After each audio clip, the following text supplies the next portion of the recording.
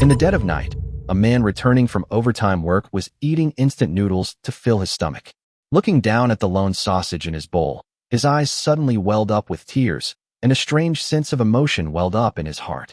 Since graduating 3 years ago, Mingdao's life has been almost entirely filled with overtime work. He is either busy in the office or on his way to work overtime. But all his hard work finally paid off. He was about to get a promotion, and his colleague Xiaomei was ready to accept his confession and become his girlfriend. The joy of achieving success in both his career and love life filled Mingdao's heart, making him feel that all the hard work had been worthwhile. Just then, an indescribable, violent tremor suddenly struck from beneath his feet. Rumble dash! It was as if some immense force had forcibly torn the building he was standing on, and even the entire plot of land, out of the earth's crust. The instant noodle bowl on the table tipped over with a crash, spilling scalding hot broth all over the floor. The American TV show on the computer screen froze abruptly, then went out with a snap, plunging the room into darkness. An unprecedented fear surged into his heart. Mingdao staggered to the window, pulled back the curtains, and saw two moons of different sizes hanging in the sky, one large and one small, emitting a pale purple glow. The eerie moonlight spilled down, illuminating the boundless, dark green primeval forest below. Giant trees soared into the clouds, blocking out the sun, stretching to the horizon beyond sight. His neighborhood, Blue Bay Peninsula, seems to have been completely cut off by some force, abruptly embedded in this ocean of wild forest. A deep and awe-inspiring roar came from the depths of the distant jungle, causing even the window panes to tremble slightly. Mingdao's mind went blank for a moment. His first thought was, had the entire neighborhood been transported to another world? Although the idea was absurd, it was the only explanation he could come up with.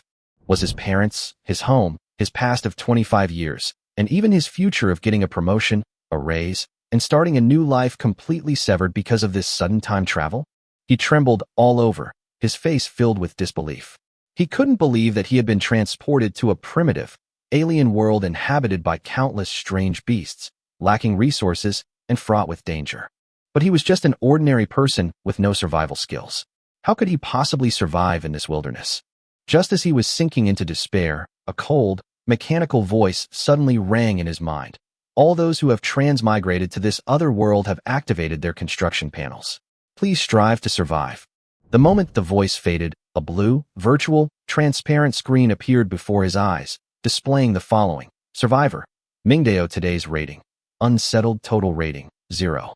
Just as he suppressed all his emotions and pondered the light screen, another completely different voice rang in his mind. Ding. Harsh host living environment detected. Daily settlement system activated. At midnight each day, a score will be awarded based on the host's actions that day, including actively collecting resources, building survival structures, completing transactions, avoiding danger, and surviving. This score can be exchanged for survival resources, building blueprints, and various special tools and items in the system shop. That text then appeared line by line in his mind, completely different from the construction panel floating in the living room. As he gazed at the virtual system interface that appeared before him and heard the constant notifications in his mind, Mingdao's despair was gradually replaced by his instinct for survival. His gaze gradually hardened. He would rely on this system and the control panel to survive for a long time in this perilous, primitive alien world. At this moment, Mingdao made up his mind. He would gradually uncover the secrets behind this mysterious world and find a way back to the modern world. Just then, the system notification continued to ring in Mingdao's mind. Score based on your behavior today. Action 1. Gathering supplies. Obtain essential survival items such as food, water, and medicine. Evaluation. Efficient action and precise timing give you an advantage in the survival race. Rating +15. Behavior 2. Establishing initial social interaction. Complete your first fair transaction with your neighbor Wang Chu, gaining information and non-essential items. Evaluation. A cautious probe, a successful value exchange. You've gained a basic understanding of the rules of trading. Score +1. Behavior 3. Survive for 1 day. Evaluation. Survival is the foundation of everything. Score +1. Overall score, 17 points. As the rating items appeared one by one in his mind, Mingdao suddenly realized. Just then, a new stream of information rushed into his consciousness again. Scoring is complete, and rewards will be distributed. Please choose one of the following 3 reward options. 1. Survival Supplies Pack. Small contains 2 compressed biscuits, 1 by 500 milliliters purified water, and 1x random canned food. 2. Building Blueprints. Random unlocks the construction permission for 1 basic building. 3.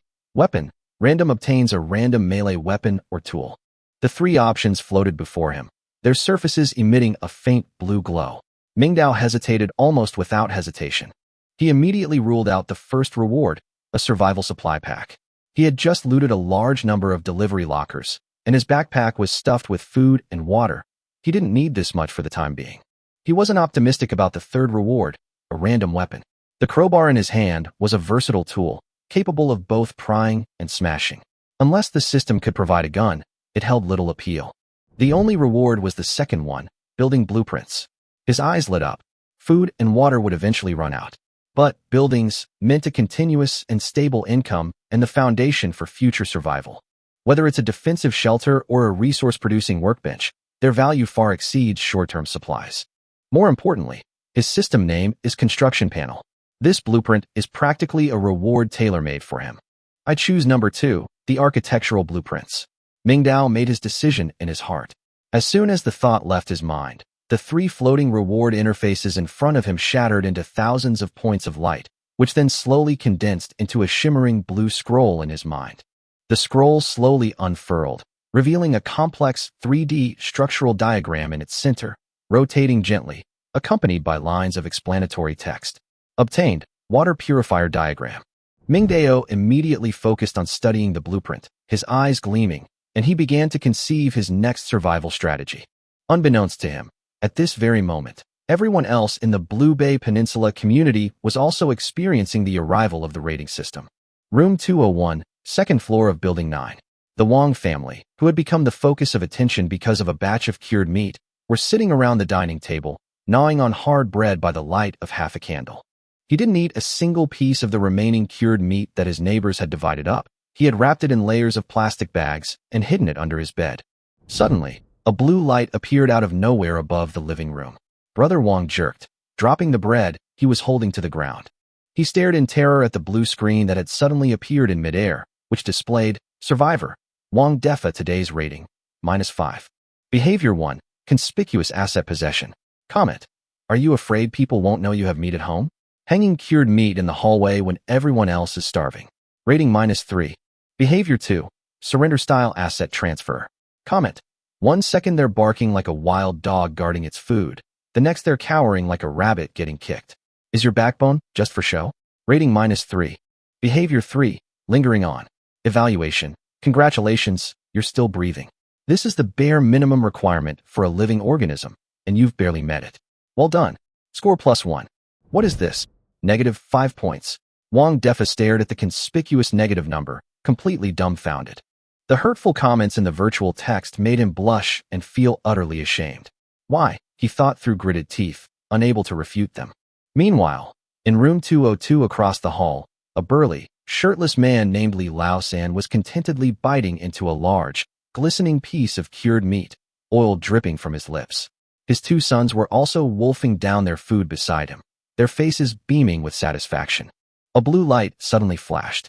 Li Laosan squinted and looked at the panel, which displayed, Survivor, Li San, today's rating, 5. Behavior 1, successful opportunistic incitement. Evaluation. You accurately detected the greed in human nature and successfully turned your neighbor's hunger into your own weapon. Well done. Rating +2. Behavior 2, profiting from violent intimidation. Assessment. It turns out that in this new world, a thick neck is far more effective than reason.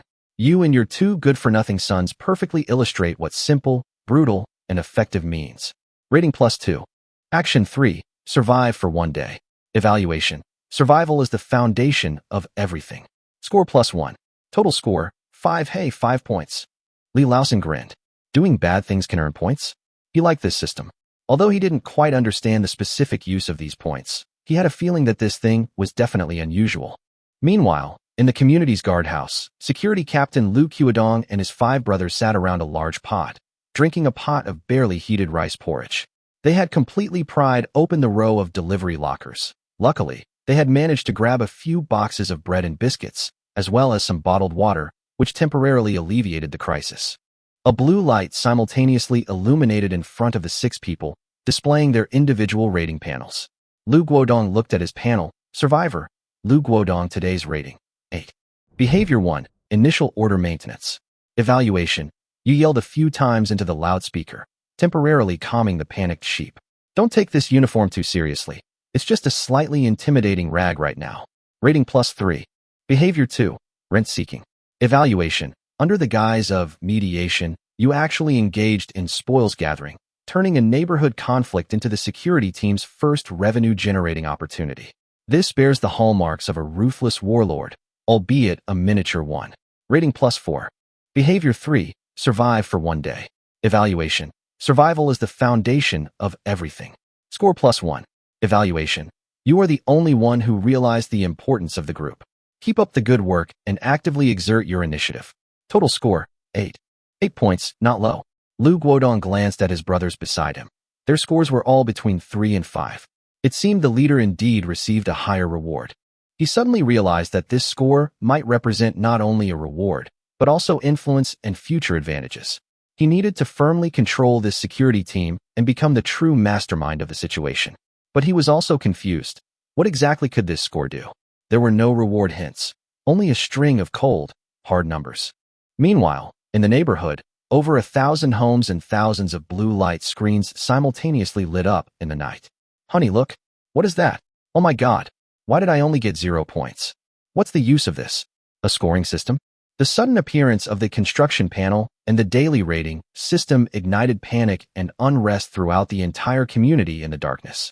On the first day of their transmigration, new rules had already arrived. Inside room 802, Mingdao clutched the newly acquired blueprints, a series of information rapidly flooding his mind. Blueprint acquired. Water purifier, white, type, manufacturing building. Effect. Through multi-layer physical filtration and adsorption, it can transform turbid, slightly polluted surface water or stored water into clean water that can be directly drunk. Required materials. Large capacity water storage container, 50L, X1, activated carbon, 2 kilograms, quartz sand, 5 kilograms, clean gauze, pipes and valves, several. Note, the blueprint is permanently owned and tradable. Place the required materials on the blueprint to automatically generate the corresponding building. The structure wasn't complex. In fact, it could be described as somewhat rudimentary. But after Mingdao thoroughly reviewed the construction process of this device, he immediately understood its immense, immeasurable value. In this community where water and electricity are completely cut off, communications are disrupted, and resources are scarce, drinking water is rapidly dwindling. His half case of Nongfu spring water, even if consumed sparingly, won't last more than 2 weeks. And what about the others? They're probably even more vulnerable. In the future, when everyone faces the prospect of running out of water, whoever possesses a device that continuously produces clean drinking water will have more than just a water purifier. They will have power, a bargaining chip, and leverage. High score, great reward. Mingdao's eyes gleamed. His guess was now confirmed. The core of the scoring system wasn't waiting, wasn't hiding, but action. It was about taking the initiative and establishing a leading advantage. Building a water purifier not only solved the drinking water problem, but was also the best way to improve the score. With this thought in mind, he could no longer restrain himself. Using the pale purple moonlight streaming in through the window, Mingdao began a thorough search of his rented room. None of the materials needed for the blueprints were readily available. A large capacity water container?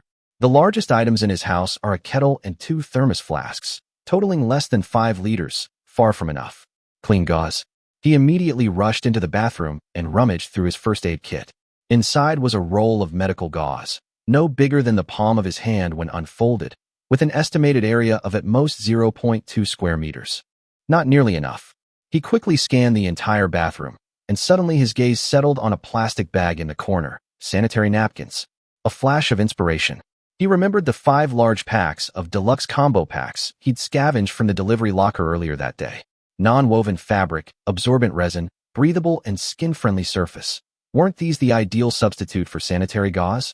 He immediately rushed to the door and rummaged through his stuffed backpack to find the packs of sanitary napkins. He tore open the overnight pack, peeled off the top layer, and sure enough, it was a clean, soft white fabric, quite large, perfectly usable. Gauze done. But the more crucial activated carbon and quartz sand were nowhere to be found. He searched the entire house and couldn't find a single grain.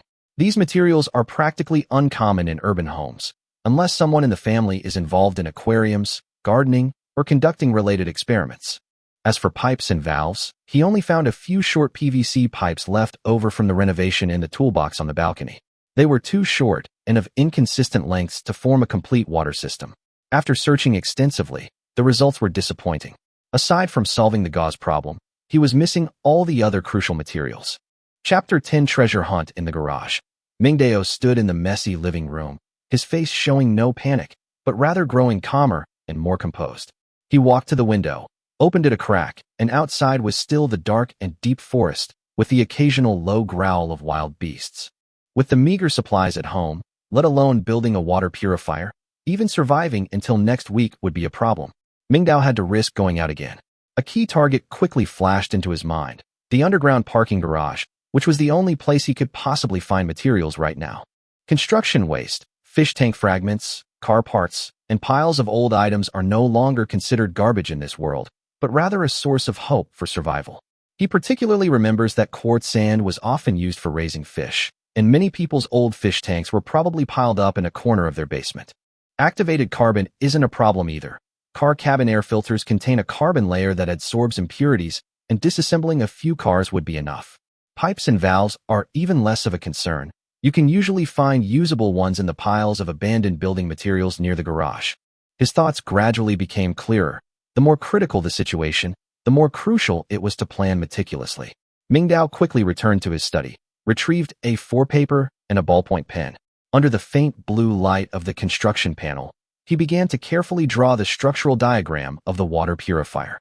The drawings not only detailed the layout of the installation, but also listed the required materials and alternatives, along with suggested locations for searching them. For example, large-capacity water tanks could be replaced by pickling jars or water dispenser containers, with the locations narrowed down to rooftops or garage storage areas.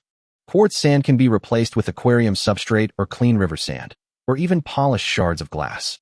Activated carbon can be removed from car filters, or crushed charcoal can be used for sieving.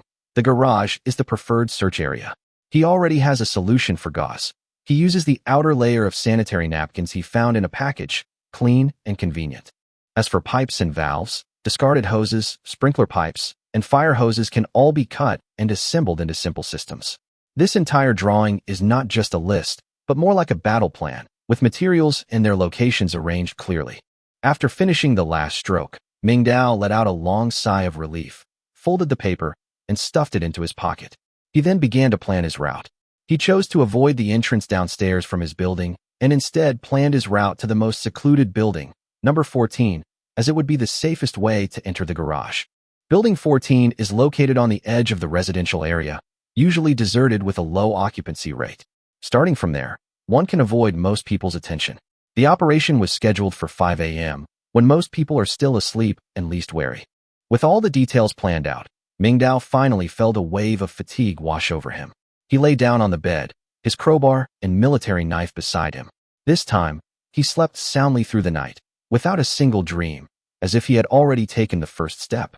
As dawn broke, at 4:30 a.m., before his alarm clock even went off, Mingdao opened his eyes, wide awake. His biological clock was extremely accurate. He was used to waking up before the alarm went off, never wasting a single second. He put on dark clothes, slung his already packed backpack over his shoulder, and ate some chocolate to replenish his energy. Then, he quietly moved the crowbar behind the door, carefully turned the lock, and stepped lightly out of the room. The hallway was quiet, with only the eerie green glow of the emergency lights, and the air was damp and stuffy. He descended the stairwell with the lightest of steps, not choosing the main entrance, but instead circling around the green belt. His target was Building 14, the safest entrance he had mentally sketched out the night before. He had to ensure his actions were discreet. The entrance to the underground parking garage was pitch black, with a chill slowly seeping out. Just standing at the entrance made one's heart tighten. Unlike above ground, the danger in the garage lurked in the shadows. A hazard could be hidden behind any pillar or car. Mingdao held his breath, turned on his phone's flashlight, and the soft beam illuminated the narrow passageway ahead. He didn't rush forward, but stopped, listened intently, and only took his first step after confirming there was no unusual movement. The moment he stepped into the garage, he focused intently, slowly weaving through the gaps between the vehicles. His target was clear, those unlocked storage rooms, the areas where materials were most concentrated. The underground parking garage, designed for safety, had many storage rooms reserved for maintenance or miscellaneous items. Forgotten for years, these rooms had become natural warehouses for residents to discard building materials and waste. Chapter 11. An encounter with an accomplice. Ming Dao, flashlight in hand, cautiously made his way through the dark garage, rows of stationary cars flashing past him. Suddenly, he noticed an open iron door behind a load-bearing pillar. The door was covered in rust, and the inside was crammed with a jumble of odds and ends, almost overflowing. His eyes lit up, and he was secretly delighted. He quickly approached the storage room. By the light of his flashlight, he saw that it was filled with old wooden planks, rolled-up wallpaper, plaster moldings, and all sorts of plastic waste. Ming Dao put down his backpack, cautiously pulled out a crowbar, and then turned on his flashlight to search thoroughly, his movements careful and practiced. Soon, his gaze was drawn to a corner where a bundle of dusty white plastic pipes lay. He quickly pulled them out to check and found that they were the PVC water pipes he desperately needed, about 7 or 8 meters long. Although the pipe diameters were different, they were all still usable. This discovery thrilled him. It was a brilliant start. He leaned the pipe against the doorway and continued searching deeper. The entire storage room was like a forgotten treasure trove. A dozen minutes later, he found a half-full bag of quartz sand in a plastic woven bag. The packaging was intact, clearly the kind used for fish tanks, and it was quite heavy. This was one of the most difficult materials to work with in his water purifier, but then came a series of unexpected surprises. Further inside, he found a large plastic water tank, about 60 to 70 liters in capacity, hidden in a worn cardboard box. Although there was a noticeable crack on the side of the tank, it could still be used normally if repaired properly. He carried the PVC pipes, quartz sand, and large water tank to the door one by one, feeling extremely excited. He had collected half of the core components for the water purifier. Just as he was about to take the supplies away in batches, a sharp and piercing metallic scraping sound suddenly rang out from deep inside the garage. The sound was like someone scraping a steel plate with a blunt object, followed by heavy, piercing breathing. Ming Dao immediately turned off his flashlight, quickly ducked behind an SUV, gripped the crowbar tightly, and listened intently. A rough, hoarse male voice rang out, laced with annoyance. "Damn it! How come this junk is so sturdy?" A younger voice anxiously urged. "Dad, keep your voice down, don't attract attention. What's there to be afraid of? Who dares to go down into the garage at this hour? Everyone's fast asleep. Hurry up. 3 grown men. We don't even have enough food to fill our teeth." Ming Dao's pupils contracted. He recognized the voices. It was Li Laosan and his son, the same ones who had snatched cured meat from the neighborhood yesterday. In the darkness, the two figures slowly approached, one in front of the other, relying entirely on their familiar surroundings without turning on the lights. Li Laosan was carrying a thick steel bar, as if he had ripped it off the railing, while his son held a large pipe wrench, constantly looking around. They arrived at a white Honda sedan, eyeing the trunk, preparing to pry it open to see if there were any stockpiled supplies. "Dad, is there really anything in this car? What if there's nothing there? The person who drives this lousy car must like to stuff things in it. Hurry up and get to work." Li Laosan roared in a low voice, inserting the steel bar into the gap in the trunk and pressing it down hard. With a loud thud, the latch was pried open, and the trunk popped open. The two immediately rushed over to check, only to find the trunk empty except for a child's seat and a few tattered manuals. "Damn it, what a jinx." Li Laosan kicked the car door, denting the vehicle. "Let's go, let's get another one. I'm going to pry out some food today." The two men, carrying their tools, cursed and walked away to the other side, their footsteps fading into the distance. Ming Dao held his breath and listened intently until silence returned before slowly peeking out to confirm that it was safe. Just a moment ago, he had even prepared for a direct confrontation, but it turned out to be a false alarm. He quickly packed up the PVC pipes, quartz sand, and water tank. The water tank was too big, so he had to carry it in his arms. As he was about to leave, his peripheral vision caught sight of an inconspicuous red tin toolbox next to him. The box was covered in rust, the lock was broken, and the lid was half open. He couldn't help but go closer to it. He gently pried open the box with a crowbar, and the lid creaked open, revealing a contents that surprised him. A nearly brand new roll of silver gray waterproof tape lay quietly at the bottom. Beside it was a well-preserved large pipe wrench. These two tools were crucial to him. Waterproof tape was perfect for repairing the crack in the water tank, while pipe wrenches were useful for handling PVC pipes of varying sizes. This was a truly perfect haul. Mingdao decisively stuffed both tools into his backpack, then picked up the water tank and quickly left. He retreated swiftly along the wall, disappearing into the morning light streaming into the garage entrance, following the route he had come from. Chapter 12: The Panel That Can Be Swapped. Mingdao, carrying a plastic water tank taller than a person, crouched down as he emerged from the underground garage of Building 14. He looked somewhat exhausted, but his eyes remained clear. He had gathered most of the materials for the water purifier. The only missing piece was activated carbon. His original plan was to transport these items back to the safe house on the 8th floor, since his recent experience had sufficiently demonstrated that in this apocalyptic world, anyone could turn into a beast. Just as he was about to sneak away along the wall, he inexplicably looked up at the 14 new buildings in front of him. The entire building was dark, with not a single light on, as if it were an empty shell. He remembered that this was on the edge of the neighborhood, and many houses had only recently been renovated and weren't yet occupied. Suddenly, a thought popped into his head: formaldehyde. The biggest fear with new homes is formaldehyde residue, and almost every household buys activated carbon bags or installs air purifiers to remove the odor. Yes, air purifiers. Most air purification devices come with activated carbon filters. His eyes lit up, his gaze shifting back and forth between the water tank in his arms and the building. A bold decision quickly formed in his mind. He hid the water tank and backpack in the bushes, carefully covering them with branches and leaves. Brushing the dust off his hands, he pulled out a crowbar and, without a word, headed straight for the dark entrance to Building 14. The door wasn't locked. It opened with a push, and a pungent smell of paint and construction adhesive immediately wafted out. He wrinkled his nose, but this only strengthened his conviction. It was indeed a newly renovated house, and probably no one lived there. The hallway was empty. Even the floor was spotless, as if it had just been mopped, without a trace of life. As he walked upstairs, he observed the doorways for insoles, shoe racks, or other clutter, the best way to determine if someone had moved in. The two apartments on the first floor were spotless, without even a speck of dust in front of their doors. The second floor was equally deserted. The third floor was also deserted. He paused briefly, and then chose to retreat to the second floor. At the top of the stairs, he noticed a protruding platform on the exterior wall, which was a reserved space for an air conditioner unit, and he easily climbed over it. The kitchen window next to the platform faced him. It was a closed window with no handles, making it easy to operate. He peered through the glass and saw that the cabinets inside were still covered with blue protective film, and the sofa was wrapped in plastic sheeting, clearly indicating that no one had lived there. Without further hesitation, Mingdao raised the crowbar and precisely struck the corner of the window. Clang, clang, clang. The four corners shattered rapidly. As the cracks spread, he gently pried with the crowbar. The entire pane of glass collapsed silently. He cleared away the debris, carefully climbed into the room, and immediately looked around after landing. The house was quiet and tidy.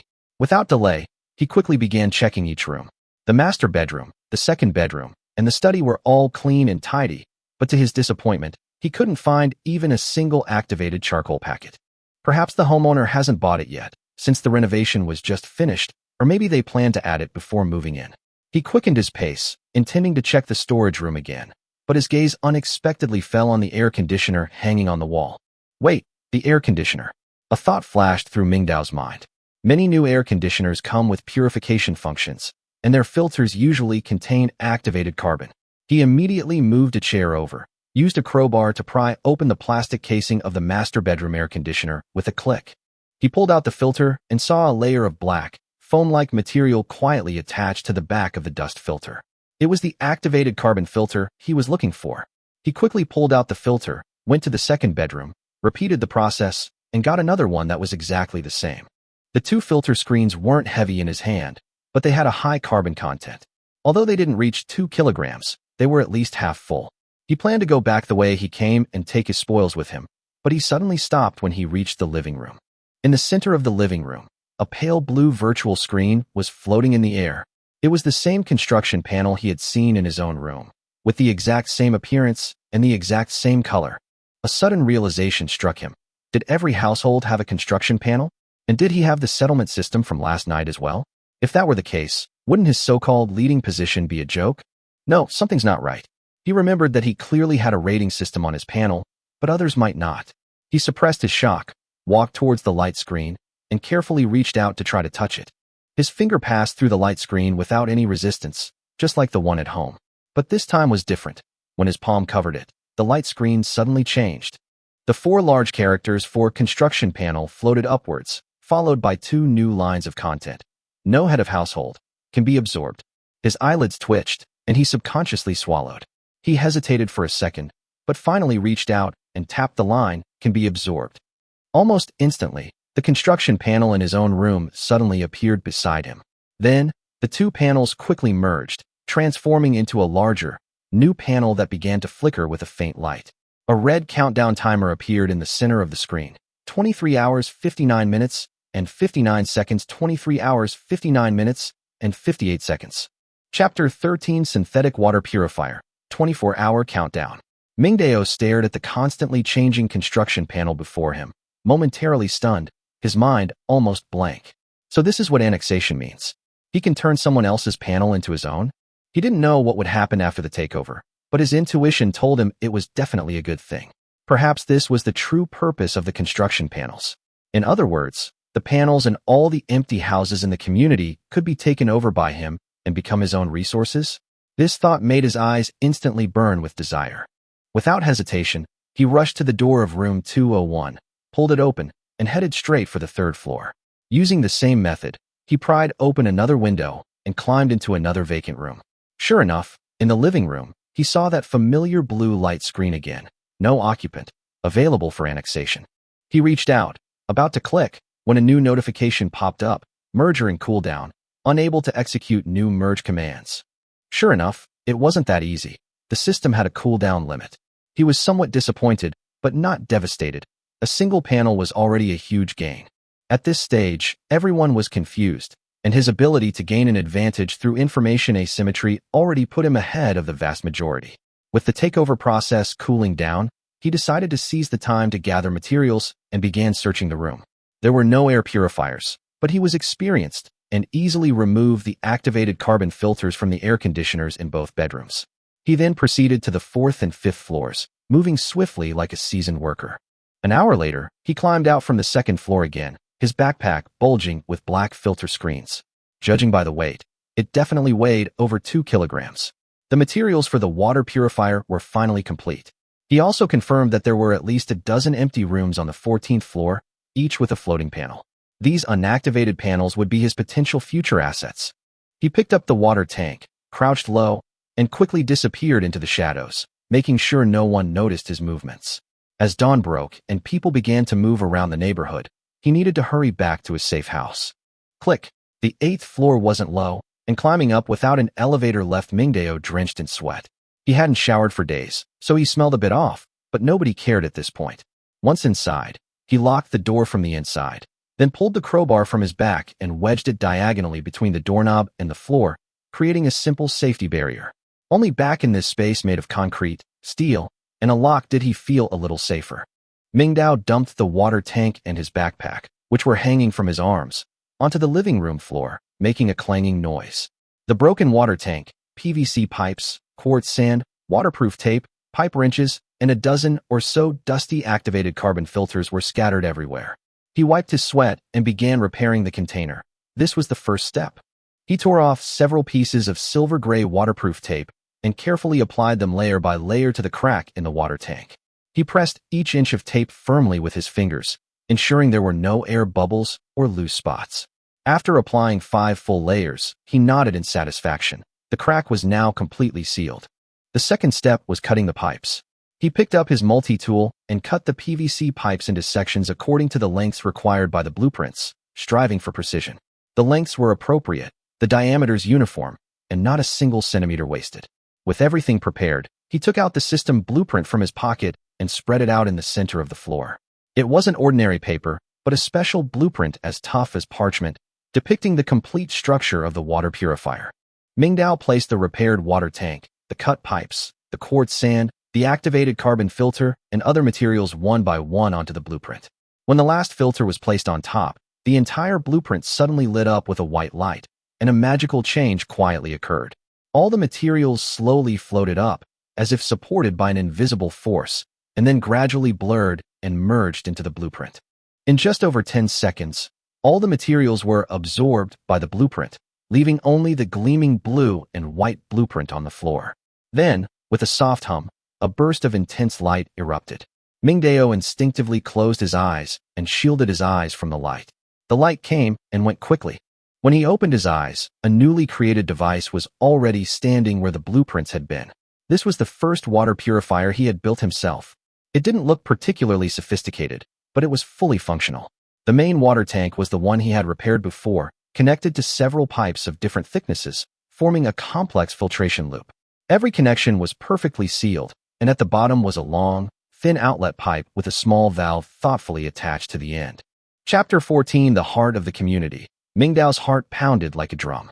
He immediately rushed to the balcony and found a metal trough usually used to collect rainwater. At the bottom of the trough was a layer of murky yellow water, with dust and the corpses of a few small insects floating on the surface, and it smelled slightly foul. This was the perfect test subject for a water purifier. He carefully removed the groove and carried the basin of fishy-smelling yellow water back to the living room. He placed a clean kettle under the water purifier, took a deep breath, and poured all the yellow water into the tank. Glug, glug. The yellow water quickly filled the tank, and Mingdao watched the water purifier's reaction intently. Before long, a low gurgling sound of flowing water could be heard inside the device. The wastewater was sucked into the system and entered a multi-layer filtration system. Quartz sand, activated carbon, and gauze worked layer by layer, and in less than 30 seconds, the first drop of clean water dripped from the outlet. Mingdao was stunned. This speed was incredible. This water purifier didn't seem like a traditional gravity filter at all. It was more like it was driven by some mysterious force. In just a few minutes, the entire tank of wastewater was completely purified, and the kettle was half full of clear, clean water. He turned off the valve, carefully poured out half a cup of water, and examined it closely under the blue light of the control panel. The water was crystal clear, without any suspended matter, exactly the same as the Nongfu spring water he had previously stocked up on. He carefully sniffed it again. There was no unpleasant odor at all, but rather a subtle, refreshing scent. Mingdao didn't drink it immediately, but first dipped a drop in his fingertip and tested it. The water temperature was just right, and there was no strange smell, so he was truly relieved and took a small sip. Cool, sweet, and refreshing. He could feel the purity sliding down his throat into his stomach, invigorating his body. This taste was better than any bottled water. Success! He clenched his fist, overjoyed. He had successfully created a water purification system that could continuously produce water. As long as he found a water source, he would never have to worry about drinking water again. He tilted his head back and drank it all in one gulp, feeling as if he had been infused with vitality. But just then, a commotion suddenly came from below the balcony. Judging from the direction, it was coming from the square in the center of the community, and it seemed that something serious had happened. Mingdao's heart tightened. He didn't have time to admire the results before rushing to the balcony and looking down. That one glance made his pupils shrink. The plaza below was a sea of people. Almost all the survivors of the Blue Bay Peninsula community were gathered there, the atmosphere eerie. Even more bizarrely, everyone was looking up, mouths half open, eyes glazed, staring blankly at the sky. Following their gaze, Mingdao also looked up. The next second, he couldn't help but mutter, "Holy crap!" Directly above the Floorbead Plaza, a huge pale blue light screen floated in the air, almost covering the entire sky. Its material was exactly the same as his construction panel, but its size was more than 100 times larger, as if the sky had descended. In the crowd, Security Captain Lu Qiudong was shouting through a megaphone, "Calm down. Stay where you are. Don't come any closer." Several security guards around him formed a makeshift human wall, struggling to maintain order. Suddenly, the giant screen floating in the sky began to flicker with light and shadow, displaying lines of huge white text. Below the 4 large characters for Heart of the Community, a countdown timer appeared and began to tick. 3 hours, 21 minutes, and 46 seconds.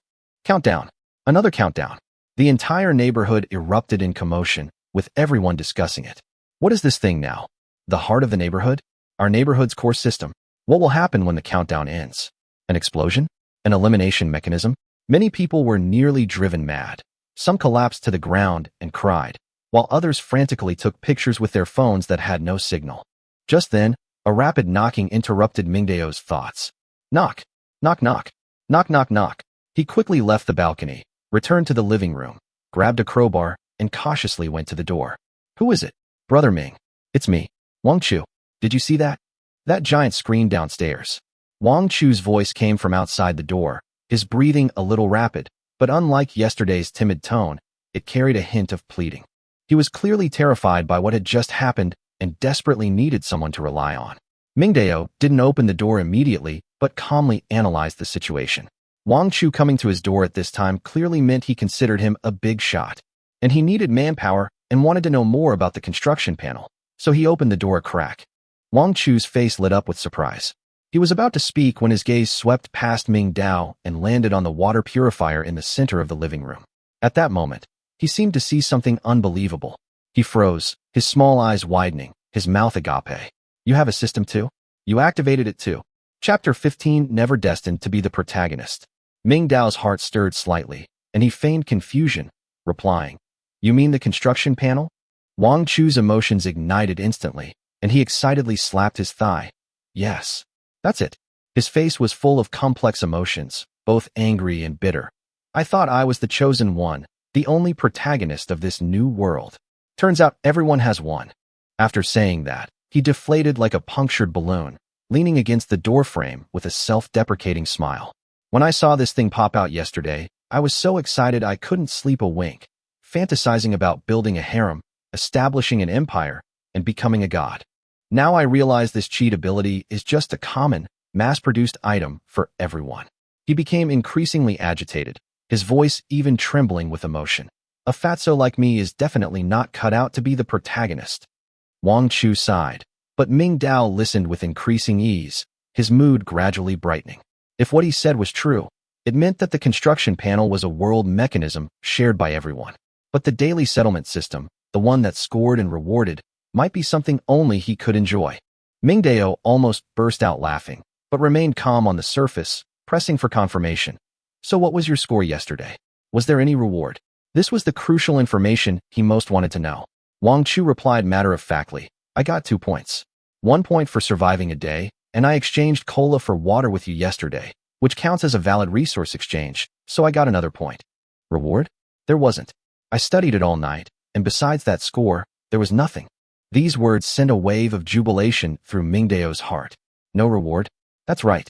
He remained outwardly calm, nodding and pretending to be in the same boat as him. Me too. Just points, no reward. Upon hearing this, Wang Chu instantly relaxed, as if he had found his people. I knew it. This thing is just a scare tactic. As he spoke, he glanced towards the balcony and whispered, Mingji, want to go check out that big screen downstairs? I'm too scared to go alone. Let's go, Mingdao replied curtly. He picked up a crowbar, walked out the door, and locked it behind him. Wang Chu followed behind, glancing at the sturdy crowbar in Mingdao's hand, swallowed hard, and quietly put half a step away from him. When the two stepped out of the building, the square was already packed with people, all whispering amongst themselves. How many points did you get yesterday? 3 points. I stole a box of instant noodles. Wow. I only got 1 point, barely surviving. My wife got -2 points. She gave some rice to the neighbors, and the system called her a foolish act of kindness. I heard Captain Liu got 8 points. What? What did he do? As Mingdao and Wang Chu merged into the crowd, the surrounding noise almost engulfed them. Wang Chu's eyes nearly popped out of their sockets, and he couldn't help but mutter under his breath. There are just too many people in this neighborhood. The square, usually only for square dancing, was now teeming with people, at least 2,000. At first glance, there were men, women, young and old, but upon closer inspection, middle-aged people made up the majority. Mingji, what are all these people trying to do, crowding together like this? Wang Chu said, quietly taking a half-step closer. Mingdao ignored him, his gaze sweeping across the crowd like a hawk's. He immediately spotted Wang Defa's family. They were standing at the edge of the crowd, their expressions ashen, clearly having suffered a great blow. Not far away, Li Lao San stood confidently at the front of the crowd, boasting to a few young people about his 5-point rating. Looking further out, most people wore blank expressions, as if they had just wandered from an office into a primeval forest, completely disoriented. People could only huddle together, trying to build a sense of security through the group, even if that security was illusory. Just then, a tall figure suddenly stood on a landscape stone in front of the square. It was Lu Guodong, the security captain, holding a black megaphone in one hand. He looked exactly like a temporary leader in the early days of the apocalypse, instantly attracting everyone's attention. Ahem. Everyone, quiet down. Let me say a few words, he shouted through the megaphone, his voice echoing in the square. The noise quickly subsided, and everyone looked at him. Lu Guodong's eyes sharpened, and he solemnly surveyed the room before speaking in a deep voice. Dear neighbors and friends, you've all seen the situation. Why do we end up here? Nobody knows. He pointed to the giant blue screen above him. How did this thing appear? And what does it represent? A murmur rippled through the crowd below, with someone whispering in agreement. Yeah, what's going on? Lu Guodong gestured for them to stop, then continued. Some say it's a space-time rift, others say it's an alien experiment, and still others say we're hallucinating. But nobody can confirm any of these. These speculations he mentioned had actually been circulating privately countless times before. He was simply bringing them to a collective expression now. Wang Chu leaned close to Ming Dao's ear and whispered, Brother Ming, which one do you think is true? Ming Dao glanced at him, his voice low and calm. Which one is not important? What's important is, we can't go back. Chapter 16 The Great Collective. Wang Chu was speechless after being choked by Ming Dao's words, and could only stare blankly before reluctantly shutting his mouth. Meanwhile, on the high platform, Lu Guodong once again raised the megaphone. This time, his tone was no longer calm, but forceful and resolute. Now is not the time for accountability. I am a veteran, and more importantly, a proud member of the Communist Party. This resounding declaration immediately touched the hearts of many middle-aged people, their eyes instantly filled with respect and trust. At critical moments, the party organization must step forward. Lu Guodong stood ramrod straight, his voice growing stronger with each passing moment. Although we are currently trapped in unfamiliar surroundings, these thousands of people are one collective. Perhaps we are the last spark of human civilization. These words, delivered with great force and persuasiveness, instantly ignited the emotions of the crowd, and the atmosphere became noticeably heated. A man in his 50s, wearing a gray jacket, suddenly stood up and shouted passionately, My name is Zhang Jingguo, from Building 7, a veteran party member. I support Captain Lu. Immediately afterward, a bespectacled, scholarly-looking middle-aged man echoed, Now is the time for neighbors to watch out. That scoring system might hold a big secret. The moment those words were spoken, everyone's attention was immediately drawn to two words, rewards. Yes, a high score will definitely bring benefits. Then we have to perform well. How do we get extra points? By doing good deeds, or by robbing? The crowd started discussing animatedly, each with their own agenda, but on the surface, they appeared to be on good terms. Ming Dao observed silently from the sidelines. He noticed that those shouting for unity were almost exclusively middle-aged people. They had an innate belief in organization and the collective. Meanwhile, the truly young and energetic individuals remained silent. They subtly scanned their surroundings, as if secretly plotting. Their calmness contrasted sharply with the enthusiasm of those around them. Lu Guodong, of course, noticed this as well. He knew that slogans alone wouldn't work. Concrete actions were needed. So he picked up the megaphone again. I've sent people door to door to get all residents to gather. We must conduct a census now. We need to find out how many men, women, the elderly, and children there are. Doctors, engineers, and technicians also need to be counted. This is also a good opportunity to see what this heart of the community in the sky really is. This suggestion was approved by most people. Lu Guodong seized the opportunity to continue. I know what you're most worried about is food and water. The little bit of food we have at home won't last more than a few days. When we run out of resources, we'll eventually have to go into the forest to find water and food. No sooner had the words left his mouth than someone jokingly shouted, Then let's just go straight to communism. Hand over all supplies. Distribute according to work. This statement, though meant as a joke, stirred up a storm. Great idea. An elderly woman holding her grandson immediately agreed. It's no use hiding all your stuff. The real key is to share and survive together. Another woman chimed in. Young people should do the hard work, and we older women should handle the logistics. Isn't that distribution according to work? Distribution according to need is even better. My child is young, so I should get more milk powder and meat. This proposal immediately garnered a large response because it precisely addressed the vulnerabilities of the most vulnerable groups, the elderly, children, and those unable to protect themselves. For them, unified distribution meant safety. They would have food to eat, and could earn a living without risking going out. A wave of support swept through the crowd, and the square erupted in enthusiastic cheers. Wang Chu was stunned. His lips twitched as he leaned close to Ming Dao, asking in a trembling voice, "Brother Ming, are you going to set up a people's commune?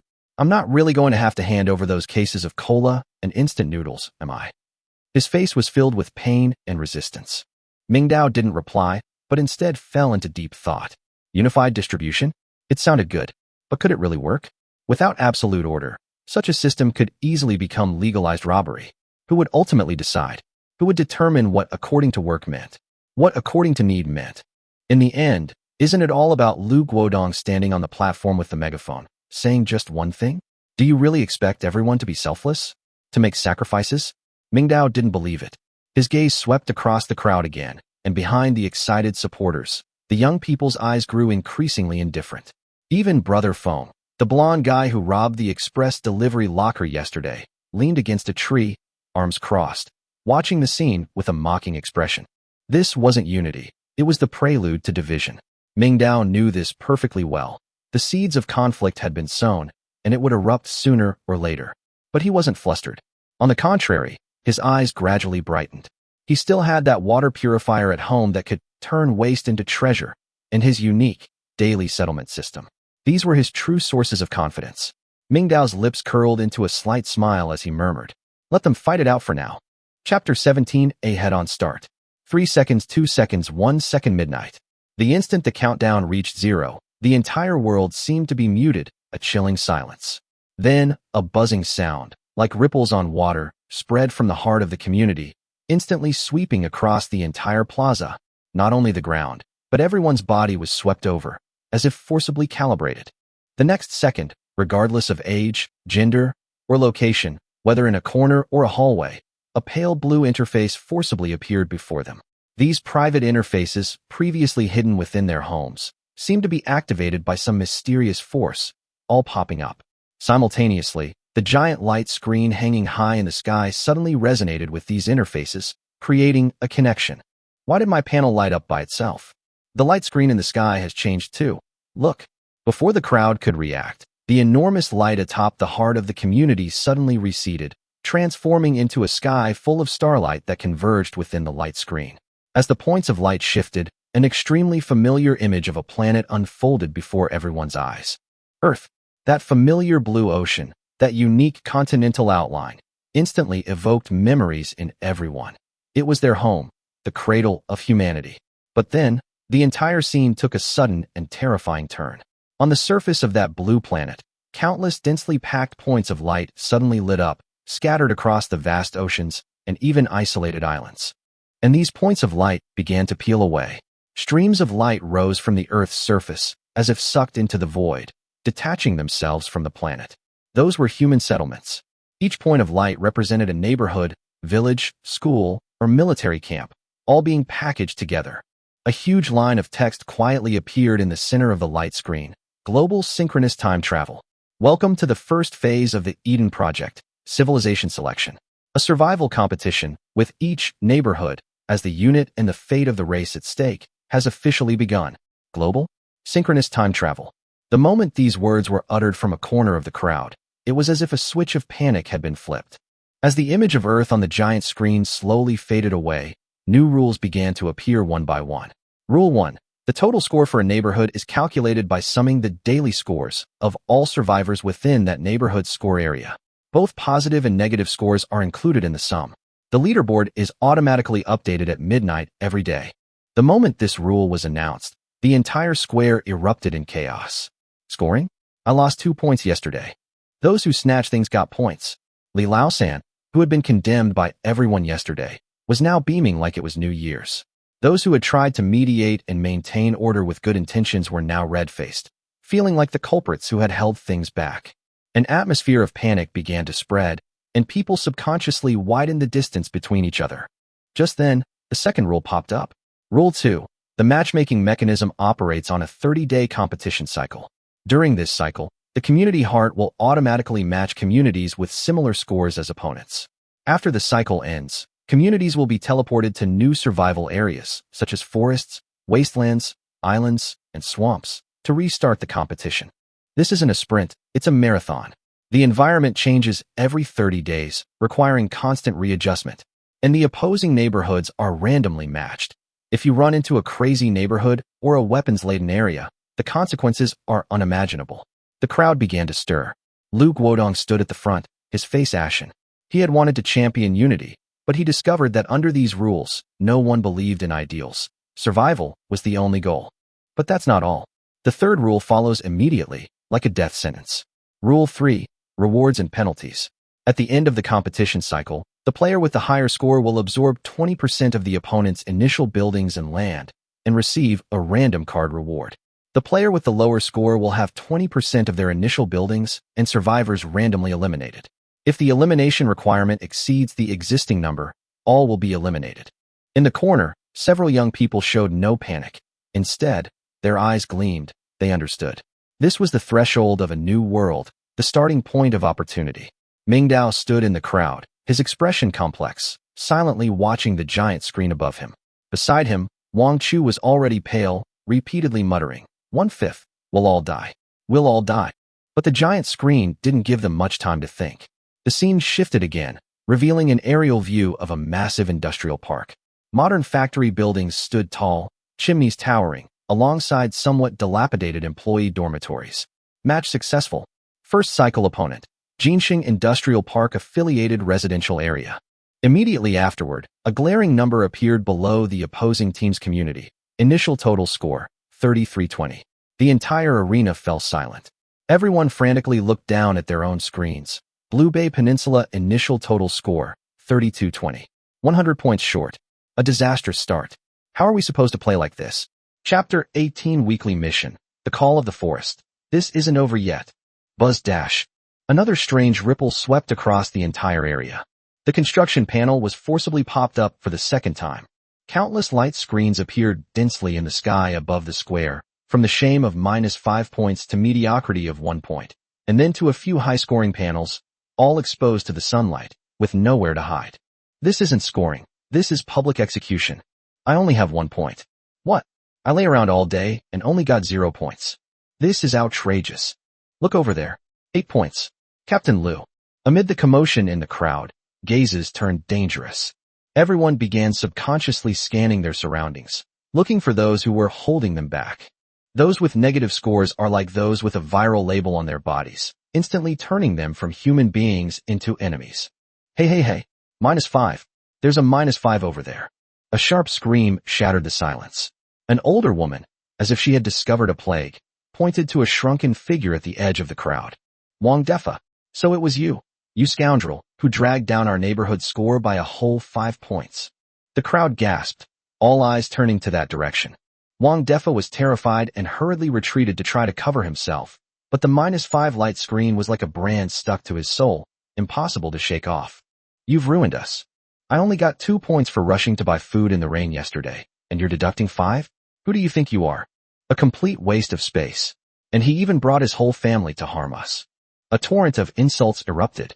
In the instant that emotions completely spiraled out of control, the entire square erupted into its first witch hunt riot. And here too, -2. She's getting us killed too.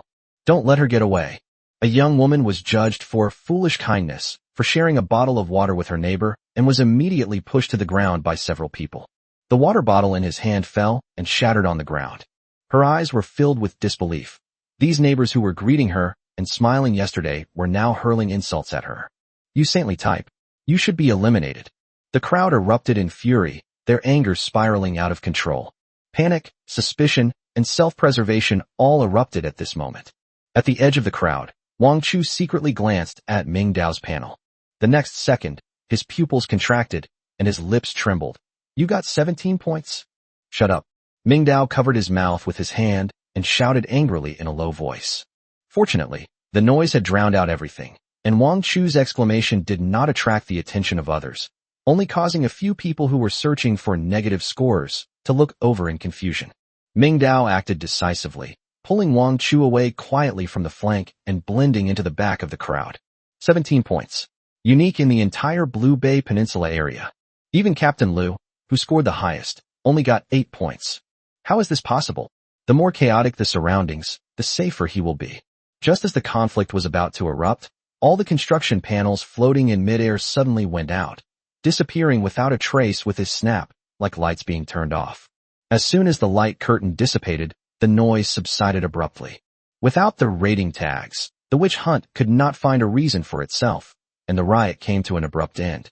But the seeds that needed to be sown have already been planted. Those who had scored negative points got up from the ground, looking ashamed and embarrassed, and kept their distance from the crowd, their eyes filled with hatred and fear. As the crisis eased, Lu Guodong quickly seized the opportunity and climbed back onto the flower bedstone platform. "Stop it, all of you." His voice was like thunder, and with the penetrating power of the loudspeaker, he refocused everyone's attention. "They're only down by 100 points. What's that small difference? You guys keep killing each other. Can you even get 200 points? No way. We must get those points back from outside." After saying that, he suddenly pointed to the primeval forest in the distance. "From now on, everyone must fight for our community. Those who hold us back are the real enemies." The crowd, which had been shouting insults at each other, suddenly fell silent. Just then, as if in response to Lu Guodong's call, the huge heart of the community in the sky lit up again. The mission has finally arrived. Weekly quest, the call of the forest. Task requirements. At least 50% of the adult residents, aged 18 to 150, in the community must enter the forest and stay safely for 1 hour. Current completion rate, 0%. The entire room fell silent, as if even the wind had stopped. 200 points. Once this task is completed, we can instantly surpass Jinxing Industrial Park by 100 points. But the penalty clauses that followed were truly chilling. Failure penalty. Randomly remove the 3 residents with the lowest scores in the community. Another erasure. Still the one with the lowest score. Wang Defa collapsed to the ground, his face deathly pale. -5 points, the lowest in the entire community. He, along with his wife and children, are all -5. If the mission fails, their family will be the complete death package. His lips trembled, and tears streamed down his face. "We can't fail, we can't fail." Mingdao, however, narrowed his eyes and fell into thought. Task requirements. 50% of the adult population, approximately 1,500 people. Enter the forest and stay safely for 1 hour. It sounds simple, but it's actually fraught with danger at every turn. That forest had an eerie atmosphere from the very first day of our journey. Shadowy figures, roars, and howls in the night. Weren't they all warnings? Now the system is actually letting them break in on their own. Chapter 19, I have a few questions. Mingdao's gaze swept across the crowd. As expected, the public's reaction was the most genuine. 50%, so it doesn't matter whether I go or not. Go into the forest? Are you kidding me? I'm not going. I'd rather die than go. There's a monster in there. The sounds I heard last night were definitely not made by any normal animal. But Coco will be erased if she doesn't go. The 3 people with the lowest scores were eliminated. I had 2 points yesterday, so I should be fine, right? What's your 2 points? I'm down 2 points. I'm the one in the most danger. Wang Defa. 5. You two are like a hidden dragon and a phoenix chick. You? Enough. Lu Guodong's voice once again resounded throughout the venue through the loudspeakers. He was the only one at the scene who remained somewhat rational. Now is not the time to argue about who is right and who is wrong. The mission has been issued. We must complete it. He took a deep breath. The call of the forest demands that 50% of the adult residents enter the forest. We have no way out. If the mission fails, 3 people will die. But if we do nothing and wait until the points competition ends in 30 days, it won't just be 3 people who die, but 1/5 of all of us. Yes, even if we manage to escape this mission, can we escape the death roulette 30 days from now? So, Lu Guodong suddenly raised his voice. We must take the initiative. We must be the first to complete the task and get that 200-point reward. Only in this way can we possibly overtake that damn industrial park over the other side in the first round of the competition. As he spoke, his gaze swept across the entire room, finally settling on a few young and strong men at the edge of the crowd. I know everyone is afraid of dying, but someone has to step up. I, Lu Guodong, as a veteran and a member of the Communist Party, am willing to be the first to enter the forest. These words were met with scattered applause from the crowd. But most people just watched him silently, their eyes filled with complex emotions. Lu Guodong didn't pay any attention. He turned to the security guards beside him and said, "You guys, come with me." The security guards' expressions changed, but under Lu Guodong's intimidating presence, they still forced themselves to nod. And another thing, Lu Guodong looked around the room again. All male residents between the ages of 18 and 50 must participate. This is for the sake of the community and for yourselves. Female residents and the elderly can participate voluntarily. I, Lu Guodong, guarantee that those who complete the task will be given priority in the distribution of supplies in the future. Material distribution. These 4 words precisely struck a nerve with some people. Several young people who were initially hesitant began to waver. But most people remained standing still, motionless. Go to the forest? Joke. That could be fatal. Just as the atmosphere reached a stalemate, a voice suddenly rang out from the crowd. I'll go. The sound wasn't loud, but it was exceptionally clear in the silence. All eyes turned to the source of the sound. He was a burly, shirtless man. Li Laosan. He grinned, revealing a mouthful of yellow teeth. Captain Lu is right. There's no way to avoid it. Rather than waiting to die, we might as well take the initiative. Anyway, I got 5 points yesterday, so even if the mission fails, I won't be the one eliminated. Besides, my family of 3 is already running out of food, so going hunting in the forest wouldn't be a bad idea. As he spoke, he glanced at the people around him who had negative scores and chuckled. As for you useless cowards who are dragging our feet, you'd better pray the mission succeeds. Otherwise he didn't finish his sentence, but the threat was already clear. Those who scored negative points looked even uglier. After thinking it over, a few people finally stepped forward. I'm going to. Count me in. Damn it. Let's go all out. Without exception, all of these people had received scores below 0 yesterday. They dare not gamble. If the mission is successful, they can also gain favor with Lu Guodong and have an advantage in the future allocation of resources. This deal is a good one. As more and more people stepped forward, Lu Guodong finally showed a satisfied smile. Good. Very good. This is the awareness that the residents of Blue Bay Peninsula should have. He counted the number of people. There were about 30 or 40. That's not enough. The task requires 50% of the residents to be adults, which is at least 1,500 people. The number of people here is less than a fraction of the total. Lu Guodong's face darkened again. He raised the megaphone and his voice became stern. I'll say it again. All male residents between the ages of 18 and 50 must attend. This is not a request. This is an order. Anyone who dares to run away will become everyone's enemy. Don't blame me, Lu Guodong, for being ruthless then. These words already carried a clear threatening connotation. The crowd began to stir. Some people grumbled in dissatisfaction, while others tried to back away, hoping to blend into the crowd and disappear. But Lu Guodong was prepared. With a wave of his hand, the security guards and participants immediately dispersed and began weaving through the crowd, pulling out men who met the age requirements one by one and forcibly herding them to the center of the square. Let me go? What right do you have to arrest me? I'm not going. I have a wife and kids at home. Lu Guodong, this is dictatorship. You have no right to do this. Voices of resistance rose and fell. But under the threat of a few batons, it was all bark and no bite. Soon, hundreds of people gathered in the center of the square. Lu Guodong nodded in satisfaction. Several hundred people, though not quite 1,000, but close enough. If we can mobilize some more women and elderly people, we should be able to reach the required number. Just as he was about to continue his incitement, a calm voice rang out from the crowd. Etc. Lu Guodong was taken aback and looked in the direction of the sound. The speaker was a young man who looked to be in his early 20s, holding a crowbar that was half a meter long. Mingdao. He stepped out of the crowd, his face calm. Captain Lu, I have a few questions. Lu Guodong frowned. What's the problem? Mingdao pointed to the heart of the community in the sky. The mission requirement is to enter the forest and stay safely for 1 hour, right? That's right. Then, how do you define security? When this question was asked, Lu Guodong was stunned. Yes. What is safety? Does it mean the person is not dead? Or that they are not injured? Or is it that once you're inside, no matter what happens, as long as you come out alive, it's considered a success? Lu Guodong opened his mouth, but found that he couldn't answer. Mingdao continued. Also, the mission says that at least 50% of the residents in the community are adults. So how is that counted? Is it based on the number of people who enter the forest, or the number of people who ultimately return alive? If someone goes in but doesn't come out alive, does that count as completing the mission? If someone goes in but leaves before an hour has passed, does that count? Chapter 20 Blue Bay Peninsula First Exploration Team. With each question, Lu Guodong's expression grew increasingly grim. He realized that he hadn't considered these details at all. The crowd began to stir. Yeah, what if the person who goes and dies?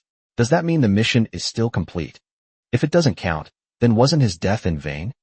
If we're going to count, then can we send those with negative scores to their deaths first? After all, they won't lose anything if they die. These words instantly darkened the faces of those who had received negative scores. Why don't you go and die? Lu Guodong took a deep breath, forcibly suppressing the irritation in his heart. Brother, what are you trying to achieve by saying all this? Mingdao sighed. I just want to remind everyone that it's best to understand the rules before acting blindly. Each person is guaranteed 1 point for surviving for a day. Our community has 3,000 people, so we are guaranteed 3,000 points every day.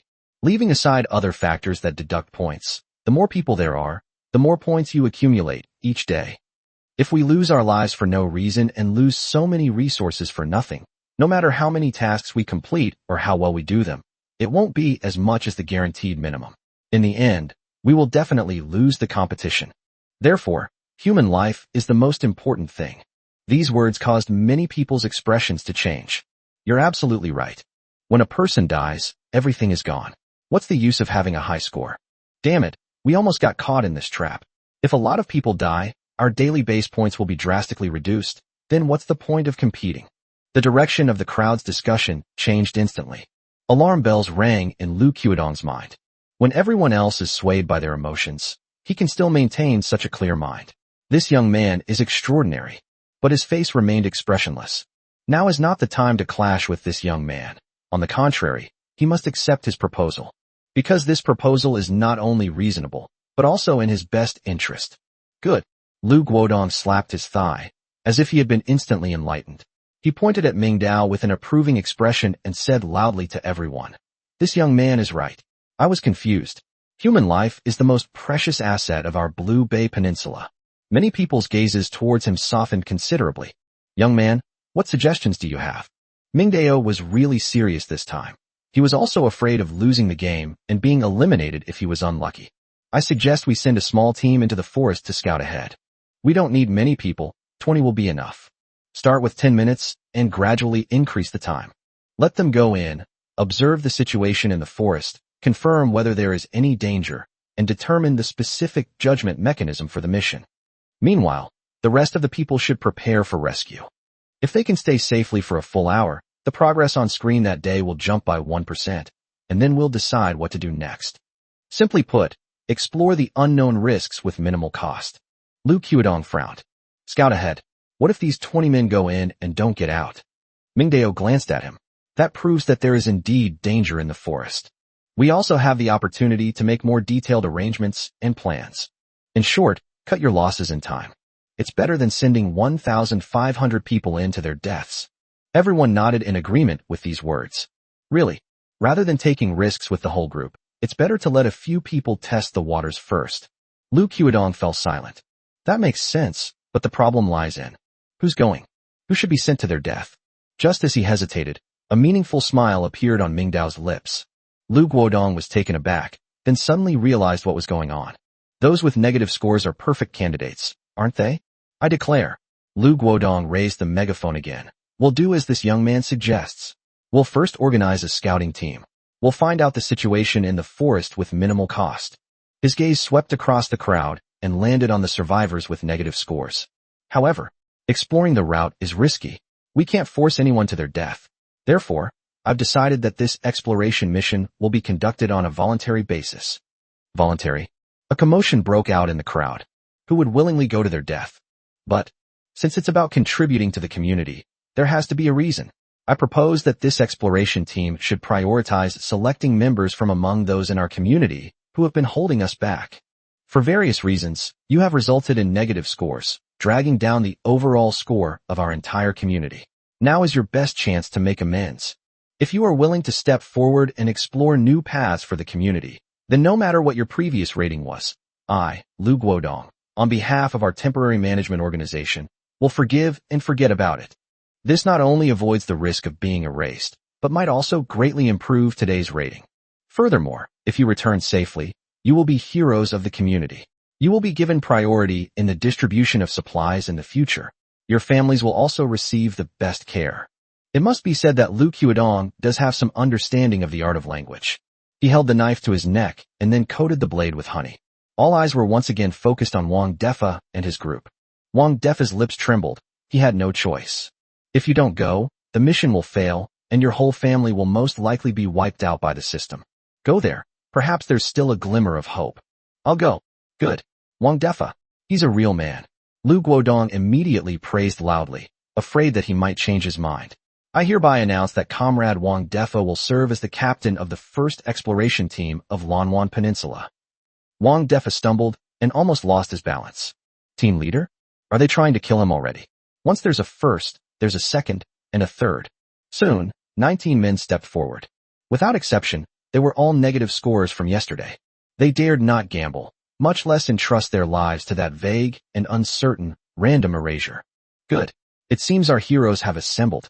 The Blue Bay Peninsula First Exploration Team is now established. Scattered applause broke out from the crowd. There was sympathy, there was pity, but there was mostly relief. I'm glad I wasn't the one standing in the line. Mingdao stood at the back of the crowd, watching everything with a cold eye. Lu Qiudong played this move brilliantly. Not only did he adopt his suggestion without question, but he also took this opportunity to turn all those with negative scores into cannon fodder to redeem themselves, thus solving the problem of who would scout ahead and further consolidating his own prestige and power. He himself, from beginning to end, stood on the moral high ground. Just then, several subtle gazes fell upon Mingdao. It was Lu Guodong, along with those middle-aged men who had sided with him yesterday. Their eyes no longer held merely scrutiny, but also a hint of courting. The fact that he could come up with so much in such a short time shows that this kid's mind works extremely fast, and he is frighteningly calm. If such a person can be used for one's own purposes. Many people have developed feelings for Mingdao. Chapter 21 Danger? Mingdao sensed the gazes, but he simply looked away without making a sound, as if he hadn't noticed anything. He knew he had come into the sights of certain people. However, this was within his expectations. A tree that stands out in the forest will surely be felled by the wind. But sometimes, appropriately displaying one's strength is also a form of self-protection. The game mechanics are there. It's time to change your playstyle. Set off. At Lu Guodong's command, he personally led several security guards to escort the exploration team of 20 heroes toward the gate of the residential area. The crowd automatically parted to make way for them. Wang Defa walked at the front, with an iron rod forcibly shoved into his hand from a fire extinguisher box, supposedly to give him courage. In retrospect, it has a strong sense of the poem, the wind is howling and the river is cold. The gate to the residential area, the electric fence that usually allows vehicles to come and go, was now wide open. Beyond the fence lies another world. Only 10 meters. Just 10 meters away lies the boundary of that eerie primeval forest. On one side is the familiar concrete ground, and on the other side is a huge canopy of trees that blocks out the sky. That 10-meter distance is like a dividing line, clearly separating the two sides. Lu Qiudong stopped in his tracks. He didn't dare go any further. Go, he said, pointing to the forest. Remember, wait at the edge of the forest for 10 minutes. Use your watches to time yourself. If anything seems amiss, come back immediately. Wang Defa took a deep breath and glanced back at the direction of his building. God bless you. Xiaobao, Hui, I love you. He closed his eyes, and when he opened them again, all that remained in his eyes was determination. He bent down and stepped out of the community fence first. The crowd behind them followed one after another. When their feet touched the soft ground, everyone's pupils dilated in surprise. Crouching, ready to run away at any moment. At the same time, all sorts of strange insect chirps and bird calls came from all directions, but they could not be seen, adding to the eeriness of the place. Gulp. A young man behind Wang Defa nervously swallowed. Team leader Wei. Stop talking nonsense. Keep up. Wang Defa gritted his teeth and growled. After giving up and acting recklessly, he developed a certain domineering masculinity. The group dared not venture deeper, but stood close together, less than 3 meters from the edge of the forest, forming a defensive circle back to back, cautiously surveying their surroundings. Everyone's heart was in their throat, their muscles tense, ready to deal with any threat at any moment. 1 minute. 2 minutes. Apart from the chirping of unknown insects and birds, there were no other sounds. 5 minutes passed. There were no ferocious beasts as imagined, nor any legendary monsters. 10 minutes. Everyone's back was soaked with cold sweat. The hands on the watch finally completed the first 10 minutes. Nothing happened. The forest seemed safe. It's time. Someone in the line reminded them in a trembling voice. Wang Defa nodded. He glanced back at the entrance of the residential area. The crowd of onlookers were still standing there, their expressions serious. Should we go back? Then they wait for Lu Qiudong's next order. 20 minutes? 30 minutes? An hour? Instead of passively accepting orders, be proactive. An idea flashed through his mind. He gritted his teeth, turned to his teammates, and said, I don't think there's any danger here. Should we stay a little longer? Everyone was stunned when this suggestion was made. But they soon understood what Wang Defa meant. They're going to die sooner or later anyway, so they might as well finish the mission in one go. If they can stay for a full hour, they'll be heroes. When they get back, they can hold their heads high and enjoy priority in the allocation of supplies. Okay, I agree. Damn it. Let's go for it. Anyway, we haven't seen any monsters. Let's do it. Fortune favors the bold. Everyone agreed. Time continued to pass. 20 minutes. 30 minutes. The forest remained quiet, with only the light and shadow slowly shifting with the passage of time. The team members' tense nerves began to gradually relax. They began to talk in hushed tones. Hey, do you think there might be anything edible in this forest? Who knows? But judging from how lush this tree is, it should bear fruit, right? Don't even think about it. What if it's poisonous? We'll be lucky to get out of here alive. Just when everyone thought the mission might be completed without any major incidents, an accident occurred. 40th minute. Shoo shoo shoo. A slight, strange noise suddenly came from the bushes not far away. The sound was very soft, like something walking on dead leaves. Who? What was that sound? The team members, who had just relaxed, instantly sprang to their feet like startled birds, their weapons once again aimed in the direction from which the sound came. Everyone's heart jumped into their throat once again. The rustling sound didn't stop. Instead, it grew closer and clearer. The bushes started to sway. Holy crap. Fuck you. It's here. Something's coming. Run. Run. Someone shouted first, and the instinct for survival instantly overwhelmed everything. Ah dash. The team members let out a scream, no longer caring about formation or orders, turned around, and scrambled towards the entrance of the residential area. His disheveled appearance was more terrifying than if he had seen a ghost. At the entrance of the residential area, the crowd of onlookers were also startled by this sudden turn of events and retreated in fear that some monster might rush out. Lu Guodong's expression also changed. He gripped his baton tightly and stared intently at the swaying bushes. Just then, a small, gray, furry creature hopped out of the bushes. It twitched its long ears, curiously surveyed the panicked humans with its ruby-like eyes, then lowered its head and began munching on the tender grass on the ground. It was a wild rabbit. A plump, seemingly harmless wild rabbit. Lu Qiudong. Mingdao. Everyone. Lu Guodong's facial muscles twitched, and he almost couldn't catch his breath. Stop the fucking ring. He grabbed the megaphone and roared. What's the panic? It's just a rabbit. A wild rabbit. You bunch of grown men, scared like this by a rabbit. You've completely disgraced men. Upon hearing the sound, the fleeing team members instinctively stopped in their tracks. Still shaken, they looked back and, sure enough, saw the gray rabbit leisurely grazing not far away, showing no intention of attacking them. An awkward silence followed. The team members looked at each other, their faces flushing red and then turning pale. Especially the person who was the first to scream and lead the run, wished they could disappear into a crack in the ground. Wang Defa was both angry and annoyed. He glared at the cowards, but ultimately said nothing. He took a deep breath, turned around and shouted to Lu Guodong at the entrance of the residential area, Captain Lu, it's safe. It's safe. After shouting, he turned to his teammates and growled through gritted teeth. All of you, get back here. Stand still. Don't make a fuss. One by one, the team members slunk back to their original positions and stood in their places again. Although they had just lost face, this little incident dissipated most of their fear. The presence of rabbits suggests that this might really just be an ordinary primeval forest. Time passed by second. 50 minutes. 55 minutes. After the hare had eaten its fill of grass, it hopped and skipped away into the depths of the forest. No further incidents occurred. Finally, under everyone's gaze, the watch on Wang Defa's wrist chimed. 1 hour. A whole hour. They succeeded. Almost at the exact second the countdown ended, the giant screen of the community center, high in the sky, flashed slightly. The numbers representing the task progress have finally changed. Current completion, 1%. It's done. It really worked. The crowd at the entrance of the residential compound erupted in another round of enthusiastic applause. They did it. They did it. 1%. The progress has really accelerated. Great. We have hope. The 20 team members in the forest were incredibly excited when they saw the progress bar change. They survived. Chapter 22, Orange-Capped Amanita. These 20 living, breathing people are 20 reassurances. Their safe return proved to everyone one thing. That seemingly eerie and terrifying forest was not so scary after all. Fear stems from the unknown.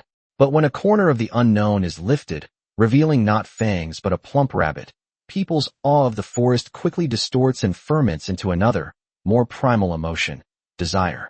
A rabbit. I just saw it. Such a fat rabbit. That stuff is good for soup. Oh my god. There must be other things in the forest. Wild vegetables. Mushrooms. Wild fruits. One rabbit is enough for our family to have a full meal. The crowd's gazes changed. That green ocean was no longer an abyss, but a vast treasure trove within easy reach. Food, resources, points, everything seemed to be beckoning to them. Standing on high ground, Lu Guodong took in everything. He knew the time had come. He raised the megaphone again, and with all his might, shouted, "Fellow countrymen, neighbors, facts have proven that the threat level of the forest is far lower than we imagined. There are dangers, but the opportunities are even greater. The mission is right in front of us. The reward of 200 points is beckoning us. We can't wait any longer. Rather than delaying here and passively waiting for the trial in 30 days, we should strike while the iron is hot and take the initiative. Let's finish this quickly." He pointed sharply towards the forest, his voice brimming with inflammatory rhetoric. "I propose. Everyone, enter the forest immediately. Complete the mission. Agree. Let's do it. Damn it. I'm starving. Let's go inside and find something to eat. That's right. Quick and decisive. Get 200 points and overtake them."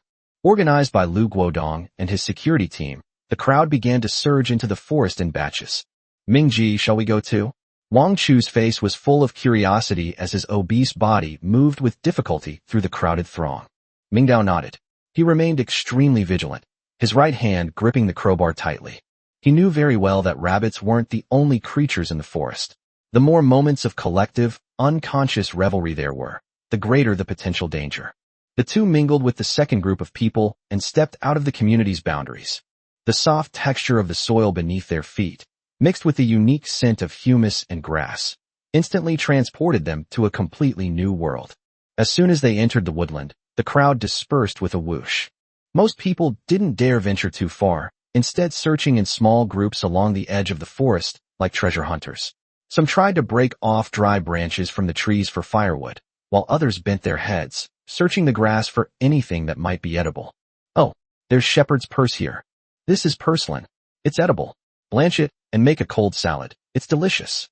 Several experienced middle-aged women, having somehow produced plastic bags, skillfully squatted down and began digging for wild vegetables. Their movements were skillful and their expressions focused, as if they had returned to the era of scarcity decades ago. Only the scene had changed from the rural fields to this strange forest.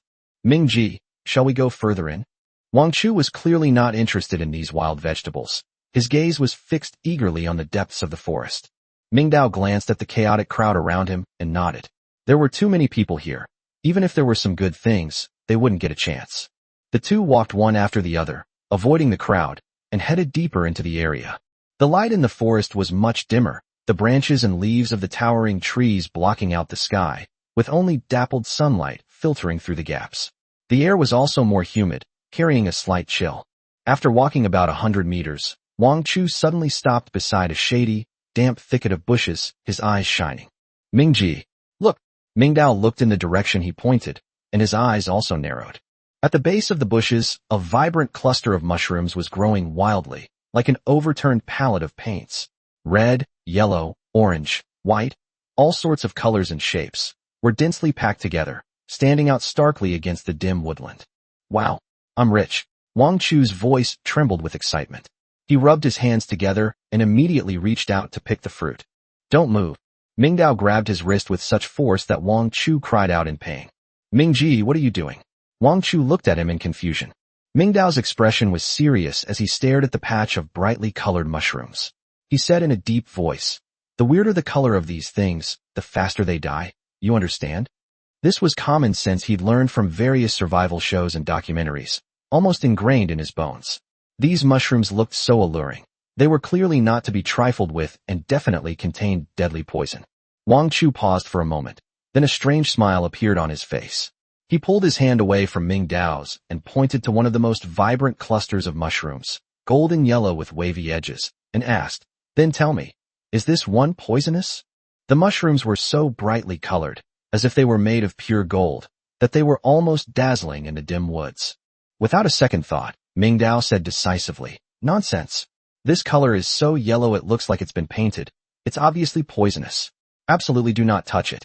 Eating it could send you to meet the king of hell on the spot." Ha ha ha. Wang Chu suddenly burst into laughter, laughing so hard he was doubled over, his obese body trembling. Brother Ming, you have typical city dweller thinking." Ming Dao frowned. "What do you mean?" "Wrong. Utterly wrong."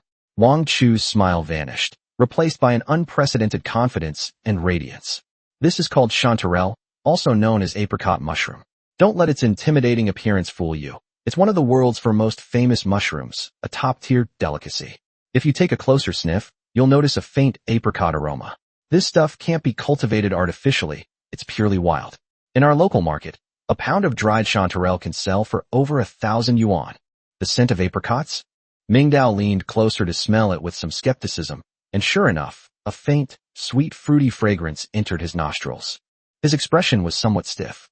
Seeing this, Wang Chu became even more smug and pointed to another clump of mushrooms nearby.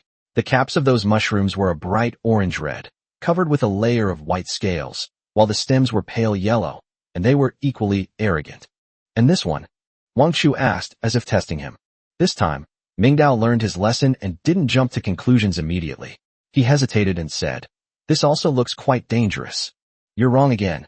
Wang Chu shook his finger and explained, "This is called Amanita fulva, also known as Caesar's mushroom. As you can tell from the name, Julius Caesar of ancient Rome loved to eat this. Like chanterelles, it's a top-grade edible mushroom, with a crisp and tender texture and an extremely delicious flavor." Ming Dao was completely speechless. He stared blankly at Wang Chu, as if he were meeting this neighbor who lived across the hall for the first time. The chubby man before him was no longer the timid, shifty, socially awkward shut-in he once was. In his field of expertise, he shone brightly. The confidence and erudition emanating from him made Ming Dao feel a sense of unfamiliarity. He then realized that his seemingly useless neighbor was actually a hidden gem when it came to wilderness survival knowledge. Does that mean all of these are edible? Ming Dao looked at the large patch of colorful mushrooms, his worldview being shaken. Of course not. Wang Chu's expression turned serious again, and he finally pointed to a cluster of unremarkable white mushrooms in the corner. The mushrooms were small, with flat caps and gills that had a faint bluish tinge to them, and they were completely inconspicuous among a group of flamboyant varieties. Wang Chu's tone became more serious than ever before. He pointed to the cluster of white mushrooms and warned, word by word, "This one, and this one, are the real lying board mushrooms. This is called the large green pleated cap mushroom. It is the culprit in 90% of poisonous mushroom poisoning incidents across the country. The key is that it looks very similar to a kind of edible white mushroom. Many people pick it because it looks safe, but they collapse after eating it, vomiting and having diarrhea, liver and kidney failure, and even gods cannot save them." Wang Chu's gaze swept over Ming Dao, and he said seriously, "So, Ming Ji, in the wild, you must never rely on your feelings or so-called common sense to judge whether something is edible. Sometimes, the most deadly danger is disguised under the most ordinary appearance." "Nonsense." Ming Dao nodded. "This fat man may be a burden in combat, but he has irreplaceable value in terms of knowledge reserves and resource identification. By the way, aren't you a novelist? How do you know so much about this?" Chapter 23: The Tragic Story of Wang Defa. Wang Chu was taken aback by his question, then scratched his already greasy hair somewhat embarrassedly and chuckled. "Well, actually I was a liberal arts student in college, majoring in geography, with a focus on physical geography and botany.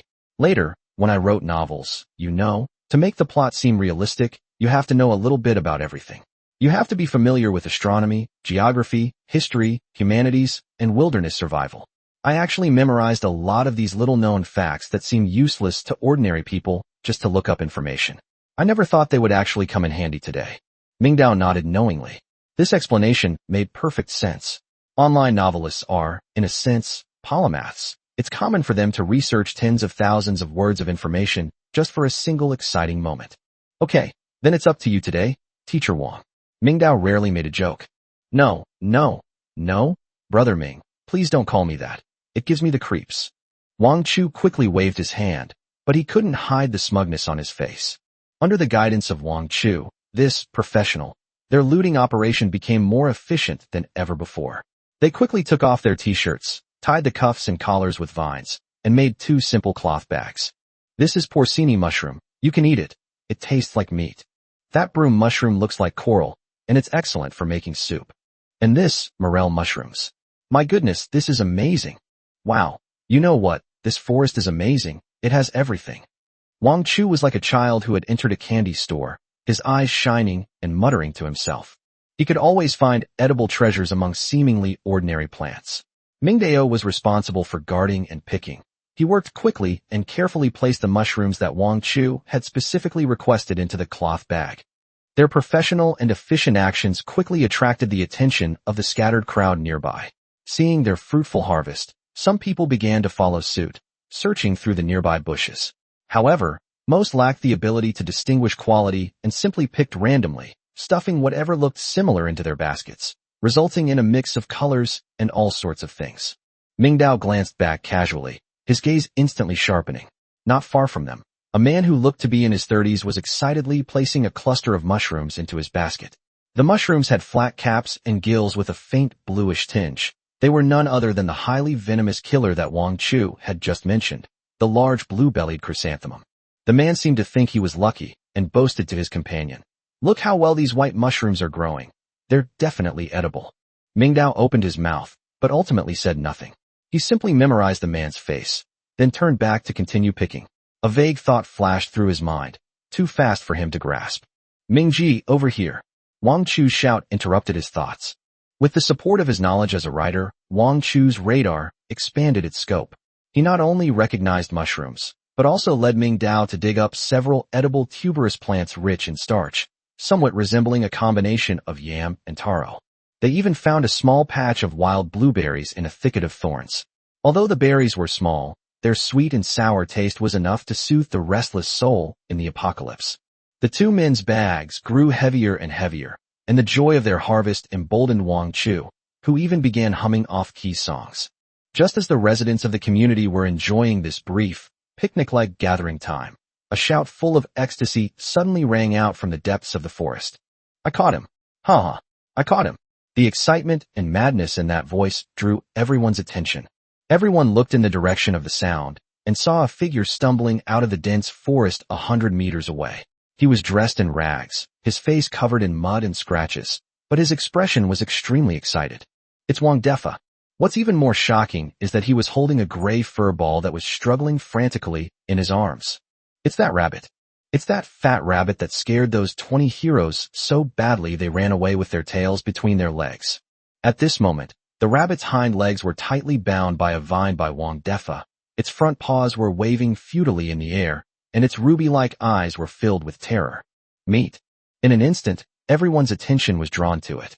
In this apocalyptic world of extreme food scarcity, the allure of meat is deadly.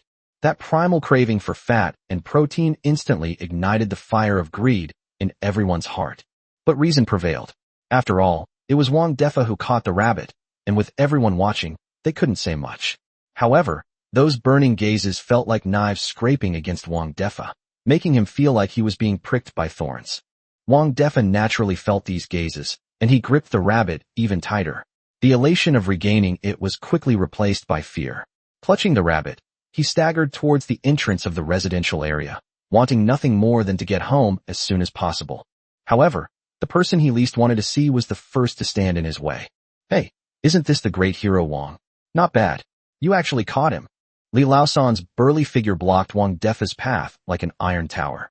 He was shirtless, with a face full of fat, and his small eyes made no attempt to hide his greed.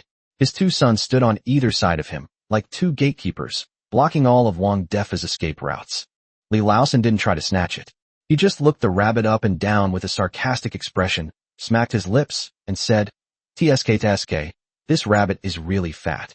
It must weigh 7 or 8 pounds. Brother Wang, you've really done a great service to our neighborhood." He deliberately emphasized the words, "our community," the implication of which couldn't be clearer. Wang Defa already harbored resentment towards Li Laosan. The humiliation of having his cured meat stolen yesterday still fresh in his mind. Seeing Li Laosan coming to cause trouble again, both old and new grudges surged up, and emboldened by catching the rabbit, he stiffened his neck and roared, "Li Laosan, what the hell do you think you're doing?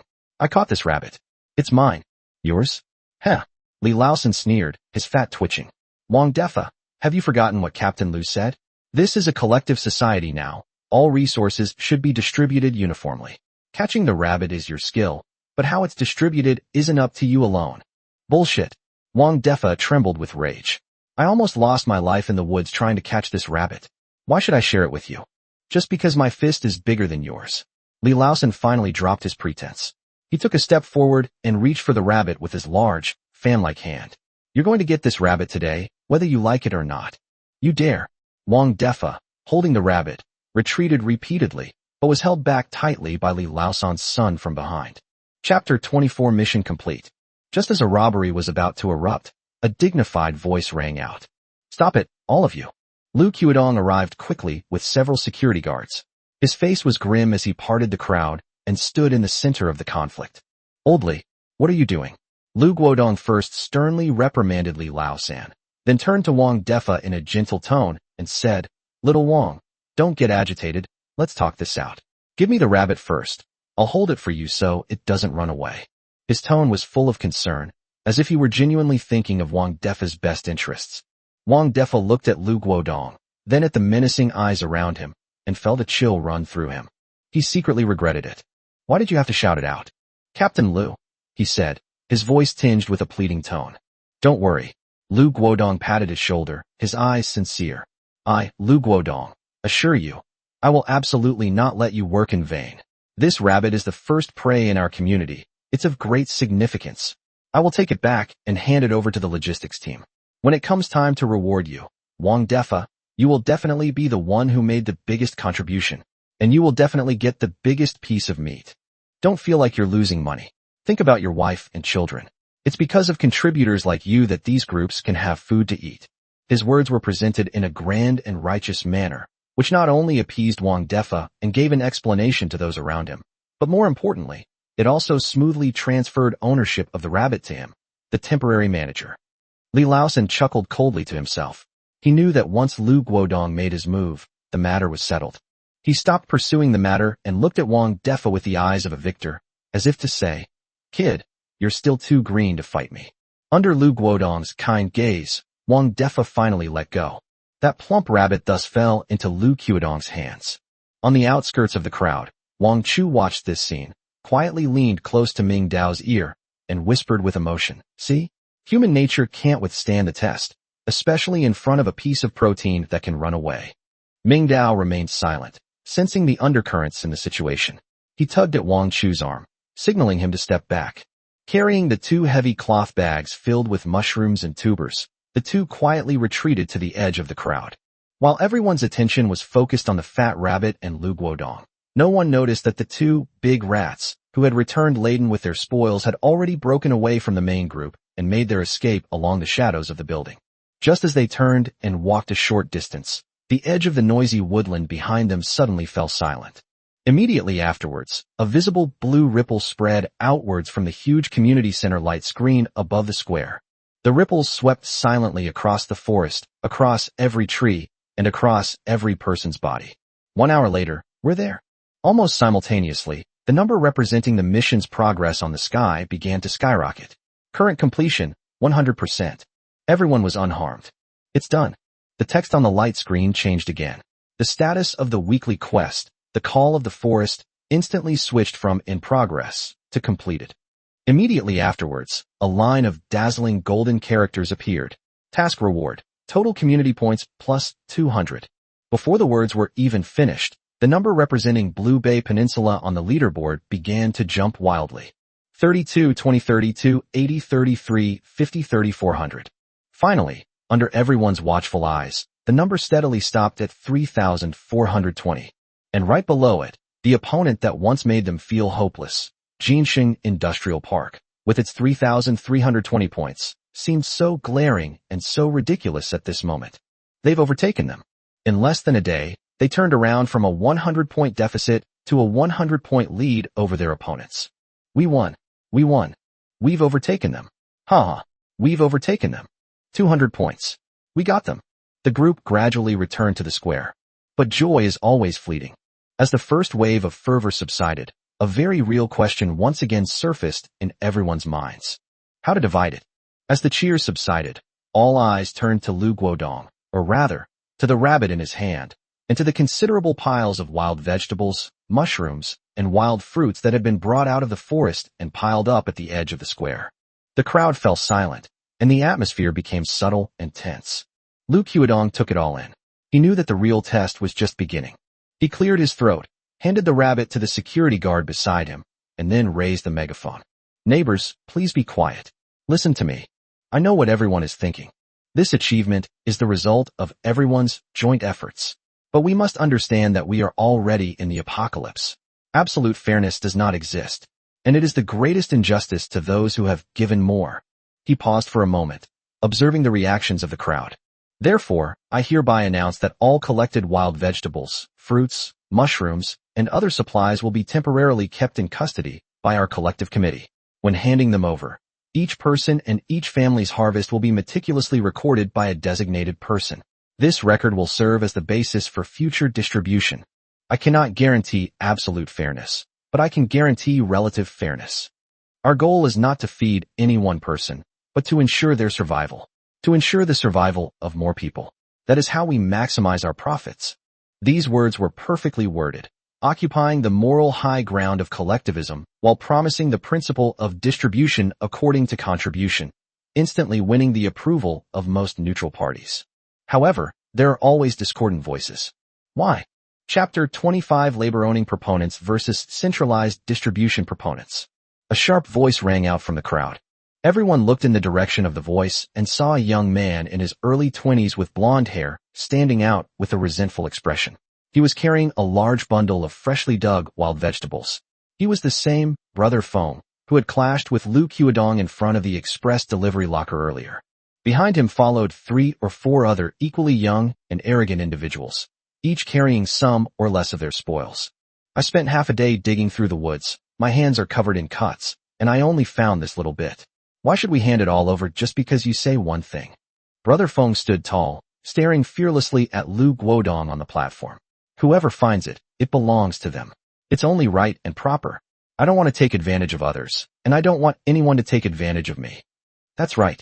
Who knows how your so-called distribution based on contribution will end up?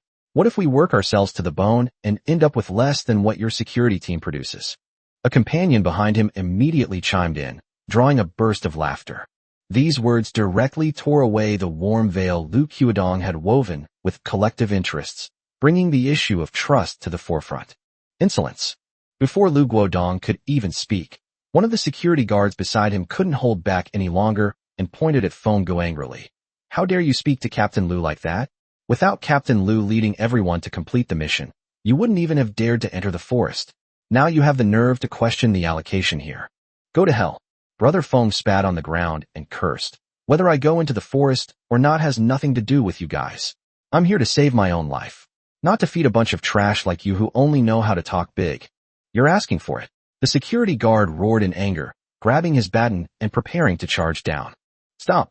Lu Guodong shouted, stopping his men's impulsive actions. He squinted, coldly looking at Brother Fong below, his voice devoid of its previous amiability. Young man, it seems you haven't grasped the situation. I'll say it again, this is a collective order. This isn't a discussion with you. An order? Brother Fong laughed wildly, as if he had heard the funniest joke in the world. What do you think you are, to dare to order me around? With your tattered clothes? Or with that broken megaphone in your hand? Just for this. Before Lu Guodong could react, another rough voice suddenly rang out.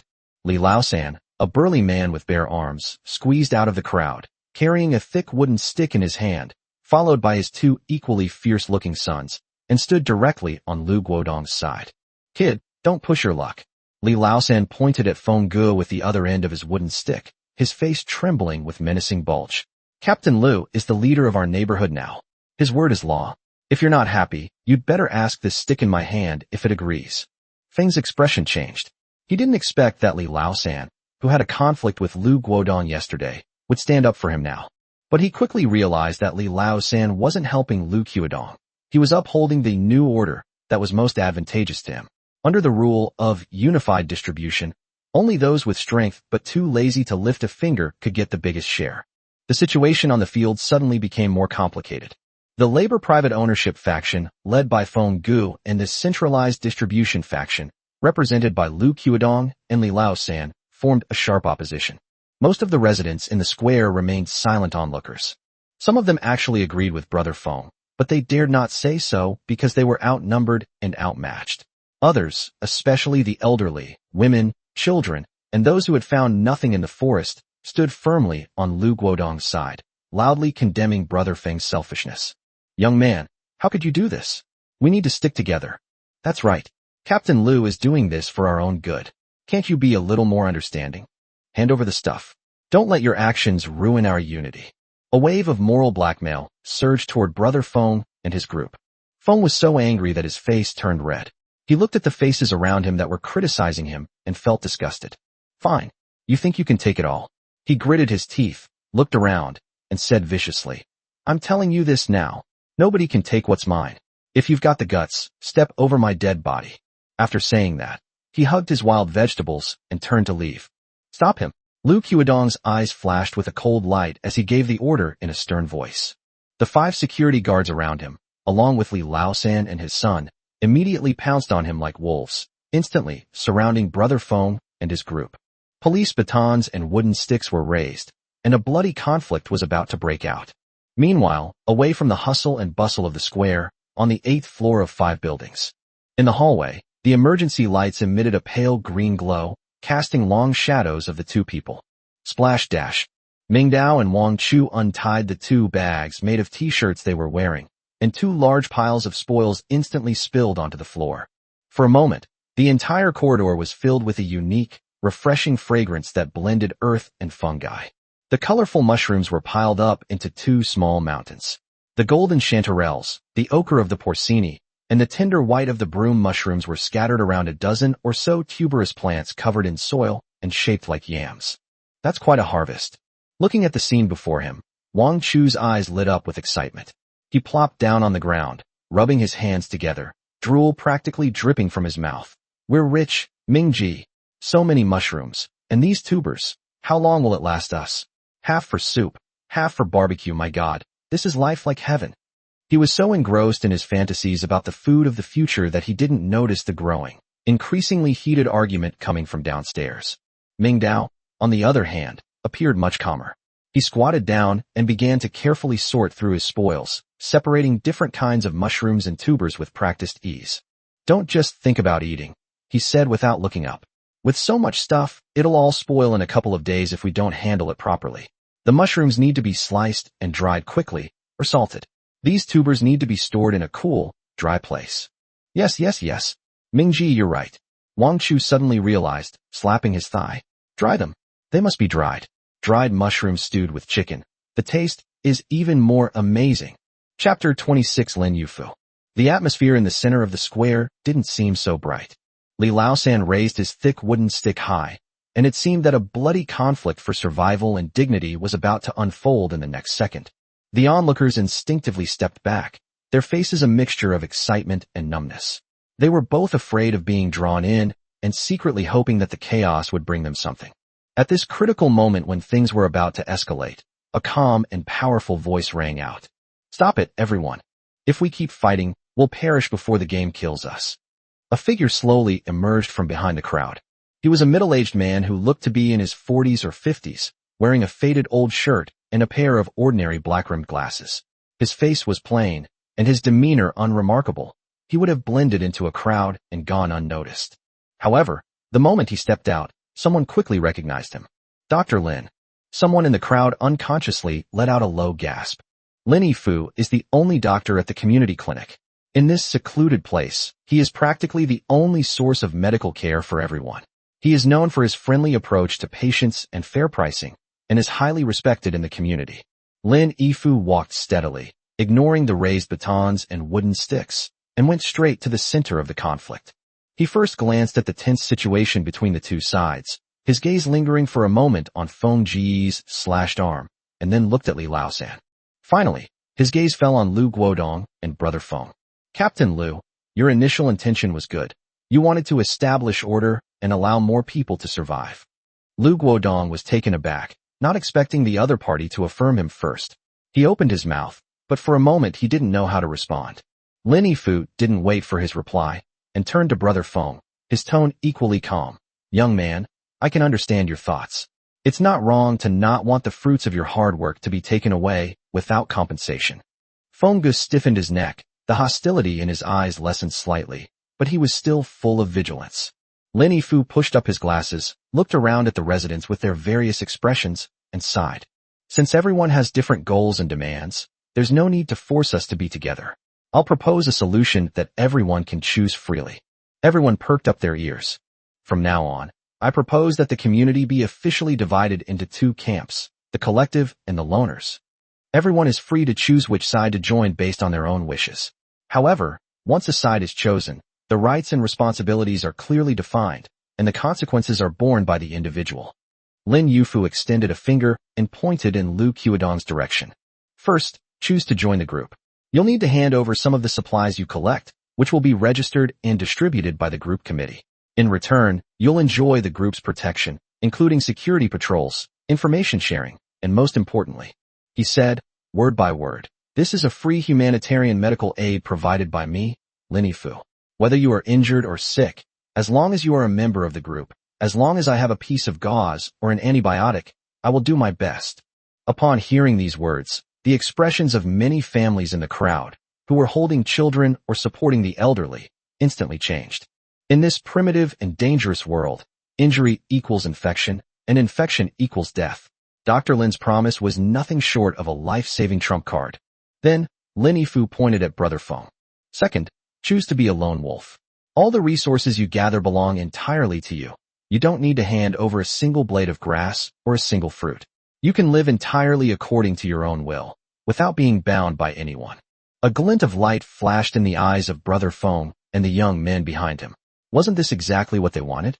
However, Lin Yifu's tone suddenly changed the next second. But, choosing to be a loner also means completely detaching yourself from the group. You will not enjoy any resources, information, or protection provided by the group. The most important point is, I am a doctor, but first and foremost I am a human being, someone who wants to live. My medicines, my knowledge, and my energy are all limited. They are my greatest assets for survival in this apocalyptic world. For those who choose to stick together, are willing to contribute to the collective, and overcome difficulties together, I will regard them as companions and family, and do everything I can to save them. But for those selfish loners who only think about taking and are unwilling to give. His tone turned cold. If you get injured outside, whether by being scratched by a wild animal or breaking your leg, then, with all due respect, I will not provide you with any form of medical assistance. Not a single piece of gauze, not a single drop of alcohol. Please, take care of yourselves. Everyone seemed to be deep in thought. You may disregard Lu Guodong's authority, and you may not fear Li Laosan's fists, but can you guarantee that you will never get hurt? Can you guarantee that you will never be bitten by poisonous insects or scratched by thorns in this treacherous forest? Cannot. No one can guarantee that. Once you are injured, Lin Yixing's words are tantamount to a death sentence. The elderly men and women who had been loudly condemning him earlier have now fallen silent, and their gazes toward Lin Yifu now hold a deeper meaning. Feng and the young men behind him hesitated. They can bleed, they can fight desperately, but they are afraid of dying. What if there's a minor injury or illness? Great. That's wonderful. A terrifying glint flashed in Lu Guodong's eyes, and he slapped his thigh, almost jumping up in excitement. Dr. Lin, I, Lu Guodong, representing our temporary management committee, fully support your plan. You're absolutely right. That's exactly how it should be. Clear division of rights and responsibilities. To enjoy rights, one must first fulfill obligations. He absolutely adored this Dr. Lin who had suddenly appeared out of nowhere. This plan is practically tailor-made for him. He established a deterrent of violence using batons and security forces, while Lin Yixing established a deterrent of rules using medical resources. One overt, one covert, one hard, one soft. Combined, his collective would become unbreakable. This was practically a perfect complement to and consolidation of his power. Lu Guodong immediately addressed the crowd through a megaphone, loudly announcing, "I agree. From now on, those who want to join the group, come and register here. Those who don't want to, no one will stop you. Me? I'll join. I want to join the group too. Count me in. I have elderly people and children at home. They can't be without medical insurance."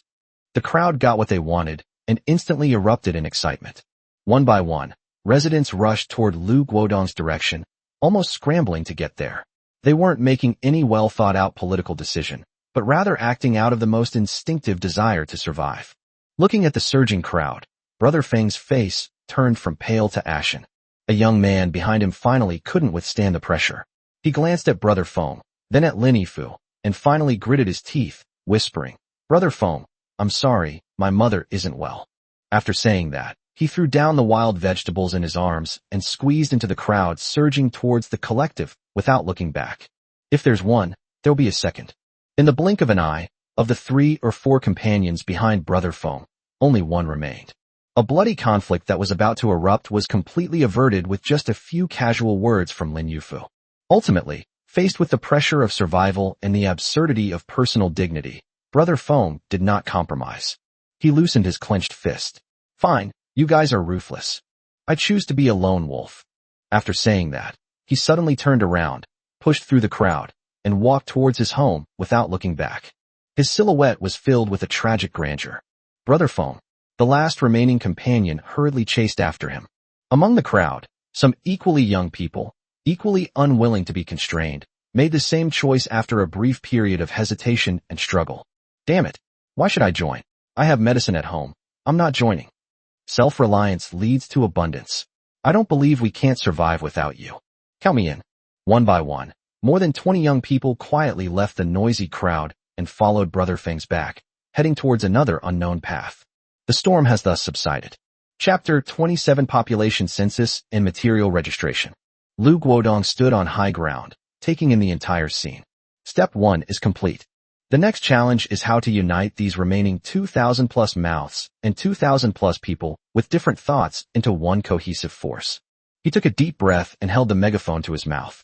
"Comrades who have chosen to stay." He cleverly changed the form of address, using the word comrade, which quickly shortened the psychological distance between them and also gave this new group a sacred color. The storm has passed. I believe that every one of us who remains truly cares about the Blue Bay Peninsula family. From this moment on, we must abandon all our past identities, forget that we are neighbors and strangers. We have only one identity, comrades in arms. In order to win this battle for survival, I hereby announce that a formal census and inventory registration will begin immediately. Without any hesitation, Lu Guodong seized the opportunity presented by his newly established prestige and the fervent sense of collectivism among the crowd to strike while the iron was hot. "Someone, go to the property management office and move all the tables and chairs out. The more the better." He waved his hand and ordered the security guards around him. "Okay." Several security guards, upon receiving the order, immediately led a dozen or so young men who had volunteered to run towards the property management building not far away. Their efficiency was remarkably high.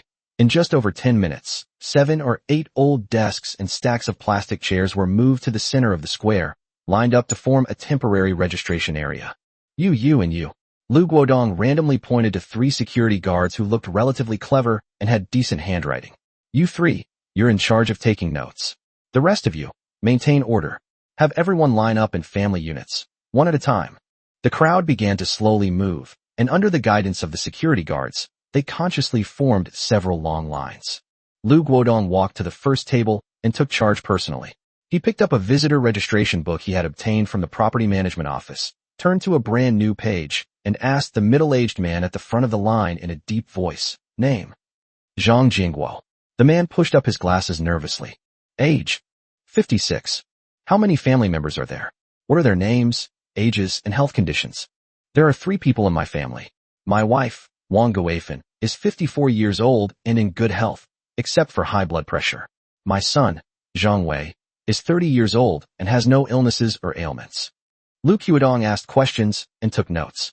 He looked up and asked the most crucial question: "What did you do for a living before you retired? What were your special skills?" Upon hearing this question, a hint of pride instantly appeared on Zhang Jingguo's previously somewhat reserved face. He straightened his back and his voice became louder. Reporting to Captain Liu. Before I retired, I was the chief engineer of Hongxing Machinery Factory. I was a senior engineer. I was proficient in everything from turning, fitting, riveting, welding, to electrical work. I was the one who maintained and repaired those decades-old German machine tools in the factory. As long as you have the parts and the blueprints, give me a lathe, and I can even replicate a tank engine for you. Good. A terrifying glint flashed in Lu Guodong's eyes. He slammed his hand on the table, stood up abruptly, and personally walked around the table to tightly grasp Zhang Jiangwo's calloused hands. Engineer Zhang, you are the treasure of our community. You are the pillar of strength. This unexpected courtesy overwhelmed Zhang Jiangwo, who blushed with excitement. The surrounding crowd in line gasped in amazement, their eyes filled with envy and admiration as they looked at Zhang Jiangwo. Lu Guodong's move was not only a demonstration of his emphasis on talent, but also a show for everyone. He wanted everyone to understand that in this new team, a skill is far more important than money or status. Registration continues. Next, a slightly plump middle-aged woman approached with a fawning smile. Captain Liu, my name is Li Xiaomei. I'm 45 years old. I don't have any great skills. I just used to work as a pastry chef at the best Daxiankan pastry shop in the city for 20 years. I can make both Chinese and Western pastries, and I've even won awards. A pastry chef? Lu Guodong's eyes lit up again. In the apocalypse, a chef who can transform limited ingredients into delicious food is no less valuable than an engineer. It's not just about satisfying appetites, but also about morale. Okay, Sister Li, we need you. Next, a tall, dark-skinned young man walked up. He stood straight, with sharp eyes, and exuded a chilling aura that was out of place with his surroundings. Zhao Hu, 32 years old, single. His voice was brief and forceful. Occupation, veteran. Former reconnaissance soldier in the Snow Wolf Special Forces, 8 years of service. Skilled in hand-to-hand combat, firearms, wilderness tracking, and trap-making. Over. Snow Wolf Special Operations Brigade. Lu Guodong himself was a soldier, and he knew all too well the weight of those 4 words. They were true trump cards forged in blood and fire. He looked at Zhao Hu with eyes as burning as if he were looking at a peerless gem. Comrade Zhao Hu, welcome back to the team. Lu Guodong's voice trembled slightly. One by one, professions that seem ordinary in peacetime shine with golden brilliance on the registration form.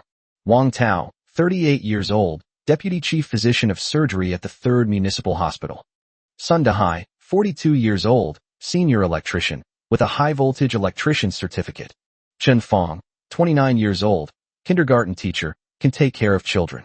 A vast map of the social division of labor slowly unfolded before Lu Guodong.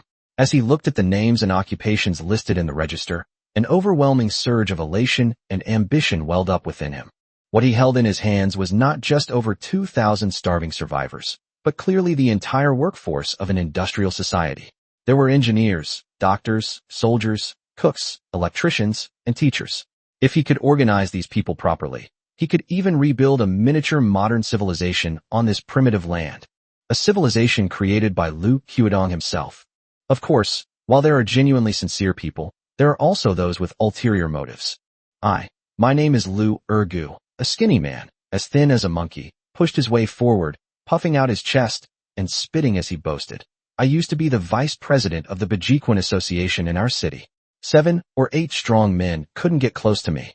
Captain Liu, you can absolutely trust me with the security work in the neighborhood from now on.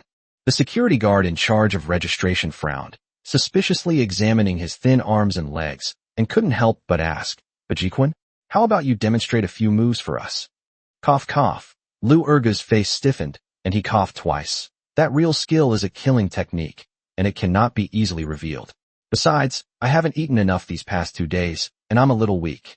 The surrounding crowd burst into laughter. Lu Guodong simply waved his hand, signaling the security guard to write down claims to know martial arts, and then let him pass. He knew very well that every group had people like this, and there was no need to take it seriously. Chapter 28 Warning. It's so good. While the registration process was in full swing, the handover of supplies also officially began. Several huge tarpaulins were laid on the ground, and all the harvest brought back from the forest had to be counted and handed over here. I'll repeat the rules again, a security guard shouted through a megaphone. All spoils must be handed over voluntarily, half at a time. The more you hand over, the higher your family's contribution points will be. You'll be given priority when resources are distributed later. Do you all understand? Understood. Most people were quite conscientious, sharing half of the wild vegetables and mushrooms they had painstakingly gathered and placing them on the waterproof cloth. Although they all wore expressions of pain, no one dared to openly resist due to the collective momentum and Dr. Lin's implicit threat of not treating lone travelers. Soon, several small hills made of various plants were piled up on the tarpaulin. But there are always some people who like to recklessly test the limits of the rules. Oh dear, comrade, look at this. I only dug up this little bit, not even enough for my wife and kids to fill their teeth. A middle-aged woman in a floral shirt handed over a plastic bag that was only slightly filled. The wild vegetables inside were wilted and had many rotten leaves. The security guard in charge of the inventory frowned. He spotted the bulging cloth bag hidden in the old woman's back pocket, with a fresh green color peeking out from inside. Auntie, that bag behind you, did you collect those too? According to the rules, you have to hand over half of it. What? The old woman immediately clenched her buttocks and raised her voice an octave. That's for my grandson. He's only 5 years old. He's growing a lot. You officials can't possibly take food from a child, can you? Besides, at my age, it's so hard to go through the woods. My whole body is practically falling apart. As she spoke, she patted her waist, looking as if she had suffered a great injustice. This little trick naturally couldn't fool the security guard. His face darkened, and he was about to lash out when Lu Guodong's voice came from not far away. Forget it, let her go. It's only right that the elderly and children get a bigger share. The security guard was taken aback. Although unwilling, he had no choice but to comply. The woman in the floral shirt immediately beamed with joy, thanked Lu Guodong profusely, and then slunk away furtively. Similar minor disputes frequently occurred at the supply handover point. Some people would mix in inferior or even poisonous mushrooms to pass off as high-quality ones, while others would overstate the quantity and conceal most of the harvest. Lu Guodong saw all of this, but most of the time he chose to turn a blind eye. Water that is too clear has no fish.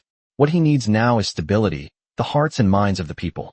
As long as the vast majority follow the rules, this nascent collective will not collapse. As for those clowns, now is not the time to deal with them. Once his rule is completely consolidated, there are plenty of ways to make them pay back double what they have taken. Mingji, it's a deal, we'll split it 50/50ths. Wang Chu wiped the sweat from his forehead, grinned, revealing 2 rows of slightly yellow teeth. Later I'll pick out a few of the best-looking ones, and we'll have a meat feast for lunch, to treat ourselves. Okay. Mingdao nodded succinctly. Like a miser, Wang Chu carefully divided the mushrooms and tubers into 2 piles, afraid that he would take advantage of Mingdao in the slightest. After dividing the spoils, Wang Chu, clutching his half of the loot, was as happy as a 200-pound child and skipped back to his own apartment, 801. A short while later, Mingdao heard a clanging sound coming from the balcony next door.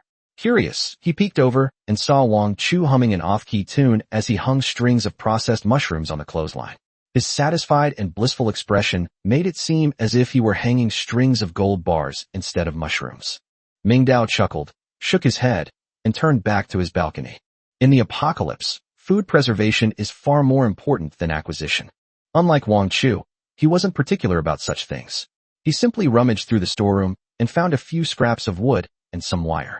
In no time, he had set up a simple but sturdy drying rack. Then, he drew his military knife and sliced the slightly inferior mushrooms one by one, threaded them with wire, and hung them neatly on the rack. Sunlight streamed through the window, dappling the mushroom slices as if gilding them. In just a few days, these fresh delicacies would become easily stored dried goods. After finishing all this, Mingdao straightened up and let out a long sigh of relief. The rumbling in his stomach reminded him that he had barely eaten or drunk anything since morning, and had been sustained entirely by sheer willpower. It's time to treat yourself. He turned and went into the kitchen, opening the refrigerator door.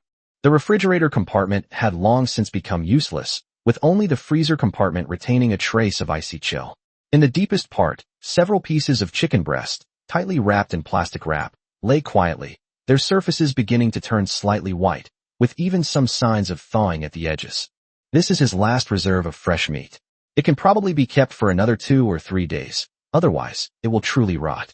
He took a small iron pot from the cupboard and placed it in the kitchen, and also dragged out some kindling he had brought back from the forest. Dash. The lighter was lit, and a cluster of orange flame licked at the dry wood shavings, making a crackling sound.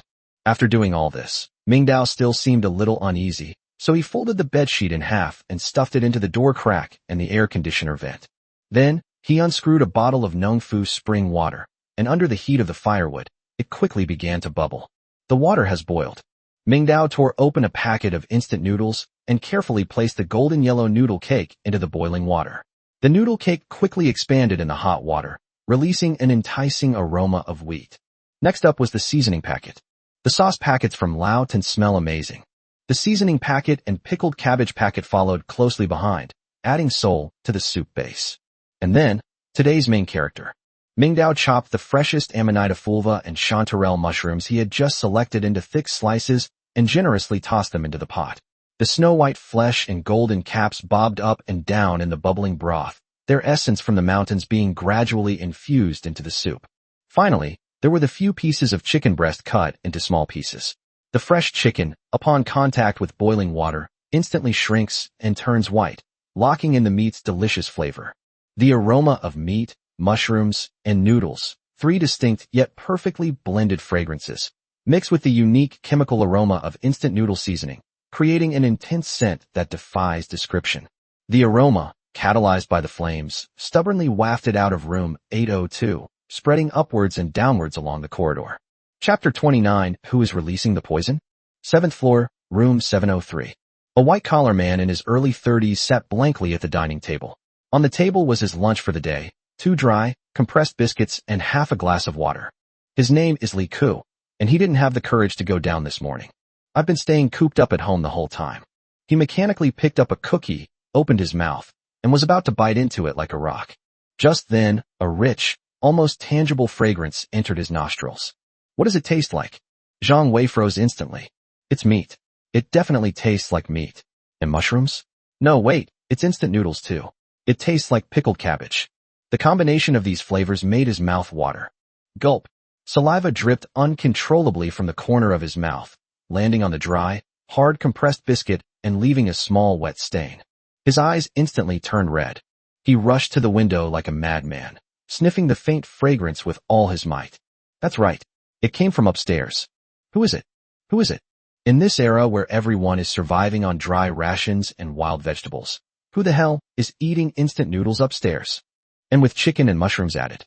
The flames of jealousy instantly ignited within him. On what grounds? We're both trapped here, so why are some people living the high life while I'm stuck eating compressed biscuits that even dogs wouldn't eat? You damn beast. Room 601, 6th floor. Wow, mommy. I'm hungry. A 4 or 5-year-old boy was lying on the bed, crying weakly, his face pale. Young mother Sister Wang sat by the bed, tenderly wiping the cold sweat from her son's forehead with a towel, and softly coaxed him. Baby, be good. You won't be hungry after a nap, okay? If you fall asleep, mommy will turn into a chicken leg for you to eat. Before the words were even finished, the aroma of meat and mushrooms wafted in. The little boy's crying stopped abruptly. He sat up abruptly in bed, his little nose twitching violently, and his bright black eyes instantly lit up. Mommy smell? It's a chicken leg. I can smell a chicken leg. Did you really conjure up a chicken leg for me? Sister Wang's face turned deathly pale in an instant. Where can I find chicken drumsticks? Do you eat human legs? Of course she smelled it too. That smell would be unbearable torture for a starving adult, let alone a child. It's not the baby, that's not it. That's it. That's the taste of chicken drumsticks. The little boy threw off the covers and tried to get out of bed, crying out, I want chicken drumsticks. Mommy, I want chicken drumsticks. Looking at her son's flushed face and listening to his heart-wrenching cries, Sister Wang felt as if her heart was being gripped tightly by a hand. She bit her lip hard, her eyes filled with resentment as she looked out the window. Who is it? Who is it? At a time like this, they're still eating meat. How dare he? 8th floor, room 802. Mingdao knew nothing about this. He sat on the living room floor, leaning against the sofa, holding a large pot of steaming instant noodles, already impatient. A thin layer of red oil floats on the golden broth, with snow-white chicken chunks and tender mushroom slices interspersed among the chewy noodles, and a few pieces of dehydrated lettuce as garnish. The presentation is simply perfect. He picked up a mouthful of noodles with his chopsticks, blew on it, and then slurped the piping hot noodles into his mouth with a whoosh. The noodles soaked up the broth, resulting in a chewy texture and rich flavor. The chicken was tender and juicy, and the mushrooms provided an unimaginable level of umami. Their crisp and tender texture made each chew feel like a burst of wild, fresh juice in your mouth. It's so delicious. Mingdao wolfed down his food, devouring it in a whirlwind. He didn't even care that the noodles were scalding hot. He just kept eating, one bite after another, unable to stop. A large pot of noodles, soup, meat, and mushrooms was devoured by him in the blink of an eye, and he even drank the last drop of soup. Belch dash. A loud, satisfied burp escaped from his throat. A warm current rose from my stomach, dispelling the fatigue and chill of the past few days. The extreme feeling of fullness and the immense satisfaction brought by carbohydrates surged into my head like a tidal wave. Sleepiness crept in. He didn't force himself to stay awake. He quickly tidied up the pots and pans, then went to the bedside and lay down fully clothed. Let's conserve our energy for any possible actions this afternoon. While he slept soundly, the collective registration work organized by Lu Guodong was still in full swing in the central square of the community. The food piled on the tarpaulin was transported back to the property management office and guarded by several security guards, with no one allowed to approach. Meanwhile, in another building, Feng, who had returned home alone, kicked open the door with a loud bang. It was completely empty. No water, no electricity, no rice, no noodles. There were only a few wilted wild vegetables, which was his only harvest in the forest. Gurgle. A loud protest came from inside my stomach. Listening to the commotion coming from the square downstairs, and smelling the faint aroma of meat wafting in the air, the fierce look in his eyes grew even stronger. In the end, this world still comes down to fighting for what you want. Chapter 30, Let's Move Some Water. The afternoon sun has an inherently lazy quality. Mingdao was awakened by the faint noise coming from outside the window. He slowly opened his eyes, stretched languidly, and his joints made a series of crisp popping sounds. I feel refreshed like never before. I glanced at the countdown. 14 hours, 21 minutes, and 56 seconds. He stood up, walked to the balcony, and looked down at the building below. Most of the crowd in the square had dispersed, leaving only Lu Guodong and his newly recruited core members, who were gathered around a table and chairs moved out of the property office, seemingly planning something. A farce has come to an end, and a new order is growing wildly in a brutal yet efficient manner. Mingdao wasn't interested in that. He looked away and focused his gaze on the simple but crucial device in the corner of the living room. The water tank of the water purifier is empty. Beside them, the last few intact bottles of Nongfu spring water stood quietly. Water had once again become the pressing issue. The plan to acquire a new water source must be implemented immediately. The fire water tank on the roof is the obvious first choice, but it is locked behind an iron gate, and its structure is unknown, so taking any action rashly would be too risky. Mingdao's gaze pierced through the wall, reaching deeper into the residential area. North District. Villa area. A thought that he had ignored flashed through his mind. There's a huge artificial rockery and fountain there. Before I traveled through the area, that fountain was a major feature of the neighborhood, with water flowing continuously. Now, although the water and electricity have been cut off, the amount of water that has accumulated in the fountain over the years is absolutely astronomical. That storage capacity is probably more than the combined fire water tanks on the rooftops of a dozen buildings. Although the water quality was appalling, containing countless algae, dead insects, and unidentified sediments, and perhaps even some inconsiderate resident had secretly urinated in it, none of this posed a problem for his water purifier with its extraordinary purification capabilities. The goal is clear. He rummaged through the storage room and found 2 red buckets, brand new and still smelling of plastic from when they left the factory. They were the ones he was issued when he first went to work at the factory, and he had never used them once. 2 buckets can carry at least 50 liters of water at a time. That's exactly the amount needed for purification. The problem is 50 liters of water equals 100 kilograms. The straight line distance from the villa area to his building is over a kilometer, and he has to go up and down stairs and cross flower beds in between. It's too much to do it alone. An extra person means an extra pair of eyes to keep watch. A large, obese figure immediately came to mind. Wang Chu.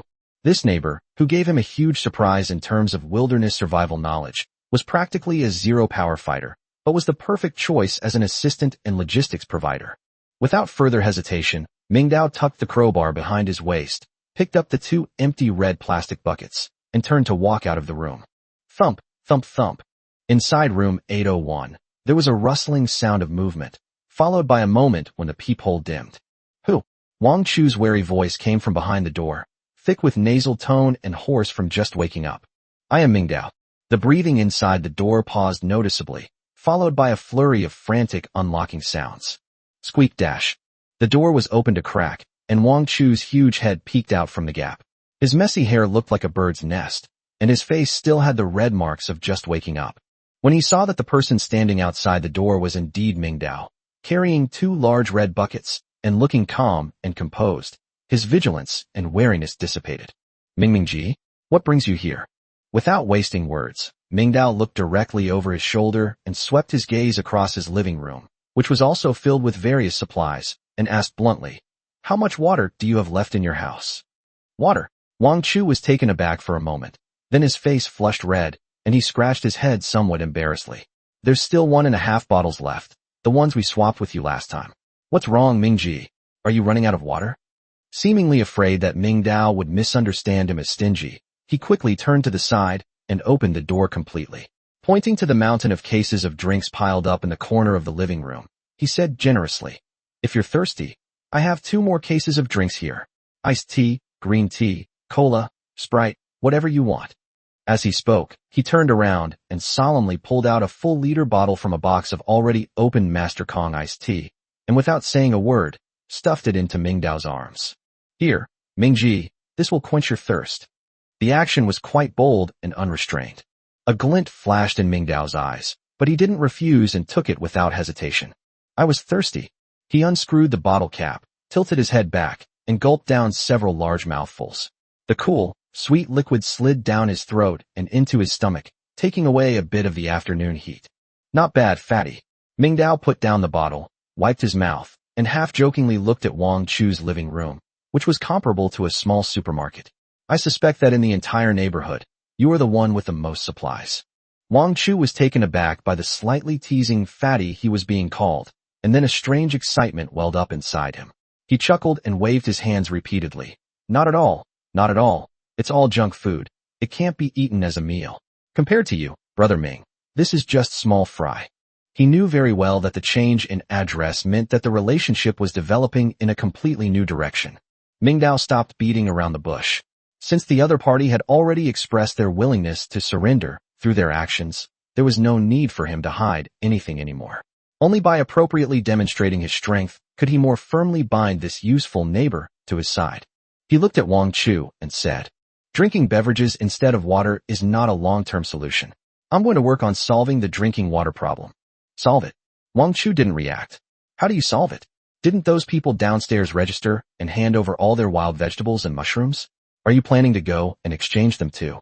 "Change?" Mingdao scoffed and shook his head. "I never rely on others." He paused, looking directly into Wang Chu's puzzled little eyes, and said, "I made a water purifier myself." "What?" Wang Chu's smile froze. "A simple manual water purifier," Mingdao explained. "It can filter out most of the impurities, bacteria, and heavy metals in the water. As long as there is raw water, the filtered water is more than enough for drinking. So, as long as we can find a stable water source, we will basically have no worries about drinking water." Wang Chu's mouth slowly opened wide. "A water purifier? Wow, that's amazing. Build your own water purifier. My neighbor is a big shot." This hardcore tech geek attribute precisely exposed Wang Chu's blind spots in knowledge. Right now, the water source is a problem. Mingdao ignored Wang Chu's horrified expression and continued his analysis. "Our community only has 2 water sources. First, the fire hydrant on the roof. But how to open it and how to get the water down are both problems. Second," his gaze drifted towards the villa area, a slight smile playing on his lips. "It's the huge artificial hill and fountain outside the villa area in the North District. The water reserves there are huge. Although the water quality is definitely terrible, it won't be a problem for my water purifier." He shook the 2 red plastic buckets in his hands. "Do you have any plastic buckets? If so, come with me to carry some water." Wang Chu suddenly realized, Yes, we absolutely must have it." He turned and rushed into his own storage room, where a loud commotion of rummaging through drawers and cabinets immediately followed. Clang! Splash! Found it! In just over 10 seconds, Wang Chu rushed out of the storage room, carrying 2 brand new small red buckets in his hands. "Let's go? Mingji, let's get some water." Chapter 31: The Mysterious Villa District. Carrying 2 empty buckets, Ming Dao and Wang Chu moved like two cautious raccoons along the path half hidden by greenery at the edge of the residential area, stealthily making their way towards the villa area to the north. As they walked, Wang Chu lowered his voice and said, "Ming Ji, isn't it too quiet here?" Ming Dao didn't turn around. He just hummed in response. He noticed it too. The closer you get to the villa area, the more eerily quiet it becomes. Previously, at the edge of the forest, even hundreds of meters away, one could still hear the chirping of various unknown insects and birds, full of primal vitality. But here, those sounds are completely blocked out. Even the rustling of the wind through the leaves has disappeared. A kind of quiet that makes your heart race. The sun was shining brightly, and the temperature was just right. It should have been a peaceful afternoon, but instead, it sent chills down my spine. Finally, a row of elegant European-style wrought iron fences came into view. We had arrived at the villa area. The intricately carved electric gate, large enough for two cars to drive side by side, remained tightly locked, as if rejecting everything outside. But next to the main gate, a small iron gate for people to pass through was ajar, revealing a gap that only allowed one person to pass through at a time. "You stay here and keep watch behind you." Ming Dao gently placed the two empty buckets on the ground and made a warning gesture to Wang Chu. "Oh, okay." Wang Chu swallowed nervously, put down his own bucket, and, imitating Ming Dao, pressed his back tightly against the fence, his small eyes scanning the way from which they were coming warily. Ming Dao took a deep breath, pulled the half-meter-long crowbar from behind his waist, and gripped it tightly in his right hand. He turned sideways and carefully approached the slightly ajar door, gently pushing it open with the tip of the crowbar. Squeak dash. The door opened. The sight behind the door made Ming Dao's pupils shrink slightly. He didn't go in immediately, but first poked his head in and quickly scanned the area. After confirming there was no immediate danger, he nimbly slipped inside and immediately crouched down, hiding behind a clump of waist-high holly bushes. Wang Chu was getting increasingly anxious waiting outside. Seeing that Ming Dao hadn't moved after going in for a while, he couldn't help but call out in a low voice, "Brother Mingming, how's it going inside?" "Safe, come in." Having received an affirmative answer, Wang Chu used both his hands and feet to stuff the empty buckets one by one into the crack in the door, and then he squeezed in sideways with great effort. As soon as he entered, he was so shocked by the sight before him that he gasped. Not far behind the door, a black Mercedes-Benz S-Class sedan crashed into the edge of the flower bed at an extremely bizarre angle. The front of the car was severely deformed, the hood was raised high, and the driver's and passenger's doors were wide open, indicating that something had happened. The driver's seat was empty, while the glove compartment looked as if it had been violently pried open with some sharp tool. Documents, CDs, and tissues were scattered all over the floor, and there were even a few hundred-yuan bills lying forlornly on the dusty floor mats, untouched by anyone. "Brother Mingming," Wang Chu's calves started to go weak. "It looks like there was a shootout here. Look at that car door. Maybe we should go back? This place is too eerie." "Since we're already here," Ming Dao stood up and walked straight to the Mercedes. He crouched down, stretched out his finger, and gently rubbed it against the mark left by the wheel rolling over the flower bed. The soil was completely dry and even somewhat hardened. He glanced again at the documents and tissues scattered on the ground, which were covered with a thin layer of dust. "This happened at least yesterday," Ming Dao concluded. "Judging by the thickness of the dust, it's very likely that it occurred right when we first arrived here." Wang Chu was stunned. He couldn't understand how Ming Dao could determine the time from such a small detail, but he wasn't in the mood to ask. "So, shall we still go in? Otherwise what?" Ming Dao glanced at him, picked up the two empty buckets from the ground, and said, "Stay close and don't make a sound." After saying that, he walked deeper into the villa area. Wang Chu looked at Ming Dao's back, then at the strange surroundings, and finally gritted his teeth, hurriedly picked up the remaining buckets, and jogged after him. The two continued to explore further. The further Wang Chu went, the heavier his heart became. Along the way, they saw several more villas. Without exception, these mansions, which usually appeared heavily guarded, were now wide open. The expensive solid wood doors had been violently smashed open, with only half of them hanging precariously from the doorframe. The thick bulletproof glass windows were covered with cracks, and some were even smashed with large holes, letting in cold wind that made the curtains inside flutter wildly, as if summoning ghosts. Clearly, this place witnessed a $0 purchase frenzy 100 times more intense than the battle for the parcel lockers in the square. Those wealthy people who were usually high and mighty became the first targets of looting when the apocalypse arrived. These people went way too far, Wang Chu exclaimed, looking at the stone lions at the entrance of a villa that had been smashed to pieces. Rob the rich to help the poor. Soon, they passed through several rows of villas, and the view ahead suddenly opened up. The target has been reached. In the center of the villa area is a large artificial spring, with a uniquely shaped rockery standing in the center. The top of the rockery should be the outlet of the fountain. At this moment, the fountain had long since stopped working, and the spring water had lost its former clarity, becoming murky and turbid. A layer of withered yellow leaves and a few dead fish with their white bellies floating on the surface of the water emitted a faint fishy smell. But in Mingdao's eyes, this murky lake water was no different from a spring in the desert. This amount of impurity is negligible for his water purifier. This is it. Mingdao placed the bucket by the lake and prepared to start drawing water. Wang Chu also breathed a sigh of relief. The fear and anxiety he had felt along the way finally subsided somewhat when he saw the water source. He put down the bucket, rubbed his hands together, and was about to go forward to help. Just then, Mingdao suddenly raised his hand and made a stop gesture, etc. His sudden outburst made Wang Chu's heart leap into his throat again. What's wrong, Mingji? Mingdao felt a chill run down his spine and stared intently at the back of the artificial rockery. Something seemed to be lying in the shadows there. It looks like a person, not moving at all. Wang Chu followed his gaze and saw the blurry figure. A chill instantly ran down his spine. What is that? Mingdao put down the bucket, gripped the crowbar tightly again, and moved very slowly, step by step, toward the artificial hill. Wang Chu was so frightened that his legs went weak, but he didn't dare to stay in one place alone. He could only follow Mingdao tremblingly, not daring to even breathe. As they drew closer, a strong, nauseating stench of blood, mixed with a putrid odor, assaulted their senses. Wang Chu's stomach began to churn violently. Mustering their courage, the two walked around a jagged, strange rock on the artificial hill. The sight before him caused Wang Chu's pupils to dilate to their maximum size instantly. One person. A dead man. Chapter 32. An older woman appears out of the way. A man dressed in designer sportswear lay face down on the ground in an extremely contorted position. Beneath him was a large patch of dried, blackened blood, staining the grass a dark red. The most terrifying part was the back of his neck. There was a huge, bloody, ripped wound. It stretched from the back of his neck all the way to his shoulder blade, the flesh turned inside out, revealing even the stark, white cervical vertebrae. The muscle tissue at the edges of the wound had begun to turn black and rot, and several green bottle flies were even hovering over it. Wow dash!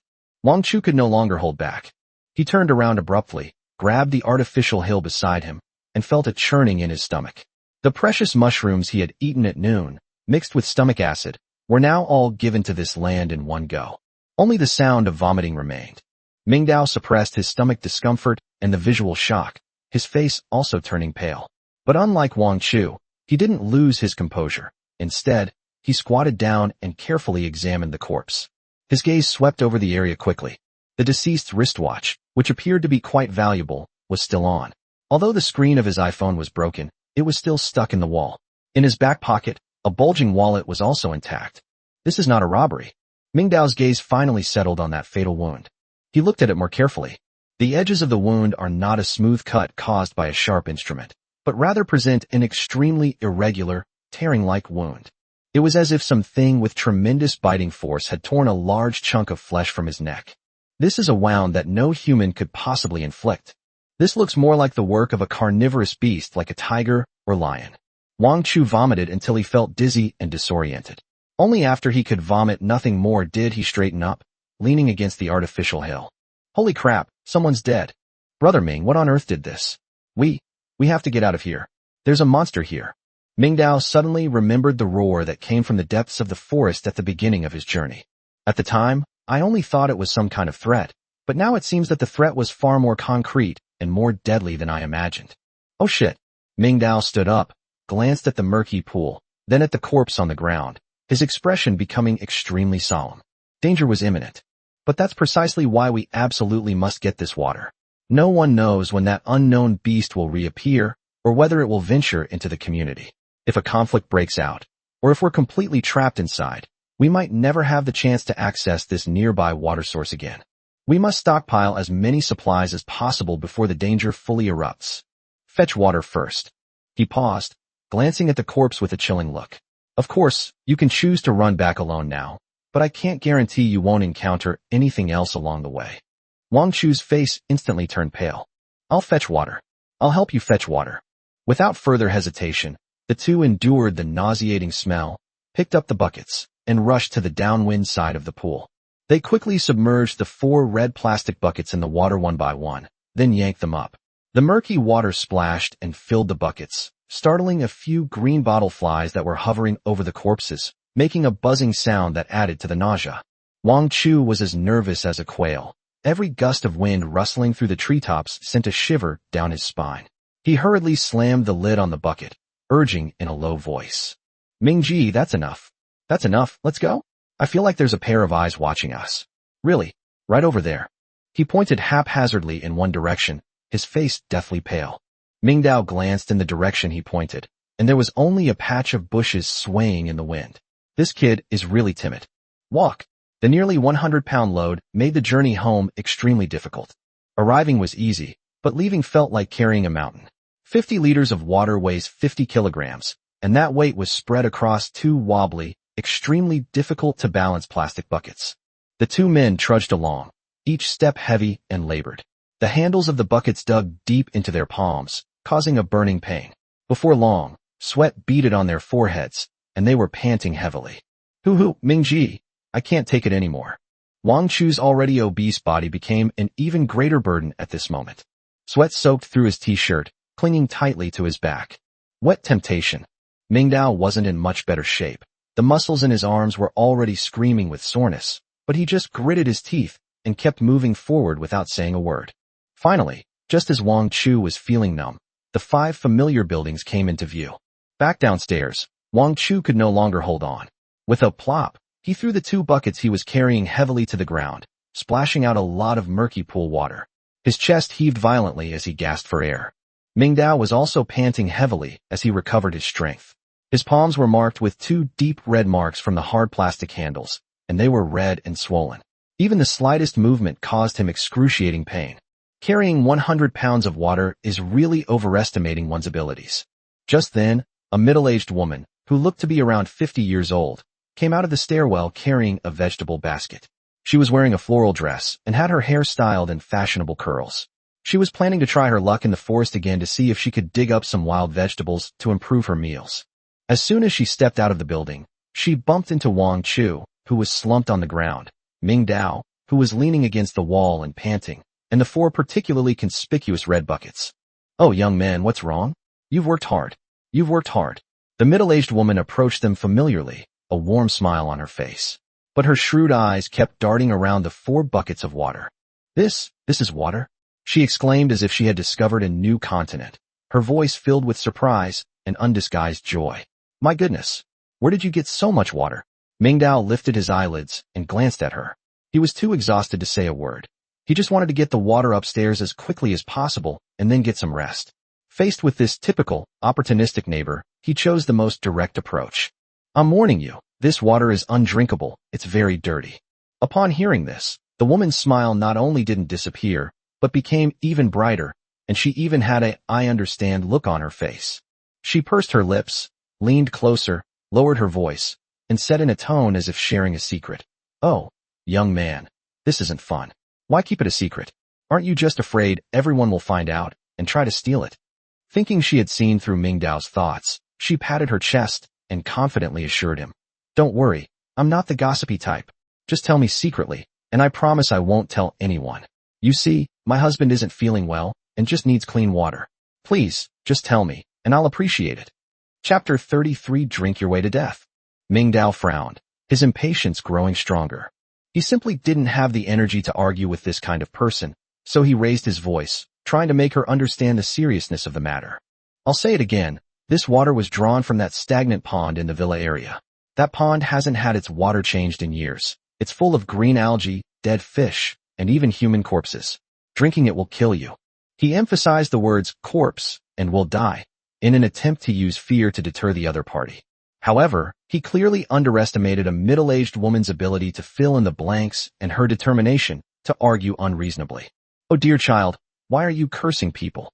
The woman's voice suddenly rose 8 octaves, her shrill voice like an alarm.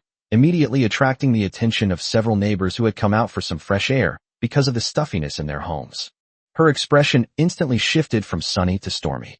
She put her hands on her hips, adopting a confrontational stance, and pointed at Mingdao, launching into a moral judgment. It's just a pool of water. Calling it a corpse? Who are you trying to scare? I think you're just selfish. You just don't want to share. Everyone, come and see. These young people nowadays are all wicked. They got their hands on water and then made up lies to deceive us old folks, saying there are dead people in the water. They're just afraid we'll take advantage of them. Her voice was filled with grief and indignation, as if she had suffered a great injustice. Several neighbors, hearing the commotion, also gathered around, eager to see what the fuss was about. What's wrong, Aunt Zhang? What's all the noise about? Asked an elderly man who was also quite old. The woman called Aunt Zhang immediately found an ally, pointing to the 4 buckets of water on the ground, and added fuel to the fire, saying, "Oldly, come quick. This young man got 4 big buckets of water from somewhere, and I just asked him a nice question, but he started cursing people, saying there were dead people in the water and that drinking it would kill you. Tell me, is that how you talk? He just doesn't want to tell us where the water source is. Is it really necessary to be so vicious?" Oh. The man called Oldly pushed up his reading glasses, his gaze shifting back and forth between Mingdao and the buckets of water, his eyes filled with suspicion. "Young man, this water does smell a bit fishy, but in this situation, it's good enough to have water at all. If you really know where the water source is, you should share it with everyone. It's not right to keep it to yourself." Another woman holding her grandson chimed in. Seeing this, Wang Chu, who was lying on the ground, struggled to get up and explain, but was stopped by a look from Mingdao. Mingdao coldly looked at the fierce-looking Aunt Zhang in front of him, as well as the echoing faces around her, and felt a sense of absurdity. He was saving them, but this group of people treated him as a selfish and wicked person. That's all I have to say. Mingdao's voice was as cold as ice. Believe it or not, it's up to you. This water is for whoever wants to drink it. But if anything happens, don't come looking for me. After saying that, he ignored the group of people, bent down, and with his hands marked with red welts from being tied up, laboriously lifted the 2 buckets of water, then turned to go upstairs. Hey, don't go. Explain yourself. Seeing that he wasn't taking the bait and was about to leave, Aunt Zhang immediately stepped forward and reached out to grab him. How can you be so rude, child? We're talking to you as elders. What kind of attitude is this? Get out of here. Mingdao dodged to the side, avoiding her outstretched hand, and uttered only 2 words. That icy gaze made Aunt Zhang freeze instantly. Her heart skipped a beat under that look, and she instinctively took a half-step back. But what followed was even greater shame and embarrassment. You dare to swear at people. She trembled with anger, pointing at Mingdao's retreating figure and crying to the surrounding neighbors. Look at this, everyone. Look at this. This is what college students are like these days. Selfish and disrespectful. We tried to talk to him kindly, and he swore at us. Is there no justice in this world? The murmurs from the crowd grew louder. This young man went a bit too far. Aunt Zhang is, after all, an elder. Exactly. Even if you don't want to talk, you can't swear. I think the water was a bit murky, but it shouldn't be as murky as a dead body, right? I guess he just made it up. Most likely, young people these days are just too wild. Amidst whispers and accusations, Mingdao's figure disappeared into the darkness of the corridor. Seeing this absurd scene, Wang Chu was both angry and anxious.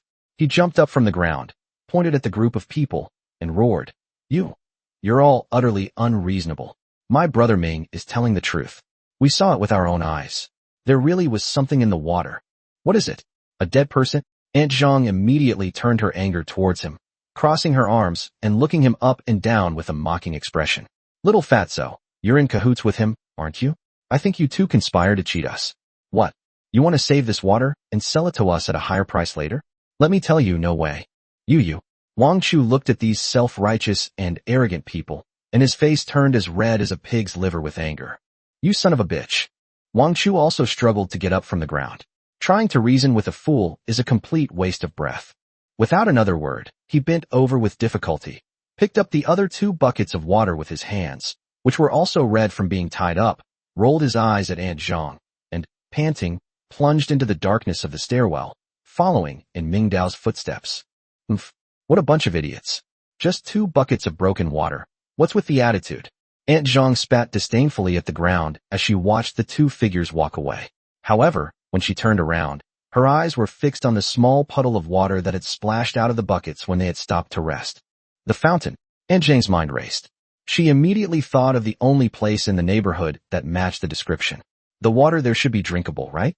Isn't it all the same after boiling? A suicidal thought began to frantically grow in her mind. 8th floor. Climb and rest, climb and rest. 8 stories. The two climbed for nearly half an hour. Clang. Mingdao opened the door and let out a long sigh of relief. This back and forth completely exhausted him. Wang Chu threw the 2 buckets of water on the ground, panting as he complained. Mingming and those guys are a bunch of brainless idiots. We kindly reminded them, and they just ignored us. Mingdao chuckled twice. Some of them will suffer. He walked to the center of the living room, carried one of the buckets of water he had brought up to the water purifier, and without saying a word, lifted the lid and poured the murky, foul-smelling yellow water into the water purifier's tank. The miraculous scene unfolded once again. The rudimentary device, made of a plastic water tank and PVC pipes, emitted a very faint buzzing sound from inside. The foul-smelling sewage, mixed with visible suspended matter, slowly flowed into the device. Immediately afterwards, a stream of clear, bright water flowed out from the outlet at the other end. Lying down, Wang Chu subconsciously rubbed his eyes, thinking he was hallucinating from carrying water too much. Holy crap! Chapter 34 The Clever Older Woman. He rushed to the water purifier, so excited he was almost incoherent. Mingji, what kind of black technology is this? Wastewater turns into a miraculous spring. It really exists. Otherwise what? Activated carbon filtration? It won't kill you, don't worry. Mingdao casually made up a story, took a clean, large, empty water bottle from the kitchen, and handed it to him. Fill it up and take it back. Drink it sparingly. This is a reward for Wang Chu's efforts today, and also a silent attempt to win him over. Wang Chu, as if he had found a treasure, stretched out his hands and took the empty bottle. He carefully aligned the bottle opening with the water outlet, watching the clear, sweet pure water gurgle and fill the bottle. When the bottle was full of water, he tightened the cap and held it tightly to his chest. His own hard work, in Mingdao's hands, became a life-saving guarantee. This direct conversion from giving to receiving instantly elevated his respect and trust for Mingdao to a whole new level.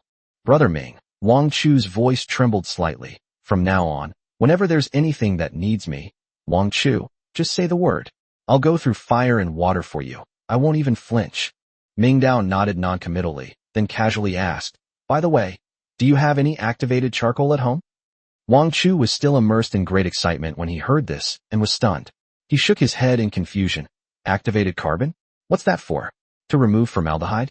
The landlord finished the renovation several years ago. He should have thrown it away long ago. Do you have an air purifier? Mingdao asked again. There really are these things. Wang Chu nodded immediately, as if he remembered something. There was a serious smog problem before, so I bought one because everyone was buying them. But then I felt like they weren't very useful, so they've just been gathering dust in the gaming room. What's up, Mingji? You want one of those? Mingdao had a sudden thought. Air purifier filters contain a significant amount of high-quality activated carbon. If he had enough materials, he could easily make another water purifier. It's nothing, just asking. He waved his hand. Leave those 2 buckets here with me. Take the water, and go back to rest early. All right. Wang Chu neatly placed the 2 plastic buckets in the corner, then, holding the bottle of water like a precious treasure, walked out of 802, turning back every few steps, and returned to his own 801. She even thoughtfully closed the door for Mingdao. The moment he got home, he could no longer contain his joy. He held the bottle of water high and chuckled like a fool. Amazing. Meanwhile, downstairs in 5 buildings. After watching Mingdao and Wang Chu go upstairs, the woman surnamed Zhang became angrier and angrier, feeling that the 2 young men were deliberately making fun of her. Her eyes lit up, and an idea came to her. She didn't dare to follow directly, but instead pretended to be nonchalant, carrying her shopping basket, and slowly walked towards the villa area. She didn't think too much about it. Monsters and corpses. In her view, they were all just lies made up by those 2 rascals to monopolize the water source. In her simple worldview, as long as it was water, it was drinkable once boiled. She jogged to the artificial rockery and fountain. Although she was disgusted by the murky water and the dead fish floating on the surface, the thought that this might be the only living water in the neighborhood immediately overcame her nausea by her desire for water. As for the body lying behind the artificial hill, it was hidden in a concealed location, and since she hadn't gone in that direction at all, she naturally didn't notice it. She took a plastic basin from the vegetable basket, bent down, carefully avoiding the dead fish and fallen leaves, and scooped up a basin full of what looked like relatively clean yellow water. Satisfied, she brought the pot of spoils home, immediately poured water into a pot, placed it on a makeshift stove made of bricks, and then took out a bundle of dry branches she had picked up from the community's green belt from the corner of the balcony to start a fire and boil them. "Come here, everyone. Come and see," she boasted proudly to her listless husband and son in the living room. "Look what Mom brought back for you. Water. A whole pot of water. We'll never have to go thirsty again." Her husband, a middle-aged man as thin as a bamboo pole, came over at the sound. Looking at the bubbling yellow soup in the pot and the layer of yellowish-green, strangely sticky foam on the surface, he frowned and asked, "Old woman, is this water drinkable? Why does it smell so strange?" The water in the pot was boiling violently, emitting a muddy smell that made one want to vomit. "You don't know anything." Aunt Jean glared at him and poked the stove with a fire poker. "The water's boiled, killing all the bacteria and viruses. You should be grateful you have anything to drink. Why are you being so picky? Your son is almost dehydrated, and you're still fussing over me." Blinded by hunger and thirst, the family ultimately chose to ignore the dangerous signals. "Come on, everyone drink some. It'll be fine once it boils." As soon as the water boiled and cooled down, Aunt Jean couldn't wait to ladle a large bowl for each of her family members. She then picked up her own bowl, blew on it, and gulped down more than half of it in one go. The scalding hot, strange-tasting murky water slid down her throat. Although the taste was terrible, the long-lost moistness made her breathe a sigh of relief. She smacked her lips, forcibly ignoring the fishy and astringent taste in her mouth, and urged her still hesitant husband and son, "See, I drank it, and I'm fine, aren't I? Apart from being a little astringent, it tastes pretty good. Drink it. After you finish, go make another pot." Her husband and son exchanged a glance, and seeing her bold act of testing poison on herself, they finally lowered their guard. They picked up their bowls, hesitated, and then drank the bowl of yellow soup that looked extremely unhealthy. The family had temporarily quenched their thirst, and their faces showed expressions of satisfaction. They were completely unaware that the deadly bacteria and viruses, which even the high temperature couldn't completely kill, had begun to multiply wildly in their intestines. From this moment on, never believe a single fart again. Chapter 35 Splatoon. Night slowly fell. The daytime hustle and bustle subsided as the two eerie, dark red moons rose high in the sky. The survivors huddled in their homes, licking their wounds from the day, using locked doors and windows to ward off the boundless chill of this strange world. Building 5 was also eerily quiet, and it was at this moment of utter silence. A dash! A piercing scream suddenly rang out from a room on the 3rd floor. The entire building was instantly awakened. What's going on? An earthquake? Did that monster get in? At the same time, countless doors were pulled open a crack, and terrified heads peeked out, nervously looking around. However, the expected monster did not appear, and the screams abruptly stopped.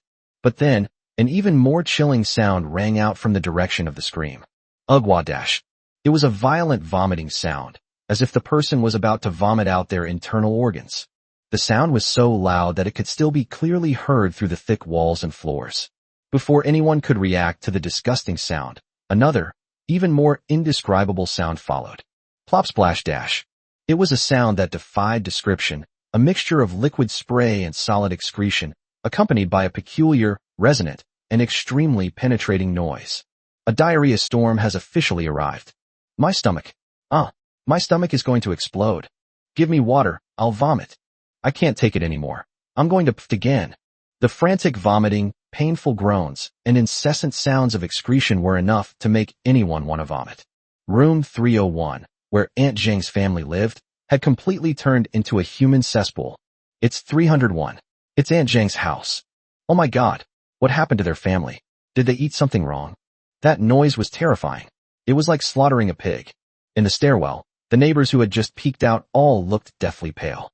They stared at each other in horror, but no one dared to take a step forward. The sound coming from under the door was beyond their understanding of illness. What a terrible sin this is. In the crowd, old Li, who had argued with Aunt Zhang yesterday afternoon, had a flicker of fear in his cloudy eyes. He suddenly remembered something, and his body shuddered uncontrollably. Water, he murmured to himself. It's those buckets of water. His unconscious murmur instantly drew everyone's attention to him. Oldly, what did you say? What water? A neighbor asked anxiously. It's the afternoon. Oldly pointed upstairs, then downstairs. Have you forgotten? That young man who lives upstairs, and that chubby guy, brought back 4 big buckets of water from outside this afternoon. Didn't Aunt Zhang argue with them then? Yes. I remember now. Another auntie slapped her thigh. That young man warned Aunt Zhang that the water was drawn from that stagnant pond in the villa area, and that there were dead people in it. Drinking it would kill you. My God. Really? At the time, I thought the young man was being selfish and deliberately making up lies to scare people. So, Aunt Zhang really did go and get that water to drink. A series of gasps echoed through the hallway. That young man, that seemingly cold and aloof young man. His words were true, and they came true, but none of them believed it.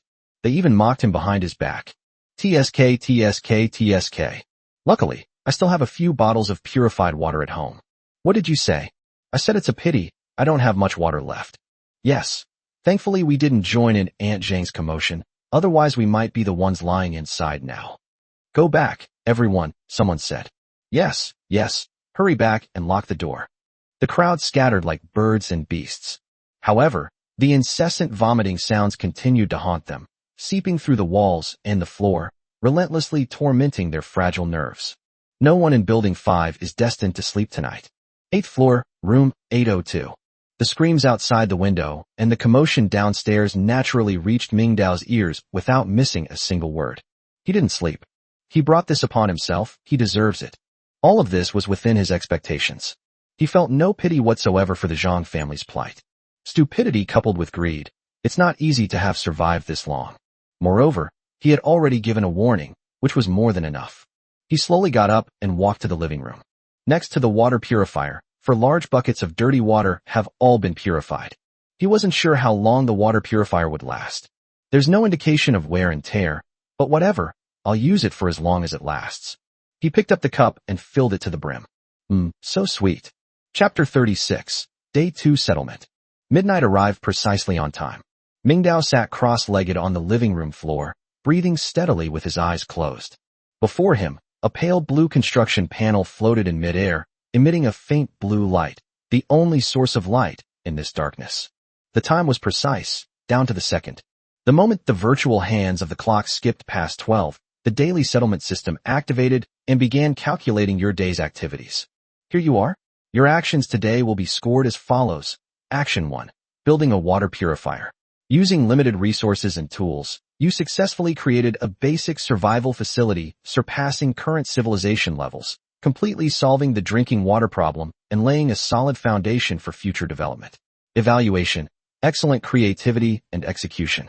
Score +20. Action 2. Collaborating with Wang Chu to collect a large quantity of edible mushrooms and tubers. You demonstrated excellent teamwork and risk assessment skills, successfully acquiring enough food reserves to last for several days. Evaluation. Efficient resource acquisition. Score +5. Action 3. Enjoying a hearty meal. In the apocalypse, maintaining good physical fitness and a positive mindset is crucial. A hot meal rich in protein and carbohydrates is the best choice. Evaluation. Wise self-investment. Score +1. Action 4. Obtaining 50 liters of water. Undeterred by difficulties, you took the initiative and successfully stored enough initial water for the water purifier. Evaluation. Foresight and decisive action. Score +2. Action 5. Discovering traces of an unknown creature attack. You discovered a carcass in the villa area, devoured by a large predator, gaining crucial intelligence regarding the level of danger in the outside world. Evaluation. Keen observation. Rating +1. Action 6. Survive for 1 day. Evaluation. Survival is the foundation of everything. Rating +1. Mingdao was astonished by the series of bonus points he received, especially the water purifier, which received an incredibly high rating of 20 points. A pleasant surprise. Overall rating, 30 points. Review. An amazing second day. You have fully adapted to your current environment and are beginning to build a significant survival advantage. Beware, advantages often attract the attention of hyenas. 30 points. This number slightly surprised even Mingdao himself. He knew he had a fruitful day, but he hadn't expected the score to be so ridiculously high. This score is no longer just leading, it's a complete route. The settlement is complete, and the familiar reward selection screen reappears. The scoring is complete, and rewards will be distributed. Please choose one of the following 3 reward options. 1. First aid kit. White contains 10 antibiotics, 3 bandages, 1 rubbing alcohol, 1 suture needle and thread, and 20 painkillers. 2. Building blueprint. Random unlocks the construction permission for 1 basic building. 3. Special tool. Random obtain a tool with a special function. This time, the options are even more tempting than yesterday's. The survival kit was replaced with a first aid kit. In a post-apocalyptic world, antibiotics and sutures in a first aid kit are practically a second life, and their value is self-evident. But Mingdao only glanced at it before reluctantly giving it up. Even the best medicine is ultimately a consumable. Once it's used up, it's gone. Even the most powerful tool is just a tool. It cannot generate sustained revenue. Only blueprints represent a sustainable future. Furthermore, buildings constructed based on blueprints receive bonus points. This is essentially a score-boosting bug. I choose 2. Architectural blueprints, he silently recited to himself. Selection confirmed, rewards being distributed. As soon as he finished speaking, the light screen in front of him flashed, and a parchment scroll with a faint golden halo around its edges appeared out of thin air and slowly floated into his outstretched palm. Warm and smooth to the touch, a rare and superior item. Blueprint, simple animal trap, white. Description, a simple trap triggered by a mechanical structure, used to capture small to medium-sized animals, such as rabbits, pheasants, foxes, etc., and has a certain slowing and damaging effect on larger creatures. Required materials, scrap steel X5, spring X2, wire X1. Animal trap. In Mingdao's mind, the image of the mangled corpse in the villa area, along with the huge wound that had been torn from the neck, instantly flashed into his mind. This stuff can not only be used to obtain a stable source of protein, but it is also a crucial defensive fortification. At the same time, in the Blue Bay Peninsula community, the construction panels of all survivors were forcibly popped up in an instant. A pale blue light shone in countless dark rooms, illuminating faces with a variety of expressions. A new class conflict is brewing. Property Management Office Building. This place has been transformed by Lu Guodong into the temporary command center of the Blue Bay Peninsula Collective Committee. Several desks salvaged from various places are pieced together, with a huge map of the neighborhood spread out on top. Lu Guodong, Lin Yifu, veteran Zhao Hu, and several core security team members were sitting around discussing future plans. Whoosh! The construction panel lit up simultaneously in front of everyone. Lu Guodong glanced at his score, his brow slightly furrowed. Survivor, Lu Guodong status. Healthy, excited today's score. Plus 12 action 1. Establishing initial order. Evaluation. You successfully used your baton, your identity, and your eloquence to briefly unite over 2,000 headless flies into a cohesive unit. Although this unit is not yet strong, at least it has taken shape. Score plus 5. Action 2. Organizing and completing weekly tasks. Evaluation. Excellent mobilization skills. You transformed a crisis that could have led to chaos into an opportunity to boost collective morale and points. Score plus 3. Action 3. Establishing a distribution system. Evaluation. Regardless of fairness, the establishment of rules is itself a form of progress. You laid the foundation of power for this nascent group. Score plus 3. Action 4. Surviving one day. Evaluation. Survival is the foundation of everything. Score plus 1. Evaluation. Excellent organizer. You successfully rallied a disorganized group and initially established order. But please note that power requires a more solid foundation. Total score, 20. 12 points, significantly higher than yesterday. He integrated the survivors and completed the forest exploration mission. This score is well-deserved. He nodded in satisfaction, his gaze sweeping over the others. Lin Yifu, who was in charge of medical affairs, scored 5 points for proposing a factional division plan, which stabilized morale. Veteran Zhao, who scored 4 points for voluntarily taking on patrol and guard duties. The other security guards also scored between 3 and 5 points. The entire command center was filled with an optimistic and confident atmosphere. Looks like the system approves of our group strategy. A security guard grinned. Captain Lu, look, our scores are all higher than yesterday. That's right, another security guard chimed in. Those idiots who chose to go it alone are probably still eating dry rations right now. Their scores definitely won't be very high. As soon as he finished speaking, the security guard seemed to see something and opened the newly appeared community contribution points leaderboard. The next second, the smile on his face froze. Captain Lu, look at this. Everyone looked over at the sound and saw an glaring anonymous ID hanging high at the top of the publicly available list, exuding an overwhelming aura. Following it was a string of numbers that took everyone's breath away. Total score, 47. Chapter 37 Space Expansion Card, Residential. 447. I'm not seeing things, am I? Damn it. How is this possible? All of us combined aren't even as tall as him. The command center erupted in chaos. Lu Guodong stared intently at the number, his eyes so dark they seemed to drip with malice. His own 20 points were utterly a joke compared to this terrifying 47. Investigate. He slammed his hand on the table and roared. Bring me everyone's registration forms from today. Check them one by one. I want to see who's been hiding this trick right under our noses. On the other side, Brother Feng and his last remaining henchman were huddled in a dark, damp room, sharing a bag of potato chips. Brother Feng, what are we going to do tomorrow? The younger brother asked weakly, chewing on potato chips as if they were precious. What can we do? Keep going into the woods to find food. Brother Feng said viciously. I refuse to believe that we can't survive without those good-for-nothings. As soon as he finished speaking, the construction panel popped up with a whoosh. Feng glanced at his score. Survivor, Li Yifeng's status, sub-healthy, hungry, angry. Today's score, +2 behavior 1, insisting on going it alone. Comment, commendable courage, utterly foolish. You chose the most difficult path, but lacked the ability to match it. Score +2.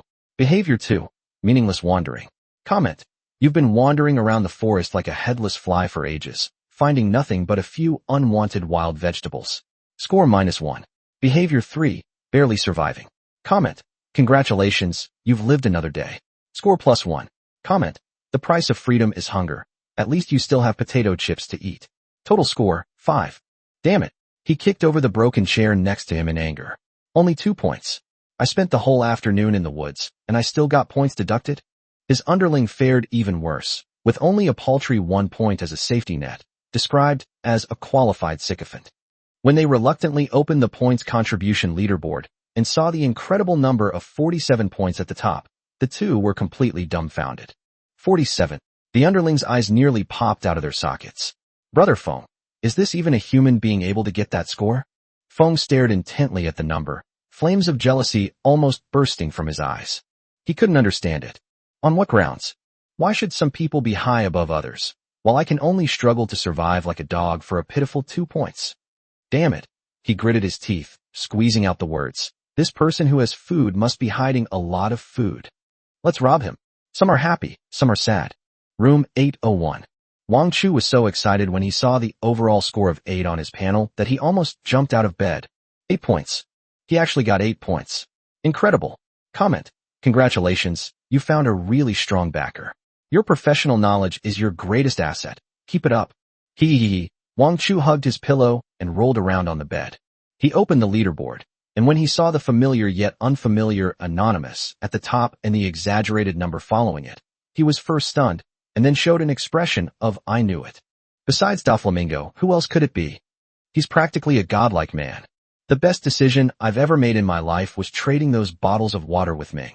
A faint light descends into the early morning. Mingdao opened his eyes abruptly from his deep sleep almost the instant the light came on. He stretched, turned his head, and looked towards the living room. There, the construction panels suspended in midair remained lit all night. The countdown has reached 0. The annexation is complete. Mingdao's heart stirred, and he slowly sat up from the bed and walked to the control panel. He reached out and touched it. Buzz dash. The panel seemed to sense his will. Its light intensified slightly, and lines of new information rippled across the screen like waves. Owner, Mingdao, residence. Room 802, Building 5, Blue Bay Peninsula. Status, idle. Functions, personal status, building list, space expansion. All the original functions are still available, and at the very bottom of all the options, a brand new option is prominently listed, space expansion. Almost at the same time Mingdao saw those 4 words, a system notification popped up in front of him. Congratulations. You have successfully absorbed the main panel of Unit 201, Building 14, Blue Bay Peninsula, and obtained Space Expansion Card, Residential. X1. It's here. Mingdao immediately focused his attention on the card he had just acquired. Space Expansion Card, Residential, Type, Consumable Effect, After Use. Increases the internal usable area of any residential building under your name by 100 square meters. Note, this expansion effect only applies internally. The building's exterior appearance will not change. No usage limit. Holy crap. Internal expansion, but no change in appearance? This greatly expands the scope of what can be done. This means that he could build a fortress in this seemingly ordinary residential building without anyone noticing. A private fortress whose true size would never be known to outsiders. This is an incredible ability that could overturn the entire rules of the survival game. He took a deep breath. Stay calm. It's especially important to stay calm in situations like this. He reached out and gently tapped the air. The translucent card, emitting a faint glow, floated lightly into his palm as if it had a physical form. Clutching the card, he turned and walked into his smallest study. This study is small, less than 10 square meters. After placing a desk, a chair and a bookcase, it feels a bit cramped. Mingdao locked the door behind him and stood in the center of the small space. Use. He muttered to himself. The card in his palm instantly transformed into a pure stream of light, like a living fish, and darted into the cold wall in front of him. The next second, an unbelievable scene unfolded. The wall, infused with flowing light, no longer seemed like a lifeless object of steel and concrete. Ripples spread across its surface, and then the entire wall, along with the sockets and paintings, seemed to recede like flowing light and shadow. Yes, retreat. It's not about moving or pushing over, but rather a kind of conceptual retreat, where the laws of space are almost rewritten. The floor beneath Mingdao's feet began to grow, wildly as the walls receded. The original wood grain seamlessly extends forward at a visible speed, as if this floor was meant to be this long. The distance between the ceiling chandelier and the wall grows ever greater, and the sense of depth in the entire space is expanding and growing wildly in a way that defies the laws of physics. The entire process was conducted without making a single sound or dropping a single speck of dust. A few seconds, or more than 10 seconds. Mingdao had lost all sense of time. He simply stood there, stunned, watching the scene before him, a sight that resembled a miracle. When the light completely dissipated, everything settled down. The cramped study was gone. In its place was a huge space, with the same ceiling height, but more than 10 times the area. It was so spacious that it was almost comparable to a small library reading room. Chapter 38. Going to Building 14 again. He instinctively took a few steps back, his back slamming against the wall. He turned around abruptly and realized that it was where the original door had been. He turned around and looked at the huge, unreal spacious room in front of him. The materials of the floor, walls, and ceiling were exactly the same as before, as if it was meant to be this big from the start. Is this true? Driven by a tremendous impulse, Mingdao suddenly turned around, rushed out of the study, and ran to the balcony. He yanked open the balcony curtains, braced his hands on the railing, leaned forward, and looked towards the exterior wall of his study. In sight, the 5 buildings with their gray and white facades remained unchanged. The rows of windows stood neatly arranged, unchanged. The small window in room 802 on the 8th floor, which belonged to the study, remained quietly in its original position, neither too big nor too small, just like the windows of the neighbors upstairs and downstairs. The internal inner workings can expand infinitely. The external face can remain unchanged. Food, water, medicine, tools, weapons, all the supplies he collected could be stored in this absolutely safe secret space, and he would never have to worry about being coveted again. He could even build an indoor greenhouse here. But this advantage won't last long. He can obtain space expansion cards by annexing the panels of vacant rooms. But what about others? If any other survivors accidentally enter those vacant houses, whether to scavenge for supplies or to find shelter, it will also trigger the panel's takeover mechanism. By then, this secret about spatial expansion will no longer be his alone. So, we must seize as many unclaimed panels as possible before everyone else reacts, maximizing this snowballing advantage. Time is of the essence. He didn't even have much time to carefully plan the newly added 100 square meters of space. The most urgent task was to take immediate action. He needs an assistant. A partner who can help him carry more supplies, keep watch, attract attention, and even become his perfect laborer when necessary. Wang Chu. With that thought in mind, Mingdao no longer hesitated.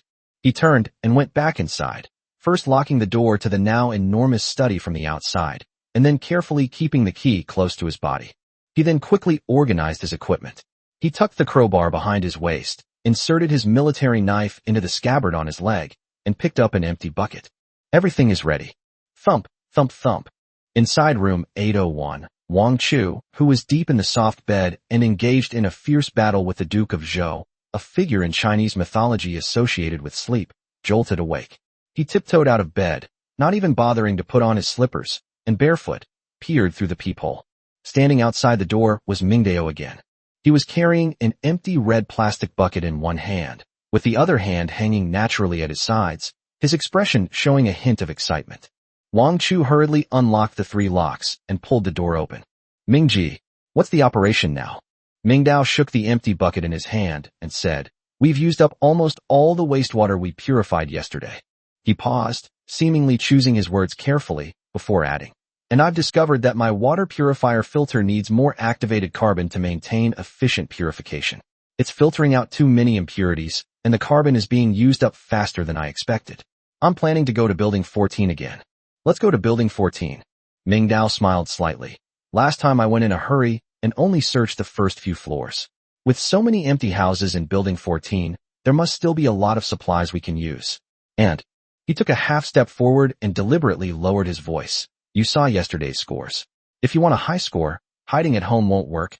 You have to take the initiative. The words high score were like 2 feathers, precisely scratching the most itchy spot in Wang Chu's heart. Yesterday, because he followed Mingdao, he obtained an 8-point score that could be described as glorious in his life. The immense satisfaction of being recognized by the system had already made him addicted to it. Go loot supplies. Follow the pros. You can even rack up points. Is there anything more wonderful in the world than this? Wang Chu's chubby face trembled slightly. Without hesitation, or rather, with eagerness, he patted his chest and loudly replied, okay, Brother Ming, I'll go with you. Wait for me for 3 minutes. I'll be right there. After saying that, he slammed the door shut, and immediately a series of loud clattering sounds came from inside the room, as if someone was rummaging through drawers and cabinets.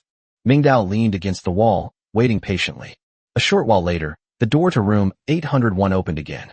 Wang Chu had already changed into a set of dirt-resistant sportswear, put on a pair of thick-soled hiking boots, and carried a bulging backpack on his back, looking ready for a long hike.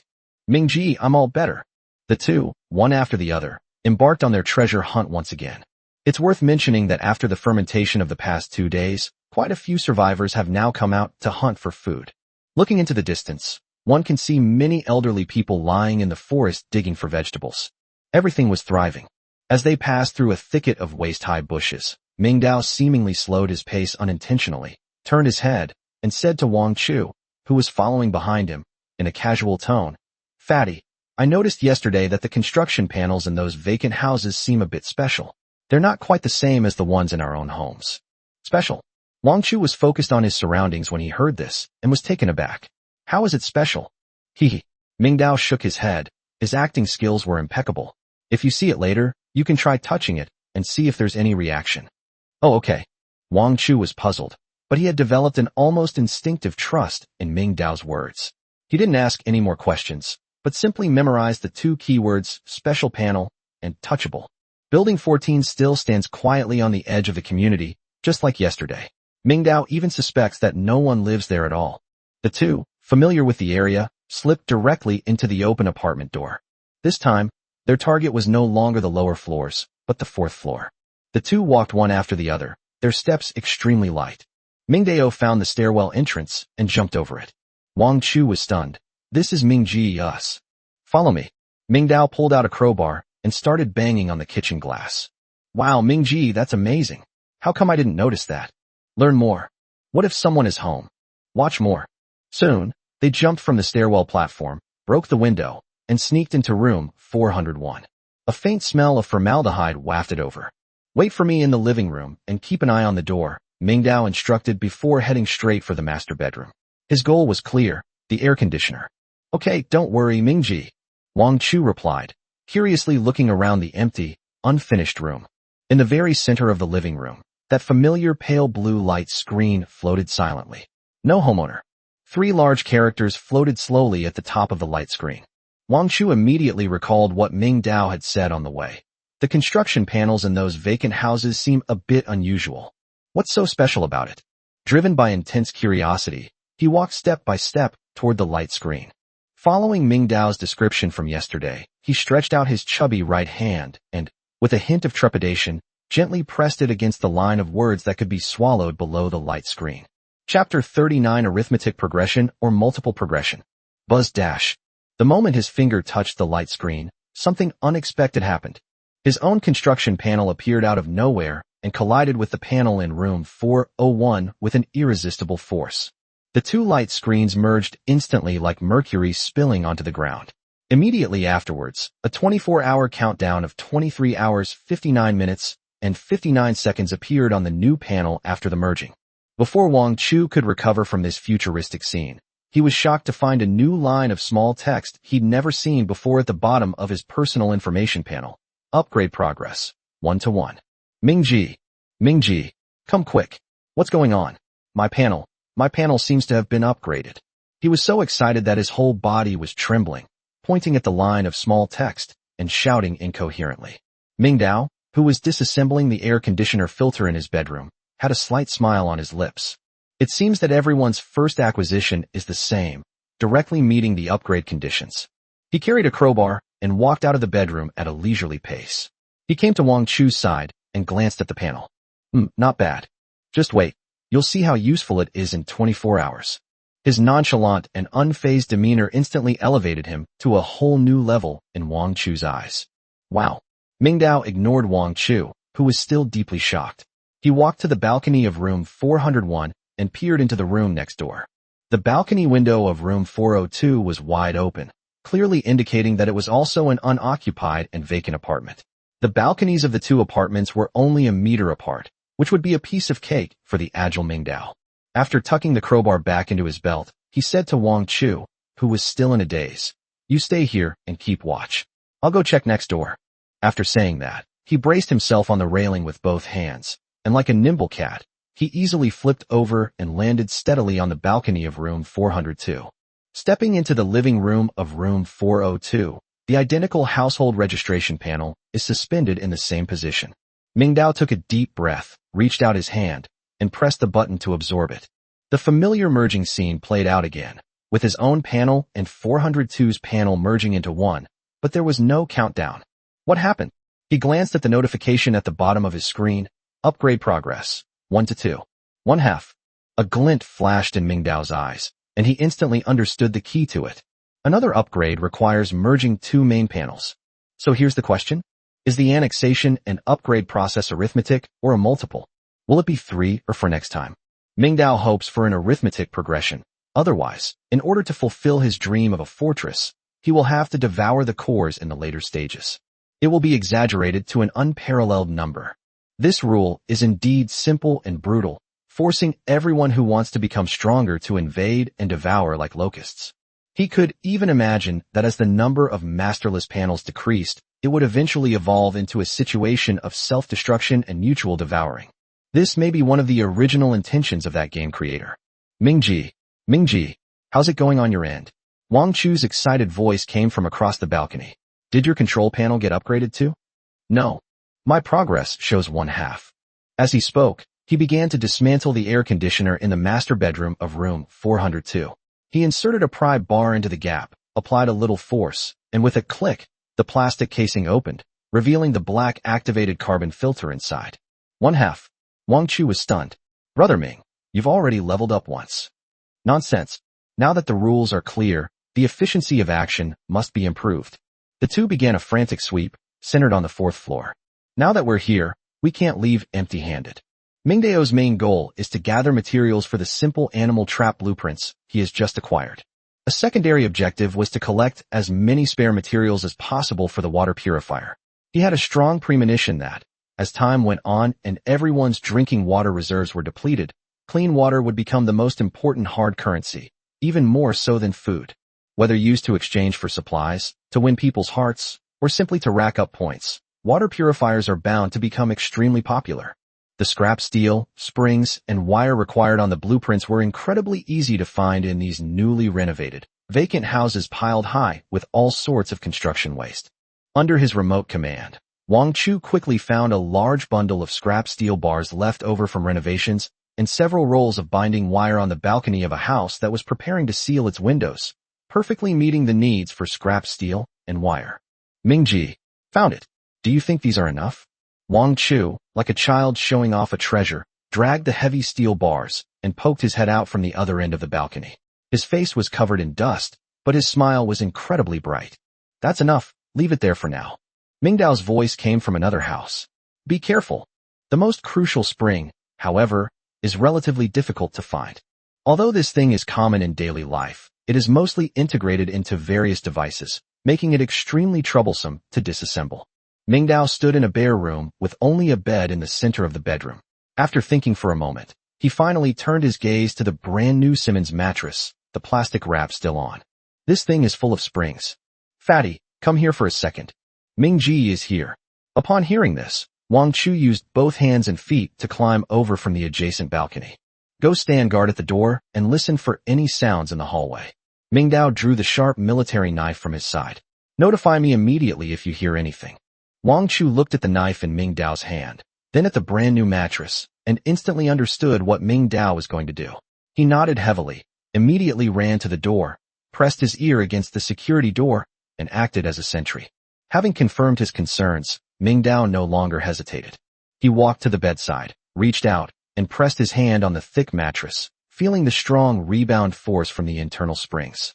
It's soft and bouncy. Great, it's very elastic. The next second, his eyes narrowed, and the military knife in his hand turned into a silver light, mercilessly piercing into the side of the mattress. Dash. The tip of the knife easily pierced the tough fabric, and with a flick of his wrist, he slashed horizontally. Tear dash. With a tearing sound, a huge gash, half a meter long, was cruelly dissected by him. He sliced through the outermost layer of fabric, revealing a thick layer of white cotton and sponge underneath. Mingdao didn't stop. The saber continued to penetrate deeper. Soon, the core structure of the mattress, a matrix of hundreds of individual springs, was fully exposed before his eyes. The countless springs, once severed and bound, eagerly sprang out of the gap, swaying precariously. Mingdao did not use brute force. He gently pried open the steel wire clips that secured the springs with the tip of his knife, selected a few that were the most suitable in size and had the best elasticity, and easily removed them, putting them into his pocket. Chapter 40 Collective Contribution Points. The trap materials have been gathered, but there's still plenty of time. The two did not rush back. He ransacked 7 or 8 more households in the building. This time, his target was extremely clear: air conditioners. The two divided the work. One acted as lookout, and the other took action. Mingdao used a crowbar to violently break open the outer casings of brand new air conditioners, removing pieces of black activated carbon filters from inside. In addition, he also ruthlessly dismantled the copper pipes that connected the indoor and outdoor units of the air conditioners, which were covered with thick insulation layers. Although these copper pipes are not needed now, as a high-quality metal material with excellent ductility and conductivity, their future applications are immeasurable. They have great potential for use in modifying tools, manufacturing weapons, and repairing electrical equipment. Mingdao fully demonstrated his plucking feathers from a passing goose and leaving a trace of a passing mouse, nature, typical of a post-apocalyptic hamster. Wang Chu followed behind like a curious child, helping to move the heavy copper pipes while panting and asking, "Brother Ming, what do we need so many air conditioning pipes for? We can't eat or drink these things." He simply couldn't understand what use these crooked, broken pieces of metal were. Mingdao slung a dismantled copper pipe over his shoulder and casually replied, "This thing is made of copper, which is better than iron. Maybe we can use it to make a pot or a bullet someday." Make bullets. Wang Chu suddenly stopped in his tracks, his mouth agape wide enough to fit an egg. He stared blankly at Mingdao's steady figure ahead, his heart churning with turbulent emotions. While I'm still worrying about what to eat and drink, Doflamingo is already thinking about firearms. Is there anything he can't do? The two men had a full haul, packing their loot into several cardboard boxes they found in the vacant rooms. To avoid attracting attention, they didn't take the main road downstairs, but instead chose to walk through the green belt and shadows behind the building. Along the way, they encountered significantly more residents than in the previous 2 days. Most of them were in a hurry, their faces showing numbness and anxiety. Some people noticed them carrying things, but they only glanced at them briefly before immediately looking away and continuing to search for their own way to survive. In this time, when everyone is on edge, No one wants to meddle in other people's business unless their own core interests are affected. On their way back to Building 5, they saw from afar that a large number of people seemed to have gathered in the center of the community again. It was a dark, dense mass, and quite large in scale. Lu Guodong stood on a makeshift platform, holding his signature megaphone, as if shouting something important. Occasional commotions erupted from the crowd. The atmosphere was tense and excited. Ming-Ji, do you want to go over and take a look? Wang Chu stood on tiptoe, curious, trying to get a better look at the situation over there. Not interested. Ming Dao pulled Wang Chu back from almost revealing himself and said in a deep voice, "We haven't finished our business yet, so don't get involved." After saying that, he dragged the cardboard box full of his spoils and slipped into the unit door of Building 5 without looking back. Meanwhile, in the community square, Lu Guodong was about to announce some earth-shattering news. The sunlight was blinding, but the expression on his face was even more intense. Yesterday's anonymous score of 47 was like an invisible needle, piercing deep into his heart. It wasn't just a crushing defeat in points. It was a silent challenge to his authority. That number hanging high at the top of the leaderboard constantly reminded him that within this seemingly under-control community, there lurked powerful individuals he couldn't reach. There are 7 or 8 people on the leaderboard with higher scores than him. What does this mean? It means that there are far more hidden talents in the neighborhood than he imagined. He realized that relying solely on the security team's batons and the fact that they were veterans was simply not enough to completely identify these people or eliminate the existence of lone wolves. Suppression will only provoke resistance. Guidance is worse than suppression. He needs a completely new set of rules, a set of rules that can firmly bind everyone's desires and survival instincts together. So he joined forces with the calm and rational Lin Yifu, and also gathered several people with some reputation or special skills in the community. They discussed all night and finally launched a brand new system that was enough to change the power structure of the entire Blue Bay Peninsula. Comrades, friends, Lu Guodong took a deep breath, his gaze sharp as he swept over the bewildered and anxious faces below the stage. I know that everyone has a thorn in their side. Yesterday's list, that anonymous score of 47. It's like a mountain weighing on all of our hearts. His opening remarks struck a nerve with everyone, and a murmur of suppressed discussion instantly erupted in the square. Yeah, 47 points. Is that even a human being can get? That's outrageous. We spent half a day searching through the woods and only got 2 or 3 points. Who is this person? He must have hidden a lot of supplies. Lu Guodong raised his hand and made a pressing motion, and the murmurs gradually subsided. I admit, I was wrong before. He changed the subject, his tone becoming sincere. You can't find these experts by coercion or orders. Our Blue Bay Peninsula is full of hidden talents. This is a good thing. What we need is not suppression, but guidance. We need to establish a completely new set of rules that allow the strong to become stronger and the weak to survive. He paused, giving everyone ample time to process his words, and then announced, word by word, with resounding conviction. I hereby announce that, starting today, our Blue Bay Peninsula community will officially implement the Community Contribution Point system. Starting today, all members who wish to join the group can earn contribution points by contributing half of the resources they provide, as well as by completing tasks assigned by the group. These tasks include patrolling, maintenance, construction, logistics, and more. Each task will have a clear contribution point reward. Contribution points, he emphasized, waving his arm sharply. They will be the sole criterion for allocating all rare resources in the future.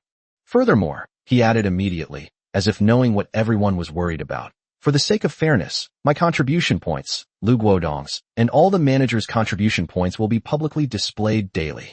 We will be subject to everyone's supervision. Chapter 41 First Batch of Public Missions. These words instantly stirred up a huge wave of controversy. Using contribution points to exchange for things?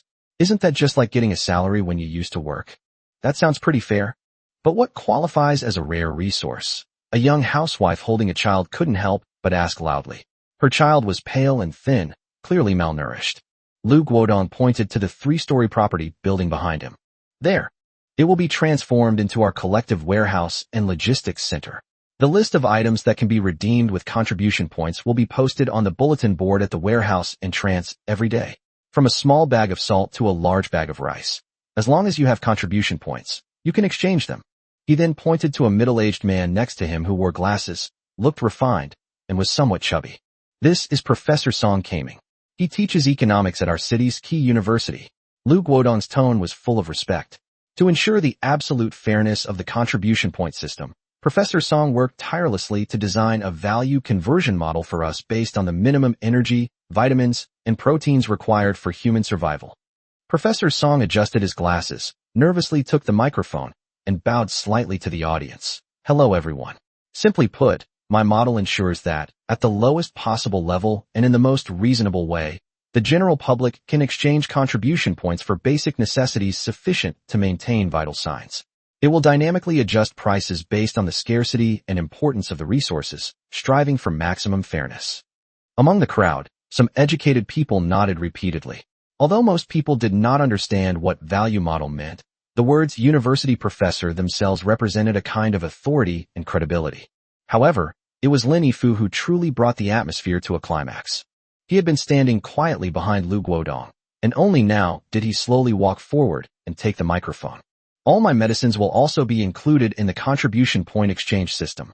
I reiterate that basic wound care, cleaning, and bandaging will still be free of charge. This is my humanitarian bottom line as a doctor.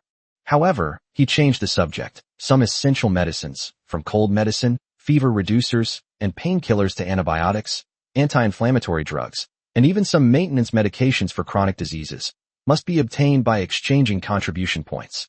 I have limited resources, and I can't supply them indefinitely. Contribution points are the only way to ensure that these life-saving resources reach those who need them most, and who have made the most contributions to the collective. As long as you have enough contribution points, you can exchange them for a chance to survive an injury. This news has sparked another heated discussion. The distribution of food may still be controversial. Strong people can go to the forest to find it themselves, while those with reserves can endure it for the time being. But what about medicine? Who can guarantee that they and their family will never get sick? Who can guarantee that they will never get hurt in this perilous world? A tiny amoxicillin pill may seem insignificant under normal circumstances, but in the apocalypse, even a small wound infection can be fatal.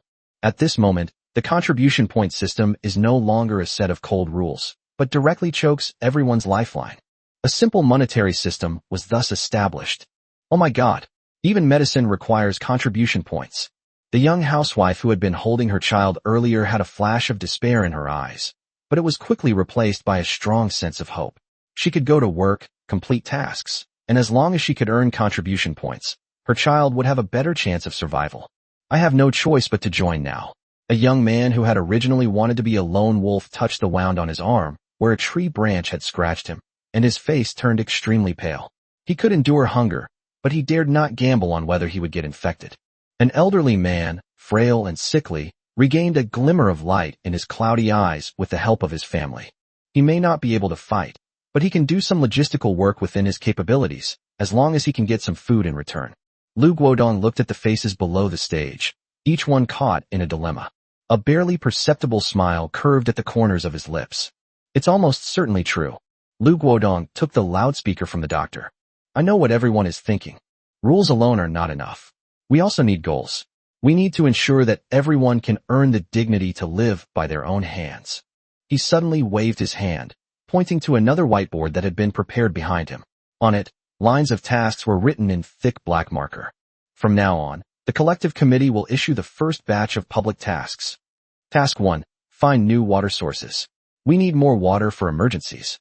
10 contribution points will be awarded for each valid water source information provided. 5 contribution points will be awarded for each person who participates in the exploration and successfully brings back water samples. Task 2. Clean up the community's garbage. Rotting garbage is a breeding ground for plague. Gather all the garbage from the stairwells and public areas and dispose of it at the designated location. You will be rewarded with 1 to 3 contribution points, depending on the size of the area cleaned and the amount of garbage. Task 3. Reinforce the perimeter fence of the community. We don't know what's in the forest, but a strong defense will allow us to sleep more soundly. Each person who participates in the reinforcement work will be rewarded with 3 contribution points per day. Task 4. Form a formal patrol team. Led by Comrade Zhao Hu, the team will be on 24-hour shifts. Members must be strong and quick-witted. Each formal member will receive a daily contribution point subsidy of 5 points. Task 5. Gather firewood. We need fuel to boil water and cook. For every 10 kilograms of dry firewood you hand in, You will be rewarded with 1 contribution point. A series of tasks were announced, most of which were the most basic and arduous physical labor. The rewards and contribution points were not generous, and could even be described as stingy. Collecting 10 kilograms of firewood, working yourself to the bone, would only earn you 1 contribution point, while on the exchange list, a simple packet of instant noodles was priced at 3 contribution points. This is almost blatant exploitation. But to the ordinary survivors in the audience, who were living in constant fear because they had no skills, this was undoubtedly heavenly music. Great. I have work to do. A burly middle-aged man, who had been unemployed at home because he couldn't find a job, clenched his fist excitedly. He had no other skills, but he had plenty of strength. Reinforcing the fence takes 3 hours a day, and patrolling takes 5 hours a day. If I work for 2 days, I can buy a carton of milk for my child at home. Cleaning up trash is fine too. It doesn't give many points, but it's safe. It's right in the neighborhood. No need to venture into the forest. Hope. For ordinary people who cannot enjoy special status like engineers, doctors, or veterans, Lu Guodong's system provides them with a tangible and visible way to make a living. They don't need profound knowledge or extraordinary courage. All they need to do is sell their most basic physical strength to ensure their family's survival. This is more real than any empty slogan. In an instant, the crowd's emotions were completely ignited. Those who had previously hesitated and observed now rushed to the registration desk, shouting that they wanted to sign up for the mission. The entire square instantly transformed from a lifeless, despairing atmosphere into a bustling construction site. Lu Guodong and several managers exchanged smiles. From this moment on, the committee's rule was truly secure. Chapter 42 Brothers, want to pull off a big heist? This contribution point system, like an invisible net, not only mobilized almost all the labor force in the community to maximize production efficiency, but also firmly bound the vast majority of survivors to his collective chariot, forming a huge community of interests. We all prosper together, and we all suffer together. Those who remained outside the system and chose to be lone wolves were utterly isolated in this wave of fervor. Not only are they unable to enjoy the medical care provided by Lin Yifu, but now, even the possibility of obtaining any resources through collective channels has been completely cut off. This is the price to pay for making an example of someone. The news spread by word of mouth and quickly reached every corner of the community. Naturally, it did not escape the ears of those loners. In a residential building far from the central square, Feng was pacing back and forth in agitation. The room he was in was an empty house that they had forcibly broken into. There was no electricity, no water, and the air was filled with the pungent smell of building materials. Naturally, they also enjoyed the benefits of the takeover. But they couldn't feel happy at all. The faint cheers coming from outside the window were making him feel uneasy. One of the underlings, who was responsible for gathering information outside, rushed in, his face filled with terror. Brother Feng, something terrible has happened. That bastard Lu Guodong has implemented some kind of contribution point system. What the hell? Brother Feng stopped and stared at him with a sinister look in his eyes. The underling, panting heavily, recounted everything he had overheard in the square in a jumbled mess. From issuing missions to exchanging contribution points for supplies, and then to the most deadly thing, drug control. The more detailed his explanation, the uglier Brother Feng's expression became. When he heard that even a single cold medicine pill had to be exchanged for contribution points, Brother Feng's face darkened to the point of being dripping with water. The remaining young people in the room also gathered around. They were loners, but they also formed a group that was neither too big nor too small. Because the blonde guy was the most aggressive, he was the first to lose his temper. He reluctantly became the boss. Bang! Brother Feng slammed his foot into the wall beside him with a loud, dull thud, and plaster crumbled off the wall. Fuck Lu Guodong, he gritted his teeth. This move is a real blow to our very core. There was no response from inside the room, and everyone understood what that meant. Lu Guodong wasn't trying to eliminate them by force, as that would provoke the fiercest resistance. He was using the rules, employing overt strategies, to slowly suffocate them, starve them, and kill them from disease, like boiling frogs in water. Brother Feng, what do we do now? A young man with a buzz cut asked hoarsely. The food we have will only last us 3 or 4 days at most. We don't recognize the wild vegetables in the forest. What if we eat the wrong ones? Yeah, Brother Feng, another tall, thin guy said with a long face. I got a cut on my arm yesterday, and it's a bit inflamed now. If I can't get some anti-inflammatory medicine soon, my arm might be ruined. Should we go and apologize to Lu Guodong? From the crowd, someone spoke in a barely audible voice, uttering what everyone had thought of but dared not say aloud. Let's join that group. It's better than waiting to die here. Bullshit. Brother Feng whirled around, glaring at the man. Join? Be his dog. Aren't you used to being a dog in a peaceful society? And have you forgotten how he treated us? If we bow down today, he can use us as cannon fodder and send us to die in the most dangerous place in the forest tomorrow. But if we don't join, we'll die right now. The man mustered his courage and retorted. Brother Feng, I know you have guts. But we, these 20-odd brothers, also need to live. Our girlfriends and parents are waiting for us to bring food back home. These words instantly resonated with many.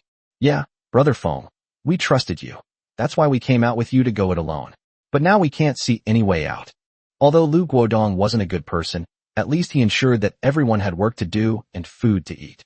Brother Feng, please think of another way. Otherwise, we really can't hold on any longer. Each plea and complaint struck Brother Feng's heart like a heavy hammer. He looked at his brothers, who were now all dejected, their eyes filled with wavering and resignation. He knew that people's hearts had fallen. If things continue like this, Lu Guodong won't even need to lift a finger. Their so-called lone wolf alliance will crumble on its own. Then, Li Yifeng will be a complete loner, a total joke. No, absolutely not. We must find a way to break this deadlock. He waved his hand impatiently to quiet everyone down, then walked to the window and stared at the bustling scene outside, his mind racing. A head-on confrontation is definitely not going to work.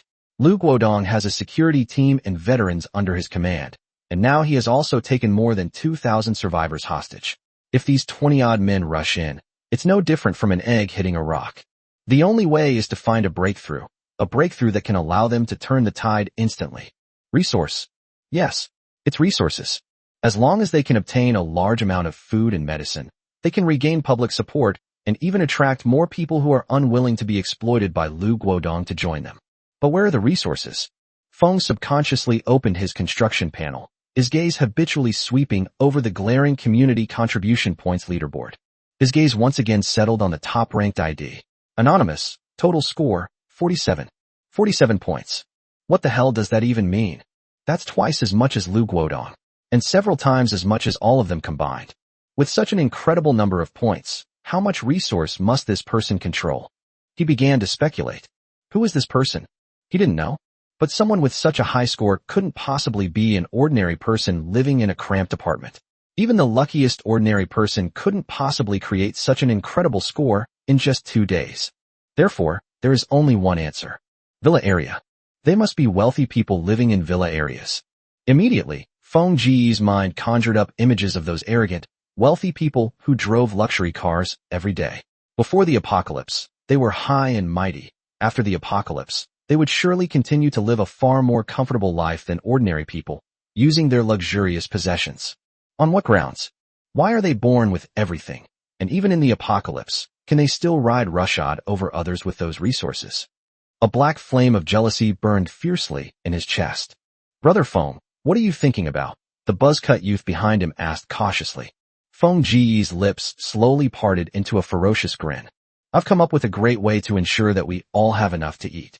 He slowly turned around, his eyes flashing with a bloodthirsty light, and swept his gaze over everyone in the room.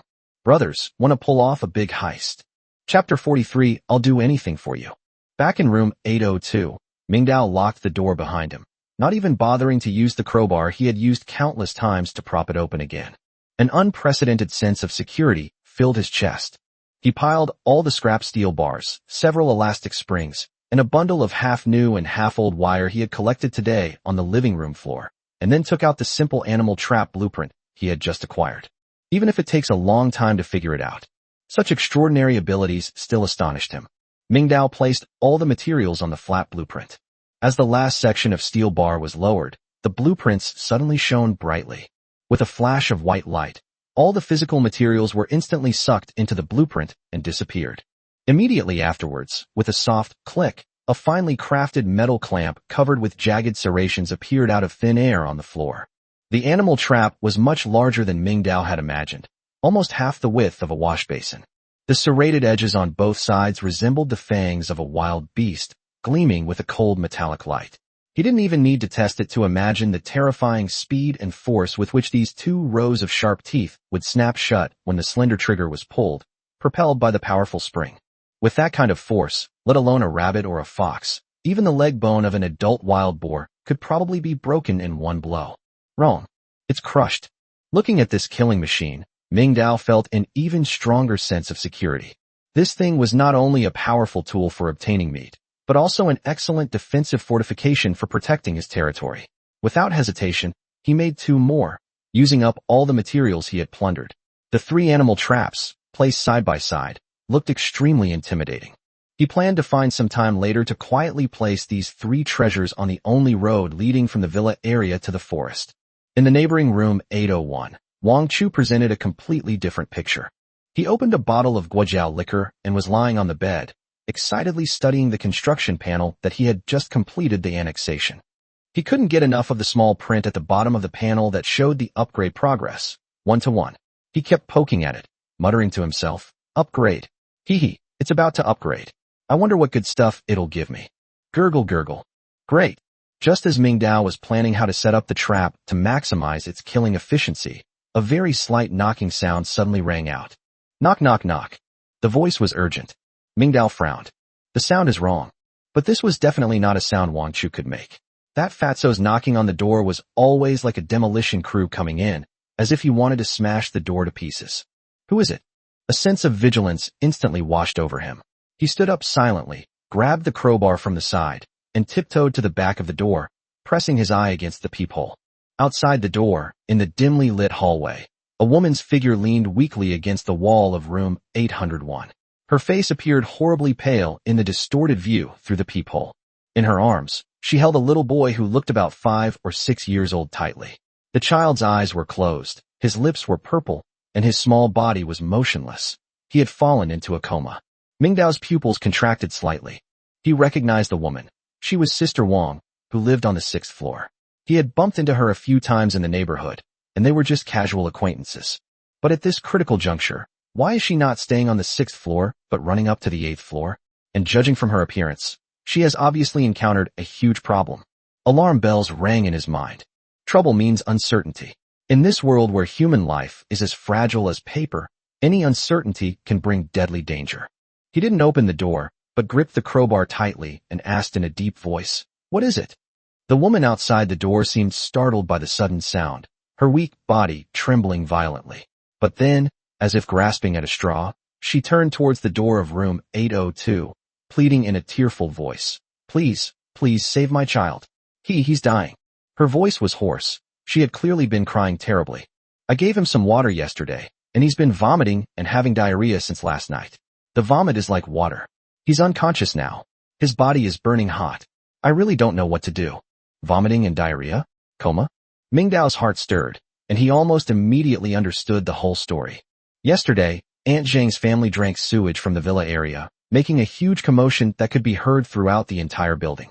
Presumably, Sister Wang followed in their footsteps. Without a doubt, she drank contaminated water. He just couldn't understand why. Since the child was so sick, they didn't go to Dr. Lin on the committee. As the only professional doctor in the community, Dr. Lin had access to all the medical resources and should have been the first choice for all patients. Why would she go to such lengths, seeking help from a complete stranger?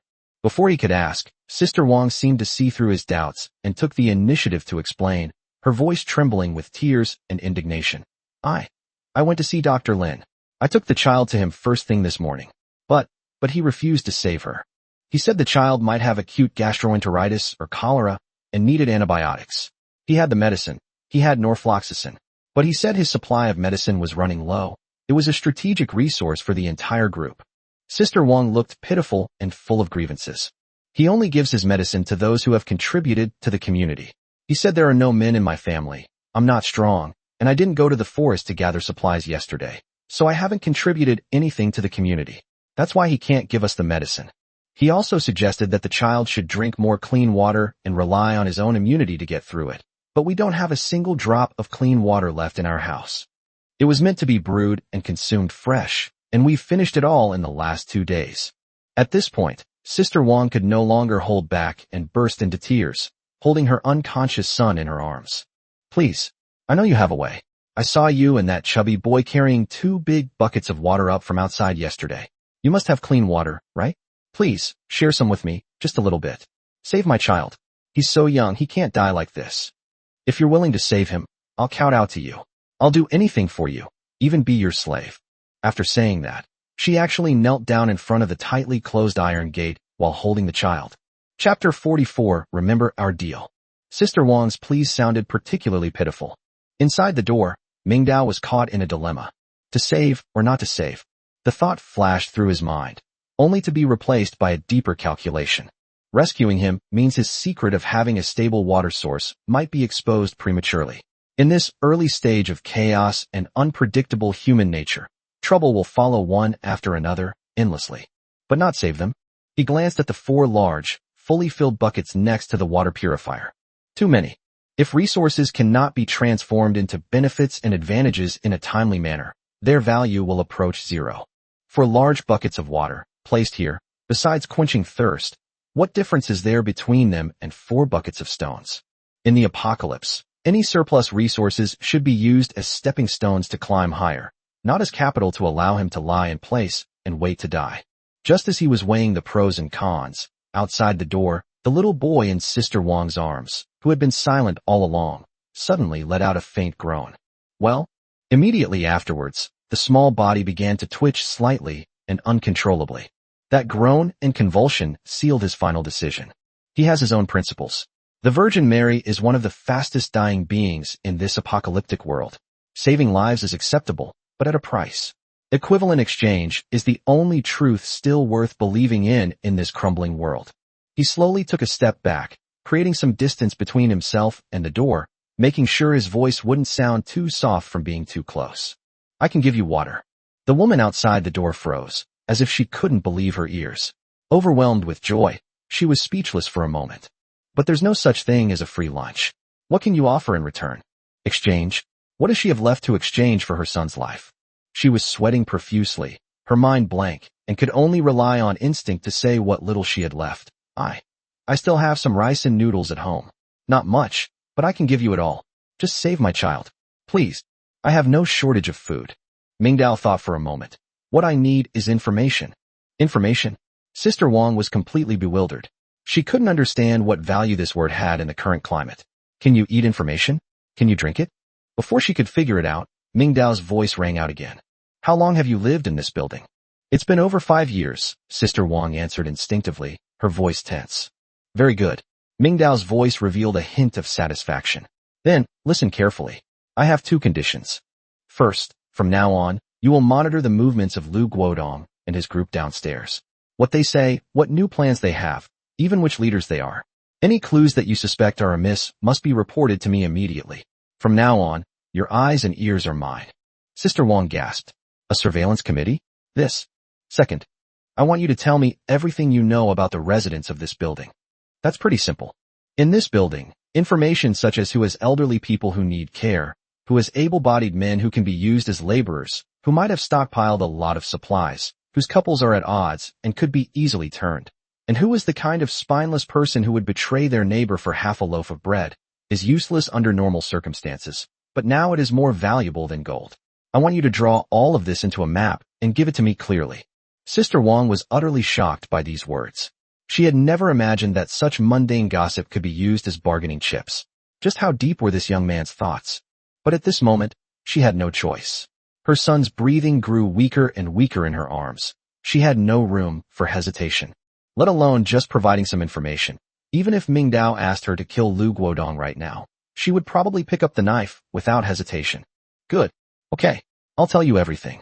I've lived here for 5 years, and I know the situation of almost everyone in this building. As long as you save my son, I'll agree to anything you ask." A brief silence fell inside the door. "Wait."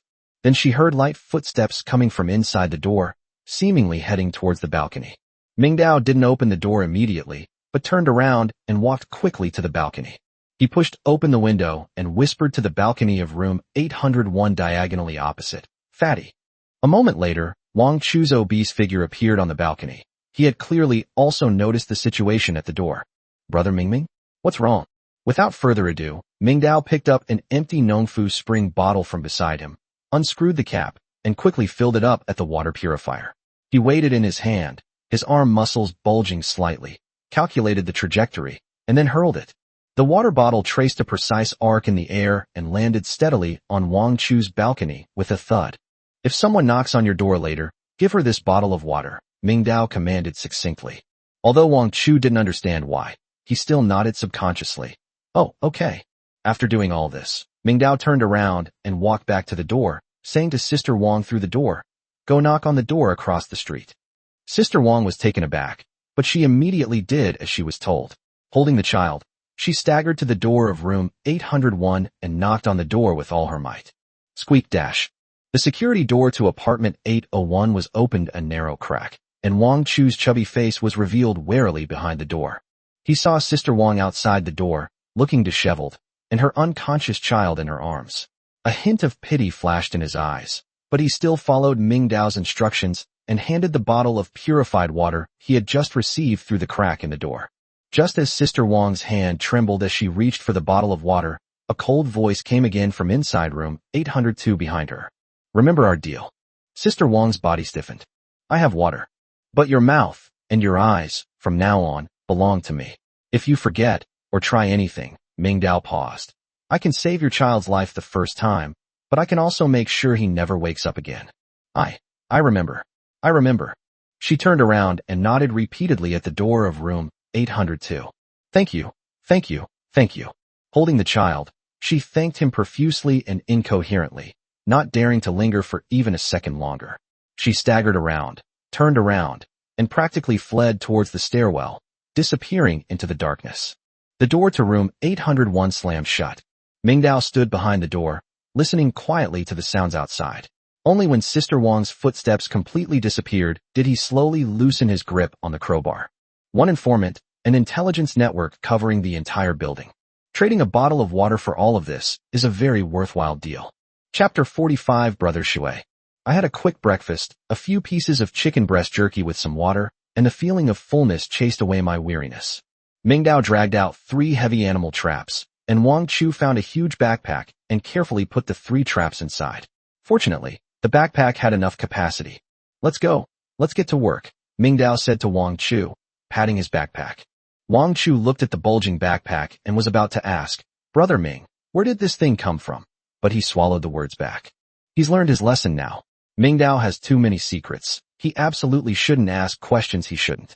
He swallowed hard, feeling that this thing was more reliable than any knife, gun, or club. It was a primitive aesthetic of violence, a tool specifically designed to tear flesh apart. The two went downstairs one after the other and headed towards the forest. To their surprise, the edge of the forest, which had seemed eerie and silent yesterday, had now become a bustling temporary market. Sunlight filters through the sparse canopy of trees, casting dappled shadows in the forest. The survivors, in small groups, began the first large-scale production activity in this unfamiliar land after the apocalypse.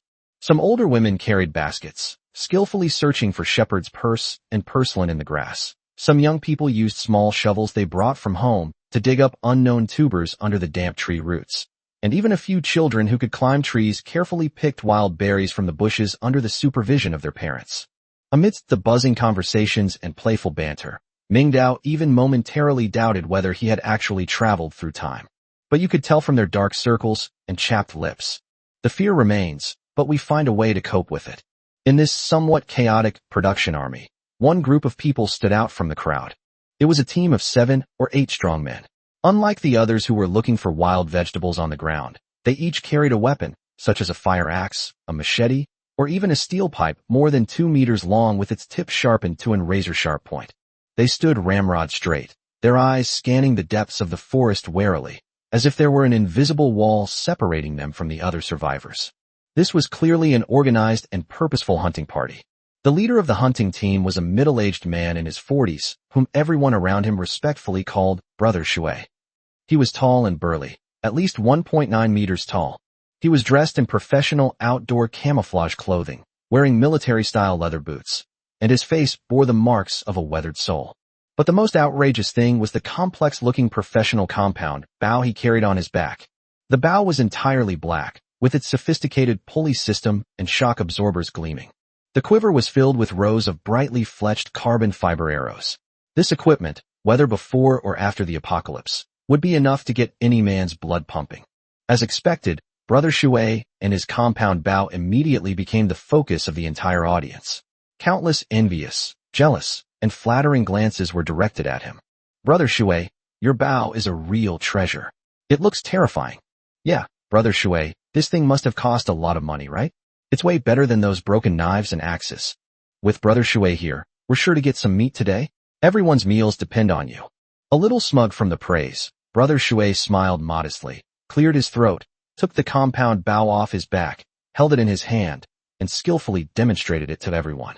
Hee, this is nothing, he said, feigning nonchalance, but the smugness in his tone was impossible to hide. I've been into outdoor activities for over 10 years. I'm a seasoned player.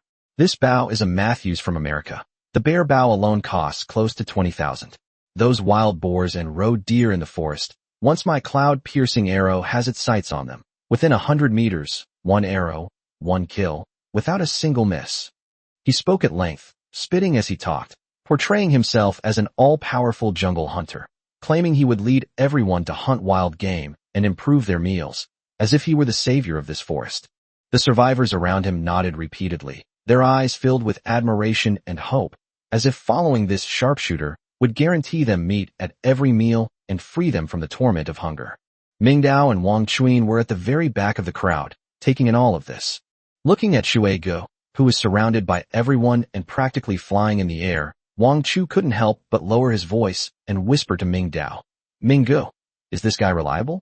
He seems to be a big talker, even talking about piercing through the clouds. Does he think he's in a movie?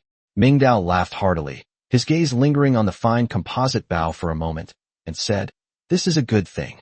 Its range and power are much better than what we have. He paused, then changed the subject. But people are a different story. But it doesn't matter. If he wants to be a savior, let him be. If he does good deeds, we benefit too, don't we? Wang Chu nodded, seemingly understanding, but not quite. At that moment, a sudden change occurred. Shahuff huff. What is that?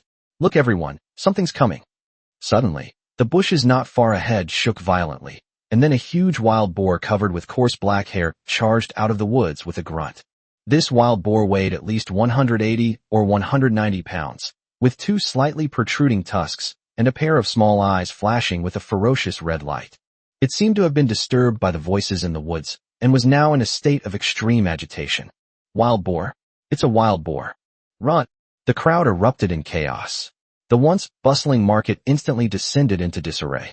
The survivors scrambled backward, fearing they would be hit by the charging human bomb vehicle. However, amidst the chaos, Brother Shui was not alarmed, but rather delighted. It's just a wild boar. What's there to be afraid of? He had previously hunted this creature in Guizhou province. Even if the pig were a bit bigger, it would be an easy task for him. And these are extraordinary times. He looked at the rampaging wild boar as if it were a sizzling piece of roast meat, a golden opportunity for him to make a name for himself. Don't panic. Get out of my way, Brother Shui shouted, which actually calmed some of the panicked crowd. His teammates immediately understood and protected him firmly in the center, clearing a wide shooting area for him. Go, Brother Shui. Shoot it. Brother Shui is awesome. Amid cheers of relief, Brother Shui took a deep breath and a triumphant smile spread across his face. His movements were fluid and graceful. He drew a three-edged hunting arrow from his quiver, knocked it, and slowly pulled back the bowstring with his muscular arms. The powerful compound bow was drawn into a perfect full moon. The crosshairs of the scope were firmly locked onto the head of the charging wild boar. Die, you beast. Chapter 46, Saber-Toothed Tiger. With a low growl, Brother Shui released the dispenser. Call out dash. The arrow shot through the air like a black lightning bolt, accompanied by a piercing shriek that seemed to tear through the air. Everyone held their breath and stared wide-eyed, anticipating the spectacular scene of the wild boar collapsing to the ground and blood splattering everywhere. However, the ideal is very rich, but the reality is extremely harsh. Just as the arrow left the bowstring, the wild boar seemed to trip over something while running, and its massive body suddenly stumbled to one side. This fatal sway caused the arrow, originally aimed at the head, to deviate by a fraction of a second. The arrow ultimately failed to hit the wild boar's vital organs, but instead pierced deeply into its thick, fleshy rump from the side. A whoa! A piercing scream echoed through the forest. The intense pain did not bring the wild boar down. Instead, it completely ignited its inherent ferocity. Its massive body suddenly halted, and its small, scarlet eyes instantly locked onto the human who had just injured it not far away. Violent. It's about to explode. The wild boar turned around, pawing the ground with its 4 hooves, and charged towards Brother Shui like a runaway truck. The foul, pungent stench could be smelled from dozens of meters away. Shui Ji's smile froze instantly. Holy crap. He never dreamed that his surefire arrow would have such an outcome. He wanted to shoot a second arrow, but the wild boar was too fast, giving him no time to knock another arrow. As those 2 gleaming fangs drew ever closer, the once arrogant sharpshooter had only one thought in his mind: run. He let out a strange cry, threw the compound bough on his back, and with an agility completely incongruous with his burly physique, scrambled and crawled toward a large tree, grabbing the trunk and climbing up it in an extremely clumsy manner. Boom! The wild boar crashed into the spot where Brother Shui had just been standing, plowing a shallow furrow into the ground. It raised its head and roared at the trembling human in the tree, frantically ramming its fangs against the trunk. The highly anticipated hunting show ended with a wild boar, carrying an arrow, limping into the depths of the forest. Meanwhile, sharpshooter Shui Gu hung on the tree, covered in dust and dirt, and didn't dare to come down for a long time. The surrounding survivors were initially deathly silent, then erupted into whispers and low snickers. The savior who was just moments ago high and mighty has become a joke in the blink of an eye. At the back of the crowd, Ming Dao shook his head and sighed. He said to Wang Chu beside him, "See? No matter how good the equipment is, it depends on who has it. More importantly, did you notice that from the moment the wild boar charged at him until he climbed the tree, did any of his 7 or 8 so-called teammates, or even the hundreds of survivors around him, go up to help him?" Wang Chu was taken aback. After thinking about it carefully, he was suddenly horrified. No, not a single one. His teammates run faster than anyone else. A small group is just a facade. A large collective is a disorganized mess. Ming Dao concluded, his tone tinged with disdain. This rabble can't accomplish anything. Let's go and get on with our business. He had already seen through the fragile nature of these survivors and was too lazy to waste any more time here. After saying that, he turned around and led Wang Chu deeper into the forest. Only in remote, secluded places can you find real prey. That was the only place where he could set up those 3 deadly traps. The 2 had gone less than 500 meters deeper into the forest when, once again, a shrill scream, completely unlike any humans, rang out. Squeak! The buzzing of insects abruptly stopped. Above the treetops, startled birds burst into the sky like exploding fireworks, creating a chaotic cacophony of flapping wings. Then came a deathly silence. Brother Mingming. Wang Chu subconsciously took a step back, his back bumping into Ming Dao's chest. The scream came from the direction the injured wild boar had fled. At the edge of the forest, the temporary market that had just been bustling with activity had now fallen into an eerie silence. Everyone stopped what they were doing. Whether it was the old lady digging for wild vegetables or the child climbing the tree, they all froze in place. They looked up and gazed in unison into the dark depths of the forest. The unknown is the most terrifying. Shui Gu, who was hanging in the tree, was terrified.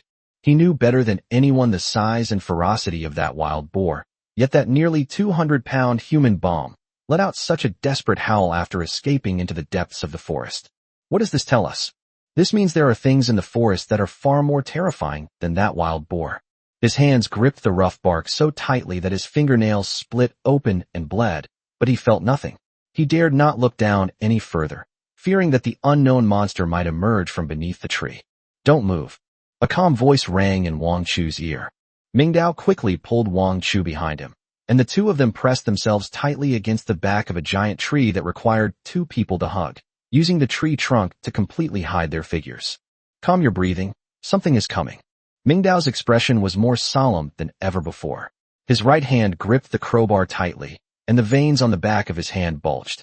His hearing was far more acute than that of ordinary people, and after the screams disappeared, he caught a heavy, rhythmic sound of footsteps. Knock, knock, knock. The voice wasn't fast. In fact, it could be described as leisurely, yet it was incredibly oppressive. Footsteps are approaching. Wang Chu covered his mouth tightly and stared wide-eyed. Time seemed to stretch out infinitely at that moment.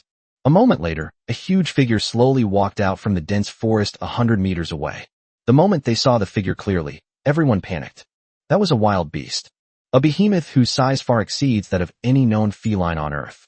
Its shoulder height is estimated to be close to 1.5 meters, almost level with the chest of an adult man. Smooth muscle lines envelop its massive frame, and every step is full of explosive power. Its fur has an eerie black-gold color, a deep, dark black. However, what is most terrifying is the two ferocious fangs protruding from its mouth. The two fangs extended downwards from its upper jaw, exceeding 30 centimeters in length, with sharp, knife-like tips that gleamed with a stark white luster. Like two curved swords hanging under their lips. An otherworldly version of a saber-toothed tiger. Chapter 47: The Slaughter. Its mouth was covered in blood, and drops of thick blood dripped down its black and golden fur. Under one of its front paws, it was casually stepping on a half-eaten, mangled corpse. The thick, black mane, the massive hindquarters, and the arrow still lodged in his hip, now looking utterly ridiculous.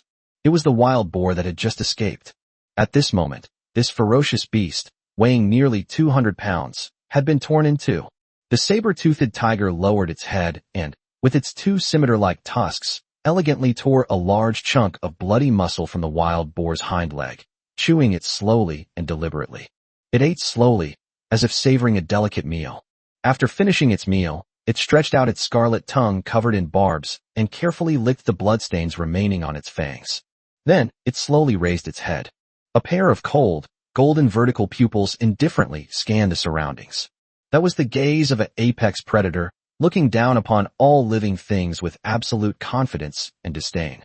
In its eyes, all the creatures in this forest could perhaps be divided into only two categories: food and things that were not food. Wang Chu and Ming Dao wished they could merge their entire bodies into the tree trunk. This is fucking like a ghost opening the door. Ming Dao's heart was racing faster than ever before. He began to analyze the situation before him. Their size, strength, and speed are completely overwhelming. Conventional weapons, whether it's the crowbar in his hand or the compound bow in Brother Shui's hand, are no different from firewood sticks in front of this monster. The only chance of survival is to run. But the premise is that it cannot be the first target. The saber-toothed tiger seemed to have eaten its fill. It lost interest in the remaining half of the wild boar carcass under its paws and casually kicked it aside. It stretched, revealing its powerful and massive body, with every muscle clearly visible. Then it started pacing. Its direction was clearly towards the edge of the forest where the survivors had gathered. Everyone's heart sank to the bottom at that moment. It's coming. Run, run. In the crowd, someone spoke first. That fragile standoff was instantly shattered.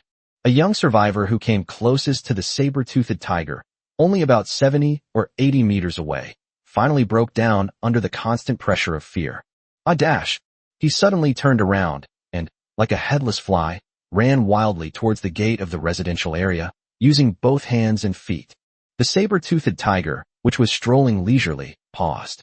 Its golden vertical pupils instantly contracted into a deadly thin line, abruptly locking onto the fleeing figure. Turn your back to him. This is a provocation. The next second, the muscles in its hind legs instantly bulged and swelled. Boom dash. A muffled thud. The ground beneath its feet seemed to cave in a little. Its enormous body covered a distance of nearly 100 meters in an instant at a terrifying speed. The survivor who was running hadn't even run 10 meters. He only heard a gust of wind tearing through the air behind him, and then the whole world spun around him. Blood splattered everywhere. Uft.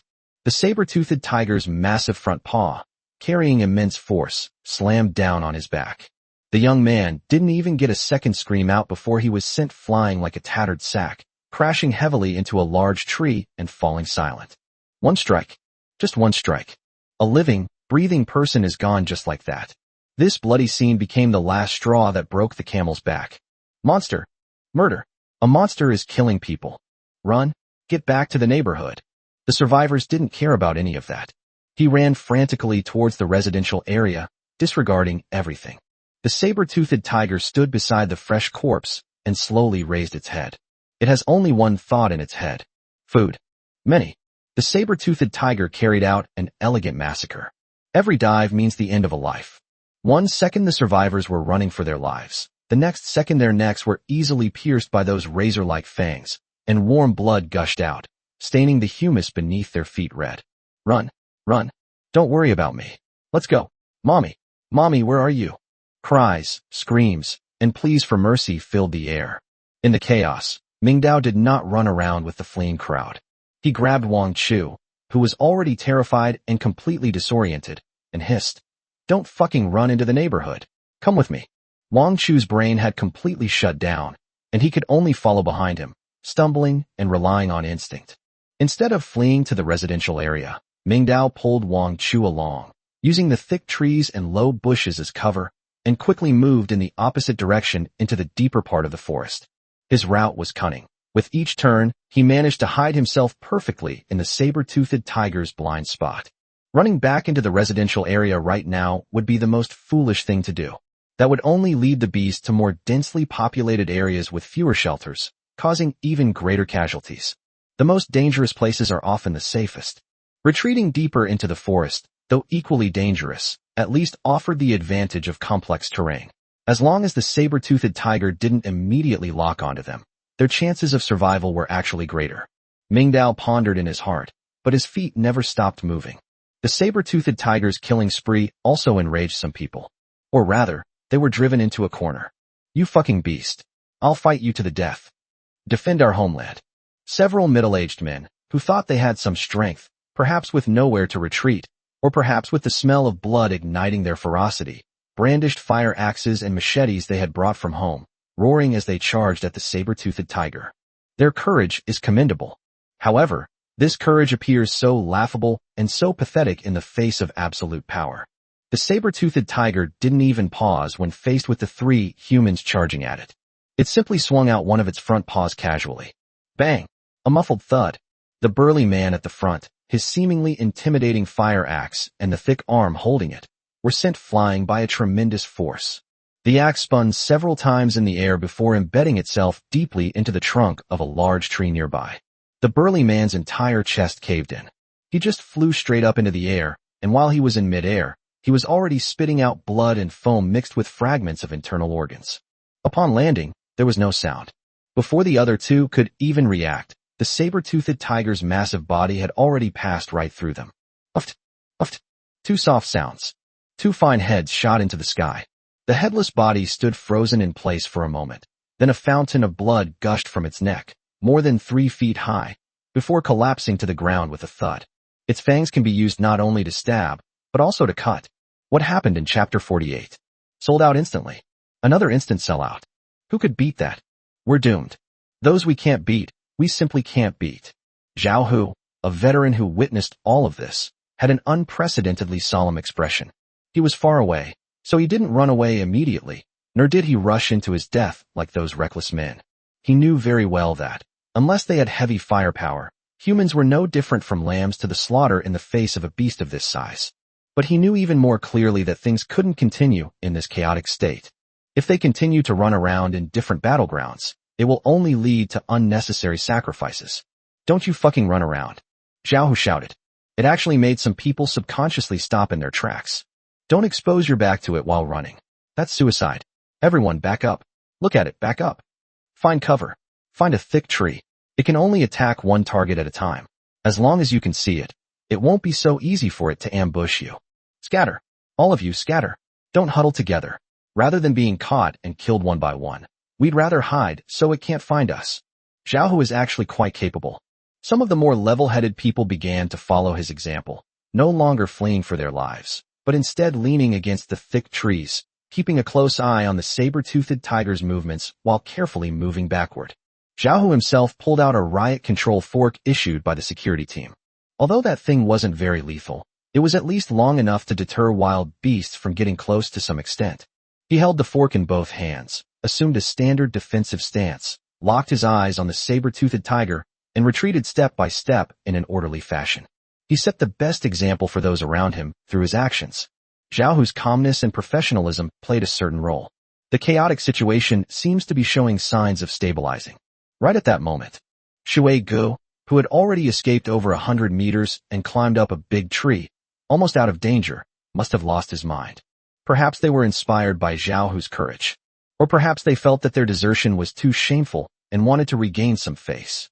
More likely, He felt that his position in the tree was safe enough to allow him to show off his skills without any risk. He stopped climbing.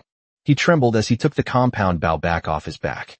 He took a deep breath, trying to calm his racing heart, and with trembling hands, drew an arrow from his quiver and nocked it. Shoot it. Kill it. If I hit it, I'll be a hero. I'll still be the sharpshooter, Brother Shui. A crazy idea kept echoing in his mind.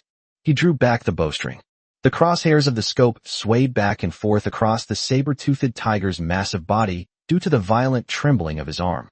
He eventually abandoned his aim for difficult targets like the head or heart, and instead focused on the saber-toothed tiger's flank.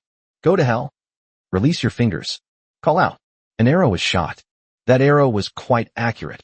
With the added advantage of the large target area, it hit the target squarely. Uft. The alloy arrowhead struck the saber-toothed tiger precisely in the side. However, the imagined scene of blood splattering did not occur. The hunting arrow, powerful enough to pierce a wild boar's skull, only penetrated a few centimeters before being firmly stuck by the saber-toothed tiger's incredibly tough muscles. The damage caused was negligible. However, this slight pain completely enraged the beast. Roar dash! A tiger's roar echoed throughout the entire forest. The saber-toothed tiger, who had been confronting Zhao Hu and the others, instantly gave up on these snacks. It suddenly turned its head.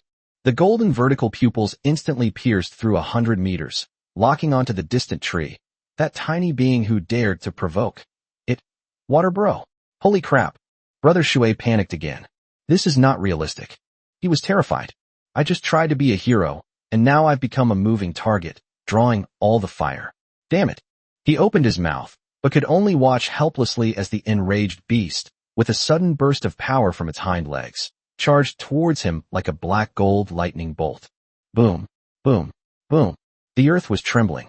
In the distance, Ming Dao, who had retreated to a safe distance, took in all of this. He shook his head slightly, as if looking at a dead man. Wang Chu, standing nearby, stared dumbfounded at this unexpected turn of events, and after a long pause, finally managed to stammer out. Is he out of his mind? Yes. At this point, you fucking provoke it? Now look what's happened. Everyone's going to suffer because of you. In Ming Dao's heart, he had already sentenced Brother Shui to death. Just as the saber-toothed tiger was about to pounce on the tree and end Shui Ji's life. From deeper within the forest, an even more majestic tiger's roar echoed from afar. Roar dash! The saber-toothed tiger, enraged, abruptly stopped its pounce on the tree. Its massive body seemed to be frozen in midair, before falling heavily to the ground. A hint of fear and struggle flashed in its two golden vertical pupils. So it let out two low growls towards the depths of the forest, as if in response, or perhaps as a show of defiance. But the arrogance in that voice was gone. Instead, it revealed a fierce but cowardly demeanor. In the end, it gave up. It turned its head, staring intently at its prey, who was almost frozen in terror in the tree, and let out a threatening, huffing sound. Its eyes seemed to say, "You're lucky this time." Then, it turned its massive body around, and with a hint of panic, plunged into the dense jungle. After a few leaps, it disappeared completely, as if it had never existed. What happened? The crowd was caught off guard and didn't react immediately. The survivors' tense nerves only eased after they confirmed that the terrifying beast had truly left. The survivors, having escaped the disaster, collapsed to the ground, their legs weak and gasping for breath. Some people even couldn't stop gagging, vomiting up their already empty stomachs. Stress-induced spasms. They couldn't believe they had escaped with their lives from the monster's fangs. Meanwhile, the hero Shui Ge, who had just narrowly escaped becoming the monster's meal, was in an even more dire situation. On the verge of life and death, he only felt a heat in his groin, and a foul-smelling liquid meandered down the rough tree trunk. He was so scared that he peed himself on the spot. Zhao, who suppressed the nausea churning in his stomach, picked up the riot fork and quickly walked to the tree. He didn't bother to persuade him, nor did he have the heart to help him up. He simply and roughly pointed the fork at Shui Ji's buttocks and hissed, "Get down." Disoriented and heartbroken, Brother Shui was like a puppet on a string. After being forked like that, his body went limp and he fell directly from the tree branch more than 3 meters high, landing on the ground with a thud. His legs went weak, and he didn't even have the strength to stand up. He just stared blankly at the sky, unconsciously muttering, "Monster." Chapter 49, 7 dead, more than 10 wounded. No one laughed at him. Even though he looked extremely disheveled at that moment, and even though the stench of urine made people frown. Because everyone was the same, they were all terrified. The terror of facing death head-on, the powerlessness of being manipulated at will, had shattered the last shred of dignity in their hearts. When humanity relinquished its dominant position. They're just intelligent primates, after all. Zhao Hu's gaze swept across the ravaged woodland as he began issuing orders. Those who can still move, go check on the wounded around here. Take a head count. The survivors moved about numbly. Soon, a rough battle casualty ratio was presented to everyone. 7 dead and more than 10 wounded. 7 mutilated corpses, almost unrecognizable as human, lay scattered in pools of blood. Some had their chests smashed open by a claw, others had their throats pierced by fangs. Their deaths were gruesome and horrifying.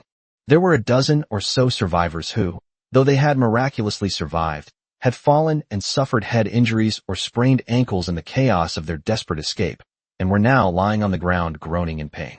The cruelty of the forest far exceeds everyone's imagination. Meanwhile, deep in the forest, hundreds of meters away from this battlefield of carnage, Mingdao immediately stopped in his tracks. He also heard the tigers roar coming from deeper in the forest. What was that sound Mingming just made? I don't know. Mingdao shook his head. But it's definitely a big guy that even that saber-toothed tiger couldn't mess with. He took a deep breath. Crisis also means opportunity.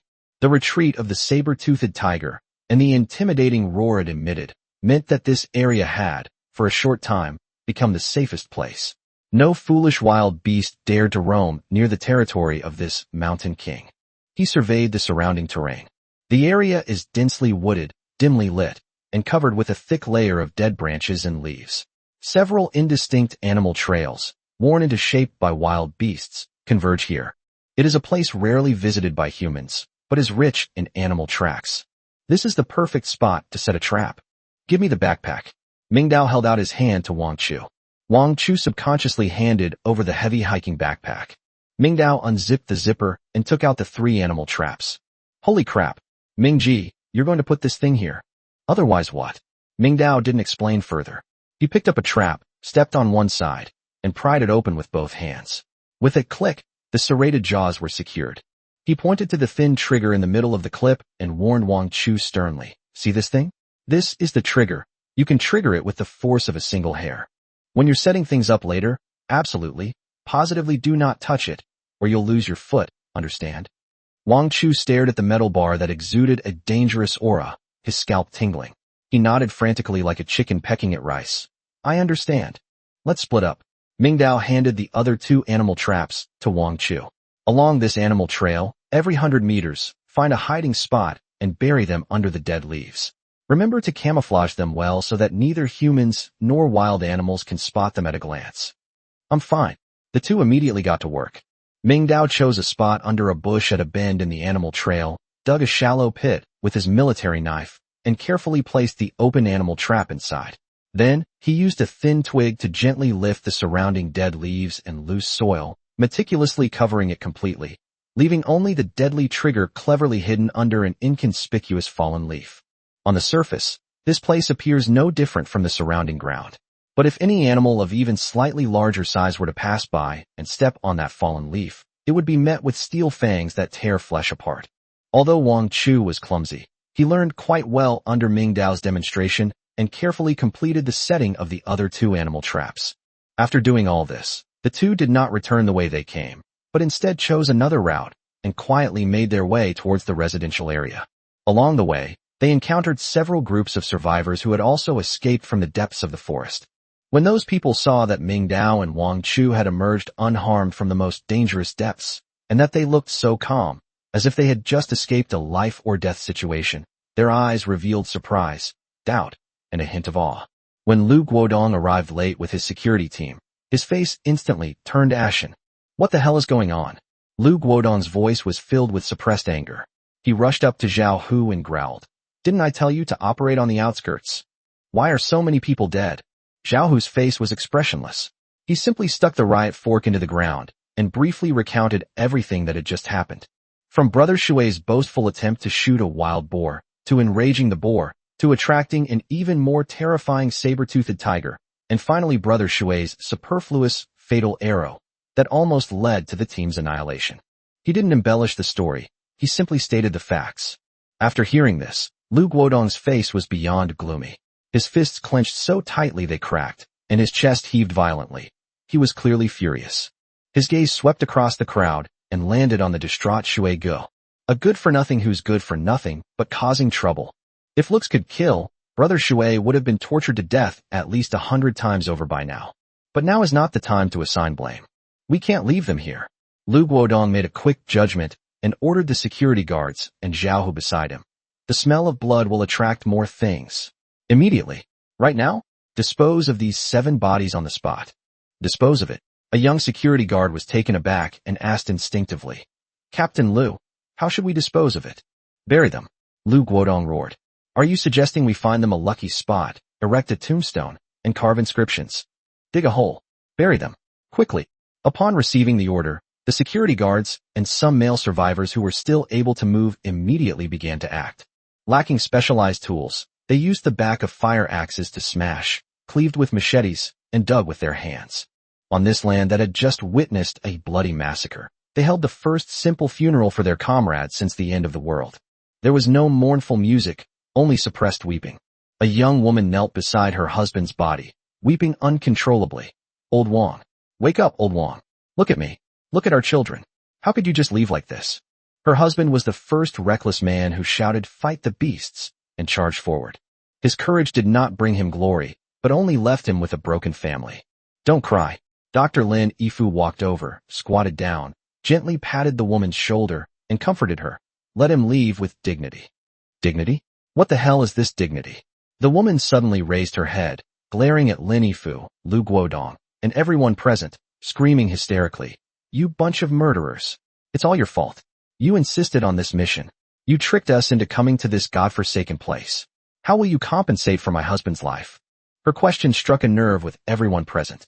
If it weren't for those elusive points, if they weren't lured by the promising future, why would they have come here? Lu Guodong's lips moved, but he ultimately kept them closed. What could he say? That it was for the collective good? That sacrifice was inevitable. Faced with these precious lives, any explanation seems pale and powerless. It will only exacerbate the conflict. He could only remain silent, letting the woman cry and curse. Finally, 7 simple pits were dug. The 7 cold corpses were lifted by their companions and relatives and then gently placed into the pit. On this unfamiliar land, the survivors shed the first tears of the apocalypse for their fallen comrades. This was the sad scene that Ming Dao and Wang Chu saw. They didn't approach, they just stood at a distance.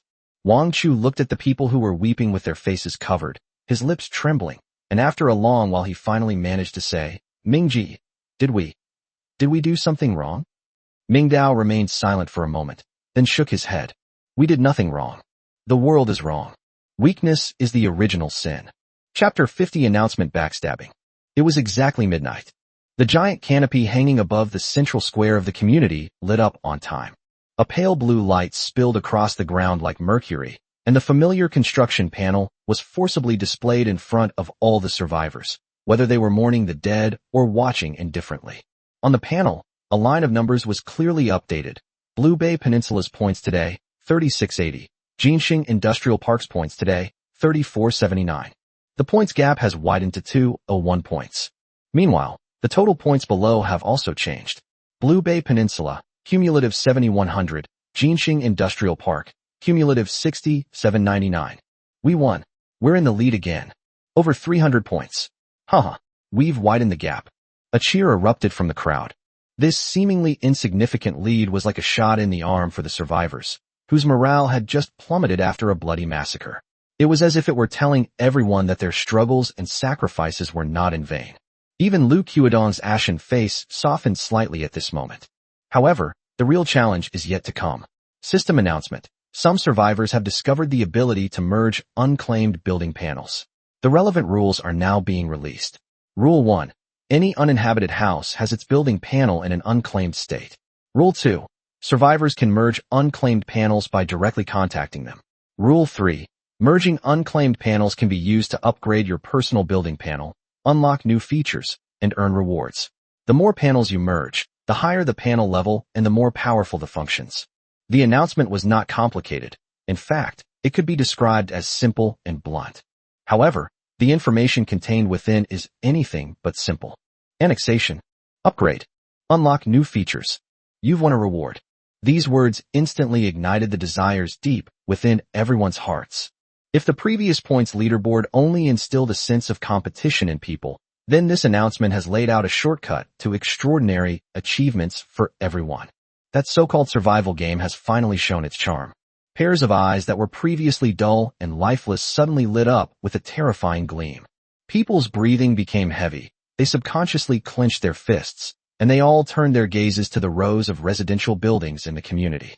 Especially those vacant houses that they already knew about, houses that hadn't had their lights on for a long time. I'll go. At the back of the crowd, Wang Chu stared blankly at the greed that was almost overflowing on the faces of his neighbors, which made him shiver. Brother Mingming. He instinctively grabbed Mingdao's arm. They've all gone mad. Mingdao's face was already as black as the bottom of a pot. Good heavens. Wow, that's amazing. He had planned everything, but he never expected that this damn Tianmu would pull such a drastic move against him. They directly exposed his greatest advantage in front of everyone. This is absolutely a betrayal. Just as he was cursing under his breath, someone in the crowd was the first to react. Building 14. Almost all the houses in Building 14 are empty. Hurry and grab them. Boom dash. The crowd erupted, attracted by the unknown upgrade. Only one thought remained in their minds: rob. Seize those empty, uninhabited houses. Take over those abandoned panels. Get the hell out of my way. Get out of my way. I saw that first. Anyone who dares to take it from me, I'll kill you. A door-knocking war that swept through the entire community suddenly broke out without any warning. The survivors each have their own goals. They frantically rushed towards the buildings with the lowest occupancy rates from their memories. They pushed and shoved, cursed, and even fought each other to get a spot. So-called civilization and order are incredibly fragile in the face of absolute temptation. Building 14, a place that Mingdao considered a treasure trove due to its remote location and lowest occupancy rate, instantly became the center of this storm. What do we do? Wang Chu asked, looking at the surging crowd. Tisk, tisk, tisk. Mingdao pulled Wang Chu and quickly retreated behind a large tree to avoid the rushing crowd. What else can we do? Our period of advantage is over. From now on, it's a competition for everyone. Wang Chu lowered his voice, his tone filled with gratitude towards Mingdao. Thank goodness, Brother Ming. You helped me level up ahead of time. Otherwise, I'd probably be in the same boat as them, getting my head bruised and battered in the crowd. His admiration for Mingdao had reached its peak at this moment. Foresight. This is simply a godlike prediction. Oh dear, what a pity. Wang Chu then pounded his chest and stamped his feet, saying with a pained expression, if only the announcement could have been delayed by 2 days. Even just one more day would have been great. We could have bought all 14 buildings. How many levels would we have been promoted to then? Stop dreaming. Mingdao glanced at him, interrupting his fantasy. Let's go back. Huh? Go back. Wang Chu was taken aback. Aren't we going to rob them? Stealing chicken feathers? Mingdao sneered. Have you finished your countdown? Oh no. Damn it. I almost forgot in my panic. Without lingering, the two quickly left the square and hurried towards Building 5. As soon as I stepped into the unit door of Building 5, a wave of noise and chaos hit me. Thump, thump, thump. Open the door. Is anyone inside? Damn it. If you don't open the door, I'll kick it down. 7th floor. 7th floor, room 702, is empty. I remember that family moved out a long time ago. Hurry up. Bullshit. I found 702 first. Get the hell out of here. Shouts, threats, and frantic banging on the door rose and fell incessantly. The facade of neighborly relations was completely torn away at this moment. This is the true law of the jungle. Mingdao and Wang Chu exchanged a glance, both seeing seriousness in each other's eyes. Without stopping, they rushed up to the 8th floor in one go.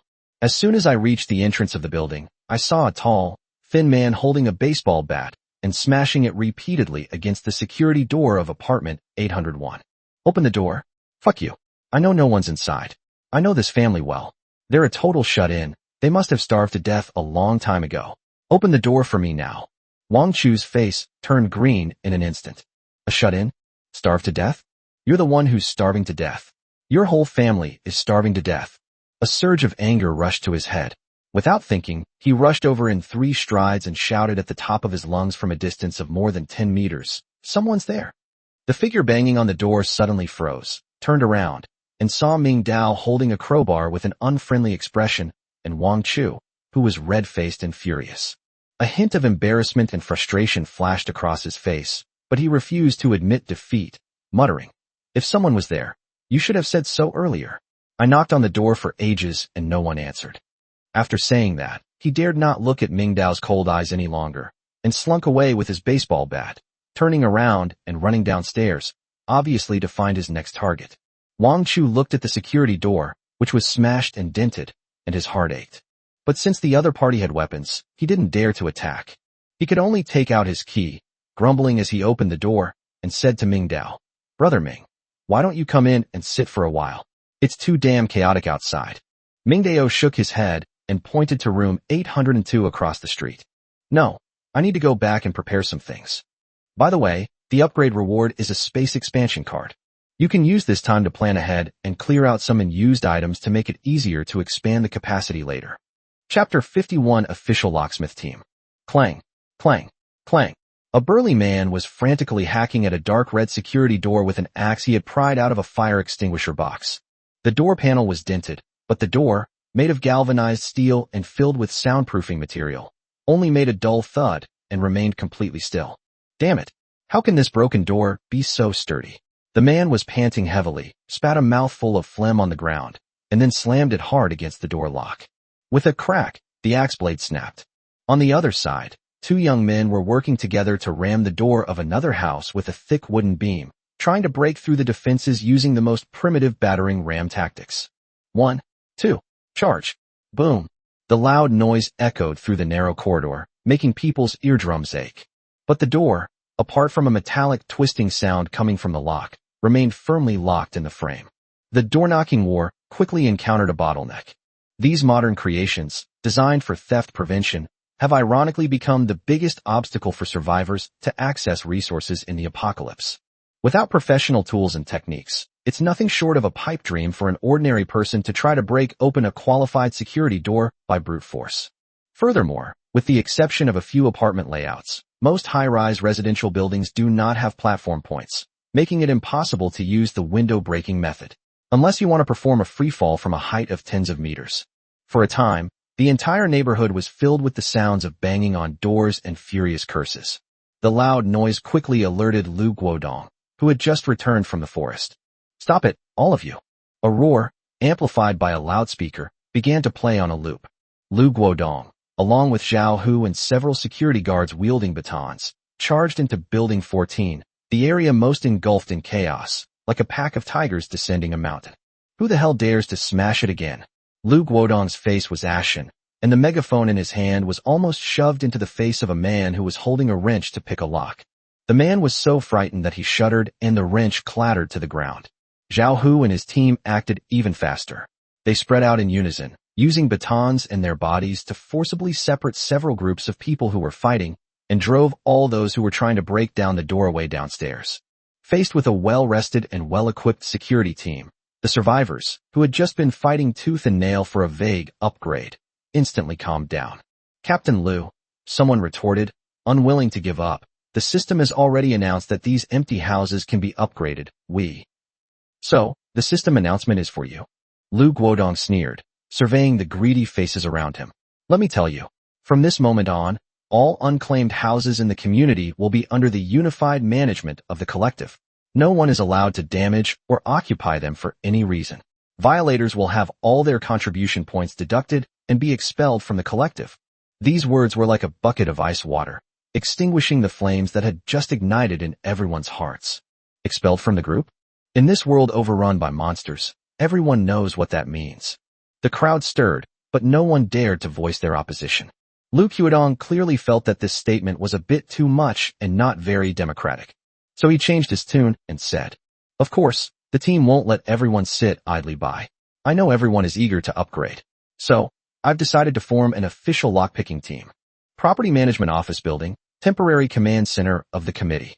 Lu Guodong handed over a licking cigarette and gave a warm smile to a man in his 50s who was sitting opposite him. "Master Qin, you're a real treasure to our neighborhood." The man's name is Qin Dahai.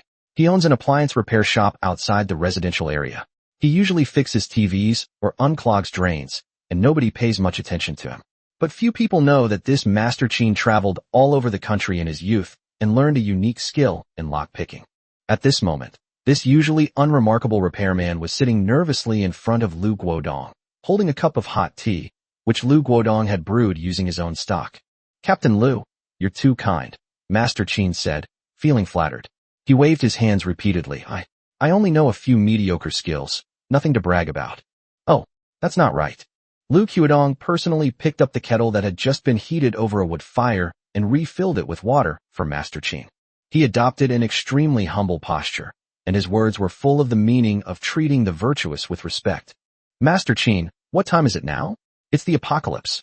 In chaotic times, a skill is worth more than a fortune. Your lockpicking skills are, without exaggeration, the golden key to our entire Blue Bay Peninsula." Master Qin was somewhat flattered by the praise, his back straightening unconsciously and a smug glow appearing on his face. He coughed twice and tentatively asked, "So, what does Captain Lu mean?" "My meaning is very simple." Lu Guodong's smile remained warm. "On behalf of the Blue Bay Peninsula Collective Committee, I formally invite Master Qin to join us and serve as the sole technical consultant for our official lockpicking team." He paused for a moment, then presented his terms. "If you agree, starting today, you and your family will receive the highest level of supplies every day. I'll deposit 100 points into your contribution account first, and for every door you open afterward, I'll add another 10 points. What do you say?" Master Qin's eyes lit up instantly. "The highest daily ration? There are still contribution points to be earned? This treatment is so unfair, you can't appreciate it without comparing it to others." His petty bourgeois smugness swelled instantly, and he felt like he had suddenly become someone superior to others. He picked up his teacup, took a sip with feigned modesty, and said slowly, "Captain Lu's terms are indeed very sincere. However, I have a problem. I can't stand having anyone telling me what to do while I'm working. Also, my tools are rather delicate, and they require some special consumables for maintenance." He's putting on airs, trying to take this opportunity to get more benefits. Lu Guodong's smile remained unchanged. He simply picked up his teacup, gently blew away the foam, and said in a calm tone, "Master Qin, your skills are a valuable asset to our community, and so are your tools. We will do our best to meet your needs." He put down his teacup, the bottom of which made a soft sound as it hit the table. But Lu Guodong's tone shifted, and his military aura was released without reservation. "You should understand that these are extraordinary times. Some things are collective and must serve the collective. Your skills no longer belong to you alone. They are the hope for the survival of over 2,000 survivors. I hope you understand this. We are protecting your safety and giving you the best treatment because you are useful." If Lu Guodong didn't finish his sentence, but the threat in his unfinished words was clear to everyone. Chapter 52: The Display of Power. Master Qin's smug expression froze instantly, and he quickly straightened his posture. He then realized that he was not facing a polite client, but a doomsday tyrant who held the power of life and death over thousands of people. I understand. Captain Lu, don't worry. From today onwards, I, Qin Dahai, am a member of the collective. If you tell me to go east, I will never go west. If you tell me to open a lock, I will open that lock. That's right. The murderous look on Lu Guodong's face vanished instantly, replaced by a warm smile. He patted Master Qin's shoulder affectionately. "We're all doing this for the collective, so that everyone can survive. Master Qin, from now on, we're family." Master Qin smiled stiffly and nodded repeatedly, but inwardly he was cursing. Lu Guodong says one thing and does another. They're incredibly ruthless. I've boarded this pirate ship, and I don't know if it's a good thing or a bad thing. That afternoon, Lu Guodong summoned all the survivors again. Standing on high ground, he announced the official launch of the official lockpicking service with great enthusiasm. All survivors can submit an application to the management committee, and our Master Qin will provide professional lockpicking services for everyone. A small cheer rose from the crowd. However, Lu Guodong raised his hand to lower his voice and announced the real rules. Each time you request locksmith services, you need to pay 50 contribution points. This is for Master Qin's technical service fee and tool wear and tear fee. 50 points. The crowd erupted in chaos. An ordinary person can only earn 3 to 5 contribution points after working hard all day. They could barely exchange it for some food. 50 points, that's an astronomical price. However, the worst was yet to come.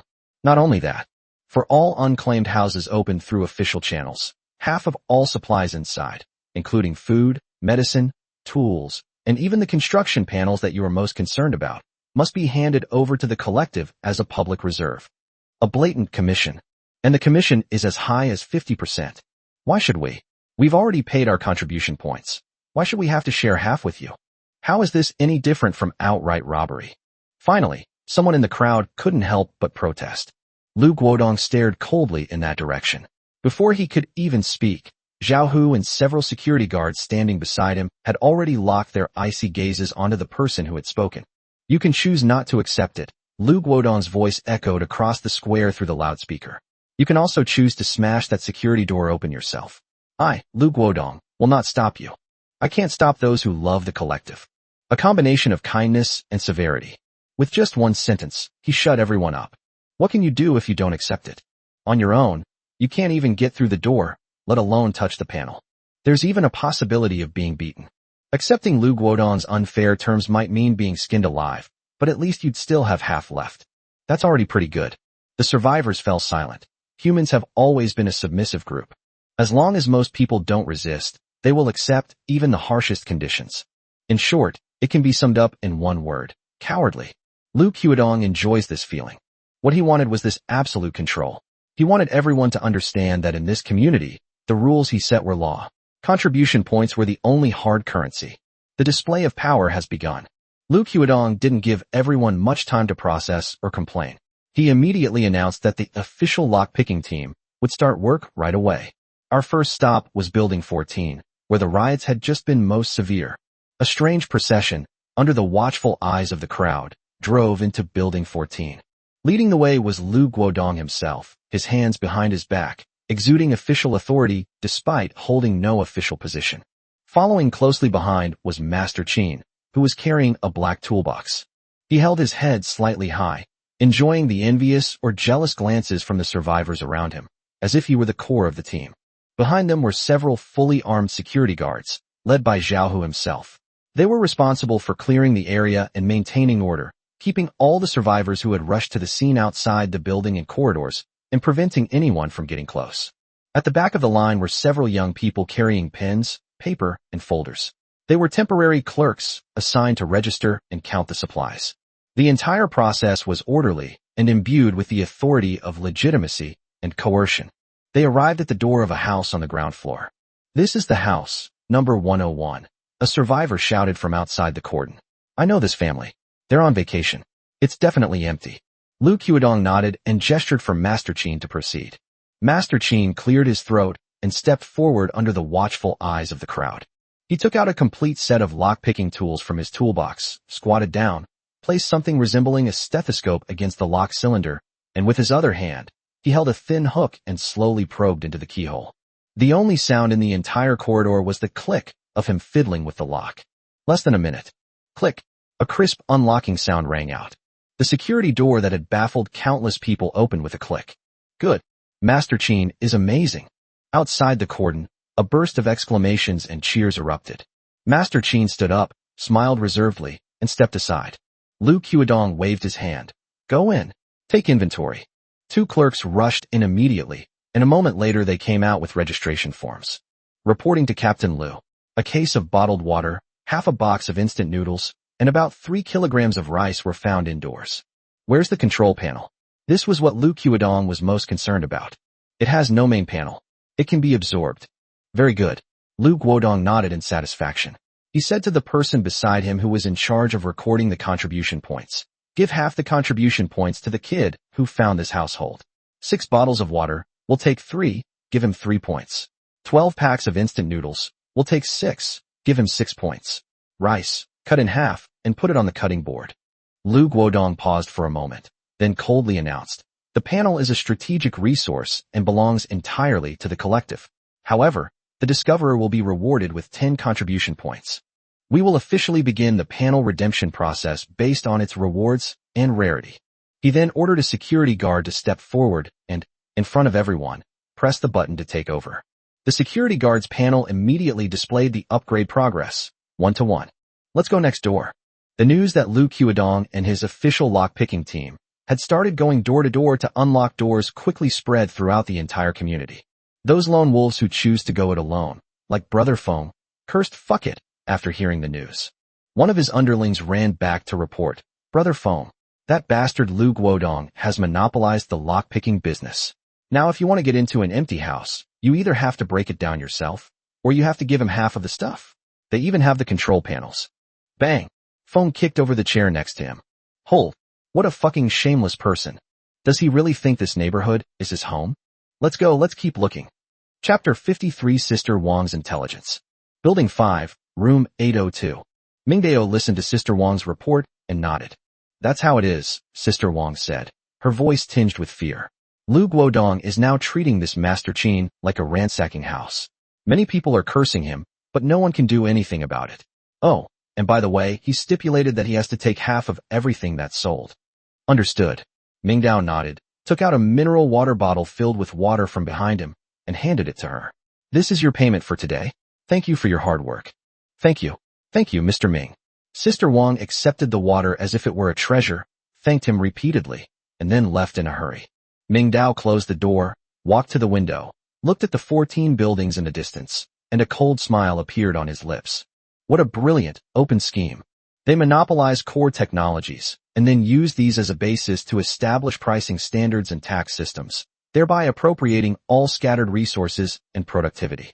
Not only did they amass wealth and expand collective resources, but they also pushed the dominance of the virtual currency contribution points to unprecedented heights. Brilliant. Absolutely brilliant. Lu Guodong certainly has the air of a ruthless and ambitious man. But it is clear to anyone with eyes to see that this kind of heavy-handed approach, which is almost like robbery, may have consolidated his rule in the short term, but it will inevitably arouse deeper contradictions. The discontent and resentment of those exploited survivors, those lone travelers whose means of survival were cut off, have been accumulating. Now, it is simply silent. But once it reaches a certain critical point and erupts, it will be enough to shatter the current seemingly stable order. Take your time having fun. Mingdao withdrew his gaze. They had searched the first few floors of Building 14. He was very curious about the other person's expression. 14 buildings. The scene was somewhat awkward. After breaking down 3 doors in a row, hoping to continue the effort, they ended up with nothing. Lu Guodong's face was extremely pale. Standing next to him, the technical consultant, Master Qin, was also wiping the cold sweat from his forehead, not daring to utter a sound. He can pick locks, but only if there's a lock inside for him to open. The situation with these few households is complicated. Captain Lu, a young man in charge of registration, approached. This is the 3rd household already, and there's absolutely nothing inside. Not even a registration panel. Not a single hair. I know. Lu Guodong's eyes were so sinister they could drip water. What happened? Is the system announcement fake? Or is it that not all empty houses have this so-called no main panel feature? He established an official lockpicking team, formulated draconian terms, and used both coercion and inducement to create such a grand spectacle, all in order to firmly control all unclaimed panels and turn this most crucial strategic resource into the cornerstone of his rule. But now, after 3 consecutive attempts, the result was always empty. This not only wasted his efforts, but also subtly undermined the authority he had just established. The survivors downstairs, who were kept outside, watched the farce unfolding upstairs with schadenfreude. Damn it! Lu Guodong cursed under his breath. How bizarre. There's something inexplicably strange about this. Let's go? Let's check the 4th floor. He suppressed his anger, waved his hand, and led the team upstairs. He refused to believe it. If he couldn't produce a panel in public today, where would Lu Guodong put his face? However, just as the group reached the corner of the stairs on the 3rd and a half floor, Zhao Hu suddenly stopped. He pointed to the stairwell on the 4th floor and said in a deep voice, Captain Lu, look. Lu Guodong looked in the direction he was pointing, and his pupils suddenly contracted. The kitchen window in apartment 401 on the 4th floor is shattered. Those weren't spiderweb-like cracks from being struck with a blunt object. Rather, the 4 corners had been precisely knocked off, and shards of broken glass were scattered haphazardly across the indoor floor. This little detail. This means that someone had sneaked in from the outside. Lu Guodong's heart sank, and a bad premonition welled up in his mind. He rushed up to the 4th floor in 3 quick steps and gestured to Master Qin. Master Qin didn't dare to delay and immediately stepped forward to unlock the door. Click. The door opened in response. Lu Guodong personally inspected the area this time. He was the first to rush in. The living room was empty, with only a thin layer of dust. Right in the center, where a pale blue light screen should have been suspended, there was nothing there at the moment. It's empty again. No, that's not right. Lu Guodong's gaze fell on a disassembled air conditioner casing in the corner of the living room, and several discarded black sponge filters next to it. He seemed to understand something. Lu Guodong walked quickly to the broken kitchen window, stretched out his finger, and gently ran it across the window frame. There is no dust. This means that the window was opened within the last day or two. Someone discovered this secret a long time ago, he muttered to himself. He understood. It's not that it didn't exist, but rather that it was already taken over by someone else and swallowed up. A blurry figure flashed through Lu Guodong's mind, instantly merging with the name high on the leaderboard. Anonymous. Points, 47. It must be him. Only he, this mysterious person who has shown amazing foresight and action from the very beginning of the game, could possibly have known the secret of the panel before the system announcement. He not only discovered it, but also took advantage of the information gap to quietly complete his initial capital accumulation. Lu Guodong felt a chill run from the soles of his feet straight to the top of his head. He always thought he was the one in control of the community and the one who made the rules.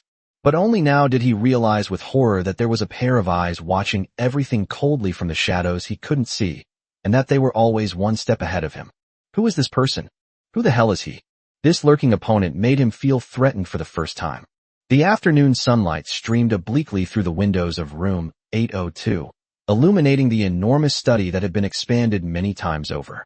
Mingdao was kneeling on the ground, using a pencil to plan out this secret space that belonged only to him on a piece of paper torn from a notebook.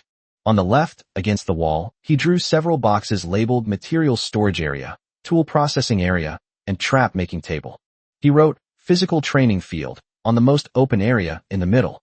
In the end times, a strong physique is the foundation of everything. On the right side, near the window where the light is best, he drew a dense grid of squares and wrote 2 words next to it, Farmland. Although there are no seeds or cards yet, that doesn't stop him from planning ahead. A self-sufficient indoor farm sounds wonderful. He was immersed in the thrill of planning for the future, like a god building his own kingdom. Just then, thump, thump, thump, thump. A series of very rhythmic knocks suddenly rang out. 3 long, 2 short. Mingdao paused, slowly stood up, and picked up the crowbar leaning against the table. I peered through the peephole. It's Sister Wang again. She was wearing an old coat, her hands in her pockets, her hat pulled low, and she was nervously looking around like an inexperienced underground worker. After confirming that it was safe, Mingdao unlocked the door, opening it only a crack less than 20 centimeters wide.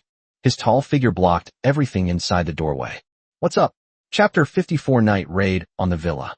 Startled by the sudden sound, Sister Wang quickly pulled out a piece of paper that had been folded several times from her pocket and slipped it through the crack in the door.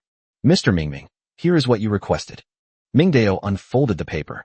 It was a map drawn with ballpoint pen. The drawing was a floor plan of the apartments in their building, number 5. Each room number was circled, with various bits of information written next to them. 602. Old Wang, male, around 60 years old, resume unclear, likes fishing, wife has heart disease and needs long-term medication. He definitely keeps a lot of good cigarettes and alcohol at home. 402. The male homeowner is called Qiang Wu, a fitness instructor, in his early 30s, very strong, with a bad temper. His wife is very thin and is often scolded by him, but the house seems to have a lot of supplies. I heard them chopping meat the other day. 501. 2 young people live there. They do interior decoration, so they definitely have a lot of tools. They seem alright, not very talkative. 301. Aunt Zhang's house, a family of 3. 202. Vacant room. The owner seems to have never been back. This map is practically a portrait of the diverse characters in Building 5. Who is strong? Who is weak? Who has a sick family member? Who has resources? Who has conflicts with whom? And who is a potential threat? Everything was meticulously recorded by Sister Wang, with her uniquely feminine keen observation skills. He couldn't concern himself with other people, but he still needed to keep track of the neighbors in this building. This is exactly the intelligence Mingdao needs. He nodded in satisfaction, carefully folded the map, and put it in his pocket. Very good. Having received affirmation, Sister Wang seemed to have mustered her courage. She lowered her voice and leaned closer to the crack in the door. Mr. Ming, there's one more thing. Explain. I've had some contact with those loners who didn't join the group. One of them was a friend of mine from before. Mingdao's eyes narrowed. This was an unexpected delight. Today when I went to the forest to pick wild vegetables, I saw that group of people gathered together, acting suspiciously. I pretended to pass by and overheard them discussing going to the villa area to pull off a big heist. Villa area? Mingdao's heart stirred. The mutilated corpse torn apart by wild beasts, the murky and foul-smelling fountain. A series of bizarre images flashed through his mind in an instant. That place was eerie in every way. Yes. Sister Wang nodded vigorously, a hint of self-satisfaction gleaming in her eyes. They seemed to have their eyes on a wealthy family's villa. They say that family must have hidden a lot of food and a generator in their home. She added, they said they heard a beeping sound coming from that villa when they passed by last night. Dynamo. These 3 words are extremely important. Mingdao became interested. In a post-apocalyptic world where electricity and the internet are completely cut off, what does a generator that can provide a stable power supply mean? It signifies light. This means it can power all kinds of electrical appliances. It means refrigerators that can store food, power tools that can perform fine processing, and even a corner of modern civilization that can be restarted. Its value is immeasurable. Mingdao remained outwardly calm, but his heart began to race uncontrollably. He could understand the importance of the generator, and Lu Guodong certainly could too. And now, even that group of desperados had their eyes on it. This small generator has become the eye of the storm. He took out a bottle of purified water that he had prepared beforehand from behind the door and handed it out through the crack in the door. Extra compensation. By the way, do you have any empty bottles you can give me? Sister Wang took the water bottle and hugged it tightly to her chest. Thank you, Mr. Ming. Thank you. Keep an eye on it. I need to know the movements of both the management committee and the Lone Rangers. In particular, I need to know when they plan to make their move. I understand. I understand. Sister Wang nodded repeatedly, like a chick pecking at rice. Go. Mingdao slammed the door shut. The lock clicked shut, followed by the sound of a crowbar hitting the door. Double insurance, separating the 2 worlds. Sister Wang quickly stuffed the bottle of life-saving water into her loose-fitting clothes and ran downstairs. They were afraid of being seen. The sun sets very quickly. 2 dark red moons hung in the sky, casting eerie light that gilded this abandoned land with an ominous crimson hue. In the stillness of the night, a dozen dark figures, like ghosts, slipped through the overgrown garden and into the villa area. The one leading the group was none other than the blonde-haired youth, Brother Feng. He and his dozen or so companions each had a steel bar or pipe salvaged from construction waste. Sneaky and furtive. The group stopped deep in the villa area, and everyone's eyes were focused on a particularly impressive detached villa in front of them. The villa's exterior is paved with expensive marble, and even in the dim light, its former splendor is still evident. Unlike other villas that had been looted, its gate was tightly shut. Behind the ornate wrought iron gate, it was reinforced from the inside with heavy wooden planks, and all the windows were covered with thick curtains, so no light could be seen. Brother Feng, this is it. A thin young man, nicknamed Monkey by the crowd, said in a low voice. I heard it clearly that day. The generator's beeping sound was coming from here.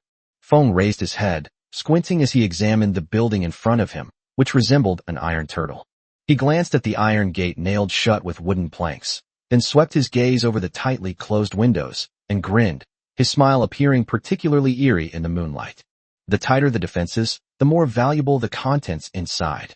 If there's a generator, then there's fucking electricity. If there's electricity, the refrigerator will work. If the refrigerator works, then there's definitely good meat inside. Got it. Understood. Get to work. Brother Feng shouted in a low voice, but did not order a forced attack on the gate. The reinforced iron gate was too noisy and would easily attract all the stray dogs in the neighborhood. He pointed to one side of the garden, where a rockery, about half a person's height, was placed as a landscape decoration. Don't fucking come in through the front door. It'll be too noisy. Brother Feng ordered. Go move that rock over here. We'll come in through the window. Immediately, 4 or 5 strong young men rushed over and, with a few quick movements, lifted the heavy rockery. They staggered to the side of the villa and, under Feng's direction, targeted a large, seemingly flimsy-looking floor-to-ceiling window on the first floor. Although the window was also fitted with security bars, it was undoubtedly a better entry point than the main door. Fuck you, give it your all. Brother Feng urged in a low voice. 1, 2, 3, charge. Bang. Chapter 55 Mr. Chun. The dull thud carried far into the night. The sharp corner of the artificial rock collided violently with the security grill, causing a large section of the grill to dent inwards. It worked. Again, Feng's eyes gleamed. Bang! Bang! One after another. Each time it rang, it sent shivers down the spines of any survivors who might be inside the villa.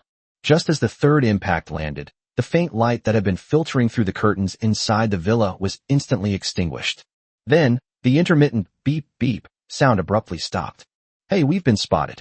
Feng Ji's face broke into a mocking grin, like a cat catching a mouse. The guys inside are pretty clever. They knew to turn off the lights and the generator. Too bad, it's too late. The reactions inside confirmed Monkey's intelligence and further fueled the greed of Brother Feng and his men. They had been hungry all day.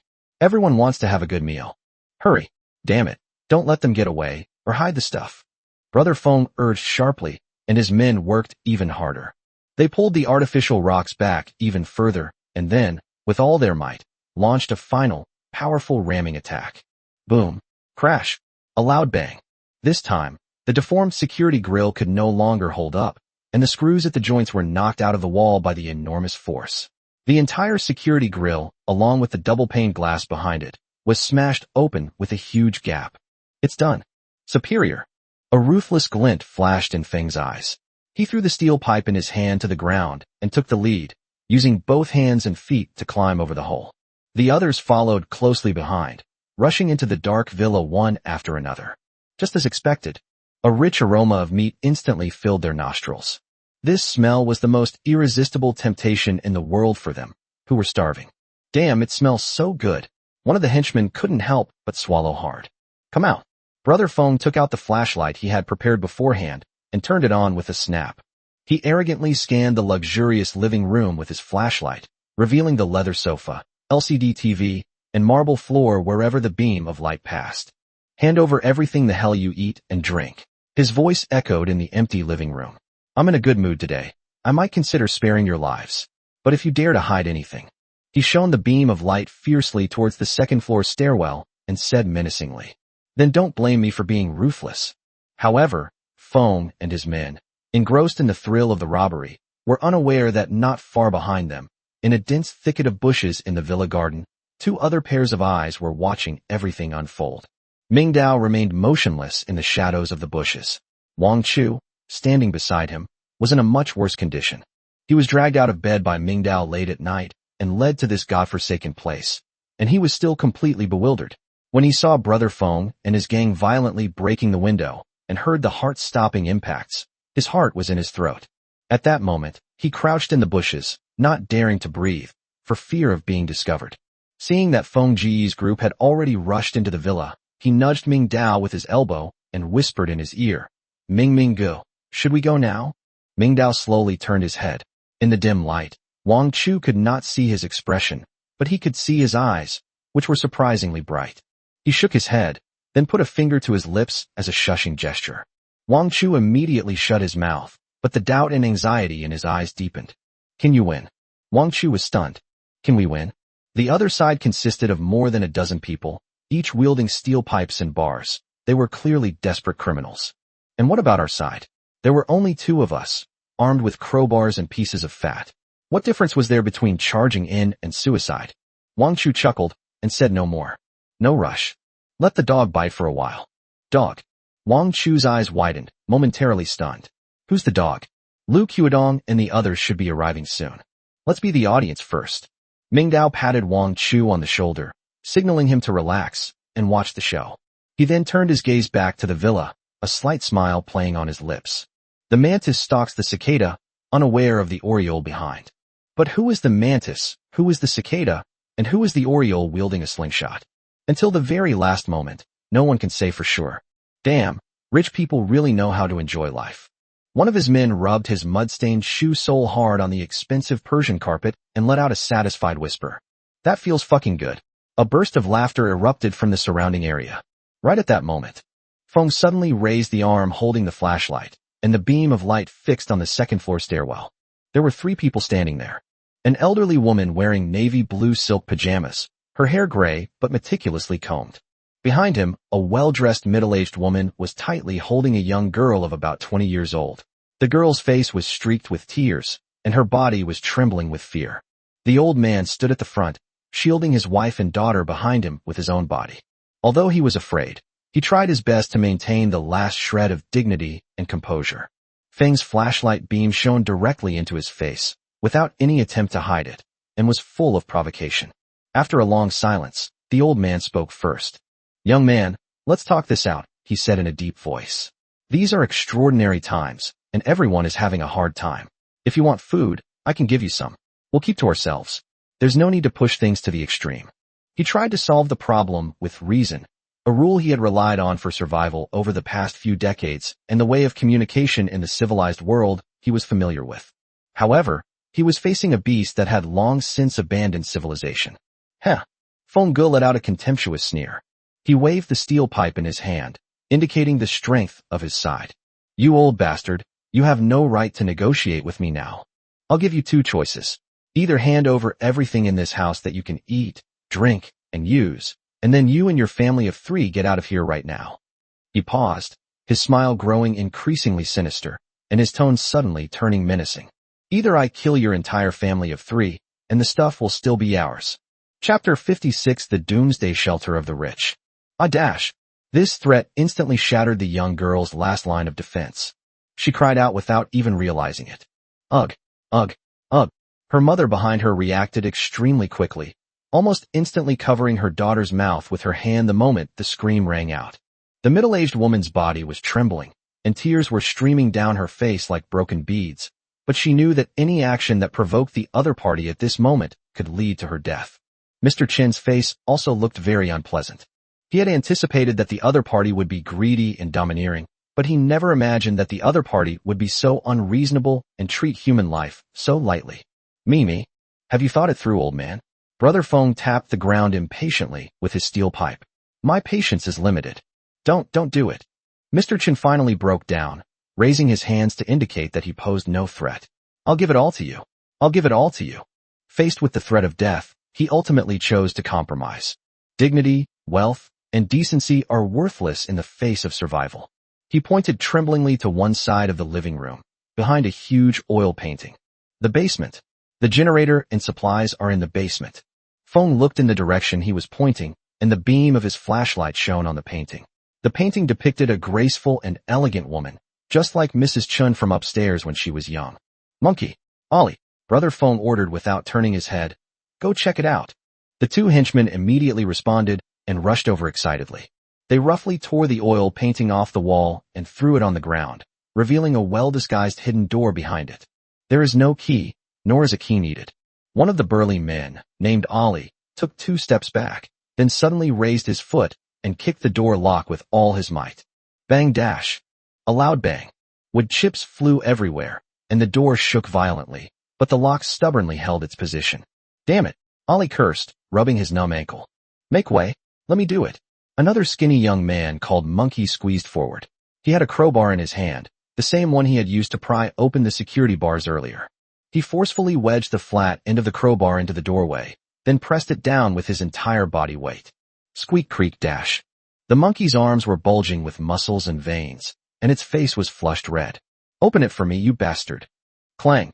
With a loud bang, the entire door lock, along with a large door panel, was pried open and violently slammed against the wall. That's the principle of leverage. A strong smell of diesel fuel wafted out instantly. Feng's eyes lit up. He shoved aside the 2 men blocking his way and was the first to shine his flashlight inside. Below, there was indeed a hidden world. It was a downward staircase, and at the end of the staircase was an underground space that was much wider than I had imagined. Feng was the first to go downstairs. The others followed closely behind, leaving only 2 people behind, pointing their steel pipes at Mr. Chen's family upstairs to prevent them from escaping or causing trouble. When Brother Feng's flashlight beam illuminated the entire basement, even he couldn't help but gasp. This isn't just a basement, it's practically a mini post-apocalyptic shelter, a fully equipped supply depot. The basement is over 100 square meters, well ventilated, dry and clean. Along the wall, rows of metal shelves stretched from floor to ceiling, piled high with supplies. On the far left shelf are boxes and boxes of mineral water and various canned beverages, including cola, juice, and energy drinks, all neatly arranged. The middle shelves were entirely filled with food. One shelf contained various compressed biscuits and instant food rations. One layer was piled high with canned goods, luncheon meat, canned dates with black bean sauce, canned fruit, you name it. The top layer consists of dozens of huge vacuum-sealed bags filled with whole pieces of cured meat, ham, and dried sausages. The shelf on the far right is even more heavyweight. Bags of rice weighing 50 pounds each were piled up like small mountains, next to which were barrels of cooking oil, boxes of instant noodles, and various seasonings, including salt, sugar, soy sauce, vinegar, and even several large cans of milk powder and condensed milk. These supplies, enough to drive anyone mad in the apocalypse, were displayed before them so unguarded that the visual impact was devastating. In the deepest part of the basement, in a corner, stood a small, brand-new diesel generator, about half a person's height, standing quietly. Its body still emitted a trace of warmth, and next to it were neatly stacked a dozen or so metal drums filled with diesel fuel. Next to the generator, there was even a large-capacity freezer. It's frozen inside, and it's all top-quality beef. Holy crap, X10. We've struck it rich. The monkey looked at the room full of supplies and exclaimed in shock. Boss, we're rich. Holy crap. Holy crap. There must be so much food in this. Generator. There's another generator. And a freezer. The freezer is full. Is this the foresight of the wealthy? Apocalyptic shelter? Ha ha. We're rich. I'll never go hungry again. What's that saying again? My neighbor hoards grain. I hoard guns. My neighbor is my granary. His men erupted in greedy cheers and rushed toward the shelves like a bunch of madmen. Some people even twist open a bottle of Coke and gulp it down. Refreshing. Fonga laughed smugly. This is what you call post-apocalyptic survival. He gestured for everyone not to touch the supplies yet, and to take inventory of everything. Then he turned around, slowly walked up the stairs, and returned to the living room. She approached Mr. Chun and raised her hand. Slap, slap, slap. Wouldn't it have been better if you had done this earlier? Feng's lips curled into a grin. You just had to refuse a toast, and then suffer the consequences. Mr. Chun was furious, but dared not speak out. Tie up all three of them. Gag him too. Damn it. All that crying and whining is so annoying. You. Mr. Chun felt a pang of panic. The other party had no intention of letting my family go. You son of a bitch. No, no. Mrs. Chun clung tightly to her daughter, trying to use her frail body to resist the two men who were grinning as they approached. But it was all in vain. One of the henchmen impatiently shoved her away, while another roughly grabbed the girl's arm. Wow, so fair-skinned. Hee hee. Let go of my daughter. You beasts. Let her go. Mr. Chin's eyes were bloodshot as he rushed towards the two henchmen without regard for anything else. However, how could his aged body possibly be a match for a young and strong desperado? One of the young men didn't even use a weapon. He simply raised his foot and kicked him hard in the stomach. Bang! Mr. Chun let out a muffled groan, collapsed to the ground, and couldn't get up for a long time. Dad! The girl cried out in a heart-wrenching sob. But soon, a tattered piece of cloth, torn from somewhere, was shoved into her mouth, silencing all her cries. What are you yelling for? Daddy will make you yell even more fun later. Chapter 57 Hero Saves the Beauty? Near the central square, an 8-person patrol team is walking slowly. They were selected by Lu Guodong from among the able-bodied young men who were willing to contribute, and were led by Zhao Hu, a veteran. At this moment, the tension that had been building up all day eased up a bit, and the team members chatted excitedly, naturally revolving around the panel upgrade controversy that had swept through the entire community that afternoon. Damn, I never thought this panel could be upgraded. What's the use of upgrading it? Will it make me several times stronger? A young man named Li Wei waved the steel pipe in his hand, his face full of anticipation. I bet it's more than that. Another team member chimed in, lowering his voice and speaking mysteriously. I heard from people in Building 14 that the first security guard under Captain Lu to be promoted later tried it himself, and he could knock a chunk of plaster off the wall with one punch. Just like Superman in the movies. Holy crap, is this for real? Of course it's true. Several people saw it. If I level up too, what am I afraid of when I go into the forest again? I'll take them down with one punch. 666 bro. Fantasy fermented in the quiet night, turning into the most primal desire for power. In this unfamiliar land, anything that can enhance one's ability to survive is enough to attract ordinary people like moths to a flame.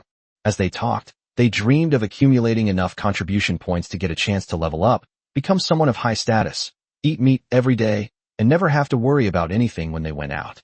Just then, a seemingly quick-witted teammate approached Zhao Hu with a fawning smile, offering him a cigarette. Brother Hu here, have one. Brother Hu, I heard Captain Lu upgraded your stats right away. Tell us, What's different after the upgrade? Let us see for ourselves. The others immediately fell silent, and all eyes were fixed on Zhao Hu with envy. Zhao Hu was enjoying the feeling of being the center of attention. He didn't take the cigarette, but instead took out a pack of Zhonghua cigarettes from his pocket, pulled one out, and put it in his mouth. Li Wei, who was next to him, immediately offered him a lighter and lit it for him. Zhao Hu took a deep drag, exhaled a thick smoke ring, and the smoke blurred the smug expression on his face. He glanced at the expectant crowd, deliberately keeping them in suspense, and slowly said, "Of course there are benefits. Otherwise, why would so many people be scrambling to give away contribution points?" He raised his hand, casually clenched his fist, and his knuckles cracked crisply. "However, becoming a Superman is impossible. We must believe in science. Besides, there's a 24-hour countdown, so who knows what might happen. Don't just be envious." Zhao Hu flicked his cigarette ash, his tone carrying a condescending sense of superiority. "Work hard, and you'll get your share in the future. Captain Liu is fair in his rewards and punishments. He won't mistreat his own people."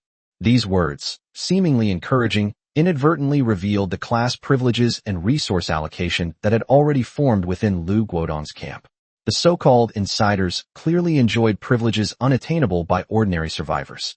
Zhao Hu felt extremely pleased with this privilege. He believed it was rightfully his. As one of the earliest professional military personnel to join Lu Guodong, he was responsible for training the security team, maintaining order, and even confronting saber-toothed tigers in the forest. He had given his blood and sweat and deserved the best reward. "Brother Tiger, how many contribution points do I need to apply for an upgrade?" someone asked cautiously. Zhao Hu chuckled and waved his hand dismissively. "Contribution points? Those things are for those outsiders.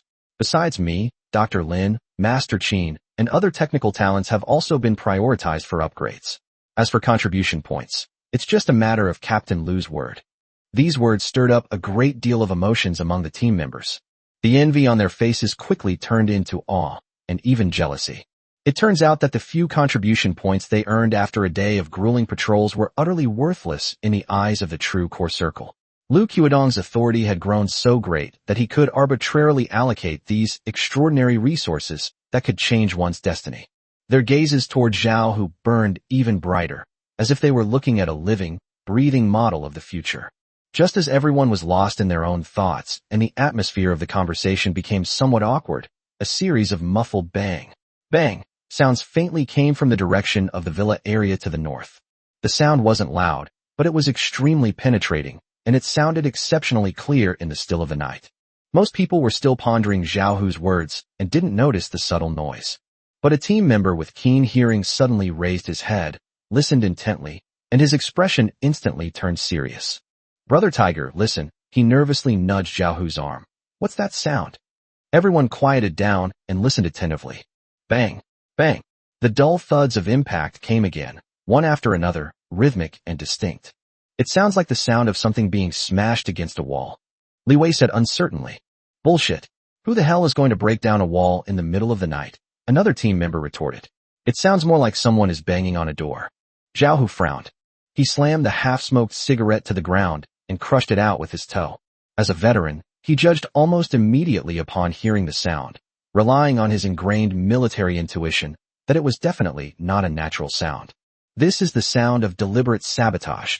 Moreover, the sound came from the villa area, a place that, in everyone's mind, is a gathering place for the rich in resources, and also the most mysterious and dangerous. "Everyone has one. Grab your weapons. Come with me to take a look." He pulled a black police baton from his waist and swung it away with a whoosh. "You all better be smart. Keep quiet and advance undercover." The atmosphere on patrol instantly shifted from casual conversation to readiness for battle. The team members, who had just been dreaming about the future, turned pale, gripped the steel pipes and wooden sticks in their hands, and their hearts began to pound uncontrollably. They followed behind Zhao Hu, tiptoeing silently toward the direction from which the sound came. Meanwhile, outside the attacked villa, two figures remained lurking in a dense thicket of bushes. When he saw Zhao Hu leading the patrol team approaching, Ming Dao, who was hiding in the shadows, was not nervous at all. Instead, a hint of excitement and anticipation flashed in his eyes. "They've arrived." The fish he was waiting for finally entered the net one after another. Wang Chu, who was standing next to him, was in a much worse condition. He was always afraid of being discovered and then being dragged out and beaten. Brother Mingming. It's Lu Guodong's men. They're here too. What do we do? Should we retreat? If they find us, we're finished. On one side were desperate criminals, and on the other side were menacing government security guards. The two of them were caught in the middle, like the thinnest slice of ham in a sandwich, ready to be crushed at any moment by the struggle between the two sides. What's the rush? He pressed down on Wang Chu's shoulders, drawing him deeper into the shadows of the bushes, then whispered in his ear. As long as you don't move, no one will notice you. Chapter 58 The Spirit of Soldiers. Inside the villa, it is not suitable for teenagers. This little girl is really pretty. Her skin is as smooth as tofu. A burly man with a menacing face grinned maliciously as he approached the girl tied to the sofa. He loosened his belt as he walked, his eyes gleaming with lewdness. The girl's mouth was tightly gagged with a rag, and she could only let out desperate sobs. Her body struggled violently, tears already soaking her cheeks, and fear nearly made her faint. Let go of my daughter. You beasts. I'll fight you to the death. Not far away, Mr. Chun, who was being held firmly to the ground, was furious. He roared with all his might, trying to break free of the foot pressing on his back, but it was all in vain. He could only watch helplessly as the wild beast drew ever closer to his daughter. His wife had fainted from crying and collapsed to the ground, unconscious. What's all the noise about, you old bastard? Another henchman in charge of guarding Mr. Chun kicked him impatiently in the lower back. Have your daughter serve us brothers well later, and we'll spare your old dog's life. You should be thanking us. A burst of lewd laughter came from the surrounding area. The man who had unbuckled his belt had walked to the sofa. He stretched out his dirty, greasy hand and grabbed the girl's collar. Tear. The sound of tearing cloth was particularly jarring. The girl's fair shoulders were exposed to the cold air. She closed her eyes in despair, and a tear slid down her cheek. Just as that evil hand was about to reach further downwards, in this most desperate and darkest moment. Listen up, you people inside. A furious roar, like a bolt from the blue, suddenly came from outside the broken window of the villa. The voice was powerful and full of the authority and menacing aura of a soldier, instantly intimidating everyone in the living room. Then, with a whoosh sound, a blindingly bright beam of light from a flashlight shot in through the massive breach. The beam of light struck the face of the man who was about to commit violence with pinpoint accuracy, illuminating his shocked and bewildered expression until it turned deathly pale. Feng and all his men froze at that moment. They instinctively looked in the direction of the sound and saw that the darkness outside the window was now filled with figures. Those people were carrying standard batons and riot forks, and they looked extremely professional. Zhao Hu, who was in the lead, held a baton and stepped over the broken window frame. He looked at the girl in disheveled underwear in the living room and the thug with a lewd expression, his voice almost bursting with rage. Fuck you, brute. Is there no justice left? Feng was taken aback. He hadn't expected that someone would be so foolish as to rush out and cause trouble at a time like this. But when he saw that there were only a few figures outside the window, and that they were only holding batons and forks, his astonishment was quickly replaced by arrogance. How can we let others have our way with such a tempting prize? He slammed the steel pipe he was holding onto the ground with a loud clang, then grinned maliciously and shouted out the window. Who the hell are you? Coming here in the middle of the night instead of sleeping, trying to be a hero and save the damsel in distress. Zhao Hu stepped over the broken glass and twisted security bars, landing steadily on the marble floor of the living room. Behind him, 7 teammates followed closely to his right, instantly forming a human wall inside the breach. I'm a soldier, damn it. Zhao Hu took a sudden step forward, and the temperature in the entire living room seemed to drop several degrees. What's wrong? Do you think you're out of reach of the Emperor, and nobody can control you anymore? He stretched out his finger and pointed at the faces of Brother Feng and his men one by one. It's you few lone scoundrels who think you can do whatever you want in this environment? That you can trample on other people's dignity? That you can wantonly humiliate women? His voice suddenly rose, filled with the sharp edge of justice. I'm telling you, as long as I, Zhao Hu, am here, as long as there's one soldier standing here, your tricks won't work. Where do you put the country? Where do you put the law? People like you are parasites in the collective, and outside you're just a bunch of beasts who only know how to bully the weak. You're crippled. This righteous and stern rebuke clearly made some of Feng's men show fear, and they subconsciously shrank back. They had never seen anyone with such a powerful aura. The soldierly presence emanating from his very bones made it hard for them to breathe. But Feng was completely enraged. What he hates most is when people lecture him, especially when he's about to enjoy the fruits of victory. Fuck it all, what are we afraid of? Brother Feng roared at his men, trying to mask his unease with his loud voice. There are only a few of them. They don't even have guns. We have a dozen or so brothers. We could drown them with our spittle. We'll take them down. He brandished a steel pipe, pointing it at Zhao Hu, his facial muscles taut. So what if you were a soldier? This is the apocalypse. I can do whatever I want, you son of a bitch. All the supplies in this villa area belong to us. Anyone who dares to block our way will die. He misjudged the fighting strength of both sides. In his eyes, it was nothing more than a street brawl of 12 against 8, with the advantage in his favor. However, Zhao Hu had no interest in wasting any more words with him. Words are futile against such inhuman scum. Only iron and blood can teach them to repent and be in awe. Zhao Hu didn't even give a verbal order. He simply raised his left hand and made a simple yet powerful tactical gesture, bringing his index and middle fingers together and waving them forward. Assault. His teammates behind him instantly understood. Swish, swish, swish. Almost at the same moment the hand gesture was made, the 7 team members immediately formed 3 assault teams of 2, with one person holding a riot shield high enough to protect their upper body in front and the other holding a black baton behind. They quickly formed these teams, which were not very standard but were still full of murderous intent. The remaining person roamed the flanks, responsible for providing support. This display of skill, which Zhao Hu had only taught them in the last couple of days, was surprisingly impressive. Although their movements were not very synchronized due to the short training time, their well-coordinated manner was still worlds apart from the chaotic and disorganized mob under Brother Feng's command. Chapter 59 The Mob. Kill them. One of Feng's henchmen, a thug with a mohawk, was spurred on by the professional aura of Zhao Hu's group. With a strange cry, he brandished a thick steel bar and was the first to charge towards the shield bearer at the front. He wanted to use his bravery to encourage his comrades. However, he was facing a professional blast shield. The shield-wielding team member neither dodged nor evaded, but slightly bent his knees and suddenly lowered his body, reducing the center of gravity of the shield. Just as the steel bar was about to hit the shield, instead of retreating, he took a step forward to meet the attack. Thump dash. A muffled thud. The moment the shield collided with the steel bar, the shield-wielding wrist flicked, using a standard parrying and deflecting technique. At the same time, the forward stride channeled all the power of the body into the shield. The thug felt an overwhelming force surge from the steel bars, numbing his hands and leaving his entire arm numb. Then, the shield's impact brought his charge to an abrupt halt, sending him staggering and leaving him wide open. Chance. In the instant he lost his footing, another team member behind the shield bearer had already prepared his baton. Without the slightest hesitation, the stick fell. Smack. The first blow landed with perfect accuracy on the thug's wrist, which was holding the steel bar. A soft cracking sound rang out.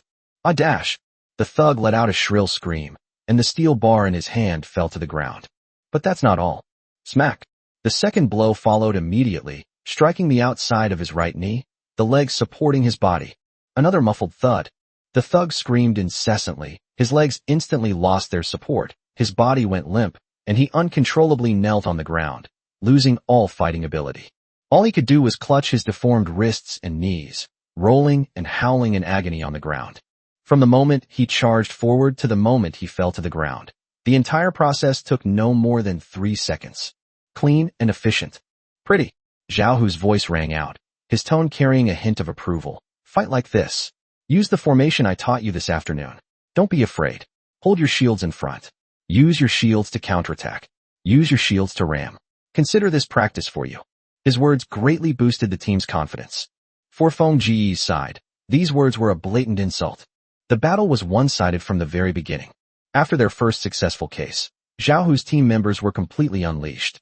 They remembered Zhao Hu's instructions from the afternoon, and in pairs, using shields and batons, they advanced steadily. Their attacks followed a set pattern. With each swing of their batons, they aimed for vulnerable joints such as the wrists, ankles, knees, and collarbones. The goal was clear: to inflict pain and cripple someone. Standard emergency baton technique. In contrast, Feng Ji's lone wolf team was completely thrown into disarray. Although they all appeared to be strong and muscular, wielding steel pipes and iron rods, their fighting style was chaotic and completely disorganized. Their attacks mostly consisted of sweeping, powerful blows with wide, sweeping movements, full of openings. Such attacks might be extremely intimidating against ordinary people, but they appear utterly ridiculous in the face of riot shields. Clang, clang, bang. A lone attacker tried to smash a shieldman's head with a steel pipe, but the shield man easily blocked it. Another teammate on the side then struck him in the lower back with a stick, causing him to bend over instantly.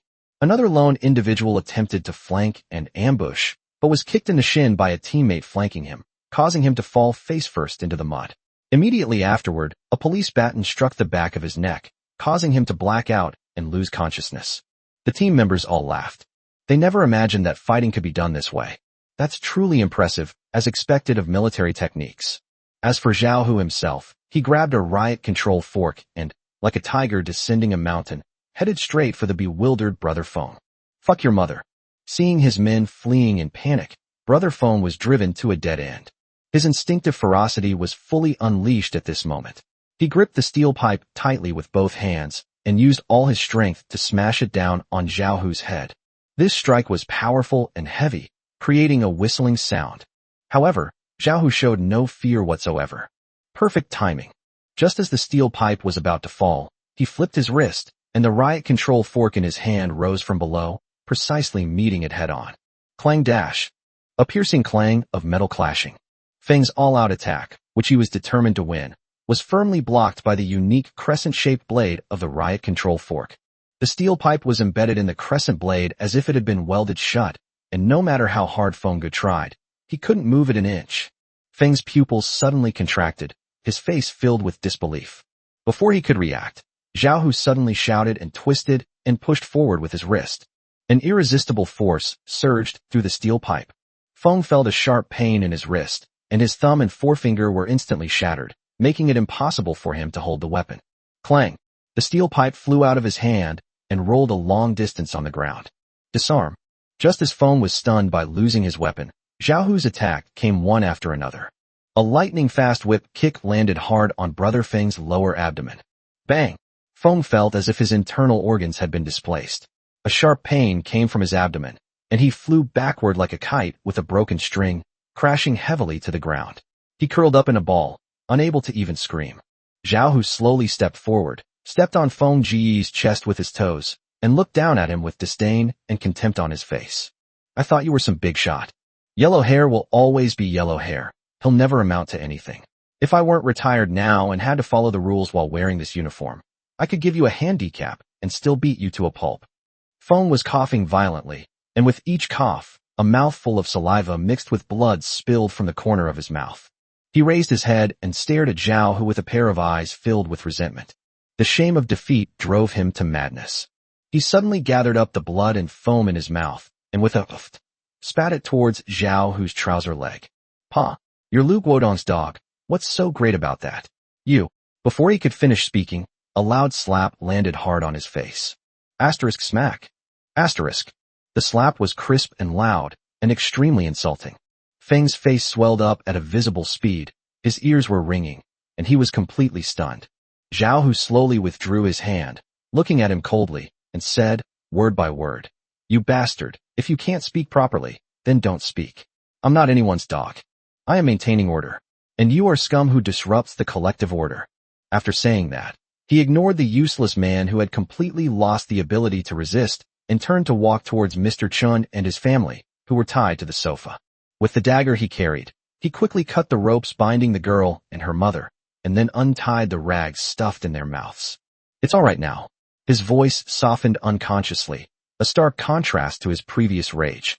The girl's body was still trembling. She raised her tear-streaked face and looked at the man in front of her, who seemed to have descended from the heavens like a divine warrior. She burst into tears again. Thank you, thank you. Chapter 60, A Shocking Glimpse.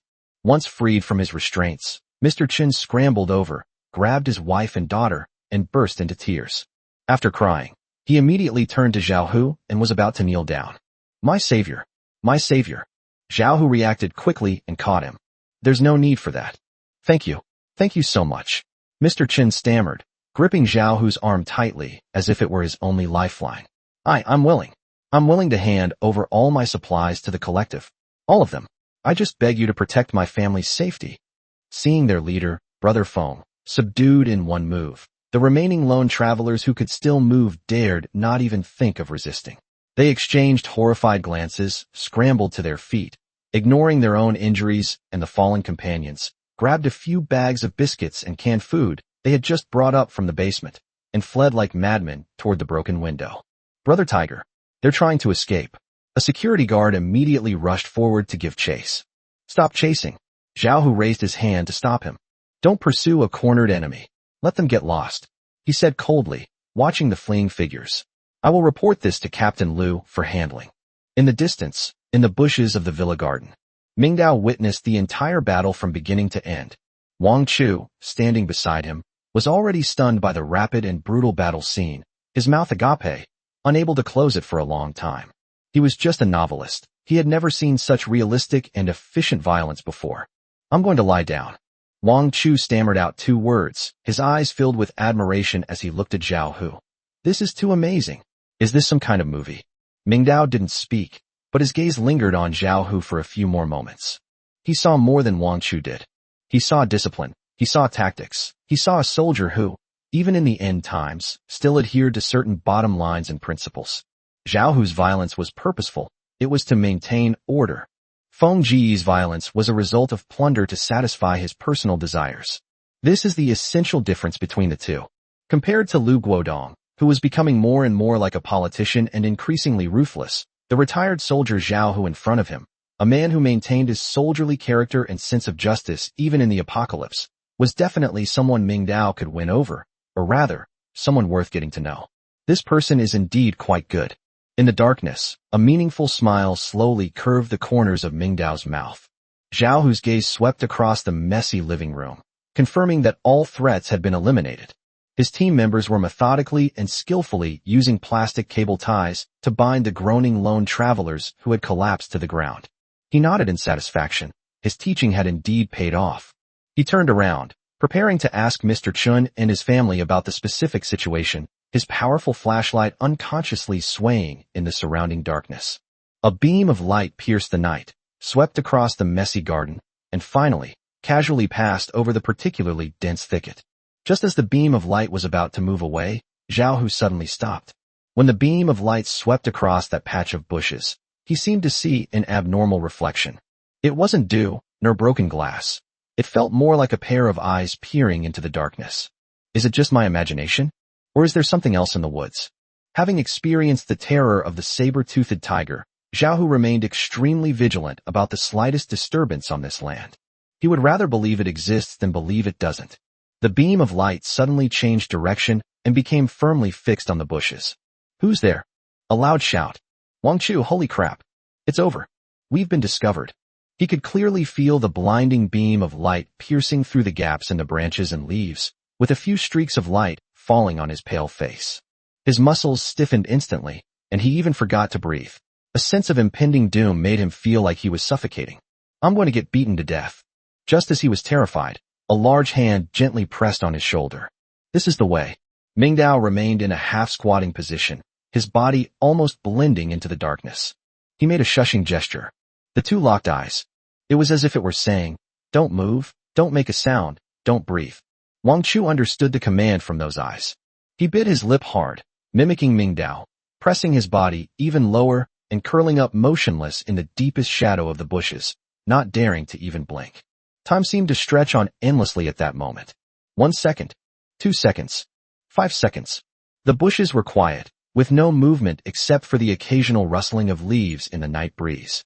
There was no sound, no figure, not even the slightest suspicious movement. Zhao Hu breathed a sigh of relief. Was I just being too nervous? Or maybe some small animal in the woods was startled by the light, and its eyes reflected the glare. Forget it. I've been tortured to the point of paranoia. Finally, Zhao Hu slowly withdrew his gaze and moved the beam of his flashlight away. Get the hell to it, he yelled at his men who were tying people up, trying to cover up his earlier outburst. Tie these bastards up tight. We'll deal with them when Captain Lu gets here. Only after the deadly beam of light had moved away from the bushes did Wang Chu dare to slowly exhale a breath of stale air. That's fucking exciting. He looked at Mingdao beside him, still shaken, only to find that the other man had maintained that posture the whole time. What are this man's nerves made of? Not long after, A series of hurried and rapid footsteps approached from afar. Lu Guodong, leading a large group of people, finally arrived late. He walked at the front, followed not only by Lin Yifu, Song Kaming, and other core members of the committee, but also a dozen or so young men armed with sticks who had volunteered to provide support. The entire procession was grand and imposing, exuding an air of official authority. When Lu Guodong stepped into the villa's living room and saw the mess on the floor and Feng Gu and his men subdued by Zhao Hu and his men, he first nodded in satisfaction. Good. Well done. He patted Zhao Hu on the shoulder, sparing no praise. But when his gaze fell on the huge opening leading to the basement, and he smelled the faint odor of diesel wafting from it, his breathing instantly became rapid. Dynamo. Chapter 61, The First Ray of Light. He dashed forward, almost using both hands and feet to rush down the basement stairs. When he personally turned on his flashlight and illuminated the mountain of supplies in the warehouse, especially when he saw the brand new, gleaming diesel generator in the corner, the expression on his face instantly changed from serious to uncontrollable ecstasy.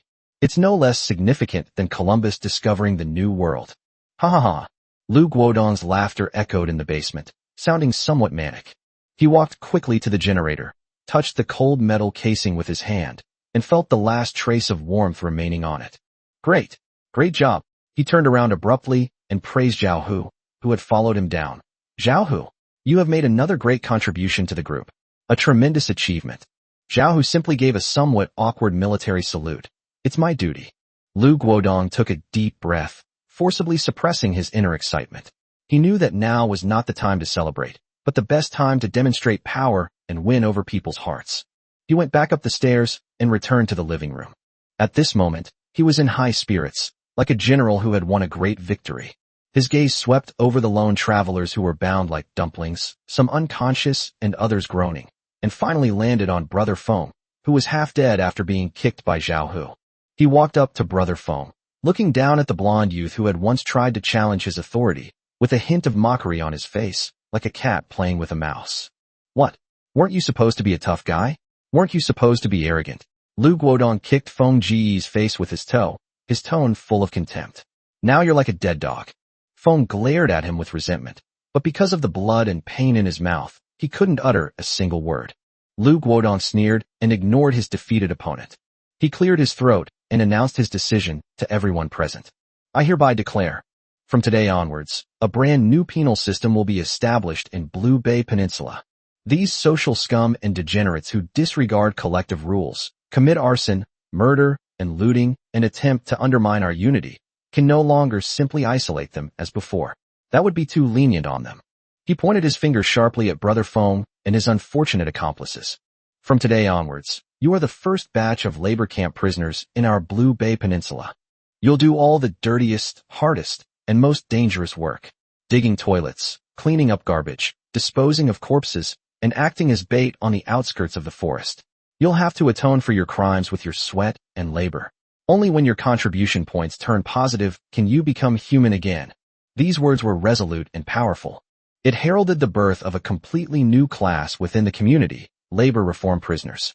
This is a class even lower and less dignified than the lone wolf. They were no longer free men, but slaves stripped of all rights, forced to endure endless hard labor for a sliver of hope. This is already considered an extreme punishment within the framework of a society governed by the rule of law. In other words, this is also a form of military deterrence. The tragic fate of Brother Feng and others serves as a declaration to all survivors. Those who submit to me prosper. Those who oppose me perish. After dealing with the enemy, Lu Guodong immediately put on a kind and benevolent face and approached the still shaken Mr. Chen family. He personally helped Mr. Chen, who was still shivering, to his feet, his face full of concern and sympathy. I recognize you, Mr. Chen. I'm so sorry to have frightened you and your family. On behalf of the Blue Bay Peninsula community, I extend my deepest condolences. Please rest assured, we will severely punish these lawless thugs. Mr. Chen's lips moved, and he could only nod repeatedly. Lu Guodong held his hand tightly, as if they were family reunited. Mr. Chen, he changed the subject, his tone becoming incredibly sincere. You've seen it for yourself. This world is too dangerous now. It's very difficult for a family to survive in this apocalyptic world on its own. Your villa is too conspicuous, and the supplies inside are enough to attract the covetous eyes of countless wolves. Today it's this group of people, tomorrow it could be an even more ferocious monster. He paused, his gaze sweeping over the mountain of supplies, a barely perceptible glint of greed flashing in his eyes, but his words were full of righteousness. Therefore, I have a proposal. For your and your family's absolute safety, and for the future of our entire community, I hope that you can hand over this villa, as well as all the supplies in the basement, to the community for unified management and allocation. Of course, we will never treat you unfairly. You are a hero who has made great contributions to the collective. He emphasized his words, promising with righteous indignation. The collective will provide your family with a safe residence in our most secure residential area, the property building. Furthermore, you will receive a daily food ration sufficient to feed your family of 3. Medical care, security, everything will be guaranteed by the collective. He grasped Mr. Chen's hand, shook it vigorously, and looked at him intently. Mr. Chen, please rest assured. In this big family, we will never abandon any of our compatriots. We are one family. These words were spoken with heartfelt sincerity and were deeply moving. But its core content is to seize by trickery and force. He stripped Mr. Chen's family of all their means of production and means of survival, and then used security and food rations as a bargaining chip to completely sideline them, turning them into a mascot who needed to be completely dependent on the collective to survive. A living advertisement used to promote Lu Guodong's unparalleled benevolence and righteousness. Faced with this seemingly generous arrangement, Mr. Chen, who had just experienced a life-or-death ordeal, had no room or energy left to resist. His only thought was to survive and protect his wife and daughters. I agree, he said in a hoarse voice. I will follow Captain Lu's arrangements. Good. Lu Guodong smiled with satisfaction. Punish enemies with an iron fist and win over friends with benevolence and righteousness. One hard, one soft, one pull, one hit. That night was destined to be a sleepless one. The diesel generator, which was considered a treasure, was carefully escorted by more than a dozen young and strong men and transported back to the temporary command center for the renovation of the property office building. Master Qin immediately checked and reconnected the wiring. It was exactly 9 p.m. As Lu Guodong personally switched off the power, accompanied by a slight buzzing sound of electricity, a glaring incandescent light suddenly shone in a window on the 3rd floor of the Property Management Command Center building. Light. The first lamp lit by man-made electricity after I traveled to this world. This beam of light was so conspicuous and so incredible in the dark neighborhood, shrouded by 2 blood moons. A cheer erupted in the command center. Lu Guodong, Zhao Hu, Lin Yifu, and others stood in this light, their faces beaming with the smiles of victors. This light is more than just light. It is a symbol of hope, telling everyone that the flame of human civilization has not been extinguished. But at the same time, it is also a symbol of power and class. After all, it is no longer a public resource that everyone can enjoy, but a privilege belonging to a few victors. Everyone saw the light, but only a small group of people in the command center could truly enjoy it. The light clearly divided the survivors' world into 2. The ruling class and the masses. Chapter 62, Day 3 Settlement. The survivors who saw this light reacted in very different ways. In a dark room, a young mother was holding her hungry and crying child when she saw a distant light outside the window, and hope instantly ignited in her eyes. She pointed to the light and said softly to the child, "Baby, look, there's light. Everything will be all right." In another building, a man who had no contribution points and could only gnaw on dry, hard compressed biscuits glared venomously at the beam of light, muttering curses under his breath. Why? Why do they get all the benefits? Fuck Lu Guodong. He swallowed the biscuit in his hand hard, the flames of jealousy burning fiercely in his heart. Most people simply glanced out the window numbly. The light was bright and beautiful, like a dream that was out of reach. But they knew that the light had nothing to do with them. They silently drew the curtains, turned back into their darkness, and continued to curl up in their cold beds, wondering where their food would be for tomorrow and whether they would even live to see the next dawn. That beam of light illuminated the glory at the top, but also revealed the deeper darkness at the bottom. After confirming that Lu Guodong's main force had left with spoils and prisoners, Ming Dao and Wang Chu also quietly withdrew from the bushes and returned to Wudong. On the way back, Wang Chu was still shaken and deeply immersed in the shock of what had just happened, unable to calm down for a long time. Damn, that was exciting, he exclaimed as he walked. Mingji, I've really seen something today. Zhao Hu and his gang are too fierce. They fight like they're cutting melons and vegetables. And that Lu Guodong is a real character. He stopped and looked back at the command post building in the distance, its lights on, his expression complex. Ming-Ji, Lu Guodong is completely in control now. He has the gun, Zhao Hu, the money, supplies, and now even electricity. This power loop is complete. What are we going to do now? Wang Chu's concerns represent the sentiments of the vast majority of survivors who are isolated from the community. Faced with a powerful centralized regime that has achieved absolute control, the power of an individual seems so insignificant and powerless. Upon hearing Wang Chu's question, Ming Dao finally stopped, turned around, glanced at him, and a half-smile appeared on his lips. The way you're saying it makes us sound like the villains. Wang Chu was taken aback, scratched his head, and said, I didn't mean that. Let him be strong as he may. Ming Dao withdrew his gaze and continued walking forward. What day is it today? It's only the second day. Every household still has some food stored up, and supplies aren't really scarce yet. That's why he can keep everyone together by offering small favors and threatening force. Because everyone hasn't reached the point where they can't survive, they can still endure it. Wait a week and then check again. When everyone's food reserves are exhausted, when everyone can only rely on their meager contribution points to exchange for food, when hunger truly begins to gnaw at everyone's stomach and reason, that is when true humanity will be tested. It's time for Lu Guodong's true colors to be revealed. All was silent. Midnight, to the second. In room 802 of Building 5, in the center of the enormous study that had been expanded by the space expansion card to resemble a small library, Ming Dao sat cross-legged. His eyes were closed, his breathing was steady and long, and in an instant, two beams of light shone simultaneously. One of them was a construction panel that materialized before him, radiating a familiar, dark blue glow. Another thing exploded in the depths of his mind, his own unique daily settlement system.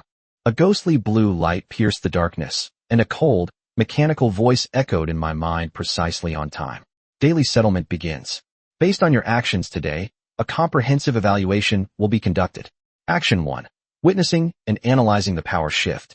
You secretly observe the entire process of the Property Management Collective's purge of the Lone Wolf and its incorporation of the neutral, gaining insight into the establishment, purge, and consolidation model of the Blue Bay Peninsula's power core, and obtaining crucial intelligence about the two major camps, the Collective and the Lone Wolf. Evaluation, strategic planning, but ultimately doing nothing. But sometimes, doing nothing is the best choice. Rating +2. Ming Dao's lips twitched almost imperceptibly. This assessment is precise and harsh, as always. He really did nothing. He neither participated in Feng Ge's foolish looting, nor got involved in Lu Guodong's righteous crackdown. He was merely a detached observer, taking in everyone's performance and deducing future trends from it. The system, clearly, recognized this strategic wisdom of remaining uninvolved. Action 2. Recruiting a key informant. Leveraging your information and resource advantages, you successfully recruited the key informant, Sister Wang, at minimal cost, a bottle of purified water, and gained access to an intelligence network covering the entire Building 5. Evaluation, intelligence is power. In the apocalypse, people's hearts are more valuable and cheaper than fists. Rating +2. In exchange for a bottle of water, he gained a pair of eyes that could keep an eye on everything happening inside the building, and an incredibly detailed map of interpersonal relationships. This deal was incredibly profitable. Ming Dao was extremely satisfied. Sister Wang's presence completed the final piece of his puzzle in controlling the underlying information. Action 3. Created and successfully deployed traps. Using blueprints and collected materials, you successfully created 3 simple animal traps and placed them on key animal trails leading into the depths of the forest, demonstrating excellent practical skills and strategic planning. Evaluation. A good hunter never waits for prey to come to them. You have taken a crucial step from a passive survivor to an active predator. Score +16. 16 points. This is the highest rated individual behavior out of all behaviors today. Ming Dao had a guess in his mind. It should be 5 points for making a bear trap and 1 point for placing it. That's perfectly reasonable. It seems that the system gives the highest weight to this kind of proactive action that creates means of production and has long-term strategic significance. In comparison, simply hiding and observing is far less valuable. This reaffirms his judgment. To gain more, one must take greater risks and do more. Behavior 4. Survive the saber-toothed tiger's attack and successfully hide oneself and companions. Evaluation. When facing an invincible enemy, survival is victory. But remember, running away and hiding won't earn respect or points. Score +2. Behavior 5. Survive for one day. Evaluation. Congratulations on surviving another day. Keep up the good work. Score +1. A series of settlement information flowed through the screen, and finally, the panel froze. Settlement complete. Overall score, 23 points. Cumulative score, 70 points. Commentary. A thunderclap in silence. A miraculous achievement in the unseen. Keep it up, and don't let those standing in the light discover your shadow. Chapter 63 Simple Animal Cage. A total of 70 points. This number surprised even Mingdao himself. He was like a player who had obtained the strategy guide in advance, stepping on every scoring point, completely widening the gap between himself and the ordinary survivors who were still figuring out the rules. With the scoring completed, the familiar rewards screen reappears. But this time, the options have changed completely. Please select your reward. 1. Special Ammo Box. White contains 3 Molotov cocktail crafting kits, 5 smoke grenades, and 5 flashbangs. 2. Building Blueprint. Random obtain 1. White. Random building blueprint. 3. Card. Random obtain 1. White. Card with special rules. Cards? Mingdao's gaze was instantly drawn to the third option. Ammunition boxes are undoubtedly good things, and Molotov cocktails and smoke grenades can play a huge role in future conflicts. But they are ultimately consumables, and each one used is one less available.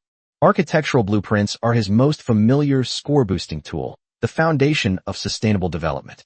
Both the water purifier and the animal trap prove their immense value. If it were yesterday, he would have chosen them without hesitation. But today, the new and unknown term card reminded him of the space expansion card that completely changed his survival strategy. What the card brought was not an ability, but a miracle. It disregarded the laws of physics, creating a safe space of 100 square meters out of thin air. This kind of power is fundamentally different from blueprints that require collecting materials and following a step-by-step process. Mingdao hesitated almost without hesitation. The desire to explore the unknown and the yearning for higher powers instantly overwhelmed the pursuit of stable returns. He wanted to figure out what secrets this brand new branch of the system held. I choose 3. Cards. Mingdao silently recited it in his heart. The moment he finished speaking, the reward screen flickered violently. The first 2 options quickly dimmed and disappeared, leaving only the third option radiating an increasingly dazzling light. The light coalesced, and finally, a physical card slowly floated down from it, hovering in front of him. It was a card with dark golden flames burning along its edges. It felt slightly heavy in the hand and had a cool, metallic texture. On the back of the card was engraved a ferocious beast head, with empty eyes and interlocking fangs, exuding a primal and wild sense of oppression. Mingdao extended his finger and gently touched the front of the card. Card. Simple Beast Cage. White. Type. Item card effect. Upon use, a sturdy simple beast cage, size 3M x 3M x 3M, will be generated directly in front of you.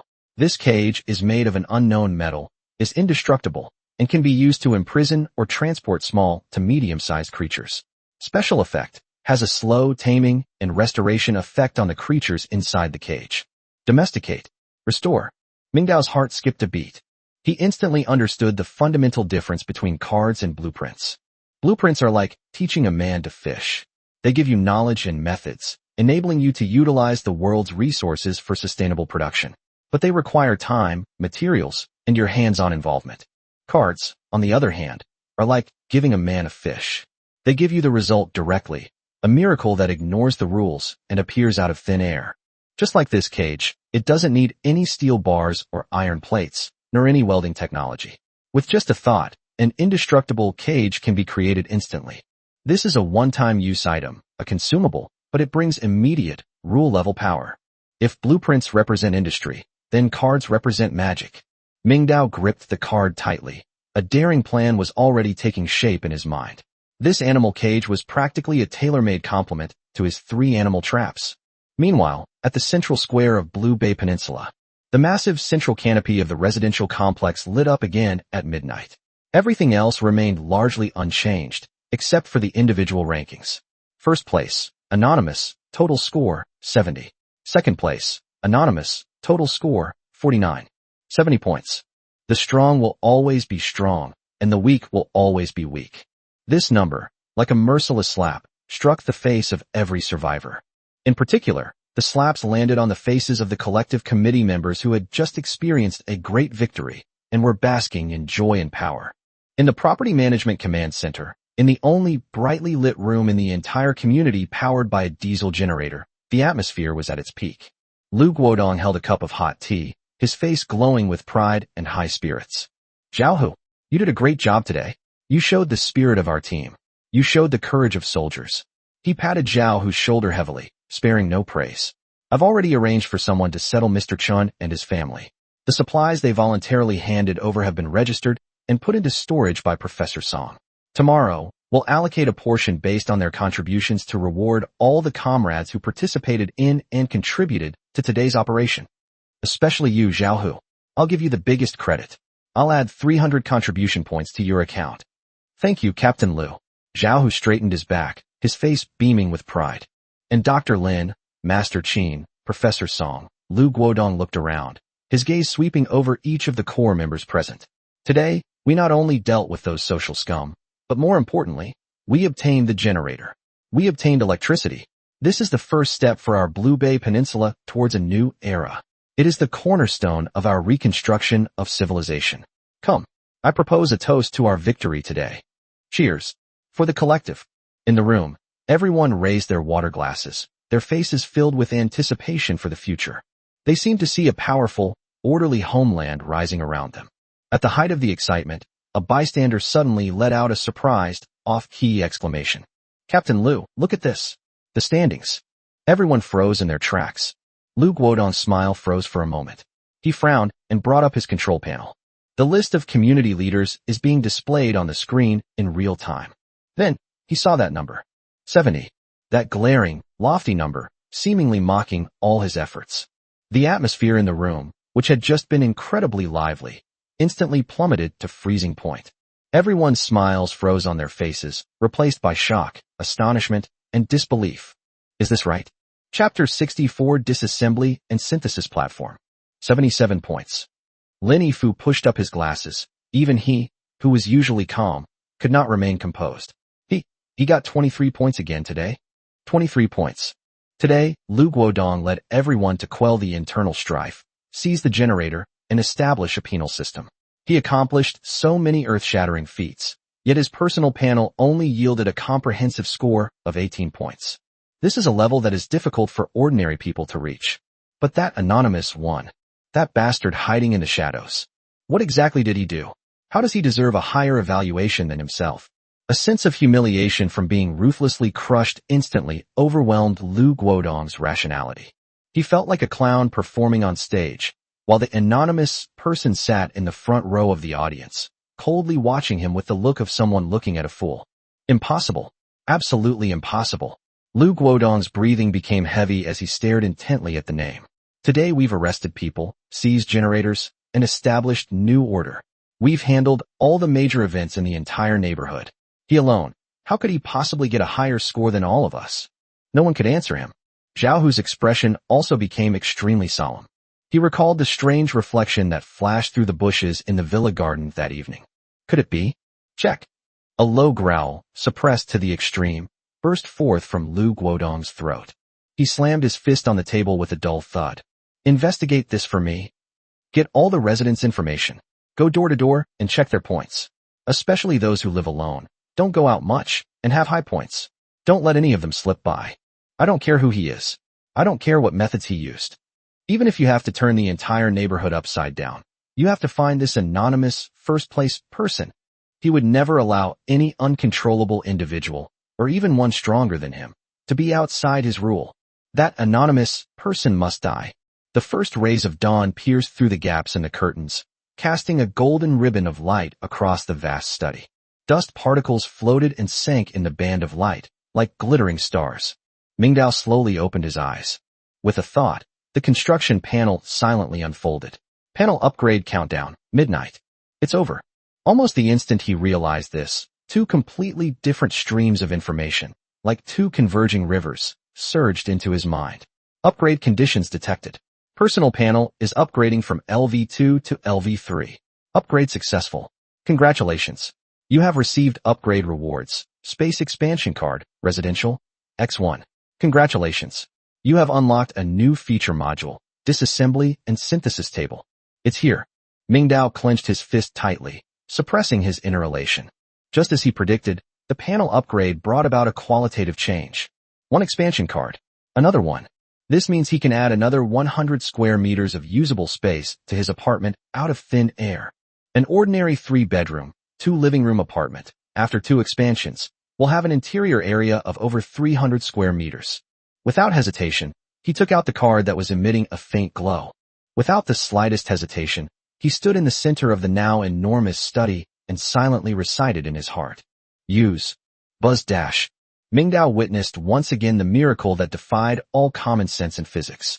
The bookshelves in front of him, along with the wall behind him, seemed to transform into virtual images in the digital world, pulled backward by an invisible hand.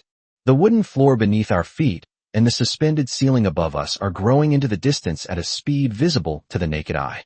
The space, which was already comparable to a small library reading room, has been stretched and expanded once again. 100 square meters. Another brand new 100 square meter space has been seamlessly integrated into this area.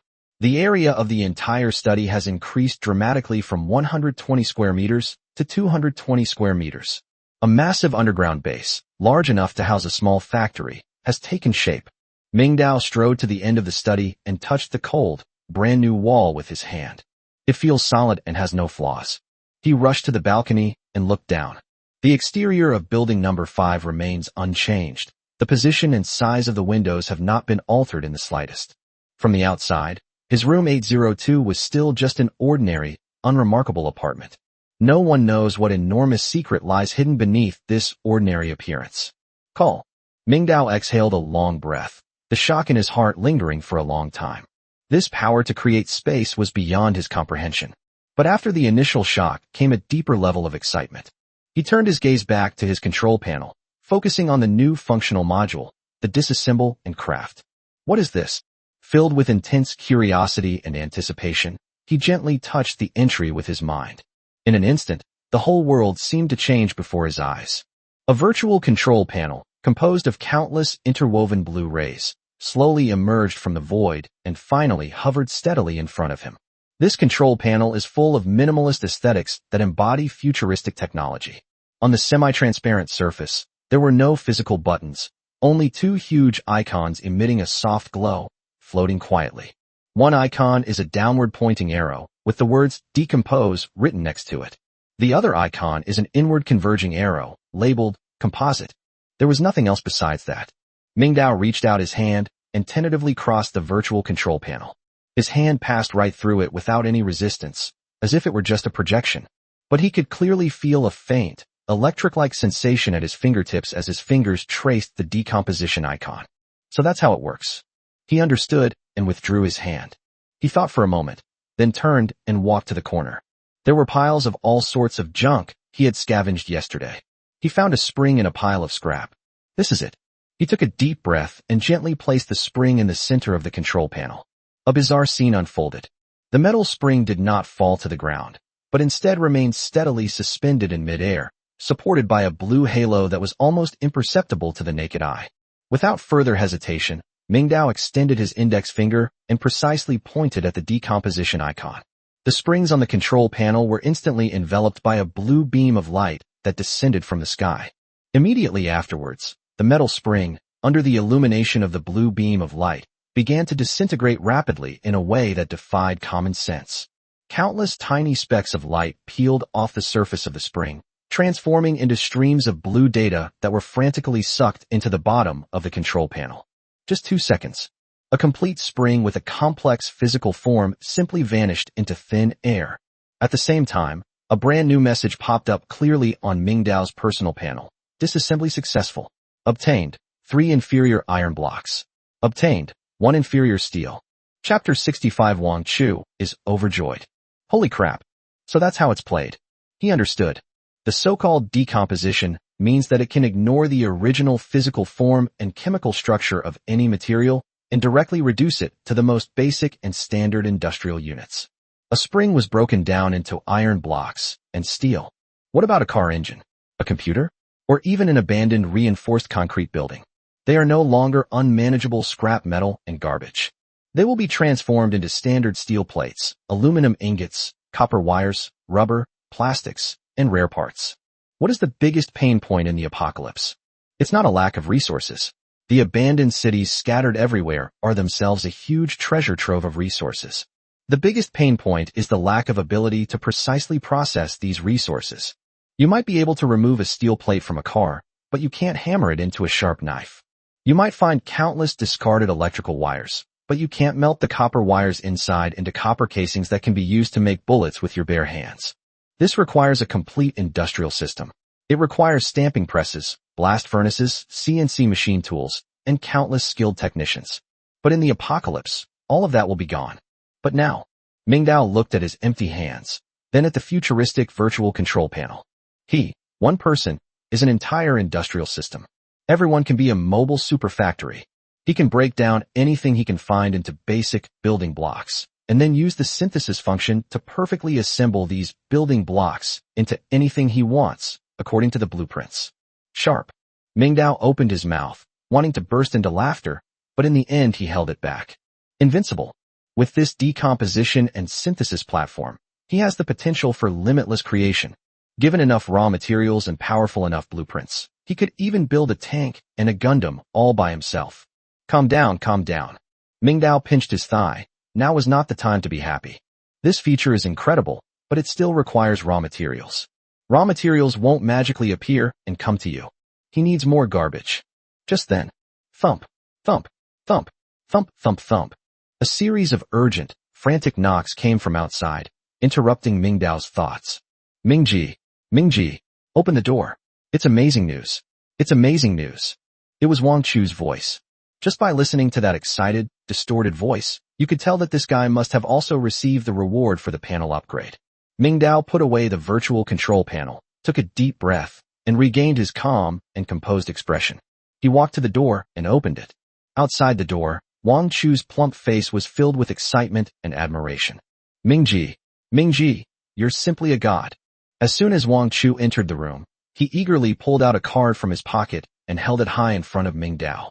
Space expansion card. Mingji, my panel has been upgraded too. The system rewarded me with a space expansion card exactly the same as the one you mentioned. It can add 100 square meters. 100 square meters. This is practically magic. He was incoherent, and his face was flushed with excitement.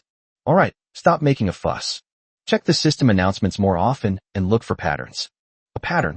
Wang Chu was taken aback, his face full of confusion. What pattern? Every announcement released by the system is not without purpose. For example, the previous announcement of the leaderboard was to stimulate competition among survivors. The later announcement that masterless panels could be merged was to guide us to explore and expand.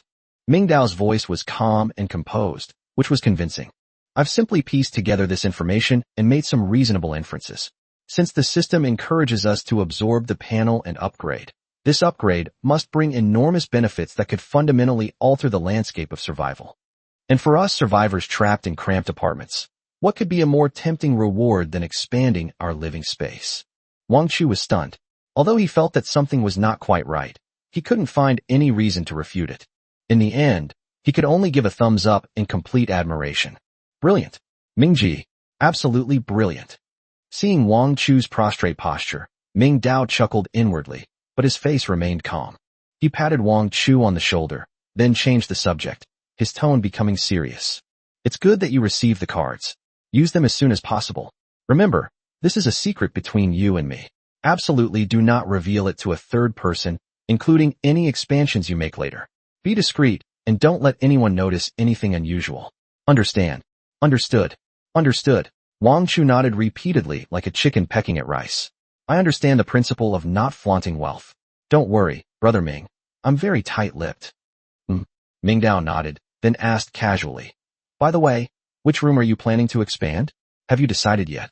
Huh? Well, Wang Chu scratched his head, a little embarrassed, and said, I haven't decided yet. My house is like a garbage dump right now, with all the supplies I've hoarded everywhere. I guess I'll have to clean it up first. Perfect. That's exactly what Mingdao wanted to hear. He said calmly, clear out all the scrap metal in your house that you don't need right now, such as broken appliances, leftover steel bars and iron frames from the renovation, and move them to my place. Huh. Wang Chu was taken aback again. Brother Ming, what do you need all that junk for? I need some parts to make something small, Ming Dao explained casually. You probably guessed it, my water purifier and animal trap didn't just appear out of thin air. These words instantly enlightened Wang Chu. Yes, Ming is a tech genius. What he considers scrap metal might be transformed into all sorts of amazing black technology in Doflamingo's hands. No problem. Mingji. Wang Chu patted his chest loudly. I happen to have a broken washing machine and an old microwave in my storage room. Okay, I'll go and dismantle them for you right now. I can have as many as you need. No rush. Go use the expansion card first and get your safe house set up. Ming Dao waved his hand. You can move over after you're done. After seeing off Wang Chu, who was still in a state of excitement, Ming Dao closed the door. The corners of his mouth finally couldn't help but turn upwards. Here comes the raw material for the decomposition platform, doesn't it? Chapter 66, Treasure Hunt in the Junkyard Plan. Ming Dao returned to the huge study and summoned the decomposition and synthesis platform once again. This time, he focused his mind on the synthesized icon. The interface of the control panel switched instantly. An interface resembling a game skill tree unfolds, clearly displaying two unlocked blueprint icons. Simple Animal Trap Water Purifier. These two icons are the reward blueprints he previously obtained through daily settlements, which the system has automatically included in its database. Ming Dao focused his mind on the icon of the Simple Animal Trap. Below the icon, a list of materials needed to craft the item immediately pops up. Required materials: scrap steel, 5-5, sufficient, iron wire, 2-2, sufficient, spring, 0-3, missing, craft now? Insufficient materials. Ming Dao was not surprised. He had only disassembled a spring and obtained iron blocks and steel, but had not obtained the finished part, the spring. It seems that there is a more complex logic between decomposition and synthesis. But if it's just simple copy and paste, wouldn't that be redundant? He thought for a moment, then shifted his focus away from the blueprints of the Simple Animal Trap, and then used his mind to project the scrap steel bars and wires he had previously scavenged from his backpack onto the synthesis platform. Next, he also added the 3 inferior iron blocks and 1 inferior steel piece he had just obtained from disassembling the spring. He wanted to see if he could use these most basic industrial units to directly synthesize blueprints. After all, the raw materials are the same. Once all the materials were suspended on the synthesis platform, he focused his attention once again on the blueprints for the Simple Animal Trap. This time, the materials list has changed. Required materials: iron, 15-25, sufficient, steel, 15-25, sufficient, proceed with the crafting. 666. It's done. Ming Dao was overjoyed. I see. The synthesis function has 2 modes. One type is parts assembly, which requires collecting finished parts specified on the drawings, such as springs, screws, and gears. The other type is the more fundamental raw material synthesis. As long as a sufficient number of basic industrial units are invested, the system can skip the parts manufacturing step and generate the final product in one step. However, this will result in a material surplus consumption of 3 times the amount of raw materials.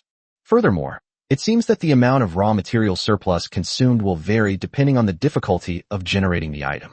But all in all, this feature is incredibly powerful. He silently recited it in his heart without hesitation. Synthesis. Buzz dash.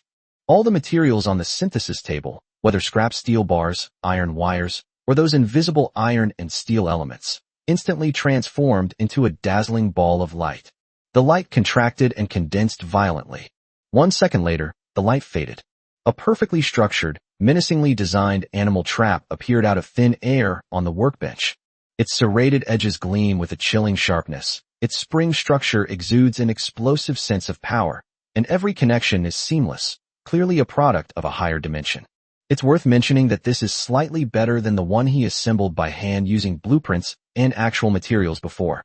This must be the redundant consumption. Next to the bear trap, a semi-transparent 10-slot temporary backpack appears. Tip: crafted items will be temporarily stored in the temporary backpack, 10 slots. Once removed, they cannot be put back in. Ming Dao reached out and took out the brand new animal trap. He nodded in satisfaction. In his excitement, he suddenly remembered the 3 animal traps he had set in the forest the day before. Almost a day has passed, and I wonder if I've gained anything. He went out onto the balcony to observe the weather outside and decide when to go out. Just then, he saw downstairs the labor reform team, organized by Lu Guodong, was cleaning up the garbage collection point in the community.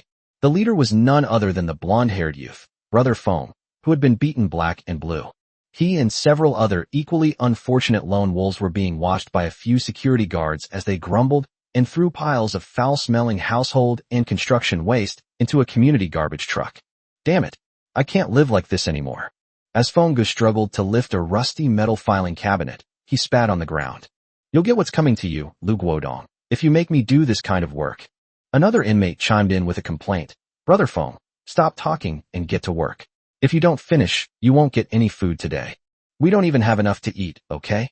You really think they'll give you food? Why? Brother Feng, please stop talking. I'm exhausted. They threw a broken microwave oven, several twisted clotheslines, and a dilapidated electric fan into the garbage truck like trash, making a loud clanging sound. In their eyes, these are worthless trash, a burden that makes them feel humiliated. However, standing on the 8th floor balcony, Mingdao looked down at the mountain of garbage below, and his eyes lit up instantly. A rusty metal filing cabinet? No, that's 50 high-quality iron plates. A discarded microwave oven? No, those are a Magnetron X1, a copper coil X2, and rare electronic components X3. A twisted clothesline? No, those are 5 aluminum alloy tubes. What others see as useless trash, Mingdao sees as a list of resources that shines with brilliant light. That's not a garbage dump. That was a huge, glittering treasure mountain. A crazy plan quickly took shape in Mingdao's mind. The treasure hunt in the Junkyard Project. He wants to turn all the industrial waste accumulated over the past few decades on the entire Blue Bay Peninsula into his private mine. Take advantage of the fact that he's the only one who's reached level 3 on the panel right now. Seize the opportunity. Chapter 67 Mutant Porcupine. A moment later, Mingdao and his companion went downstairs again and entered the forest. Practice makes perfect. Early in the morning, many people were already treasure hunting in the forest. After yesterday's death, everyone is clearly terrified. They were all very well equipped. Everyone carries a kitchen knife for self-defense, and some even ride electric scooters to dig for vegetables. It makes it easy to escape. Mingdao and his companion entered the forest via a side path. Mingdao walked ahead, identifying the path ahead. Wang Chu followed closely behind him, keeping the distance between them within 3 steps at all times. He has changed. The fat man who used to tremble at the slightest sound of wind or grass at the edge of the forest has now become calm and composed. He gripped the boning knife he had brought from his own kitchen tightly in both hands, his not-so-large eyes scanning the bushes on either side warily, watching for any shadows that might lurk danger. His growth is visible to the naked eye. This is not just an imitation of posture, but a transformation of mindset. After witnessing the saber-toothed tiger's bloody massacre and escaping death under Mingdao's guidance, Wang Chu finally understood the meaning of Mingdao's words. Weakness is the original sin. Fear still exists, but it is no longer the master that controls our actions. The will to survive is. Stay alert, but don't be overly nervous. Mingdao's voice suddenly came from ahead. He was also intentionally or unintentionally cultivating his neighbor. Having another ally with fighting power was a good thing. Excessive tension will accelerate physical exhaustion and make your movements stiff. Focus your attention on your hearing and vision, not on your own heartbeat. Understood, Mingji. Wang Chu took a deep breath, forcing his tense shoulders to relax. They soon arrived at the area where they had set the traps the day before. It was a relatively flat clearing in the woods, where several animal trails worn into the ground by wild beasts converged, making it a natural hunting ground. Mingdao raised his hand and made a stop gesture. Wang Chu immediately stopped, crouched down slightly to lower his center of gravity, and turned his gaze to the direction Mingdao was about to go, keeping watch on his flank. This was a subconscious cover action. He didn't even realize it himself, but he had already begun to think and act like a true teammate. Mingdao was satisfied with Wang Chu's reaction, but he said nothing. He tiptoed, following the route he remembered, and slowly approached the location of the first animal trap. A faint, almost imperceptible smell of blood began to grow stronger in the air. The smell wasn't fresh. It was mixed with the earthy odor. Something has been infected. The thought flashed through Mingdao's mind, but he did not let his guard down. He walked around a huge fern, and his gaze finally fell on the trap, which was carefully disguised by dead leaves and soil. The bear trap has been triggered. The 2 rows of menacing steel saw teeth were locked together, stained with dark red blood. However, What was caught was not a whole prey. It was a bloody animal leg. A beast's leg, thicker than an adult man's thigh, along with part of its mangled pelvis, was forcibly torn off and left in the trap. The coarse, black, deer hair-like fur was covered with congealed blood and dirt. At the cut, the stark, white bone fragments and torn dark red muscle tissue were exposed to the air, a horrifying sight. The surrounding ground was a mess. The huge hoofprints were deeply embedded in the mud, trampling the surrounding bushes and weeds into disarray. One can imagine the intense and painful struggle that the large creature that was trapped must have gone through. Wang Chu came over and saw this scene. His face first showed a hint of excitement, which was then replaced by disappointment. "Oh, it's just one leg, what a pity." He couldn't help but sigh, his tone full of regret. "Look at the size of this leg. How big must this deer have been? If we could catch the whole one, we wouldn't have to worry about food for at least half a month." Mingdao was not disappointed at all. He squatted down and carefully examined the broken end of the animal leg. He then used a crowbar to clear away the surrounding soil and observe the shape and depth of the hoofprints. This thing should be a mutated black antelope, much larger than any deer species we know. He analyzed, his voice even carrying a hint of approval. The fact that they could break their own legs to escape shows that the creatures in this forest are not only huge in size, but also have terrifyingly strong vitality. He stood up and kicked the still firmly locked animal trap with his toe. "Moreover, this proves that our trap is effective. It's powerful enough to deal with these big guys. This isn't a failure, Fatty. This is a successful data collection." The first trap helped us confirm 3 things. First, we are on the right track. Large herbivores do indeed pass through this animal trail. Secondly, our tools are effective. The traps are powerful enough to break through their defenses and cause fatal damage. Third, and most importantly, Mingdao's gaze deepened. It tells us that we must never underestimate any creature here. If someone is this ruthless to themselves, then a direct confrontation with them would be a near certain death. Wang Chu was stunned. Looking at the bloody beast leg, a sudden realization dawned on him. The boss's thinking is indeed extraordinary. I understand, Mingji." Wang Chu nodded, gripping the cleaver in his hand tightly again. "Shall we go look at the second one now?" Mingdao nodded. "Let's go. Hopefully, the next one will bring us some surprises." The two removed the heavy animal leg from the trap, tied it with vines, and stuffed it into their backpack. One thigh of meat is enough for them to eat for a long time. After restringing the animal traps and recamouflaging them, they continued towards the location of the second trap. The second trap was set deeper, beneath a more complex slope. After walking a short distance, Wang Chu suddenly stopped. He suddenly raised his hand and pointed to the bushes under a huge banyan tree about 50 meters ahead. His voice was distorted with excitement. "Mingji, look, there." Mingdao looked in the direction he was pointing. In the dense thicket, a huge, dark silhouette lay motionless on the ground. Behind it, the iconic steel structure of the second bear trap reflected a faint glimmer of light in the moonlight. "I won. Moreover, judging by its size, it's definitely a big guy." The two exchanged a glance, both seeing barely suppressed excitement in each other's eyes. They immediately slowed their pace, moving stealthily from the left and right to flank the other. As they got closer, the full picture of their prey was finally revealed to them. It was a mutated porcupine of unimaginable size. Its body is like a small electric scooter. Lying there, his shoulder height was over half a meter. Its entire body was covered with a layer of glossy black mane, and beneath the mane, sharp bone spikes of varying lengths, comparable to short spears, stood upright from its back and sides, gleaming with a chilling white light. One of its thick hind legs was firmly caught in the second trap. The steel saw teeth were deeply embedded in its flesh, and the surrounding ground was a mess.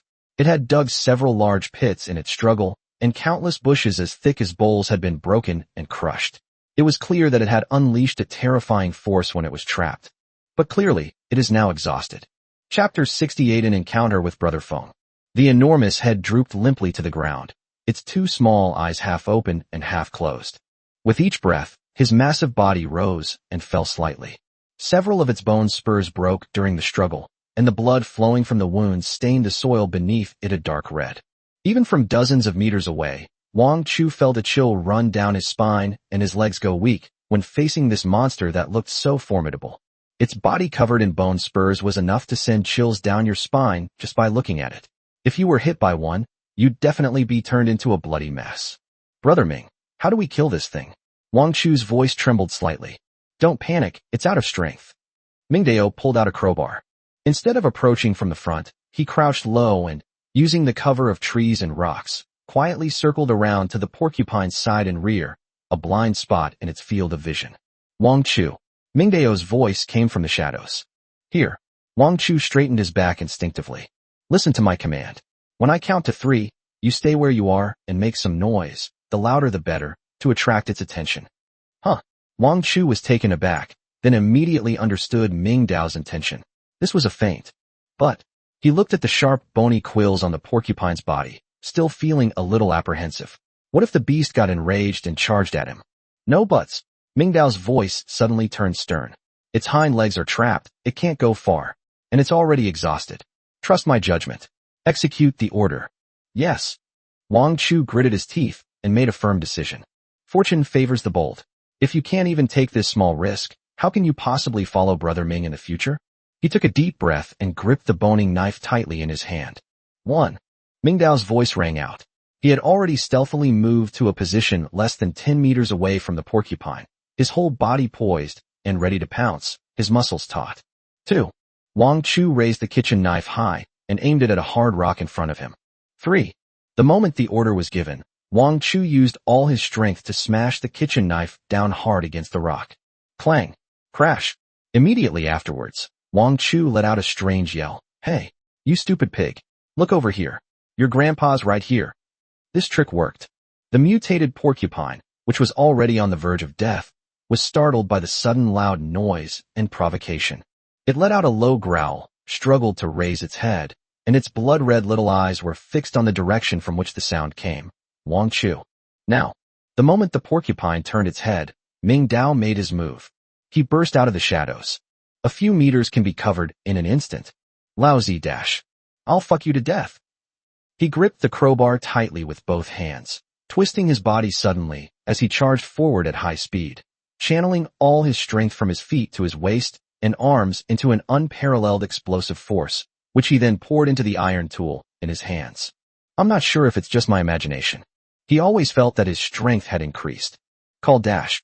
The heavy crowbar whistled through the air as it slammed into the mutated porcupine's nape where it met its skull.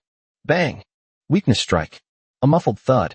The enormous mutated porcupine didn't even have time to let out a scream before its limbs stretched out and its whole body stiffened. Its massive body crashed heavily to the ground, twitched twice, and then remained motionless. One strike, and he's dead? Anyway, he fainted. Wang Chu stared in disbelief at the violent yet efficient scene before him, his mouth agape, unable to close it for a long time. This big fat pig was taken care of by Doflamingo with just one blow? That's too intense. Mingdao slowly exhaled a breath of stale air and shook his slightly numb arm. He had used all his strength in that attack, unleashing almost all of his power. The results seemed to be better than expected. He looked at his wrist, wondering if he was really that strong. Never mind. Now is not the time to dwell on these things. He stepped forward and kicked the porcupine's body to make sure it wasn't moving, then waved to Wang Chu, who was still in a daze. Come here, lend a hand. It took the two of them a great deal of effort to free the enormous mutated porcupine from the trap that was already deeply embedded in its flesh. When the giant beast lay completely intact before them, the excitement of the enormous harvest truly overwhelmed them. My God! Wang Chu stared at the mutated porcupine, which weighed at least 300 jin, approximately 150 kilograms, possibly even close to 500 jin, approximately 250 kilograms, his mouth practically watering. Brother Ming, how long will it take to eat this? With that skin and those quills, even a saber-toothed tiger probably couldn't bite through it. We're rich. We're really rich now. He had already begun to fantasize about using this succulent pork to make braised pork, twice-cooked pork, and grilled meat skewers. Eat. Mingdao shook his head, interrupting his fantasy. He looked at the huge porcupine, and an idea suddenly flashed in his eyes. No, no, no, it's too wasteful to eat that. I have a great use for you. Huh. Wang Chu was taken aback, his face full of confusion. Such good meat, why not eat it? Are you going to trade it with Lu Guodong and the others for something? Mingdao did not answer, but simply smiled inscrutably. You'll see when the time comes. Just as they were about to head to the third trap to investigate, Mingdao's smile suddenly froze on his face. His ears twitched slightly, catching a very faint, unusual sound. It was the sound of footsteps. There were also suppressed, deliberate sounds of conversation. Someone is approaching, and there's more than one. Mingdao suddenly reached out and made a shushing gesture, while at the same time pulling the still excited Wang Chu behind the porcupine and making him squat down. "Don't make a sound," he said in a low voice, his words concise and to the point. Wang Chu's heart jumped into his throat. He immediately shut his mouth and nervously gripped the kitchen knife.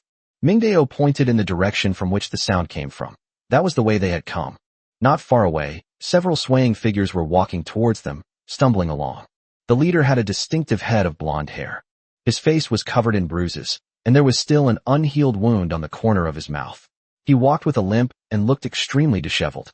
But those eyes were still filled with resentment and bitterness. It's Brother Feng.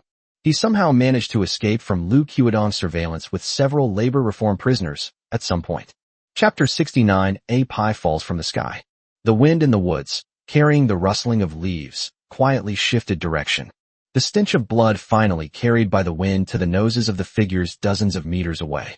For figures, dressed in rags and looking emaciated. Everyone's face bore the ashen look of hunger and exhaustion, their eyes sunken and their lips chapped. Clearly, the reform through labor system established by Lu Guodong caused them immense suffering. The one leading the group was none other than Brother Feng. His cheeks were swollen, and there were still purplish-black bruises at the corners of his eyes, the souvenirs left by Zhao Hu last night. He limped ahead, using the steel pipe in his hand as a crutch. Every step he took aggravated the wound in his abdomen, making him grimace. They took advantage of the opportunity to clean up the garbage dump at the north gate of the community this morning, and together knocked out the 2 security guards on duty and secretly escaped. Their purpose in coming to the forest was clear: to find food. In the labor reform team, they were only given a small piece of Oreo every day, along with endless heavy physical labor. If we stay here, we'll either be worked to death or starve to death. It was clearly Lu Qiudong who did it on purpose. A man as thin as a monkey followed behind Brother Feng, complaining weakly, "Brother Feng, forget it. What can we possibly eat in this godforsaken place? We've been searching for over an hour, and all we've found are rotten leaves and poop. If we don't go back soon, and Lu Guodong and his gang find us, we're doomed." "Shut up." Brother Feng turned around and shouted irritably. Go back and wait to starve to death? Or do you want to taste the batons of Zhao Hu and his gang of mad dogs again?"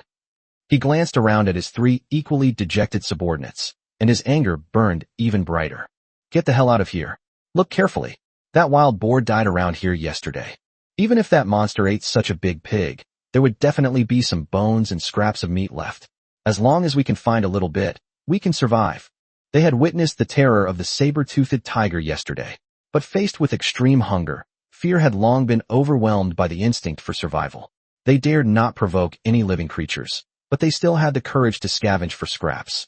Just then, the man called Monkey sniffed hard, and a glimmer of light suddenly burst forth from his deep-set eyes. "Brother Feng, can you smell it?" he asked uncertainly. "It smells like blood."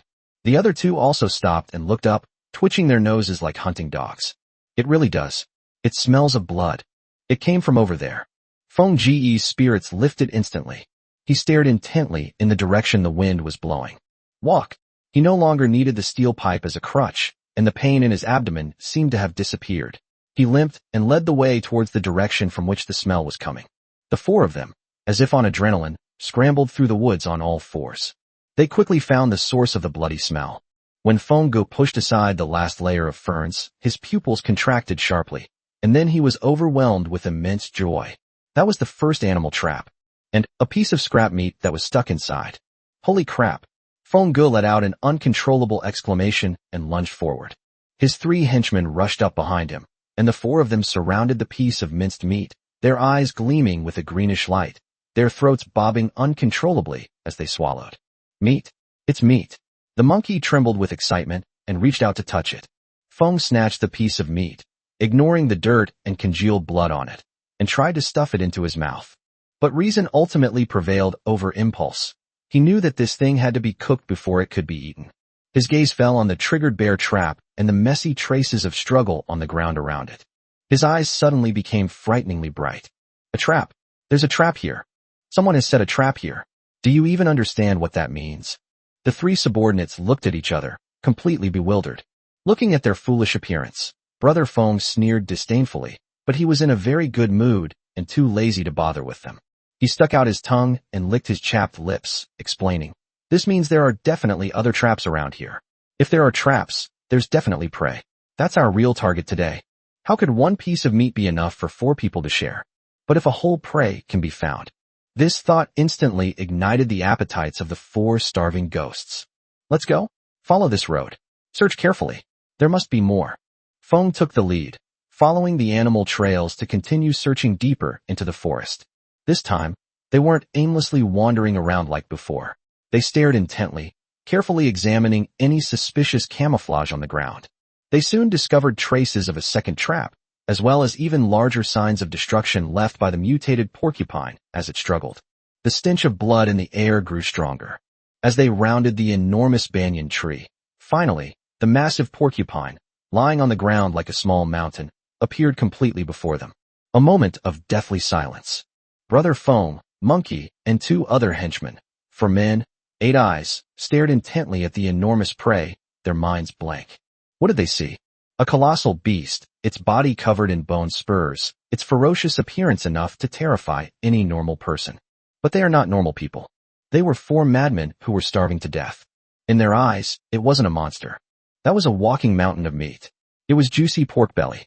It was sizzling grilled meat skewers. It was their hope for survival. Fuck. The monkey was the first to react and ran over immediately. The next second. Meat. What a huge pig. We're rich. We're rich.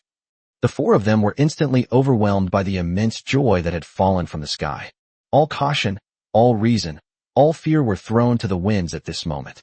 They cheered and charged towards the giant porcupine like madmen. There was absolutely no check of the surrounding environment. They didn't even think about why the giant beast was lying there so quietly. Faced with extreme hunger, their brains have lost even the most basic ability to make judgments. Feng was the first to rush to the porcupine's side. He reached out and stroked the porcupine's glossy black mane, feeling the warmth of the touch, and was so moved that tears welled up in his eyes. It's real. It's real. It's not a dream. His 3 henchmen also surrounded him, touching and patting the porcupine's carcass, gesturing wildly around it. Brother Feng, now we don't need to go back. With this pig, we can be the kings of this forest. Damn it, that bastard Lu Guodong. Does he want us to starve to death? Let him eat shit. This pork leg. Look at that hind leg. It's thicker than a water bucket. This meat must be delicious. After the brief period of revelry, the most pressing issues have been laid bare. How to divide it. Chapter 70. You are the #1 anonymous user. Brother Feng, this pig is too big. We can't take it all at once. Monkey wiped the drool from the corner of his mouth, his eyes gleaming with shrewdness. How about we cut off the 2 hind legs and take them? That's the most valuable part. Another shorter man immediately retorted, why only the hind legs? I think this pig's head is pretty good too, all collagen. I want the pig's head. You don't know anything. How much meat is in a pig's head? If you ask me, we should cut open the pig's belly and take out the internal organs and offal. That's the real good stuff. Shut the fuck up. Feng was annoyed by their noise, so he roared and temporarily suppressed the argument.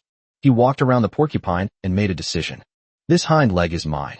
He placed his foot on the porcupine's fattest hind leg and declared without room for argument. This front leg is for the monkey. The rest are for you too. Anyone who dares to object again gets nothing. This distribution method immediately aroused dissatisfaction among the other 2 people. Brother Feng, this isn't fair. Yeah, Brother Feng, why should we? While all their attention was focused on the porcupine, Ming Dao, who had moved behind the banyan tree, made a move. He gave Wang Chu, who was also holding his breath beside him, a very subtle wink. Let's get started. Wang Chu swallowed. He gripped the boning knife tightly, his palms sweating profusely, but he still nodded emphatically. The next second, the 2 of them suddenly sprang up from the shadows, one on the left and one on the right. Ming Dao was the first to launch an attack. His target was the short man who was facing away from him, arguing heatedly with his companion over the pig's head. Silent, without a sound. In an instant, they were right behind the other person. He had already raised the crowbar high in his hand. Without the slightest hesitation, he struck the unsuspecting back of the neck hard. Bang! A muffled thud. The short man froze, not uttering a sound, and the light in his eyes quickly dimmed. His whole body, like a sack with its bones removed, slumped forward limply. Sold out instantly. Meanwhile, on the other side, Wang Chu mustered up the greatest courage of his life. His target was that man who was yelling about wanting pig offal. Aya dash. Wang Chu let out a wild roar that even he himself found unfamiliar, and rushed out, gripping the boning knife tightly. He did not attack the back of the neck like Ming Dao did. He still couldn't bring himself to kill. But he can be scary. He used all his strength to swing the kitchen knife in his hand, as if to chop it down hard on the man's head. The man was just arguing about the pig offal when he suddenly heard a roar behind him. He instinctively turned around and saw a distorted, fat face and a blade that rapidly magnified in his pupils. A dash! A scream 10 times more piercing than Wang Chu's burst from his throat. He even forgot to resist and forget to run away. His legs went weak and he knelt down on the ground with a thud. Don't kill me. Don't kill me. Spare me. He held his head in his hands, tears streaming down his face, his body trembling like a leaf. Intimidation. From the start of the attack to its end, it only lasted a mere 2 seconds. Before Feng Gu and Monkey could even fully recover from their companion's argument, the situation had already undergone a dramatic change. Feng Ji's reaction was the fastest of all. When he heard the muffled thud and scream behind him, he turned around abruptly. Then he saw it. It's you. The moment Feng Gu saw Ming Dao's face, his pupils suddenly contracted to pinpoints. He recognized the face. He remembers it perfectly. It was this young man. Back in the Central Garden, when everyone was caught up in Lu Guodong's enthusiasm, he was the first to stand up, logically pointing out the risks of the mission and proposing the exploration team. He was standing in the crowd at the time and heard every word the young man said. That extraordinary composure, that insightful analysis, it left an extremely deep impression on him. At this moment, this face perfectly overlapped with the figure in my memory. A terrifying thought, one that sent chills down his spine, suddenly cleaved through his mind like lightning. The mysterious player who dominated the leaderboard with an overwhelming advantage, infuriating Lu Guodong, but whose whereabouts remained a mystery. That anonymous person who was always ahead, as if they had a god's eye view and knew all the rules in advance. Feng's lips began to tremble uncontrollably. He pointed a finger at the expressionless young man who was approaching him step by step. You're the anonymous number 1. This is not a question, it's a certainty. Only that legendary anonymous number 1 could possess such terrifying skills. Only someone capable of setting a trap here in advance to hunt down such a huge prey. Everything is connected. Faced with Brother Feng's earth-shattering accusation, Ming Dao's expression remained unchanged. He neither admitted nor denied it. My answer to Brother Feng is not words. Instead, it was a crowbar that came hurtling towards them. He suddenly exerted force with his feet and swung the heavy crowbar directly at Brother Feng's face. Identity exposed? Then let's eliminate everyone who knows this secret. Fuck your mother. Feng's ferocity was completely unleashed. He never expected that the other party would resort to deadly violence without warning. He roared, gripped the steel pipe he used as a cane tightly with both hands, and swung it horizontally to meet Ming Dao's attack. Although he was injured in last night's battle, he was, after all, the leader of the Lone Rangers, a position he earned through sheer grit and brute force, and his combat experience far surpassed that of his useless subordinates. Clang dash. The crowbar and the steel pipe collided violently in midair, sending up a string of dazzling sparks. A tremendous force of recoil came, making both of their arms go numb. Feng was shocked. He hadn't expected that this young man, who didn't look particularly strong, would have such great strength. However, he no longer had time to be surprised. Ming Dao's attacks gave him absolutely no chance to breathe. With his attack blocked, Ming Dao twisted his wrist and the other end of the crowbar, accompanied by a whooshing sound, stabbed towards Feng Ji's chest with lightning speed. Brother Feng's expression changed drastically. He hurriedly took a step back and used the steel pipe to block downwards. Clang. Another crisp sound. Ming Dao didn't know anything about stick fighting either. However, every move is aimed directly at the vital points, and the angles are tricky. On the other hand, although Brother Feng was fierce, he had been starving for several days and was injured, so his physical strength was already severely depleted. His attacks were wide and sweeping, seemingly powerful, but in reality full of flaws. Every swing was a pointless drain on his already dwindling stamina. Undoubtedly, he was losing ground. His breathing became increasingly heavy, and his movements became increasingly sluggish. We're about to lose. Chapter 71. We're on the same path. Brothers. Clang, clang, clang. The continuous parries left Feng Ji's hands numb and his arms weak, almost unable to hold onto the steel pipe. He spotted an opening and tried to retreat to create distance and regroup. But why would Mingdao give him that opportunity? Just as Feng retreated, Mingdao suddenly took a step forward and delivered a clean and swift side kick, slamming it into Feng's chest. Bang dash. A muffled thud. Feng felt as if his sternum was about to be cracked by the kick. An irresistible force came over him, and he spat out a mouthful of blood and flew backward. He fell heavily to the ground, struggling to get up, but the sharp pain in his chest left him weak, and he could only convulse in vain.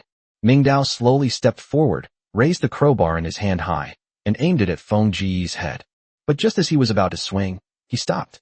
He flipped it over and pressed the tip of the stick against Brother Feng's throat. The icy touch made Feng Ji's body tremble. He could feel that if the other party exerted even a little force, the iron rod could easily pierce his throat. He's finished. Feng was breathing heavily. He didn't want to die. He really didn't want to die. Driven by an intense will to survive, his chaotic mind began to operate at an unprecedented speed. He knew that begging for mercy was useless.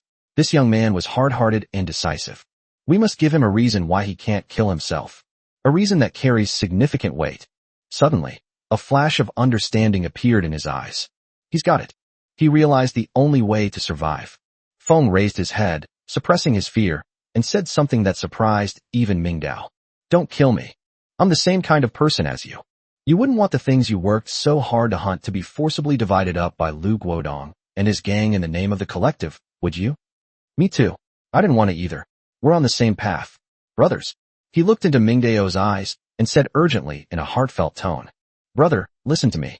You and I are the truly smart ones. We've both seen through this world. Relying on yourself is the only way. Lu Guodong's collectivism is nothing but robbery. He can steal everyone's supplies today, and tomorrow he can use the name of collective interests to steal the porcupine you worked so hard to hunt. You think he doesn't know how capable you are? He knows it better than anyone. That's why he established this ridiculous contribution point system. He wants to use rules to trap and starve talented people like us, to turn us all into slaves working for him. We can't let him succeed.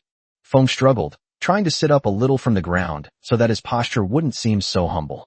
Release us. We'll join forces. You have the skills and the brains. I have the brothers and the guts. With the two of us working together, this entire Blue Bay Peninsula will be ours sooner or later.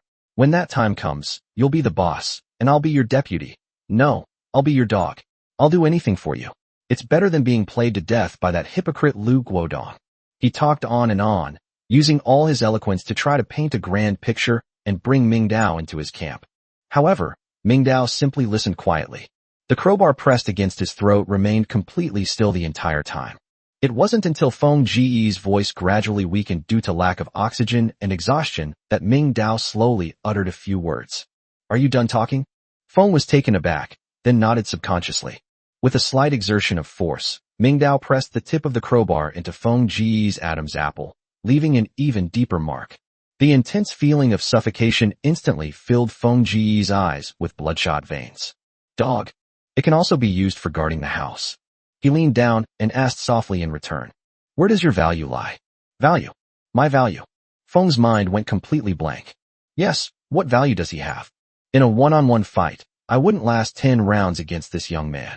As for his men, all that's left are a scaredy cat and a good-for-nothing who's been knocked unconscious and is probably dead or alive. In terms of resources, I am currently penniless and cannot even afford a single biscuit. His so-called joint efforts were nothing but a huge joke in the face of an absolute disparity in strength. The other party doesn't need him at all. Kill him, take the porcupine, and disappear into the forest where no one will find you. That's the simplest and most logical choice. Feng was in despair. The shadow of death overwhelmed his last shred of hope. No, I don't want to die. I can't die. I want to live. I still need to find my sister. Those last 2 words awakened his will to survive. Countless thoughts, images, and memories flashed wildly through his mind.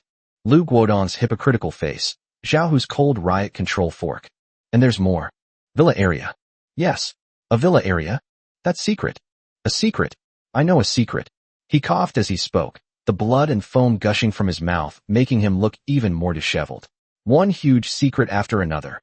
Mingdao's movements finally paused for a moment. Feng dared not hold back any longer and poured out all his chips like beans spilling from a bamboo tube.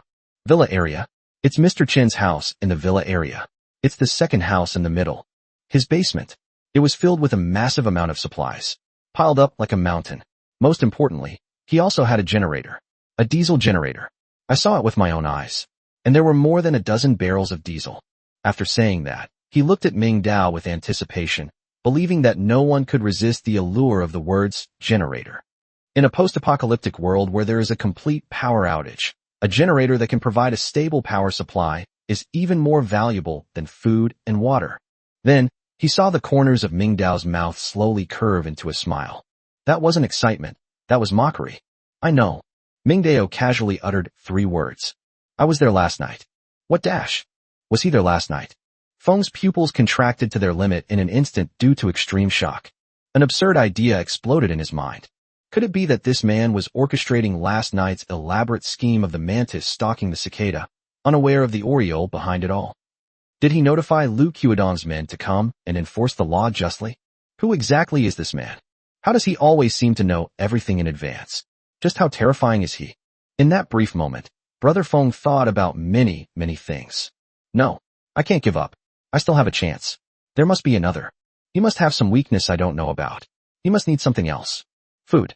He has this huge porcupine, so he has no shortage of food. Weapons. The crowbar in his hand was more deadly than his own steel pipe. Intelligence. He even knows the secrets of the villa area. My little bit of information is nothing compared to him. What else is he lacking? What exactly is missing? Chapter 72 Developing Steadily. Suddenly, a detail he had overlooked flashed through his mind like lightning. He remembered. On the very first day after I transmigrated here, the water and electricity for the entire neighborhood were cut off. Everyone is worried about getting a clean sip of water. No matter how powerful this man is, he still needs to drink water. How much water can he store by himself? Is the porcupine's blood drinkable? Is there water in the forest? Water. It must be water. This is everyone's lifeline. And it's his only lifeline. Water. I have water. Clean water. Lots and lots of it. This sentence finally worked. A ripple finally appeared in Ming Dao's usually calm and collected eyes. The pressure from the crowbar he was pressing against Feng's throat eased slightly. Oh, he finally became interested. Tell me more. Cough, cough, cough. I live on the top floor. The top floor of Building 10. I'm the only one with the key to the door leading to the rooftop in our building. On the rooftop, there's a huge fire water tank on the rooftop. You know, one of those big stainless steel tanks. It's always full of water. It's for the fire protection of the whole building. There must be at least a dozen tons of water in there, right? It's definitely the largest water source in our entire community besides the sprinkler pool. But then he suddenly remembered something. His face turned pale, and he cautiously added a sentence. It's just that the water has been stored in the tank for too long. It might not be safe to drink directly.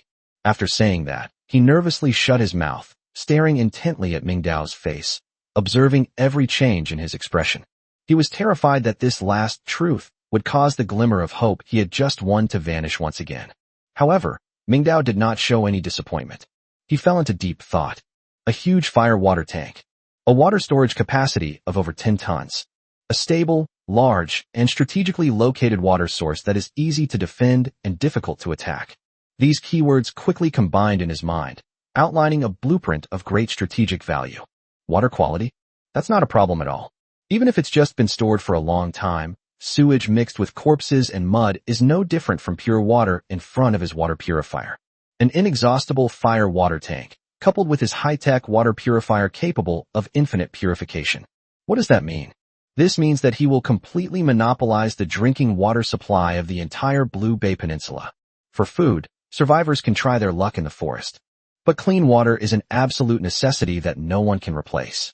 Lu Qiudong established his centralized rule by relying on force and a pitiful distribution of resources. And if he controls the water source, it's like he's holding everyone by the throat. This is a truly strategic resource point, capable of overturning the existing power structure. Feng kept staring intently at Ming Dao's face. When he saw the fleeting glint in Ming Dao's eyes, he knew that he was probably safe. He scrambled forward, ignoring the excruciating pain in his throat and chest, and swore an oath to the heavens. Brother. No. Big brother. Just spare my life. I'll give you the key right now. From now on, I, Fengzi, will be your most loyal dog. You tell me to go east. I'll never go west. You tell me to bite whom. I'll bite them. He burst into tears, accusing Lu Guodong of his atrocities.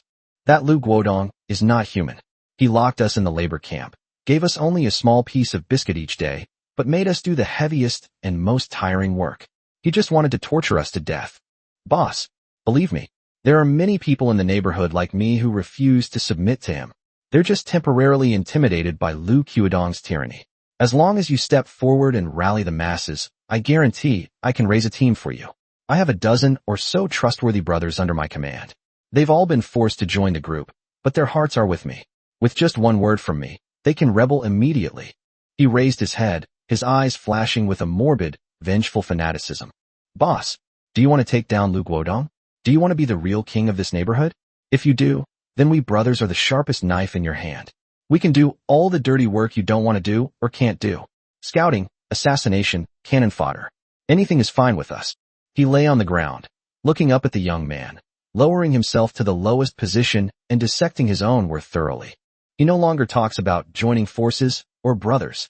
He is very clear about his current position, a dog. A mad dog that has some use. Mingdao quietly looked at him, at this blonde youth who was once considered a bandit leader among the survivors, now as humble as dust in front of him.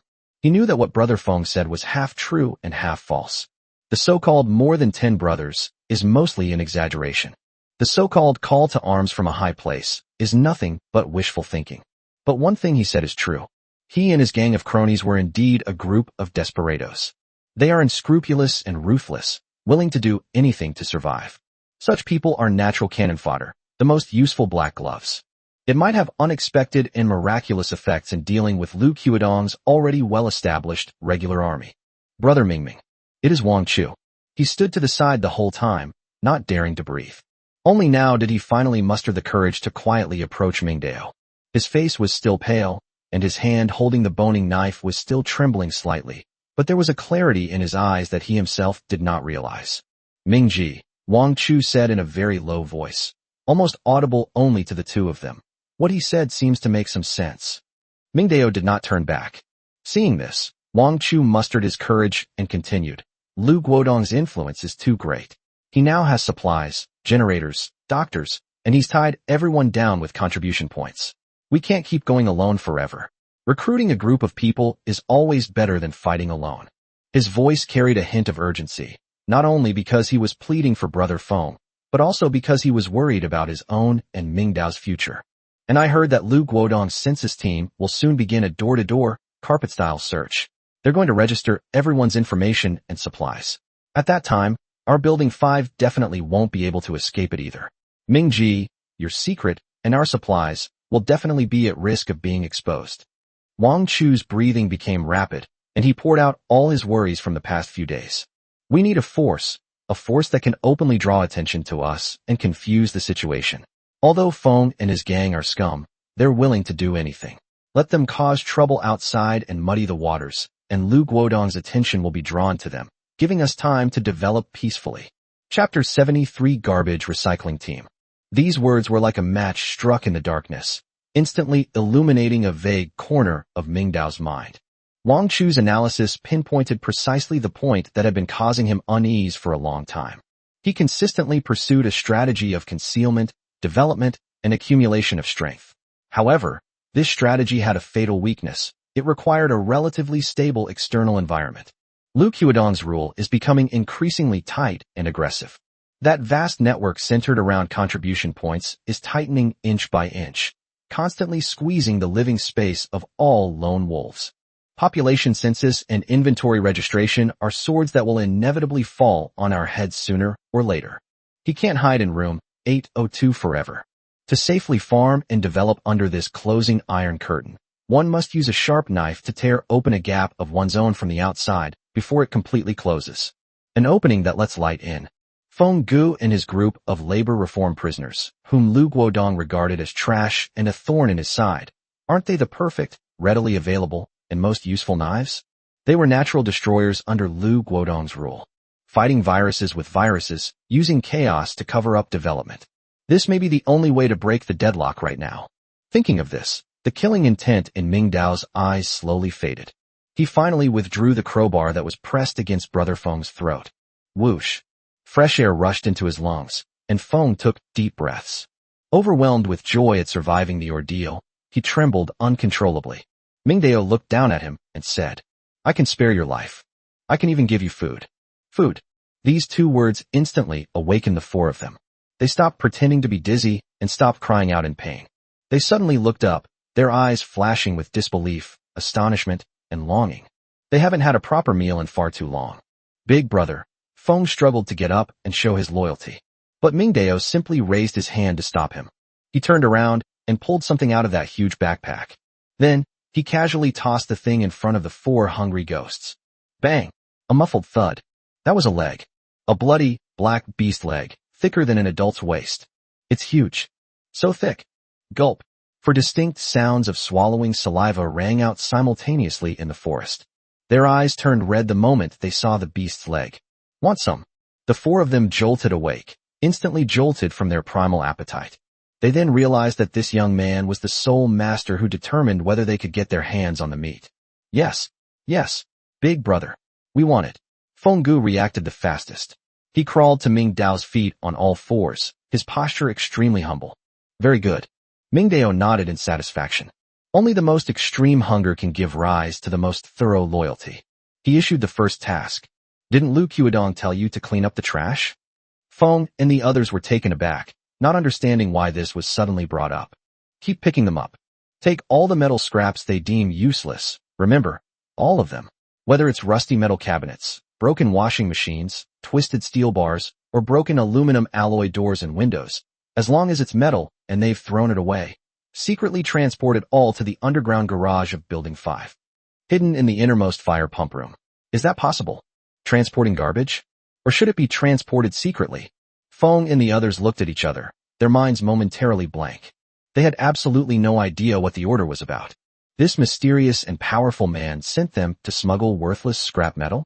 What exactly does he want to do? But they dared not ask. They were just nodding instinctively and frantically. Yes, I can do it. Big brother. I guarantee the mission will be completed. For them. Let alone smuggling garbage. Even if Mingdao asked them to eat shit right now, they would do it without hesitation. As long as I can survive, as long as I can have something to eat. Mingdao was very satisfied with their attitude. He stretched out his foot and gently kicked the huge black antelope leg in front of him. It weighed at least 70 or 80 pounds, enough for them to eat for a long time. He pointed to the animal leg and said coldly, I don't lack food. As long as you do a good job, it's not difficult to have meat every meal. But, Mingdao abruptly changed the subject, and a chilling killing intent surged forth. If I find out that you dare to play any tricks or reveal even a single word about what happened today, I guarantee that your fate will be 100 times worse than what you did in the labor camp. At this moment, Feng and the others seemed to have returned to the instant when the crowbar was held to their throats. They had no doubt that this man could do exactly what he said he would do. On one side is a paradise where you can eat meat at every meal. On the other side was a hell 100 times worse than the labor camps. This multiple-choice question requires absolutely no thought. Don't worry, brother. Even if we die, we would never dare to betray you. Feng was the first to react, and with a thump, he knelt heavily on the ground. Whether it's acting or coming from the heart, the surrender is real. The three men behind him also seemed to wake up from a dream, and followed suit by kneeling down, swearing oaths and vows, wishing they could tear out their hearts to show their loyalty. We swear to God, from this day forward, our lives belong to you, brother. We'll do whatever you ask us to do. Anyone who dares to have any disloyal thoughts will be torn to pieces by saber-toothed tigers as soon as they step outside. They'll die without a complete corpse. Brother Feng slammed his head heavily on the ground, making a dull thud. Brother, don't worry. I will handle this matter properly for you. Not only will I do it myself, but I will also immediately contact other brothers who are oppressed by Lu Guodong. Those who, like us, have suffered in the labor camp, and those lone travelers who dare not join the collective and are about to starve to death outside. I will pass on your order to offer amnesty. Tell them that if they follow you, they'll have good fortune. These people have long hated Lu Qiudong to the core. As long as we give them a glimmer of hope, they will definitely pledge allegiance to you immediately and expand your power. Feng is very smart. He knew that his only value now was to integrate these trash people that Lu Qiudong looked down on. He wanted to maximize this value in order to secure his position in this new group. What Mingdao wanted was not the loyalty of a mob. What he needs is a garbage collection team that he can use. Without saying another word, he used the tip of the crowbar to gently lift the huge black antelope leg and bring it in front of Brother Feng. These are yours. Take them back and eat your fill so you'll have the energy to work. Chapter 74 Breakdown. The porcupine. The heavy beast leg landed in Feng Ji's arms. The real weight and the overwhelming smell of flesh and blood made him freeze. He stood there, frozen, clutching the beast's leg, which was wider than his own body, and tears welled up in his eyes without warning. His three subordinates behind him were also so moved that they wept uncontrollably. They helped each other up from the ground and bowed and kowtowed to Mingdao, tears of gratitude streaming down their faces. Thank you, brother. Thank you, brother. We will never forget our elder brother's great kindness. Looking at these four grateful new subordinates, Mingdao felt a strange sense of satisfaction. It's the thrill of power that allows you to control the fate of others and have your words carry the weight of the law. This feeling is unfamiliar, yet somewhat addictive. Wang Chu, standing to the side, watched this scene unfold, his thoughts unreadable. But he is certain that taking sides might be the most correct thing he has ever done in his life. The deal was done, and the four of them, carrying the incredibly heavy beast leg, prepared to leave, expressing their gratitude profusely. The beast's leg was so heavy that it took the four of them all their strength to lift it, making their already unsteady steps, weakened by hunger, even more unsteady. Brother, don't worry. Brother Feng walked at the front, thumping his chest loudly. Leave tonight's business to us brothers. Don't even mention metal scraps. Even if you asked us to dismantle Lu Qiudong's command post, we wouldn't even blink an eye.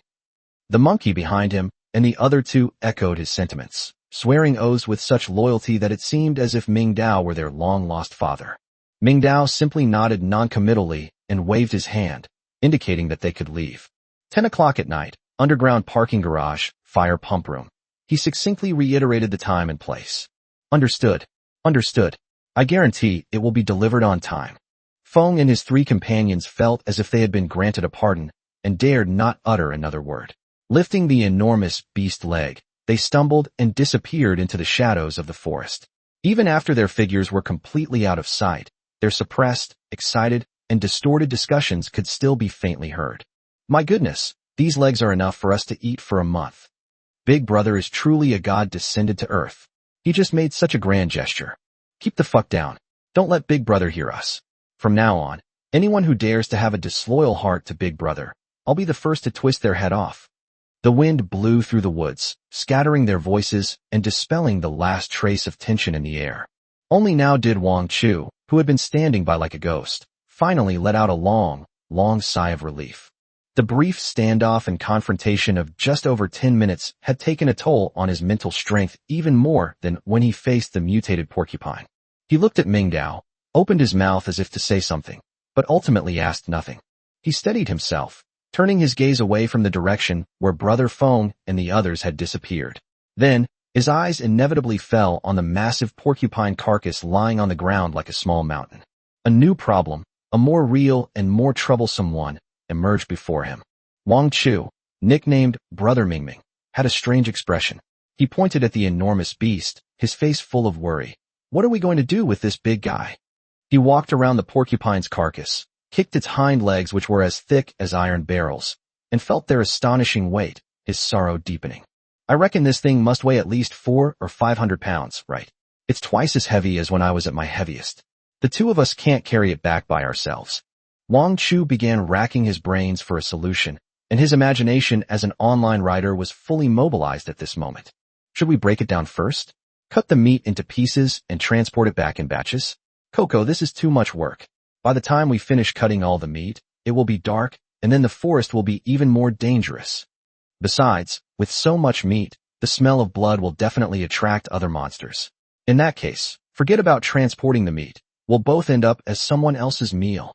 The more he thought about it, the more troublesome it seemed, and he scratched his greasy hair in frustration. Or perhaps we could just start a fire here, roast the meat, and take it back?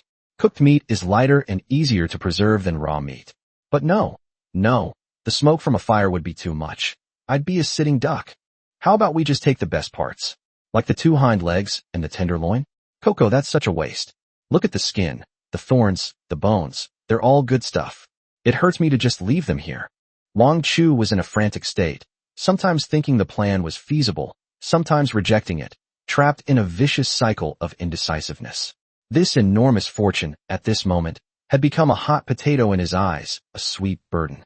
After Wang Chu had gone through all the impractical solutions he could think of, he finally concluded dejectedly. "It's over, Ming Ji. It seems we can't take this pig with us." Ming Daokai finally gave a strange smile. "Who said we were going to carry it back?" "Oh, not carry it back?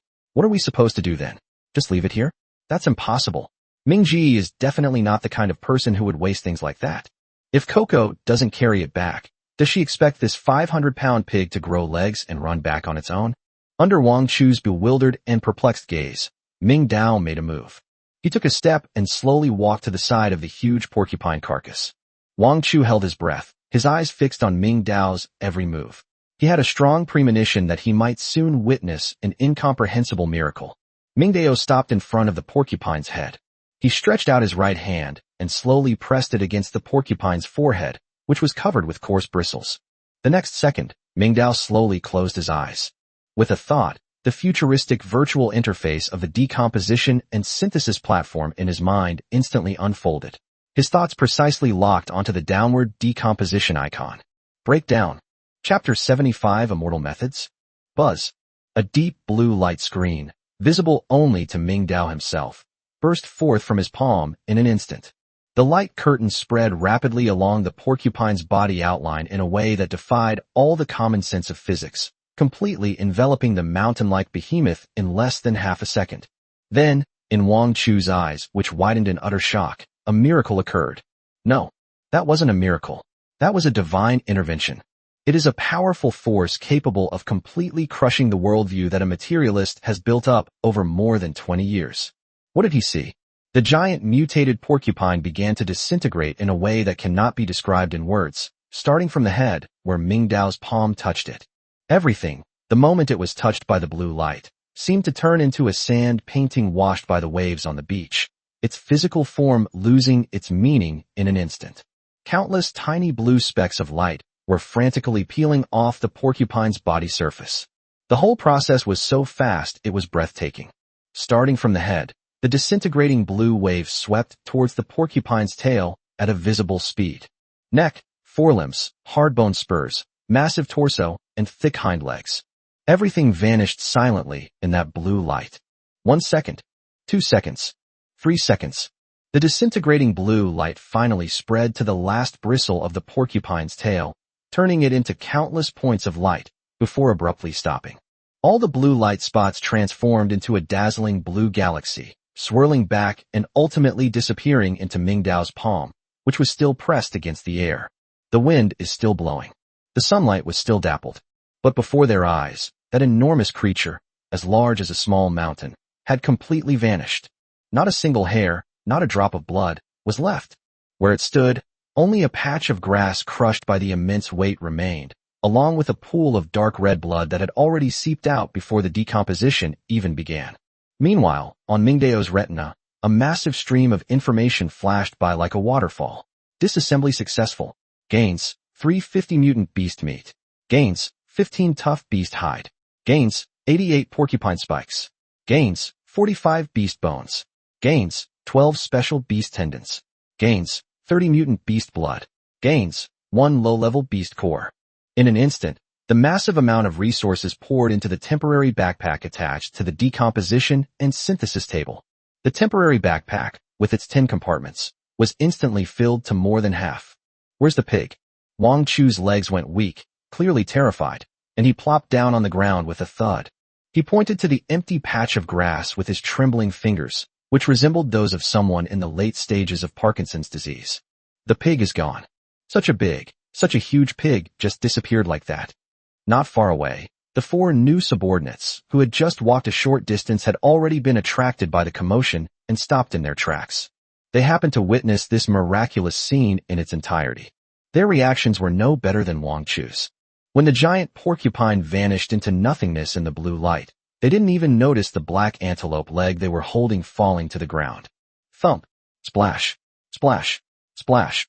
From muffled thuds, all in unison, the 4 men, led by Brother Feng, suddenly collapsed to their knees and knelt heavily in front of Ming Dao. gods, and immortals. It's a divine intervention. Big brother. Immortal. Immortal, spare my life. They murmured incoherently, unable to find any words to describe what had just happened. The phrases moving mountains and filling seas and turning stones into gold, words that only exist in myths and legends, all seem so pale in the face of the scene just now where matter vanished into thin air. This is beyond the reach of human power. It can only be a legendary magic technique. They actually dared to try to be enemies with such a being? This thought made Feng feel a wave of fear, but fortunately he understood it clearly. Mingdao slowly withdrew his right hand, looked at the distant forest, and said meaningfully, "Now you should understand. Just how important is it to be obedient?" Mingdao greeted Wang Chu. "They're gone. We have one last trap to check." After saying that, he turned around, put his hands behind his back, and walked slowly into the depths of the forest with unhurried steps. His silhouette, stretched long and thin in the dappled sunlight, was silhouetted against the sun. At this moment, the level of sophistication was completely maximized. Wang Chu stared blankly at the receding figure, his mind still in a daze. Just as Mingdao's figure was about to disappear into the woods, he suddenly jolted awake and scrambled to his feet. "Mingji, wait for me. Wait for me." On the quiet forest path, only the sound of two people's footsteps, one after the other, could be heard. Mingdao walked ahead with steady steps, while Wang Chu followed closely behind. His steps were unsteady, his eyes were unfocused, and he seemed to be in a dazed state, as if his soul had left his body. He watched Mingdao's retreating figure. The ordinary black windbreaker seemed to transform into a Taoist robe embroidered with the sun, moon, and stars in his eyes. The crowbar that Mingdao casually carried also seemed to become a legendary divine weapon capable of stirring up storms. He didn't even dare to look directly at the back of Mingdao's head anymore, for fear of seeing some secret he shouldn't have seen. We walked for a very long time. It took Wang Chu a long time to finally regain a sliver of his rationality from that immense shock. He must find a reasonable explanation for everything that just happened. An explanation that he himself could accept. Otherwise, he'll go crazy. He thought of his newly upgraded control panel and the extra, miraculous space expansion card. Yes, the control panel. It must be the control panel. Since this world can have panels that appear out of thin air and systems that defy explanation, it doesn't seem unacceptable for even more outrageous abilities to emerge. He needed an answer from Mingdao himself, to confirm his conjecture. "Brother Mingming." "Uh-huh." Wang Chu took a deep breath and mustered all his courage.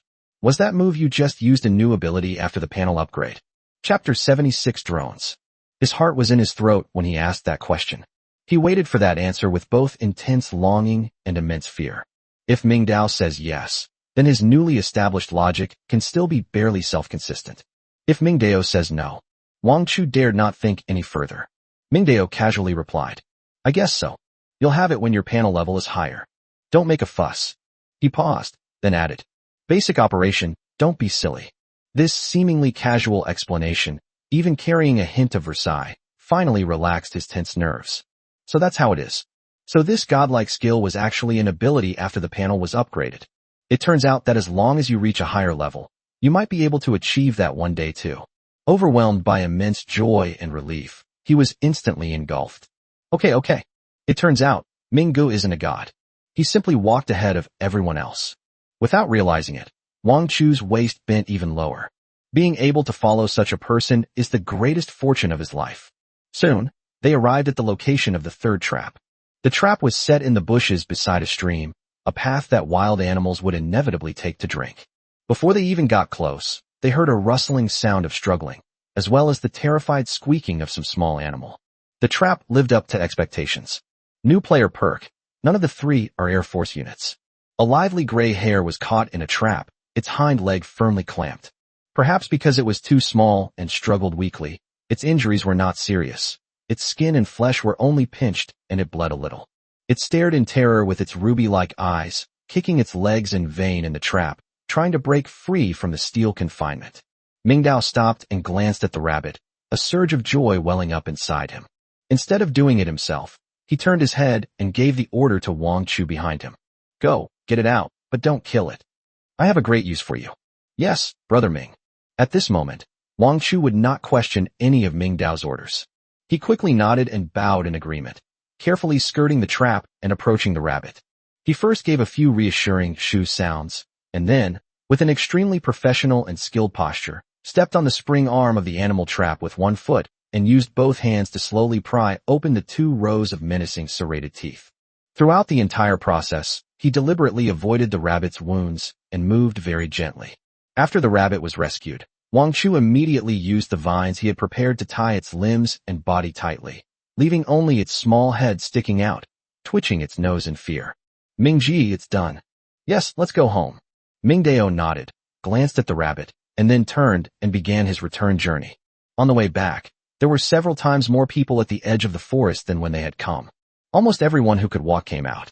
Most of the people looked pale and sickly, and they were in groups of 3 or 5, holding all sorts of weapons in their hands, kitchen knives, rolling pins, baseball bats, and some even holding garden shears.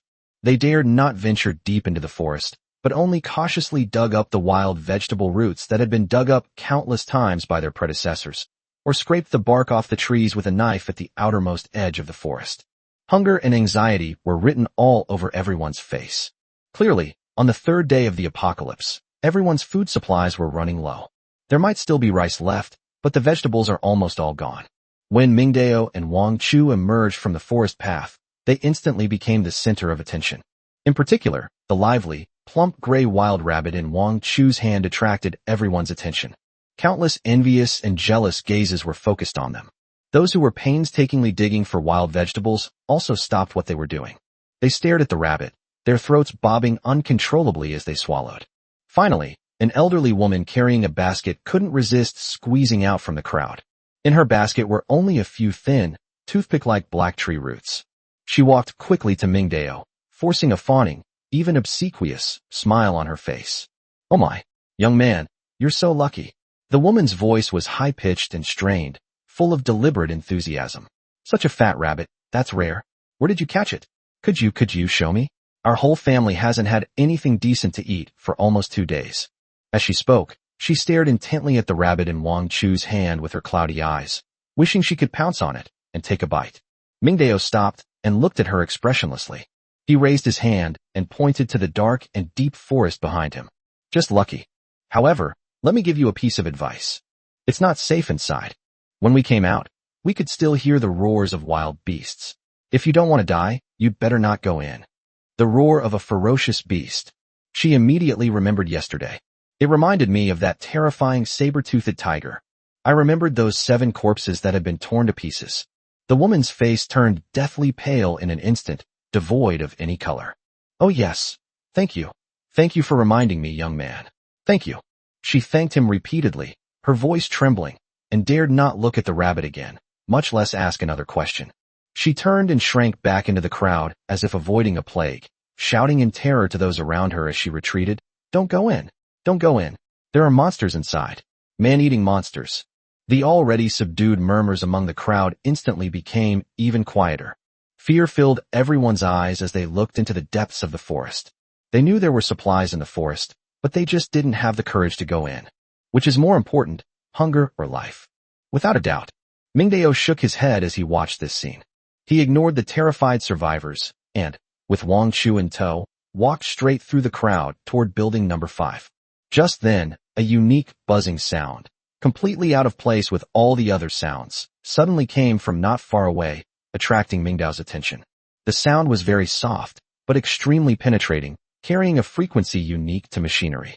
He looked in the direction of the sound. On an open space a few dozen meters away, a young man wearing black-rimmed glasses and looking rather refined was looking up with a tense expression, holding a white remote control in both hands, his fingers flying across the joystick. Above his head, a white multi-rotor drone was slowly descending from the forest, wobbling precariously. Mingdao's eyes flickered instantly. Drones. This is a true reconnaissance tool in the apocalypse. Its strategic value is immeasurable. Chapter 77. Your drone looks pretty badly damaged. Without the slightest hesitation, he picked up the still struggling rabbit, led the bewildered Wang Chu, changed direction, and walked straight toward the young man wearing glasses. The young man had clearly noticed Mingdao's approach as well. His gaze was first drawn to the lively rabbit in Wang Chu's hand, and a hint of undisguised envy flashed in his eyes. But when he saw Mingdao's oppressive gaze and the way he walked straight toward him, his envy immediately turned into wariness. In the apocalypse, strangers who approach you often represent trouble. Seeing Mingdao approach, he instinctively took a half-step back, holding the remote control protectively to his chest, and asked warily, "Is something the matter?" His voice was soft, carrying the timidity typical of tech geeks. Mingdao's gaze fell on the drone that had just landed on the grass. It was a DJI consumer-grade aerial photography drone, and the model looked quite new. But at this moment, it appears somewhat battle-damaged. 2 of the 4 propellers had obvious cracks and gaps along their edges, as if they had been scraped at high speed by something sharp. The white fuselage was covered with fine scratches, the most conspicuous of which was a deep claw mark that stretched from the nose to the tail, as if it had been fiercely scratched by the talons of some kind of raptor. The most fatal flaw was the gimbal camera located below the nose of the camera. A crack had clearly appeared on the glass protecting the lens. Although it wasn't completely shattered, it had severely affected the image clarity. Mingdao took all of this in view and had already made a judgment in his mind. He withdrew his gaze and looked back at the young man who was sweating nervously. He grinned, revealing a set of white teeth. He pointed to the obviously damaged DJI drone and got straight to the point. "Hey handsome, your drone looks pretty badly damaged." Faced with Mingdao's sudden attempt to strike up a conversation, the young man with glasses blushed, like a tech geek who had been hurt in a sensitive spot. He raised his hand and pointed to the battered drone on the grass, his voice filled with helplessness and heartache. "Don't even mention it. It was just scratched by a strange bird in the sky and almost didn't make it back. This is my livelihood." Strange bird? The tools for making a living? These 2 words immediately attracted the attention of all the survivors who were eavesdropping nearby. Mingdao raised an eyebrow, accurately capturing the key information in the young man's words, and took another step forward. He pressed further. "Oh? What did you see in the sky? Could you find a water source?" Water. Those who were originally just watching from afar, or pretending to be digging for wild vegetable roots, all stopped what they were doing and gathered around in this direction. The young man clearly did not expect to suddenly become the center of attention. He was startled by the sight and couldn't help but feel a chill when he looked at the survivors whose eyes were flashing green. He subconsciously looked at Mingdao, as if seeking some kind of protection. Under Mingdao's smiling gaze, he finally calmed down a little. "Found it! Found it! Found it! Really? You found water. Where is it? Is it far? Is the water clean? Oh my God! We're finally saved.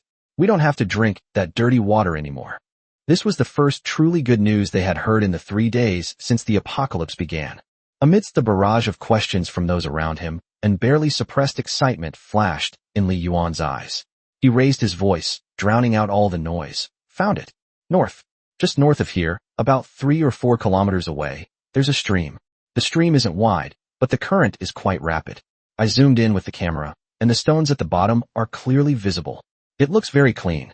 He paused, as if remembering something, and the excitement on his face turned into frustration.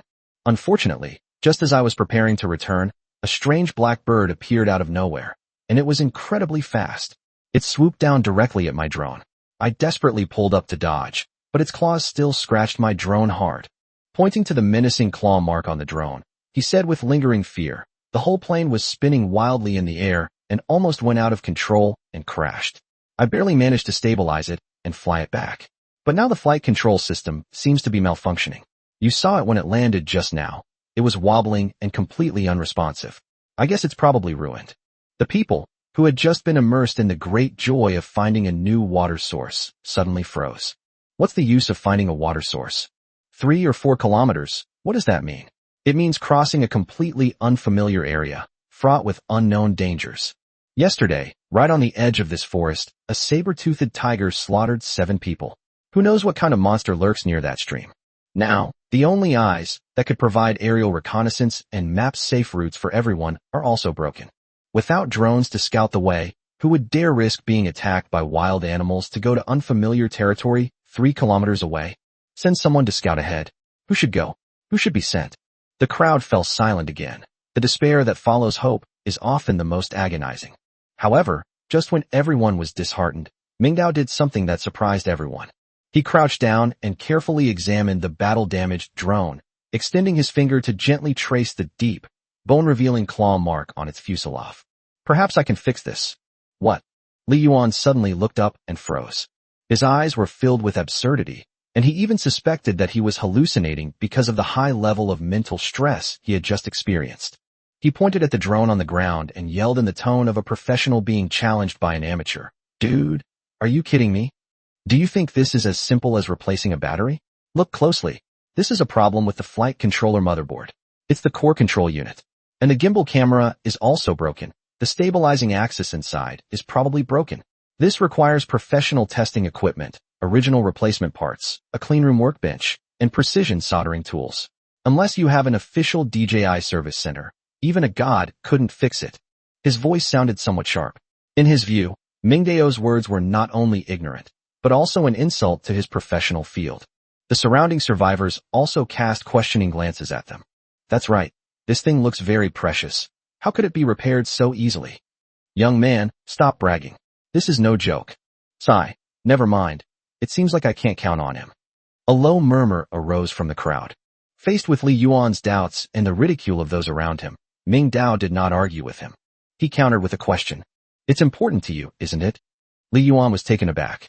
"If it can't be fixed, you might not be able to find another water source, and you won't be able to use it to earn contribution points from Lu Guodong and the others, right? Without it, what difference is there between you and those who dig up tree roots on the edge of the forest?" Chapter 78, half an hour every day. Yes, he's right. All of that is correct. He's a tech geek, the kind who's completely lazy and clueless about basic agricultural knowledge. He couldn't compete with others for supplies. He couldn't do manual labor. This drone, which cost him 3 months' salary, was his only asset for survival in this damned apocalypse. Yesterday, he used this drone to hover over the neighborhood, helping Lu Guodong's patrol team observe several unusual situations on the rooftops, in exchange for 50 contribution points and 2 packs of precious compressed biscuits. He originally thought he had found a way to live decently in this apocalypse. But now, that only capital has turned into a pile of scrap metal. Li Yuan's face turned deathly pale in an instant. His lips trembled, and he sighed. "Let's try anything, even if it seems hopeless. What if he really wasn't just bragging? You can really fix it?"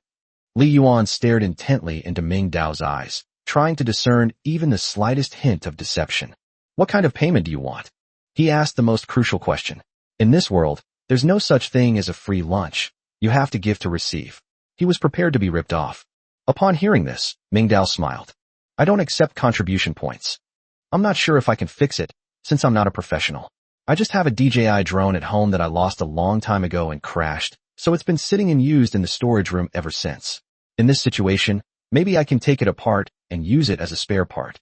This explanation was reasonable and immediately dispelled most of the doubts in Li Yuan's and those around him's minds. Disassembling and replacing parts still requires considerable technical skill, but it sounds much more reliable than repairing from scratch. Ming Dao paused for a moment, and then he revealed his true conditions. "In exchange, your drone will serve me for half an hour every day from now on. Go where I tell you to explore. Of course, the battery life is another matter. Half an hour every day, and they completely obey the other party's instructions. This is practically equivalent to handing over half of the usage rights of your drone to someone else. It's important to know that drone batteries have limited lifespan. His DJI drone only cruised for 51 minutes. Even with generators now available, charging is still a luxury. In the current situation where a stable source of power cannot be obtained, every takeoff is a huge drain on precious electricity. Half an hour a day, the cost is undeniably heavy. But being able to fly is better than not being able to fly. Ming Dao is waiting. Let Li Yuan figure it out himself. A forced relationship is never sweet. Only when the other party is willing to accept it can the cooperation last. Time passed by, second by second. Finally, as if he had made up his mind, Li Yuan suddenly looked up, a resolute glint in his eyes. Instead of agreeing outright, he put forward his own conditions, trying to gain the last bit of initiative for himself.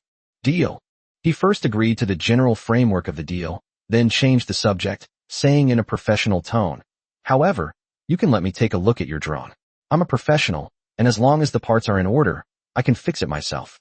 If I can really fix it, I can lend it to you for half an hour every day for your own use. Find a way to charge the battery, and make sure it's safe." He emphasized the words borrow and use for oneself. This means that he was only lending out the equipment, not becoming Ming Dao's vassal along with the equipment. He wanted to preserve his independence and dignity as a drone pilot. Upon hearing this suggestion, a hint of joy flashed in Mingdao's eyes.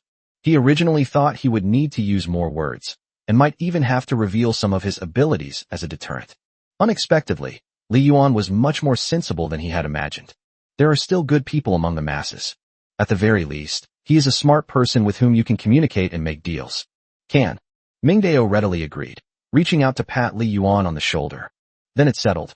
Now, take your drone and come back to Building 5 with us. Huh? Oh, okay, fine. Li Yuan hurriedly grabbed the drone and remote control from the ground, not daring to be negligent for a moment, and quickly jogged after them. The three of them walked back to Building 5. Li Yuan's gaze was somewhat unfocused. He would occasionally turn his head and secretly observe the man walking in front with a curious look. Wang Chu, on the other hand, was a completely different story. He carried the tightly bound wild rabbit, head held high, following behind Ming Dao, looking just like a general's adjutant returning in triumph after a victorious battle. The way he looked at Li Yuan even carried a hint of superiority from someone who had been there before. Along the way, they encountered more survivors who had gone out to find food. When those people saw the plump, live rabbit in Wang Chu's hand, their gazes were so intense they seemed to want to devour it whole. But when their gaze fell upon the blood-stained boning knife, those greedy eyes would immediately shrink back, lower their heads, and make way for them. The strong get stronger, and the weak get weaker. The laws of the end times are being engraved in the very bones of everyone in the most straightforward way. Soon, the three of them returned to the ground floor of Building 5. Arrive. Mingdao stopped in front of 802, took out his key from his pocket, and inserted it into the lock. Click. After a crisp unlocking sound, Mingdao pushed open the security door and stepped aside to make way. Wang Chu, you stay at the door and keep an eye on the stairs, he ordered without turning his head. Yes, Brother Ming. Wang Chu immediately put the rabbit down on the ground like a dutiful guard, straightened his back, and scanned the dimly lit corridor with sharp eyes. Mingdao then turned his gaze to Li Yuan and made a pleased gesture. Come in. Okay, sure. Li Yuan, holding his precious drone, carefully stepped into room 802. The moment he stepped into the living room, he froze. He considered many possibilities. Perhaps it was a chaotic warehouse filled with all sorts of supplies, or perhaps it was a minimalist camp with bare walls and only the necessities for survival. But he never imagined he would see such a scene. The entire living room was clean, tidy, and even spotless. All the furniture was neatly arranged, the floor was spotless, and there was no unpleasant odor in the air. Instead, there was a faint, purifying scent like that of some kind of plant. If it weren't for the eerie double sun hanging high in the sky outside the window, Li Yuan would have thought he was just visiting a friend with obsessive-compulsive disorder about cleanliness. Is this really the end of the world? He looked down at his clothes, which were covered in mud and grass clippings from wandering through the forest, and his face flushed. He became hesitant and his steps became unsteady, as if afraid of soiling the spotless floor. Chapter 79, Surveying Drones. Sit anywhere. Mingdao pointed to the sofa, then walked straight towards the bedroom. I'll go get your things. Li Yuan sat down awkwardly on the edge of the sofa, placing the drone he was holding like a precious treasure on the coffee table in front of him. He dared not move or look around, and could only sit upright with his hands on his knees, like a recent graduate waiting for a job interview. Soon, a soft rustling sound came from the bedroom. A moment later, Mingdao came out of the bedroom. In his hands was a huge, hard-shelled storage box, more than half a person's height, covered in a thick layer of dust. Bang! He casually placed the box on the coffee table in front of Li Yuan, raising a cloud of fine dust that made Li Yuan cough twice. Cough, cough this. What you're looking for should be inside, Mingdao said succinctly. Looking at the enormous box before him, Li Yuan's doubts resurfaced. He simply couldn't reconcile this dusty antique with a sophisticated drone. He tentatively reached out and brushed away the dust from the surface of the box, revealing 2 metal clips. Click, click. With 2 crisp sounds, the lid of the box was opened. The inside of the box was filled with thick foam, and each groove precisely corresponded to a component. In the very center of the recess, a black drone lay quietly. Its design is full of industrial aesthetics, with sharp lines and sturdy arms. Compared to Li Yuan's small white consumer drone, it's like the difference between a heavy truck and a family car. However, its condition can only be described as miserable. The fuselage was also covered with a thick layer of dust. One of the arms was broken in the middle, exposing a complex array of colorful lines at the break, like a broken bone. The propeller of the other arm was missing, leaving only a bare motor shaft. The gimbal camera at the bottom of the body was in even worse condition. The entire lens was shattered, with only some glass shards stubbornly stuck to the frame. This is not a drone. This is clearly a pile of electronic waste. Li Yuan's lips twitched uncontrollably. He looked up at Ming Dao with an expression that seemed to say, "Are you kidding me? Are you sure this is the drone you're talking about?"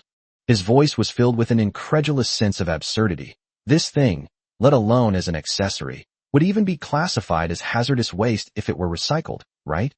Ming Dao shrugged nonchalantly. It used to be able to fly. Then one time, it flew too high, the signal was lost, and it fell straight down from a height of several hundred meters, and that's how it ended up like this. The company just threw it away, so I thought I'd pick it up and bring it back. Then I just left it in the storage room and forgot about it. He pointed to the pile of scrap metal and said casually, "Aren't you a professional? Take it apart and see if there's anything usable inside." Li Yuan was speechless. He felt like a consumer who had been cheated by an unscrupulous merchant, but there was nowhere to even file a complaint. He took a deep breath, suppressing his frustration. He was already here. He couldn't leave empty-handed. He might as well try anything. He pulled a Swiss Army knife from his pocket, skillfully flicked out a Phillips screwdriver, bent down, and began a professional autopsy of the pile of electronic waste. His movements were very focused, and his expression became serious. He first carefully examined every scratch on the machine with a flashlight, muttering to himself. The arm has a structural fracture, the motor shaft is exposed, and the wiring is damaged. Well, that's not important, since the arm is unusable anyway. The gimbal camera is physically damaged, the lens assembly is completely broken, and the stabilizer axis is probably also ruined, but that's not important. My gimbal should be fine. It's interesting that the fuselage has several cracks, but the main frame is not deformed. As he inspected the drone, he began disassembling its outer shell with a screwdriver. He precisely unscrewed each tiny screw and placed them neatly in a row on the coffee table. Wang Chu, who was guarding the door, couldn't help but peek over out of curiosity. He watched Li Yuan's precise and skillful movements with great interest. Soon, the drone's upper shell was completely peeled off, revealing the incredibly complex integrated circuit board inside. The green motherboard is densely packed with various chips, capacitors, and circuits, creating a dazzling display. Li Yuan's eyes lit up instantly. His breathing became somewhat rapid.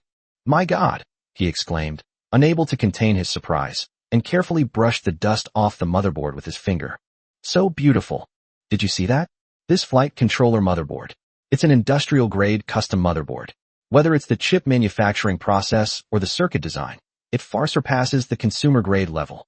And this GPS module has a dual-mode redundancy design. No wonder it can fly so high." He was like Columbus discovering a new continent, completely immersed in the kind of fervor unique to tech geeks.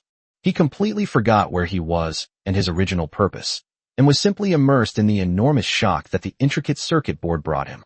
This video transmission chip is actually military-grade. Its anti-interference capability is at least 3 times that of civilian-grade chips. And these ESCs, the materials used are so solid. Each one has its own independent heatsink. Wang Chu was completely bewildered. He didn't understand what these technical terms meant at all, but that didn't stop him from feeling the extreme excitement in Li Yuan's tone. He couldn't help but ask Ming in a low voice, "Brother Ming, what does he mean? Is this thing even usable?" Ming Dao crossed his arms, leaned against the wall, and shook his head. He certainly knew the value of the drone.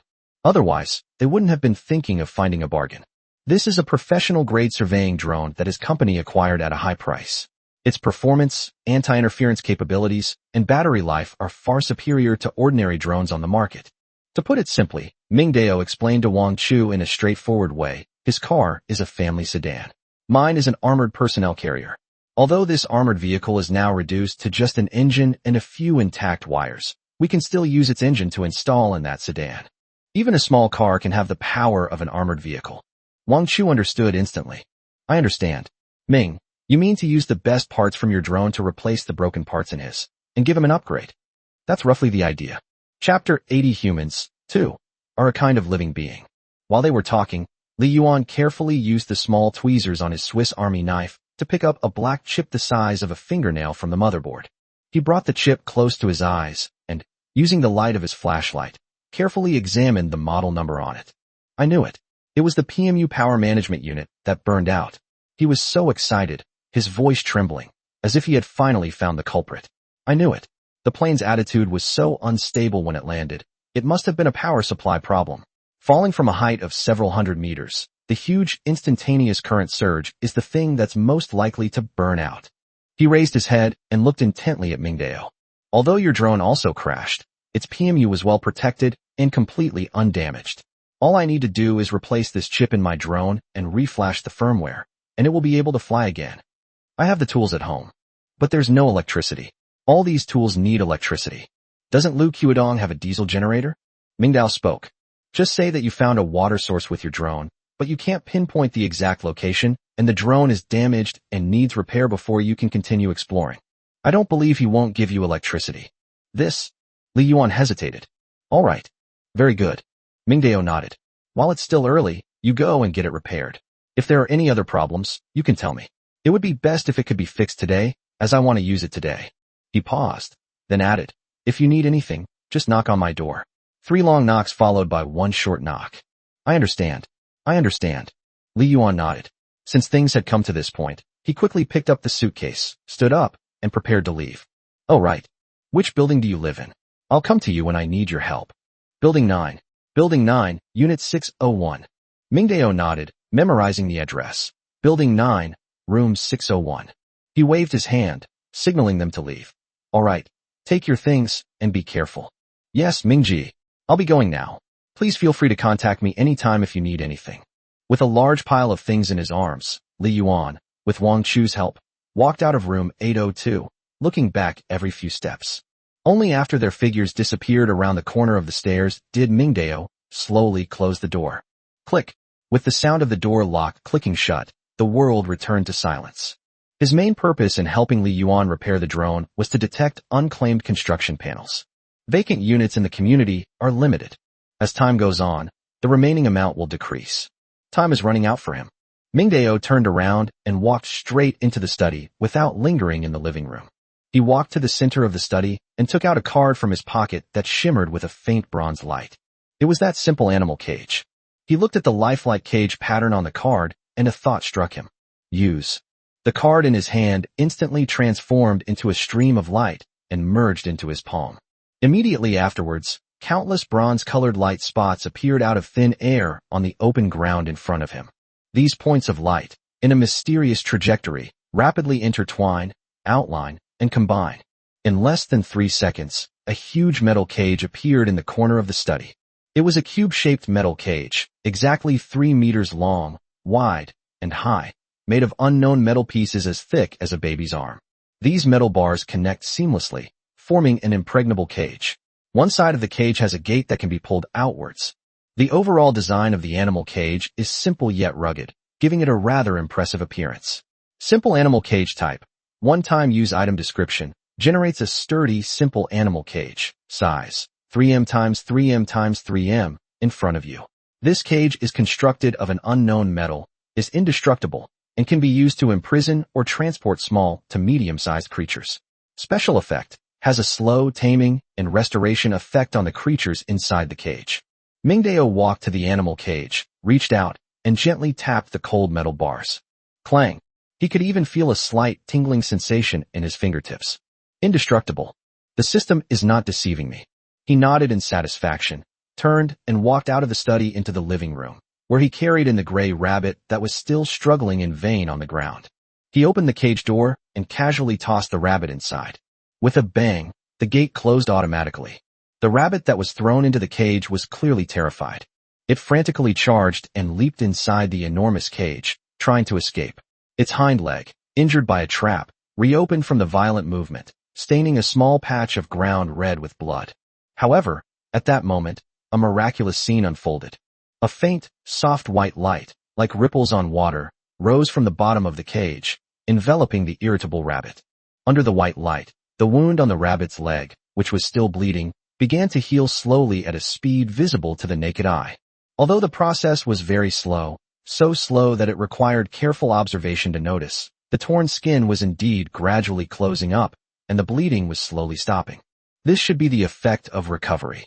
Even more amazing is the domestication. The wild rabbit, which had been terrified and running around wildly, gradually calmed down under the white light. It stopped jumping, stopped struggling, and even its terrified squeaking stopped.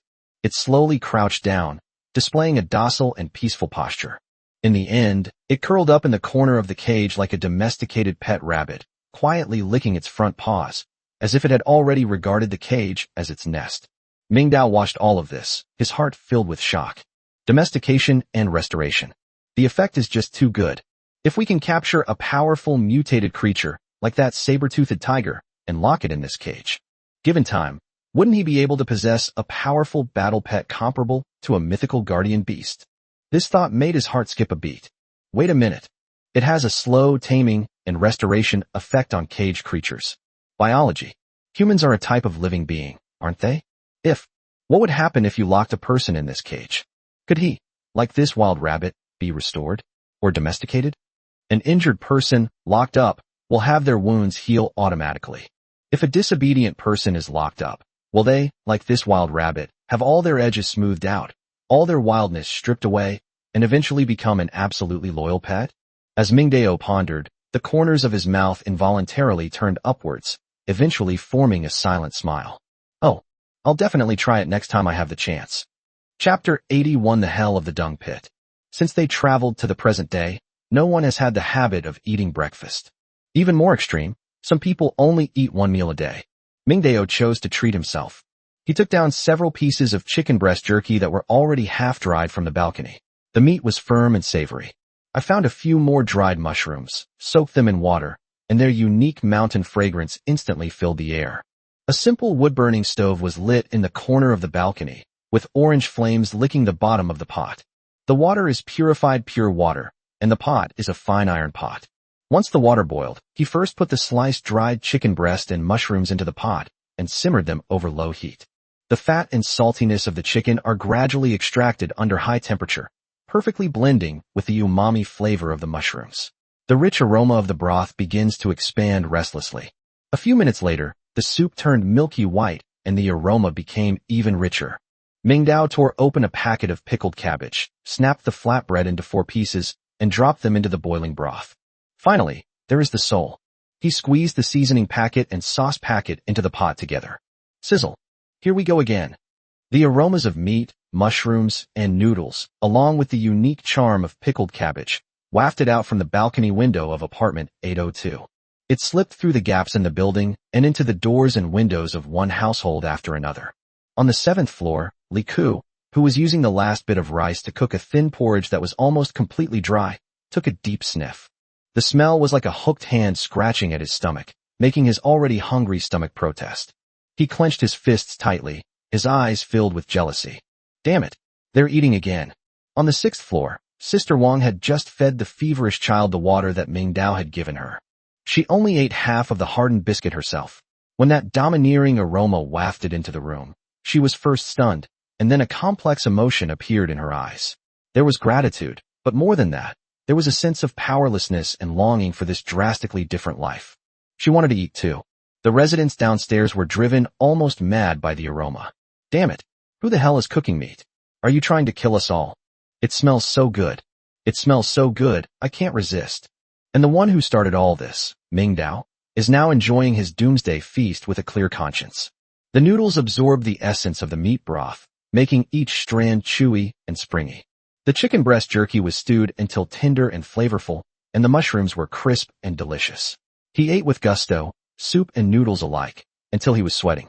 After a pot of hot soup, it felt like my whole body had been soothed. This is life. After a hearty meal, Mingdao took a glass of water, walked to the balcony, leaned against the railing, and looked out at the forest. Leisurely. I don't know how much time passed. Open the door. Open the door now. What is that smell? Ugh, it stinks like hell. Help, it's stinking. A sudden commotion erupted from downstairs without warning. Mingdao raised an eyebrow and turned his gaze toward the source of the commotion.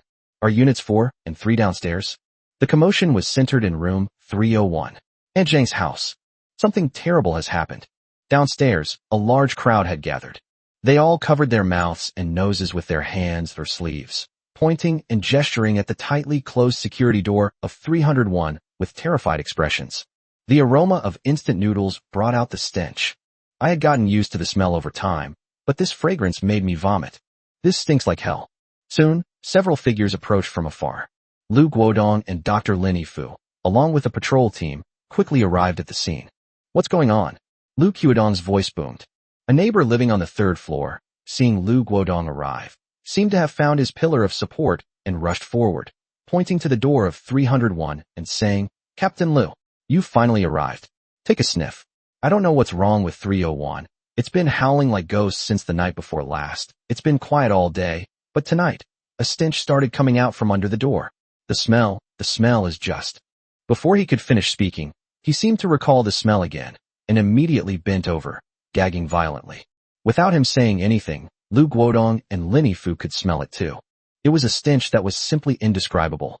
It is a mixture of the sour smell of rotting food, the fishy stench of fermenting excrement, and a more indescribable odor, similar to the mixed smell of cadaverine and putrescine produced when a corpse is highly decomposed. The scent seemed to have a tangible quality, so intense that a pale yellow trail could almost be seen in the air. It penetrates everyone's nasal cavity, rushes straight to the top of the head, and irritates people so much that tears stream down their faces and their stomachs churn. Even a tough guy like Lu Guodong, who had served in the military, turned pale and felt his stomach convulse upon smelling this odor. Lin Yifu's reaction was more professional. He immediately took out 2 medical masks from his pocket, put one on himself, and handed the other to Lu Guodong. His brows were furrowed, and his eyes were filled with seriousness. Make way, make way. Lu Guodong put on a mask and felt a little better. He waved to disperse the crowd and signaled his patrol team members to surround room 301. Master Qin. Hey, here I am. Knock on the door. If no one answers, unlock it. Lu Guodong ordered in a deep voice. Okay. Master Qin nodded and walked to the door of 301. The pungent stench made him frown involuntarily. Thump, thump, thump. He raised his hand and knocked hard on the door. Is anyone inside? Aunt Zhang, open the door. The room was deathly silent. There wasn't even the slightest response. Master Qin glanced back at Lu Guodong, and seeing him nod solemnly, he no longer hesitated. He took out several oddly shaped metal tools from a small leather bag at his waist. He inserted a thin piece of tin foil into the keyhole and gently probed it with a long, thin probe. The onlookers held their breath, watching the scene with bated breath. Less than 10 seconds. Click. A faint, almost inaudible unlocking sound rang out. The door opened. Before Master Qin could even put his tools away, he instinctively reached out and pushed the heavy security door open a crack. The moment the door opened a crack, a stench 10 or even 100 times stronger than before found its outlet, transforming into a yellow wave of air that gushed out from the crack in the door. That's no longer just a smell. It smelled thick, sticky like feces. Agua-a-a-a. Mr. Qin, who was standing at the front, and the 2 security guards next to him didn't even have time to react. Being hit head-on by this foul-smelling storm, I immediately started gagging violently. They dropped what they were holding, scrambled to the open space nearby, and, leaning against the wall, vomited up everything in their stomachs. The surrounding survivors screamed and retreated again, creating even more distance between them. All eyes turned in horror to the wide-open door. That's not the human world. That's hell. It's the dung pit hell described in Buddhist scriptures. Chapter 82, A generous reward will surely attract brave men. The entire living room floor, walls, and even ceiling were covered with a thick layer of yellowish-brown filth, a mixture of semi-solid and liquid substances. Excrement, vomit, and some indistinguishable pieces of tissue covered every corner in sight. In this filthy ocean, 3 swollen, blackened, gigantic corpses lay on the ground in an extremely contorted posture. It was Aunt Zhang, her husband, and her son. Their skin had an eerie bluish-black hue, and their bellies were swollen high, as if they were about to explode at any moment. His facial features were contorted, and his mouth was wide open, as if he had endured unimaginable pain before his death. Countless flies and unidentified flying insects hovered and swarmed above the corpse, making a chilling buzzing sound. Holy shit! A daring neighbor peeked inside, and only caught a glimpse of this hellish scene. His face turned deathly pale, even more so than a corpse. That's disgusting. He cursed, unable to bear it any longer, turned and ran, vomiting as he ran, and soon disappeared into the stairwell. His reaction was like a signal. Vomit. Stop looking. Let's go. Oh my God. We can't keep this house. The rest of the onlookers, without exception, all broke down. They cursed and scattered as they fled. Within a few dozen seconds, the once packed corridor became completely empty. Only a few core team members with strong mental fortitude, such as Lu Guodong, Lin Yifu, and Zhao Hu, remained on site. Even they were pale-faced and breathing rapidly. Despite his discomfort, Zhao Hu dragged the team members who were still vomiting to a distance and then directed people to set up a temporary cordon. Lin Yifu has the strongest mental fortitude of all, but at this moment, he is also a little flustered. Such disgusting signs were rare even before the transmigration. But in the spirit of a doctor, instead of backing down, he stepped forward, took out another mask from his pocket, and put it on, creating a double layer of protection. He walked to the door and stopped. That place is no longer a place where humans can set foot. With no other option, he could only stand at the doorway and, by the light of his flashlight, observe every detail inside the house from afar, especially the condition of the 3 corpses. Lu Guodong endured the stench that almost made him faint, and turned to walk towards a few neighbors who hadn't had time to run far away. "Tell me, what exactly happened? What's wrong with their family?" An older woman answered, trembling. "It seems they drank the water from the fountain in the villa area." "Oh right, Captain Lu. The day before yesterday afternoon, it was Aunt Zhang. She wouldn't listen to the young man on the 8th floor's advice and insisted that the water was safe to drink after it was boiled. We all saw it." "Yes, that's right," another neighbor quickly added. "The night before last, their house was in chaos all night, crying and screaming, and there were those diarrhea sounds. It didn't stop all night. We thought it was just food poisoning. Who would have thought someone would die? And die like this?" He didn't dare say the word disgusting. With everyone talking at once, they quickly pieced together the entire story of what happened to Aunt Zhang's family, from drinking the water to their deaths. The more Lu Guodong listened, the gloomier his face became. He turned around, looked at Lin Yifu who was still standing at the door observing, and asked in a deep voice, "Dr. Lin, what do you think?" Lin Yifu slowly turned around, took off the mask that had turned yellow from the smoke, threw it on the ground, and his eyes were filled with unprecedented solemnity. He shook his head. "It's not normal. This is absolutely not normal. Even cholera or other highly contagious intestinal diseases can only cause acute diarrhea and dehydration, eventually leading to death from exhaustion. But it is absolutely impossible for a corpse to decompose and swell to this extent in just a few days." He pointed to the 3 corpses inside the room, which were no longer recognizable as human bodies, his voice trembling slightly. "This defies all known medical norms. The rate of decay is too fast. It's unbelievable. There are definitely some kind of deadly pathogens in this water that are beyond our current understanding, or even some unknown microorganisms. Deadly germs. Unknown microorganism. Broken." Lu Guodong felt a chill in his heart. The threat to the water supply was far more terrifying than he had imagined. He originally planned to use this stagnant water. If this pathogen spreads through some means, Lu Guodong dared not think any further. He made a quick decision, a ruthless glint flashing in his eyes. "Zhao Hu, arrive. Find someone immediately. Wrap the bodies inside in the thickest plastic sheet and transport them to the forest. Find a secluded spot and burn them with gasoline. Burn them completely. Leave nothing behind. Board this house shut. Seal all the doors and windows. No one is allowed to come near it." He took a deep breath and shouted at the few remaining teammates around him. "This task will earn you 20 contribution points. 20 contribution points. A generous reward will surely attract brave men." A group of young people, who were worried about their next meal, suddenly became ruthless. Nausea. Fear. When faced with survival, all of that becomes insignificant. "Captain Lu, I'll do it." "Me too. Count me in."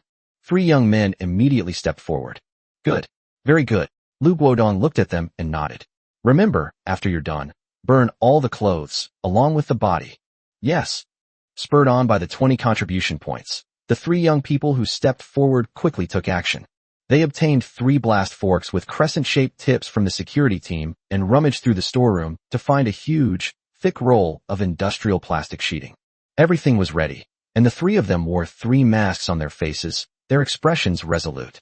They pushed a delivery cart, took a deep breath, and walked into room 301. Vomit. Even from several meters away, some residents with poor mental resilience leaned against the wall and retched. The hallway was filled with unease. The survivors' initial longing for the fountain in the villa complex has turned into fear. They avoided it like the plague, preferring to die of thirst rather than touch a single drop of water there. At the same time, the desire for clean water reached its peak. After all, you can survive for 7 days without food, but you'll die in just a few days without water. Fourth floor stairwell. Mingdao and Wang Chu stood there, taking in everything that was happening downstairs. Wang Chu's face was paler than the wall, his lips trembled, and his stomach churned. Several times he wanted to turn his head away and stop looking at the horrific scene, but a strange curiosity compelled him to keep his eyes on it. After all, it was extremely rare to see a giant's corpse. Mingdao's face was tense. He regretted eating his fill. I almost threw up from the smell. Chapter 83, Singing in Harmony. Take advantage of this opportunity. His gaze swept over the few people standing outside the cordon. Lu Guodong, Lin Yifu, Zhao Hu. These individuals are the core members of the committee. Lu Guodong stood at the front, his hands behind his back, his brows furrowed, his eyes gloomy, clearly in a very bad mood. Lin Yifu stood beside him, wearing a mask, his gaze sweeping back and forth across room 301 with a look of inquiry, as if he were analyzing something. Veteran Zhao Hu, along with several team members, maintained order at the scene. Below them are some neighbors. Mingdao's gaze swept over each of these people, matching their appearances and expressions with the information provided by Sister Wang. Suddenly, his gaze was drawn to a figure standing behind Zhao Hu. That was a man. An extremely tall and extremely strong man. He was estimated to be close to 1.9 meters tall, half a head taller than Zhao Hu next to him. He wasn't wearing the security team uniform, just a black, tight-fitting vest, his bare arms showing prominent, muscular muscles. Those bulging biceps almost burst the sleeves of his vest. He exuded a sense of oppression just by standing there. Powerful. The name instantly popped into Mingdao's mind. That fitness coach. Mingdao narrowed his eyes. He could sense that this man named Qiang Wu was different from Zhao Hu, a soldier who had undergone systematic training. Zhao Hu's strength is restrained, and it emphasizes skill and discipline. The power of Qiang Wu is simply a large chunk of meat. In terms of sheer power, this is a real threat. Mingdao secretly listed him as the #1 military target that needed to be guarded against. Just then, a suppressed gasp came from room 301. The 3 young men responsible for disposing of the body finally made their move. Using blast forks, they carefully scooped the 3 swollen and deformed corpses out of the sticky filth, rolled them around, and wrapped them in thick plastic sheets. This process is undoubtedly another challenge to the limits of the human spirit. Finally, the 3 tightly wrapped body bags were lifted out by their combined efforts and piled onto the creaking trolley. One of the young men, after completing all of this, could no longer hold on. His legs gave way, and he collapsed to the ground, took off his mask, and vomited violently. The other 2 were also swaying precariously, as if all their energy had been drained.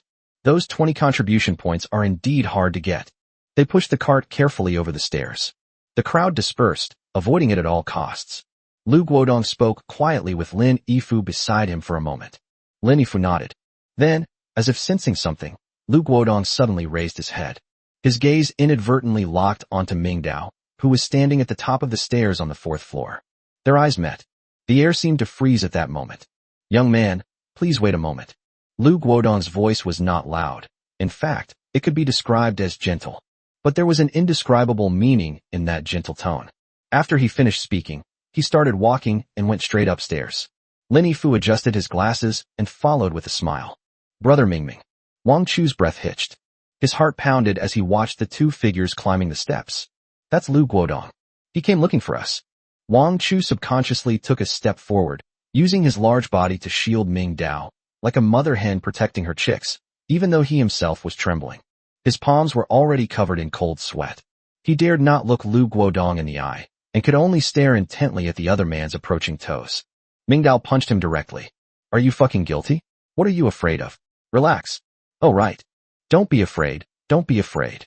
Wang Chu's body stiffened, but after thinking about it carefully, he calmed down a little.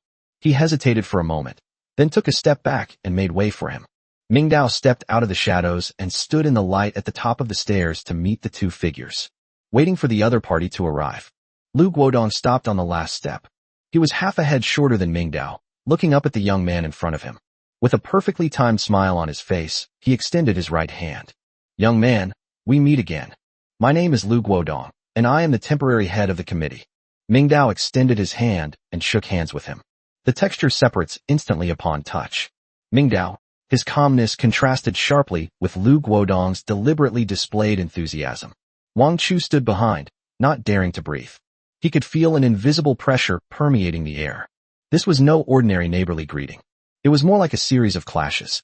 Lu Guodong didn't seem to care about Ming Dao's indifference.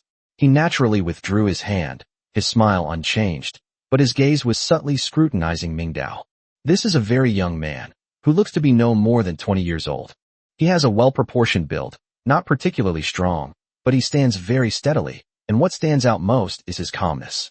His gaze was what Lu Guodong cared about most. He had only seen that look in two kinds of people. One type is veterans who have long since become indifferent to life and death. Another is himself in the mirror.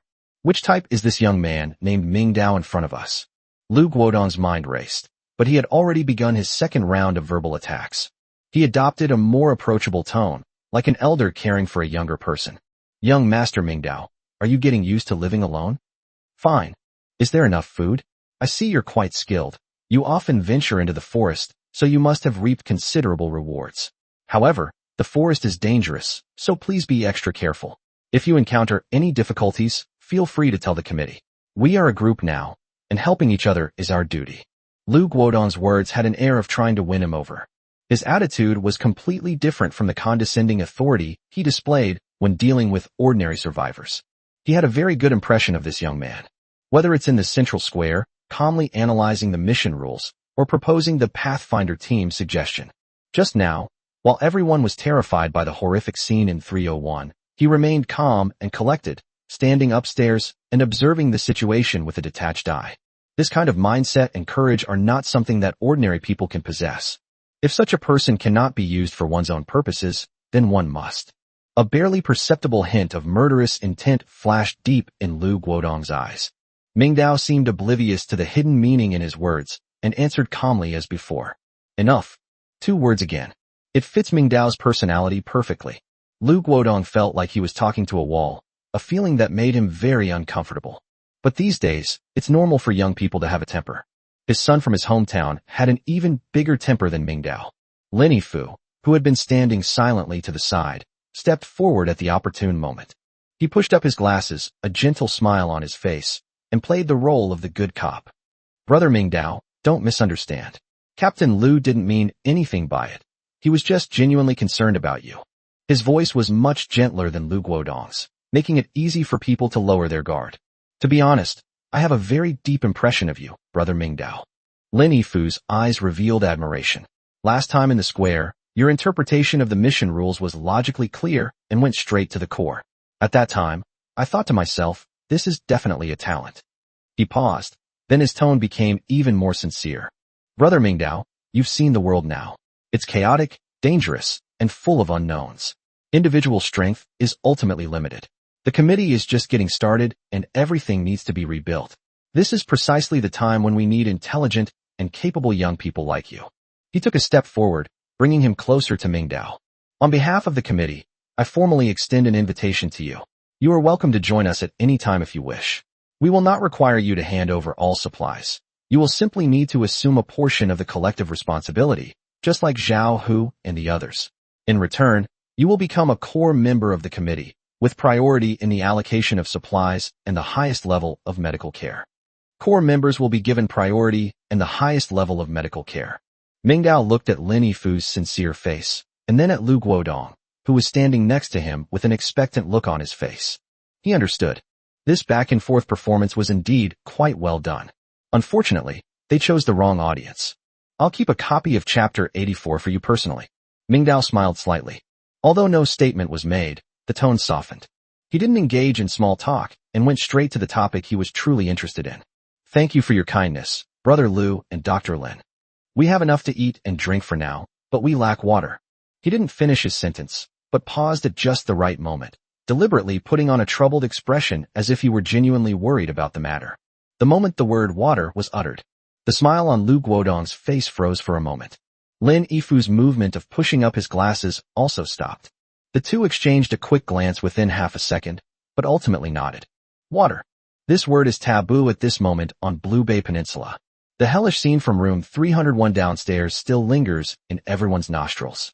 The water problem is no longer a simple survival difficulty. but a shackle hanging over the heads of more than 3,000 survivors. Lu Guodong sighed heavily, his expression instantly shifting to one of camaraderie and openness. Brother Mingdao, to be honest, the water source problem is now the Achilles heel of our entire community. He adopted a posture of proactively sharing core secrets to demonstrate his sincerity. You saw that pool in the villa area too. He pointed downstairs, his voice lowered. Highly poisonous. Instant death from contact, and the manner of death is gruesome. This isn't just simple pollution. There's something sinister in that water. In order to gain Mingdao's trust further, he proactively revealed more information. We're not just relying on that one place. I've already sent someone to inspect the fire water tanks on the rooftops of the high-rise buildings in the complex. He shook his head, his face full of disappointment. The water quality is even worse. Although it doesn't look like there's a big problem, I had Dr. Lin take samples for testing, and the bacterial content inside, well, the only hope is the forest. But don't worry, young man. Lu Guodong's voice became excited as he patted his chest. I've already arranged for people to go into the forest with drones to search for water sources. I believe we'll have results soon. He leaned closer and said to Mingdao in a reassuring tone, Brother, don't worry. As soon as there's news, I guarantee that clean water will be prioritized for you. We won't do that collective system. I'll keep a portion for you personally. Mingdao sneered inwardly. A professional? Li Yuan? If I hadn't coincidentally met him in the forest and coincidentally had the ability to help him repair the drone, the hope you, Lu Guodong, spoke of would still be a pile of scrap metal lying on the grass. Captain Lu's methods of subtly attributing others' achievements to his own foresight and wisdom are becoming increasingly sophisticated. Despite his disdain, Mingdao's face subtly revealed a hint of emotion. Then thank you very much, Brother Lu. His tone was sincere, and his eyes held a hint of appropriate surprise, as if he was truly moved by the promise of priority supply. Lu Guodong was very satisfied with Mingdao's reaction. In his view, the young man who had always kept a cold face was finally impressed by his sincerity and strength, and showed the reaction that was appropriate for his age. He felt that he had already gained the other party's initial favor, and the time was almost right. It's time to unleash our true trump card. In front of Mingdao, Lu Guodong took something out of the inside pocket of his vest. It was a bottle. A 550 milliliters unopened bottle of Wahaha purified water. Water. It is clean bottled water that can be drunk directly. This value is undeniably high. Lu Guodong handed the bottle of water to Mingdao. This is one of the few bottles our management has in stock. If you don't mind, take it to tide you over. If you ever need anything in the future, don't hesitate to come to the property management office and find me. At this moment, this bottle of water is more than just a tool for quenching thirst. It is a display, a show, and even more so, an investment. Lu Guodong was using this bottle of water to tell Mingdao, look, this is my strength. This is the foundation of the committee. Follow me, and you can have these things that ordinary people only dream of. He believed that no one could resist such a temptation, especially for a lone traveler. Then I won't stand on ceremony. Mingdao simply reached out and took it. Haha, that's right. We're all brothers. No need to be so polite. Lu Guodong laughed heartily, in a very good mood. He then extended a final invitation, which was also a final test. By the way, Brother Mingdao, which floor do you live on? I see you live alone, which is quiet, but it's not very safe. Why don't you move to the property management office? We've cleared out several offices next to the command center, so it's absolutely safe. It'll be better if we all live together and can look out for each other. Wang Chu's heart leaped into his throat once again. He looked at Mingdao nervously, afraid that he would agree. Mingdao smiled. 8th floor. He gave his floor number, but politely declined Lu Guodong's kind offer in a relaxed tone. Thank you very much, Brother Lu, but I'm used to being alone. I'm used to being alone. The reason is simple, yet irrefutable. Lu Guodong's smile faltered slightly, but he quickly regained his composure. All right, since you prefer peace and quiet, brother, I won't force you. Lu Guodong laughed and let the matter drop. But let me make this clear. Whenever you change your mind, the property management will always reserve a spot for you. Definitely. Mingdao nodded, giving the other party face. All right, then we won't bother you any longer. We still need to deal with the 301 matter, so we'll head down first. Lu Guodong said, waving to Mingdao before turning around. Lin Yifu smiled and nodded at Mingdao as a farewell, then followed Lu Guodong downstairs, one after the other. The sound of footsteps faded into the distance. Wang Chu finally breathed a long sigh of relief only after the two figures completely disappeared around the corner of the stairs. The two of them then continued upwards. Ming Gu, Lu Guodong and his men have definitely set their sights on us. I felt a shiver of disgust when he looked at you. And that Lin Fu, with his smirking face, he looked even scarier than Lu Guodong. Ming Dao's lips curled into a cold, sharp smile. Lu Guodong is a very ambitious man, and he is ruthless in his methods, but he is not a pure brute. What he wants to do most now is to establish an order that is completely under his control. He won't act rashly until he fully understands my capabilities, or rather, until he believes my threat has become too great to control. Killing us would not benefit him at all. On the contrary, it would deprive him of a potential powerful ally and leave him with a bad reputation among the survivors for eliminating dissidents. What he needs most right now is stability. What we lack most is time. Then what do we do now? Are we just going to let him keep an eye on us like this? Wang Chu was still a little worried. So what if he's targeting us? Ming Dao said calmly. Our period of advantage is almost over. Now it's a competition among everyone. It was only a matter of time before he started targeting us. There's no need to make a fuss. That's what they say. Wang Chu patted his chest, still shaken, and said, I almost wanted to fight back just now because of the atmosphere. Ming Dao's lips curled into a smirk. I think you almost tried to run away. Hey, Ming, what are you saying?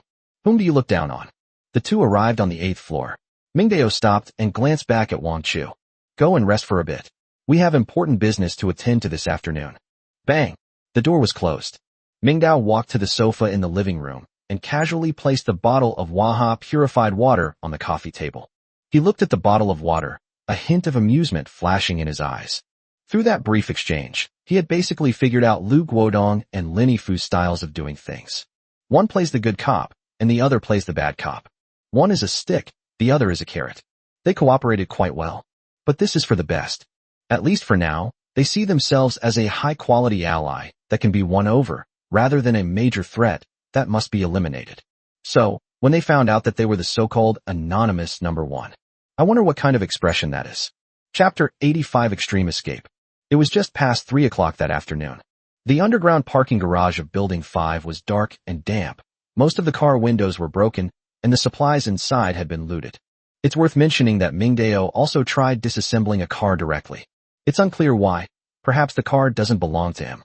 In short, apart from some unwanted waste and neutral objects, without ownership that can be decomposed, other items cannot be decomposed for the time being. Ming Dao and Wang Chu went one after the other, their destination being a nearly forgotten corner deep inside the garage, the fire pump room. The location here is extremely remote, right next to a load-bearing wall, and you wouldn't even notice it if you weren't looking carefully. Ming Ji, what are we doing here? Wang Chu lowered his voice, nervously looking around.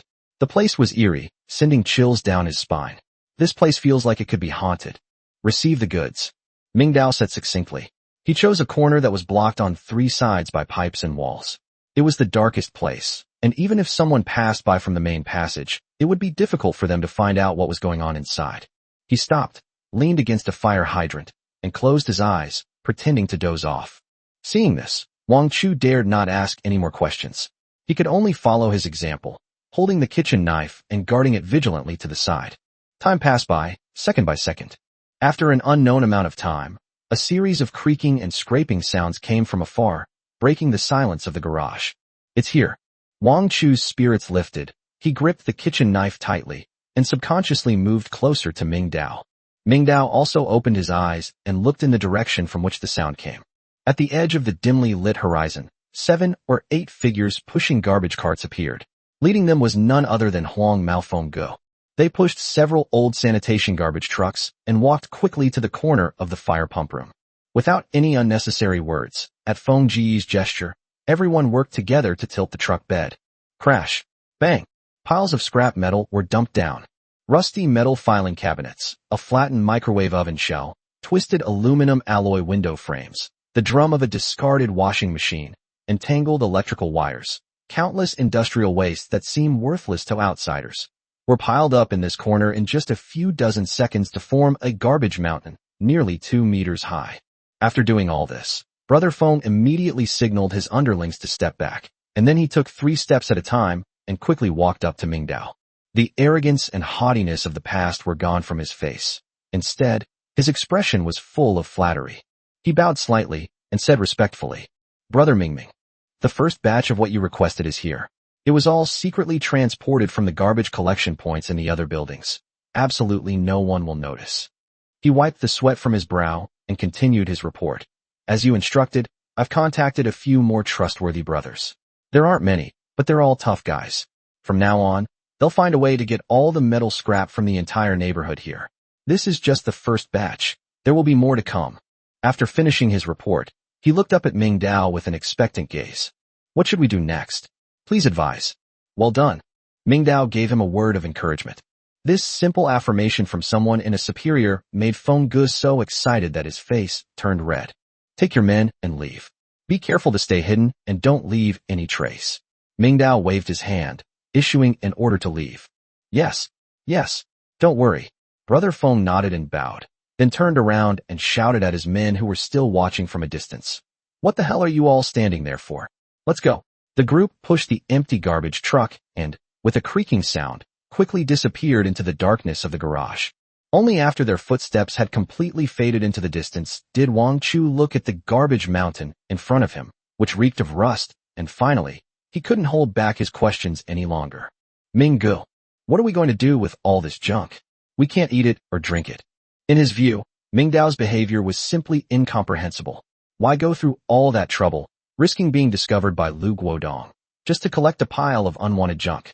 Upon hearing this, Ming Dao turned his head, looked at Wang Chu's chubby face that seemed to say, "I don't understand," and smiled mysteriously. "Scrap metal? No. These are all treasures." After saying that, he stopped explaining and simply instructed Wang Chu. "You stay outside and keep watch. No matter what sounds you hear or what sights you see, do not come in or make a sound. Remember, if anyone gets close, immediately raise the alarm." "Huh? Oh, okay, Mingji." Although Wang Chu was full of confusion, he nodded out of trust in Ming Dao, gripped the kitchen knife, and stood guard at the corner. Ming Dao stood in front of the mountain, suppressing his excitement, and extended his right hand. "Silently recite in your mind, decompose." His palm gently pressed on a badly deformed metal filing cabinet.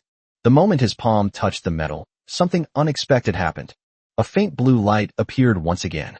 It suddenly burst forth from his palm, instantly enveloping the entire filing cabinet. At the same time, it silently disintegrated and dissipated from the point of contact with Ming Dao's palm. It eventually disappeared. The whole process was so fast it was breathtaking, taking no more than a second. Ming Dao's palm continued to sweep forward. Scrap washing machines, twisted steel bars, broken aluminum alloys. Wherever his hand passed, all the broken copper and scrap iron suffered the same fate. They were swallowed by the dark blue divine light, turning into a rain of light that poured into his palm one after another. Wang Chu, who was standing at the intersection, looked on with envy. I wish he had that ability too. Meanwhile, a barrage of system notifications was flooding Ming Dao's mind. Disassembly successful. Rewards: Iron block X150, steel X80, plastic X50, rubber X20. Disassembly successful. Rewards: copper coil X5, rare electronic component X8, glass X10. Disassembly successful. Rewards: aluminum ingot X30, iron block X40, screw X100. The numbers in the resource library are skyrocketing at an unprecedented rate. This feels so good. This is 100 times more satisfying than cheating in a game. Ming Dao felt an immense sense of satisfaction. This was the overwhelming advantage that came from information asymmetry. While others were still fighting tooth and nail for a bite to eat, he had already quietly begun climbing the technological tree of industrialization. In less than 10 seconds, he had already broken down the small mountain of garbage into 8 or 9/10 of it. However, just as he reached out to dismantle the last pile of steel bars, a scarlet warning box popped up unexpectedly in the center of his field of vision. Warning: temporary backpack space is full. Items exceeding the storage limit will automatically drop in 60 seconds. Immediately afterwards, a bright red number occupied the upper right corner of his field of vision. 59. The countdown has begun. Chapter 86. Who is the first anonymous user? Hold. Ming Dao cursed inwardly. Backpack limitation. This is the only and most stringent limitation in the system. Damn it, we went too far. We were so caught up in having fun that we forgot all about this. He didn't have time to explain to Wang Chu, who was still in a daze, and could only give a brief order. Guard this place. Don't leave even for a moment. Before he finished speaking, his body had already shot forward like an arrow released from a bow. 55. 100-meter sprint. Mingdao unleashed his physical potential to the limit, his leg muscles tensing instantly. He transformed into a blurry afterimage, rushing out of the corner of the fire pump room and sprinting towards the garage exit. Brother Mingming? Wang Chu was startled awake by his shout. He was about to ask what was wrong when he only saw a figure rapidly disappearing into the distance. 45. The long ramp of the underground parking garage rushed past Mingdao's feet. A burning pain began to shoot through his lungs, and his heart pounded wildly, as if it would jump out of his chest. But he dared not stop. He couldn't stop. 40. He rushed out of the underground parking garage. The blinding sunlight stung his eyes instantly, but he didn't even have time to blink. 5 buildings. 8 floors. He gritted his teeth and rushed into the stairwell of the apartment building. 25. Bang, bang, bang, bang. He leaped 3 steps at a time, lowered his center of gravity to its lowest point, and used his arms to hold onto the railing for leverage, climbing upwards in a manner almost like parkour. His hurried footsteps and panting echoed in the hallway. Sweat trickled down his forehead, flowing into his eyes and causing a stinging pain, but he couldn't care less. 15. 6th floor and 7th floor. He felt as if his legs were made of lead, and every time he lifted them, it was extremely difficult. My lungs felt like they were about to explode. 5. 8th floor. We've arrived. He saw that familiar door to room 802. He took out his keys from his pocket, but because his hands were shaking so badly, he couldn't quite align them with the keyhole. Damn it. 3. Bang dash. The door opened. 2. Mingdao burst into the study. With a thought. Empty your inventory. 1. Splash splash. In the last second before the countdown reached 0, his virtual backpack space finally found an outlet. Countless resources, including metals, plastics, rubber, glass, and electronic components, poured out of the void like a flood bursting its banks, instantly piling up into a real small mountain on the study floor. The iron block collided with the steel block, and the copper coil rolled to the ground. Everything has transformed into the most real and reliable entity. The countdown has ended. The world fell silent. Whoosh whoosh whoosh. Mingdao knelt beside the pile of resources, his whole body drenched in sweat, as if he had just been pulled out of the water. His mouth was agape, his chest heaving violently, but luckily, I made it in time. It took him a long time to recover. Looking at the abundant resources on the ground, he finally couldn't help but grin and let out a hearty laugh. Ha ha ha. Backpack my ass. The property management command center was filled with smoke. The ashtray, piled high with cigarette butts, resembled a small tomb, burying the patience of its owner. The circles and crosses drawn on the map with red markers are messy and disorganized, conveying a sense of frustration and helplessness. Lu Guodong stopped pacing and irritably ran his rough hands over his thinning hair. His failed attempt to recruit Mingdao was like a fishbone stuck in his throat, neither going up nor down, leaving him feeling resentful. The young man's calm gaze remained etched in his mind. Dr. Lin, do you think that kid named Mingdao could be the anonymous player who's number 1 on the leaderboard? Lin Yifu was wiping the lenses with his head down. Upon hearing the question, he shook his head, denying the guess. It doesn't look like it. Lin Yifu slowly pulled out an A4 sheet of paper from a thick stack of documents beside him. The edges of the paper were slightly curled, and 7 or 8 names or codes were listed on it. Each name is followed by a short note, including age, occupation, address, personality assessment, and so on. Mingdao's code name was prominently listed. A high IQ kid. However, it was not placed at the very top, but rather in the middle. Following his name was a clear label, subject of observation, mentally mature beyond his years, moderate threat level. Lin Yifu gently pushed the paper to the center of the table. Probably speaking, it doesn't seem likely. He adjusted his glasses and shared his analysis. This anonymous individual demonstrated an advanced understanding of the rules from the very first day of the disaster and immediately took the most efficient action to obtain a high score. Behind this lies an extremely well-connected information channel or an almost superhuman ability to deduce logically. More importantly, he must have the resources and execution capability to quickly translate the deduction results into actual action. Mingdao is very intelligent, but he is still too young. Lin Yifu was not optimistic. Based on the information and investigation we have so far, he lives alone, his parents are not around, his social relationships are simple, and he doesn't even communicate with his neighbors. Such a person doesn't seem to have any powerful background. It's almost impossible for him to make that kind of plan on the first day. He paused for a moment, then gave his final assessment. I'm more inclined to believe that our target is in the Villa district, among the wealthy individuals with overseas backgrounds or who are themselves industry giants. They have broader horizons, a stronger sense of crisis, and may even have received advance warnings through channels we don't know about. As Lu Guodong listened to Lin Yifu's analysis, the irritation on his face was gradually replaced by a deeper, more sinister look. He nodded in deep agreement, temporarily suppressing his doubts about Mingdao, and the topic naturally shifted to the place that was giving him an even bigger headache. I also think it's unlikely he'll succeed. Lu Guodong's face turned extremely grim. Those old foxes in the Villa area are the real threat. Bang! He slammed his fist hard on the conference table covered with maps, sending ash flying. His pent-up anger finally erupted. Damn it! A bunch of bastards who won't shed a tear until they see the coffin. The other survivors in the office, who were organizing documents, were startled by the loud noise and stopped what they were doing, falling silent in fear. Lu Guodong's anger was not unfounded. Early this morning, he personally ordered the dispatch of a census and inventory registration team led by Zhao Hu, specifically tasked with the Villa area. I thought that with the momentum I showed in wiping out Brother Feng's gang and rescuing Mr. Chen's family yesterday, these people would cooperate obediently. As a result, reality gave him a resounding slap in the face. Their team was firmly turned away at the door in the Villa area. Of the 10 households, 8 didn't open their doors at all, no matter how loudly the team members knocked. The remaining 2 households that did open their doors merely glanced through the crack in the security door and dismissed the people with a few perfunctory and arrogant words. Register? Sure. Here's your name and age. Supplies? None. We only have a few packs of instant noodles left at home. We're starving ourselves. How could we possibly have any extra supplies to hand over to the collective? This clumsy lie made Lu Guodong feel that his intelligence and authority were being repeatedly rubbed into the ground. Chapter 87. This is a miracle. Team leader Lu, Dr. Lin. Just then, a team member who had just returned from outside walked in, looking exhausted. He was one of the team members who went to the Villa area.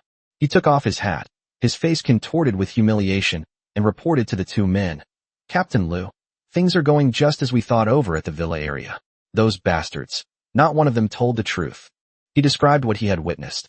We knocked on the door of building A07, the home of Mr. Wang, who is in the import and export trade. His housekeeper cried to us through the crack in the door, saying that the family had run out of food long ago and begged us to give them some. But I fucking saw it with my own eyes through that crack in the door. The team member clenched his fists tightly, veins bulging on the back of his hands. In their living room, there was a whole row of imported canned goods, all with English packaging, and next to them were cases and cases of Evian mineral water. They were piled up higher than a person. But that old man actually told us that he only had a few packs of instant noodles. Society parasites. A bunch of vampires who only care about themselves and don't care about the lives of others. Lu Guodong's anger was completely ignited. The end of the world is coming, and they're still clinging to their mountains of gold and silver. They're just watching people outside starve and die of thirst. These people should all be dragged out and shot. Lin Yifu also frowned. He waited until Lu Guodong's breathing had calmed down a bit before slowly speaking. A direct assault is not advisable. He calmly analyzed. If we use force to break down the door, it's tantamount to breaking the rules and order we ourselves have established. At that time, everyone will be in danger, and the whole community will fall into chaos again. For us, it's not worth it. But we can't just let it go. Lin Yifu's eyes sharpened. They are like independent feudal kingdoms now, hoarding the strategic materials we need most, yet remaining outside our system. They don't participate in production, they don't contribute, yet they consume the living space of this community. If this continues, it will shake the foundation of our rule. In the words of a great man, they are a group of capitalists. Lu Guodong slumped back into his chair, ran his hands through his hair, and painfully rubbed his scalp. Fighting won't work. Not fighting is not an option either. Caught between a rock and a hard place, at a loss for what to do. Is there really no way to deal with these rich people who are determined to be cowards? Just as the 2 fell silent. Buzz. A very faint buzzing sound rang out from Lu Guodong and Lin Yifu almost simultaneously. The voice seemed to resonate directly in the depths of their minds. Both of them were stunned for a moment and lowered their heads in astonishment. To their astonishment, the construction panel, which had always served only as an information display tool, was now emitting a faint, dreamlike blue halo. In the very center of the panel, a system notification they had never seen before was slowly appearing, radiating golden light. Countdown complete, panel upgraded to LV2. What? Upgrade? The face that was gloomy just a second ago was instantly replaced by an emotion called ecstasy. Before they could react, the panel in front of them began to refresh, eventually merging into a completely new user interface. The interface borders have become more metallic, the original function icons have been rearranged, and at the bottom of the icons, there are 3 or 4 unknown icons that are grayed out and locked. That's not the most important thing. Most importantly, the instant the panel upgrade was completed, Lu Guodong and Lin Yifu simultaneously felt a faint yet incredibly clear sense of power, like a warm stream, gushing from their hearts and instantly flowing through their limbs and bones. Lu Guodong is over 50 years old. His long military career and later comfortable life have left him with many hidden injuries. His lumbar and cervical vertebrae ache when it is rainy. Although Lin Yifu is younger, as a doctor, his years of desk work and irregular schedule have left him in a subhealthy state. At this moment, wherever that warm current passed, all the aches, fatigue, and discomfort were being gently soothed by a gentle force. Their bodies seemed to have been revitalized, making them at least 5 years younger. Because of their age disadvantage, their perception of strength is much more acute than that of healthy young people. Ming Dao and Wang Chu were young and in good health, so they couldn't even notice this slight change. One can only marvel at the increase in power. For older people, the effects are immediate.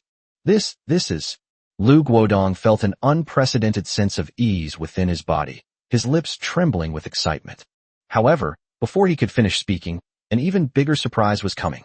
The moment the upgrade was completed, a brand new reward notification popped up. Congratulations!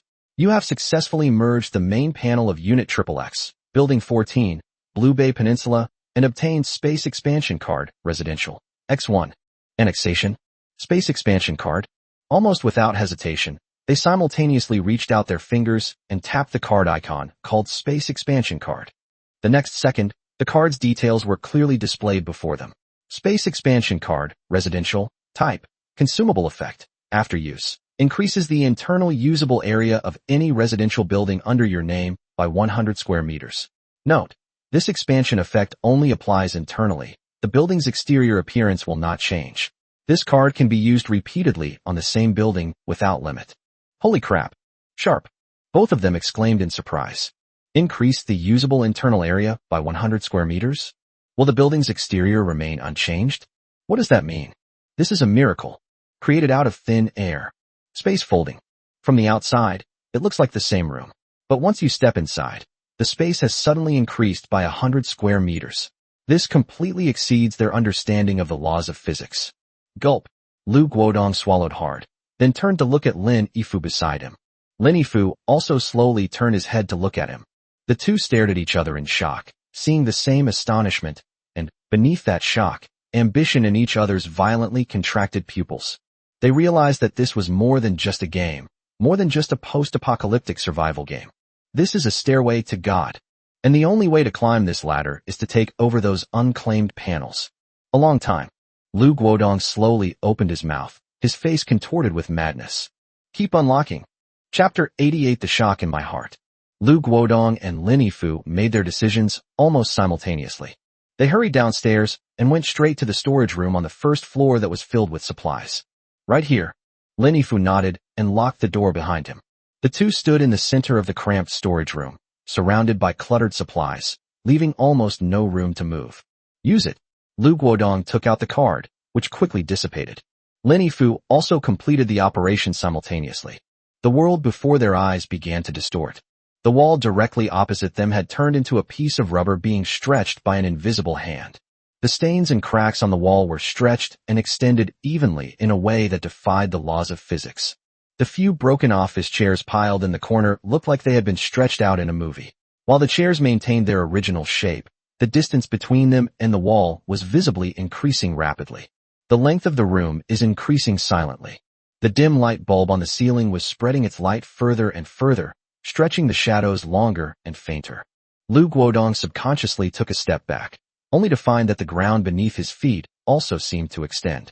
The distance between him and Lin Yifu, though unchanged, appeared to have widened visually. The feeling is like standing inside a balloon that is being inflated. The entire space is expanding, and the person inside is as small as a speck of dust.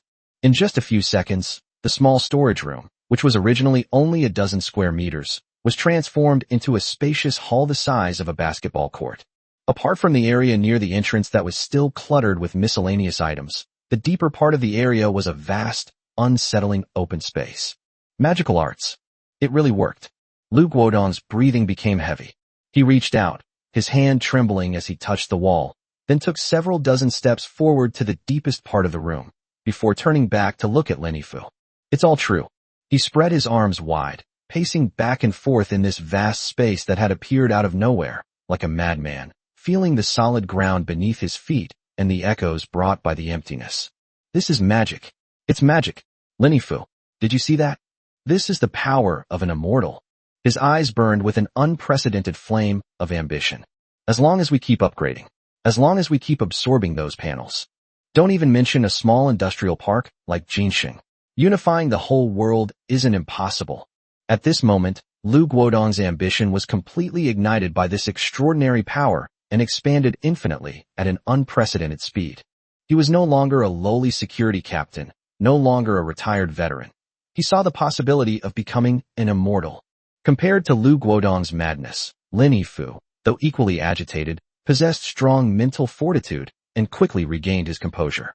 But he astutely pointed out the biggest obstacle to realizing this grand plan. Old Lu, calm down. Your idea is correct, but you've overlooked the most crucial point. Lu Guodong stopped, panting, and looked at him. Based on the system's prompts and our experience just now, the core logic of the upgrade is to absorb a large number of masterless panels. But the lack of a main panel is ultimately limited. So we must change our strategy. Lin Yifu's eyes gleamed with shrewdness. From now on, we must monopolize two things. First, the right to unlock doors. No one can bypass us and enter any house without permission. Second, the right to allocate panels. We must decide who gets all the unclaimed panels. We also need to increase the contribution points. We must maintain a level that is both desirable and unattainable. He took a step forward. Master Qin, that locksmith Qin Dahai. This man is of utmost importance right now. We must take him into complete control as soon as possible. Lin Yifu's words enlightened Lu Guodong. Yes, Master Qin, the man who can open a security lock in 1 minute. Well said. Lu Guodong's eyes changed, and without further hesitation, he strode out of the storage room. Someone immediately summon all the core members, as well as Master Qin from the locksmith team, to the command center. Now, 10 minutes later, the property management command center was bustling with people. Zhao Hu, Professor Song Kaming, and several other security team leaders all sat upright. Across from them, Qin Dahai, a locksmith with a nervous expression, was rubbing his hands anxiously, wondering why Captain Lu, who always kept his word, had gone to such lengths to summon him. Lu Guodong sat in the main seat, his hands crossed in front of him on the table. He didn't beat around the bush or do any ideological mobilization as usual. Having witnessed that miraculous power, he no longer bothered to pretend.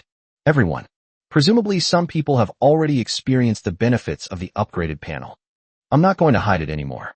Starting today, the committee will implement a new policy. He paused for a moment, his sharp gaze finally landing on the restless Master Qin. In order to thoroughly investigate potential safety hazards within the community, prevent tragedies like that of Room 301 from happening again, and protect the lives of all survivors, I hereby announce that the official locksmith team will immediately conduct mandatory lock-picking security checks on all suspected unoccupied houses in the entire community. He emphasized the words mandatory inspection very heavily. Everyone was stunned by the domineering and forceful tone in Lu Guodong's words. This wasn't just a request to unlock the door. He was going to break in. Master Qin's face turned pale instantly. The committee gave the order, but he was the one who unlocked it. He can't take the blame for this. He was the first to stand up and stammered.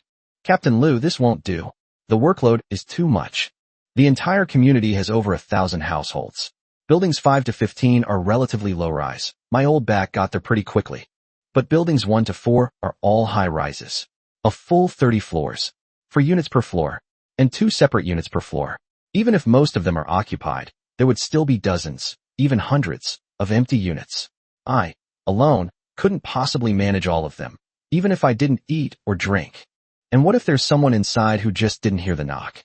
If we barge in like this, something bad will happen. His concerns were not only about the workload, but also about the enormous risks and potential conflicts it might cause. However, Lu Guodong just looked at him coldly, his eyes filled with hostility. Lin Yifu stood up at the opportune moment, walked up to Master Qin, still wearing that gentle smile on his face, but the words he spoke sent chills down one's spine. Master Qin, we have considered your concerns. He pulled an A4 sheet of paper from the folder and gently patted it on the table in front of Master Qin. Smack! That was a brand new table of standards for exchanging supplies and rewarding contribution points. The above content made Master Qin's eyes widen instantly. Captain Lu said that these are extraordinary times, and those who are capable should be given more responsibilities. Lin Yifu pointed to the paper and said, word by word, this is your new standard. From today onwards, you, Master Qin, will be rewarded with 100 contribution points for every lock you open, regardless of whether there is anything inside. Now that resources are plentiful, 100 contribution points can be exchanged for a lot of good stuff. Chapter 89 Coercion and Enticement. 100 points. Master Qin's breathing became rapid, but this was not the end of it. Lin Yifu's finger continued to move downwards. In addition, you will enjoy the highest level of special supplies provided by the committee. There will be rice, meat, and water. Your family will also enjoy the same food rations and will be placed in the safest rooms in the building, protected by the security team 24 hours a day. Your personal needs will be addressed by the committee as soon as possible. These conditions are not just generous, they're practically royal treatment in the apocalypse. Master Qin's Adam's apple bobbed violently. He was still hesitating. But in the instant his mind wavered, Lin Yifu's tone suddenly changed, tearing away the gentle facade and revealing a chilling coldness. Master Qin, now is not the time for you to haggle. Lu Guodong's cold voice came through. This exchange form is not a discussion with you, but a notification. Damn, you are a hero to our Blue Bay Peninsula, a hero to everyone. Your family, your future, our committee will take care of everything. His tone suddenly changed, revealing his murderous intent. If you don't do it, then your technology is, in our view, the biggest safety hazard in the community. We only have one way to deal with safety hazards. That is, to be managed. He spoke the word management with profound meaning. Everyone understood. Master Qin's face paled. He understood the threat in those words. If he didn't cooperate, his fate would likely be even worse than those lone travelers imprisoned in labor camps. His skills will be the only reason for his imprisonment. I'll do it. The new policy was forcibly passed with an attitude that left no room for resistance. Take action immediately. Lu Guodong personally led the team, which included Master Qin and several clerks responsible for inventorying supplies, as well as 20 fully armed newly recruited security guards led by Zhao Hu. They marched in a large, imposing manner, starting with the easier tasks and progressing to the more difficult ones. The first stop was Building 15, which, like Building 14, had a low occupancy rate. These are the two low-rise buildings furthest to the edge. The location is remote and the price is low, so there are very few people renting or living there. This time, they no longer had to wait for survivors to volunteer, as they had done before. Bang, bang, bang. A security guard used the end of his baton to bang heavily on the security door of room 101. Is anyone inside? Community Safety Hazard Investigation. After the 3 sounds, the room fell silent. Lu Guodong remained expressionless, only coldly raising his chin at Master Qin behind him. Master Qin dared not delay in the slightest. He immediately stepped forward, took out a set of slender metal tools from his tool bag, and inserted them into the keyhole under everyone's watchful eyes. Click. In less than 30 seconds, the sturdy security door opened with a click. Security guards rushed in and quickly took control of the entire room. This blatant act, bordering on robbery, alarmed the entire building. Some residents who remained opened their doors and peeked out, their faces filled with fear and unease. What are you doing? What right do you have to break into someone else's home? An older woman on the second floor mustered her courage and rushed downstairs to try to stop them. She knew the owners of apartment 101 and knew that the family had gone to another city long ago. But the friendship remains. At the very least, she should have a share of the supplies here. However, before she could get close, 2 security guards with riot shields immediately stepped forward and stopped her. Auntie, please step back. We are on official business. What kind of bullshit official business is this? This is robbery. Robbery in broad daylight. The woman was agitated and reached out to push the riot shield. Get out of my way. One of the young security guards appeared extremely impatient and suddenly exerted force with his arm. Bang! The riot shield slammed heavily into the woman's chest, violently pushing her to the ground. Ouch! The old woman cried out in pain, falling flat on her back. The neighbors, seeing this, dared not speak out in anger and could only watch helplessly, their faces filled with fear. Zhao Hu, who was standing in the line, saw this scene and his expression changed drastically. He subconsciously wanted to step forward to help the old woman up, but he suddenly stopped in his tracks. He felt that doing so was wrong. This is very wrong. They are soldiers, security guards, and protectors of people's lives and property. But now, they are attacking an unarmed old man and breaking into someone's home in broad daylight. He looked up at his companions around him. The young security guards showed no remorse as they imitated his movements and brandished their batons. It exuded an excitement and fervor of having power in one's hands. He then looked at Lu Guodong, whose face was cold and indifferent. At this moment, Zhao Hu's heart was plunged into unprecedented turmoil and pain. He realized that this so-called committee, the group for which he had once been willing to give everything, was not as righteous as he had imagined. That's a bit too much. Just then, a gasp came from room 101. Found it. Captain, there's a control panel here.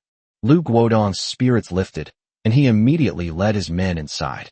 On the living room wall, a faintly glowing blue panel floated silently. It had no master panel and could be absorbed. A glint of greed flashed in Lu Guodong's eyes, and almost instinctively he wanted to reach out and touch it. Just then, a hand reached out from the side and gently pressed on his shoulder. It was Lin Yifu. Lin Yifu didn't say anything, but gave him a wink and glanced at the security guards outside the door who were staring at him with burning eyes. Lu Guodong understood instantly. He took a deep breath, forcibly suppressed the desire in his heart, and gritted his teeth. He knew Lin Yifu was right. Now, stabilizing his rule and winning over the hearts of the people was far more important than his own advancement. Moreover, he just said last night that the subsequent panels would be provided to these security personnel. If he goes back on his word now, he'll only be embarrassing himself. Oh shit. Xiao Wang, Xiao Li, you two come here. Lu Guodong pointed to the two security guards who had pushed the old lady down earlier. You two were very proactive this time, and did a great job. This panel is a reward for you. Upon hearing this, the two security guards were first stunned, then overwhelmed with immense joy. Thank you, Captain. Thank you, Captain. Chapter 90 Drone Repair Successfully. They rushed forward and played rock, paper, scissors. Amidst the envious and jealous gazes of the crowd, Xiao Wang emerged victorious, his hand trembling as he placed it on the control panel. Lin Yifu walked up to Lu Guodong and said in a voice only the two of them could hear, "Winning people's hearts is more important than becoming powerful yourself. Only when your subordinates are absolutely loyal to you can your rule be stable." Lu Guodong nodded emphatically, then put on an encouraging expression and patted Xiao Wang on the shoulder. "Work hard. Follow me from now on, and you'll get plenty of benefits." Meanwhile, the clerk's inventory work has also been completed. Report to the captain. 20 pounds of rice, a bag of noodles, a carton of milk, a carton of apples, and canned goods have been found in room 101. Follow the rules. Lu Guodong waved his hand. Yes. The clerk immediately divided all the supplies in half in front of all the onlookers. One half was marked collective property of the locksmith team, while the other half was put into a bag printed with the words public reserve. This tangible distribution of benefits, this immediate feedback that rewards effort, instantly ignited everyone's greed.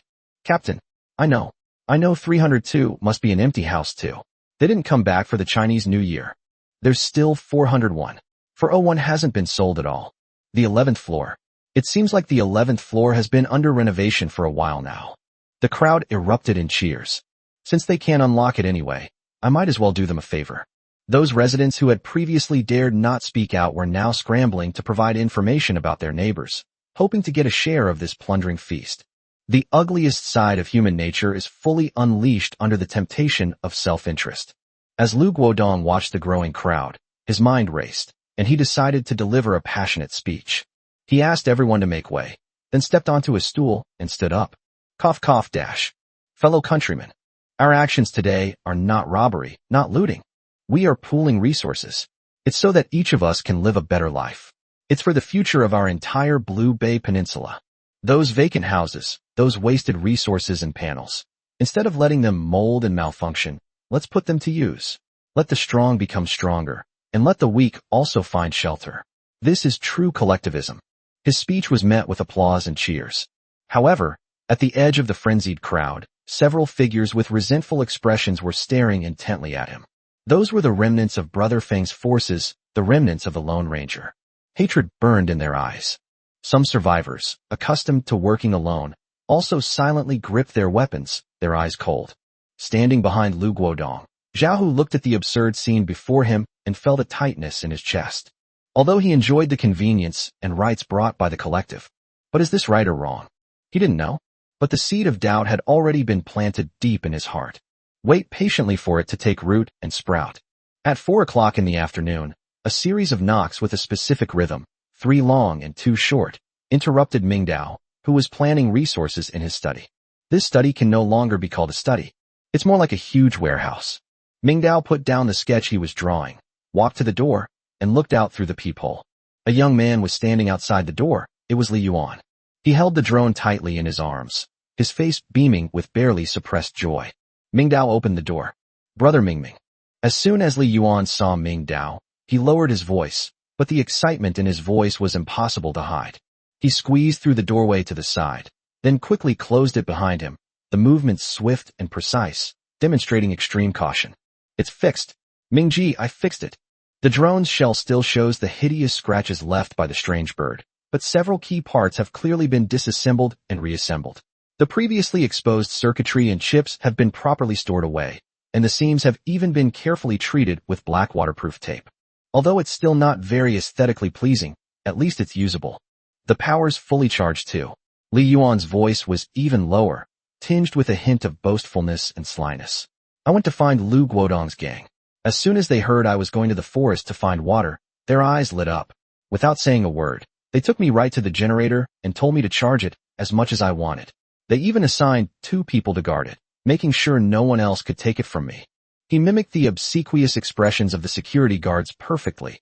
They told me, brother, you'd better step up your game. The lives of our entire neighborhood depend on you. Huh. I wonder what their expressions would be if they knew that half the time this drone is used by you. These words indirectly confirmed the pathological extent to which Lu Guodong's thirst for water had reached. Well done. Ming Dao nodded and took the drone from Li Yuan. It feels quite heavy when you hold it. The core components of the industrial-grade drone are perfectly combined with the consumer-grade shell, giving it performance far beyond what is expected. When Li Yuan saw Ming Dao's approving look, his face flushed with excitement. He handed the controller to Ming Dao and said seriously, "It's agreed. Half an hour. Start the timer now." Although he deliberately maintained a distant tone, his words carried goodwill. He knew very well that without Ming Dao, he would be nothing now, just a tech geek clinging to a pile of electronic junk, utterly worthless in the apocalypse. It was Ming Dao who gave him the power to take control of his own destiny again. No more, just a little. Ming Dao took the controller. Let's go to the balcony. The two walked onto the balcony one after the other. Not far downstairs, from the direction of Building 15, bursts of noise could still be heard. Lu Guodong's forced unlocking and nationwide treasure hunt frenzy continues. They're all just wasting their time. They'd be better off going into the forest to try their luck and dig up some wild vegetables. Li Yuan skillfully placed the drone on the balcony floor and conducted the final pre-flight checks. Flight control system self-test normal. The GPS signal is lost, but oh well, it's not a big deal. The image transmission system connection is stable. Battery level is 89%. Mingji, we can take off now. Li Yuan raised his head and looked at Ming Dao. Ming Dao nodded. Buzz.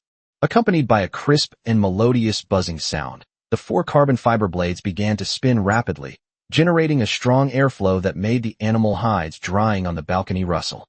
The drone took off vertically with an extremely stable attitude. Li Yuan's piloting skills were indeed professional. The takeoff process was as smooth as silk, without the slightest shaking. The images transmitted by the high-definition camera were as stable as those from a camera mounted on a track. I'll raise it to a safe height first, Li Yuan explained while operating the device. This height can avoid signal interference from most buildings and also prevent it from being discovered by people below.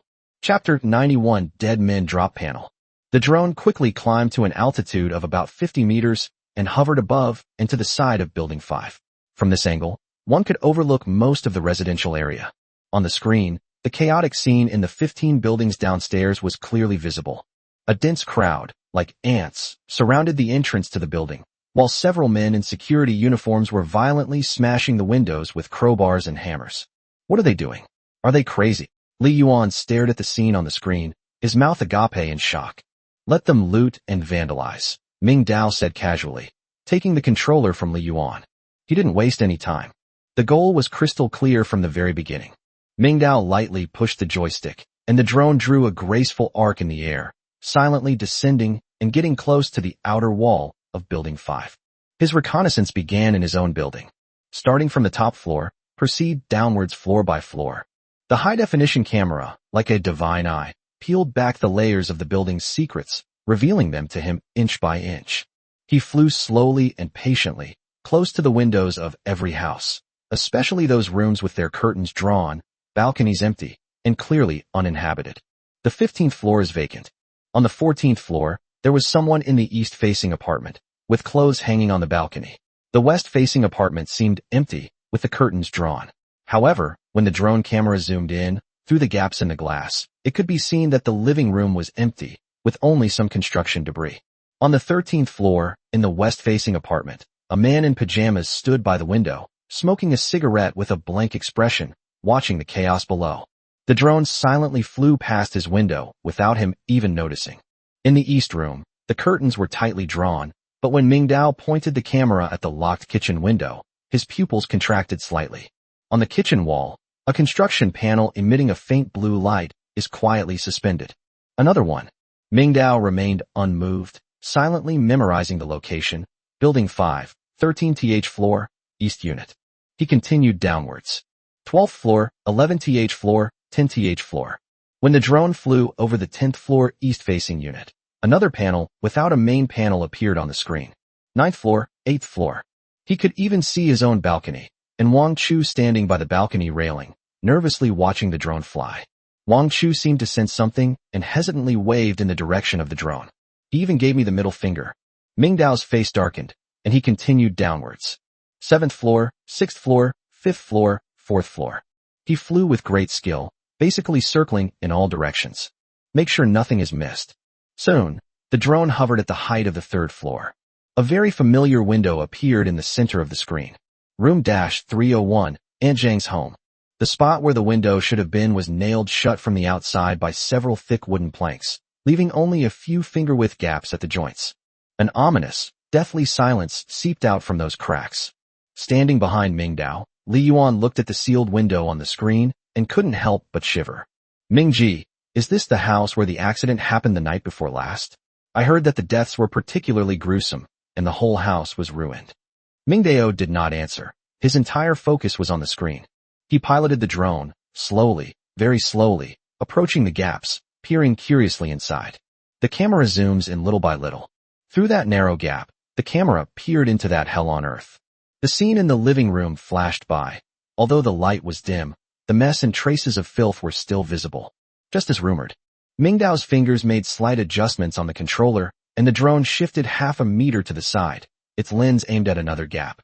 Through this gap, a half-open door could be seen on the side. That's the bedroom door.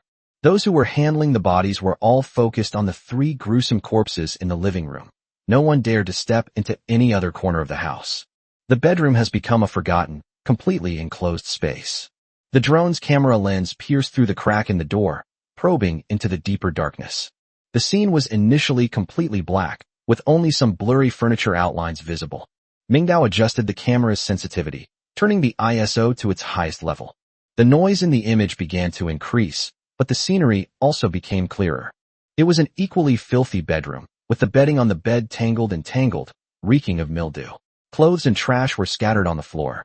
However, in this filth and darkness, 3 points of pale blue light suddenly lit up in the very center of the image without warning. They were like will-o'-the-wisps in the night, emitting an eerie blue light.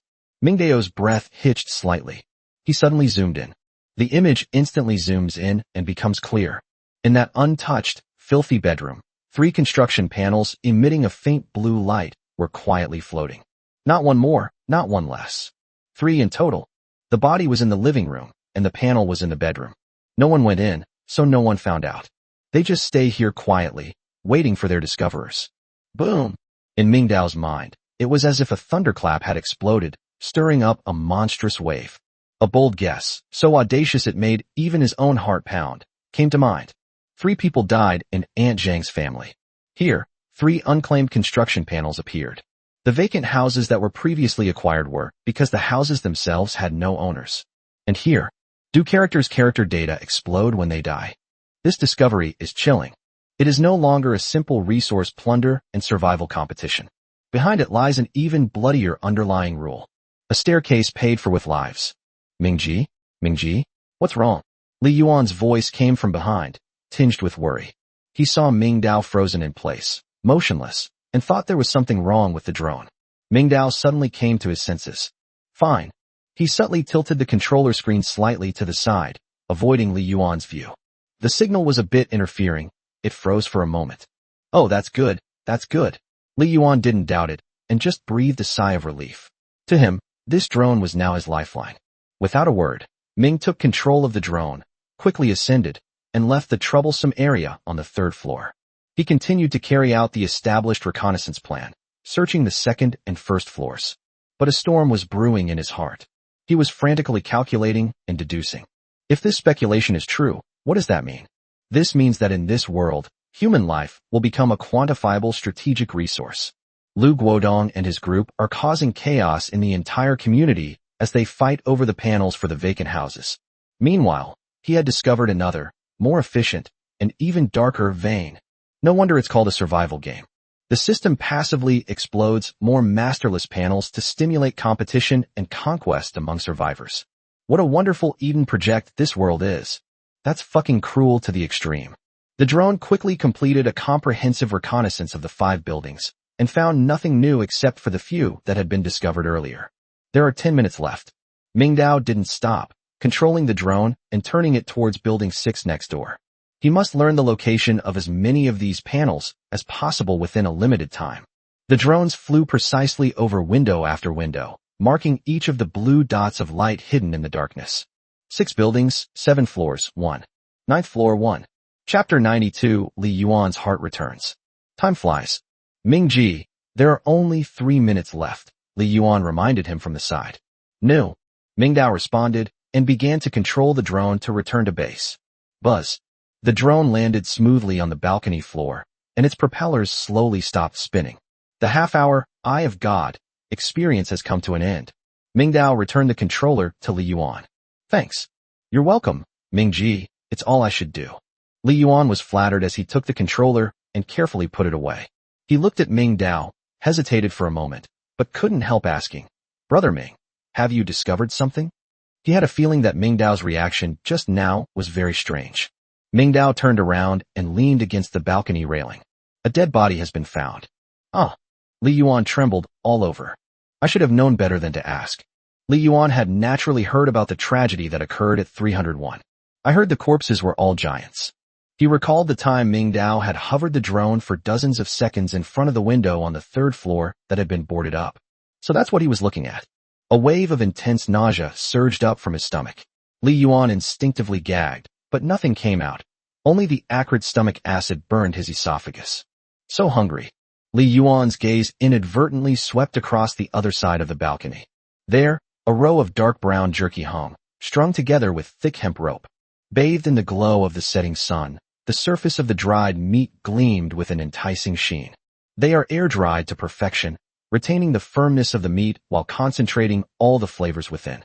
This smell was deadly to someone who had been eating cold porridge for 3.5 days straight. Li Yuan's Adam's apple bobbed uncontrollably, and his mouth began to produce saliva frantically, trying to dilute the sour and nauseous feeling in his stomach. He couldn't remember the last time he had eaten real meat. Was it the 20 yuan pork trotter rice you ordered before the apocalypse? Or was it the hot pot you had with your colleagues at a dinner party even earlier? My memory is hazy, but my body's instincts are incredibly honest. Gurgle dash. A loud rumbling sound came from his abdomen. His face flushed red instantly, the burning redness spreading from the base of his neck to the tips of his ears, as if it were about to drip blood. Embarrassment, shame, and embarrassment overwhelmed him instantly. He wished he could disappear into a crack in the ground. Mingdao's eyes flashed. He chuckled. He calmly turned around and walked to the other side of the balcony without saying a word. He reached out and slowly took 2 large pieces from the row of tempting jerky. Those were dried chicken breasts, each piece the size of an adult's palm, thick and heavy. Because it is completely dehydrated, it has a firm texture, but its strong meaty aroma remains undiminished. He tore a clean plastic bag off the shelf next to him, put the 2 pieces of jerky inside, and handed it to Li Yuan. Li Yuan stared at the plastic bag handed to him, momentarily stunned and unable to react. Is this for me? I bought these when I was working out, and I still have a lot. Mingdao took the initiative to spread goodwill. You have nothing to eat. Take this and eat it first. Li Yuan took a step back and started waving his hands. No. Mingji, this is too valuable. I can't accept it. I absolutely can't accept it. Take it. Mingdao ignored his refusal, his tone leaving no room for argument. He stepped forward and forcefully stuffed the heavy plastic bag into Li Yuan's arms. We are partners. Your drones and your technology are the embodiment of your value. This is not charity, it is what you deserve. Take it, and just work hard from now on. Cooperative relationship. Value manifestation. It's deserved. Mingdao preserved the last shred of dignity that Li Yuan, as a man, had left in the apocalypse. Often, this kind of destructive power is limitless. If you need more food or drink, you can come to me anytime. Li Yuan was moved and could no longer say no. His eyes suddenly reddened. A layer of mist quickly blurred his vision, making the world before him indistinct. He blinked desperately, trying to force back the bittersweet urge, but it was all in vain. He lowered his head, wiped his face haphazardly with the back of his hand, and when he raised his head again, his eyes had completely changed. Minggu, don't worry. From now on, you can use this drone anytime. Use it for as long as you want. Don't mention that half-hour thing again. As long as there's power, it's yours 24/7. He voluntarily offered his greatest value as a return on this investment. That's not enough. He gritted his teeth, as if he had made an extremely important decision. And another thing, I won't tell Lu Guodong and his gang a single word about finding a water source in the forest today. I swear. Oh, Mingdao gave him a second glance. His face remained expressionless as he nodded slightly. He withdrew his gaze and glanced casually in the direction of the property building, where the roar of the generator could be faintly heard. He asked casually, in a nonchalant tone, how much diesel fuel does Lu Guodong have left in his generator? Li Yuan told him everything in detail. Not many left. Mingji, there are definitely not many left. His tone was absolutely certain. When I went to charge my charger this afternoon, I overheard some people complaining. It was the guy in charge of looking after the generator. I think he was a former electrician, something like old Zhang. He was complaining to Captain Zhao who that Mr. Chin's dozen or so barrels of diesel fuel looked like a lot. But that generator was a gas guzzler. It had only been used for a few hours, and a small barrel was already gone. To increase the credibility of his intelligence, he even recounted the details of the people and conversations. Old Zhang said that the generator is like a small horse pulling a large cart. It's not powerful enough to power all the lighting and equipment, and it's been running at high load all the time, consuming at least twice the normal amount of fuel. If they keep all the lights in the command center on all night like last night, it probably won't last another week at most. They're really worried about this. They seem to be planning to send someone to the underground parking garage of the community to see if they can extract some gasoline or diesel from those abandoned cars. But old Zhang said that most cars are gasoline cars now, and diesel cars are very rare. Moreover, even if there were some, they would need a special oil pump to extract them. Otherwise, they simply cannot get them out. They are now in a dilemma. Without diesel fuel, the generator is just a pile of scrap metal. Without electricity, the authority that Lu Guodong had worked so hard to build would be greatly diminished. That sounds like good news. I understand. Mingdao nodded. You've worked hard today, go home and rest early. Take the meat with you, don't forget. Okay, Mingji. I'll be going now. Call me anytime if you need anything. Only after the door was gently closed did the gentleness on Mingdao's face fade, replaced by a coldness. He went into the study. After seeing Li Yuan off, his attention returned to his own plans. His gaze passed over the mountain of metal resources on the ground and finally landed on the corner of the wall. There lay a bundle of incredibly thick hemp rope that had been disassembled. Those were emergency escape ropes that Brother Feng found in the fire cabinet in the community. Each one was about the thickness of a thumb and was woven from dozens of strands of thin hemp rope. They were extremely tough and could withstand a tensile force of several hundred kilograms. After being broken down, It turned into a longer and stronger, oversized hemp rope, which was more than 50 meters long. He walked over slowly, bent down, and picked up the bundle of hemp rope. The rough texture rubs against the palm, giving a feeling of unparalleled reliability. The image of those three eerie blue lights in room 301, captured by the drone's camera, resurfaced in his mind. 3 main panels. It's so close. All you need to do is break a window, slide down the rope, and you can collect them all. Absorbing 3 panels at once would allow his level and strength to experience another qualitative leap. Will it go directly to LV4? The temptation is too great. But he eventually shook his head and put down the hemp rope. No, not now. There are too many people and distractions during the day. Doing a rappelling from the 8th floor now would be too noisy and too easy to be spotted. We have to wait. When the night is deep and quiet, when everyone is fast asleep. He decided to make his move tonight. Chapter 93 Night at Hadaleo. Night fell, and all was quiet. 2 moons hung in the sky, and the darkness made the scene even more eerie. Mingdao carried the heavy bundle of fire rope on his shoulder and arrived at the door of 801. 2 short, 1 long, then 2 more short. This was the signal between him and Wang Chu. Soon, the sound of slippers scraping the floor came from inside the door, accompanied by indistinct muttering. Who is it so late at night? Click. The lock turned, and the door opened a crack inward. However, the moment the door was opened, a powerful and rich aroma burst forth. It's not a single fragrance. It is a complex aroma that is created by melting rich, thick butter at high temperatures, mixing it with stir-fried Pixian chili bean paste, dried chili peppers, Sichuan peppercorns, and dozens of spices, and then simmering it for a long time. The 4 flavors of numbing, spicy, fresh, and fragrant were perfectly blended together, instantly filling Mingdao's nostrils and invigorating him. Hadaleo Spicy Beef Tallow Hot Pot Base. Mingdao immediately recognized the familiar smell. Through the crack in the door, Wang Chu's chubby face appeared. His mouth was stuffed full, and his cheeks were bulging, clearly indicating that he had enjoyed a good meal. Upon seeing Mingdao outside the door, he instantly unleashed a passion comparable to the heat of a pot. Wah! Wah! With his mouth stuffed full, he excitedly waved his chopsticks, yanked the door open, and dragged Mingdao into the room without a word. The aroma of the hot pot became even more intense. Mingji, your nose is too sensitive. Quick, come in and have a taste. Wang Chu swallowed the food in his mouth with difficulty. He pointed proudly to the self-heating hot pot bubbling away on the coffee table in the living room, his face beaming with happiness. Hadaleo's self-heating hot pot. I've been saving it for so long, but couldn't bear to eat it. I just couldn't resist today. Come quick, I still have some beef rolls and shrimp paste. The refrigerator has completely thawed today, and these things can't be stored any longer, so I might as well eat them all. He clearly thought Mingdao was attracted by the aroma and was there to freeload a meal. Mingdao shook his head, his gaze sweeping over the coffee table. Besides the self-heating hot pot, there were several boxes of open beef slices and even a small dish of prepared sesame sauce dipping sauce.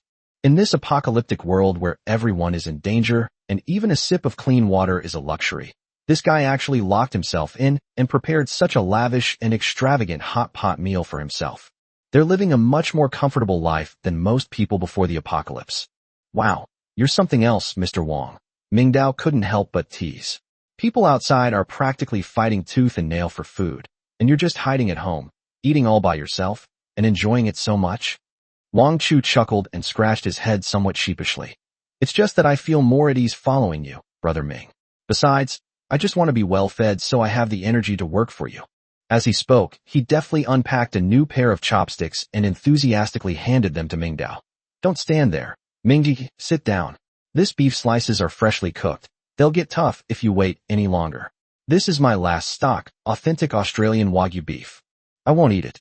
Mingdao waved his hand, declining his offer. Immediately, the mocking look on his face vanished, and he threw the heavy bundle of hemp rope on his shoulder to the ground. Bang! Wang Chu subconsciously landed on the hemp rope, which was thicker than his thigh, and the smile on his face gradually froze. We'll eat later. Come with me on a big mission. Wang Chu was stunned. He looked at the hemp rope on the ground, then at Mingdao's serious face, and didn't react for a moment. He forgot to chew the beef roll he had just stuffed into his mouth, and just stared at it blankly. Going on a big heist? He asked vaguely. Where to? Ming, are you going hunting in the forest again? Or are you going to steal Lu Guodong's supplies again? Mingdao didn't answer directly, but instead asked, What do you think we lack most right now? Water. Wang Chu answered instinctively, but then shook his head. No, that's not right. We have a water purifier. Water is a bit of a problem, but it's not the most urgent need. He thought for a moment and tentatively asked, weapons? Or manpower? Neither. Ming Dao slowly uttered two words, the panel. A control panel? Wang Chu was even more confused. But now all the empty houses in the entire community are monopolized by Lu Guodong's gang. We can't get one even if we wanna. We can't just rob those that are already owned, can we? You'll find out then. He said no more. By the way, I'm going to your building. 301. Cough, cough, cough, cough. The beef roll that Wang Chu was about to swallow suddenly flowed back down his throat uncontrollably. He suddenly turned around, leaned against the wall, and began to gag violently. Ugh, ugh. He couldn't vomit, but the churning sensation made him turn deathly pale. The hot pot that smelled delicious just a moment ago now looks increasingly disgusting. He leaned against the wall, his gaze towards Ming Dao filled with disbelief, as if he were looking at a madman. Ming, are you fucking crazy? 301. A hellish latrine? How could you lay a hand on such a place? The thought of that smell that had wafted up from downstairs during the day made Wang Chu's stomach clench violently again. He leaned against the wall, scrutinizing Ming Dao with the look of someone eyeing a pervert, and managed to squeeze out a sentence. Ming Ji, tell me honestly, do you have any special fetishes? Preference is my foot. Ming Dao walked forward irritably, raised his foot, and kicked Wang Chu's fat buttocks without any politeness. Shut the fuck up. I'm going down from your balcony. Your balcony faces the balcony of apartment 301 directly, so the angle is the best and the distance is the shortest. Stop talking nonsense and hurry up. Wang Chu was kicked and staggered, the pain in his buttocks instantly sobering him up. Once Ming Dao has made a decision, no one can change it. Moreover, each time, Ming Dao's decision proved to be correct. This time will probably be no exception, right? Fine, he conceded dejectedly. Then what do you need me for? Tie the rope around me. Ming Dao pointed to the hemp rope on the ground. And fix the other end to the thickest load-bearing column on your balcony. Tie them up with ropes? Wang Chu's eyes lit up instantly upon hearing this, and the nausea he had felt earlier seemed to lessen considerably. He patted his chest, a look of smugness and confidence on his face. Brother Ming, you've come to the right person. I'm a professional when it comes to binding techniques. As he spoke, he laboriously dragged the huge bundle of hemp rope toward Ming Dao. Hee. Chapter 94 The Master of Bondage, Wang Chu. Let me tell you, I studied all sorts of knot-tying techniques specifically to write a novel about spies. I know all about the mountaineering knot, the sailor's knot, the figure-8 knot. The bondage in those movies is just for show, not practical. Real professional bondage is all about locking. He kept reciting his professional theories while he started working. Ming Dao stood still, letting him do as he pleased, but looked at him with the eyes of someone looking at a fool.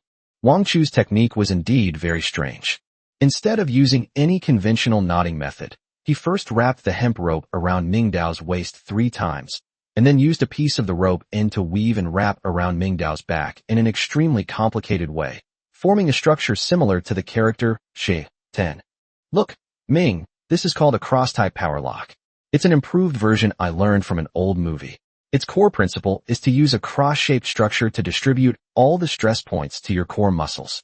This way, no matter how you move, the rope won't tighten around your vitals, and it will never come loose. As he explained, he pulled the rope tighter around Ming Dao.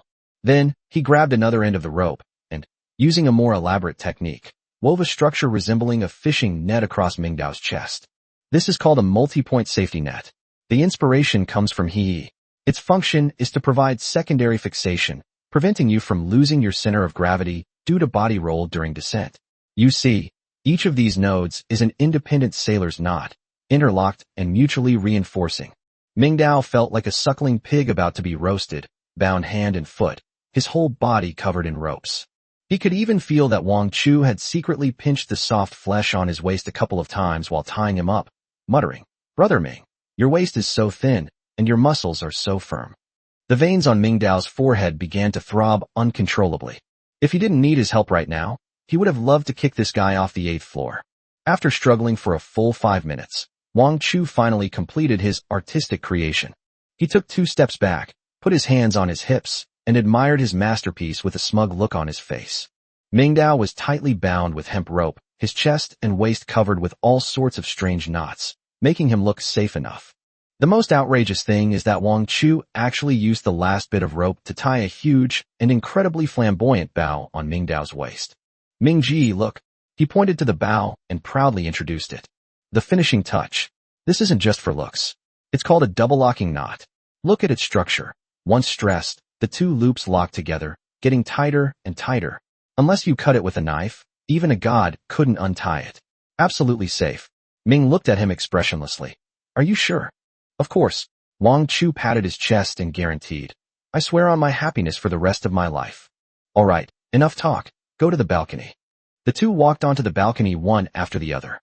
Wang Chu took the other end of the hemp rope and, using the same complex and bizarre technique, wrapped it around the thickest concrete support column 7 or 8 times, finally tying it into a stylish, double-locking knot.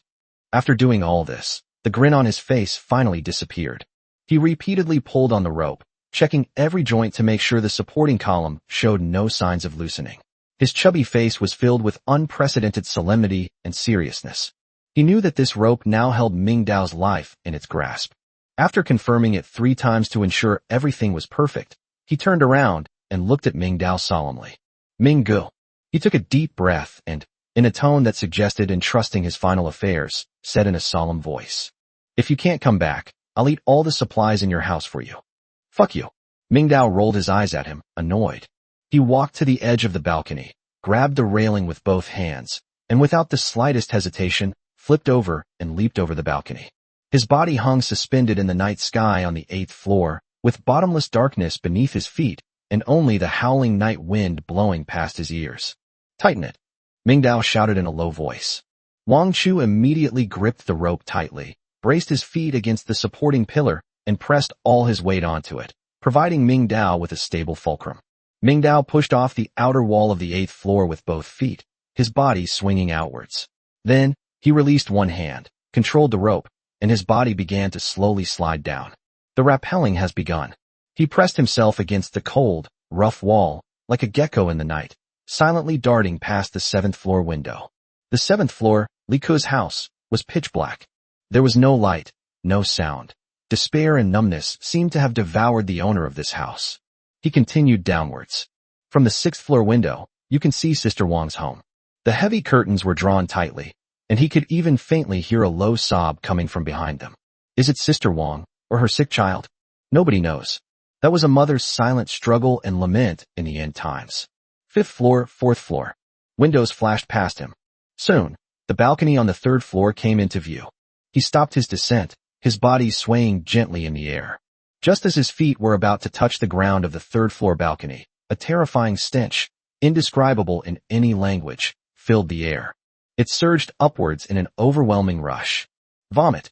Even though he was mentally prepared and had covered his mouth and nose with his collar, Ming Dao's stomach still churned violently the moment he came into contact with the smell.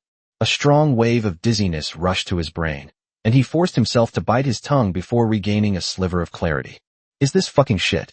He didn't dare to linger for a moment. He lightly touched the balcony railing with both feet and landed steadily on the balcony of room 301. The sliding door to the balcony was tightly locked. He pulled the crowbar from behind his waist. Using the flat end of the crowbar, I aligned it with the latch on the sliding door glass. The arm muscles tensed instantly, the wrist exerted force, and a precise tap was delivered. Snap! The glass latch shattered instantly. He opened the sliding door and resolutely stepped into that hellish mountain of excrement. The moment I stepped into the room, the concentration of that terrifying stench instantly increased by several orders of magnitude. However, in this filthy and dark environment, his pupils suddenly contracted. He could clearly see that, directly opposite the bedroom on the balcony, behind that half-open door, 3 points of eerie blue light floated there, incredibly alluring. Chapter 95 New Conditions. Ming Dao quickened his pace and charged forward without thinking twice. Squeak dash. The moment he pushed open the bedroom door, a relatively fresh breath of air rushed out from the crack in the door, giving his tense nerves a slight respite. The stench here was slightly less intense than in the living room, but it was still enough to make a normal person faint on the spot. The bedroom was just like the living room, even more chaotic. Clothes, miscellaneous items, and equally indescribable filth were scattered all over every corner of the floor. Above the messy bed, 3 blue panels emitting a soft glow floated silently. They radiate a pure light, and wherever the light reaches, it presents a strange sense of holiness. This purity, in stark contrast to the surrounding filth, creates the most intense and absurd contrast in the world. Mingdao stood still, breathing heavily for a few moments, and reached out to the 3 panels one by one. The moment his fingertips touched the panels, he silently recited something in his mind. Merge. Ding. No main panel detected. Merged. Requirements for upgrading to LV4. Merge no main panel, 1 to 5. Devour mutated beast cores, 0 to 5. Next up was the second piece. Same feel, same process, same notification sound. Ding. No main panel detected, already absorbed. Requirements for upgrading to LV4.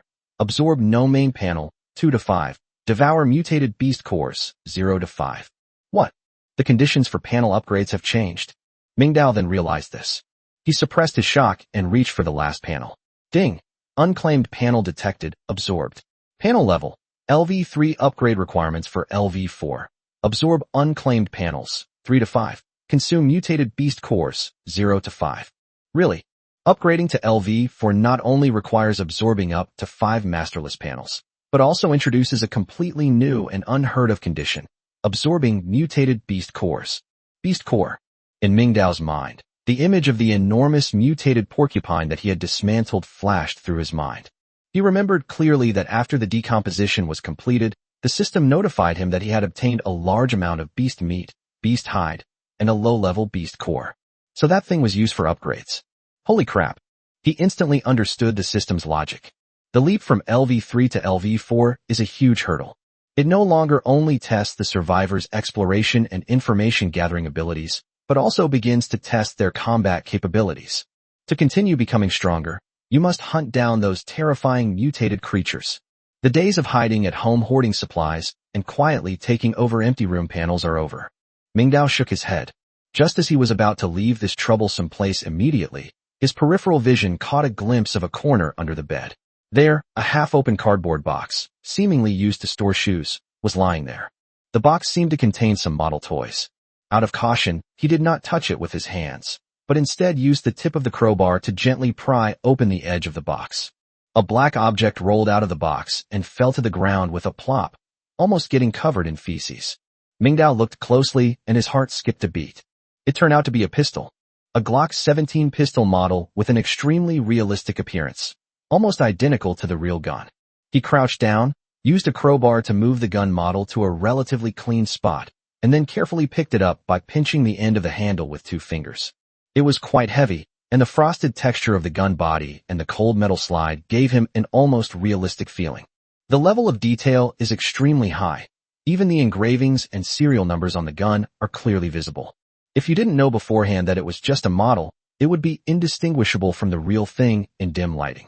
He instinctively pressed the magazine release button. Click. A black magazine slid out with a thud. However, when he saw what was inside the magazine, he couldn't help but laugh self-deprecatingly. Inside the magazine, a row of bright orange, round plastic balls were neatly stacked. It's a water bomb. It turned out to be just a slightly more upscale water gun toy. He shook his head, casually put the magazine back in, and then stuffed the heavy toy gun into his pocket. Perhaps this thing can have an unexpected deterrent effect at certain times. After all, not everyone has the opportunity to see a real gun in this era. After confirming that nothing had been missed, Mingdao did not linger for a moment. Staying here for even a second longer is a challenge to his physical and mental limits. He quickly turned around and retreated back to the balcony as fast as he could. He pulled the broken sliding door shut, offering a semblance of cover. Then, he went to the balcony, grabbed the rope, and pulled it down 3 times with all his might. This was the signal he and Wang Chu had agreed upon. It was time to pull. Wang Chu upstairs is finding each day unbearably long. He gripped the rope tightly, each second feeling like an eternity. He couldn't imagine what Mingdao had gone through down there. He could only sense the activity below through the taut rope. He even suspected that Mingdao might have been suffocated by the stench inside. When he felt 3 distinct tugs on the rope, Wang Chu jolted as if he had been electrocuted. I'm back. He's still alive. He roared and, with all his might, began to frantically pull the rope upwards. Hey yo hey. Mingdao below also actively cooperated, using his hands and feet, his feet gripping the outer wall for leverage, and like a rock climbing expert, he hopped upwards, greatly reducing Wang Chu's burden. During the climb, Mingdao wondered, sensing his own body. Wait a minute. When did I become so strong? He even had the illusion that he could hop up there without the rope. Could it be? Soon, the balcony on the 8th floor came into view. When Wang Chu saw Mingdao's familiar figure reappear at the edge of the balcony, he suddenly pulled Mingdao inside from outside the railing. Thump! Mingdao rolled over and fell heavily onto the balcony floor of Wang Chu's house. Perfect evacuation. The first thing to do was to untie the complicated knots on his body, which Wang Chu called works of art, as quickly as possible. Seeing the awkward blush on the crown prince's face, Mingdao's face darkened, and he drew his multifunctional military knife, slicing it off with a simple and brutal motion. Then he began frantically taking off his clothes. Without hesitation, he threw the pair of sneakers, covered in sticky filth, into the far corner of the balcony. He also tossed the jacket, which exuded an aura of hell, far away. He felt as if the stench had seeped into his soul and clung to every inch of his skin, impossible to shake off. Wang Chu stared blankly at the disheveled Mingdao before him. He couldn't even begin to imagine what terrifying ordeal Mingdao had endured in that legendary, hellish cesspool downstairs in those few short minutes. Mingji, are you alright? Wang Chu wanted to go forward to help him, but was forced back half a step by the stench emanating from Mingdao. That's great. Mingdao waved his hand and gagged.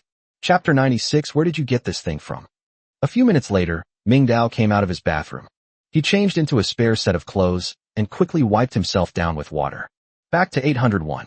Wang Chu had already put away the fragrant hot pot in the living room and was now sitting upright on the sofa, looking rather awkward. Drink some hot water. Wang Chu handed over a cup. Mingdao took it and drank it all in one gulp.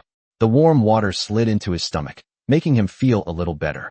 He walked to the sofa, sat down, sank into the soft fabric, and let out a long sigh. He came back to life. Mingji, Wang Chu looked at him, hesitant to speak. Mingdao didn't speak, but silently raised his hand, brought up his construction panel, and projected it into the air between the two of them. Wang Chu's gaze was instantly drawn to the huge blue light screen. His breath caught in his throat the moment he saw the panel's contents. Name, Mingdao level, LV3 requirements for upgrading to LV4. Consume a masterless panel, 3 to 5. Devour mutated beast cores, 1 to 5. Wang Chu's eyes widened like copper bells. Holy crap. 3 or 3.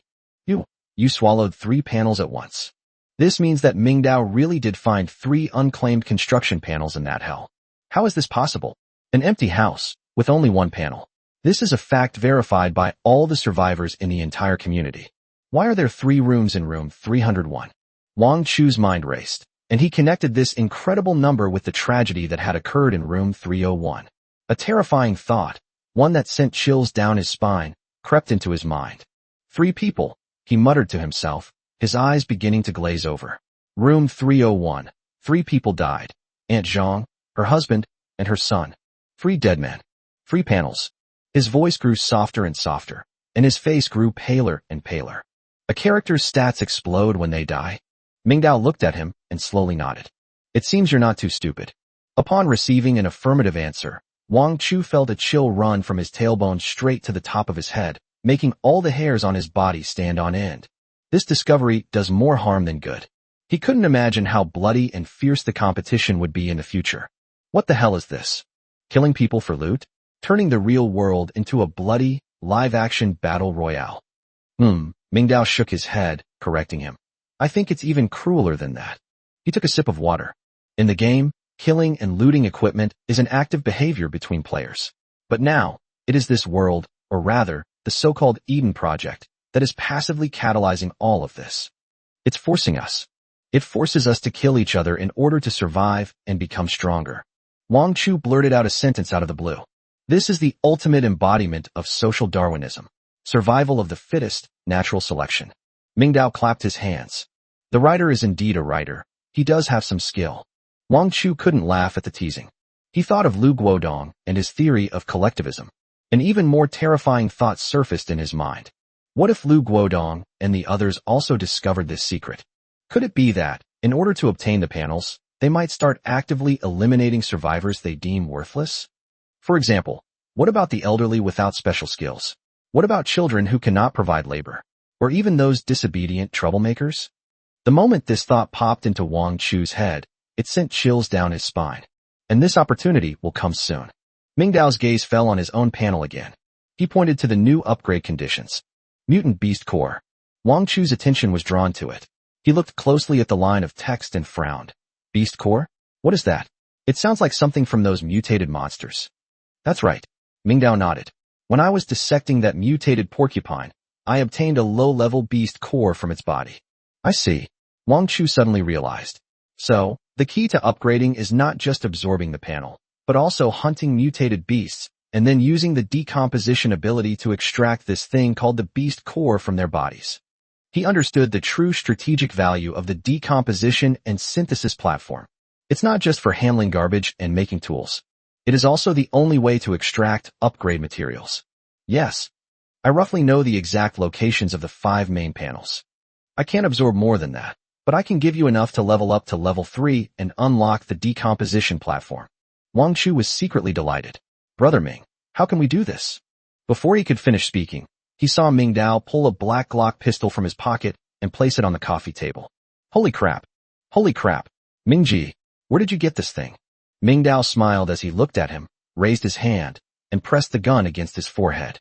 Forehead. Mingji me. Bang. Chapter 97 Simple Animal Trap X19. A trace of water remained.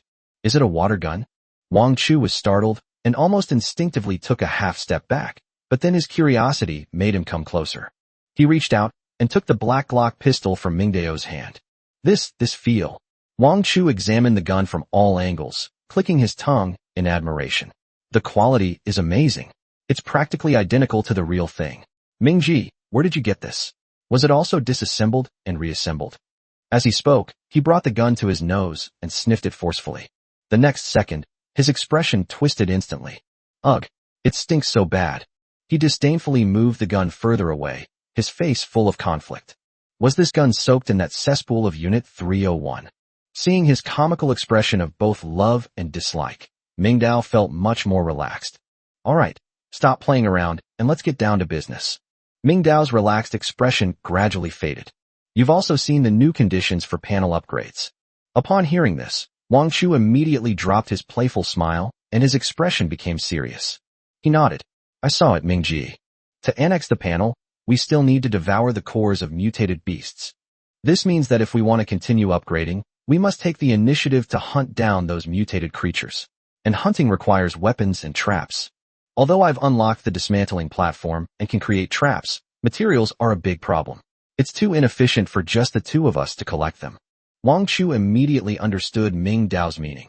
So you want to let Brother Feng's group do it? Yes. A glint of light flashed in Ming Dao's eyes. Lu Guodong's labor camp is cleaning up all the scrap metal in the neighborhood as garbage. This is a golden opportunity for us. I need A Feng to secretly transport all the scrap metal that everyone else looks down on to our underground garage. This garbage may be worthless in the eyes of others, but in our hands, it is a mine for creating traps. I understand, Mingji. He nodded vigorously. Those who live near mountains live off the mountains, and those who live near water live off the water. Lu Guodong and his gang have monopolized the control panels and supplies because of their numbers. So let's rely on our information advantage and technological superiority to turn those trash resources into our fighting power. Ming Dao glanced at him and continued to deploy the plan. So, starting tomorrow, we need to do 3 things. First, I will contact A Feng personally. This matter must be kept absolutely secret. We cannot let Lu Guodong and his gang notice anything unusual, or at least not suspect us.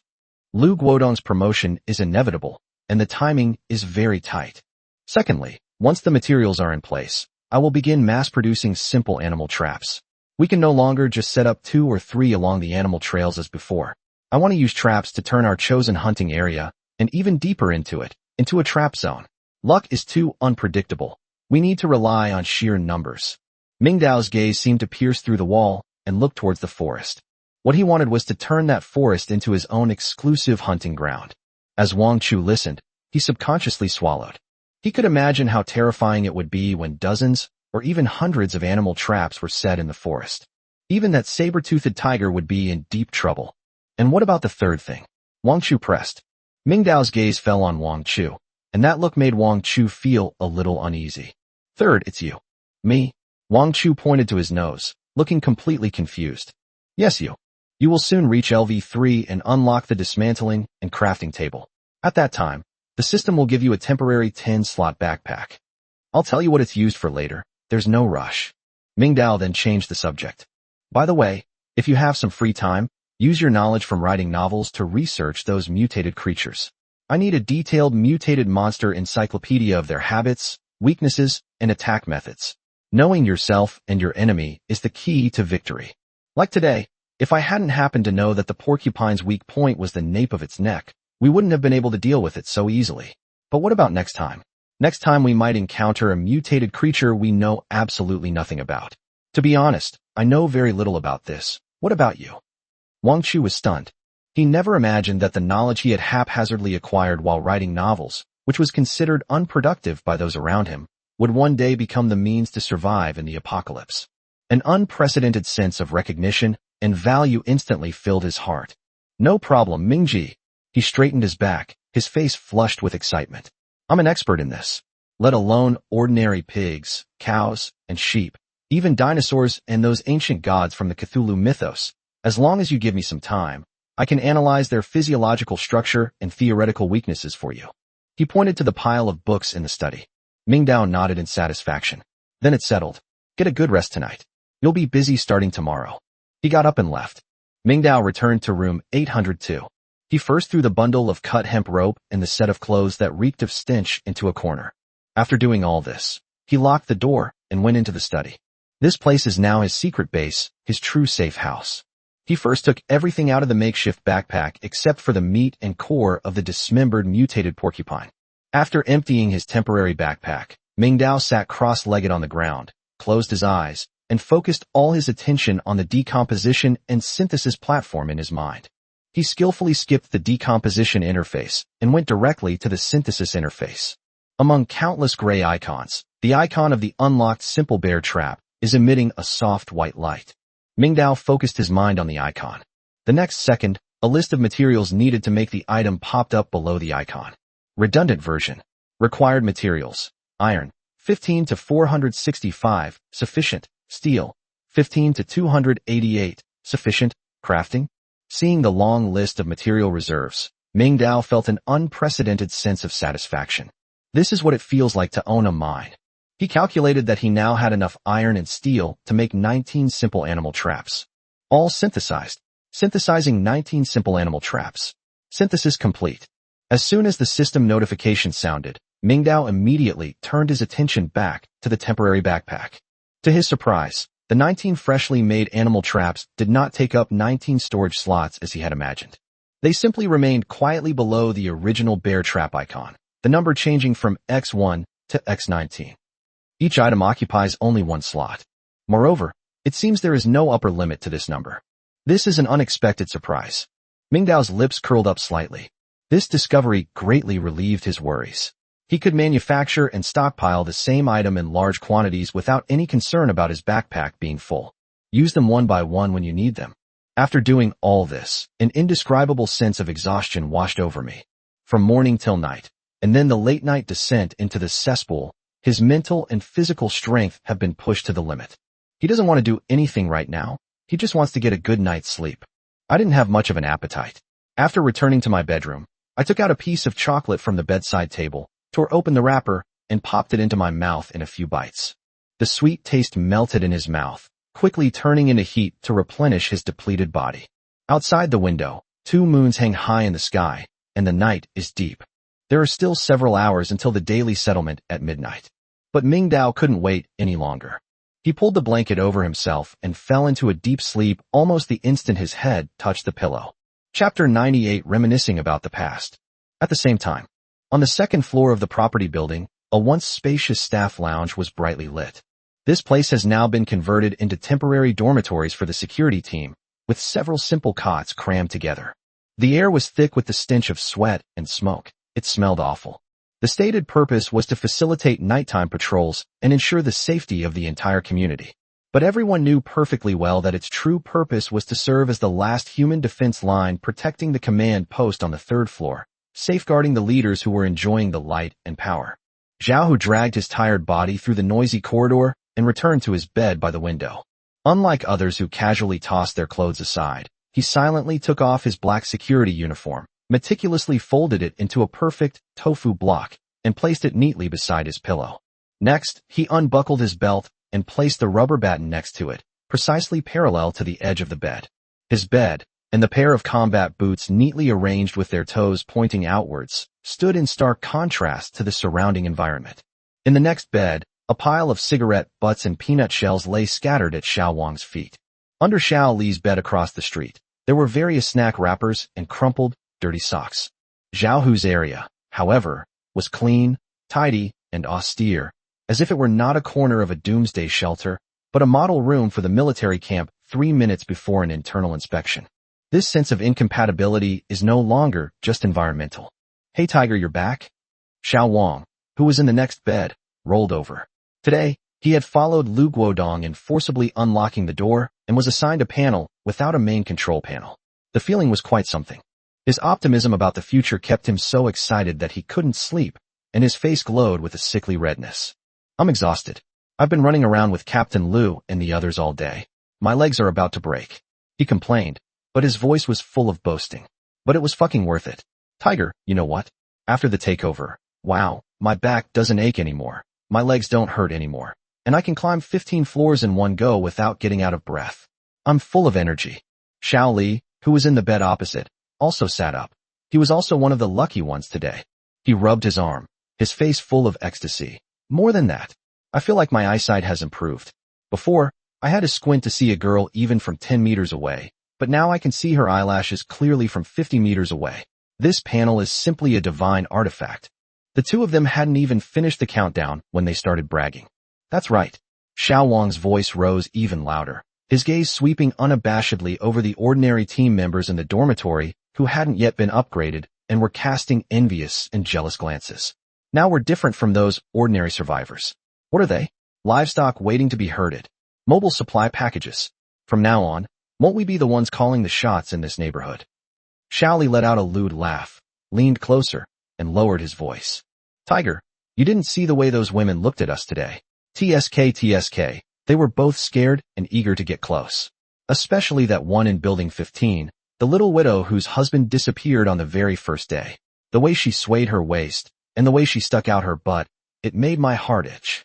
Xiao Wang winked at Zhao Hu, a lewd smile on his face that any man could understand.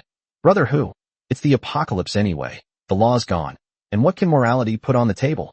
Those girls are all so delicate and beautiful. Rather than letting them starve or fall into the hands of some random guy, why don't we enjoy them ourselves? Having some fun with them is a way of giving them food, right? We're doing a good deed." The words "do good deeds" that came out of his mouth were full of blasphemy. Zhao Hu sat silently on the edge of the bed, his back to them, wiping his police baton with a clean cloth. He didn't turn around or say anything. He just paused slightly while wiping. Seeing that Zhao Hu didn't react, Xiao Li assumed he had tacitly agreed and became even bolder. He even extended a specific invitation, his tone carrying a hint of encouragement and flattery. "Tiger, you've been in the army for years. You must be feeling really stifled, right? I think that female college graduate in Building 7 is pretty good looking. What's her name again? Oh right, it's Su Shui. She's incredibly beautiful, with a great figure and skin as white as milk. I heard that she lives alone, and it seems like she doesn't have much food at home, and all she does is cry all day." He licked his chapped lips, his eyes gleaming with a greedy and lewd light. "We're just killing time tonight anyway. How about we invite her over for you? Tiger, you can have a go first, then we can all have some fun together. Consider it a team perk. We'll definitely be doing this kind of thing again in the future." Ha ha ha. These 4 words pierced Zhao Hu's eardrums, instantly igniting the anger he had suppressed all day. His hand suddenly stopped moving. The air around us seemed to freeze at that moment. Zhao Hu slowly turned around. His face, which had previously only shown signs of fatigue, now turned ashen. His lips were pressed into a stiff, straight line, and the muscles of his jaw bulged out from the force of his clenching. As I stood up from the bed, I felt a suffocating sense of oppression. He swept his gaze across Xiao Wang and Xiao Li's faces fiercely. The lewd smiles on Xiao Wang and Xiao Li's faces froze instantly. They had no doubt that if they uttered another word, the man in front of them would attack without hesitation. Final. Zhao Hu said nothing. He simply snorted and strode out of the dormitory. Bang! At the end of the corridor outside the dormitory is an open-air platform. The cold wind stung my face. Zhao Hu walked to the edge of the platform, took out a crumpled pack of Hongtishan cigarettes from his pocket, shook one out, and lit it. A crimson light flashed across the darkness, illuminating his face, which was etched with struggle. He took a deep drag, the pungent smoke filling his lungs. A turbulent sea was churning in my mind. He recalled the year he enlisted, standing under the red flag, raising his right fist, and shouting with all his might the oath. Serve the people wholeheartedly. Obey orders, strictly observe discipline, be brave and tenacious, fear no sacrifice, hone my skills to kill the enemy, be ready to fight at any time, never betray the army, and swear to defend the motherland to the death.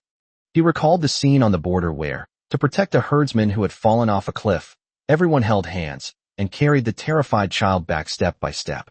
He recalled the flood relief efforts, during which he hadn't slept for 3 days and 3 nights straight, carrying sandbags and charging back and forth through waist-deep mud until he collapsed on the embankment from exhaustion. Protect the people. These 4 words, like a brand, are etched into his bones and ingrained in his blood. This was the sole guiding principle for all his actions in the first half of his life. But what about now? Chapter 99, This is Humanity. Now, the comrades in arms he personally promoted are the force he sees as capable of rebuilding order and protecting the weak in the apocalypse. Yet, right in front of him, they were excitedly discussing how to rape a helpless girl and how to treat the survivors they were supposed to protect as livestock to be used for their own amusement. And he himself, a retired Special Forces soldier and the most respected Tiger brother, had become the target of their recruitment efforts, a kindred spirit in their eyes who could have some fun together. What an irony! What a tragedy! Collective. Zhao Hu squeezed out those 2 words through gritted teeth, his voice filled with endless self-mockery. He once again developed deep doubts about the great collective that Lu Guodong had been adhering to. Is this really the kind of group he wants? Just then, the construction panel in his mind, which had been silent for a long time, suddenly emitted a very faint buzzing sound. A faint blue light flashed before his eyes. Zhao Hu's body stiffened abruptly. He was astonished to find that his construction panel's countdown had also ended at that moment. Ding! Your construction panel has been upgraded to LV2. A new notification appeared on his retina. Space expansion card, residential, type, consumable effect. After use, it increases the internal usable area of any residential building under your name by 100 square meters. Note, this expansion effect only applies internally. The building's exterior appearance will not change. This card can be used repeatedly on the same building without limit. Looking at the description on the card that could be described as a miracle, Zhao Hu felt no joy at all. Instead, he felt as if a bucket of ice water had been poured over him, and a chill ran down his spine. He immediately recalled that afternoon when Lu Guodong, under the guise of safety inspection, led them to forcibly break down the doors of innocent residents' homes. He recalled the scene where the elderly woman who tried to stop him was violently pushed to the ground by Xiao Wang with a riot shield. He recalled the greedy expressions on the faces of the most hard-working and ruthless team members when Lu Guodong publicly rewarded the panels and supplies he had looted. System rewards. So this is what is known as collective action. At that moment, he understood. The wonderful collective that Lu Guodong described, where everyone has food to eat and clothes to wear, was a shameless lie from beginning to end. In essence, it is nothing more than a tool to satisfy his personal ambition for power. His method is to tie all the survivors to his war chariot, and use the so-called collective interests and contribution points to incite and encourage the greed and violence in human nature, making them tear each other apart, and ultimately gathering all the flesh and blood to his top. And I, a soldier who upholds principles and whose duty is to protect the people, am unknowingly becoming the most loyal defender and accomplice of this enormous lie. The cigarette in his hand had burned to the end without him noticing, and the scalding hot tip burned his fingertips, sending a stinging pain through him. Zhao Hu snapped out of his daze. He glanced at the card that shone with an alluring light, then crushed the cigarette but hard on the cement ground beneath his feet, as if he wanted to grind away all the humiliation, anger, and confusion in his heart along with that spark. He looked up at the community contribution points leaderboard in his mind. His gaze finally settled on the enigmatic name at the top of the list. First place, anonymous, points, 179. He stared at that name, thinking for a very, very long time. A few minutes later, Zhao Hu returned to his dormitory. He pushed open the door, and the noise in the dormitory instantly stopped. Everyone's eyes were fixed on him. Just moments ago, Xiao Wang and Xiao Li were trembling with fear, but they immediately got out of bed, their faces plastered with fawning and terrified smiles. "Brother Tiger, you're back." "Brother Tiger, we were just drunk and talking nonsense. Please don't take it to heart." Xiao Hu didn't look at them, or even give them a glance. He ignored everyone's attempts to please him, went straight to his bed, took off his shoes, lay down, pulled the covers over himself, and closed his eyes. It was as if the man who had exuded murderous intent just moments before was merely an illusion for everyone. Meanwhile, in the office on the third floor of the property building, under the soft light, Lu Guodong and Lin Yifu sat on a comfortable sofa, savoring the finest Da Hong Pao tea they had scavenged from Mr. Chen's house. In Lin Yifu's hand was a newly compiled personnel allocation list. His fingers tapped lightly on the name Zhao Hu. "Zhao Hu is a key figure," Lin Yifu said with a smile. "He is capable, skilled, and, more importantly, he has absolute authority among the veterans and security guards. With him around, our orders can be carried out most effectively." He paused, then changed the subject. "But this kid's sense of justice and responsibility is too strong, like a rock in a latrine, both smelly and hard. We have to avoid him and go around him in many things. This afternoon when we forcibly opened the lock, I could tell his expression was off the whole time." Lu Guodong picked up his teacup, gently blew on the floating tea leaves, and let out a meaningful chuckle. "I served in the army, I know." His eyes gleamed with an all-knowing shrewdness. A soldier's sense of honor and his ingrained service to the people make him inherently difficult to control. But it is also because of this sense of honor that, given enough righteousness and favor, he will become our most loyal weapon. He took a sip of the scalding hot tea and said slowly, "It's normal for him to have doubts and wavering now. But as long as we firmly grasp the greater good of the collective, and as long as we keep giving him tangible benefits, such as this panel upgrade and future resource allocation, his ridiculous military principles will soon be worn down by reality. This is humanity. After all, we are the collective that represents the interests of the majority." Lin Yifu nodded, deeply agreeing. The two raised their teacups and gently tapped them together in the air, producing a crisp sound. "For our collective." They exchanged a smile brimming with the calculations of those in power. They thought they had everything under control, but they didn't realize that human nature itself is unpredictable. Chapter 100, Day 4 Settlement. Before the midnight bells have even rung, the second hand is already ticking away on the last few ticks of the dial, signaling the end of another day's scoring. Another day of anxiety. Time, the cheapest and easiest thing to squander in the old world, has now become a Damocles sword hanging over everyone's head. Mingdao woke up at 11:30. "I can't sleep. I just can't sleep." The breathtaking 301 descent, the explosive growth of industrial reserves, and the insight into the bloody rule of death results in panel explosion. Everything he did in the past day was enough to leave any survivor speechless. He was filled with unprecedented anticipation for his performance today. 23 hours, 59 minutes, and 59 seconds. A barrage of bonus points flashed through Mingdao's mind like a storm. Especially Article 7, the large-scale arm deployment, that glaring plus 50 points was quite a shock to him. If a simple animal trap is worth 5 points, then if he spreads it out over 2 days, he could easily get 95 points. But that's not how you calculate it. He was already very satisfied with the maximum score of 50. Evaluation. Every step you take has exponentially widened the gap between you and the other survivors. Overall score, 109 points. Current total score, 179 points. Looking at the final number, even Mingdao, with his composed nature, couldn't help but breathe more rapidly. 109 points. It's broken 100. This is almost 1.5 times his total points from the first 3 days. The total score of 179 points is like a towering mountain, enough to make anyone who looks up at it feel despair. He slowly opened his eyes, and deep within them was an barely suppressed excitement. Meanwhile, in the central square of the residential area, the huge blue light screen at the heart of the community flickered briefly at the stroke of midnight. The standings have been updated again. The top spots on the leaderboard haven't changed much, and most people's scores are slowly increasing. However, the strong get stronger, and the weak get weaker. First place, Anonymous, points, 179. This is insane. This number shattered the last glimmer of hope in the hearts of all the survivors. Compared to it, all the other names and scores seemed so ridiculous and insignificant. Second place, Anonymous, points, 70. Third place. Anonymous. Points. 68. This is no longer a gap. This is species isolation. Property Management Headquarters, third floor office. Lu Guodong crossed his legs, leaned back on the sofa, and wore a smug smile on his face. Despite staying up all night, he didn't feel tired at all. On the contrary, he was quite excited.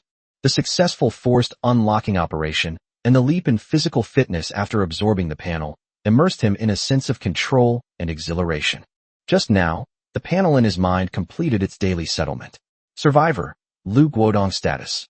Healthy, excited today's rating. 17 Behavior 1. Monopolizing core technology. You successfully brought Locksmith Qin Dahai under your control through coercion and enticement. Evaluation. Well done, you idiot. You finally understand that controlling the means of production is not as important as controlling the people who control them. However, loyalty gained through threats is like a castle on the beach, easily destroyed. Rating +3. Behavior 2. Establishing unfair terms. You forcibly broke into and looted unclaimed houses in the name of collective. Evaluation. You're the kind of person who tries to have your cake and eat it too. You think you're clever by packaging robbery as resource integration. All the survivors in the neighborhood are either your accomplices or your potential enemies. Guess which is more common? Rating +10. Behavior 3. Winning hearts and minds. You publicly rewarded your most obedient dog with the looted panels and supplies. Evaluation. A clumsy imitation of the art of subjugation.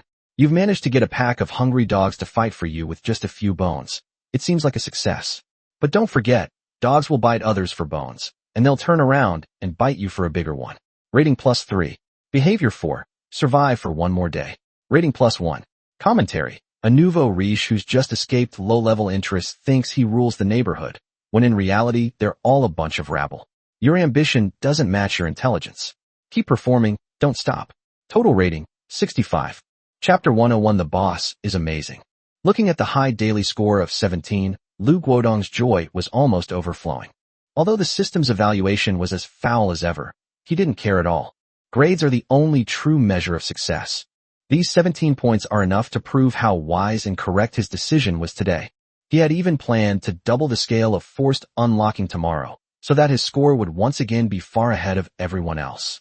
Yifu, you see, I told you my method was right. Lu Guodong said smugly to Lin Yifu sitting opposite him. As long as we tie everyone to our cause and let them see the tangible benefits, then the so-called rules will be up to us to set. Lin Yifu smiled and nodded, about to say something flattering, when his gaze inadvertently fell on the points leaderboard, which had just been updated. Lin Yifu's smile froze instantly. His pupils suddenly contracted. Guo Qiudong. Look at that. Lu Qiudong followed his gaze. When he saw the glaringly anonymous score of 179 at the top of the leaderboard, his smug smile instantly crumbled. No, this is not jealousy. This is fear. Lu Guodong suddenly stood up, grabbed the purple clay teapot on the table, and smashed it against the opposite wall with all his might. Bang crash. The teapot shattered. The already limited water resources are being wasted. But he still seemed unsatisfied, and kicked over the stool in front of him. What the hell did this thing do? He cursed incessantly. Murder? Did he slaughter everyone in the entire villa district? Or did he find a gold mine in one go? Over 100 points. How can he get over 100 points in a day? Lin Yifu was startled by his frantic behavior and quickly stood up to calm him down, saying, Guodong, calm down, calm down, calm down. Lu Guodong went berserk, grabbing Lin Yifu by the collar, his distorted face almost touching his nose. How the hell am I supposed to calm down? Over 100 points. He alone has more points than all the core members of our committee combined. Do you know what that means? This means that everything we've worked so hard to build, our so-called order, our so-called community, is a fucking joke in his eyes. He released Lin Yifu, and the insane jealousy and murderous intent in his eyes could no longer be concealed. No, absolutely not. I will never allow such a powerful figure to exist on my turf. He stopped in his tracks, a ruthless glint in his eyes. Yifu, he said in an icy voice, starting tomorrow. Send out all the manpower. Zhao Hu, the security team, everyone who can move. I'll personally go and check those 30-story buildings. A census. Conduct the most thorough census ever. Check every household. Verify every person. I need to know who hasn't participated in the collective action these past few days, who hasn't handed over supplies, and who has been out of our sight the whole time. No matter who he is, no matter where he's hiding. Even if we have to turn the entire Blue Bay Peninsula upside down, we must find this anonymous person. Then, he paused, then a cruel smile spread across his face. Kill him. Security team dormitory. Xiaohu suddenly opened his eyes. The panel in his mind had also completed its calculation. Survivor, Xiaohu status. Healthy, confused today's score, 5 action 1, executing orders. You participated in the forced unlocking of unclaimed houses. Evaluation. As a soldier, obeying orders is your duty. But as a person, have you ever considered whether the orders you executed were just? Score +2. Action 2, maintaining order. During the operation, you stopped some team members from overreacting. Evaluation, a negligible effort. You tried to extinguish a wildfire, but only brought a cup of water. Score +1. Action 3, wavering faith. You developed deep doubts about the concept of collective. Evaluation. Congratulations, your brain has not been completely corrupted by power. Maintaining independent thinking in the flood of lies is courage in itself. Score +1. Action 4, surviving one day. Evaluation. Only by living can you have the opportunity to make the right choices. Score +1. Evaluation. A soldier hesitating at a crossroads. Should your gun be pointed at the enemy, or at those comrades who turned you into a dragon? Think about it carefully. Total score, 41. Looking at the paltry 5 points, Xiaohu's face remained expressionless. He had expected this long ago. When he chose to stand still and watch Lu Guodong's henchmen run rampant, he was no longer the hero worthy of a high score. He looked up at the leaderboard. First place, Anonymous, 179 points. There was no jealousy or fear in his eyes. Instead, a strange sense of anticipation flashed through my mind. He realized that Lu Guodong's absolute authoritarian rule was not unbreakable. This mysterious, anonymous number 1, this powerful and illogical entity, may be the variable that will break everything. He is not a savior, but he might be the pebble thrown into stagnant water that can stir up huge waves. Xiaohu took a deep breath. She closed her eyes again. He needs strength. We need the strength to make our own choices in the storm that is destined to come. In a corner of the underground parking garage, a bonfire was burning brightly, casting a reddish glow on the oily, shiny faces of several men. Feng was shirtless, holding a sharpened fire axe, and laboriously cutting apart the huge black antelope leg. The monkeys and others around him each held a sharpened steel bar with large chunks of meat skewered on it, sizzling over a fire, filling the entire corner with a rich aroma of meat. Damn, this is so satisfying. The monkey took a bite of the perfectly roasted meat, scalding hot and tender inside, wincing in pain but beaming with happiness. Following Brother Ming is just different. We get meat every meal. Even the gods wouldn't trade this life. Another brother chimed in, his words muffled. Exactly. Back home, we can't even get a hot bowl of porridge, let alone meat. Right now, those bastards are probably still eating compressed biscuits. The crowd burst into joyful laughter. Just then, Brother Feng suddenly stopped moving. He looked up towards the garage entrance, where a fleeting, eerie blue light flashed by. The list of the best neighborhood community has been updated. Stop eating. Look at the panel. Brother Feng shouted. Everyone immediately put down their barbecue and brought up their own construction panels to check the leaderboard. The next second, a chorus of "I go" echoed from the corner. Holy crap. 179 points. Am I seeing things? The first place score is 179 points. Is this even a score a human could achieve? Chapter 102, Reaching New Heights. Everyone was stunned by that terrifying number, staring in disbelief as if they had witnessed a miracle. Feng was also stunned. But just a few seconds later, the shock on his face quickly turned into a fanatical worship. He abruptly stood up, pointed at the virtual screen, and roared at his still-dazed brothers. Did you see that? Look at this, you fucking bastards. 179 points. This is our big brother. This is what a deity is like. Lu Guodong, Xiaohu. Those good-for-nothings are nothing. They're not even worthy of carrying our boss's shoes. He waved his arms excitedly, spittle flying everywhere. Did you still think we were losing out by secretly smuggling some junk to him? Now do you understand? This is a fucking blessing. It's like our ancestors' graves are emitting auspicious smoke. Follow him, and forget about eating meat. I'm telling you, from now on, the entire neighborhood will belong to our boss. Then we'll be the founding fathers of the nation. Each of us will have our own apartment building, and we can live wherever we want. Girls, we'll have every kind of girl we could ever want. These highly inflammatory words are indeed effective. Looking at that unattainable score, and then thinking about their own carefree and luxurious lives, they had no doubt whatsoever about Brother Feng's words. The worship of Mingdao reached its peak at this moment. Big Brother is awesome. Follow the Big Brother. You'll live the high life. Kill Lu Qiudong and his bastards. The frenzied shouts echoed for a long time in the dark underground parking garage. Room 801. Wang Chu glanced at his daily rating on his panel. Lukewarm. But when his gaze fell on the name at the top of the leaderboard, he opened his mouth, but all the words he wanted to say ultimately boiled down to one sentence. Boss is awesome. The scene changes. Mingdao took a deep breath.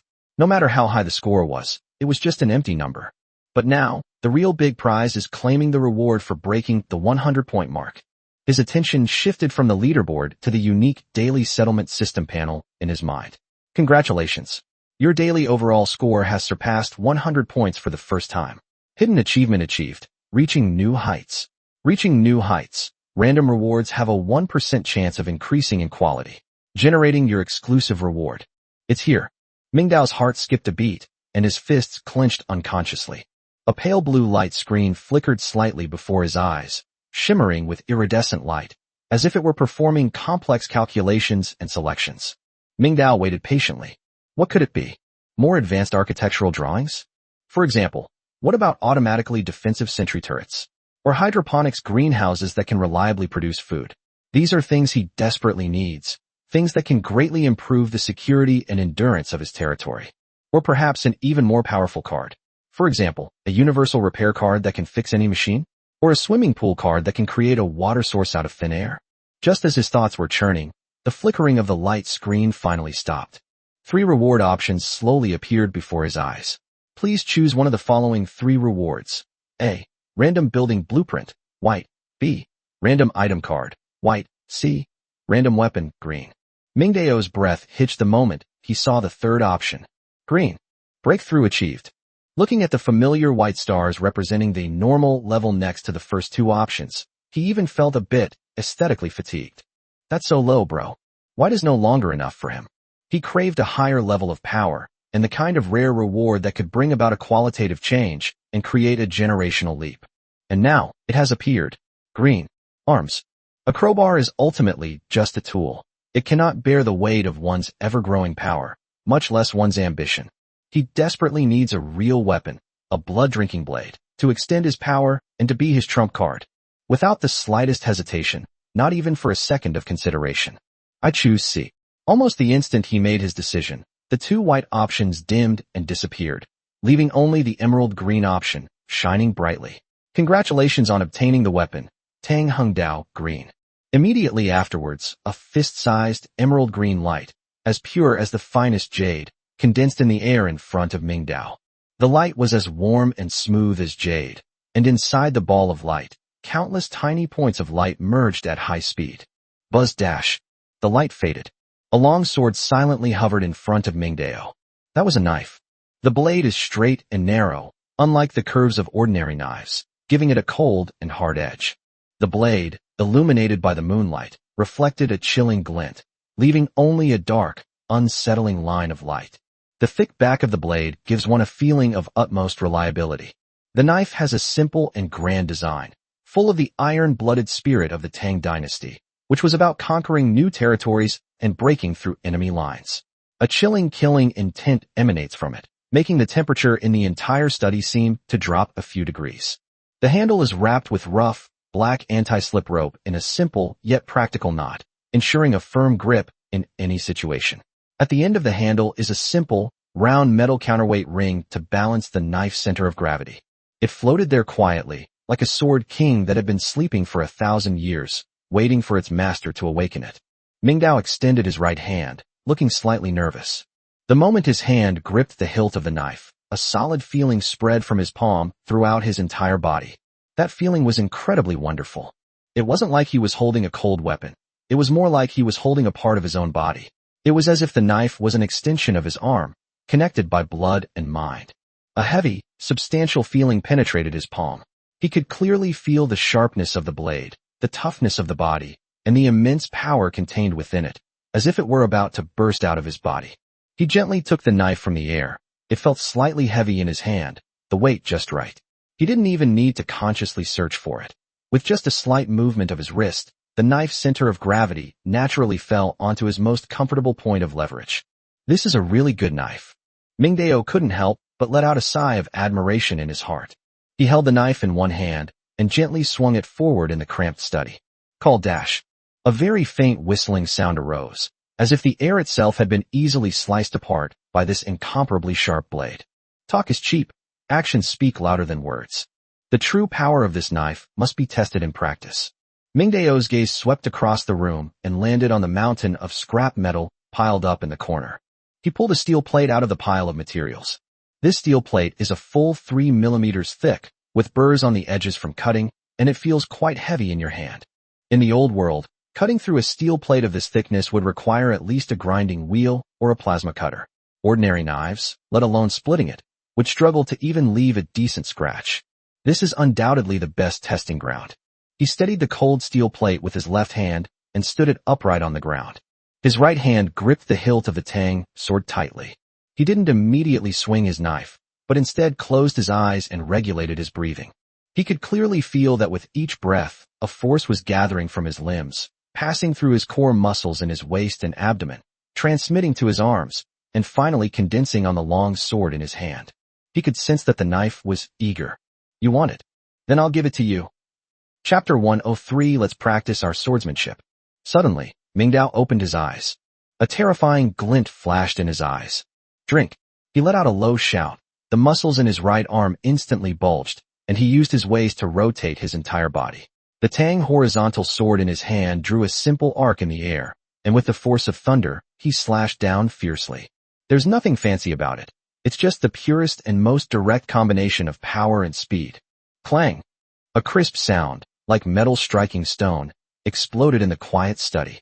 Mingdao, still in the posture of wielding his sword, slowly opened his eyes.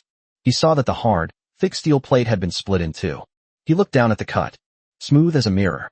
The cut's surface was so smooth it was almost unbelievable. Under the moonlight, it even reflected his own face, which was filled with shock.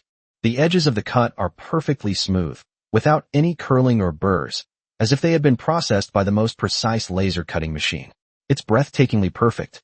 He stretched out his finger and carefully ran it across the cut surface. Hiss! A bloody gash appeared on my finger instantly. Cuts iron like mud. These 4 words, which only exist in martial arts novels, are now being presented to him in the most direct and shocking way. Mingdao slowly straightened up. He looked down at the Tang Hungdao in his hand. The blade was still gleaming coldly, without even a nick the size of a grain of rice. Mingdao swallowed hard. From this moment on, I truly possess the means to survive in this world where darkness descends and monsters roam. The moment he gripped the knife, he felt not the thrill of killing, but an unprecedented sense of security and peace. A sense of control over one's destiny, to wrest it back from that damned system and the unknown enemy. This is the true essence of power. Thinking of this, a cold glint flashed in Mingdao's eyes. Lu Guodong, Linifu, how long can your collective continue to revel? He sheathed his Tang sword, but since he didn't have a suitable scabbard, he carefully wrapped it in several layers of thick cloth and hid it under the bed. Sleep. The next morning, the sky had just turned from dark blue to a hazy, pale white. Before the 2 moons had completely disappeared, another sun was already stirring on the horizon. Mingdao opened his eyes, showing no signs of drowsiness or fatigue from staying up all night. On the contrary, he felt as if his whole body was overflowing with energy, and every muscle and every nerve was in an unprecedented state of activity. The mental euphoria he experienced last night, with his score exceeding 100 and the arrival of that divine weapon, far surpassed any caffeine. He sprang up from the bed in a flash, grabbed his knife, and swiftly walked toward the study. The early bird catches the worm. Mingdao untied the cloth strip. Buzz! The dark, cold light flowing along the blade appeared even more chilling in the morning light. He reached out and gripped the knife hilt again. That feeling of being connected by blood, of being able to use one's own arm as a finger, welled up in my heart once again. He took a deep breath and no longer hesitated. He walked to the center of the open space, assumed a somewhat unorthodox stance, gripped the knife with both hands, and raised it high above his head. Countless fragmented images from movies, anime, and games flashed through his mind. The sword techniques and swordplay wielded by the protagonists with such masterful skill became his sole objects of imitation. He had no master, no secret manual, only his memories and a body far beyond that of ordinary people. Called Dash. He took a sudden step forward, using his waist and abdomen to generate power, and slashed forward with both arms carrying immense force. The blade sliced through the air, accompanied by a sharp whistling sound. A dark, gleaming blade flashed through the air, seemingly cleaving the air in two. The swirling wind sent fine dust particles flying, creating visible ripples. It's a bit of an exaggeration, but that's the gist of it. Even this most basic chop is powerful enough to terrify any ordinary person. Mingdao did not stop. Hack, cut, tease, prick. He practiced these four most basic movements over and over again. At first, his movements showed obvious signs of imitation, appearing awkward and stiff. The transitions between each movement are filled with pauses and disharmony, like a toddler who has just learned to walk clumsily imitating an adult running. But his advantage lies in the fact that he possesses a body that has been enhanced by the system without his knowledge. His astonishing strength made every swing of his knife powerful and heavy. His coordination far beyond that of ordinary people allowed him to quickly correct his incorrect posture, and his abnormal endurance supported him in performing high-intensity repetitions like a perpetual motion machine.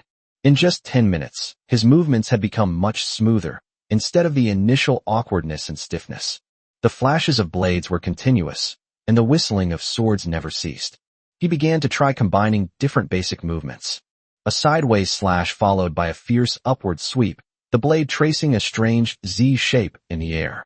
Immediately, he twisted his wrist, and the tip of the knife, like a venomous snake spitting its tongue, with a hint of cold light, precisely stabbed a steel target on the wall 3 meters ahead.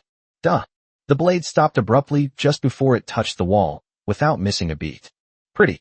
Mingdao couldn't help but applaud his own smooth and fluid combo. He felt like a natural martial arts prodigy, able to master any move after seeing it only once, and execute it with impressive skill. The thrill of unleashing power at will, the powerful feeling of wielding a deadly weapon, captivated him, leaving him unable to extricate himself. Inside the study, the sound of blades slicing through the air was incessant. A network of dark, gleaming blades crisscrossed the space, sometimes sweeping and powerful like thunder, sometimes darting and swift as lightning. The gusts of wind they whipped up, like miniature whirlwinds, whipped up dust throughout the study. However, another 20 minutes passed. After Mingdao completed what he considered a perfect combo, he suddenly stopped. He stood there, leaning on his knife, his forehead covered in fine beads of sweat, his chest heaving as he gasped for breath. The excitement and rapture on his face had vanished, replaced by a deep sense of confusion. He slowly raised his right hand. The hand holding the knife had a red and swollen area around the base of its thumb, and one could even feel the muscles beneath the skin trembling slightly uncontrollably, with waves of tingling and numbness constantly coming through. Something's not right. Chapter 104: Recognizing One's Weaknesses. He recalled every swing of the knife he had just made. Each time, he used all his strength, trying to maximize the power of the knife. His blade can indeed slice through steel plates and tear through the air. But every time he clashed with the imagined enemy, the enormous recoil force would flow back to his arm and body along the blade, without reservation. He was like a brute. Every swing of his sword was like killing 1,000 enemies while losing 800 of his own. He was so fast that he left afterimages.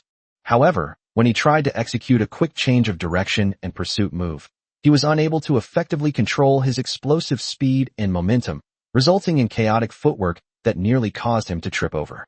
He can only charge in a straight line. Once he needs to dodge and maneuver flexibly, his true colors are immediately revealed. His moves look flashy and intimidating. But he knew in his heart that the so-called combo was full of unnecessary movements and huge flaws. Every exertion of force was an unrestrained burst, which caused him to consume a lot of physical strength. After only half an hour, he already felt obviously tired. Mingdao discovered a fatal problem. A question that could lead to his demise in a real, ever-changing battle. All his movements relied solely on brute force. It's like a child wielding a divine weapon, possessing the power to destroy the world, but not knowing how to control it. They don't know how to deflect force or how to turn the enemy's strength into their own. They also don't know how to leverage external forces or how to launch the most efficient attack with minimal cost. He also didn't understand how to use the simplest movements to reap the rewards in complex battles. His so-called swordsmanship is not swordsmanship at all. That's just a set of radio calisthenics. A set of calisthenics that looks impressive, but is completely useless in actual combat. In his hands, this 2-star quality Tang sword probably wouldn't even be able to unleash half of its power. Mingdao slowly exhaled a breath of stale air, his brows furrowed tightly. He realized where his shortcomings lay. Faced with those low-level mutated beasts that lack intelligence and only know how to charge recklessly, he might be able to crush them with his absolute strength and sharp longsword. But what if they were to face that cunning saber-toothed tiger? What if they faced a mountain king, even more powerful than a saber-toothed tiger? What if they faced human enemies who also had enhanced physical attributes, received systematic combat training, and possessed similar stats? For example, Zhao Hu. Mingdao had no doubt that, in his current state, if he were to face Zhao Hu head-on, even if he had the advantage in strength and speed, he probably wouldn't last more than 10 rounds. The opponent only needs to seize a moment when you exert too much force to subdue you instantly with the simplest and most effective grappling or joint locks. Pure brute force is effective. But in a close contest, skill is what matters. What he needs is efficiency. How can one systematically improve their combat skills? He fell into deep thought. Should I go and ask Zhao Hu for advice myself? Impossible. It's not the right time yet. Who else can we turn to? Who else in the entire community possesses expertise in this area? Names and faces flashed through his mind, only to be rejected one by one. Suddenly, he remembered something. His hand instinctively reached into his pocket and groped around. I didn't touch it. He immediately realized that he had placed the intelligence map in his bedside table in the bedroom. He strode into the bedroom, opened a drawer, and took out the crookedly drawn information map of the residents of Building 5, which had been provided by Sister Wang. His gaze swept quickly across the simple blueprint. Finally, the focus settled on a name he had highlighted in red. Room 402, Cheng Wu. Occupation, former senior personal trainer at Life Fitness Gym. Character profile, Wang Jie's subjective evaluation: large build, explosive temper, difficult to get along with. I once saw him arguing with someone in the elevator, almost coming to blows. I've basically never seen him leave the house since the apocalypse. Strong martial arts. Fitness instructor. Mingdao's eyes lit up instantly. A fitness instructor possesses a professional understanding of human anatomy, muscle activation, and core strength utilization that far surpasses that of the average person. This is precisely the theoretical foundation I currently lack. Most fitness instructors have some fighting or sanda skills. While he might not be as good as a killing machine like Zhao Hu, trained by the military, he was more than capable of guiding a complete novice like myself. More importantly, according to Sister Wang's information, this Cheng Wu is short-tempered, difficult to get along with, and a typical lone wolf. People with this kind of personality are often extremely self-centered and unlikely to be fooled by Lu Qiudong's hypocritical collectivism like Zhao Hu did. He is a neutral unit that can be won over. A perfect teacher candidate. But he has a terrible temper and is difficult to get along with. Mingdao's fingers gently tapped these words. This is both the reason why Cheng Wu was able to remain neutral and the obstacle to his desire to contact him. Knock on the door and say, "Hey buddy, teach me how to fight. I'll give you some food." He'd probably be mistaken for an idiot and punched from the 4th floor to the 1st. For people with this kind of personality, you must communicate in a way that they can understand and accept. Either use overwhelming power to subdue him. Alternatively, offer him something he can't refuse, something that precisely hits his sore spot. Mingdao pondered for a moment. With his current skill level, he might be able to win, but he might not be able to subdue a professional combat coach. If he loses, it could completely ruin their relationship, making any future cooperation impossible. Therefore, only the second option can be chosen. Chips. What leverage did he have that this muscular man couldn't refuse? Food. Water? These are hard currencies, but the other party may not need them right now. We need something more specialized and targeted. Mingdao folded the intelligence map again and put it back in the drawer. A meaningful smile slowly crept onto the corners of his mouth. This matter is not urgent. We can proceed slowly. Now that the target has been identified, the next step is to gather more information about this powerful weapon, find its weaknesses, and understand its desires. He glanced at the clock on the wall. It's almost time. Those 19 freshly made animal traps are waiting for me to go into the forest and find them suitable homes. Today he is going to give the wild animals of that forest a great gift. Mingdao wrapped the Tang Hung Dao in cloth again, and this time he tied a knot on the back for easy carrying, and carried it diagonally on his back. Then, he went to the door and put on his shoes. Wang Chu. He called out to the neighbor next door.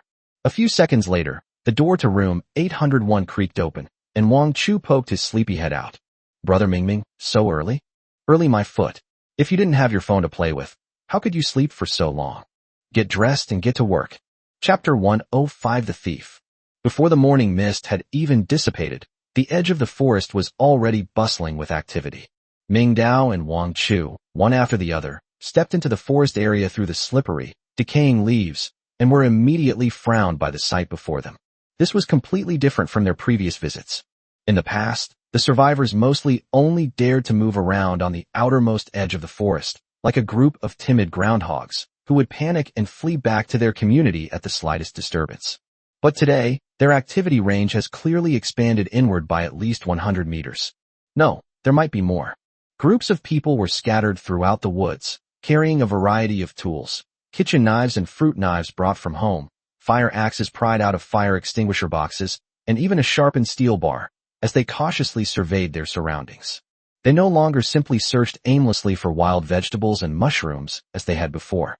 More and more people are using every means to extract resources from this ancient forest. Some people are struggling to crack open a nut with stones. Others are digging up the tubers of some plant, and still others are working together to try to knock down a small, not-so-thick tree and then saw off its branches. When their gaze occasionally swept over Ming Dao and Wang Chu, the look in their eyes was no longer a simple neighborly scrutiny, but rather one of malice. They were assessing the strength of the two newcomers, the supplies they might be carrying, and whether they were easy targets. Brother Ming, why are there so many people in this forest today, like at a market? Wang Chu lowered his voice and subconsciously moved closer to Ming Dao.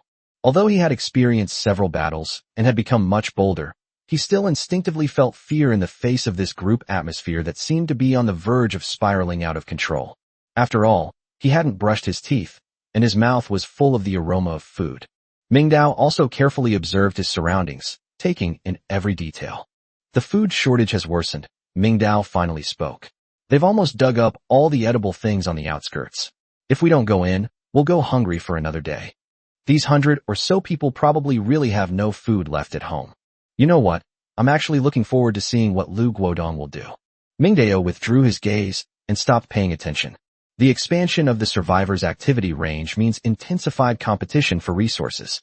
But this is not what Ming Dao is most worried about. What he was really worried about were those private properties that he had carefully arranged. Those animal traps were created by him by taking advantage of information asymmetry and technological superiority. They are not only efficient tools for obtaining food, but also a good way for him to rack up points. Unfortunately, if someone discovers the trap itself, a thought flashed through Ming Dao's mind, instantly sharpening his gaze. Let's go, hurry up. He stopped and quickened his pace, heading straight for the location where the first trap was buried. Wang Chu dared not delay and immediately followed closely. The two walked through the noisy crowd, and the further they went, the fewer people they saw. The vegetation beneath our feet grew increasingly lush, and the light was filtered through layers of tree canopy, becoming dim and dappled. Soon, they arrived at their destination. Two enormous ancient trees, almost identical in appearance, stood before us as markers. Wang Chu recognized the place at a glance. He quickly walked a few steps and went around to the familiar clearing between the two trees, but the expression on his face froze instantly. No, that's not right. He muttered to himself, the color draining from his face. There was no trap in sight. There wasn't even a trace of the prey's death throes that they had anticipated. There was only a patch of soil that had been clearly disturbed and was still damp with fresh moisture. The area covered by the soil was small, exactly a circle about 1 meter in diameter. Apart from that, the ground was so clean that it was as if nothing had ever happened. The enormous trap, made of thick steel plates and high-strength springs, powerful enough to break the leg bones of a black antelope, along with any prey it might have caught, vanished without a trace. How could it be gone? Wang Chu was filled with confusion and disbelief. He circled the two large trees that served as markers several times, anxiously searching for any possible clues. I remember this place perfectly. There's no mistake. I even camouflaged it with leaves and loose soil, so it's completely undetectable from the outside. Without saying a word, Ming Dao walked to the patch of soil that had been turned over, squatted down, and picked up a bit of soil with his fingers. The soil was very loose, and the soil was turned over to a very even depth. He closed his eyes, and the scene instantly appeared in his mind. The absence of any struggle means that either the trap was not triggered, or the prey was completely subdued by some force the moment it was triggered, without even having time to utter a cry of pain. There was no blood, no loose hair. The floor was excessively clean. This doesn't look like a scene where a large prey has triggered a trap and dragged away along with the snare. In that case, there would inevitably be a messy drag mark and a lot of blood. It's as if someone accidentally discovered the location of the trap, then carefully dug the entire animal trap, along with any potential prey, out of the ground, and even thoughtfully restored the surrounding environment to its original state. Could it be that saber-toothed tiger? Wang Chu climbed a small tree, leaning on the branches to look down from above, but he still found nothing. He jumped down again and searched the surrounding grass for a long time before finally returning to Mingdao's side dejectedly. No, it doesn't look like a wild animal. It's too clean. Mingdao slowly stood up and patted the dirt off his hands. His face remained expressionless, but his eyes had turned cold. Let's go to the next place. An ominous premonition gripped the two of them. 5 minutes later, they stopped in front of the second trap's location. The result was exactly the same as the first place. The perfectly turned, circular soil, the excessively clean scene, and the animal trap that had vanished without a trace. Wang Chu's face had turned ashen. He angrily kicked a nearby tree and cursed under his breath. Damn it! Which bastard did this? Stealing the prey is one thing, but they even took the trap? Mingdao's face darkened further. He silently turned around and walked toward the location where the last trap was buried. No surprises. When they stood before the last trap's hiding place and saw the same disturbed, empty ground, all their hopes and speculations vanished. All 3 animal traps were stolen. The technique was clean and efficient, and the target was extremely clear. This was no coincidence. It was a targeted theft. Mingdao's face turned completely dark at this moment. He could tolerate others taking the prey from his traps, and he could also tolerate ignorant survivors sabotaging his traps out of stupidity. But this act of taking everything away, this direct theft of his means of production, completely crossed his bottom line. Fuck him. A curse was squeezed out from between Mingdao's teeth. His fist slowly clenched at his side. That bastard is so despicable. Someone is provoking him. Whoever it is, he must pay the price. Chapter 106 The Thief's Confession. Brother Mingming. Then we should. Wang Chu looked at Mingdao's dark face, and his voice grew softer and softer. Mingdao exhaled a breath of stale air. He temporarily abandoned his plan to immediately set up new traps. Clearly, this area on the outskirts of the forest is no longer safe. The thief hiding in the shadows has already tasted the sweetness of victory. If he continues to set traps here, he will only end up benefiting others. We must venture deeper. It's safer to go to those remote and increasingly dangerous areas. He stopped, looked up, and examined the increasingly dark and silent forest ahead.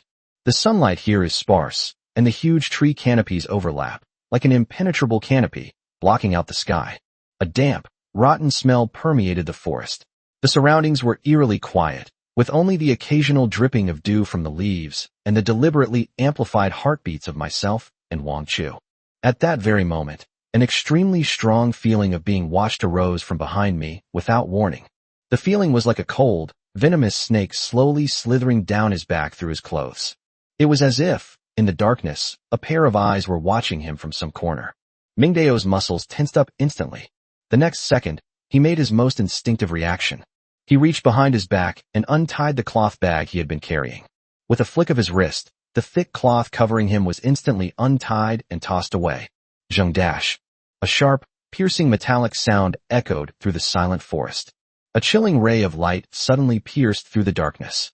Tang Hengdao. Unsheath it. The moment it appeared, even the air temperature seemed to drop a few degrees. A chilling sense of oppression spread outwards from Mingdao. Wang Chu, who was standing next to him, widened his eyes instantly, and his breath caught in his throat. He stared intently at the long sword held in Mingdao's hand, its lines so perfect they seemed otherworldly, completely mesmerized. He was a novelist who had described countless divine weapons in his writing, such as the heavenly sword and dragon saber and the Frostmourne. But when a real, deadly weapon, surpassing all his imagination, appeared before him, he realized that all his inadequate words could not describe the shock this knife brought. What a powerful knife! After a long while, Wang Chu finally managed to squeeze out those words. But he wisely refrained from asking further questions. He knew that everyone had their own secrets. Especially someone as powerful as Mingdao, who was almost inhuman, His secrets are definitely not something I am qualified to pry into. All he needed to do was keep that envy and awe deep in his heart and follow this man more firmly. Ming Dao held the long sword, and the feeling of being watched vanished the moment the sword appeared. It was as if the thing hidden in the shadows was also intimidated by the sharpness of the knife and chose to retreat temporarily. Who is it? Saber-toothed tiger?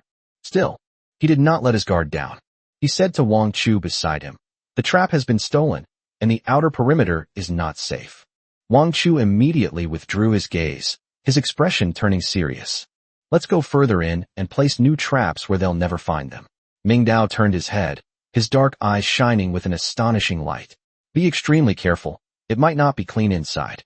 This uncleanliness refers both to the unknown, more powerful mutated creatures and to the thief lurking in the shadows who dared to provoke him. Clear. Wang Chu nodded heavily. He gripped the crowbar tightly with both hands, took a step forward, and walked in front of Ming Dao. "Ming Ji, I'll go first and help you alert the enemy." Ming Dao glanced at him, but did not refuse. One is responsible for observing the high places and the distance, while the other is responsible for being vigilant about the ground and the nearby areas. The two of them, one in front of the other, officially stepped into the depths of this forest, which was full of unknowns and dangers. On the other side of the forest, the direction Ming Dao and his companion were heading was exactly opposite. Li Laosan and his somewhat simple-minded son, Li Zhuang, were carrying a huge, bulging snakeskin bag on their backs, moving stealthily like two large rats foraging in the forest. In Li Zhuang's left hand, he was holding a dead rabbit. The rabbit's eyes were wide open, as if it did not understand why it had suffered such a misfortune until its death. A trace of dark red blood congealed from the corner of its mouth and dripped onto Li Zhuang's muddy trouser leg. Hee. Unlike the dim surroundings, Li Zhuang's face was filled with an almost distorted excitement. The light in his eyes almost overflowed from their sockets. As she walked, she would occasionally turn back to look at her father's deeply lined face, a face etched with shrewdness and worldliness. "Dad, you're amazing." Li Zhuang could no longer contain his excitement. He tried to lower his voice, but his excitement was impossible to hide. "How did you know we could find ready-made traps and rabbits here? This thing looks much better than the ones we make ourselves. This iron thing is heavy. If it catches a big one, it'll be a piece of cake." He shook the rabbit in his hand vigorously, stroked its head, and gave it a big kiss. Although the rabbit wasn't very big, it was like a windfall for them, who hadn't seen meat for several days. What's more, this windfall was completely free. Li Laosan stopped and looked back at his good-for-nothing son, a smug smile spreading across his face. He chuckled, a half-eaten blade of grass still stuck between his teeth. He took the snakeskin bag off his shoulder and slammed it onto the ground with a dull metallic clang. He patted the bulging bag and said pretentiously, "This is called good fortune." Old Li cleared his throat, spitting far as he spoke, as if imparting some secret. "You think it was found? This is something your father earned with his brains. I knew something was wrong a long time ago. Yesterday afternoon, I could smell the blood from far away. I immediately thought there must be some shrewd but skilled person secretly setting traps in this forest. We just need to follow them." He held up two rough fingers and gestured, his wrinkles deepening into a smile. "Your dad's nose is sharper than a dog's." The smell of blood was faint, but it was different from the smell of rotten leaves. It was fresh. That meant something had just been harmed. "I didn't say a word then, and just took you home. I came over early this morning, and guess what?" Li Zhuang's eyes widened, his face full of admiration, like a child waiting to hear a story. "What's wrong?" Chapter 107. Dad, you're so smart. I followed the scent and touched it, and sure enough, there was something there. Li Laosan slapped his thigh triumphantly. The first trap caught this dead rabbit. The second and third were both empty. Isn't that a coincidence? What does that mean? It means that the bastard who set the trap only came by yesterday and hasn't had time to collect it yet. Isn't this just like God delivering meat right to our mouths? He spat a mouthful of phlegm onto the ground, his eyes filled with extreme confidence in his own wisdom. Yesterday I saw some people sneaking around this way, a tall, thin guy and a big, fat guy, carrying a huge bag, walking very fast. I was on my guard back then. That kid didn't look like a good guy. He was too energetic. He definitely wasn't out digging for wild vegetables. When I came over today and touched him, I was right. This kind of good fortune should be kept quiet and kept a low profile. If Lu Guodong and his bastards find out, they'll take everything away from you. Li Zhuang nodded repeatedly as he listened, his admiration for his father reaching a new level. In his eyes, his father was like Zhuge Liang in the apocalypse, strategizing and winning battles from 100 meters away. Those neighbors who idle around the neighborhood all day and only know how to complain are simply a bunch of brainless idiots compared to my father. Bah, he's a complete idiot. Dad, you were so far-sighted. Li Zhuang's flattery was perfectly timed. Then let's hurry back, shall we? Stew this rabbit, hide these 3 iron traps, and come back here tomorrow. Who knows, that idiot expert might have set a new one. He couldn't wait to taste the rabbit meat. Just thinking about the delicious broth made his mouth water. Go back. Li Laosan surprisingly shook his head. His cloudy eyes gleamed with an even more greedy light than before. Why go back? If we go back now, we'll be just as those people come out of the woods. We'll be carrying rabbits and this huge bag. Do you think everyone's blind? If Lu Guodong and his bastards see us, they'll confiscate it in the name of the collective. They'll only give you a few contribution points at most. What good are they? It's not worth it. Li Laosan's calculations were meticulous. He knew the essence of Lu Guodong's collectivism. It was about concentrating everyone's labor results in his own hands and then distributing them. Li Laosan wouldn't do such a losing proposition. But when it came time to divide the spoils, he would naturally call him brother repeatedly. Now, bro, you still need to practice. He stretched out his finger and pointed in another direction in the forest, a direction that was completely opposite to the way he had come, deeper and darker. We won't turn back. Go over there, find a new spot, and reset these 3 precious traps. Damn it, from now on, this forest will be our private butcher shop. We can come and get our meat whenever we want. The enormous harvest and the bright prospects for the future, like 2 glasses of strong liquor, completely intoxicated the father and son. Blinded by greed, they were completely unaware that the direction they were pointing had far exceeded the safety boundaries of the survivors' daily activities. Great. Dad, you're amazing. Li Zhuang was ignited by the blueprint his father painted, as if he could already see the wonderful life of eating meat and drinking meat soup at every meal. His not-so-bright mind even began to fantasize that once he had accumulated enough meat, he could use it to trade for women and cigarettes and become a superior person. The father and son smiled at each other, then shouldered their heavy snakeskin bags again, carrying the dead rabbit with its eyes wide open, and walked spiritedly into the depths of the forest. They walked and chatted as they went. Dad, where should we put this metal clamp? Shouldn't we find a place with water? Animals need to drink water, right? Nonsense. We need to find a narrow passage, the kind where one man can hold off 10,000. So those beasts have nowhere to hide. They'll just have to step on them. So what if we catch a big one, like a deer or a wild boar? How do we bring it back? Those things weigh hundreds of pounds. Are you stupid? If we can't bring it back, we'll just butcher it in the woods.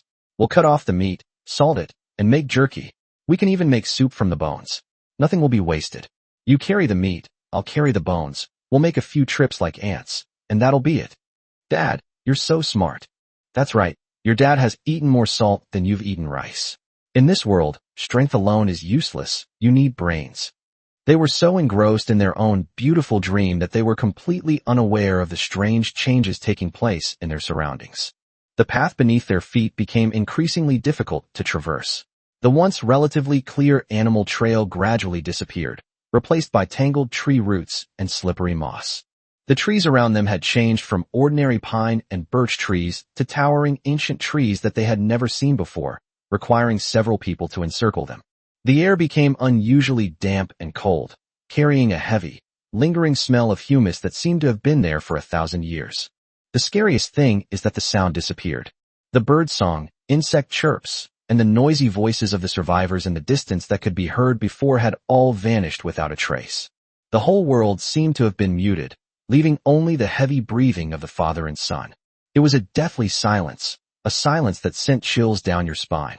After walking for an unknown amount of time, Li Zhuang belatedly stopped and suddenly realized that he was in a completely unfamiliar world filled with a sense of oppression.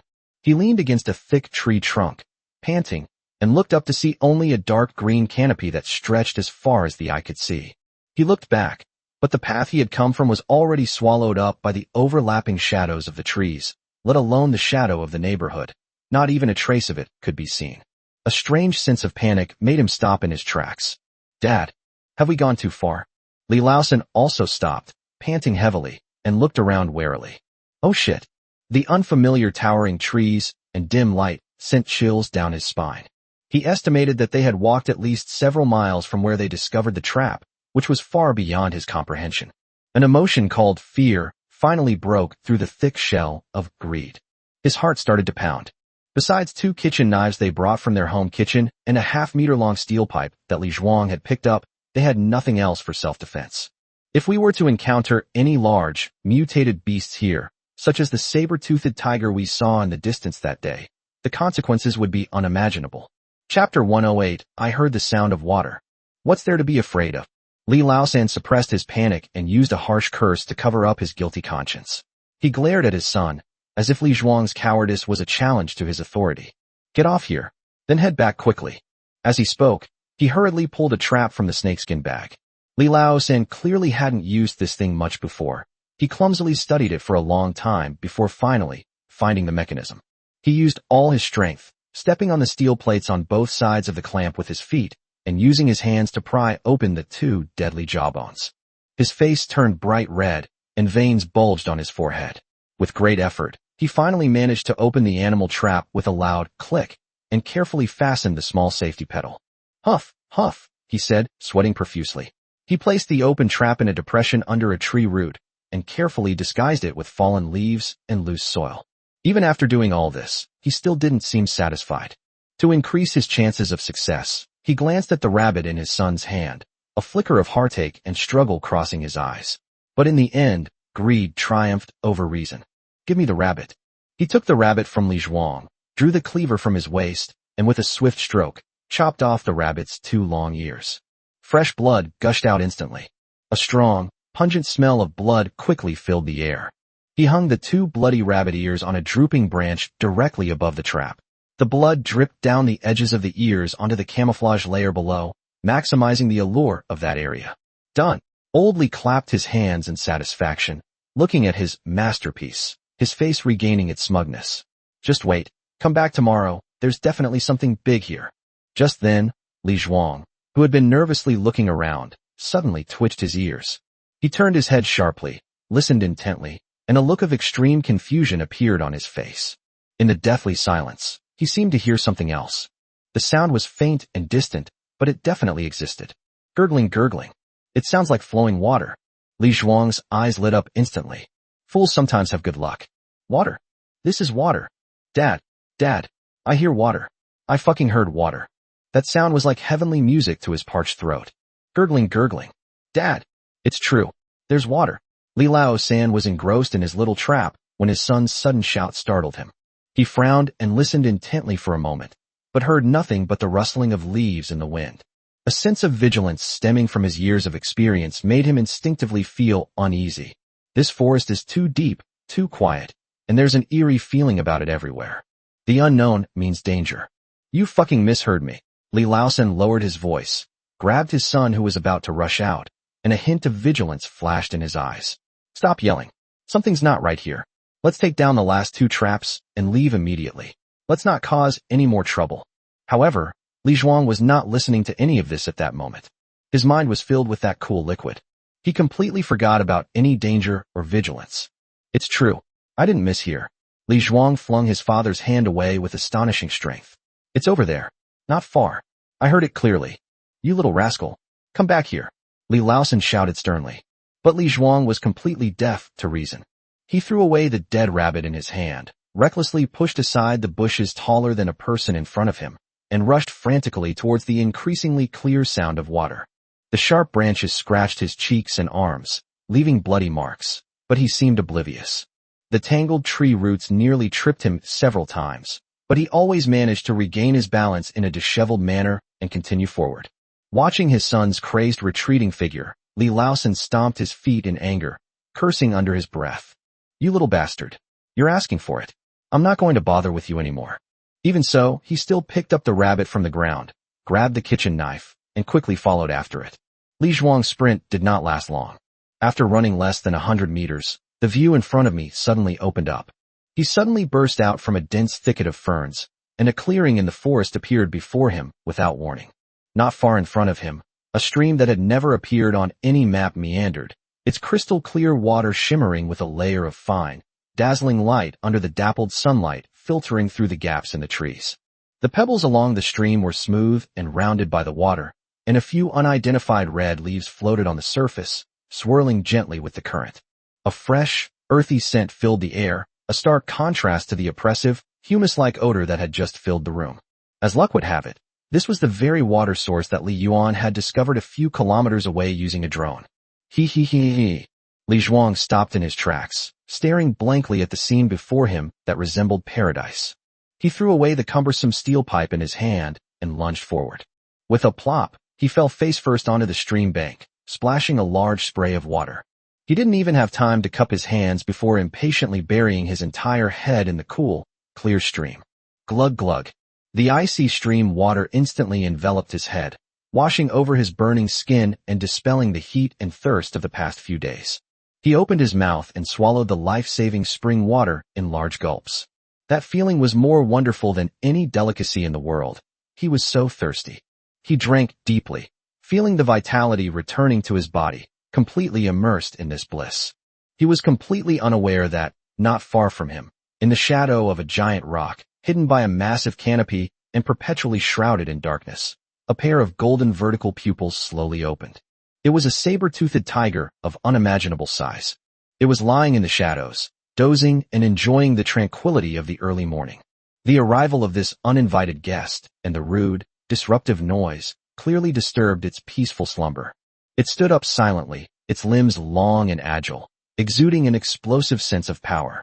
Its golden fur is covered with beautiful dark patterns, allowing it to blend perfectly into the dappled light and shadow of the forest.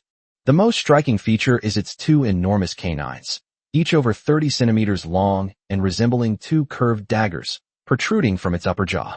The edges of the canines gleam with an ivory luster, while the tips are slightly dark. It was that saber-toothed tiger. Chapter 109. My dear eldest son. Its golden, vertical pupils coldly locked onto the unsuspecting prey by the stream, its head submerged in the water, recalling the hunting scene from a few days ago. A sudden sense of amusement arose in my mind. These two-legged creatures are weak and frail. It took a step, its thick paws landing silently on the leaf-strewn ground. The silent walking characteristic of felines. It is also its most powerful weapon for survival. It did not choose to kill directly. Killing such weak, stupid, and even lacking basic vigilance would be far too boring. What it enjoys more is the fear of its prey when it discovers it, and the futile struggle. It has no shortage of food, but it lacks the thrill of hunting. The saber-toothed tiger walked up behind Li Zhuang with a playful gait and stopped. It stood there quietly, its massive body casting a shadow that almost completely enveloped Li Zhuang. Lowering its head, its massive skull was less than half a meter from the back of Li Zhuang's head. It could even smell the foul odor of sweat, mud, and cheap fabric mixed together on the two-legged creature. It's like admiring a breakfast you're about to eat, full of patience. Unaware of what was happening, Li Zhuang finally finished drinking. He let out a satisfied groan, slowly lifting his head out of the water. Water droplets dripped down his messy hair and flowed over his face, which was flushed with excitement. He raised his hand, wiped the water off his face, and wore a silly, blissful smile. Then he looked up. His smile froze on his face. A gigantic, furry beast face, magnified countless times, suddenly filled his entire field of vision without warning. He saw a pair of huge, cold, and merciless vertical pupils, like two golden glass beads. I saw a wet, wrinkled black nose. He saw the warm, fishy-smelling air emanating from his nostrils, making the water droplets on his face tremble. He could even see every single golden beard hair on that large face. A man and a tiger, face to face. Nose tip to nose tip. The distance was less than half a meter. Gudu. Time seemed to be paused at that moment. Li Zhuang's facial muscles froze completely. He even forgot to breathe, and his heart beat. His mind went blank. He tried to move, but found he couldn't even move a single finger. Those golden, vertical pupils watched him silently. I don't know how much time passed, maybe a second, maybe a century. A dash. A heart-wrenching scream finally erupted from Li Zhuang's throat, shattering the silence of the forest and startling countless birds in the distance. This scream finally made the saber-toothed tiger feel a little displeased. It was bothered by the noise. It opened its mouth wide in annoyance, revealing two rows of white, dagger-like teeth. Then, it extended a pink tongue covered in barbs, as rough as sandpaper. In Li Zhuang's distorted eyes, that tongue, carrying a warm, fishy smell, gently, even tenderly, licked his face. He licked from his left temple all the way down to his chin. Sizzle dash. Li Zhuang felt an indescribable, sharp pain on his left cheek, as if someone had scraped his face hard with a red-hot steel brush. Immediately afterwards, a warm liquid gushed out uncontrollably, blurring his eyes and flowing into his mouth. It's blood. Half of his face, along with his eyelids and lips, was completely scraped off with this seemingly gentle lick, revealing his stark, white cheekbones and bloody, mangled gums. Excruciating pain. Yeah. He let out an even more piercing scream than before. His survival instinct finally overcame his fear, and he began to struggle frantically, using both hands and feet to back away, trying to get away from this monster. However, all of this was in vain.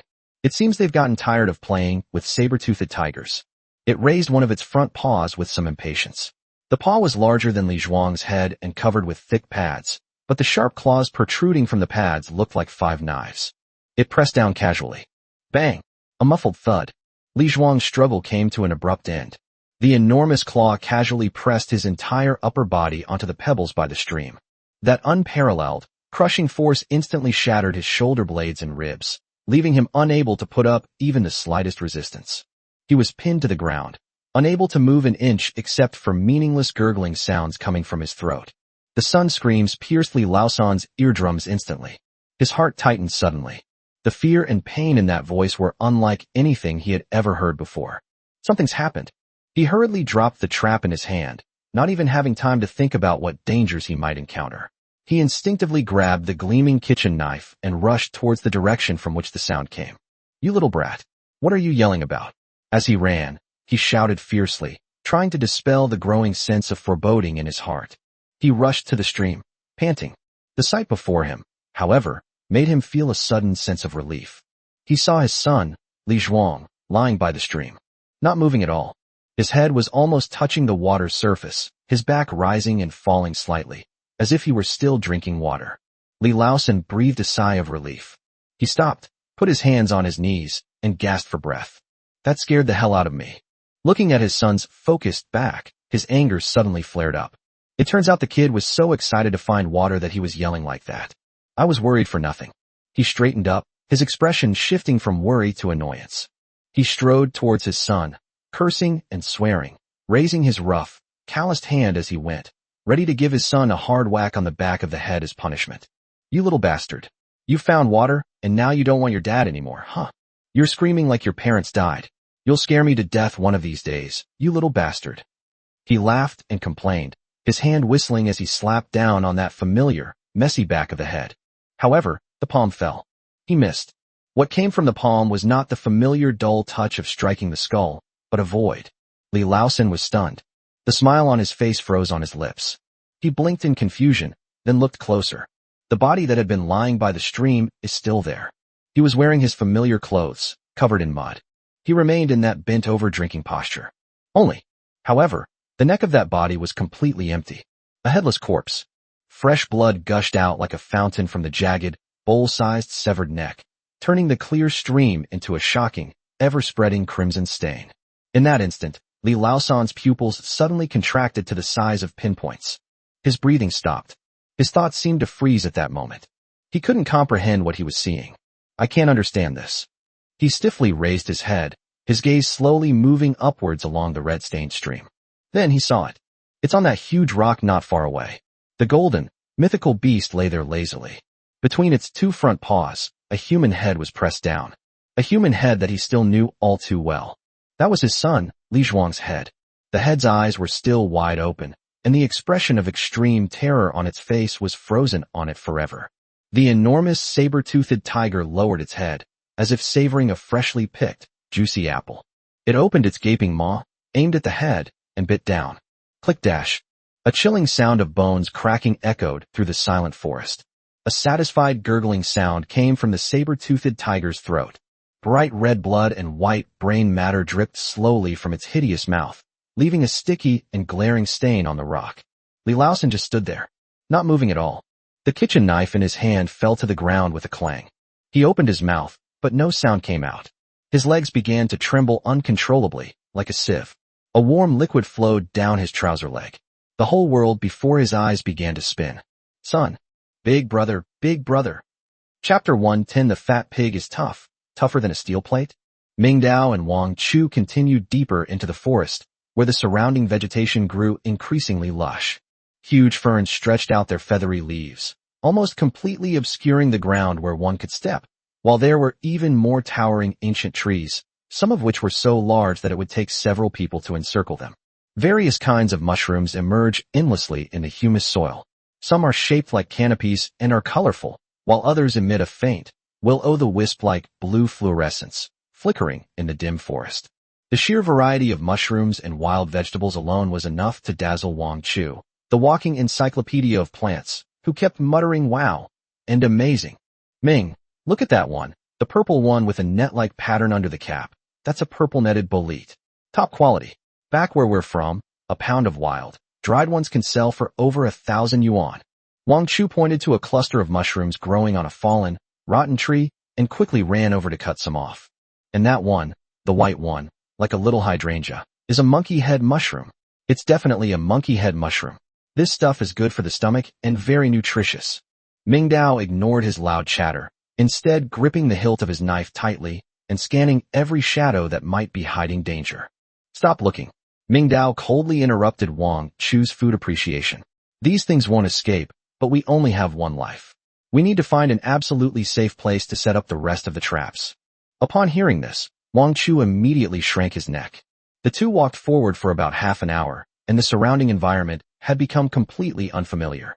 They had completely left the area where the survivors usually lived. The surroundings were eerily quiet, and the animal trails were even denser. That was about it. Just then, Ming Dao's ears twitched slightly. He stopped in his tracks, abruptly raised his hand, and made a shushing gesture. Ming Dao tilted his head, held his breath, and focused all his attention on hearing. A deep sound was faintly coming from about 200 meters ahead. Huffing and puffing. The sound was very rhythmic, like an old, large pile driver. Each rise and fall caused the ground beneath its feet to tremble. Interspersed among the crunching sounds were the crack sounds of trees being snapped by some enormous force. There is something. A big guy. Ming Dao immediately pulled Wang Chu and silently slipped behind a giant tree with a diameter of more than 2 meters. He peeked out halfway and cautiously looked in the direction from which the sound came. The sight before him made his pupils shrink. Not far ahead, a once lush forest has now become a scene of devastation. Dozens of trees, each as thick as a bowl, were snapped in half, their broken ends jagged, with broken branches and churned soil scattered all around, as if they had just been brutally plowed by a small bulldozer. The culprit who caused all this is right in the middle of this mess. That was a wild boar. A mutated wild boar, the size of a heavy Harley-Davidson motorcycle, is frantically rooting in the ground. Its entire body is covered with a thick layer of black keratin, as if it were solidified volcanic rock. Especially on its broad back, the keratin layer is layered and uneven, covered with countless tiny bumps and grooves, like a naturally formed heavy plate armor. It makes people's scalp tingle and triggers trypophobia. Two massive, thick tusks, as thick as ivory, curved menacingly upwards from its wide mouth, their tips gleaming coldly. With each head-shaking movement and each charge, it could easily smash a tree in its path in two. Its destructive power was astonishing and horrifying. It seemed to have fallen into some kind of frenzy, frantically digging at the ground with its hard, iron-like snout. With each burrow, it stirred up large swaths of soil and grass roots, as if searching for something, or simply venting its pent-up anger. Ming Dao lowered his gaze and quickly found the reason that had caused it to go berserk. Behind this behemoth, where its tail should have been, only a bloody, mangled hole remained. Half of its tail had been bitten off by some ferocious beast, and dark red blood was still dripping from the wound, staining the black keratin layer of its hindquarters with a sticky, dark color. The intense pain clearly caused the behemoth to completely lose its reason. Gulp. Wang Chu swallowed hard. He hid behind Ming Dao, only daring to peek through the gap. Brother Mingming. This thing is different from the one we encountered the day before yesterday. That one was at most an enhanced version of a domestic pig, but this one is a giant rock-armored pig. It's an elite monster among the mutants. Wang Chu truly lives up to his reputation as a novelist. He always manages to come up with some very apt gaming terms at crucial moments. He suppressed his fear and quickly mobilized his brain, which was comparable to a database. I've seen similar settings in some post-apocalyptic expansions. Wild boars, even on Earth, have ridiculously high vitality and resistance. They have thick skin and a layer of fat that's the best bulletproof vest. Look at that layer of keratin on their bodies. Ordinary attacks are absolutely useless. Forget about knives. I doubt even small caliber bullets can penetrate them. Weakness.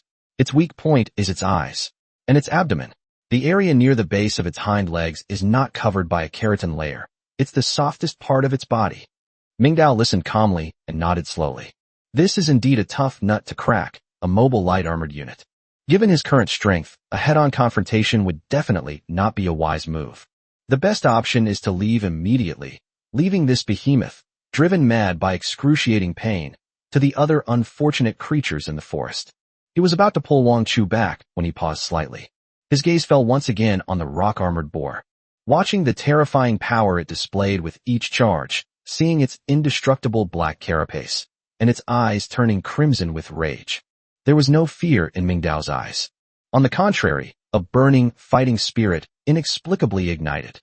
Isn't this the perfect opportunity to test one's own strength and the true power of that Tang Dynasty broadsword? Last night, that sharp edge, capable of cutting through iron like mud, gave him unparalleled confidence.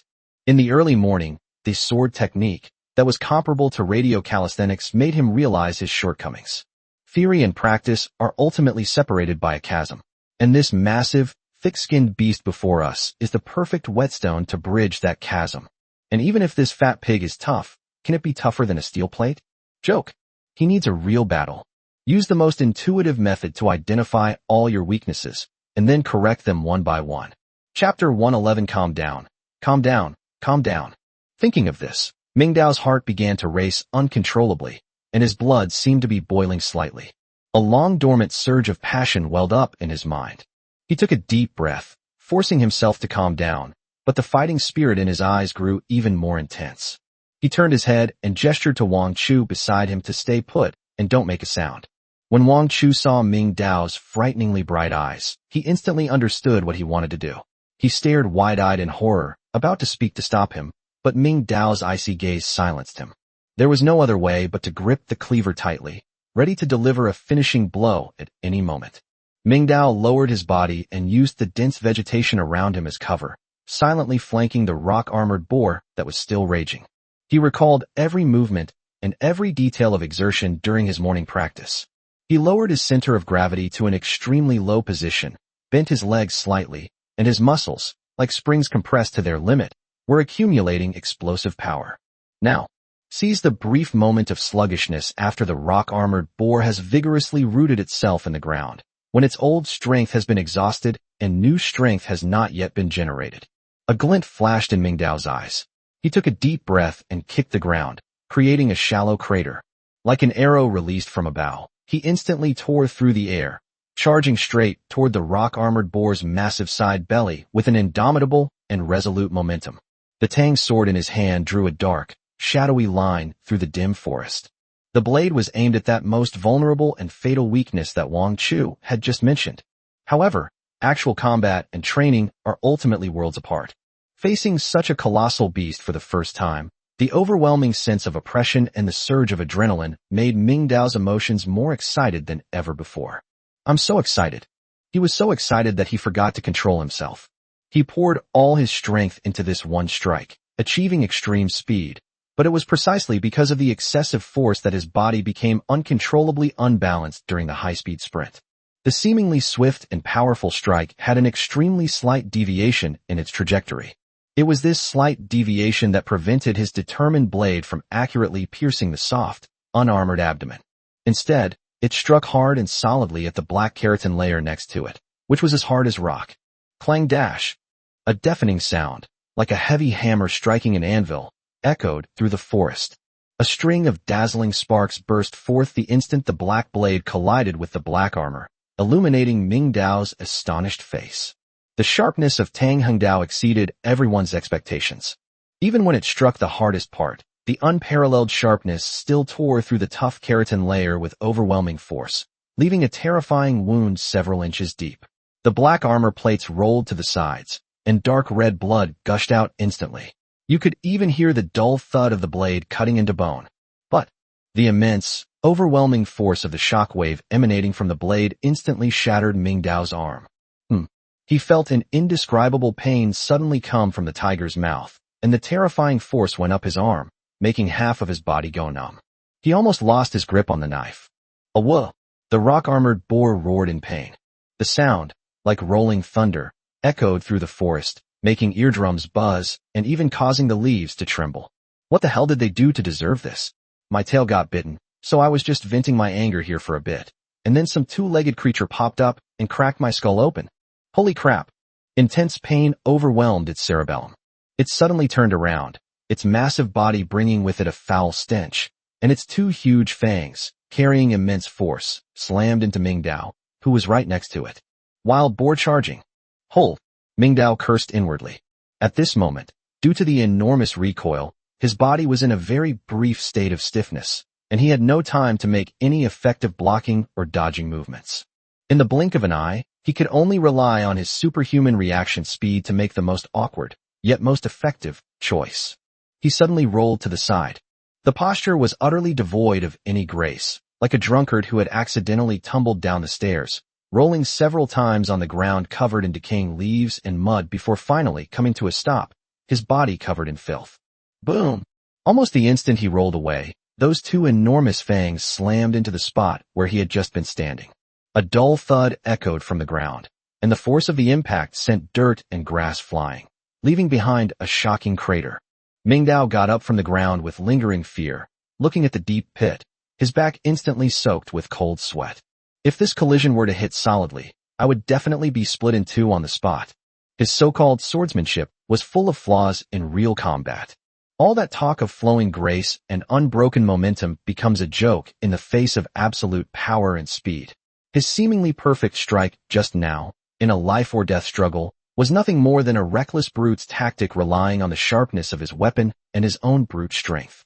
While mentally berating himself, Ming Dao dared not stop for a moment. He realized that brute force alone could not effectively resolve the battle. He must change his strategy. The rock-armored boar, having missed its attack, became even more ferocious. Its already crimson eyes had now turned into two burning embers. It roared, pawing the ground with its hooves, and launched another charge. Its massive body, like an out-of-control truck, rampaged through the forest, smashing everything in its path, whether bushes or saplings, to pieces. Ming Dao did not choose to resist anymore. He maximized his speed advantage, constantly dodging and weaving through the complex terrain, using the huge ancient trees as cover, playing a deadly game of hide-and-seek with the behemoth. It was precisely this extremely dangerous side roll that made it possible. It awakened humanity's true nature. Adrenaline, combined with panel enhancement, brings an all-round boost. Each time Ming Dao dodged, he gained a deeper understanding of his own body, his own strength, and his speed. He learns in battle. He grows stronger amidst life and death. Boom! Another close call. Ming Dao seized the huge gap created by the rock-armored boar's slow turn due to its immense inertia, and saw that bloodshot eye filled with rage right within his reach. Now is the time. He didn't get as excited as he did the first time. This time, he deliberately and forcibly slowed down his heart rate. Only one thought kept echoing in my mind. Calm, calm, calm. He no longer pursued wide, sweeping strikes, as that would only waste energy and create huge openings. He used the same trick again, suddenly exerting force with his feet, and his body instantly pressed close to the huge head of the rock-armored boar. But this time, he didn't swing his knife. He concentrated all his strength and spirit on the tip of the blade. Instead of slashing, use a thrusting motion. The Tang sword in his hand seemed to transform into a venomous dragon that would devour its prey, drawing a straight line through the air. Target. Wild Boar's Eyes. Chapter 112 Fatal Blow. The blade pierced precisely into the rock-armored boar's eye socket. There was no obstacle from the hard skull I had imagined.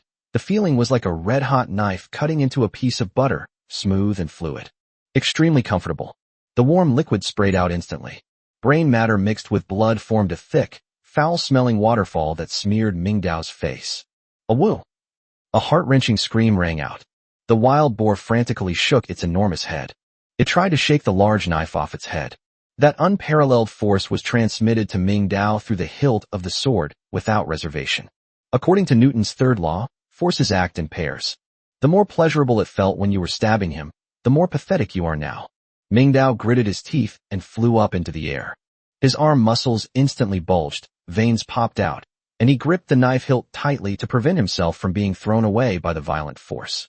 My whole body was like a tattered rag, being tossed about and swayed from side to side, and flipped up and down. The world spun around. It felt as if all the internal organs had become displaced. My stomach churned violently, and a strong feeling of nausea rushed to my throat.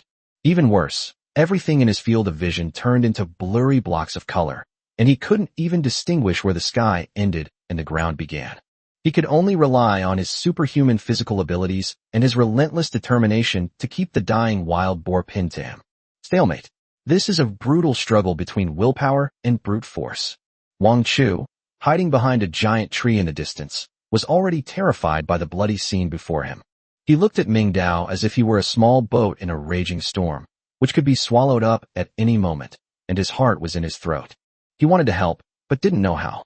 The crowbar in his hand was as fragile as a toothpick in front of that behemoth that was like an armored tank. Mingji, Mingji, he muttered unconsciously, sweating profusely as he watched helplessly as Mingdao and Yan Jiazu were locked in a stalemate where neither could gain the upper hand. Just then, I don't know where the courage came from. Looking at Mingdao, who was struggling to stay atop the giant beast's head, and at his body that was being flung around and was almost falling apart, Wang Chu felt a surge of hot blood rush to his head, which was covered in layers of fat. Damn it, I can't just stand by and watch. If Doflamingo dies, I'll be next. Let's give it our all. A resolute glint flashed across Wang Chu's face, and his obese body suddenly displayed unprecedented agility. He gritted his teeth, gripped his only weapon, the crowbar, tightly, and charged like a mad pig toward the rock-armored boar's huge tail wound, exposed by its frantic swinging. His goal was so clear it was outrageous. Wang Chu let out a loud shout, placing all his hopes on this one strike. He used all his strength, exerting every ounce of effort. You son of a bitch! Mingji, quick, run! With his last ounce of strength, Wang Chu uttered this cry, filled with loyalty and determination. A wood dash. The rock-armored boar's heart-wrenching screams came to an abrupt end at that moment. Instead, a sound filled with confusion, terror, and unspeakable humiliation was heard. What is that? An unprecedented, eerie sensation from a forbidden zone of life caused its massive body to stiffen abruptly. The excruciating pain of having my brain shattered was, in that instant, overwhelmed by another, even stranger and more unbearable sensation.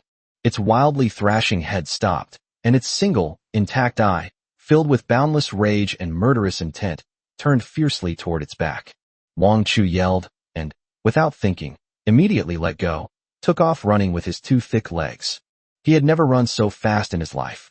He felt like Usain Bolt, the scenery around him rushing past, and all he could hear was the whistling wind and his own heartbeat. Don't look for me. Amidst the violent shaking, Mingdao, who was bracing for the next wave of impact, could hardly believe his eyes. He witnessed Wang Chu's incredibly brave charge. They even heard Wang Chu's stirring declaration. Mingdao was both amused and exasperated. That fat guy is a fucking genius. He certainly wouldn't let this once-in-a-lifetime opportunity slip by. Just as the rock-armored boar's attention was drawn to what was behind it, and its movements faltered, Mingdao freed up his left hand, which was already sore and numb. His mind instantly locked onto a new compartment in his makeshift backpack. A simple animal trap. His left hand reached into the virtual compartment of his backpack, and a huge animal trap, fully opened and gleaming with a chilling light, appeared out of thin air in his hand. Without the slightest hesitation, taking advantage of a brief moment when the rock-armored boar shook its head, Mingdao gathered all the remaining strength in his body and let out a low growl. He used all his strength to slam down on the giant beast's other intact eye. Snap! A crisp, chilling metallic click rang out. The incredibly sharp serrations, with unstoppable force, closed in an instant. They embedded themselves deep into the flesh and blood, shattering the enormous eyeball. Even the surrounding flesh and bones were deformed and shattered by the terrifying biting force. At this moment, the light was utterly destroyed. Awoo! The rock-armored pig was devastated. This double blow completely destroyed all the pig's sanity.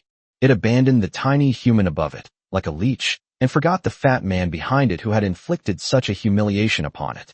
In its world, only boundless darkness, excruciating pain, and rage enough to burn everything to ashes remain.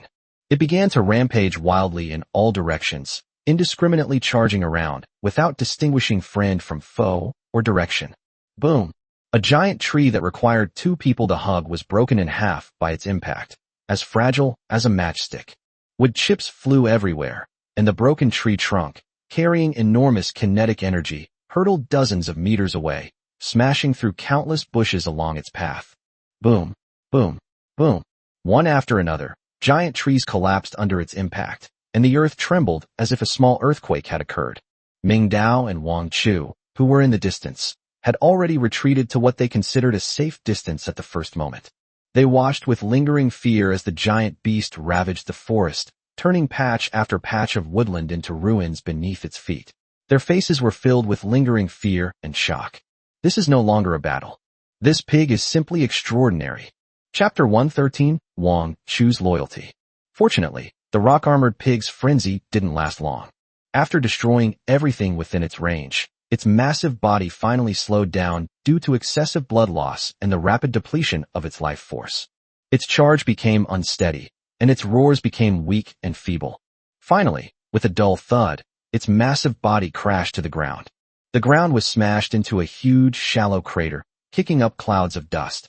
Its thick limbs twitched a few times on the ground before it fell completely silent. The forest finally returned to silence. Only the scene of utter devastation remained, proving that the harrowing battle that had just taken place was real. Ming Dao, leaning on his Tang sword, knelt on the ground, panting heavily. Sweat, blood, and thick, foul-smelling brain matter mixed together and dripped from his forehead and hair. He was covered in dirt. Not a single part of him was clean, and he looked as if he had just crawled out of a blood-soaked hell, extremely disheveled. He felt that his arms had lost all feeling and his lungs were burning with pain. In this real combat, he had clearly overestimated himself. Wang Chu also slumped down under a tree not far away, his face deathly pale, clearly terrified. It took him a while to recover before he struggled to his feet and limped over to Ming Dao. He then reached out his still slightly trembling hand and pulled Ming Dao up from the ground. "Brother Ming, are you all right?" Ming Dao gave him a thumbs up. "You're amazing." His gaze passed over Wang Chu's shoulder and landed on the huge corpse not far away. His masterpiece. A mutated elite monster that even bullets might not be able to easily penetrate died under his blade. Any other survivor would probably be overjoyed at this moment, perhaps even laughing out loud, celebrating this great victory that would be recorded in the history of the community. But Ming Dao felt no joy in his heart. On the contrary, an unprecedented clarity took over his entire mind. Lucky. This victory was fraught with both luck and embarrassment. He recalled every detail of the battle. In his first attack, he was caught up in his passion and exerted too much force, causing him to lose his balance. Not only did he fail to hit a vital spot, but he was also almost knocked away by the huge recoil, giving his opponent an excellent opportunity to counterattack. If I hadn't reacted quickly enough, that wild boar charge would have killed me instantly. The subsequent maneuvering involved no skill whatsoever. It was entirely a matter of relying on superhuman physical abilities, dancing on the edge of a knife, and clumsily dodging. And that final, fatal blow was built upon Wang Chu's harassment, which could be described as a stroke of genius. If Wang Chu hadn't created that once-in-a-lifetime, mere fraction of a second attack window for him with the crowbar, he would never have been able to so easily slam the trap into the giant beast's other eye. My own skills are terrible. The reason we were able to win this time is that although this rock-armored boar is powerful, it is ultimately just a beast without intelligence.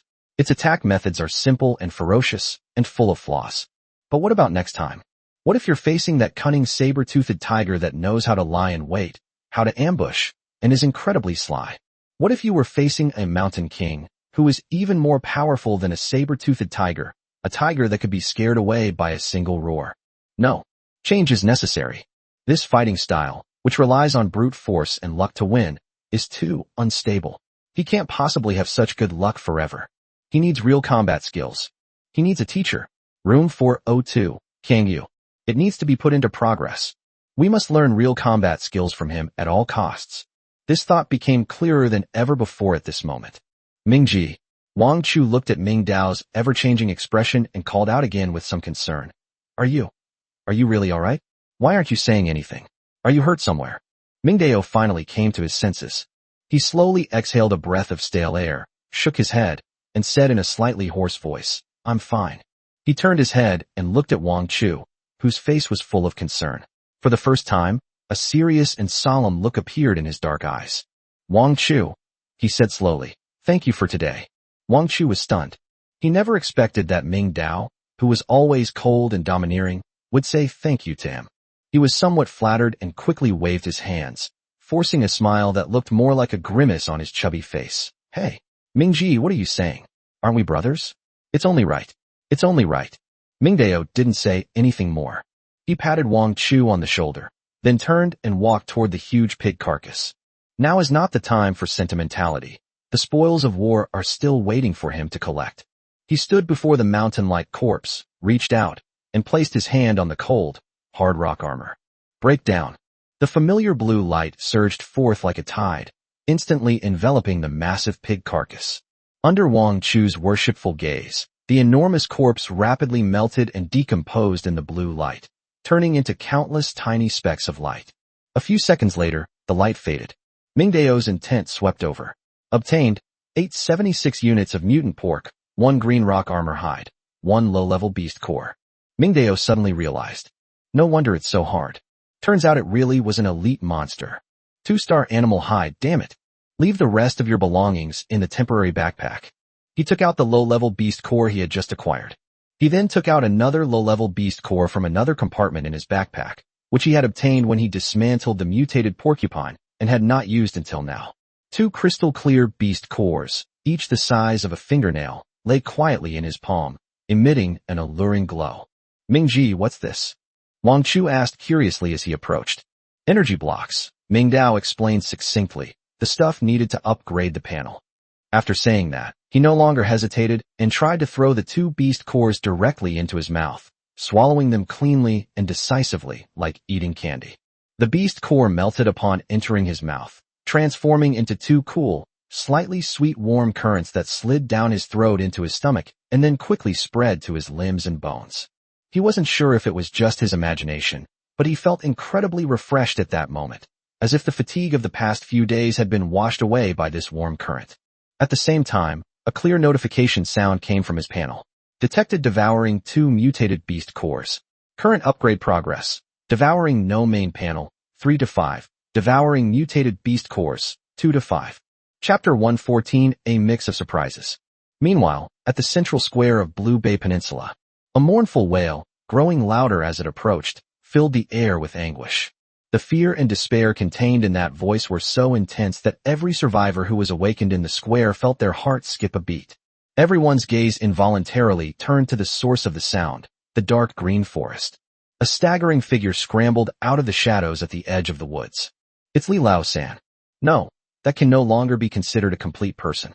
His clothes had long been torn into strips, hanging tatteredly on his body, revealing wounds of varying depths that had dried and turned black. His hair, face, body, and all exposed skin were covered in mud and blood, making him look as if he had just crawled out of a grave. His spirit had clearly collapsed. Those eyes, once brimming with shrewdness and cunning, are now just 2 empty sockets. Desperate and desperate, he used all 4 limbs, as if an unseen demon was chasing him from behind. With a thud, he finally exhausted his last bit of strength and collapsed onto the concrete ground of the square. He was curled up, tears, saliva, and blood streaming down his face. The monster ate it. "My son, Zhuang'er has been eaten. Eaten." These few fragmented words exploded among the survivors who rushed over upon hearing them. What? What did he say? His son was eaten by a monster. My God, there really are monsters in the forest. Panic spread through the crowd once again. The survivors instinctively retreated, distancing themselves from the forest, their eyes filled with pity as they looked at Li Lao-san. They pointed and whispered, their faces etched with unease. The bloody memories of the saber-toothed tiger from a few days prior were once again brutally awakened. Make way! Make way! A powerful shout forcefully cleaved a path through the chaotic crowd. Lu Guodong and Lin Yufu rushed to the scene upon hearing the news. Lu Guodong's face was ashen, his gaze sharp as a knife as he swept over the restless crowd. Without the slightest hesitation, he immediately gave the order to Zhao Hu beside him. Zhao Hu, take your men and get the situation under control. Set up a cordon and keep everyone away. Quickly. Oh. Upon receiving the order, Zhao Hu immediately led several security guards armed with batons to rush forward. Their actions were professional and forceful, quickly clearing a space around Li Laosan and blocking all the emotionally agitated survivors who tried to approach. The chaotic scene was temporarily suppressed under the absolute threat of violence. Unlike Lu Guodong's decisive and efficient style, Lin Yifu appeared much more composed. He pushed up his glasses, walked slowly to Li Laosan, who was still convulsing and screaming on the ground, and slowly squatted down. He didn't try to touch Li Laosan, but spoke softly in a calm tone. "Master Li, look at me. I am Dr. Lin." Li Laosan ignored him, still immersed in his own world, making strange hoarse noises from his throat. "Master Li, it's all right, you're safe now," Lin Yifu said softly, reassuringly. "Listen to my voice, follow my instructions. Inhale." He first took a slow and deep breath. "Yes, like that. Inhale slowly. Good. Now, exhale and expel all the fear from your body. Once, twice, 3 times. Under Lin Yifu's patient guidance, Li Laosan's violently trembling body miraculously gradually calmed down. His unfocused pupils began to refocus, finally settling on Lin Yifu's calm face. With a wah, all the grief he had been holding in his chest finally found an outlet, turning into a deafening wail. He lay on the ground like a child, pounding his fists and crying his heart out. "Ow! Ah!" Seeing this, Lu Guodong immediately stepped forward, squatted down, and went straight to the point. "Li Laosan, after you're done crying, explain yourself. What exactly happened in the forest?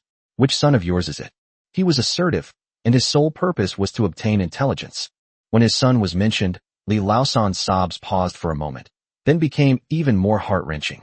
He looked up at Lu Guodong, his lips trembling, and slowly, haltingly, squeezed out the hellish experience from his throat.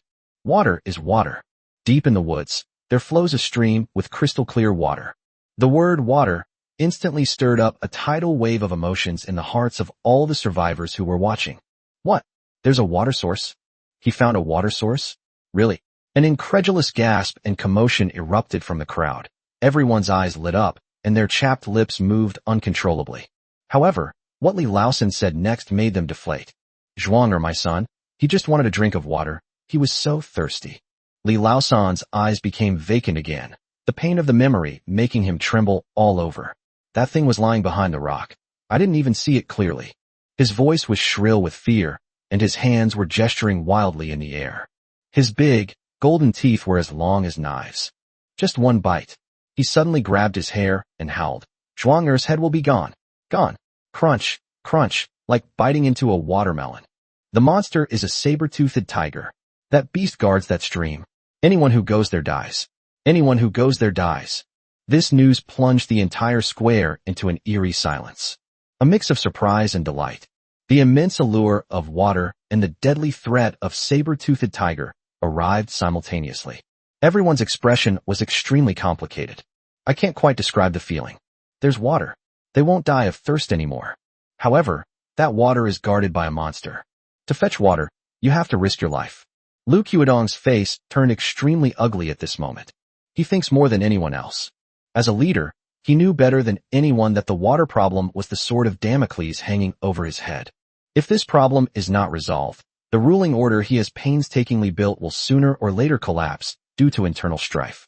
Now, the solution is right in front of us. A stream that's practically at our fingertips. This is fantastic news. But what will be the cost? A saber-toothed tiger capable of instantly killing an adult. Lu Guodong could deduce the conclusion almost without thinking. Logically, animal dens are built near water sources. Without a doubt, that stream was the saber-toothed tiger's territory. Its hunting ground, its dinner table. Sending people there would be suicide.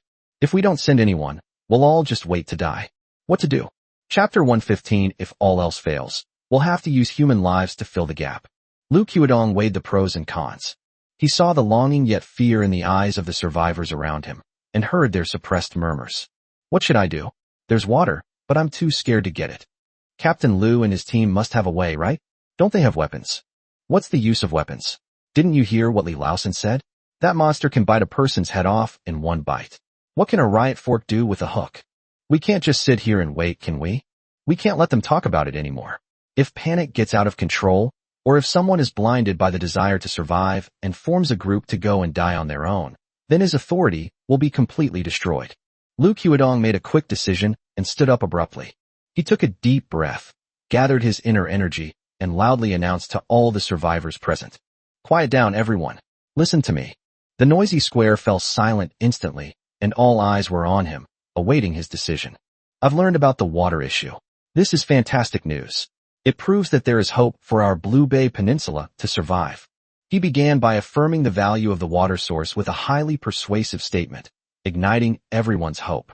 Then, he changed the subject, his expression becoming extremely serious. "However, danger still exists. Master Li's experience is a bloody lesson. I will never allow anyone else to lose their life in vain because of recklessness. I hereby issue an order." His voice suddenly rose, full of authority. "From this moment forward, no individual, organization, or group is permitted to venture into the depths of the forest without authorization. The investigation into this incident and subsequent plans will be discussed and decided by our collective committee. Until the committee presents a formal and safe plan, everyone must remain obediently within the community. Those who disobey will bear the consequences." This strong order temporarily quelled the brewing chaos. The survivors looked at each other, unwilling to accept the situation, but under the terrifying shadow of the saber-toothed tiger, no one dared to openly stand up against it.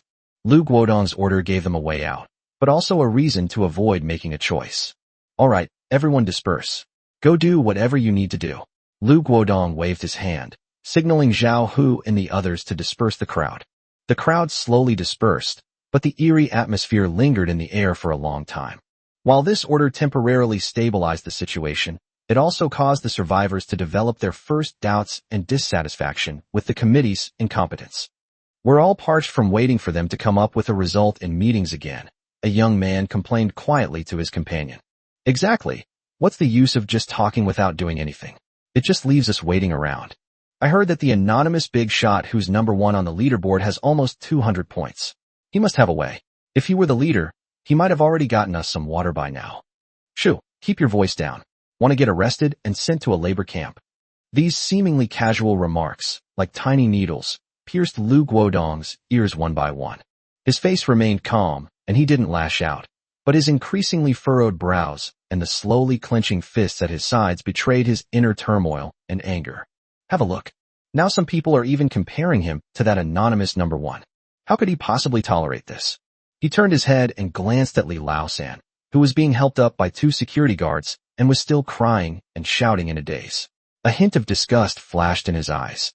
A useless person who is good at nothing but causing trouble. It would be better to die completely in the forest. "Dr. Lin," he said in a low voice to Lin Yifu beside him. "Take him back and comfort him. Also, ask him carefully. Get all the details about the exact location of the stream, the surrounding terrain features, and everything else. Don't miss a single thing." Lin Yifu nodded, his gaze behind his glasses as deep as the sea. "I understand. However, Guodong, this matter is probably not so simple. We must prepare for the worst." "I know." Lu Guodong's gaze fell on the deep forest, his voice laced with ruthlessness. "If all else fails, we'll have to use human lives to fill the gaps." Ming Dao and Wang Chu were unaware that the theft of their 3 animal traps cast a heavy, inescapable shadow over the future of the entire Blue Bay Peninsula. What they didn't know was that the foolish thief named Li Zhuang had already paid the price with his life for his greed, and his father, Li Laosan, had become the fuse that ignited a new wave of panic and crisis in the neighborhood. At this moment, they are deep in the forest. After advancing another mile inward and completely shaking off any possible prying eyes, Ming Dao finally stopped. He chose a secluded area with extremely complex terrain. This place seems to be a natural labyrinth created by the combined effects of geological movements and time. The dense thickets, like towering green walls, fragmented the space. On the ground, crisscrossing ditches and depressions of varying depths created natural traps. Countless fallen giant trees lay scattered about, their decaying trunks covered with slippery moss and colorful fungi, adding an eerie vitality to the area. This place is a natural hiding place and an excellent hunting ground. This is it. Ming Dao took off his backpack and placed it on a relatively dry rock. Wang Chu followed behind him, panting, leaning against a tree. He looked at the complex terrain in front of him, where there seemed to be no way to go, his face full of confusion. "Ming, what are we doing here? This place is so hard to navigate. It's like a maze. It's not as good as that flat piece of land before." Ming Dao chuckled, first unfastening the backpack and emptying out some materials and tools. With a thought, the temporary backpack was disarmed. 19 simple animal traps, gleaming with a chilling light, were piled up into a small, unsettling mountain. Mingji, what are you going to do? Leveling the ground is efficient, but it also carries great risks. We must not only face risks from wild animals, but also resist risks from humans. And this, I think, is extremely appropriate. Chapter 116. This is what you call professional. Mingdao clapped his hands and turned around. Wang Chu, you saw the battle with that rock-armored boar.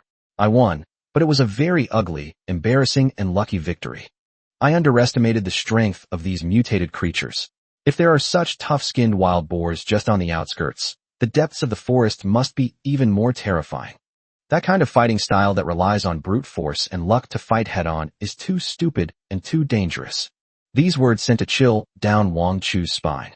He recalled the breathtaking scene from just moments ago, how Ming Dao had been tossed around like a rag doll, and how his own divinely inspired 1,000-year kill still made his legs go weak.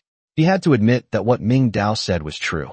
So, Wang Chu asked tentatively, therefore, we need to change our hunting methods. Ming Dao pointed to the pile of animal traps at his feet, then to the complex terrain. From today onwards, we will hunt with our brains.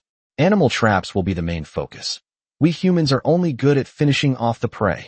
I want to transform this place into a true death zone. A meat processing plant just for us. Wang Chu murmured the word, meat processing plant, feeling a chill run down his spine.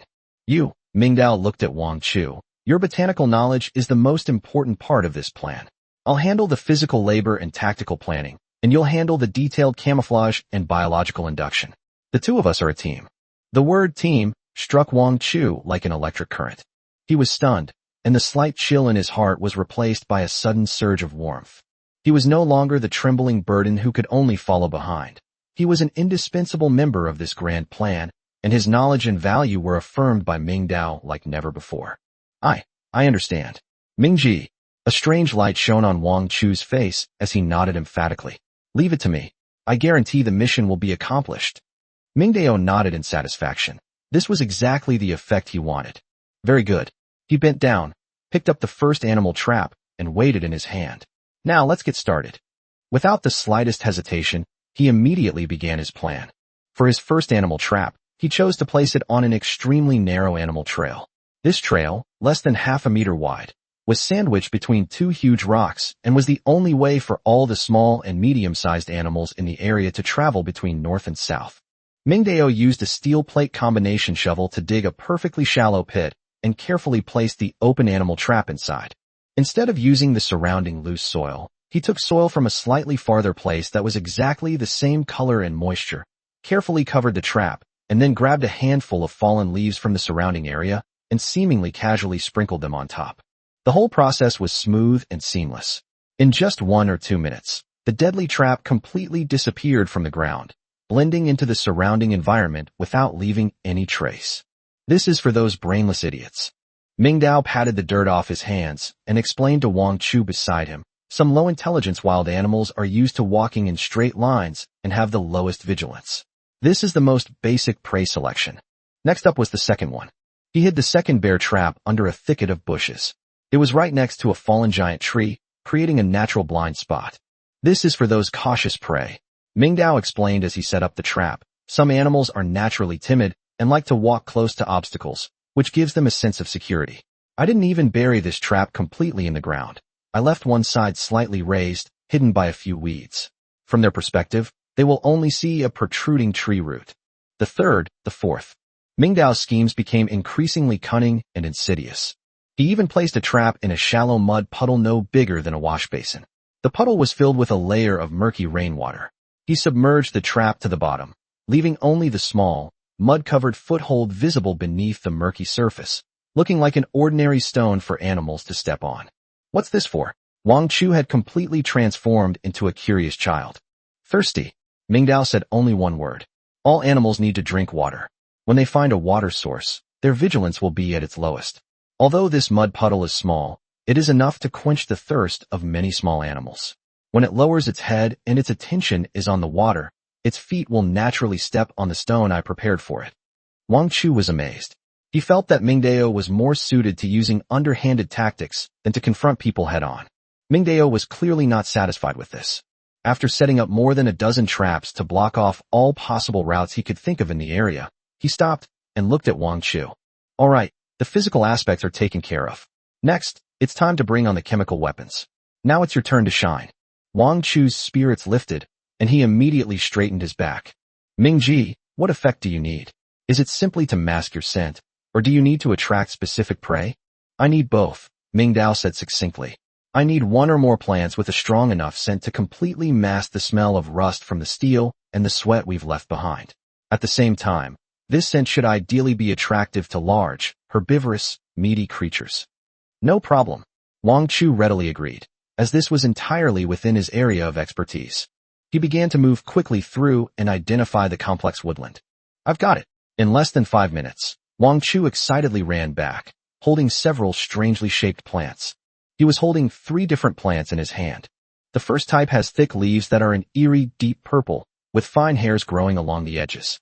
This is called the purple ailanthus, also known as the ailanthus tree. Wang Chu introduced with a show of his treasure. Look at its leaves. If you rub them even slightly, they will emit an extremely strong smell, similar to a mixture of rotten fruit and rotten eggs. This smell is unpleasant to us, but it is very attractive to many omnivorous animals, such as wild boars. Moreover, its scent is extremely penetrating and can completely mask any metallic smell. The second type is a vine with several cherry-sized, bright red fruits hanging on it. This is called sweetheart fruit. Wang Chu picked a fruit, pinched it open with his fingernail, and an overly sweet aroma instantly filled the air. Its fruit contains extremely high sugar content, making it a favorite of vegetarians like deer, antelopes, and rabbits. For them, this is the ultimate snack in the apocalypse. They absolutely cannot resist it when they see it. The third type is a seemingly ordinary herbaceous plant that resembles mint. This last one is for insurance. Wang Chu brought the herb to his nose and smelled it. I don't know its name. I call it the beast-repelling herb. It has a very refreshing scent, but most carnivores, such as wolves, foxes, and possibly felines, absolutely hate this smell. We can apply it around the perimeter of the trap area to create an olfactory barrier, preventing large predators from being attracted to us, destroying our traps, or mistaking our harvest for prey. After listening, Mingdao's eyes showed an approving look. That's what you call professional. Chapter 117, A Lucky Accident. Very good, let's get started. Okay, over the next hour, the two worked together to begin the final decoration process. Mingdao was responsible for pointing out the exact location of each trap, while Wang Chu, like an experienced perfumer, carefully mixed and applied the juices of the various plants.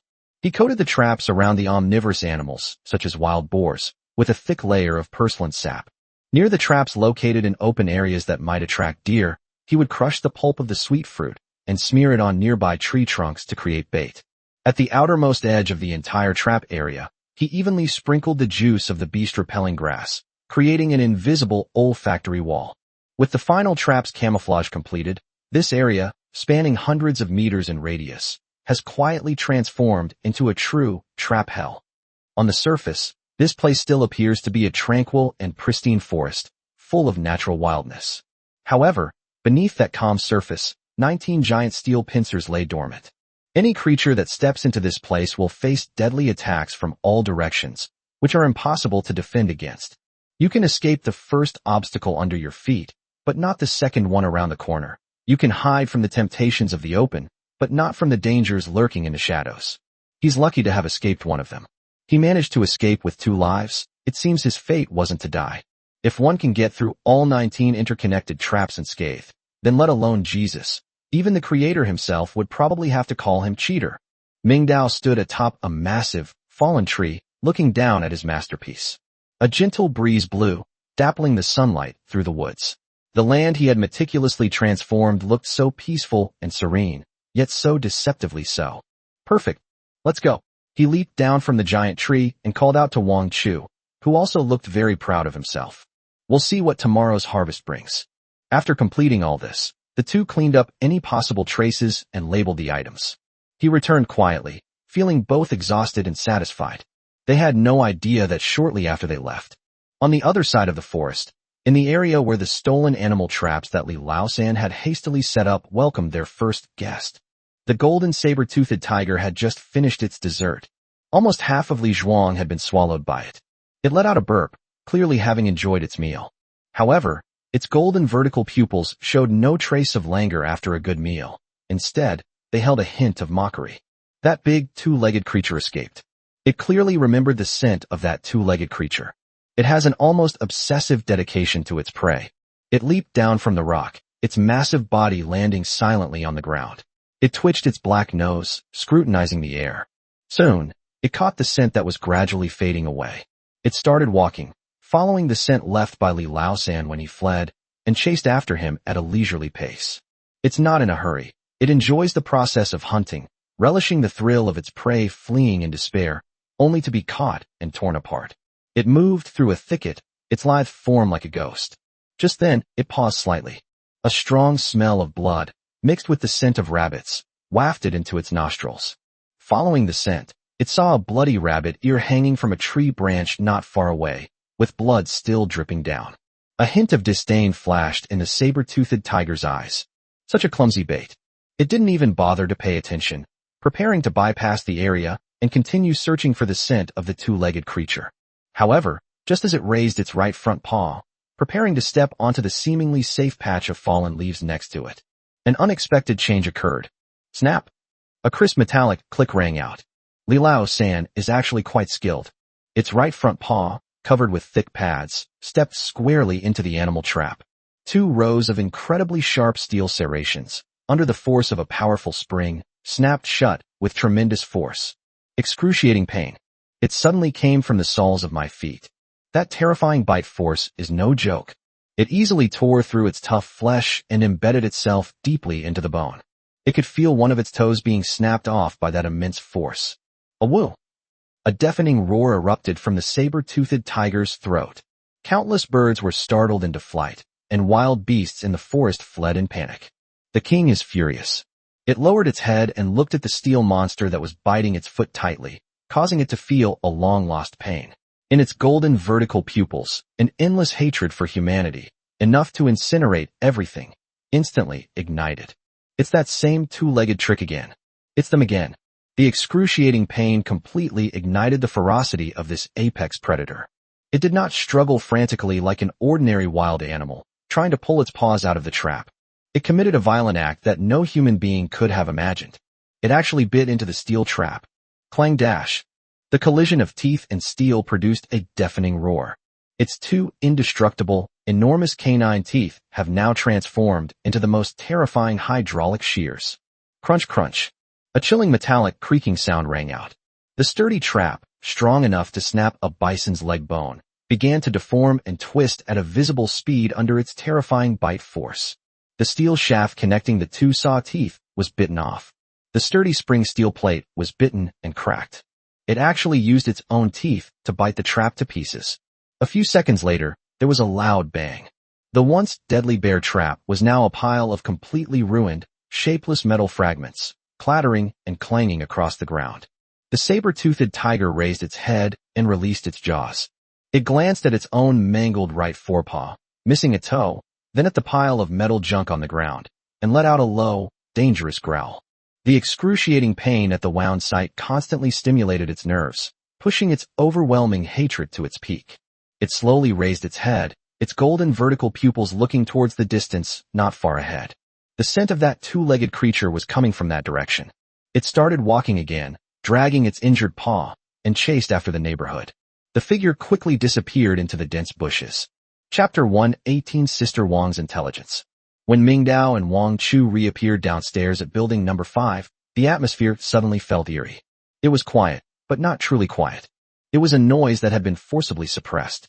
The survivors no longer sat numbly or chatted idly in 2s and 3s as usual, but gathered in various corners in the form of families or small groups. They deliberately lowered their voices, whispering among themselves, each with a complex expression on their face. It was fear, but beneath that fear lurked a hint of longing. Their gazes darted around, yet they always seemed to be directed in the same direction, the dark green forest. Brother Mingming, Wang Chu's fat body instinctively sensed danger. What's going on? Something's not right. I feel like something big is about to happen. Mingdao nodded. That's definitely not right. Something significant must have happened that could overturn the current situation. You move the things up first. I have something to take care of. I'll be back shortly. Huh? Oh, okay. Although Wang Chu was uneasy, he had already developed a conditioned reflex to obey Ming Dao's words. He didn't dare to ask any more questions, but nodded heavily, then struggled to pick up a backpack full of various tools and walked unsteadily towards the stairwell. Ming Dao watched Wang Chu's figure disappear into the dark corridor, then observed him carefully for a moment. Then, he leisurely picked up his backpack and returned to the 8th floor. He didn't linger, not even for a sip of water, and after grabbing his things, he turned and went out again. We arrived at the 6th floor. It stopped in front of room 601. This is Sister Wang's home. He was also his source of information. Thump, thump, thump. Ming Dao raised his hand and knocked on the door 3 times with his knuckles, neither too hard nor too soft. A soft footstep came from inside the door. A few seconds later, the security door was carefully opened a crack. A somewhat haggard but reasonably clean face peeked out from behind the crack. It's Sister Wang. When she saw that the person standing outside the door was Ming Dao, her pupils contracted sharply, and a look of surprise flashed in her eyes, which was then mixed with gratitude and awe. Mr. Mingming. Sister Wang opened the door fully, stepped aside, and with an almost humble posture, invited Ming Dao in. Please come in. Please come in. Ming Dao didn't stand on ceremony and stepped into the small room. A faint, warm, family-like atmosphere wafts over. The room wasn't large, but it was kept very tidy by the owner, with the floor swept clean and everything neatly arranged. This is truly rare in the chaotic environment after the apocalypse. Ming Dao's gaze immediately fell on the simple folding bed in the corner of the living room. A little boy was lying peacefully in bed, covered with a thin blanket. His breathing was steady and long, and his face, which had turned bright red from a high fever, had now regained a healthy rosy color. On the small table by the bed, there was an almost empty mineral water bottle, and next to it was an open medicine box with the words, ibuprofen, clearly visible on it. Clearly, the child is out of danger. Mr. Ming, thank you so much. Thank you so much. As soon as Sister Wang closed the door and turned around, her eyes reddened. She walked quickly to Ming Dao, so excited that she was almost incoherent, her voice choked with emotion. I really don't know what to say. Xiao Bao drank the water you gave him, and his fever really went down. Really, it went down so quickly. As she spoke, she uncontrollably raised her hand to wipe away the tears that kept welling up from the corners of her eyes. It was you. You saved my life and my son's life. You are our family's greatest benefactor. I, Wang Xiaoyi, could never repay this kindness, even if I were to work like a cow or a horse for the rest of my life. As she spoke, she actually bent her knees towards Ming Dao. All right. Ming Dao reached out and made a gesture of support in midair.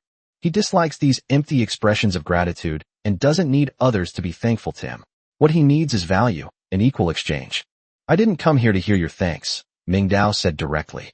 It's good that the child is all right. Now, tell me, what's going on outside? Why is everyone gathered in the square? And where does that tense atmosphere come from? Sister Wang was taken aback by Ming Dao's direct questioning, but she quickly recovered. Not daring to be negligent in the slightest, he quickly told everything he knew, pouring out all the information he had. It's Li Laosan. Li Laosan from Building 9. Sister Wang's tone was tinged with fear and disgust. Just over an hour ago, he ran out of the forest like a madman. He was almost unrecognizable, crying and howling, which alarmed everyone. He said his son, Li Zhuang, was eaten by a monster while trying to get a drink of water. A monster? Ming Dao raised an eyebrow almost imperceptibly. Yes, it's a monster. Sister Wang nodded heavily, her face showing fear. Li Laosan said that the monster is exactly the same as the one that appeared a few days ago, with golden fur and teeth like knives. It's a saber-toothed tiger. He said that saber-toothed tiger bit off his son's head in one bite, like biting off a watermelon. As she spoke, she couldn't help but shiver, clearly terrified by Li Laosan's bloody description. Most importantly, Sister Wang swallowed hard, lowered her voice, and revealed the most crucial information. Li Laosan said that the reason he took his son deep into the forest was because they discovered a stream that no one had ever known before, with exceptionally clear water. Stream. Saber-toothed tiger. Upon hearing those two words, a knowing glint flashed in Ming Dao's dark eyes. In his mind, several seemingly unrelated clues were instantly connected at that moment. The stream that Li Yuan discovered using a drone, located 3 or 4 kilometers away. The mysterious roar he heard deep in the forest, a roar powerful enough to frighten away a saber-toothed tiger. And, at this moment, Li Laosan brought back information about saber-toothed tigers guarding the water source. The answer is obvious. That stream is perhaps the lifeline upon which all life in this area depends for survival. The saber-toothed tiger was merely one link in the food chain along this lifeline. It was both a predator and likely prey for some more powerful being. The lair of that mountain king, whose mere roar could send saber-toothed tigers fleeing in panic, is very likely located near that stream. The entire forest ecosystem becomes clear because of a stream. However, he cannot be completely certain about these inferences. Ming Dao nodded calmly, signaling Sister Wang to continue. Chapter 119. Your intelligence is very valuable. And then, what did Lu Qiudong and the others say? What else can I say? Sister Wang curled her lip, a hint of disdain on her face. Captain Lu immediately issued an order, declaring that no one was allowed to enter the forest until their committee came up with a safety plan, and those who disobeyed would bear the consequences. He said it was for everyone's safety, but to me, it sounded more like he was afraid that someone would find water before them and break his rules. Right now, everyone outside is in a state of turmoil.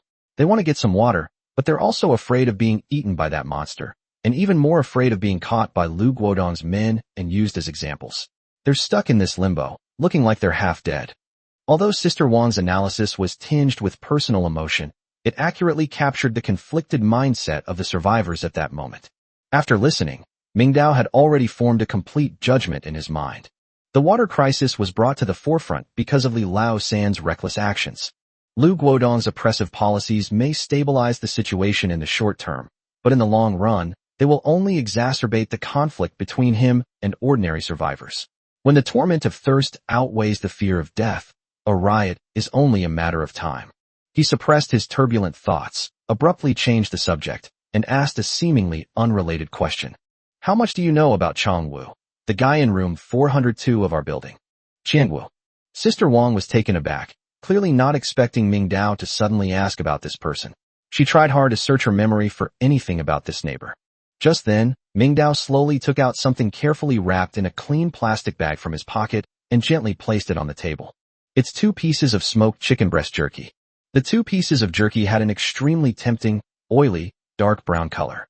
Even through the plastic bag, their aroma stubbornly entered the nasal cavity, domineeringly invading one's sense of smell. The moment Sister Wang saw the 2 pieces of dried meat, her eyes widened. Her breathing became rapid involuntarily, and a clear, gulp, sound came from her throat as she swallowed. She couldn't remember the last time she had seen real meat. Before transmigrating, she had been dieting for months and hadn't touched a single piece of meat.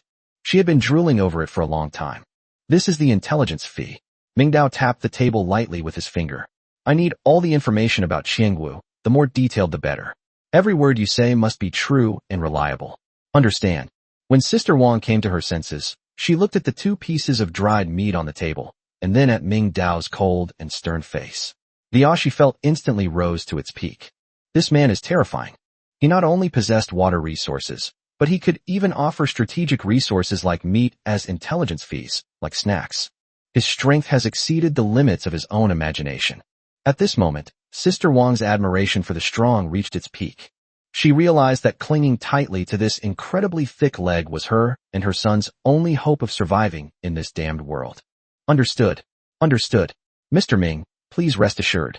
I will answer all your questions to the best of my ability. Sister Wang's attitude became more respectful than ever before. She didn't even dare to reach out and touch the 2 pieces of dried meat. She simply sat up straighter, and her brain raced as she began to sort through all her memories of that grumpy neighbor in apartment 402. To be honest, I don't know Changwu very well. He and his wife moved here about half a year ago, and they rarely interact with us old neighbors. He's really big. I've seen him a few times. He's almost 1.9 meters tall, all muscle, and his arms are thicker than my thighs. I heard he's a senior personal trainer at a pretty big gym outside the neighborhood, teaching classes to rich people. However, Sister Wang paused, as if organizing her thoughts. Don't let his big size fool you. He's hardly ever left the house lately. In this building, besides you and Mr. Wang Chu, he's the quietest one. Logically speaking, someone with his physical condition shouldn't have trouble getting something to eat, but he just stays indoors all day. I don't know what he's doing. Anything else? Ming Dao pressed. What he needed was crucial information, a weak point that could deliver a fatal blow. Others, Sister Wang frowned, trying hard to recall. Suddenly, her eyes lit up, as if she had remembered something of utmost importance. Oh right, I remember now. His wife. His wife is pregnant. Sister Wang lowered her voice even further, with the excitement of sharing a secret. I'm sure. About a month before the time travel happened, when I got home, I happened to run into a delivery man arguing with him at his doorstep. I overheard it from around the corner of the stairs, Sister Wang said with a gossipy look on her face, as if the scene had happened just yesterday. The delivery man seemed to be picking up a returned item. It was a pretty big box with labels like maternity wear and anti-radiation clothing printed on it. Qiang Wu got angry just because the delivery man asked him to confirm the return information. Sister Wang's tone became agitated. She imitated Qiang Wu's tone at the time, lowering her voice and saying, "Why are you making such a fuss about returning something? I said I'd return it, so you can take it." He was so loud, the whole floor could hear him. He has a really bad temper. He gave that delivery guy a real dressing down. Later, his wife came out of the house, heavily pregnant, looking about 4 or 5 months along. She came out to comfort him, saying, "Honey, don't be angry, talk to them nicely."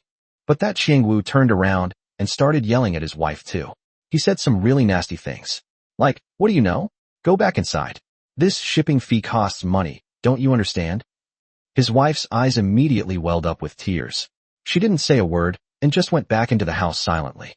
After that incident, I decided that he had a terrible temper and was not someone to mess with, so I always avoided him when I saw him. Sister Wang recounted this memory in its entirety, describing every detail clearly.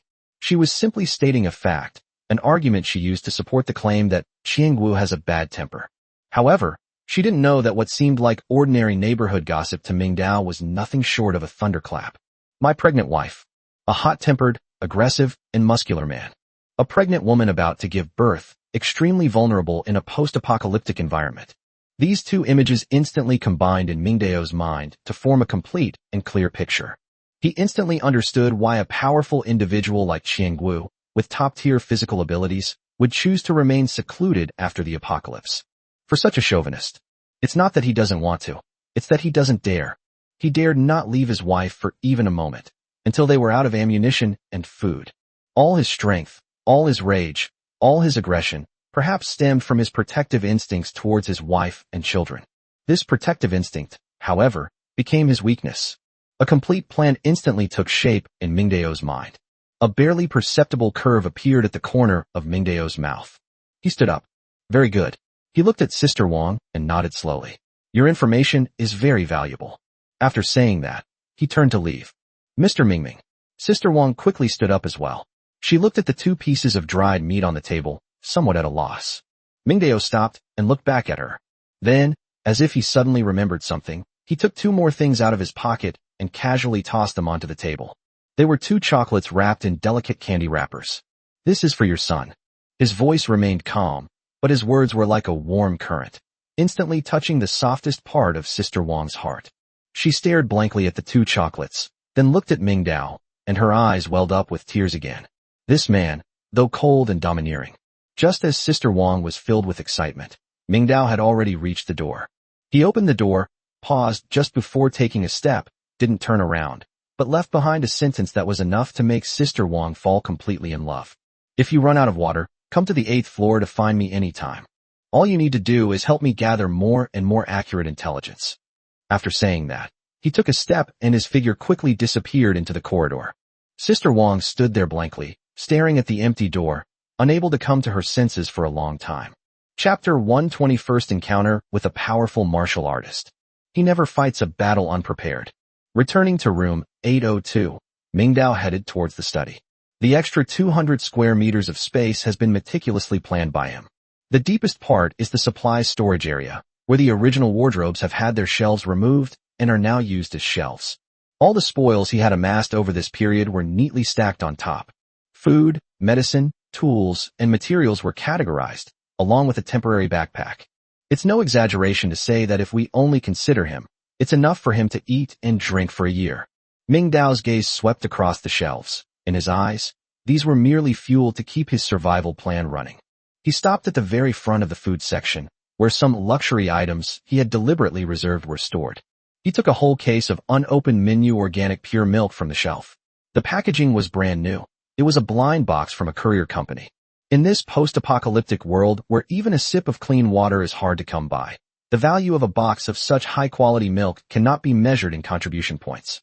Then he walked to the meat storage shelf on the other side. Several large pieces of mutated beast meat, simply air-dried, hung there. The meat was firm and had an enticing deep red color. These were the best parts he had extracted from that giant porcupine, each weighing over 10 pounds. He took the largest and best-looking piece and wrapped it in a plastic bag. Milk is for pregnant women. The meat was for the man who needed to replenish his strength. These two strategically important supplies were stuffed into an inconspicuous large black garbage bag. After doing all this, Mingdao weighed the contents in his hand. It was about right. The bait is ready. Now it's just a matter of whether the fish will bite. Go outside. 4th floor. Mingdao stopped in his tracks. The security door to room 402 was tightly closed, and there was nothing on it. It was unusually clean. Mingdao didn't immediately knock on the door. He wanted to test it first. He took a deep breath and began pacing back and forth in the narrow corridor on the 4th floor. The footsteps were neither too light nor too heavy, each step making a tap-tap-tap sound on the cement ground. He's making noise. For a trapped beast that shuts itself off and is constantly on guard against any disturbance from the outside world, such an intrusive voice is tantamount to a provocation. 1 minute. 2 minutes. Only his monotonous footsteps echoed in the hallway. There was no movement inside room 402.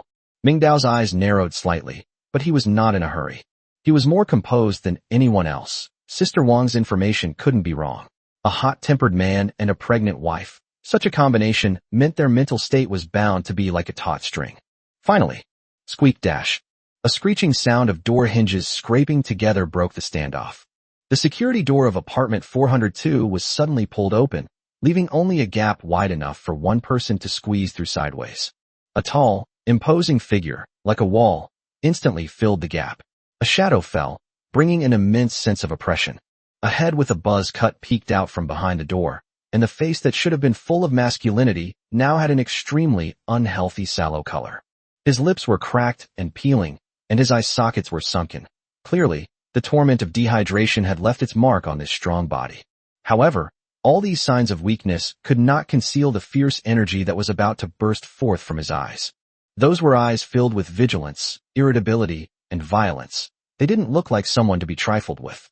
His bulging muscles stretched his black vest to its limit, and even in the dimly lit hallway, his prominent deltoids and well-defined pectoral muscles still exuded an astonishing sense of power. He stared intently at Mingdao. Are you fucking done yet? This person is none other than Changwu. Mingdao stopped and slowly turned around. A perfectly timed expression of apology appeared on his face. Excuse me, I'm sorry to bother you. My name is Mingdao, and I live on the 8th floor. I'd like to ask you for a small favor. Xiangwu's brows furrowed even deeper, his impatience almost overflowing. He waved his hand roughly, the movement creating a gust of wind. No time. His voice was irritable, like two pieces of sandpaper rubbing together. If you need help, go find Lu Guodong at the property management headquarters. I'm not a good Samaritan. As he spoke, he turned around without hesitation, as if to close the door. Bang! Just as the door was about to close completely, Mingdao uttered 3 words lightly. I have meat. The sound was soft, yet it precisely wedged into the crack of the door that was about to close. Qiangyu's action of closing the door suddenly stopped. The imposing security door stopped abruptly when it was less than a finger's width from the door frame. Time seemed to stretch out at that moment. A few seconds later, squeak. The door was opened a crack again. It's a bit wider than before. Xiangwu's eyes peeked through the crack in the door, and his gaze was no longer simply one of annoyance, but rather one of suspicious scrutiny. In short, every pore still exudes a sense of vigilance. What do you mean? Mingdao took a step forward and stopped at a distance that allowed him to see himself clearly without making him feel threatened. He also lowered his voice. I heard that you are a professional fitness coach. I need your guidance. Mingdao's words were straightforward. I need to learn the most efficient power generation techniques and the most practical fighting methods. I'll trade you my professional knowledge for food. After hearing Mingdao's words, Qiangwu felt as if he had heard the funniest joke of the century. He was stunned for a moment. Then his lips curled up involuntarily, revealing a mocking smile. He pulled the door open a little wider, leaned against the door frame, and looked Mingdao up and down with an expression as if he were looking at an idiot. He smiled. It's the apocalypse already, and you're still practicing this? He shook his head, as if looking at a fool. Did a donkey kick you in the head? Or did you get your brain caught in a door? He didn't believe it at all. He couldn't believe that in a world where human life was worth less than a dog's and a biscuit could be exchanged for betrayal, anyone would be foolish enough to trade their life-saving food for something so ephemeral and useless to him. Fighting techniques? Power generation methods? Can it be eaten as food? Can it be drunk as water? Faced with absolute hunger, even the strongest fighter is nothing more than a weak bag, easily pushed over. Besides, do we even have that much time? This kid is either a complete idiot, or he's up to no good. Faced with Chang Wu's undisguised mockery, Ming Dao was not angry. He simply smiled. He shook the inconspicuous black plastic bag in his hand. Splash. Kang Yu's eyes narrowed sharply the moment the voice rang out. He heard it. There's a lot of stuff inside. Everyone lives life differently. Ming Dao spoke slowly. But, he paused, his gaze passing over Chang Wu's shoulder, as if seeing through the heavy security door and into the target he truly wanted to defeat. I think this thing, for my sister-in-law, and for our future child, it might be more important than meat. Chapter 121 Arm Wrestling. Child. These two words have offended Kang Yu's most sensitive point. You dash. All the expressions on Chang Wu's face froze in that instant. His pupils contracted to their maximum size in a mere second. He suddenly flung open the security door in front of him. Bang! The door slammed heavily against the wall, making a loud noise. For the first time, Chang Wu's towering body was fully and completely exposed to Ming Dao. The immense pressure emanating from pure muscle and bone pressed down on Ming Dao head-on. You fucking investigated me? Anger. Behind this anger lies a deeper fear. A complete stranger was able to tell him about his family situation. This feeling is like being stripped naked, which is extremely uncomfortable.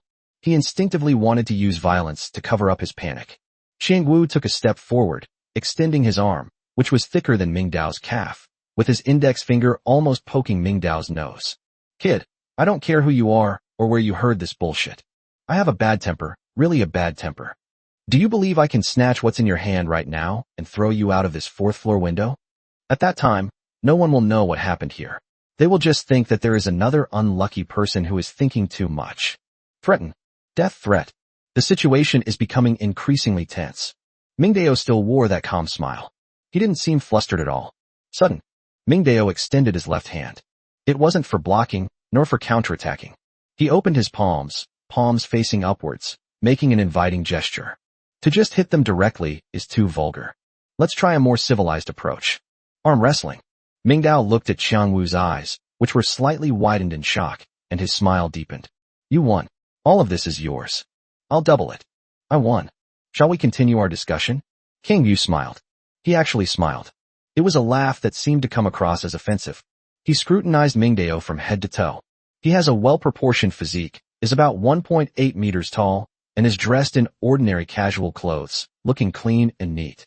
He does have some muscles, but those are just the healthy lines of someone who exercises regularly. Compared to a professional like him, it's like a plastic model in a children's playground facing a real granite sculpture. That's it. With those skinny arms and legs, how dare she arm wrestle with me? Kang Yu even wondered if he was hallucinating because he had been dehydrated for too long. Arm wrestling. That's not his specialty. That's his domain, his kingdom. He once easily subdued 2 strong men with a combined weight of over 400 pounds using only one hand in the gym.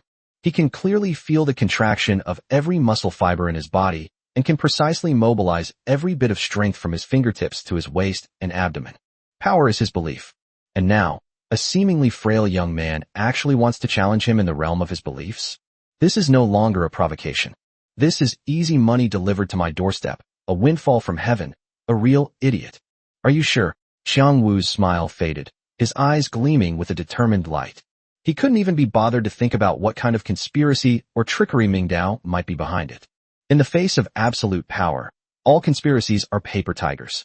He was 100% confident that he could completely crush the opponent's wrist bones within a fraction of a second of contact, making him pay a heavy price for his stupidity and arrogance. I'm sure. Ming Dao's smile remained unchanged. All right, Chang Wu shouted in a low voice, afraid that the other party would go back on their word. He had no intention of inviting Ming Dao into the house. To him, dealing with such a minor character was not worth defiling his own floor. He turned around and pointed to the cold, hard concrete stair railing in the stairwell. Right here, so that you won't cry and yell and disturb my wife's rest. The two didn't waste any more words. Left hands hold each other. The cold armrests served as the most primitive form of wrist exercise platform. Just as they rested their arms on the handrail, the security door of apartment 402 was quietly opened a crack even smaller. A pale yet beautiful face peeked out from behind the door. That was Kang Yu's wife. Her face was filled with worry, her gentle eyes fixed on her husband and the strange challenger, her lips slightly parted as if she wanted to say something. Kang Yu felt his wife's gaze. He didn't turn around, but glared at her fiercely out of the corner of his eye. That gaze was sharp as a knife. Go back. He squeezed out 2 words through gritted teeth. Watch how I deal with this arrogant brat. The face behind the door shrank back slightly at her husband's scolding, but ultimately disappeared behind the door with a face full of worry and reluctance. The door was gently closed. But Mingdao knew that the eyes behind the door were still watching this place nervously through the peephole. Very good. The audience is in place. The play can now officially begin. Ready? Qiang Wu cracked his neck, making a series of snapping sounds. Any time is fine, Mingdao replied. Start. Kang Yu let out a low shout. The moment the voice fell, the muscles in his right arm, which was resting on the armrest, bulged instantly. Every muscle fiber was completely taut, and the veins were bulging. At that moment, the entire arm seemed to have suddenly become a size thicker. When a lion hunts a rabbit, it uses its full strength. He used all his strength. He had even envisioned what would happen next. The other person's wrist made a cracking sound as he was forced to press his entire arm against the armrest. Then, he would kneel on the ground like a dog, crying and begging for mercy. However, 1 second, 2 seconds, 3 seconds. The overwhelming scene that Kang Yu had envisioned did not materialize. The terrifying force, enough to bend a steel bar, was transmitted to the opponent's arm, but it was like a mud ox sinking into the sea, without causing the slightest ripple. Mingdao's arm remained completely still. As stable as Mount Tai? Chang Wu's smile froze. His wide eyes were filled with disbelief. How is that possible? How the hell is this possible? Chapter 122, All Benefits and No Harms. Qiang Wu could clearly feel that he had poured out his power without reservation, but his opponent's arm remained unchanged. Heh! A low growl escaped his throat. He doesn't believe in superstitions. The powerful warrior twists his waist and abdomen sharply to the left, instantly channeling his core strength through his latissimus dorsi, scapula, and deltoid muscles, ultimately converging on his right arm. This is the power generation technique that he is most proud of as a professional coach. The veins on his forehead bulged out like gnarled tree roots. His face was flushed red and even slightly purple from exerting so much force. His jaw was clenched so tightly it was making a grinding sound, and the muscles in his cheeks were trembling. He used every ounce of strength he had. However, still completely still. No matter how much force Qiang Wu exerted, how much he roared, or how much he mobilized the last bit of potential in his body, his arm, which didn't look particularly thick, remained firmly in the center line without the slightest sway. A storm raged within Kang Yu's heart. This is not scientific. This is unreasonable. This completely contradicts everything he has built up over the past 30 years regarding the human body and power. How could one person possibly possess such power? Is he wrestling with a prehistoric behemoth? Just as the worldview of Qiang Wu began to collapse and shatter, Mingdao was experiencing a wondrous experience unlike anything he had ever had before. The moment he got his hands on it, he felt the power of the weapon. It's very big, very large. This power is absolutely at the very top of the pyramid among ordinary people. It can be called top tier. But that's all. The gap is enormous compared to my current strength. It's like a stream crashing into a dam. He didn't even need to exert any effort to resist. The passive defense of his muscles and bones after his physical fitness was improved was enough to easily neutralize all of his opponent's attacks. This feeling is one of ease and composure, of being in complete control. It was this ease and confidence that made him even more certain of one thing. Consuming the panel and even the beast core can fundamentally change a person's physical attributes. Perhaps I am no longer considered an ordinary human being. He looked at Qiang Wu, whose face was already contorted with extreme shock and exertion. Mingdao's smile remained as calm and serene as ever. He decided to put an end to this farce.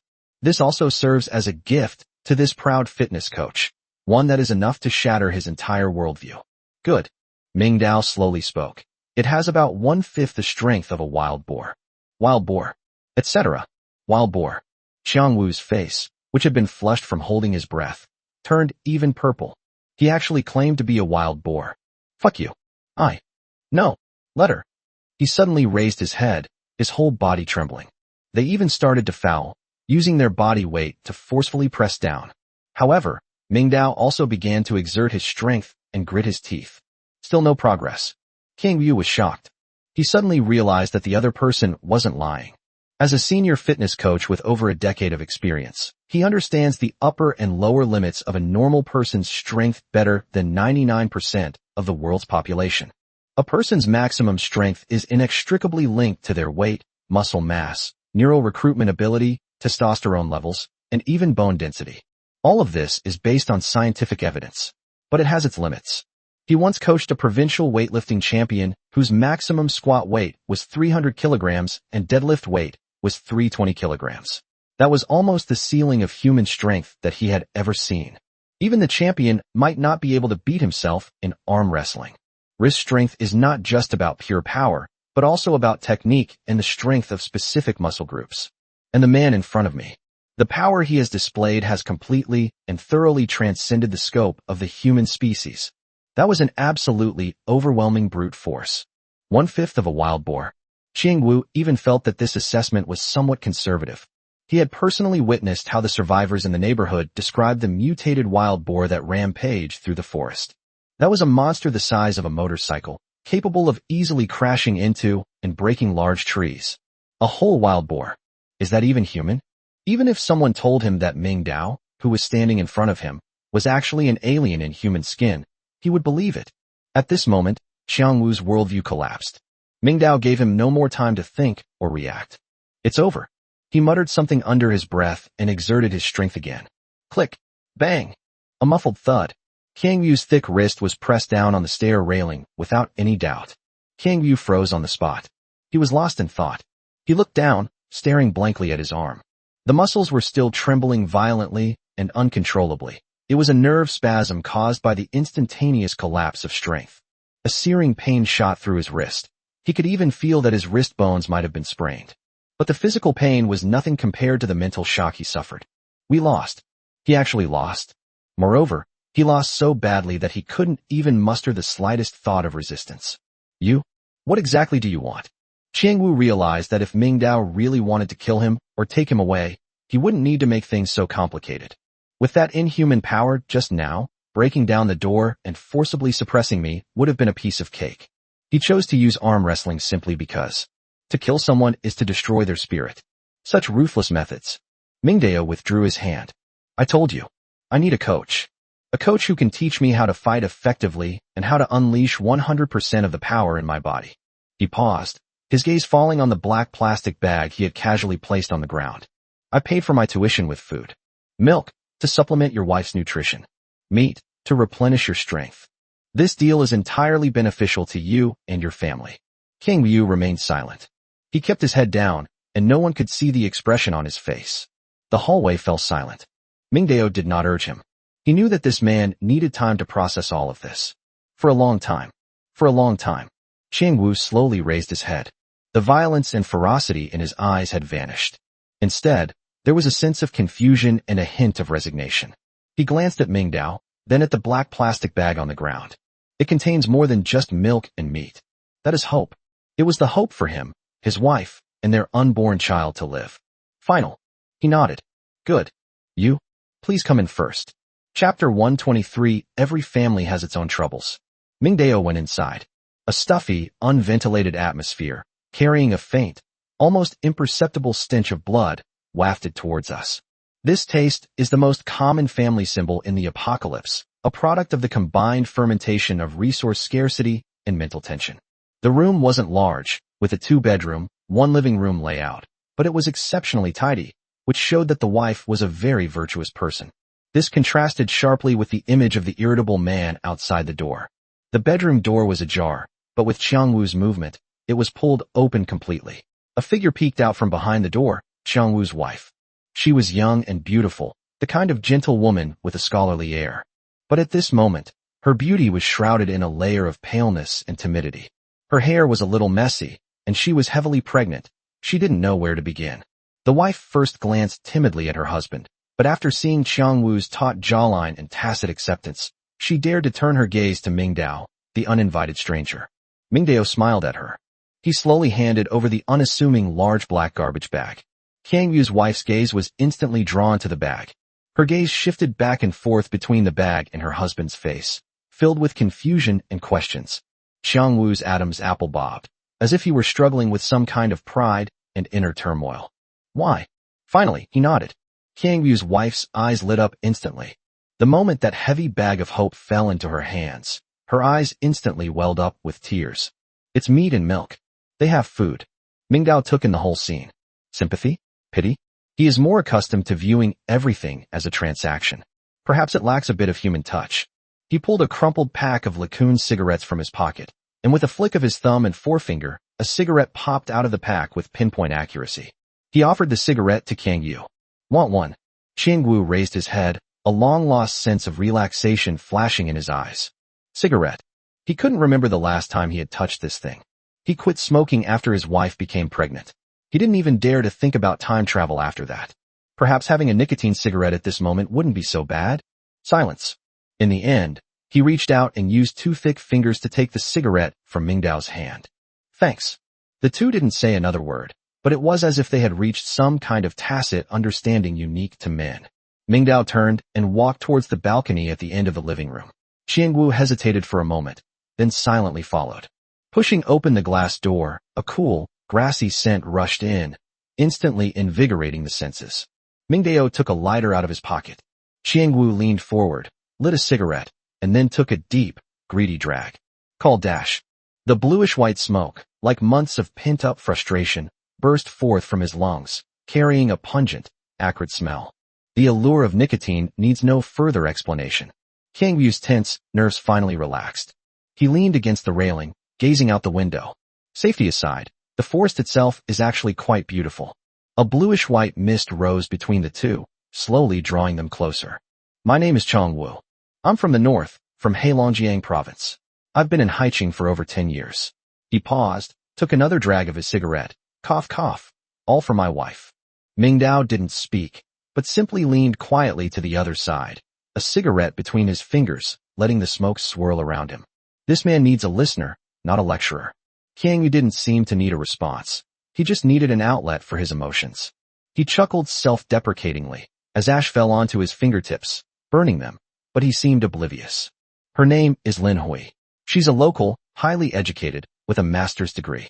Her family are all prominent figures, and they look down on me. His tone was calm, as if he were telling someone else's story.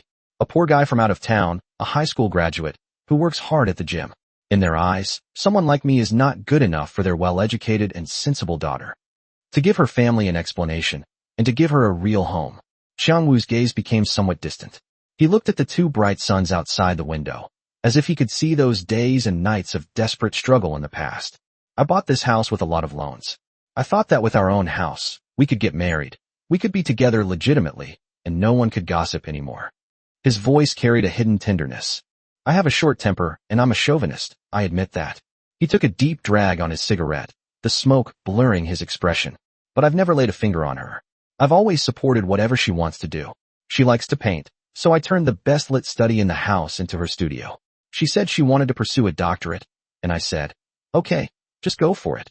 I'll figure out the money. But it was no use. His voice lowered.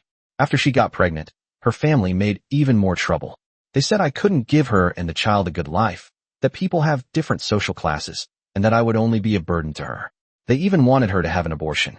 At this point, Qiang Wu's fingers tightened sharply around the cigarette, his knuckles turning white from the force.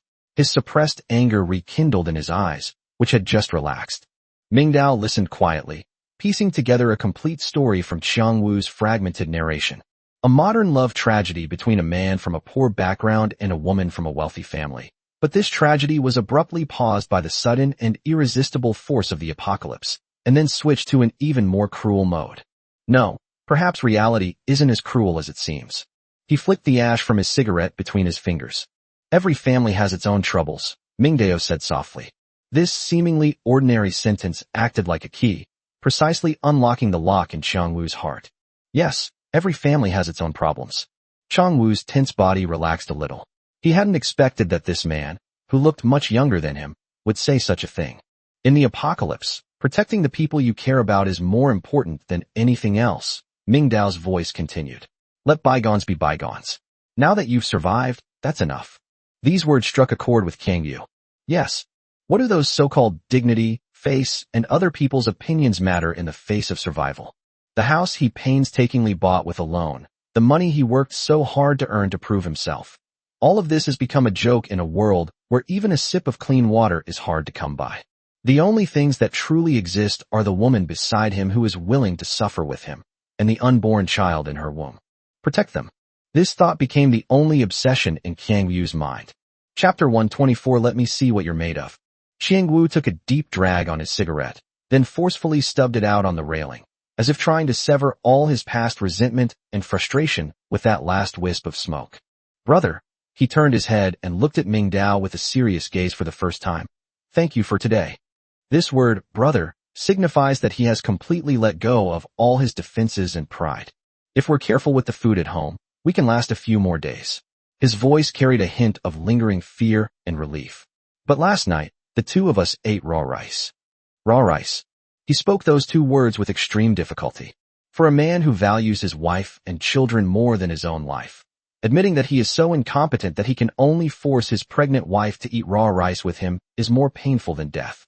A flicker of lingering fear crossed his eyes as he continued.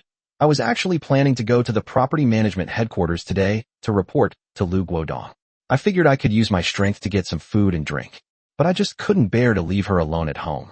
I'm afraid that as soon as I leave, someone will break in. This is the real reason why he would rather stay inside and wait to die than dare to go out. In this world where order has collapsed, the implications for a pregnant woman alone at home are self-evident. Ming Dao nodded, indicating his approval of his choice. It was the right decision not to go. His voice was calm and resolute. Lu Guodong's place is a den of wolves and tigers. Once you go in, you won't have a choice. In their eyes, your strength is the most useful consumable. Dirty, tiring, and dangerous jobs will be assigned to you first. Once you've been drained of your value, or died out there, the meager rations you earned and the family you protected will all become their possessions. Ming Dao's words peeled away the warm veil of pseudo-collectivism, revealing its true nature of survival of the fittest. Qiang Wu felt a chill run down his spine, and a cold sweat instantly broke out on his back. Although he has a bad temper, he is not stupid. He was blinded by his worries about his family and failed to see things from a deeper perspective. Now that Ming Dao had pointed it out, he instantly understood the crux of the matter. Yes, how could someone like Lu Guodong do a losing business? Once you join them, it's like handing over your life and the lives of your family to someone else. You don't need to worry about food and water for now. Ming Dao's voice pulled him back from his fear. You just need to focus on teaching me. This is our deal. Qiang Wu looked at Ming Dao, and a strange light flashed across his face. He nodded emphatically. He didn't say any more words of thanks, but he engraved the name Ming Dao and that young yet profound face firmly in his heart. This was the first truly human being he had encountered since the end of time. It's not those beasts who only know how to rob and scheme, nor is it that politician who spouts benevolence and morality, but actually devours people without spitting out the bones. Instead, he was a person just like him, with flesh and blood, principles, and bottom lines, and powerful enough to inspire awe in him. Just then, the bedroom door was gently pulled open. Qiang Wu's wife, Lin Hui, carefully walked out carrying 2 cups of milk. She walked to the balcony door, handed one of the cups to Qiang Wu, and then respectfully presented the other cup to Ming Dao with both hands. Her face still showed a hint of timidity, but more than that, it showed a heartfelt gratitude. Thank you, sir. Her voice was soft, but sincere. We have nothing at home, so please don't mind this milk. Ming Dao, however, postponed it. Sister-in-law, you drink it. I'm not thirsty. I'll go upstairs later and get you some water. This milk is just a supplement for you. Lin Hui paused for a moment, and Qiang Wu, without drinking, smiled and nodded at his wife. A faint smile finally appeared on her face. That smile, like a ray of sunshine breaking through the dark clouds, instantly dispelled the weariness and paleness on her face, making her whole being come alive. She didn't bother them any further, but quietly retreated to the living room and began to organize the black bag containing the food. Taking advantage of the fact that neither of them was looking at her, she could no longer hold back, covered her mouth, and began to cry silently. On the balcony, Ming Dao flicked another cigarette from his pack and handed it over. This time, Qiangwu didn't hesitate at all, took it directly, and put it in his ear. If you need anything in the future, come find me on the 8th floor. Now, Ming Dao exhaled a smoke ring. Let's begin. My time is very precious. Okay, let's go. Qiangwu took the first step and walked towards the inner room of the living room. Ming Dao flicked his cigarette and followed. His target was the study that his wife, Lin Hui, used as a studio.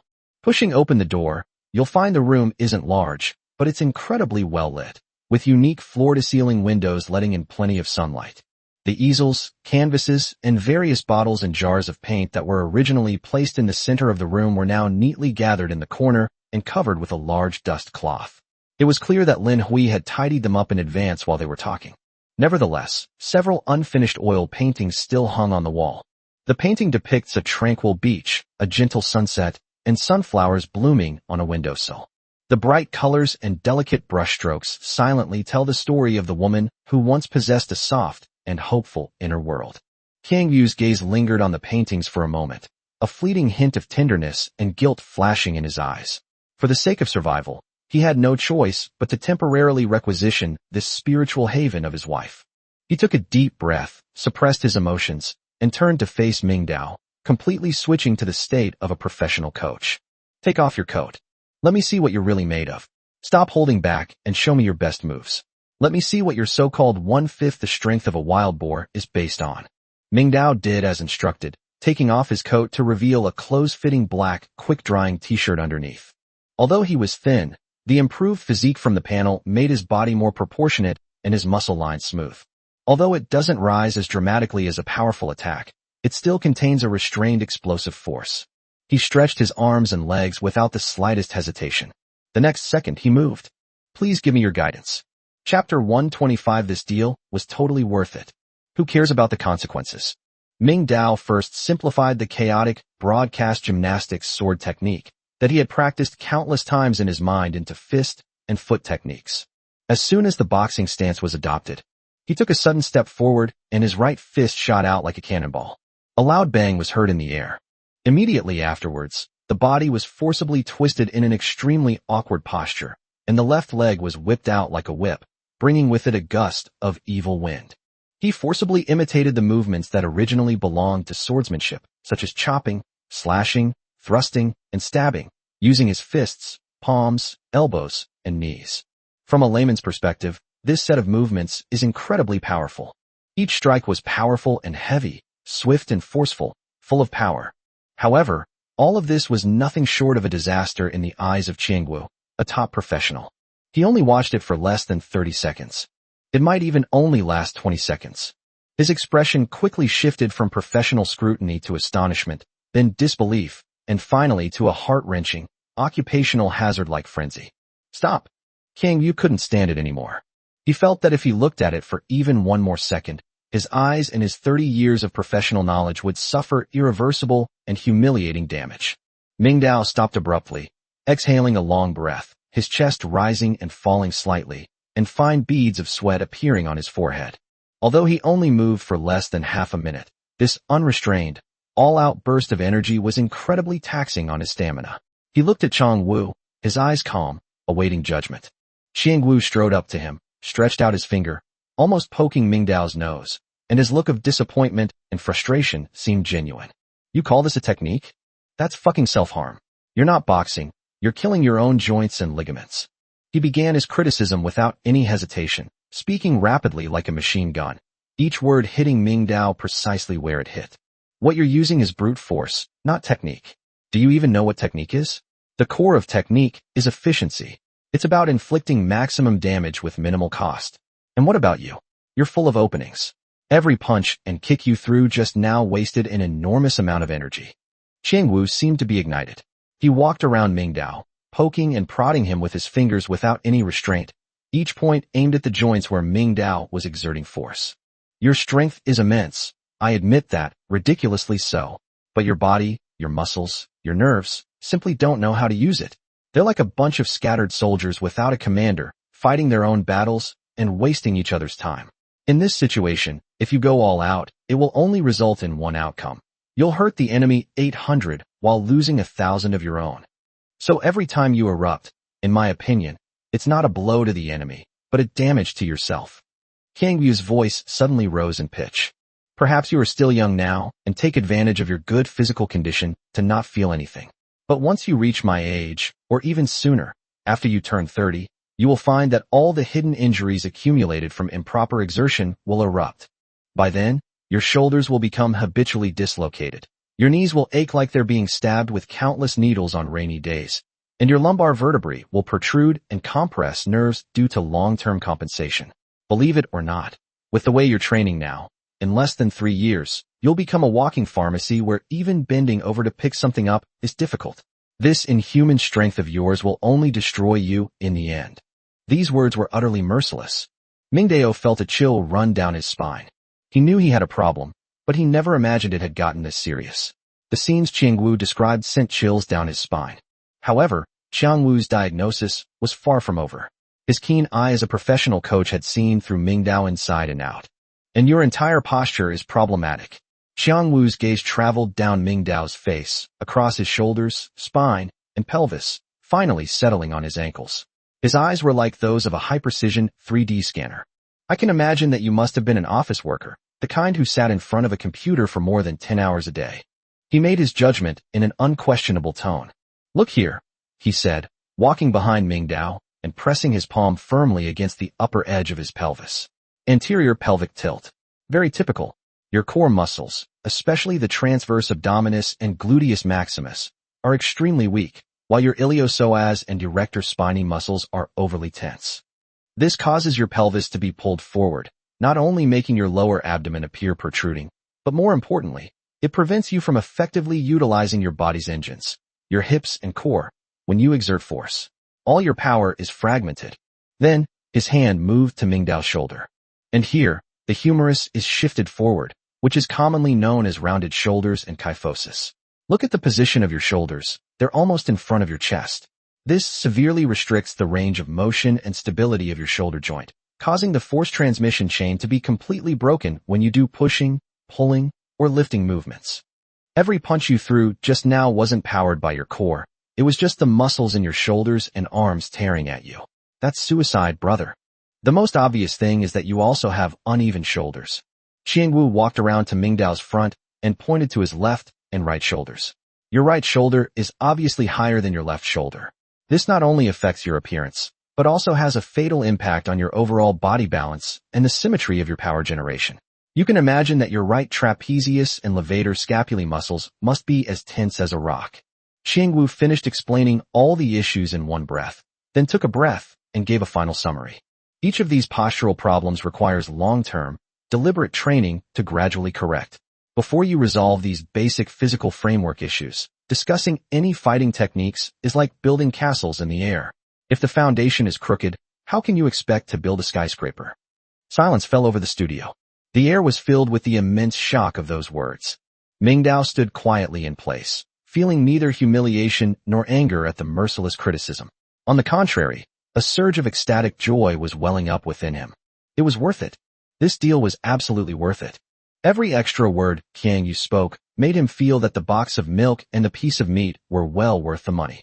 This knowledge, this fundamental logic about the human body that ordinary people will never come into contact with in their entire lives, is even more precious than food and water in this apocalyptic world. This is the real foundation that allows him to make a living. Chapter 126: The Difference Between Fireflies and the Bright Moon. I see. Mingdao spoke slowly, his voice extremely sincere. So, coach, where do we begin? The way he called out coach was perfectly natural. Upon hearing this address, Qiang Wu's anger and agitation slowly subsided. Looking into Mingdao's clear and focused eyes, the anger of this rottenwood cannot be carved in his heart was replaced by an excitement of, you have good taste, kid. This kid is a smart guy. He was receptive to advice, and there was no wavering or hesitation in his eyes. He was able to remain calm in the face of his foul-mouthed sentencing. Qiang Yu admired this temperament more than his brute strength. Not bad, not bad. Start. Qiang Wu's lips curled into a cruel, yet professional smile. Let's start with the simplest thing.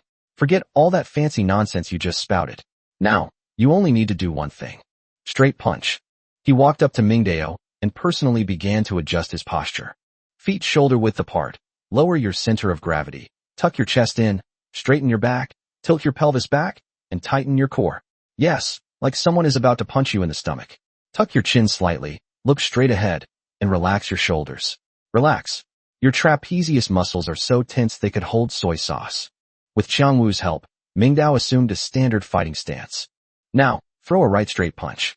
Remember what I said. Feel the power coming up from the ground. Twist your ankle, knee, and hip. Let that rotational force drive your shoulder. And finally, send the fist out. The arm is just an extension, not the point of force. Again, Mingdao took a deep breath and, following Qiangwu's command, threw a punch. No, the core issue is that it's scattered. Go back. Bang. Your wrist isn't locked properly. Do you want to break it? Go back. Bang. The punch's trajectory is off. All the power has been wasted. Go back. Bang. Under Qiangwu's simple and direct guidance, Mingdao kept repeating this most basic movement. Qiangwu didn't offer any further explanation. He was simply observing. He was observing Mingdao's physical learning ability and his level of concentration. The results shocked him once again. This man's learning ability is simply terrifying. Once a mistake is pointed out to him, he will never repeat it. His body was like a sponge with top-notch memory, frantically absorbing the correct power exertion patterns. In just a few minutes, his originally clumsy and stiff straight punches had become quite decent.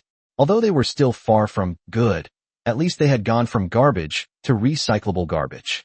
That's enough. Qiangwu called out again, his eyes becoming increasingly serious and excited. Before you begin your formal posture correction and basic training, I need one last piece of data, he said, looking at Mingdao and emphasizing each word. Your strength ceiling. Your chaotic fighting style just now only utilized about 30% of your body's potential. Now, I want to see just how terrifying your explosive power is when you use a relatively correct power exertion pattern. With that, he turned and walked out of the studio. A moment later, he took something down from the wall in the living room. It was a boxing target that looked quite old. The leather surface was worn shiny and covered with crisscrossing marks from the blows. This is a testament to his past career. It's what he makes a living. He firmly fixed the target to his left forearm, then returned to Mingdao and assumed a composed defensive stance. Listen, Qiangwu's expression was more serious than ever before. Use that right straight punch you just threw, aim it at the bullseye, and use all your strength, every single one of your abilities. Don't hold back at all. Don't worry about hurting me. I need the most accurate data. He spoke lightly, but his body was already fully prepared. With legs slightly bent, center of gravity lowered, and core engaged, the whole person is like an old tree rooted in the ground, as stable as a rock.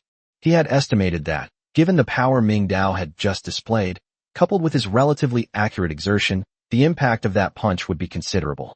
However, he had absolute confidence in his years of experience in deflecting force and his physical combat abilities. He wanted to see just how strong this wild boar really was. Mingdao looked at Qiangwu's serious and ready appearance, and then at the weathered target in his hand. He nodded. Take a deep breath. Hip rotation. Shoulder drop. Throw a punch. Everything happened in the blink of an eye. That punch was as fast as lightning and as powerful as thunder. Bang! A muffled thud exploded in the art studio. In that instant, Qiangwu felt an overwhelming and terrifying force suddenly surge from the center of the hand target. Holy crap! That force doesn't make any sense at all. Qiangwu's pride in his force-dissipating techniques was underestimated in the face of that absolute power. He felt as if he hadn't been punched, but rather hit head-on by a dump truck traveling at full speed. A tearing sound instantly came from where the hand target touched his arm. Immediately afterwards, a shockwave surged up his arm, and his entire left arm instantly lost sensation, leaving only a tingling and numb feeling that went straight to his bones. Thump, thump, thump. Qiangwu staggered back 3 large steps before barely managing to regain his footing. A sharp pain shot through the tiger's mouth, and the hand target that was firmly fixed to the arm was almost knocked out of his hand by the force. What? So strong. Qiangwu was stunned. The skin under the hand target was red and swollen, and even tiny subcutaneous bleeding points could be seen. He looked at his slightly trembling hand, then at Mingdao not far away, who had withdrawn his fist and even had a hint of apology on his face. His strong and powerful face was filled with horror. This force. What kind of power is this? Mike Tyson, the boxing champion? No. Qiangwu roared madly in his heart. Even if Tyson at his peak came, I dare say he would never be able to deliver such a terrifying punch. What kind of monster are you? Facing Xiangwu's almost collapsing gaze, Mingdao shrugged. He knew he couldn't hide it anymore. In the face of absolute power, any pretense appears pale and powerless. Moreover, he never intended to remain hidden forever. To completely subdue this proud coach, he had to demonstrate power sufficient to shatter all of his preconceived notions. You probably already guessed it. Needless to say, it's just a matter of annexing the panel. The fact that the panel was being annexed was no longer a secret. Thanks to the reminder from the sky panel, everyone knew that there would be rewards after annexing the panel. However, Mingdao's improvement is so significant. That's still a bit outrageous. So, he looked at Xiangwu with sincere eyes. I need a professional coach to teach me how to control this power that even I find amazing. Merge panel. Xiangwu suddenly realized. I see. He certainly knew that absorbing the panel could enhance his physical abilities. These past few days, he's been watching from his balcony. He noticed that Luke Wodong's security guards all walk with a brisk pace and are much stronger than ordinary people. But compared to the man in front of him, those people were like fireflies compared to the bright moon. They're not even in the same league. Are there really such vast differences between these panels? Or perhaps this kid swallowed a lot of them. Chapter 127. Since we're here, let's make the best of it. Xiangwu didn't have time to think it through, nor did he want to. Since we're here, let's make the best of it. Since he had such a huge, unpolished gem in front of him, he naturally had to train him properly. Since you've said that yourself, then I'm going to raise the stakes. He instantly switched into coach mode. Cough cough. Breathe. He roared at Mingdao. From this moment on, forget all your previous breathing methods. Breathe with your abdomen. Inhale through your nose. Feel the breath sink into your lower abdomen, Dantian. Let your belly swell up, like a balloon. Yes, not your chest. Your belly. Exhale. Through your mouth. Exhale slowly and deeply, while simultaneously tightening your core. Can you feel the deep muscles in your abdomen engaging? This is the source of all your power. Your engine. Tighten your core, not your glutes. Do you know Kegel exercises? Do you know how to lift your buttocks? Qiangyu grabbed Mingdao's pert buttocks hard. Mingdao tensed up instantly, swallowed hard, and looked at him suspiciously. That's right. That's it. Qiangwu transforms into a devilishly strict instructor. He no longer holds back, sharing all his most treasured training secrets, which are only taught to the top professional athletes. Stand with your feet shoulder-width apart. Slightly bend your knees, never lock them. Imagine your feet are like tree roots, deeply embedded in the earth, drawing strength from it. Pelvis. Pull it back in. Yes. Find that feeling of an iron ball hanging from your tailbone. Keep your spine in a neutral position. This is the path of power transmission. There can be no bends or points of loss of power. Shift your weight. Learn to shift your weight from one leg to the other. Slowly. Feel it with your heart. Feel the power travel from your feet, along your legs, to your hips, and then to your waist.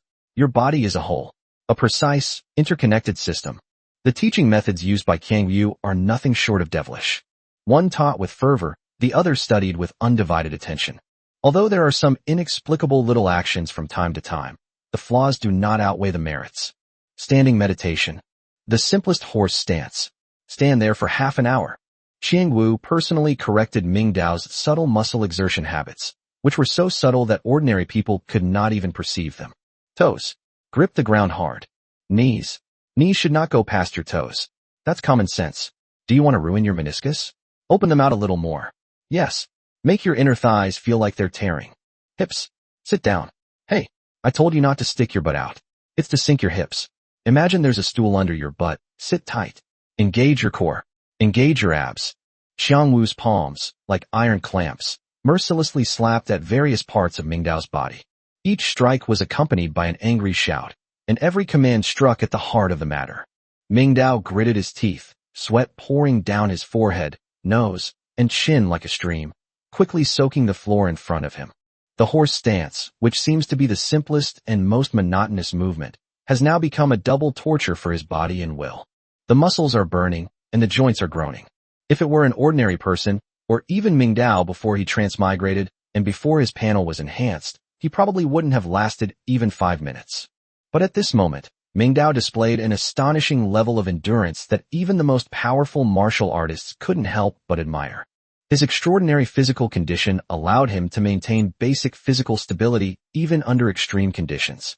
His heart, tempered by the apocalypse, became incredibly resilient, leading him to view all suffering as an investment, a necessary path to strength. He could clearly feel that, under the powerful correction, the deep muscle groups in his body that had been dormant and had never been properly mobilized were being awakened one by one. First, I felt tired. Then, I felt sore. And finally, I felt comfortable. A trickle of heat began to flow through those unfamiliar areas of my body. His body is relearning how to stand in an unprecedented way. Time passed by, second by second. The rage on Chang Wu's face was gradually replaced by a deep sense of shock. He had thought that at this intensity, the kid would collapse in 10 minutes at most. But now, 20 minutes have passed, 30 minutes have passed, and although Mingdao's body is trembling violently, his feet, which are firmly planted on the ground, have not moved an inch. Doesn't this guy get tired? Where exactly is his physical limit? Qiang Yu even couldn't help but wonder if he had set the training intensity too low. Breathe. Suppressing his shock, Chang Wuqiang began to teach the next crucial point. Don't fucking breathe with your chest. I'll say it again. That's the least efficient way to breathe. Use your abdomen. Use your core to breathe. Inhale slowly and deeply through your nose, and then exhale even more slowly through your mouth. As you exhale, tighten your core and squeeze out all the waste gas. That's the correct way to breathe. It maximizes oxygen supply to your muscles and helps you stay calm even under extreme conditions. I've already explained breathing more than once. I don't want to waste my breath again. Just pay close attention to that. Mingdao immediately did as instructed. Making mistakes is common. After all, habits are habits, and it is indeed difficult to forcibly correct them. But when he successfully completed a full diaphragmatic breath for the first time, an unprecedented and wonderful feeling spread throughout his body. It was as if a clear spring had flowed into his muscles, which were on the verge of burning out, and the soreness was miraculously relieved. His consciousness, which had become somewhat blurred due to lack of oxygen, also became clear again. I see. Even breathing involves such profound knowledge. Seeing that Mingdao had quickly mastered the essentials of abdominal breathing after only 2 attempts, Qiang Wu was speechless. This guy's learning ability is terrifying. Too much food is hard to chew properly. Qiang Yu made an excuse and ended his stance training early. That's all for today. Correcting your posture isn't something that can be done overnight. Every day from now on, whenever you're standing, you need to consciously maintain this feeling. Mingdao slowly straightened up, but the sharp pain in his legs made him stagger and almost fall. He leaned against the wall, panting heavily, his whole body looking as if he had just been pulled out of the water. Just half an hour of standing in the stance was more tiring than his previous life or death battle with that rock-armored boar. But this is a completely different kind of tiredness. It was a kind of exhaustion where the body felt completely drained, yet there was a sense of hope that something new was taking root and sprouting. Don't rush to rest. Qiang Wu's voice rang out again, giving him no chance to catch his breath. Next, we'll discuss the underlying principles. Chapter 128 Day 3 Community Points Comparison. Just as Mingdao was training hard, it was noon. The enormous canopy hanging directly above Blue Bay Peninsula, the heart of the community, updated its content precisely on time after a barely perceptible blue ripple spread. All the survivors who were outdoors, or simply leaning against the window looking out, instinctively raised their heads. The sun was blazing, and the 2 suns were high in the sky, but the numbers on that blue screen were more piercing than the coldest wind. Points comparison for Day 3. Blue Bay Peninsula, 3988 points. Jinzheng Industrial Park, 4119 points. Total points. Blue Bay Peninsula, cumulative 11088. Jinzheng Industrial Park, cumulative 10918. At first, it was just a few seconds of collective silence. People stare blankly at the 2 lines of numbers, their brains processing the information they contain. Leading. They've been overtaken? Overnight, they were overtaken by a full 131 points. Although Blue Bay Peninsula still holds a slight lead in the total score accumulated over the 3 days. But no one is a fool. This trend has completely gone wrong. Am I seeing things? Can someone tell me if I'm seeing things? An old woman asked. How is that possible? We were leading by more than 300 points yesterday. How did they do it? Did they go to slay dragons overnight? It's all over. We can't catch up at this speed. The general public will only panic. After all, nobody wants to be one of the 20% of lucky ones. The external panic quickly turned into internal repression. The whispers gradually escalated into discussions of doubt and anger. I told you Lu Qiudan's approach wouldn't work. What's with all this contribution points and collective work? And what happened? We still got left behind. A man huddled in a corner complained to his companion in a low voice. Chill. Keep your voice down. Don't fucking say things like that to me. His companion looked around in alarm. What's there to be afraid of? Everyone has seen it now. Facts have proven that his theory is utter nonsense. Look at Jinxing Industrial Park. They're the ones who are actually doing things. And what about us? All we do all day is hold meetings and patrol. And what else is this population census? Is it useful? Have our scores gone up? A bunch of fucking idiots. I'd be better off as the leader. But haven't we been winning all along? Win? That's an illusion. We're only holding on because of that anonymous number one. Didn't you see yesterday's leaderboard? He alone had over 100 points. If it weren't for him, we would have been overtaken today. So that makes sense. It seems like the points system in our neighborhood is entirely supported by just a few people. Most of us don't do anything except pick mushrooms in the forest. The spearhead, unseen and unnoticed, has already quietly pointed towards the Property Management Command Center. The survivors looked at the central building, their eyes no longer filled with awe and envy, but with doubt, disappointment, and even a hint of resentment. At the same time, the atmosphere in the Property Management Command Center's meeting room was equally heavy. At the long conference table, Lu Guodong was having a heated discussion with several core members. The water source is of paramount importance. We must verify the information that Li Laosan brought back, whether it's true or false. Lu Guodong slammed his fingers on the table, his voice booming. That saber-toothed tiger is a threat, but the stream is hope. We cannot give up hope just because there is a threat. I agree with Director Lu's opinion. Lin Yifu adjusted his glasses. However, the risk assessment must be thorough. That saber-toothed tiger's fighting ability far exceeds our previous estimates. Sending people there rashly would be tantamount to suicide. Then what do you suggest we do? Just sit here and wait. Lu Guodong's tone was somewhat impatient. The amount of drinkable water in the community is getting less and less, and the price of water exchanged with contribution points is almost out of control. If we don't come up with a solution soon, we'll all run out of water, and before Jinxing Industrial Park even comes to attack us, we'll be in chaos ourselves. My suggestion is to plan this carefully. We can first organize a well-equipped reconnaissance team, carrying weapons and equipment, to gradually infiltrate from the outside, draw detailed maps, locate the specific position of the stream, and assess the activity range and patterns of the saber-toothed tigers. Instead of wandering around like headless flies like Li Laosan did, Lin Yifu said calmly. Reconnaissance? Easy for you to say. Where would we get the manpower and equipment? The patrol team is already stretched thin. Lu Guodong frowned. Just as the meeting reached a stalemate. Bang! The conference room door was suddenly kicked open. A security guard on duty stumbled in, his face filled with horror, and he could barely speak. Director Lu. Oh my God, something terrible has happened. Lu Guodong's face darkened, and he suddenly stood up, exuding an aura of authority without anger. What's the panic? Is the sky falling down? It's worse than the sky falling down. The security guard pointed out the window. Points. We've been overtaken in points. What? Inside the meeting room, everyone, including the ever-composed Lin Yifu, suddenly stood up at that moment. Lu Guodong's pupils contracted sharply, and he rushed to the window, followed by Lin Yifu, Song Kaming, and others.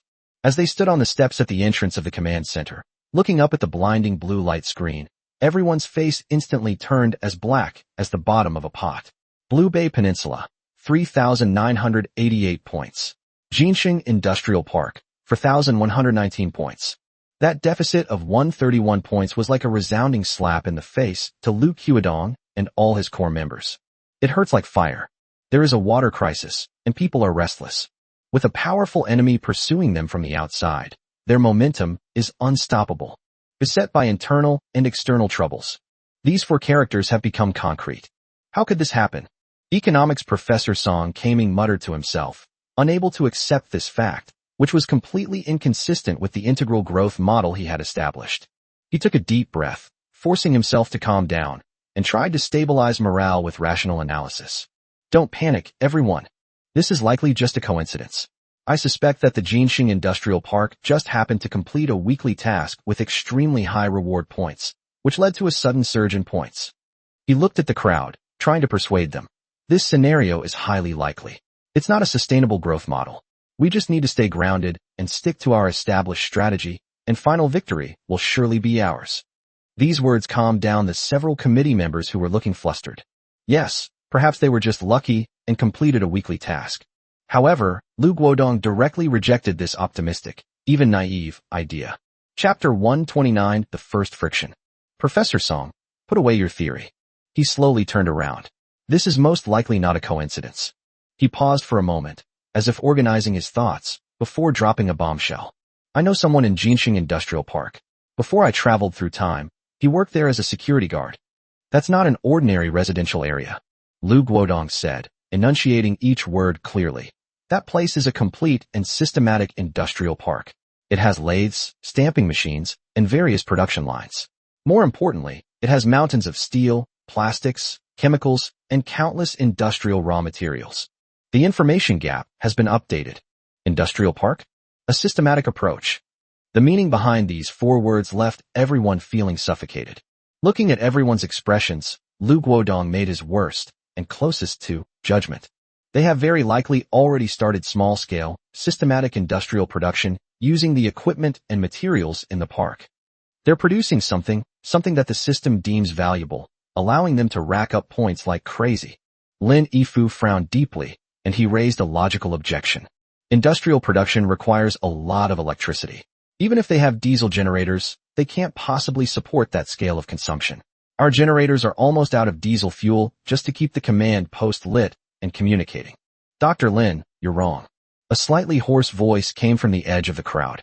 Everyone looked in the direction of the voice and saw that the speaker was Zhang Jingguo, a retired senior engineer who had always been taciturn and seemed unremarkable. The elderly man, well past 60, had unusually bright eyes that shone with the unique brilliance of a technician.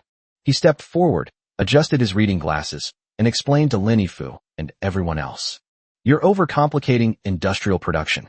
Many basic processes don't require electricity at all. For example, simple metal shaping can be done with a hand crank press.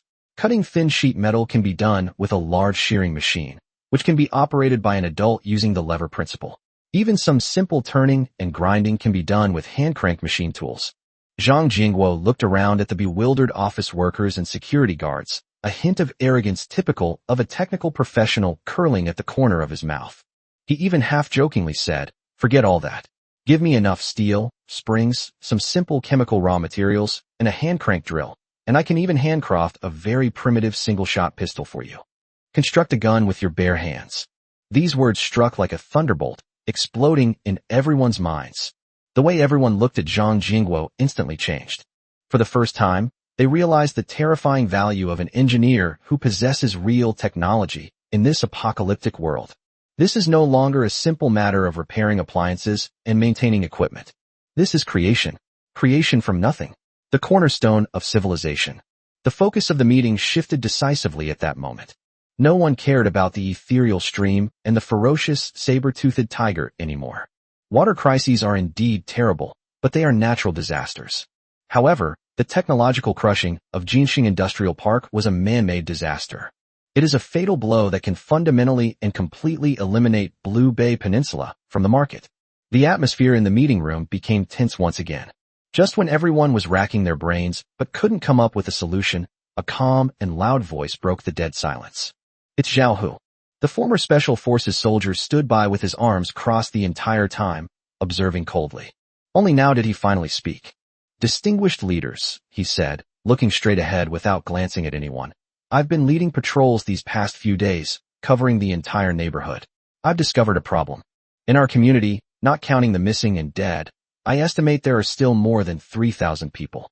But of these 3,000 people, at least 80% are staying at home and doing nothing. Those who are willing to go out are either because their families are running out of food and they have no choice but to try their luck, or they are like us, whose families have run out of water and they have to come out to earn a few pitiful contribution points in exchange for a drink of water." His words were very blunt. It precisely dissected the seemingly united surface of the Blue Bay Peninsula, revealing its inherently weak and vulnerable nature. Under these circumstances, the points system in our community is entirely supported by a few top individuals. Zhao Hu's voice suddenly rose, and his gaze finally fell on Lu Guodong, whose face was gloomy, especially that anonymous first place. Yesterday, he scored over 100 points all by himself. He scored more by himself than 100 people combined. Anonymity is paramount. When Zhao Hu uttered those 4 words, Lu Guodong's face darkened even further. He glared fiercely at Zhao Hu, his eyes filled with suppressed anger and resentment that seemed almost tangible. However, he did not have an attack. Zhao Hu completely ignored his murderous glare and continued speaking to himself. So, my idea is that instead of focusing all our energy on how impressive Jinxing Industrial Park is, we should discuss how they overtook us. Why don't we shift our focus back to ourselves? Let's focus on how to improve the points of all the residents of Blue Bay Peninsula. Zhao Hu took a step forward, his voice firm and resounding. I think the young man who stood up and spoke on the first day was right. While maintaining our large population base, we should implement unified production and unified resource collection, getting everyone involved and making everyone a contributor to the point system. This is the best way to fundamentally increase our total score. He bluntly pointed out the core of the problem. Instead of worrying all day about how strong the opponent is, we should find a way to motivate everyone on our side and fully utilize the huge points base of more than 3,000 people. This is the fundamental point. These words shocked everyone present, especially when Zhao Hu mentioned the title Anonymous first and the suggestion of that young man on the first day at the same time. Lu Guodong's face could no longer be described as gloomy. It was a mixture of jealousy, anger, and the humiliation of being publicly exposed as incompetent. He looked at Zhao Hu, and a barely suppressed killing intent flashed in his eyes like a venomous snake. Chapter 13600 Calories. Comrades, what does that mean? Zhao Hu's words were the result of careful consideration. The last sentence, in particular, almost unabashedly tears opened the mask of collectivism that Lu Guodong had carefully constructed, revealing his dictatorial nature of a minority deciding the fate of the majority. Everyone around sensed that something was wrong. Unexpectedly, economics professor Song Kaming stepped in to help.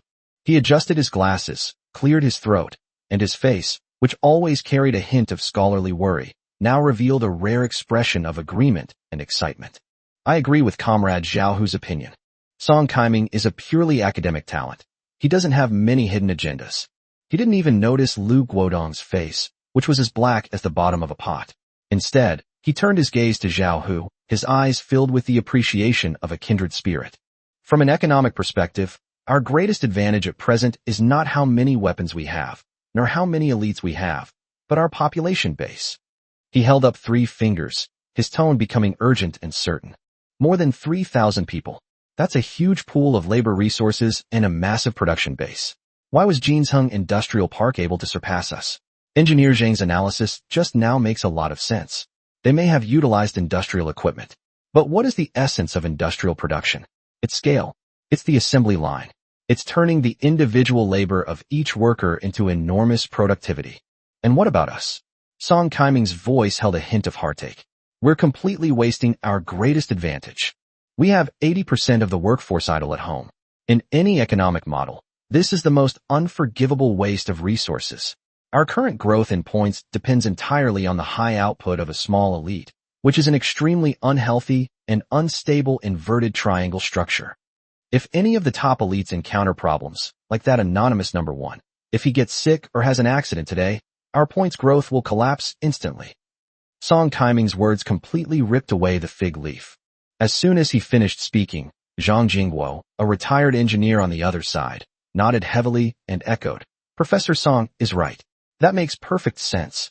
He looked at Lu Guodong, his eyes sincere and urgent. Director Lu, we can't wait any longer. How many skilled craftsmen are there in our community? How many strong young men? All of these people are now idle at home, eating their food reserves and waiting to die. This is a crime.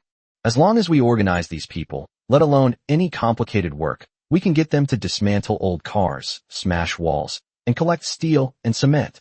With a few technically skilled people, I can turn this scrap into weapons, tools, and traps. The system will give us points for all of this. Little by little, with over 3,000 people working together, what does that mean? Zhang Jingguo became more and more excited as he spoke, and a fervent glow, unique to technicians, shone on his wrinkled face. The pragmatist's approval instantly meant that Zhao Hu was no longer fighting alone. The atmosphere in the conference room seemed to be subtly shifting.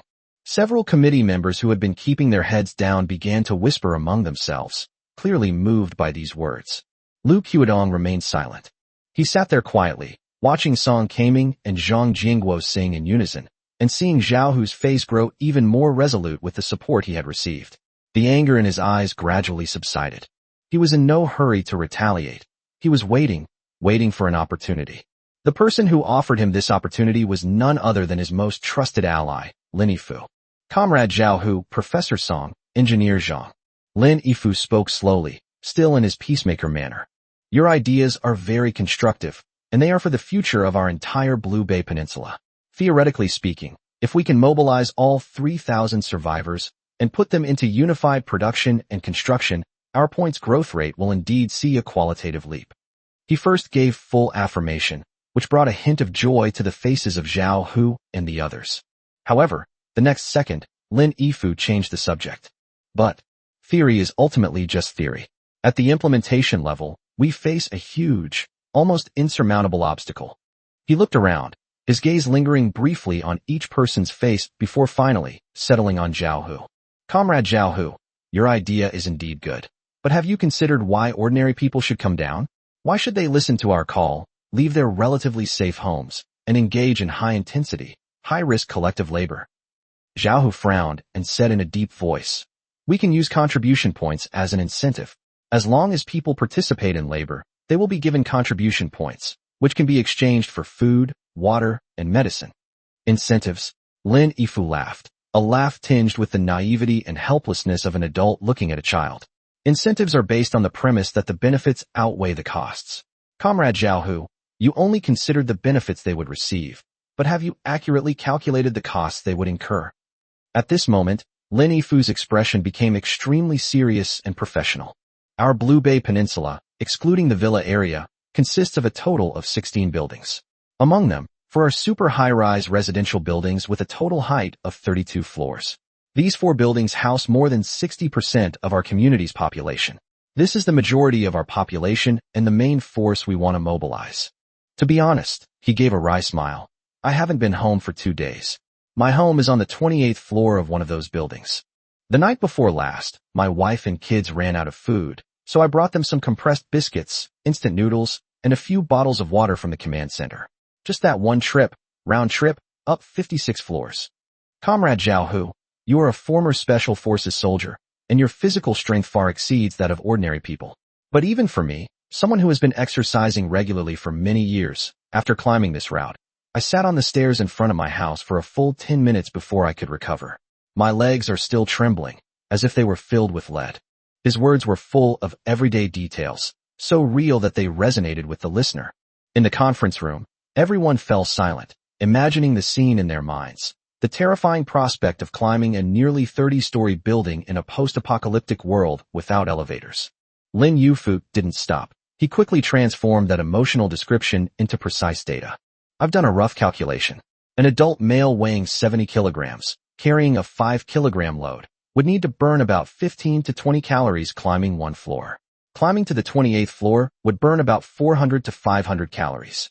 If he goes downstairs with less effort, it would burn about 600 calories. 600 calories. Comrades, what does that mean? A bowl of rice contains about 200 calories. That means that the energy consumed by a resident living in a high-rise building to climb down and back up is equivalent to that of 3 bowls of rice. And what is he going to do down there? Go into the forest, risking being eaten by monsters, just to pick up a few mushrooms? Or go to the construction site, spend a whole day breaking down walls, and get 2 compressed biscuits in return? The energy he gains from a day of gathering and labor probably doesn't even equal the energy he expends going up and down the stairs. This is a surefire loss. In a world where survival resources are extremely scarce, every survivor will subconsciously calculate their energy expenditure to the absolute limit. How many people do you think would be willing to do such a losing proposition? Isn't that just plain stupid? Chapter 131: The Stream Assault Team. Lin Yifu's voice echoed in the conference room. The determination on Zhao Hu's face gradually faded, replaced by silence. He couldn't refute it. What Lin Yifu said is most likely true. He himself is the best example. The reason he chose to live in the dormitory of the Property Command Center was not only to facilitate the execution of tasks, but also to avoid climbing stairs. He lives on the 24th floor. With his physique, even running a round trip fully equipped would leave him panting and leaning against the wall for half a day. What about ordinary people who can't even kill a chicken? The physical obstacles of reality, like an insurmountable mountain, stood in the way of their grand production for all plan. The excitement on Song Kaming and Zhang Jiangwo's faces also disappeared. They opened their mouths, but realized that they had indeed not taken this factor into account. One of them is an economist, and the other is an engineer. They are used to thinking about problems from a macro and technical perspective, but they have overlooked this most basic and fatal detail. The meeting room fell silent once again. This time, however, it felt particularly frustrating and helpless. All eyes turned once again to the man who had remained calm and collected throughout. Lu Guodong. He finally spoke. Getting them down is very simple, I think. A chilling smile curled at the corner of his lips. Stop the water. These two words, uttered lightly from his mouth, startled everyone. Cut off water. Professor Song Kaming's face turned deathly pale. He almost instinctively stood up and exclaimed, Director Lu, this is absolutely unacceptable. If we don't allow the contribution points to be used for water, people could die. Someone died, Lu Guodong sneered. Professor Song, tell me, how many households in our community still have enough water? Song Kaming was speechless and couldn't utter a single word. How did he know? Let me tell you. After my visits and research over the past 2 days, except for a few wealthy people like those in villa areas who have independent water supply systems, the water stored in most ordinary households has been almost completely used up in the past few days. Now, they are either saving every penny and counting their water intake by the bottle caps, or they are exchanging contribution points from us. I'll say it again. Today, or at the latest tomorrow, our neighborhood will experience a large-scale water crisis. Even if we don't cut off the water supply, they'll still run out of water. Rather than letting them die of thirst and despair upstairs or fight each other over water, it's better for us to take the initiative and burst this festering sore. Lu Guodong slowly stood up. His imposing figure cast a huge shadow in the sunlight streaming in from the window, perfectly covering the teacup on his table. No one would choose to die of thirst. When a person is about to die of thirst, let alone climbing 28 floors, even if you ask them to climb 100 floors, they will climb down. Because climbing the stairs might kill them with exhaustion, but not climbing will definitely kill them with thirst. It's a very simple choice. At that time, they will cry, shout, and beg us for a job, just to get a sip of water that could save their lives. They will unleash their full enthusiasm for a single contribution point, to break down walls, to farm, to patrol, to do anything we ask them to do. Lu Guodong's gaze swept across the faces of everyone present, his eyes gleaming with an indescribable cunning. Will become the fuel for us to earn points and win this war. A double win, killing 2 birds with 1 stone. A calculated scheme. This is an extremely ruthless, yet blatant, scheme that you simply cannot refuse. He wanted to exploit everyone's physical limits to force those thousands of survivors out of their supposedly safe, high-rise prison, one by one. Turn them into tools for personal gain. Lu Guodong's wolfish ambitions are now crystal clear. Song Kaming slumped back down, his face ashen. What Lu Guodong said is a bloody reality. Zhang Jingguo kept his head down, unable to accept this cold-blooded logic that treated his compatriots as fuel, yet this logic was damnably correct. Zhao Hu, however, just stared at Lu Guodong. His jaw clenched so tightly it made a grinding sound. His fists were clenched tightly under the table, his nails almost digging into his flesh. At that moment, he saw in Lu Guodong something he was most familiar with, and also most hated. That kind of ruthless and tyrannical nature, treating human life as worthless and resorting to any means to achieve one's goals. His sense of disapproval reached its peak at this moment. He almost slammed his fist on the table and pointed at Lu Guodong's nose, cursing him as a beast. But he didn't, because he knew he couldn't stop it. In this broken world, whoever controls the resources and the violence controls the rules. Lu Guodong was very satisfied with everyone's reaction. He and Lin Yufu exchanged a glance and nodded. What he wanted was this absolute deterrence. With a sudden wave of his hand, he drew everyone's attention back to the original topic. No matter how thrifty we are, our water reserves won't last more than a day. Once the water cutoff plan is implemented, our demand for clean water will increase exponentially. Therefore, we must take that stream. We must take this place at all costs. The meeting, after going around in circles, ultimately returned to this most original and core issue. However, the meaning is completely different now. Previously, the plan to seize the stream was to address a future water crisis. Now, seizing the stream is to support his upcoming water cutoff plan. It was to ensure that all the survivors of the Blue Bay Peninsula would submit to the committee's preconditions. The first brief, ad hoc meeting ended in a somewhat oppressive atmosphere. A well-defined action plan was finally formed. I hereby announce. Lu Guodong's gaze swept across the entire room, finally landing on Zhao Hu, who had remained silent with a tense expression throughout. The Stream Assault team is hereby established. Comrade Zhao Hu shall serve as its captain. He looked at Zhao Hu, a meaningful smile curving his lips. Comrades Zhang Jingguo and Song Kaming, you two are responsible for providing all necessary technical support and logistical planning. The committee will grant the task force the highest priority in resource allocation. Captain Zhao Hu, Lu Guodong's voice carried an unyielding command. Your first task is to recruit team members. I don't care what methods you use, whether it's coercion or bribery. I want to see a team of at least 30 people standing here before nightfall. There is only one goal dash. We are hiring. Chapter 132. Keep it up. You can do it. For O2, the art studio. The two, engrossed in physical training, were oblivious to everything happening outside. Qiang Yu walked up to Mingdao with a serious expression. Remember this, kid. Your superhuman strength is your greatest advantage, but if you don't know how to use it, it can also become your most fatal weakness. True battles are never about brute force. That's the lowest level of fighting. What Qiang Wu was talking about was experience summarized from countless drops of sweat and pain. The true core of combat can be summed up in just 2 words: deflecting force and leveraging force. Relieve the force, he held up a finger. It's about learning how to neutralize and redirect the opponent's force when you can't confront them head-on, by rotating your body and changing angles. Let it slide past you instead of crashing into you. Just like water. And borrowing force, he held up his second finger, is a step further than simply dissipating force. You must borrow it while simultaneously neutralizing the opponent's power. Transform the opponent's kinetic energy of attack into your own power through the central axis of your body, and then return it to them in a way they never expected. Inflict maximum damage with minimal cost. In the apocalypse, every bit of your strength is precious. Learn to fight with your brain, not with your inexhaustible brute force. This is the core of what I want to teach you and can teach you.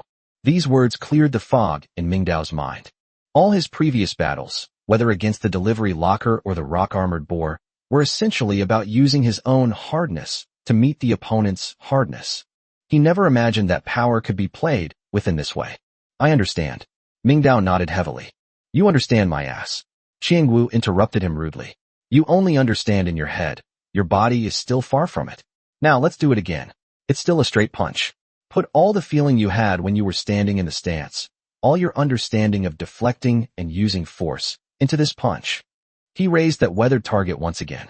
This time, Ming didn't think about anything. He closed his eyes, his mind completely blank. He felt the connection between his feet and the ground, the shift of his weight between his legs, and the contraction and release of his core muscles. He no longer deliberately pursued the explosive power, but instead sought the momentum that rose from the ground and permeated his entire body. The moment that momentum reached its peak, he opened his eyes and threw a punch. This punch didn't seem nearly as powerful as the previous earth-shattering strike. It didn't even cause a big stir. Plain and unremarkable, simple and unadorned. However, the instant the fist touched the bullseye, bang! The voices changed. It was no longer the dull, loud noise it had before. It's a more penetrating, explosive sound.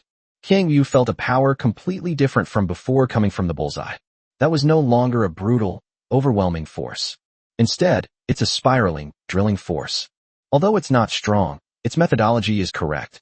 Well, Chang Wu grunted, but still couldn't help taking half a step back. He looked down at his arm. The hand target was intact. The skin on my arm wasn't as red and swollen as it was last time. However, the bones in his entire forearm were buzzing, and a tingling, numb sensation made it almost impossible for him to clench his fist. Just one midday training session. It only corrected the most basic standing posture, breathing, and power generation concepts. This man actually underwent such a terrifying transformation. Looking at the young man in front of him who was slowly withdrawing his fist, with a hint of surprise on his face, Chang Wu was speechless. He had never seen anyone with such terrifying learning abilities. Such a person would likely succeed no matter what they do. He even had a premonition that what he had taken in today might not be a student, but a monster that was about to stir up the entire apocalyptic world. How are you feeling? Mingdao stretched his shoulders and arms, a genuine and hearty smile spreading across his face. I need to practice more. A complete transformation. That was his only feeling at that moment. He could clearly feel that he hadn't grasped the essence of that punch at all. But the physical strength consumed was less than a third of what it was before. Very good. Mingdao looked at Qiangwu and said sincerely, very good. Qiangwu watched Mingdao's smooth and effortless fist retraction movements, and the composure after exerting force, which was completely different from his flawed appearance before training. I feel a little guilty about earning this tuition fee. Training is over. Qiangwu was so exhausted that he collapsed onto the ground like a dead dog. Teaching a student with abnormally high talent takes more effort than teaching them for a whole day. Although Mingdao was equally exhausted, his spirits were higher than ever before. He didn't say much, but silently turned around, picked up a few empty mineral water bottles that Qiangwu's family had left at the door, and went straight upstairs. A few minutes later, he returned. For bottles filled with clear drinking water were neatly arranged in front of Qiangwu. Today's tuition fee. After saying that, he turned to leave, saying, I'll come again tomorrow. Qiangwu looked at the 4 bottles of pure water, which were worth as much as gold in the apocalypse, then looked at his arm, which was still tingling, and shook his head with a wry smile. Who the hell is making the money here? After leaving room 402, Mingdao didn't linger for a moment and went straight back to his own room. When he got home, the first thing he did was rush into his study and draw his gleaming Tang-style sword. As I held the hilt, a completely different feeling instantly welled up inside me. This time, he no longer felt that the divine weapon in his hands was an unwieldy heavy object. It felt as if it had become an extension of my own arm, and a sense of intimacy, a connection of blood, arose spontaneously. Really? Mingdao took a deep breath and unconsciously assumed the stance of Professor Qiangwu, lowering his center of gravity and tightening his core. He didn't imitate any fancy sword techniques anymore. He simply slashed forward with his sword. Call out dash. A sharp, tearing sound suddenly rang out. It was sharper than the sound of any of his previous sword strikes. It's done. Mingdao was overjoyed. This time, he felt that every move he made was extremely easy and effortless. The power rises from the soles of the feet, flows through the twisting of the waist and hips, runs down the spine segment by segment, and finally passes through the shoulders and arms, being transmitted smoothly to the blade. The whole process was smooth and seamless. Unlike before, his movements were no longer bold and expansive. Every swing of his sword felt like he was struggling against himself, a thankless and exhausting effort. He was captivated by this absolute sense of control over power. He didn't stop, but immediately intensified his motivation to exercise. He practiced the most basic posture correction movements and power generation techniques taught by Professor Qiangwu in this spacious study over and over again, with a tedious yet focused dedication. He knew that these seemingly simple things were the true foundation upon which he would be able to stand firm in the future. Every drop of sweat is an extension of one's life. Go for it. You can do it. Chapter 133 in a hurry and a scramble. At the same time, Blue Bay Peninsula, located on the edge of a residential area near the Western Forest. A makeshift guard post was set up here, with 2 members of the security team taking turns on guard duty. At this moment, the person on duty is a young security guard named Sun Peng. The arrival of the apocalypse did not erase his nature of slacking off. After confirming that there was nothing unusual around him, and that Captain Zhao, whose patrol team had just left, he idly squatted down by the flower bed next to the sentry post, and carefully dug up a few wild vegetables that looked edible with a small shovel. These days, even the smallest mosquito leg is still meat. However, just as he was concentrating on struggling with the roots of a dandelion, an extremely strange feeling caused his movements to suddenly stop. Quiet. It's too quiet. The once incessant chirping of insects and birds in the forest had, without anyone noticing, disappeared completely. It was as if someone had pressed the mute button, and the whole world instantly fell into dead silence. The wind stopped. Even the leaves stopped swaying. A faint, pungent smell of blood began to waft through the air. No, there's also the stench of wild beasts. An inexplicable sense of oppression weighed on Sun Peng's heart, making it difficult for him to breathe. He was also someone who had absorbed an unclaimed construction panel. Although he was only level 2, it made his sixth sense several times more acute than that of ordinary people. He noticed this deadly anomaly immediately. Hey Lao Wang. Sun Peng's voice trembled slightly.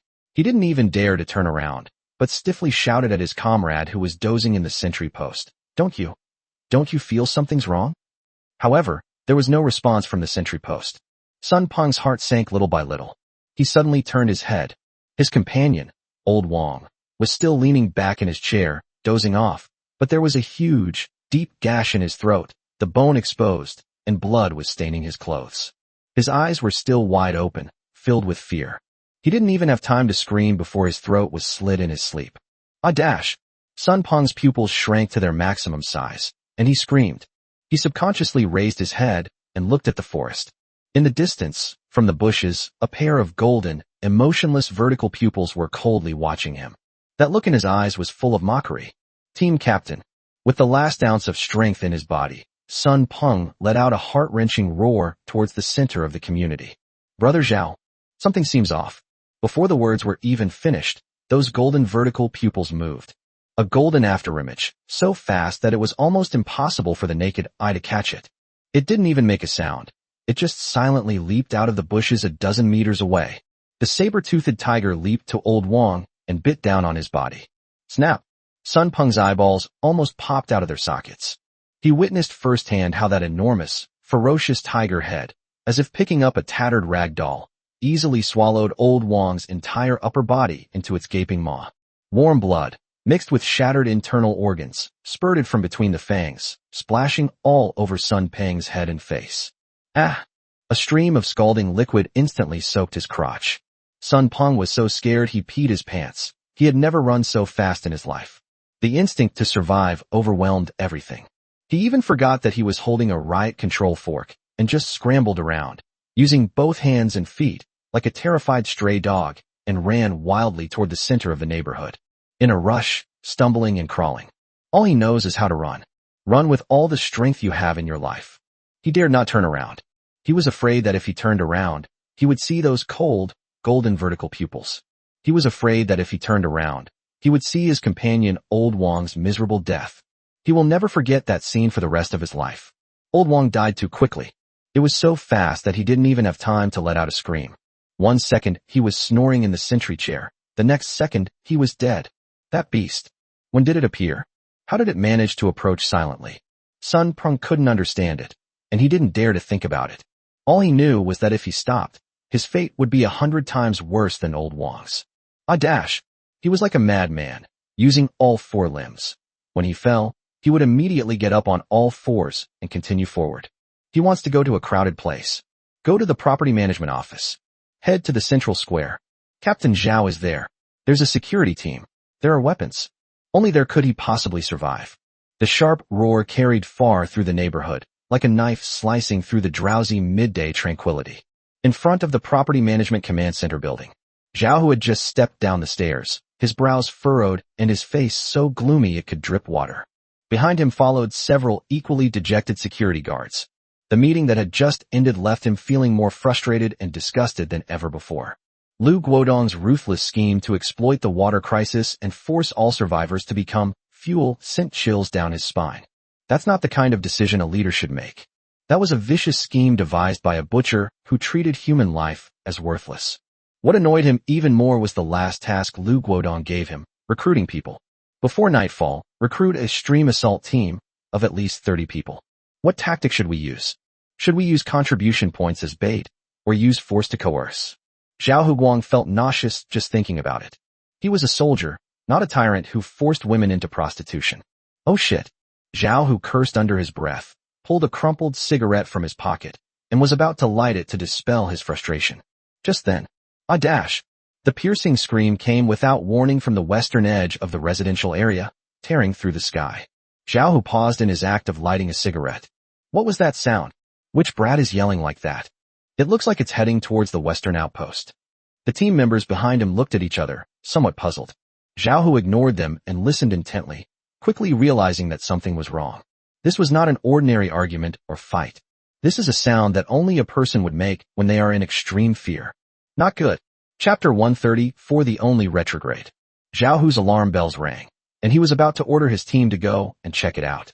The next second, he saw it. He saw a familiar figure scrambling and crawling towards him from the road, leading to the central square from the west. It's Sun Peng, one of the team members on duty at the western outpost today. But at this moment, Sun Peng was nowhere to be seen in his usual lazy manner. He was covered in dust and grass clippings. His uniform was torn to shreds, and his face was smeared with blood, making him look like a demon who had escaped from hell. That dazed look made Zhao Hu's heart leap. Something's not right. Something terrible has happened.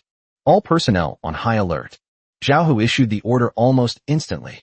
However, before he could finish speaking, everyone's attention was drawn to the enormous shadow that rose from the ground behind Sun Peng. It was a golden phantom. It shot into the sky from outside the western wall of the community with a terrifying jumping force that completely defies the common sense of physics. Under the sunlight, its smooth and explosively beautiful muscle lines shimmered with a golden luster. The 3-meter-high wall, topped with sharp anti-theft spikes, looked like a ridiculous threshold in its presence. It easily crossed the barrier that humans thought was strong, drawing an elegant yet deadly parabola in the air. Thump! A muffled thud. The giant beast landed steadily on the lawn inside the residential area, its 4 huge claws sinking deep into the soil, splashing up grass clippings and mud clods. The entire ground seemed to tremble. Holy crap! This is fucking insane. Everyone who witnessed this scene was stunned. Is that a saber-toothed tiger? Its massive body, comparable to that of a bison, exudes an aura of oppression, especially those 2 iconic curved canine teeth. Its golden vertical pupils, opening and closing indifferently, surveyed this jungle made of reinforced concrete, which seemed utterly unfamiliar to it. What's most chilling is its mouth. In its mouth, it was holding half of a human carcass that was still dripping blood. The severed body was cleanly bitten off at the waist, and the tattered clothing was the uniform of the Blue Bay Peninsula security team. One leg hung limply, swaying gently with its movements. Blood mixed with fragments of blood dripped onto the lawn at its feet, turning the lush green into a shocking dark red. It's here. With the excruciating pain of his toe being crushed and a boundless rage for revenge, he followed the scent left behind by that damned human and officially stepped into this territory belonging to humans. The silence lasted less than 2 seconds. Fuck. A young man who had just come out of the building to exchange supplies with the property management office dropped half a compressed biscuit into the ground with a thud. His eyes widened as if they were about to pop out of their sockets, and his legs went weak, almost causing him to kneel on the ground. Ah! It's a monster. What is that thing? It's eating people. Run. Run fast. Get out of my way. Get the hell out of my way. Help. Someone help me. My legs are giving way. The hysterical screams instantly ignited the entire central square. The few survivors scattered around, after a brief moment of disorientation, unleashed an astonishing will to survive. They abandoned the wild vegetables and mushrooms in their hands and fled in all directions without regard for anything else. Some people rushed to the nearest stairwell, some hid behind flower beds, and some even fell to the ground in their panic, only to be mercilessly trampled by the fleeing crowd. Confusion, panic, utter collapse. In that instant, Zhao Hu's pupils shrank to the most dangerous pinpoints. That beast. It actually got in. Moreover, it was done in this kind of demonstration. He didn't have time to think about how the giant beast found this place, nor did he have time to be angry about the loss of the outpost. All he knew was that he absolutely could not allow this bloodthirsty beast to charge into the defenseless crowd. Quickly, organize evacuation. Protect the people.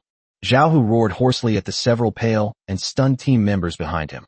Without the slightest hesitation, he rushed to the temporary guard post next to the property building and grabbed the riot control fork standing at the entrance.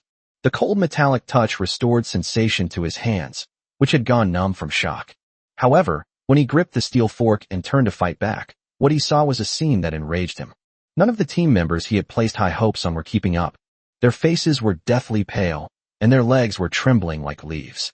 One of the younger men even dropped his rubber baton with a clatter, covered his head with his hands, squatted down, and made unintelligible sobs. They were still hoping they would step forward. It's a miracle they didn't run away. Waste. A bunch of useless trash. Zhao Hu's heart sank. He forgot that these people, before the apocalypse, were just ordinary people earning meager wages and making ends meet in their neighborhoods. They wear these uniforms simply to seek refuge in the apocalypse, a false sense of superiority. Let them bully unarmed, ordinary survivors. They might get a chance to show off their power.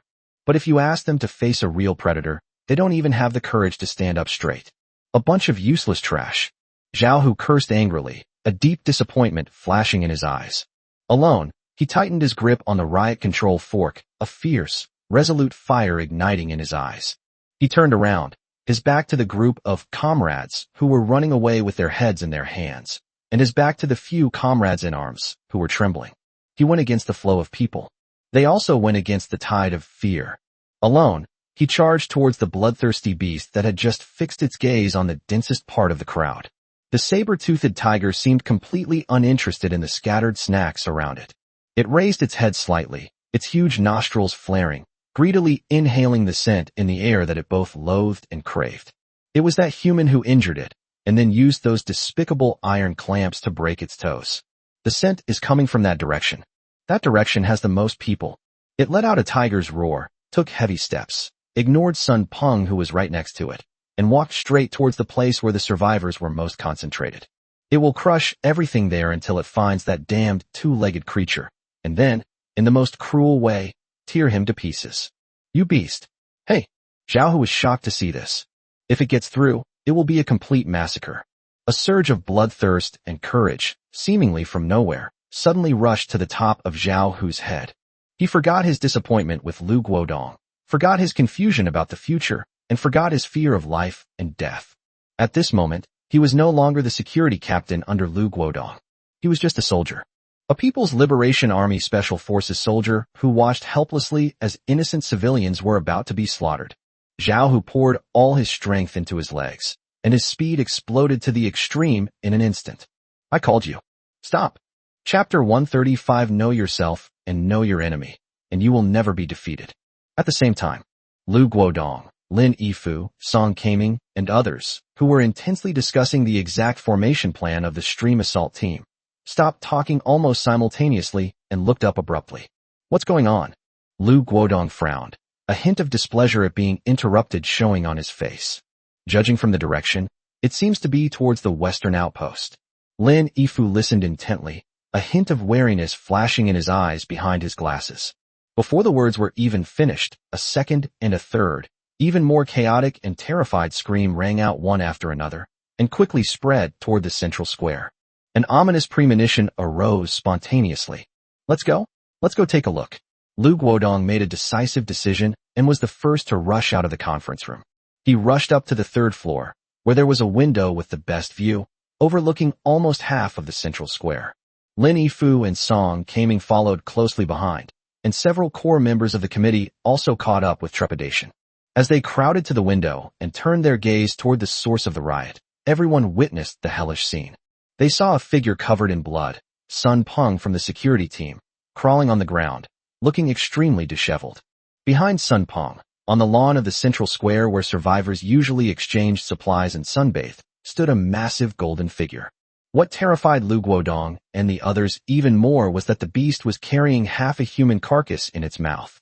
Those tattered uniforms were all too familiar to them, the very same uniforms they had personally issued to the security team. Thump! A loud bang. The saber-toothed tiger seemed to find the snack in its mouth in the way, and with a sudden flick of its head, it casually tossed the lower half of the corpse away. The mangled body left a trail of blood in the air before crashing heavily into a flower bed not far away, kicking up a cloud of dust. At this moment, even Lu Guodong, who prided himself on remaining calm even if Mount Tai collapsed before him, was afraid. He even subconsciously took a small step back.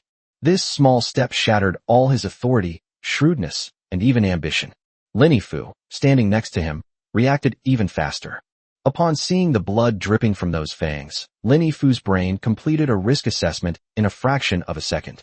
This is bad news. He grabbed Lu Guodong's still slightly trembling arm and pulled him sharply backward, away from the dangerous area near the window. He lowered his voice and whispered, "We cannot defeat them by force." For simple words, yet they conveyed all the despair. This is not a creature that humans can fight. Any attempt to confront it head-on is tantamount to suicide. Economics professor Song Kaming, who was always at the back, performed the worst. This was the first time in his life he had ever seen a dead person, and in this situation no less, he completely broke down. He only glanced at it before his legs went weak. If someone hadn't been there to support him, he probably would have made a complete fool of himself.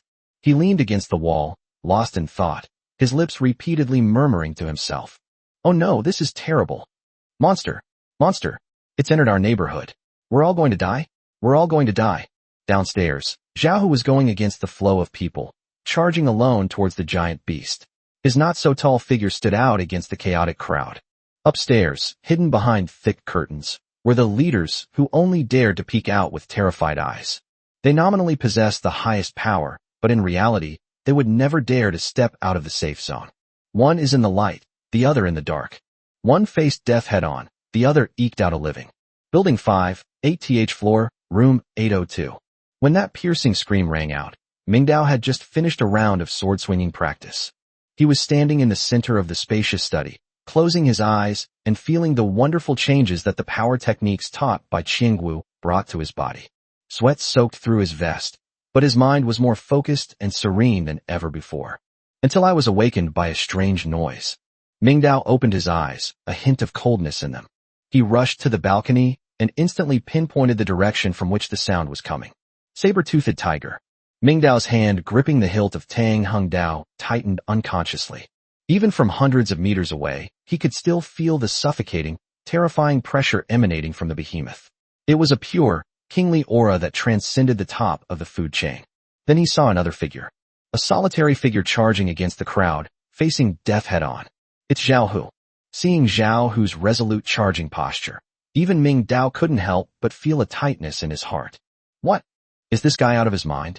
He acknowledged that Zhao Hu was very strong and a true soldier, but that depended on the enemy he was facing. Faced with an absolute disparity in strength and size, human fighting skills are laughably fragile. In Mingdao's view, Zhao Hu's behavior was no different from a mantis trying to stop a chariot.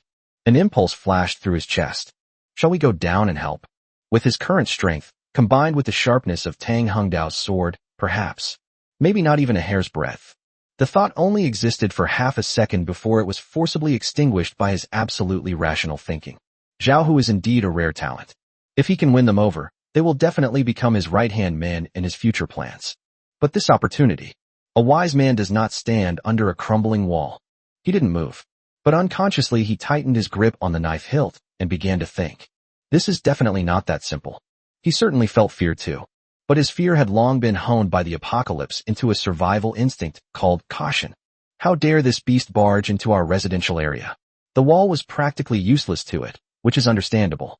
But there are more than 3,000 people in the community, and the collective scent should be a deterrent to wild animals. Why would it abandon the water source it was guarding and venture alone into such a dangerous human settlement? Who is it targeting? In Mingdao's mind, Li Laosan's square face flashed by instantly. Is it revenge? Because Li Laosan and his son trespassed into its territory, it followed their scent and chased them all the way here. This is the most likely possibility. But is there something else going on behind the scenes? Was it the force of the sky? Or did this saber-toothed tiger possess intelligence and obsession far exceeding that of ordinary wild beasts? Countless questions swirled in Mingdao's mind. He's been keeping busy these past few days, of course. Aside from the necessary score boosting and meals, I spent my free time at home planning and strategizing. But this suddenly appearing saber-toothed tiger, this has undoubtedly become the biggest variable. He decided to observe first. He wasn't Zhao Hu. He didn't possess that lofty idealism of sacrificing himself to protect strangers. In this apocalyptic world, his first priority was his own absolute safety. Although Zhao Hu was reckless, as a former Special Forces soldier, he was experienced in combat and certainly not simple-minded. His decision to charge forward must have been based on careful consideration. He believed he could hold off that beast for a while, or at least avoid being instantly killed. This brief maneuvering gave Mingdao an excellent opportunity. An opportunity to observe this apex predator's fighting patterns, speed, strength, and weaknesses from a completely safe location at close range. Know yourself and know your enemy, and you will never be defeated. In the apocalypse where intelligence is valued far above all else, this is far wiser than rushing into one's death out of momentary courage. Chapter 136 Biting the Tongue. Back off. Back off now. Zhao Hu pulled Sun Peng, who was almost paralyzed with fear, to his side and shielded him behind him. Only when he got closer did he truly understand how terrifying and oppressive the prehistoric behemoth could be, and just how despairing it could be. It's too big. Just by standing there, the shadow he cast was enough to completely envelop him and Sun Peng. The enormous head lowered slightly, its golden vertical pupils like two suns, indifferently looking down at the two tiny ants. Those iconic fangs were longer than his own forearms, and on their stark white surfaces hung several wisps of flesh and fascia, belonging to either Old Wong or some other creature. With each breath it took, a terrifying, pungent, and bloody stench wafted over, making Zhao Hu almost vomit. He could even clearly see that at the base of the fangs, there was some dark red soil and a few broken pieces of grass. Zhao Hu's heart sank to the bottom. Oh shit. I am no match for this monster. He didn't even have the confidence to injure the other party, let alone fight. The seemingly sturdy blast-proof steel fork in his hand was probably no different from a toothpick in front of those fangs that could easily crush a human skull. Fighting head-on is a dead end. Sun Peng, listen to my command. I'll count to 3, and we'll slowly retreat together. Zhao Hu lowered his voice, but remained unusually calm, trying to soothe the young man behind him who was on the verge of collapse with his composure. Brother Zhao, my legs can't move. Sun Peng's voice trembled uncontrollably, his teeth chattering and making a clucking sound. He wasn't faking it. This was a genuine human physiological reaction. Hold. Bite your tongue. Don't be afraid of the pain. It's all about nerve stimulation. Zhao Hu roared, and with his backhand, he used the end of the steel fork to slam into Sun Peng's lower back. The excruciating pain jolted Sun Peng awake, finally bringing him back to his senses from the extreme terror. Zhao Hu didn't waste any more words. He gripped Sun Peng's hand tightly under his arm, while his other hand held the riot fork with the fork tip pointing diagonally to the ground, assuming a standard defensive and alert posture. He dared not point the fork at the saber-toothed tiger, as that would be seen as a provocation. This was the only way he could show that he had no hostility, while restraining the other party and maintaining a minimum level of defense. Retreat. Retreat step by step. Cold sweat poured down Zhao Hu's forehead. He carried Sun Peng, who was practically being dragged along, step by step, carefully moving towards the buildings behind them. He had to lure the monster from this open area to an area with buildings and blind spots. Only there could he use his speed and agility to buy himself, and the panicked survivors behind him, even just one more second of life. The saber-toothed tiger did not seem to be in a hurry to attack. At first it was extremely narrow, barely wide enough for one person to pass through, but after walking several dozen steps, it suddenly opened up into a bright and spacious area. This is its current state of mind. It stood on the lawn in the central square of Blue Bay Peninsula, tilting its head slightly, curiously looking at the towering concrete buildings around it. These square, cold, and hard stone mountains were so unfamiliar to it, completely different from the primeval forest full of life and greenery in its memory. But this sense of unfamiliarity did not frighten it. Instead, it aroused a deeper desire to conquer. It is on patrol. He inspected a newly conquered territory. It scratched at the soil with its paws, lifted its hind legs, and urinated heavily. That's right.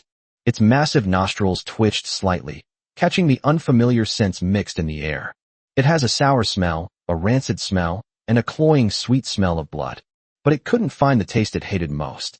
That despicable two-legged creature used a ridiculous iron clamp to break off one of its toes, causing it to experience the most intense pain it had ever felt since birth.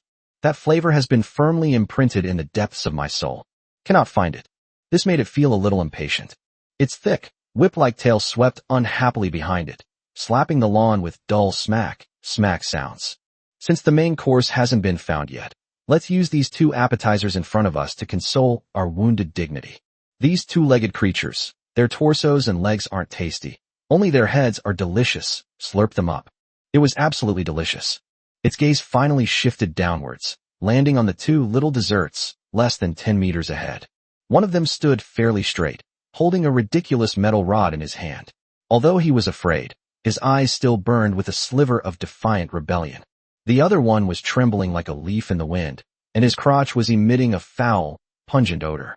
In order to demonstrate its majesty to this new territory and to all the creatures that are eyeing it, it decided to play a fun game. Click dash. A sound of bones cracking rang out. The saber-toothed tiger's gaping maw, powerful enough to crush granite, snapped shut with a disdainful swiftness.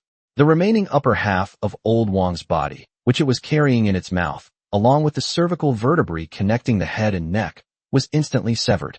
Immediately afterwards, it slightly raised its front paws and casually flicked the head that had just detached from its body. The head, still wearing the security guard's peaked cap, shot into the sky, tracing a parabola of blood and brain matter. Rolling and spinning, those unseeing eyes spun 360 degrees back and forth. It seemed to still be gazing blankly at the world it had just left. Finally, with a muffled thump, it struck Zhao Hu's feet precisely. Warm, viscous blood, mixed with some white, unidentified tissue fragments, splattered all over his face and his uniform. The head rolled twice before finally coming to a stop. Face up, its wide-open eyes stared blankly at Zhao Hu, who was looking down. Old Wang. Zhao Hu recognized him. He was an honest man in his 40s, usually quiet and not very proactive in his work. No one knows where he came from. He may just be an ordinary tenant. He boasted to Zhao Hu more than once that he had wanted to join the army when he was young, but unfortunately, he failed the physical examination. Now, he has become a ball that is kicked around at will by wild beasts. This extreme visual impact caused a crack to appear in Zhao Hu's nerves, which had long been hardened by blood and death. A strong feeling of nausea surged up from his stomach and rose straight to his throat. He clenched his teeth and forced the vomit back down. It's sour. He can't spit it out. He knew that once he vomited here, the fighting spirit that had sustained him standing there would instantly dissipate. At that time, he will be just like Sun Peng behind him, completely reduced to a lamb to the slaughter. However, just because he could hold back doesn't mean others could. Chapter 137. A sudden thunderclap. A whirlwind sweeps away the clouds. Agua. Sun Peng, standing nearby, saw the familiar yet unfamiliar head that had rolled to his feet. Unable to hold back any longer, he bent over, facing the ground, and let out a heart-wrenching retching. The meager breakfast he had in his stomach was instantly vomited out. Next came the yellowish-green bile and the sour gastric juice. He vomited violently, even bringing up bile, and curled up on the ground like a dehydrated shrimp, convulsing violently. Sun Peng is completely finished. The saber-toothed tiger slowly stepped forward. The enormous, plum blossom-shaped foot landed silently on the grass, yet it brought Zhao Hu unparalleled and terrifying pressure. With each step it took forward, Zhao Hu's heart clenched tighter. It used its golden, vertical pupils to mockingly examine its two tiny prey. Zhao Hu stared intently at it. All the muscles in his body tensed to the limit, like a fully drawn bow. He cannot back down. Behind him, although most of the survivors had scattered like birds and beasts, there were still dozens of civilians who were terrified, unable to run, or hiding behind obstacles, trembling with fear. If he retires, none of these people will survive. He took a deep breath and began to recall everything he had learned as a special forces soldier about wilderness survival and dealing with large predators. Where is its weakness? Eyes? Throat? Or abdomen? No, none of it works. Zhao Hu's brain worked at lightning speed, instantly dismissing these conventional weaknesses. This animal is enormous, and it is clearly a mutated species. Its bone density, muscle strength, and reaction speed far exceed those of any known creature on Earth. The riot fork in my hand simply cannot inflict fatal damage on it. The only way out is to stall. How far will it drag on? Zhao Hu himself doesn't know. Perhaps we should wait until it loses patience and leaves on its own? Perhaps it was only after the high-ranking leaders at the Property Management Command Center finally had a change of heart and sent out real reinforcements? Or perhaps it will drag on until that legendary anonymous number 1 appears here like a divine intervention. One unrealistic fantasy after another flashed through Zhao Hu's mind, only to be extinguished by him one by one. He can't rely on anyone. He could only rely on himself. Sudden, the saber-toothed tiger made its move. Without any warning. 1 second ago, it was walking with an elegant cat-like gait. The next second, its massive body suddenly sank, and the muscles in its limbs instantly bulged, like 4 springs compressed to their limit, bursting forth with a roar. His figure transformed into a golden lightning bolt. There are no unnecessary movements, just a simple, powerful charge. The distance of less than 10 meters between it and Zhao Hu was almost negligible in the face of its terrifying explosive power. A gust of wind mixed with the stench of blood rushed towards him, and the world in Zhao Hu's eyes was instantly filled with that rapidly expanding golden expanse. Quick! That's freaking fast.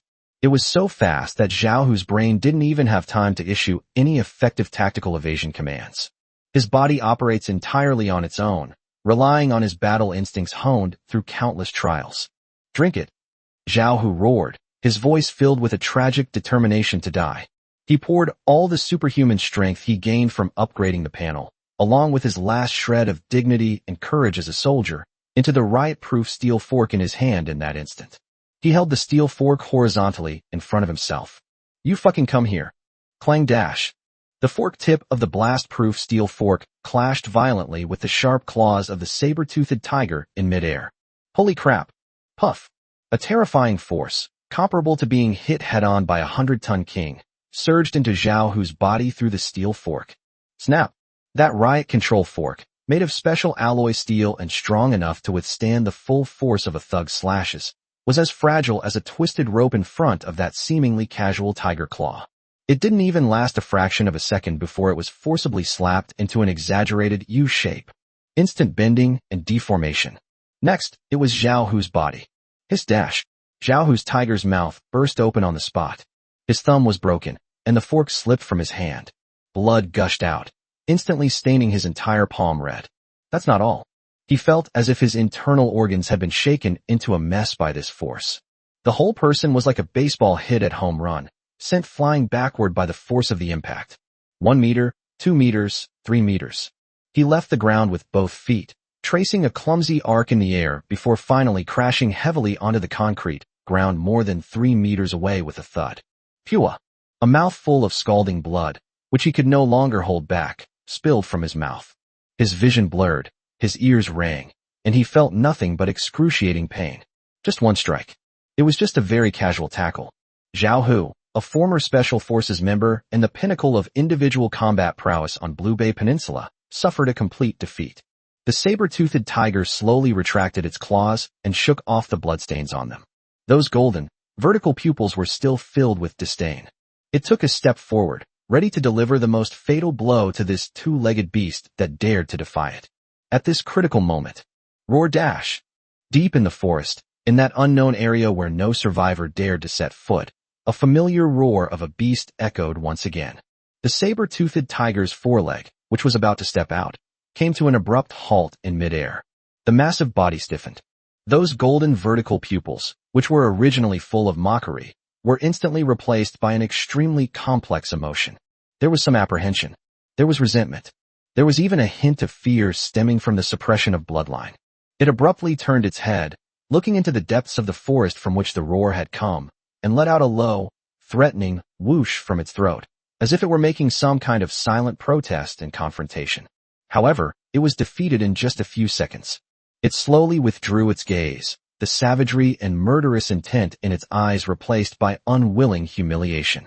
It glared fiercely at Zhao Hu, who was already on the verge of death on the ground, baring its teeth and claws. Immediately afterwards, it suddenly raised its head, opened its blood-red maw, and let out a tiger roar that shook the heavens and the earth. Roar dash. The roar, like a rolling thunderclap, crashed back and forth between every residential building, making the windows of countless homes buzz. This is its declaration. After roaring, it didn't linger. It turned around and snatched old Wang's half-corpse in its mouth. With a sudden burst of power from its hind legs, its massive body transformed once again into a golden streak of light, easily leaping over the 3-meter-high wall in the same awe-inspiring manner as when it arrived. With a few leaps, it swiftly disappeared into the depths of the jungle, a place filled with the unknown and death. When it arrived, it was like a sudden clap of thunder. When they left, it was like a whirlwind sweeping away the clouds. All that remained was a chaotic central square, a completely destroyed Sun Peng, a Zhao Hu whose fate was unknown, and a lonely head lying in a pool of blood, its eyes wide open in death. Chapter 138, A God-Sent Opportunity. The wind stopped. The survivors, like a flock of frightened quails, hid behind flower beds, pressed against walls, and huddled in the shadows of the stairwell, peeking out their terrified eyes from behind door cracks and curtains. They held their breath, fearing that the beast might return. When survival itself becomes an uncertain luxury, the false sense of security derived from having a roof over one's head and food to fill one's stomach bursts like a bubble in the sunlight and vanishes without a trace. Brother Zhao.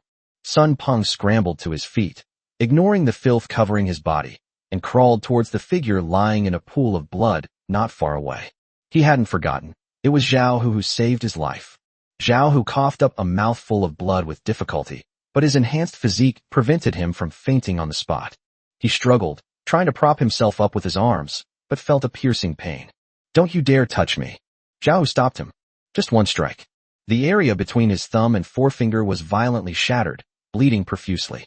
His right thumb was twisted at an odd angle, clearly broken. He was thrown 3 meters by that overwhelming force, and the shock to his internal organs was immeasurable. He needs to take a good rest. They're here. Director Liu and the others are here. Someone called out softly in the hallway. The survivors' terrified gazes all turned towards the direction of the Property Management Command Center. Lu Qiudong was seen rushing out of the building, his face filled with anxiety and concern. Behind him followed Dr. Lin Yifu, as well as several core members of the committee, including Song Kaming. Their late arrival was just right. Comrade Zhao Hu, how are you? Lu Guodong rushed over and knelt down in the pool of blood without any disgust. He grabbed Zhao Hu's swaying body and supported him. His usually dignified face was now filled with pain and fear, as if the injured person was his own brother. Hang in there. You must hold on. Dr. Lin, come quick. He roared at the top of his lungs, his voice trembling, perfectly portraying the image of a leader who loved his soldiers like his own children and remained calm in the face of danger. His hand firmly supported Zhao Hu's shoulder, but his eyes instantly and almost imperceptibly swept over Zhao Hu's injuries. When his gaze fell on Zhao Hu's bloodied, twisted right hand, a chilling and apprehensive look flashed across his deep pupils. Just one claw. They crippled his strongest fighter. That beast's fighting power far exceeded his expectations. This is beyond the scope of what human power can overcome. Director Lu, let me do it. Lin Yifu, carrying a medical kit, calmly squatted down. He first quickly checked Zhao Hu's pupil response, then pressed his cervical spine and sternum, and finally focused his attention on the right hand. It's just external injury and internal organ concussion. There's no danger to his life. Lin Yifu's diagnosis was swift and accurate. As he spoke, he skillfully took out disinfectant spray, gauze, and splints from his medical kit. He first used scissors to cut open his sleeve, revealing the abrasion wound. Then, they carefully cleaned it with disinfectant spray, causing Zhao Hu to gasp in pain. Bear with it. Lin Yifu used tweezers to pick up pieces of gauze and carefully wrap the wound. Finally, he used 2 small splints and bandages to firmly fix Zhao Hu's broken thumb. The entire process was smooth, professional, and efficient. Lu Guodong supported Zhao Hu without saying anything more, only looking around. He saw the survivors peeking out from their hiding places and the lingering fear in their eyes, and the bewildered, helpless, and desperately needing to be saved expression on his face. He also saw the head that belonged to Old Wang lying not far away. At that moment, Lu Qiudong's eyes changed. That feigned concern and heartache is gone. Instead, it was a kind of ruthless and domineering nature, a kind of once-in-a-lifetime, scorching brilliance. Fear. Yes, it's fear. This is the best weapon. It is a catalyst for winning people's hearts and minds, and a cornerstone for establishing absolute authority. Today, this saber-toothed tiger unwittingly gave him a final push. If he doesn't accept it, he'll be letting down Old Wang's spirit in heaven. A thought flashed through his mind like lightning. He suddenly stood up and snatched the megaphone used for making announcements from a terrified security guard next to him. Sizzle dash. A piercing electrical hum rang out. Lu Qiudong took a deep breath, brought the megaphone to his mouth, and his loud and magnetic voice, amplified by the current, instantly spread throughout most of the square. To all the survivors of Blue Bay Peninsula, fellow countrymen, neighbors, the sound echoed between the buildings, drawing everyone's attention. I am Lu Guodong. Just now, we went through a life-or-death ordeal together. A bloodthirsty beast has invaded our home. It slaughtered our companions and trampled on human dignity. With its bloody fangs, it tells us that the home we depend on for survival is not safe in this world. His voice was impassioned and filled with grief and indignation. I know you're scared. I'm scared too. But fear solves nothing. Hiding won't bring true peace. Today it can break in once. Tomorrow it can break in a second time, a third time, until it tears us all to pieces. We have nowhere left to retreat. Behind us are our families, our children. Lu Guodong had clearly watched a lot of the leader's speeches. He had a firm grasp of the essence of the speech. The mothers hiding behind the curtains instinctively hugged their children tighter. The men hiding in the stairwell also gripped their kitchen knives tightly. What should we do? Lu Guodong asked a resounding question. Are we like a flock of lambs to the slaughter, trembling in fear, waiting for the next massacre to come? No. He gave the answer himself, his voice resolute. We are human beings. We are the last spark of human civilization. We can be knocked down, but we must never be defeated. From this day forward, from this moment forward, we must unite. With iron discipline and unwavering will, we must build a true great wall of steel to protect our homeland. He raised his arms high, and at that moment, his imposing figure seemed to transform into a savior.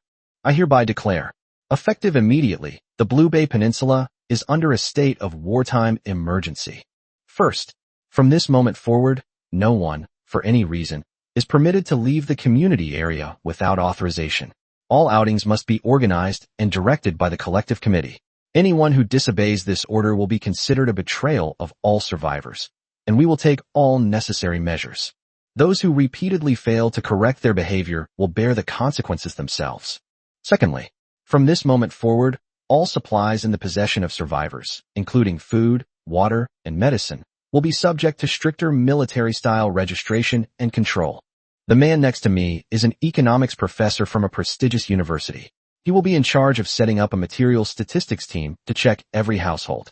This is not plunder, but rather a way to use our limited resources more efficiently and fairly, ensuring that everyone can survive. Third, from this moment forward, the patrol team's powers will be expanded indefinitely. They have the right to question and search any suspicious persons loitering in the community, and even take all necessary coercive measures in emergency situations. At the same time, we welcome strong and healthy survivors to join our patrols, to contribute their strength to the community and to human society. The 3 ironclad rules are all increasingly stringent. Taking advantage of this golden opportunity, all of them were awarded. Under Lu Qiudong's highly inflammatory language, these draconian clauses that deprive people of their freedom and trample on their privacy sound like the only lifeline. When a person is under the dual pressure of extreme fear and hunger, most of them will lose the ability to think independently. All they heard were protect, unity, and survive. All they saw was the leader standing in the center of the square, holding a megaphone, shouting himself hoarse as he outlined their future. Low sobs began to rise from the crowd, followed by scattered echoes. Director Lu is right. We'll listen to Director Lu. Only by uniting can we survive. Fear was successfully transformed into a desire for protection from powerful forces. A victorious smile crept across Lu Guodong's lips from an angle unnoticed by the crowd. Chapter 139, Zhao Hu declares his ambition. Balcony on the 8th floor of Building 5. Mingdao coldly observed the one-man show unfolding downstairs. He took in every expression, gesture, and word of Lu Qiudong. What a brilliant move to take advantage of the situation. What a brilliant move to turn crisis into opportunity. Mingdao let out a cold laugh in his heart. He instantly saw through Lu Guodong's entire scheme. Using external threats to achieve internal centralization of power. That old bastard, he never misses a single opportunity. From the initial slogan of collectivism, to the later contribution point system, and now to the wartime emergency. Every step Lu Guodong has taken has been in step with the beat of humanity. Today, this saber-toothed tiger that unexpectedly wandered in has undoubtedly become his most useful card and his most perfect tool. Its bloody killings paved the way for Lu Guodong's final act of dictatorship. From now on, there will be no more distinction between lone travelers and collectives on the Blue Bay Peninsula. There are only 2 kinds of people, the rulers and the ruled. Mingdao glanced at Zhao Hu one last time and made a decision in his heart. He doesn't have much time left to break the deadlock. Downstairs, Zhao Hu leaned against Sun Peng, listening to the impassioned speech and watching Lu Qiudong's righteous and self-assured savior demeanor. Then he recalled the terrified, pale face he had seen from behind the 3rd-floor window just minutes earlier. He recalled the deathly silence in the building when he charged at the saber-toothed tiger alone. A surge of emotions, a mixture of disappointment, anger, and disgust, rushed into my brain. Hero? Damn it, who's the hero? Is the politician who was terrified upstairs, but is now jumping out to reap the benefits and win people's hearts a hero? Is old Wang, whose head was bitten off and whose name few people may not even remember, the hero? Or perhaps, the fool who was used as a pawn, almost lost his life, and ended up being used as a background character is the hero? Zhao Hu looked at the head with its eyes wide open in the distance, then at Lu Guodong's face, which shone brightly in the sunlight. He couldn't help but let out a very low, cold laugh. Heh. Hee. The laughter was hoarse, dry, and undisguisedly sarcastic. He pushed away Sun Peng, who was supporting him, and struggled to stand up. He raised his head, his gaze sharp as a knife, piercing directly at the leader, who had just finished his speech and was about to receive the crowd's adoration. Director Lu. Zhao Hu interrupted, momentarily halting the previously fervent atmosphere. All eyes were focused on the man covered in blood. You could see clearly from upstairs just now, right? In short, it's all very ordinary. But it was like a resounding slap in the face, landing hard on Lu Qiudong's cheek. Nobody is a fool. The sheer amount of information and sarcasm contained in that statement is obvious to everyone. The compassionate expression on Lu Qiudong's face froze instantly. The light in his eyes dimmed at that moment, turning sinister and cold. He stared intently at Zhao Hu, his eyes filled with disappointment. What an ungrateful wretch. How dare they undermine themselves in front of so many people? The murderous intent grew stronger. But just a second later, he forcibly suppressed that thought. His facial muscles twitched slightly, but he quickly regained his calm and composed leader's expression. He strode up to Zhao Hu, ignoring the probing question, and instead extended his thick hand, slapping it heavily on Zhao Hu's shoulder, which happened to touch his wound. Hiss dash. Zhao Hu gasped in pain, his face turning even paler. You dash. Comrade Zhao Hu, you've worked hard. You are a hero of our Blue Bay Peninsula. A hero of all of us. Lu Qiudong looked at him with a smile. He wanted to use the label of hero to distort the nature of Zhao Hu's question. This not only resolves their own embarrassment, but also allows them to occupy the moral high ground. Look, everyone. Lu Qiudong turned around, pointed at Zhao Hu, and shouted to all the survivors. This is the backbone of our Blue Bay Peninsula. Facing the saber-toothed tiger, he did not back down. He used his own flesh and blood to shield us from a deadly attack. Every one of us owes him a life. Scattered applause broke out from the crowd. Take good care of yourself, Comrade Zhao Hu. Lu Qiudong turned back, his expression once again becoming earnest. The collective needs you, the people need you. Your contributions are etched in my memory, and everyone remembers them. A series of combined punches, leaving no room for error. However, just when everyone thought the farce was about to end, Lu Qiudong suddenly leaned down and, in a voice only the two of them could hear, spoke in a commanding tone. Since Dr. Lin said your injuries aren't serious and you won't die, then, let's proceed with the Stream Task Force's plan as originally planned. Zhao Hu suddenly raised his head and looked at Lu Qiudong in disbelief. He thought he had misheard. He almost lost his life protecting this community. The body was still warm, and the blood was still wet.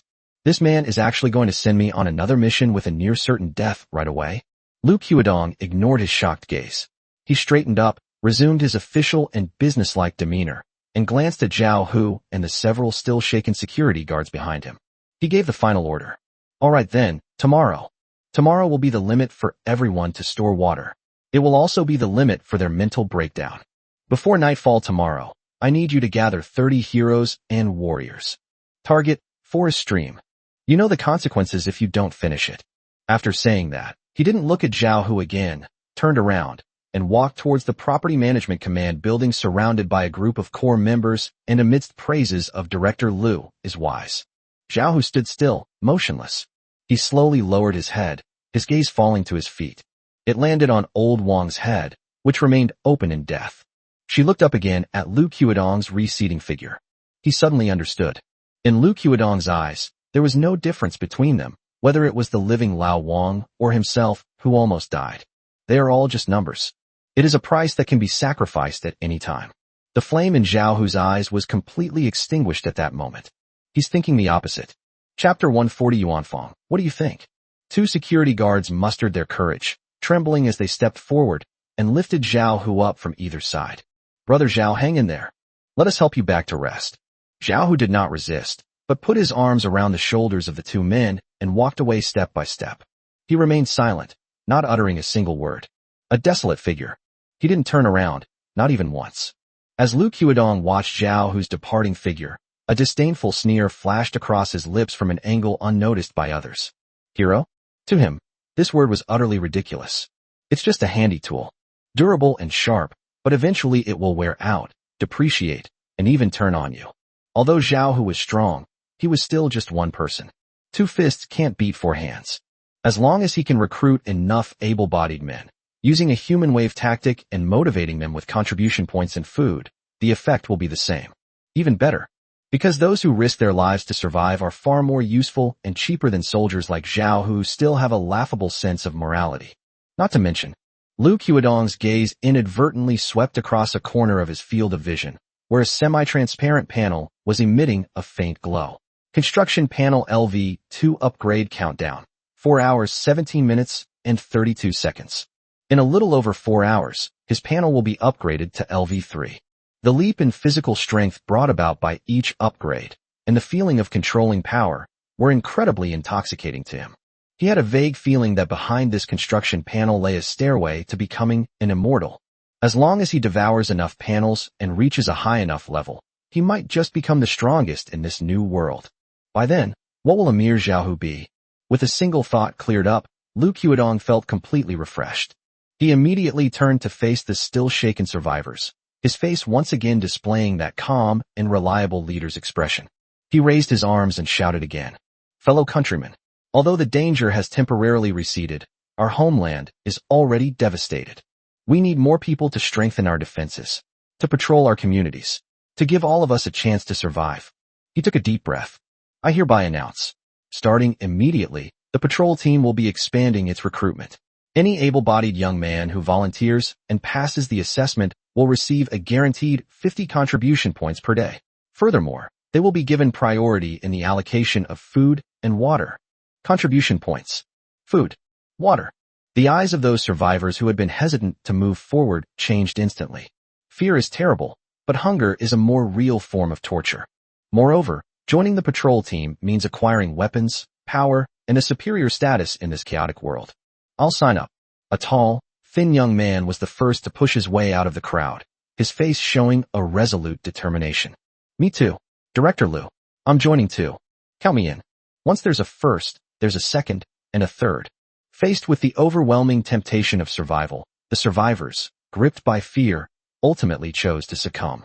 Looking at the young and middle-aged people eagerly signing up, Lu Guodong's face showed a satisfied smile.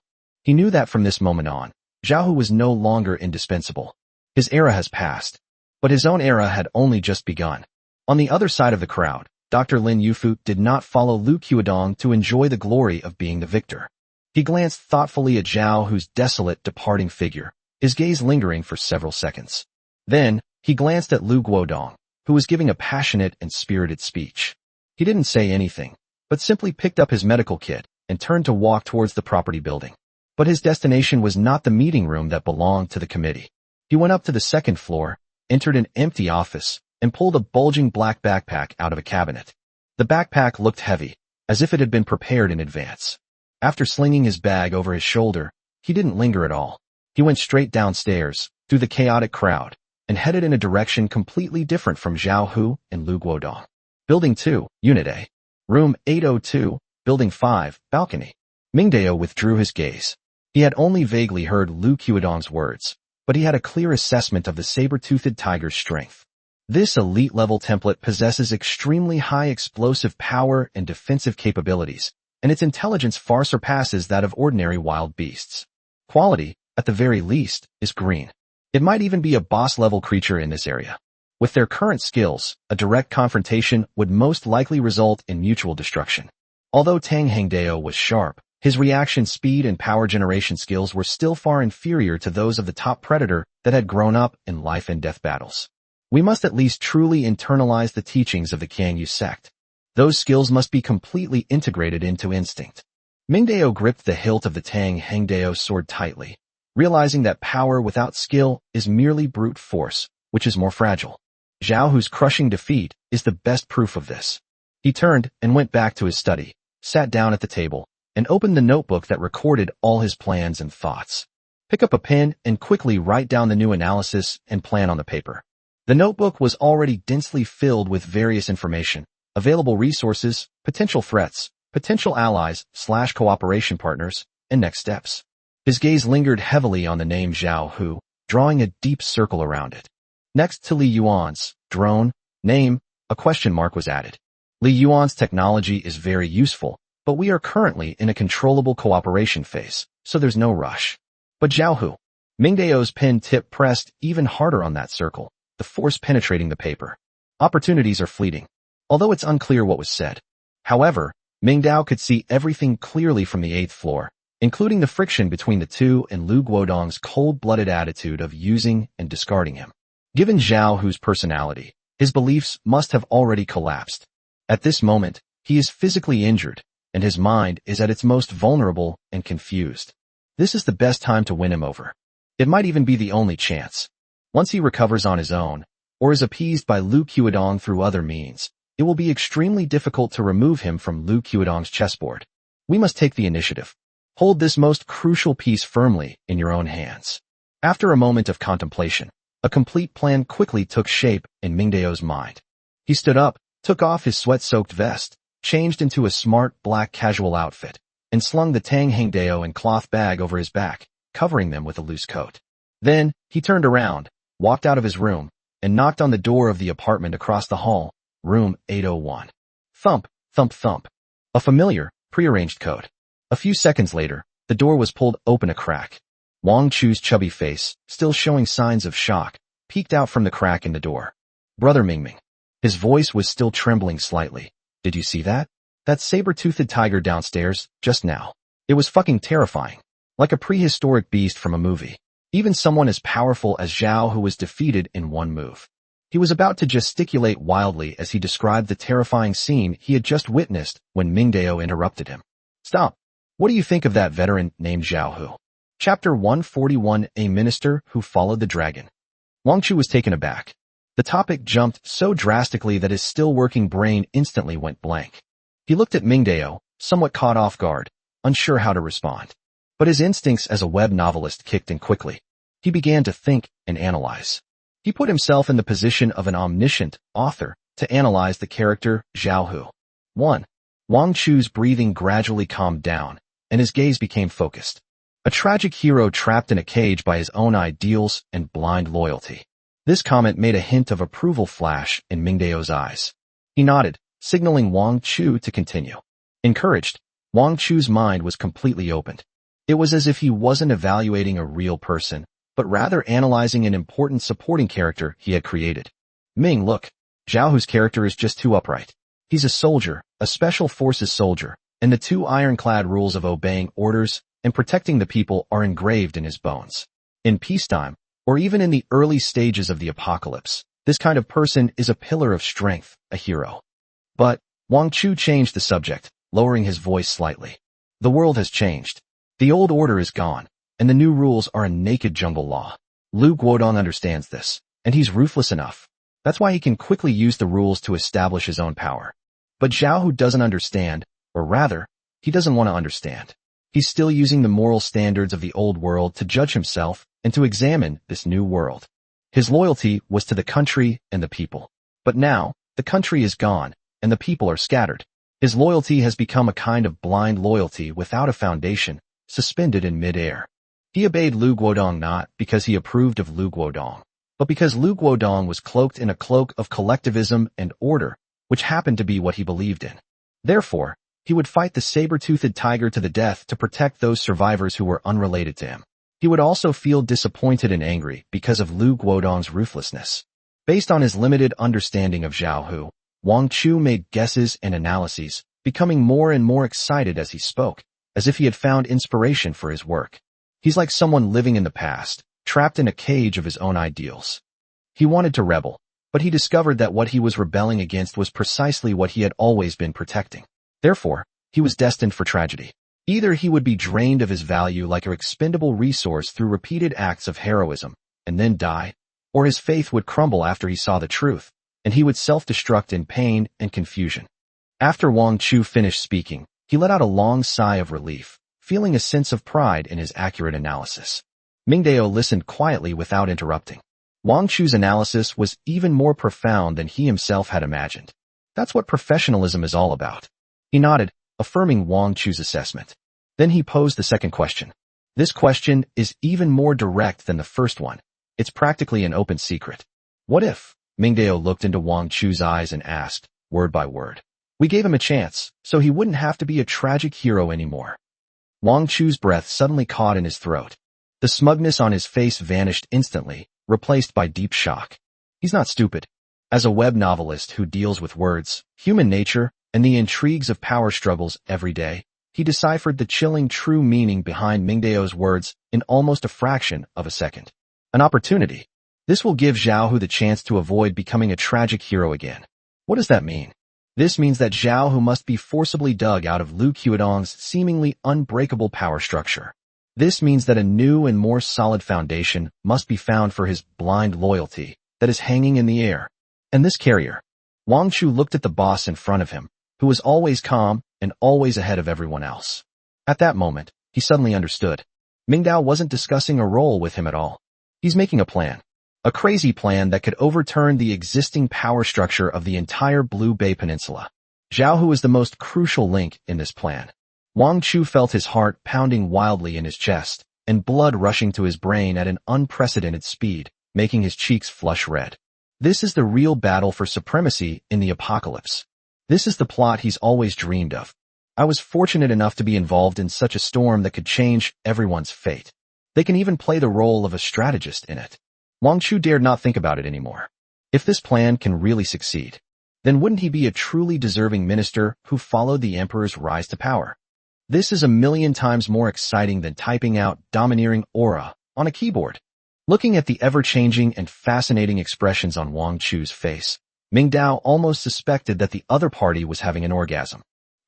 He needs Wang Chu to fully understand the risks and benefits of this matter. What he needs is not a timid follower, but a true ally who can keep up with his thinking and even fill in the gaps in his plans. Finally, Wang Chu let out a long breath, and his smirk softened. He lowered his voice, and his eyes regained their clarity. Ming Ji, I understand. You want to bring him over. Ming Dao nodded slightly, which was taken as acquiescence. Wang Chu continued his analysis along this line of thought. Zhao Hu is like a fine knife, upright, but also easily broken. Lu Guodong uses him like a cleaver, discarding him after use. But Ming Ji, you want him to be used on the blade.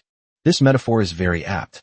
Ming Dao looked at Wang Chu, his eyes filled with even more admiration. But can Zhao Hu alone change the entire situation? Wang Chu asked himself, as if seeking confirmation from Ming Dao. Although he's a good fighter, he has no one under his command and no say in the committee.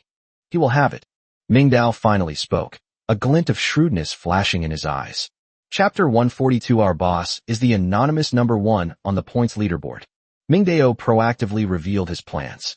What is Lu Guodong's greatest reliance? It's not his few inflammatory slogans, nor Lin Yifu's schemes. It's violence. It's the patrol team that Zhao Hu trained and that uses Zhao Hu as the benchmark for force. This team is the cornerstone of Lu Guodong's rule. And Zhao Hu is the soul of this cornerstone, at least for now. Lu Guodong publicly humiliated him today, and then discarded him after using him. Do you think those security guards are blind? They may temporarily yield out of fear and self-interest, but the seeds of doubt and resentment have already been sown. As long as Zhao Hu's banner falls to us, Lu Guodong's violent rule will be effectively undermined. I don't expect to bring him down instantly. Managing a group of thousands of people is extremely difficult. I understand that. But I have 2 advantages that Lu Guodong doesn't. First, I possess means of production and tools of production that he could hardly imagine. You just need to know that I can do it, and that I am confident I can do it. Ming Dao smiled slightly, his eyes revealing a mysterious quality. The advantages that the settlement system brings him will become more and more obvious as time goes on. Secondly, I can easily produce food and water, something that no one but me can do in the short term. Ming Dao stopped there, leaving the rest for Wang Chu to figure out on his own. Wang Chu was deeply moved and nodded heavily. He believed it.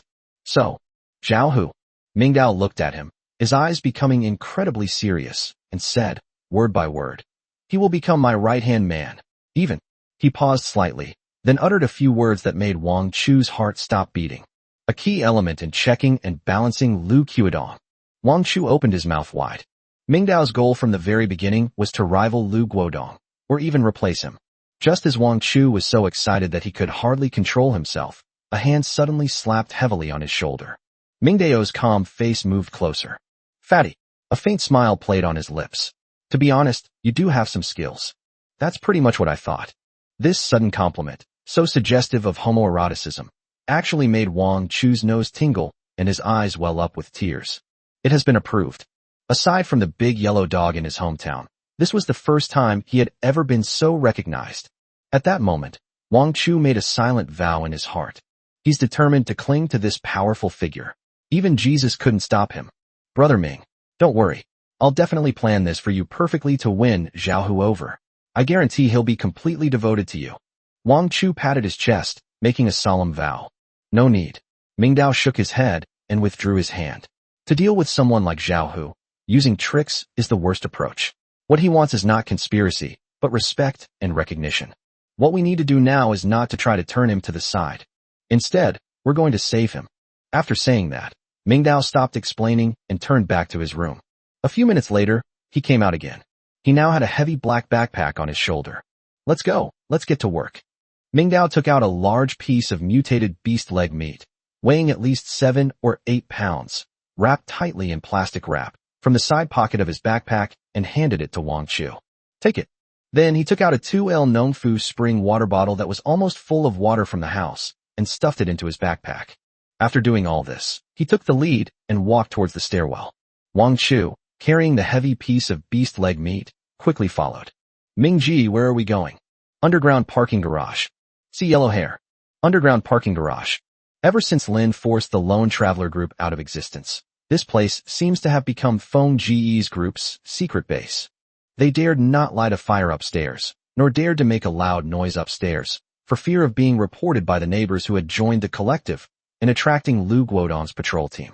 Thus, this underground space, forgotten by most people and never seeing the light of day, became the only place where they could feel a sliver of freedom. Except for going back to sleep at night, Feng and his group spent almost all their time hiding in one of the 2-car garages.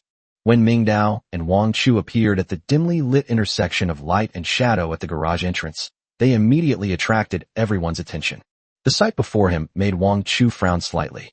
What was originally a small group of only 4 people, including Brother Feng, has now expanded to more than a dozen people. A makeshift fire made of bricks was set up in the center of the garage, with several skewers of blackened meat roasting on it, emitting a strange, burnt smell. The doors of several cars were removed and used as stools and tables. 3 or 4 shady-looking young men were gathered around a car rear-view mirror, tidying their messy hair with a broken comb, occasionally uttering a few curses. A few others leaned against the corner of the wall, their eyes vacant, holding wooden sticks they had picked up from somewhere, tapping the ground idly. The entire garage was filled with an eerie atmosphere that mixed rebelliousness with a sense of aimless despair. It's like a makeshift troop in the end times. Upon seeing Mingdao and Wang Chu, and especially upon seeing the bulging backpacks behind them, the group's expressions instantly changed. It was like a pack of hungry wolves spotting 2 fat sheep that had wandered into their territory. Oh, we have guests. A young man with a shaved head and a tattoo on his neck that read, I love Wang Yuan, was the first to stand up. He glanced at Mingdao and the other man sideways, his gaze finally settling on the huge piece of beast leg meat in Wang Chu's arms, and he swallowed hard. He did not know Mingdao. He couldn't stand Lu Guodong's strict rules, which included the ridiculous rule that you had to hand over half of the wild vegetables you dug up. He had just run away from the group and sought refuge with Brother Feng. In his view, Brother Feng was the leader of this group of lone wolves, and the legendary Anonymous No. 1, who was elusive and rarely seen, was the true backer of their powerful backer. On this Blue Bay Peninsula, they have nothing to fear except Lu Guodong's men. These 2 brothers look unfamiliar. The Green Scorpion swayed over and blocked their path. Behind him, 2 or 3 more newly joined troublemakers stood up, their faces bearing malicious smiles, forming a subtle encirclement. Where have you 2 brothers been on your way to make some money? Your backpacks are quite heavy. The green-skinned scorpion pointed with his chin at the backpack on the way, his tone extremely arrogant. We have a rule here. Newcomers have to know what's going on. He reached out and patted the meaty leg in Wang Chu's arms, leaving a clear mark with his greasy fingers. Our leader is the Anonymous No. 1 on the leaderboard. You should have heard of him, right? If you know what's good for you, you should take the initiative to show us some respect. That way, we brothers can protect you in this neighborhood. Chapter 143 Report to Brother Feng. Shocking bad news. The Green Scorpion's words made Wang Chu's expression instantly turn extremely strange. He almost couldn't help but burst out laughing. Anonymous first? Your boss?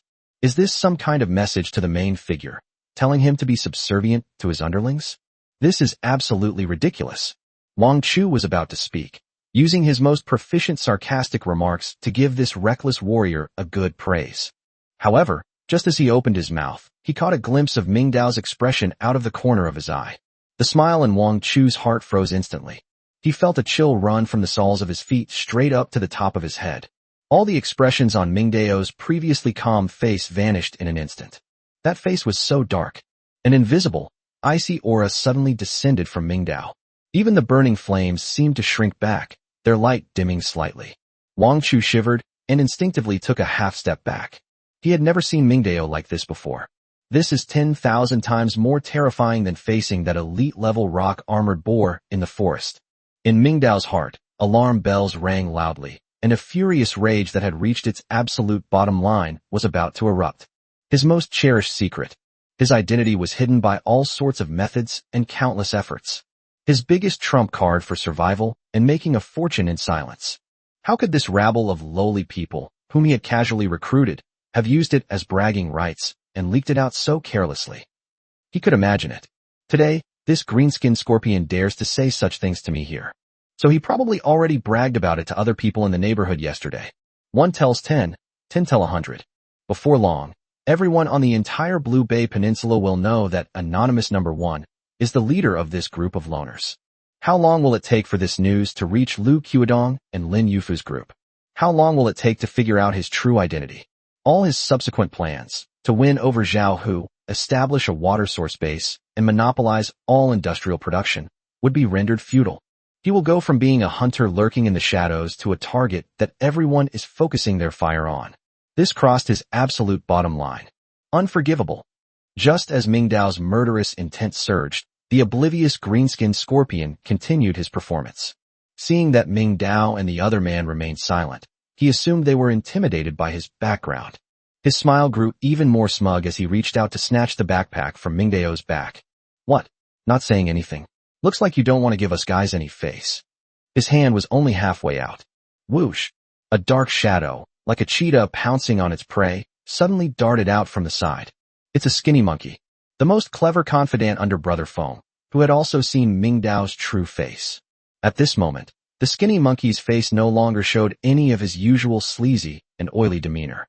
He was so scared he almost became impotent. Bang dash. A dull loud bang.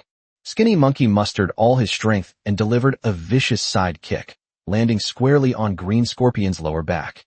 Ah! The Green Scorpion let out a miserable howl, flew sideways, curled up in a ball clutching its waist, and burst into tears. Skinny Monkey didn't hold back at all in that kick. The entire garage fell into a deathly silence in an instant. Everyone was stunned by this sudden scene. The newcomers who had been jeering along with Green Scorpion froze on their lips, dumbfounded, completely bewildered. Why are our own people fighting each other? Did you make a mistake? However, what happened next made their eyes pop out of their sockets.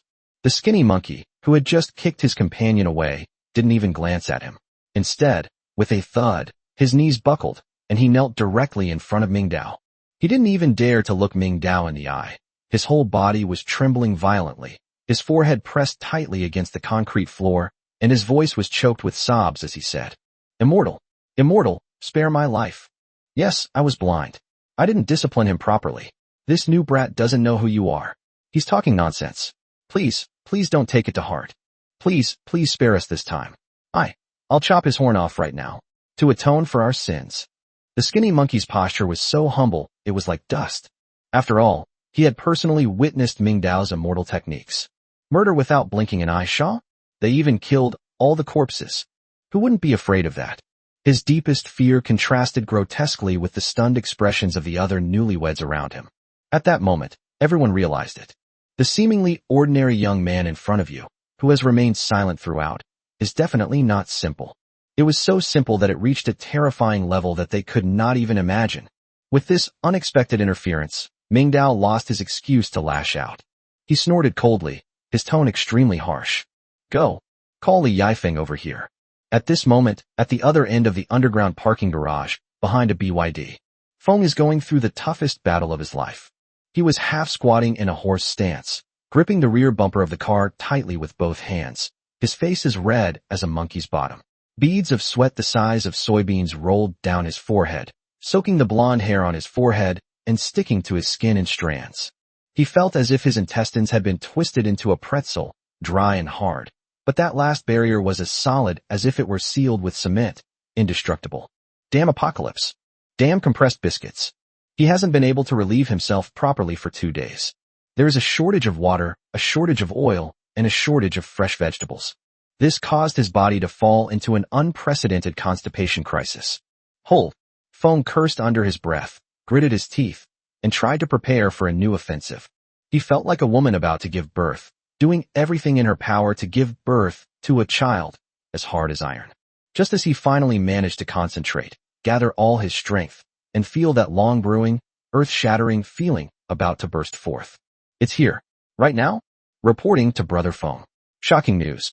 A panicked voice, like a thunderclap from a clear sky, exploded in his ears.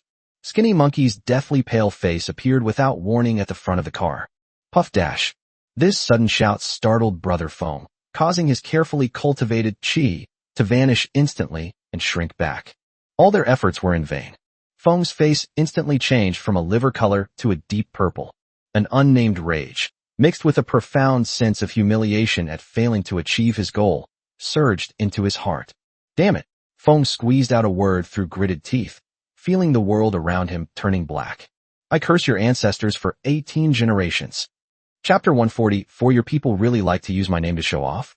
He suddenly sat up straight, ignoring his embarrassment, and pulled up his pants, intending to rush out and twist the Skinny Monkey's head off to use as a chamber pot. Are you fucking going to a funeral? Brother Feng roared furiously. I've been waiting for this for so long. Before he could finish speaking, Skinny Monkey had already knelt down, panting heavily. They're genuinely scared. Brother Feng, stop pulling. Immortal is here. An immortal? Feng was stunned for a moment, then realized what he meant and burst out cursing. What are we waiting for now that an immortal has arrived? Who did you say has arrived? Immortal. It's that guy? Mingji. He's here. He's furious. Skinny Monkey shouted, his voice trembling with tears. What? Why the hell didn't you say so sooner? In a fraction of a second, Feng's pupils suddenly contracted to the size of a pinhead. These two words were 1,000 times more terrifying to him than any demon or monster. That was the true God who controlled the life and death of them. What is he doing here? Still angry? Why are you angry? A series of questions left him completely baffled. But that didn't matter. His only thought was speed. He had to get to that guy as quickly as possible. Startled, Feng hurriedly started pulling up his pants. In his panic, he almost forgot to fasten his belt several times. He didn't even have time to wipe his backside before he hastily pulled on his ripped trousers, forgetting to zip them up, and tumbled and crawled out from behind the car with his clothes open. His disheveled appearance was just like that of a husband caught in the act of adultery. When Brother Feng jogged up and appeared before everyone, the atmosphere in the entire garage had become incredibly tense. He spotted the figure standing in the center of the crowd, his face ashen. Just seeing his back made his legs feel like they went weak. Brother Mingming. Feng Ge scrambled to Ming Dao's side, bending over at a perfect 90-degree angle, his face plastered with a fawning smile. Brother Ming. Boss. Immortal. What brings you here? If you were coming, you should have let us know in advance so we could have greeted you at the fire hydrant. He bowed and scraped, calling everyone Brother Ming and Big Boss, his servile demeanor a stark contrast to his usual arrogant and domineering persona in front of his underlings. This scene completely confirmed the most unbelievable guess in the hearts of those newlyweds. As for the green-skinned scorpion who was still groaning on the ground after being kicked by the Skinny Monkey, he had stopped groaning at this moment. His eyes widened in disbelief as he stared at the scene before him, the color draining from his face at a visible speed until it turned ashen. He actually tried to rob this immortal, whom even Brother Feng had to fawn over? It's over, everyone. We've kicked a hornet's nest. Meanwhile, the troublemakers who had just joined in the commotion all turned ashen-faced. They understood. So this guy, this young man, is the legendary Anonymous #1. He's their boss's boss. Big brother. And what a bunch of idiots we were. We actually tried to steal their things, and even wanted them to pay us tribute. Seeing his underling's disheveled appearance, Brother Feng realized something was wrong. He didn't know what had happened, but he knew he had to do something. Thump. Without the slightest hesitation, Brother Feng's knees buckled. Did these brats do something to upset you? Tell me. Just say the word, and I'll break their legs right away. To get revenge for you. You talk too much nonsense. Sudden. Mingdao made a move. Swift as lightning. 1 second he was standing with his hands behind his back. The next second his right hand had turned into a blur and accurately grabbed Brother Feng's throat. Well dash. Feng's pupils dilated suddenly, and all the words got stuck in his throat. The next second, an irresistible and terrifying force came from my neck. His body, weighing at least 130 pounds, was easily lifted off the ground by Mingdao with one hand. His legs kicked futilely in midair, and his hands instinctively reached out to grab Mingdao's arm, but he couldn't budge it an inch. A feeling of suffocation overwhelmed him instantly. His brain began to black out due to lack of oxygen, and everything in front of him began to blur. He didn't understand. Why? Why is that? He couldn't understand what he had done wrong to deserve such a terrible punishment. This tactic of making an example of someone to deter others has proven effective. Everyone was stunned by this sudden scene. Wang Chu was also stunned. He knew Ming was angry, but he didn't expect it to erupt in such a direct way. This group has gone too far. Your people really like to use my name to show off? It seems you didn't understand. Summon all your men here now, immediately. After saying that, Ming Dao didn't even give Feng a chance to catch his breath. Under the horrified gazes of everyone, Ming Dao, carrying the half-suffocated Feng Gu with one hand, turned around and strode into the darkness deeper into the underground parking garage. Snap, snap, snap. The footsteps were like drumbeats, each step clear and distinct. Wang Chu stood there, holding the piece of beast leg meat, his back covered in a layer of cold sweat. He finally witnessed firsthand the terrifying rage that his usually calm and rational boss could unleash when his bottom line was crossed. This is not acting. This is real, deadly intent. Skinny Monkey stood up from the ground, looked at Brother Feng being dragged away, and trembled with fear. He then realized what Ming Dao had just ordered. What the hell are you all standing there for? Didn't you hear what the immortal said? Everyone get moving. Go find people. Call us all over here. Everyone outside. Sleeping. Taking a dump. Call them all over here.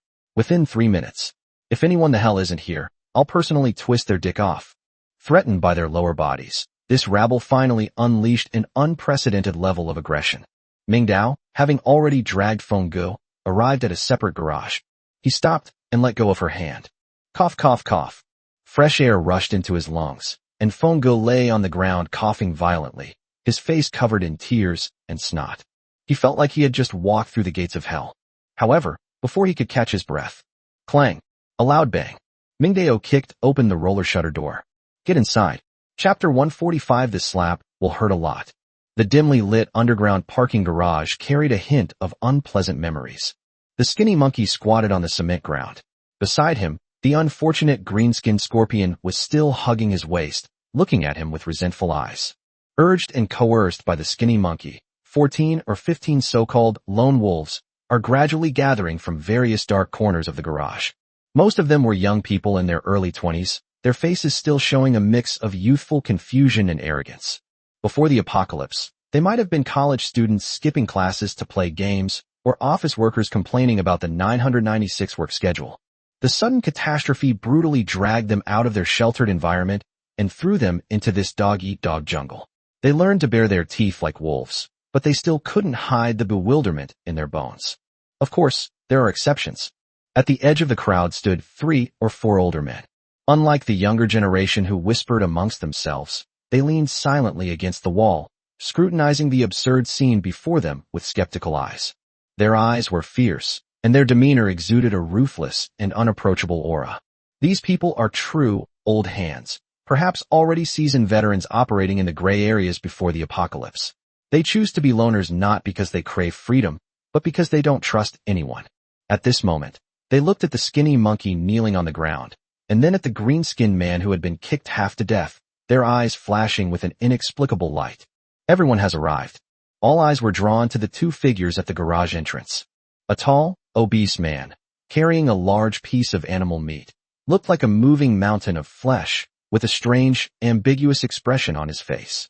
The other one appeared much more ordinary, with a well-proportioned figure and a calm face, but his eyes were so striking that one dared not look directly at him. Brother Mingming. Feng followed Ming Dao with bowing and scraping. He was clearly convinced after being tricked by Ming Dao. He didn't know what Ming Dao was going to do. He only knew that this man was in a very bad mood, extremely bad. And when this man was in a bad mood, it usually meant that someone was about to suffer a great misfortune. Open the door. Feng was jolted awake, not daring to be careless for a moment.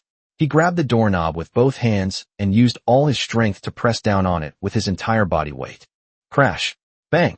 The entire underground parking garage was plunged into darkness in an instant. The light was completely cut off. The only source of light was the hole in the roller shutter door.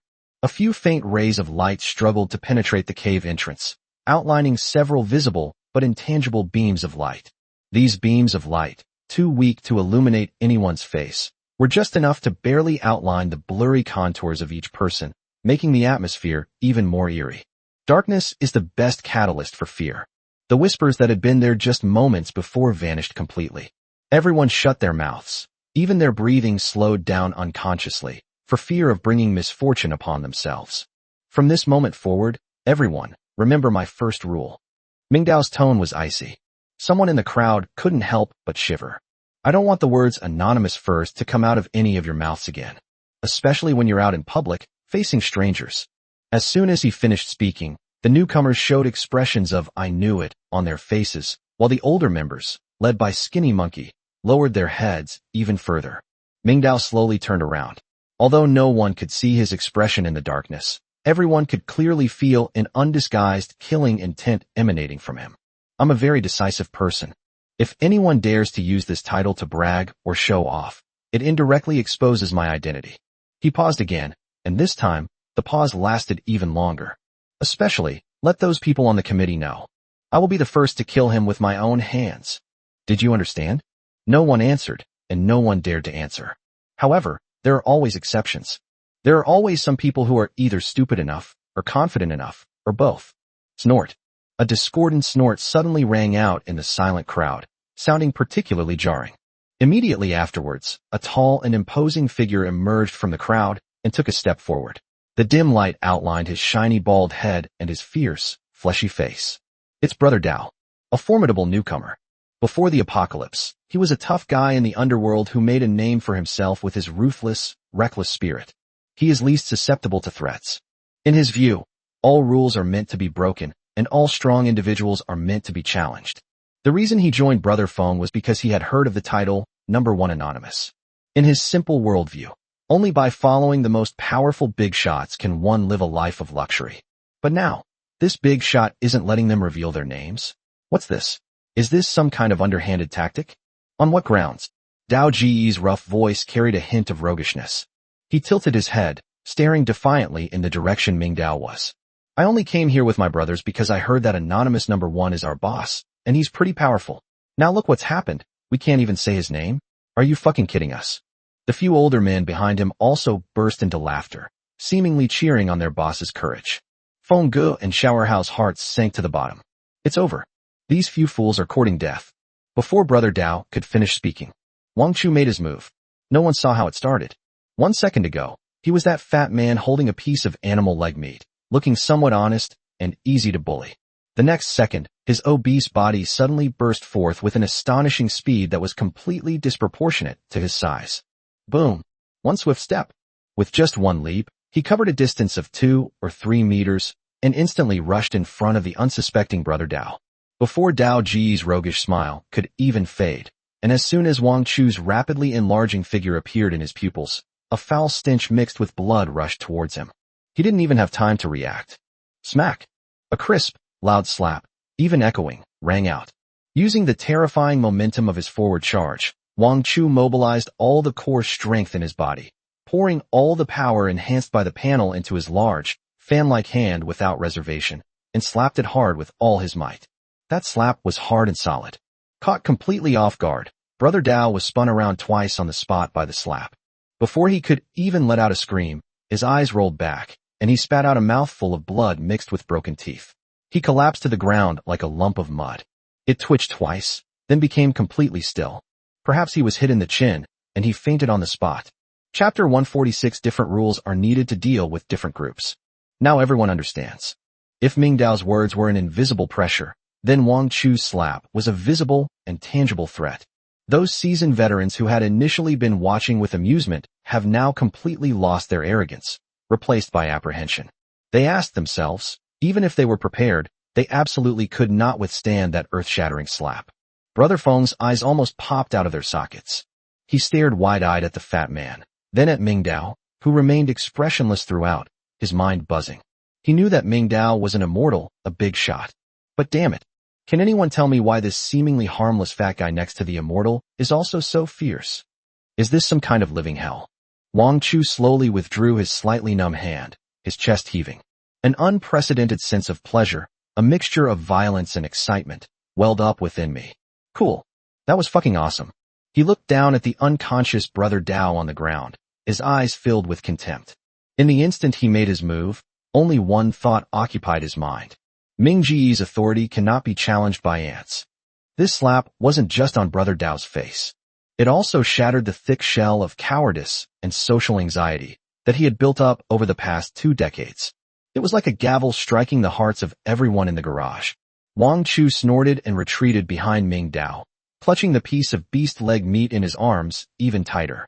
Now, does anyone still have a problem with my first rule? This time, no one dared to voice any objections.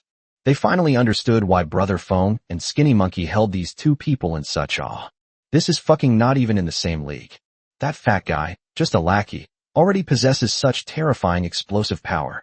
What about that young man who remained silent the entire time, yet whose mere presence caused the temperature of the entire space to plummet?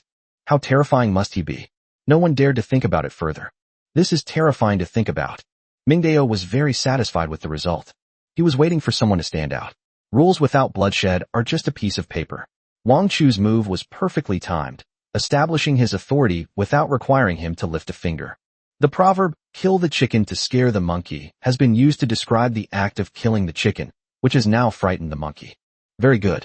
Ming Dao took 2 steps forward and stood under the several pale beams of light, making his figure clearer. Since no one has any objections, let's talk about the second rule. He surveyed the diverse group of subordinates before him, his tone laced with mockery.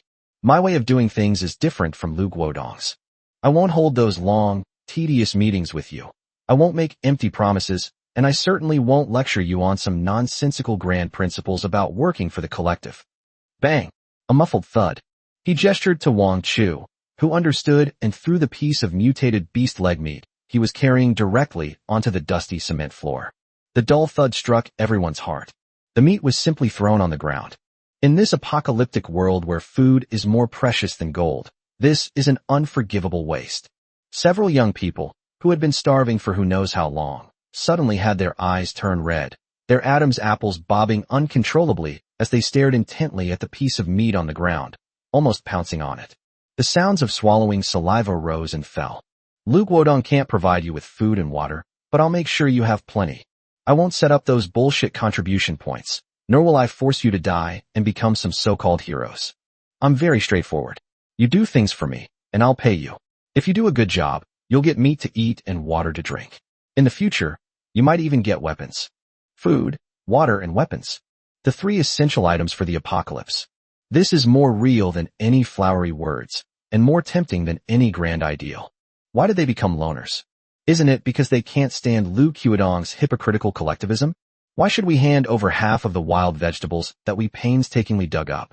Why should the supplies that I risked my life to obtain be taken away by those old men and women who hide upstairs and do nothing, using so-called contribution points? On what grounds? Now, finally someone has stood up and said what they wanted to say, but dared not say. And they even have weapons. These 2 words made the eyes of those real, old hands instantly freeze. If food and water are necessities for survival, then weapons are the foundation for protecting oneself and plundering others in this apocalyptic world. It is dignity, it is status, it is the confidence that allows them to truly stand up and live. These words shattered the last shred of doubt in their hearts. Compared to Lu Guodong's vague, collective future, Ming Dao is so real and so tangible. The heat is almost done. Ming Dao changed the subject. But my food doesn't feed idlers, much less useless people and traitors. Starting tomorrow, I will assign you tasks every day. The main task is to collect various materials, such as scrap metal, usable electronic parts, various pipes, and chemical raw materials. Also, it's to gather intelligence and keep a close eye on Lu Guodong's committee. I need to know who they meet every day, what meetings they hold, and what new developments they make. We each take what we need, using your value to exchange for the capital to survive. These words struck a nerve with this group of people. Ming Dao clearly understands that different rules must be applied to deal with different groups. Lu Guodong's hypocritical collectivism might be used to win over ordinary residents and the masses who still harbor illusions. But dealing with this group of unruly lone wolves, who are more like street thugs, requires simpler, more brutal, and more direct rules. A pure transaction, a naked exchange of interests, and plenty of banditry. Only in this way can we keep them in check. Chapter 147, Those Who Disobey Will Die. Now here is the third rule. Ming Dao held up 3 fingers. You can go against Lu Guodong's committee, try to take their tasks, try to undermine them, or even find opportunities to trip them up. I'd be happy to see all of that. But his voice turned serious again. There's a red line that no one should cross. That is, no one is allowed to lay a hand on ordinary survivors who just want to live peacefully. Anyone who dares to take advantage of their numbers to snatch the last bite of food from the elderly, women, and children, or to bully their families. Mingdao didn't finish his sentence, but everyone understood the unspoken threat from his cold tone. What we need to do is replace Lu Guodong, not become even worse bandits. When recruiting new people, we'd rather have fewer but better candidates. I don't want any more idiots like the one we have today in my team. Keep your eyes open. I need smart people and ruthless people, not brainless cannon fodder. He paused for a moment, then offered an explanation. This is for our grand future plan.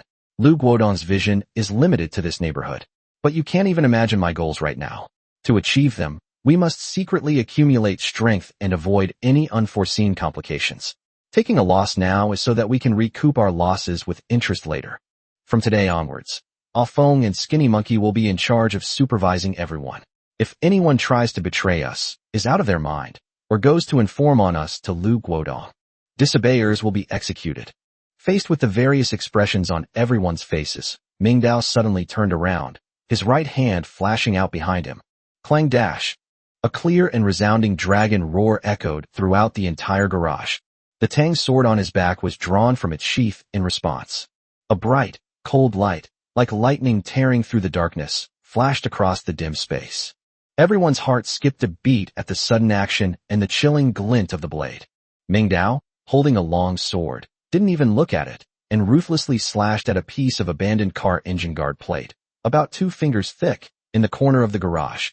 He didn't use any fancy moves, just a simple downward chop. But this strike used the power generation technique taught by Qingwu. He gripped the ground with both feet, exerted force from his waist and hips, and transmitted the power along his spine to his arms, ultimately channeling it into the blade. Sizzle dash. A sharp sound.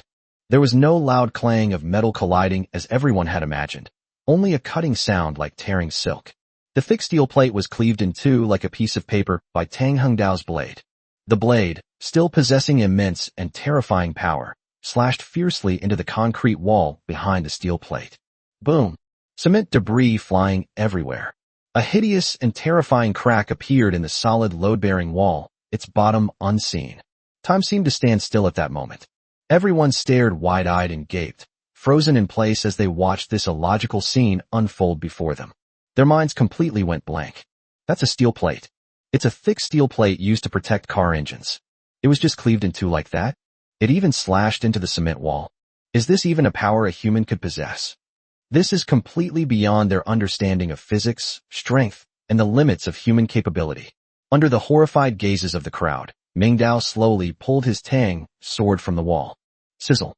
He raised the knife and held it horizontally in front of his eyes. The dim light flowed along the perfect blade, reflecting a chilling gleam. The blade is as smooth and new as ever. That sharp blade, capable of cutting through iron like mud, didn't even leave a tiny crack after slicing through steel plates and splitting into walls. Divine weapon. This is absolutely a legendary divine weapon. And the person who possesses this divine weapon and can unleash such terrifying power, if not a god, then what is it? The terrifying power of this strike completely shattered the last shred of hope and arrogance in the hearts of everyone present. They finally truly understood just how heavy the weight of the words, "Those who disobey will die," really was. That was not a threat. That was a statement. Well, a painful groan broke the deathly silence. It was Dao Gu, the guy who was slapped unconscious by Wang Chu, who slowly woke up. He shook his still ringing head, struggled to his feet, and cursed, "Who the hell attacked me?" However, the moment his gaze focused and he saw the scene before him clearly, all the curses stuck in his throat. He saw the neatly severed steel plate, the grotesque crack in the wall, the horrified expressions on the faces of everyone around him, and finally, he saw the young man wielding a long sword, looking like a demon god. His brain rapidly connected all this information. Holy crap! Gulp! Brother Dao swallowed hard, and the color drained from his face at a visible speed. The next second, thump! His knees buckled, and he tumbled and crawled to his knees, kowtowing frantically in Mingdao's direction. Thump! Thump! Thump! The shiny forehead struck the concrete floor with a clear, resonant sound. Mount Tai! Mount Tai! I was blind to Mount Tai. I was wrong. I was foul-mouthed. I'm not human. I'm nothing but a fart. I'm an idiot. I'm a complete idiot. Please, boss, spare my life. Please, boss, spare my life. As he kowtowed, he slapped himself hard on both sides of his face, crying with snot and tears streaming down his face. All traces of his previous arrogance had vanished. Seeing this, Feng Ji's eyes flashed with a hint of pleasure, but he immediately realized that this was his chance to shine. He strode forward, walked up to Brother Dao, and first looked at Ming Dao with awe. After seeing that Ming Dao did not react, he became bolder. Smack! Feng slapped Dao across the face, which was already swollen. Fuck you. Learn your lesson. This slap was not only for Brother Dao, but also for everyone to see. It symbolizes the breaking of old rules and the establishment of a new order. Ming Dao watched this scene without saying a word, but slowly put the Tang sword back into the cloth strip. With a soft clang, the cold light vanished, but everyone knew that something had completely changed. Let's leave it at that. This rabble, composed of hardened criminals and confused youths, was finally completely united in the face of absolute force and naked self-interest. At this moment, Ming Dao's absolute leadership was officially established. Chapter 148 Understanding comes from seeking death. Ming Dao gestured for Wang Chu to leave the animal leg meat on the ground and the bottle of purified water in his backpack. Then, he looked at Skinny Monkey and Brother Feng. From today onwards, the 14 of you will be divided into 2 groups. Skinny Monkey, you're quick-witted. Take 6 people and form an intelligence team. Your mission is to keep a close eye on the Property Management Command Center and those troublemakers in the neighborhood. I don't care what methods you use, whether it's eavesdropping or bribery. I need to know their every move. Upon hearing this, the Skinny Monkey trembled, a glint of excitement flashing in his eyes. He quickly nodded and bowed. Yes. Rest assured, Immortal. I guarantee to complete the mission. Ming Dao nodded, then turned his gaze to the others. The remaining people are the collection team. They will be temporarily in charge of off-phone. Your task is to recycle all the unclaimed scrap metal. Remember, these are unclaimed items. Don't touch those piled up in front of people's houses or placed in garages for their own use. Taking them is useless and will only cause trouble. This order left everyone completely baffled. Scrap metal? What can you do with that stuff? Can you eat it or drink it? But after witnessing Ming Dao's inhuman strike, no one dared to raise any questions. This matter is very important, Ming Dao emphasized. More important than you can imagine. If you do a good job, you'll be well taken care of, both in terms of meat and water. Although the crowd was puzzled, upon hearing that there was meat and water, they immediately responded in unison, not daring to disobey in the slightest. All right, everyone disperse. The collection team, put all the supplies at the fire hydrant in Building 5 tonight. Ming Dao waved his hand, as if shooing away flies. The lone travelers, as if granted a pardon, scattered like birds and beasts. Even the half-dead Brother Dao on the ground was dragged away by 2 people and quickly disappeared into the darkness. In the blink of an eye, only Ming Dao, Wang Chu, and the trembling Feng Gu remained in the huge underground parking garage. 3 people, 3 distinct shadows. The atmosphere instantly became subtle. Ming Dao slowly turned around, and without saying a word, he coldly stared at Feng Gu. Feng felt a chill run down his spine from his gaze, and his back was instantly soaked with cold sweat. He didn't know whether leaving him alone by this capricious big shot was a blessing or a curse. Li Yifeng, he called out, using his full name. Feng's heart skipped a beat, and he quickly forced a smile that looked more like a grimace. Hey, Ming, you can just call me Xiao Feng. I am very dissatisfied with your management of the team today. Ming Dao ignored him, his voice flat. I put you in charge of people, and your people are using my name to flaunt their abilities, almost ruining my important plans. Is this your management skills? Fortunately, it's only the first day, and the potential risks are still under control. If my identity gets out later, you'll be the first to die. Feng opened his mouth, but his smile instantly froze on his face.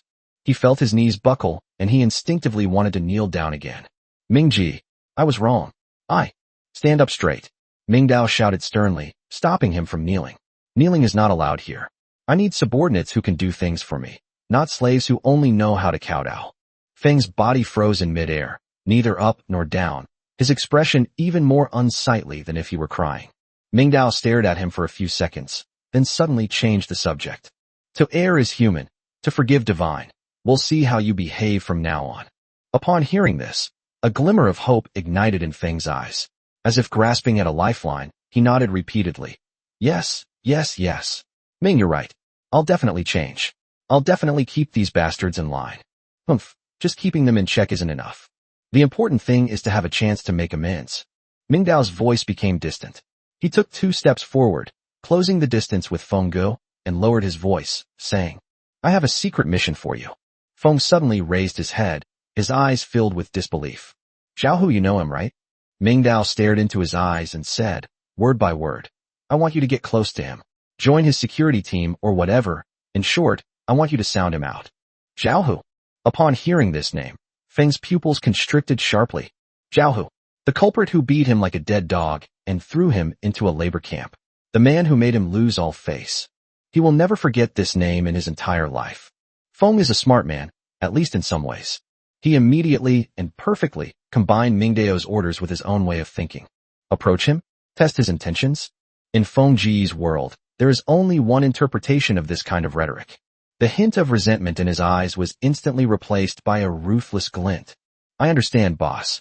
Brother Feng excitedly patted his chest, instantly understanding Mingdao's profound meaning. Testing the waters? That's just an excuse. How could someone like Xiaohu be so easily won over? The boss clearly wants me to find an opportunity to eliminate him. This is giving myself a chance to get revenge. I understand, boss. You want me to find an opportunity to. He made a throat-slitting gesture, lowered his voice, and said excitedly, kill me, huh?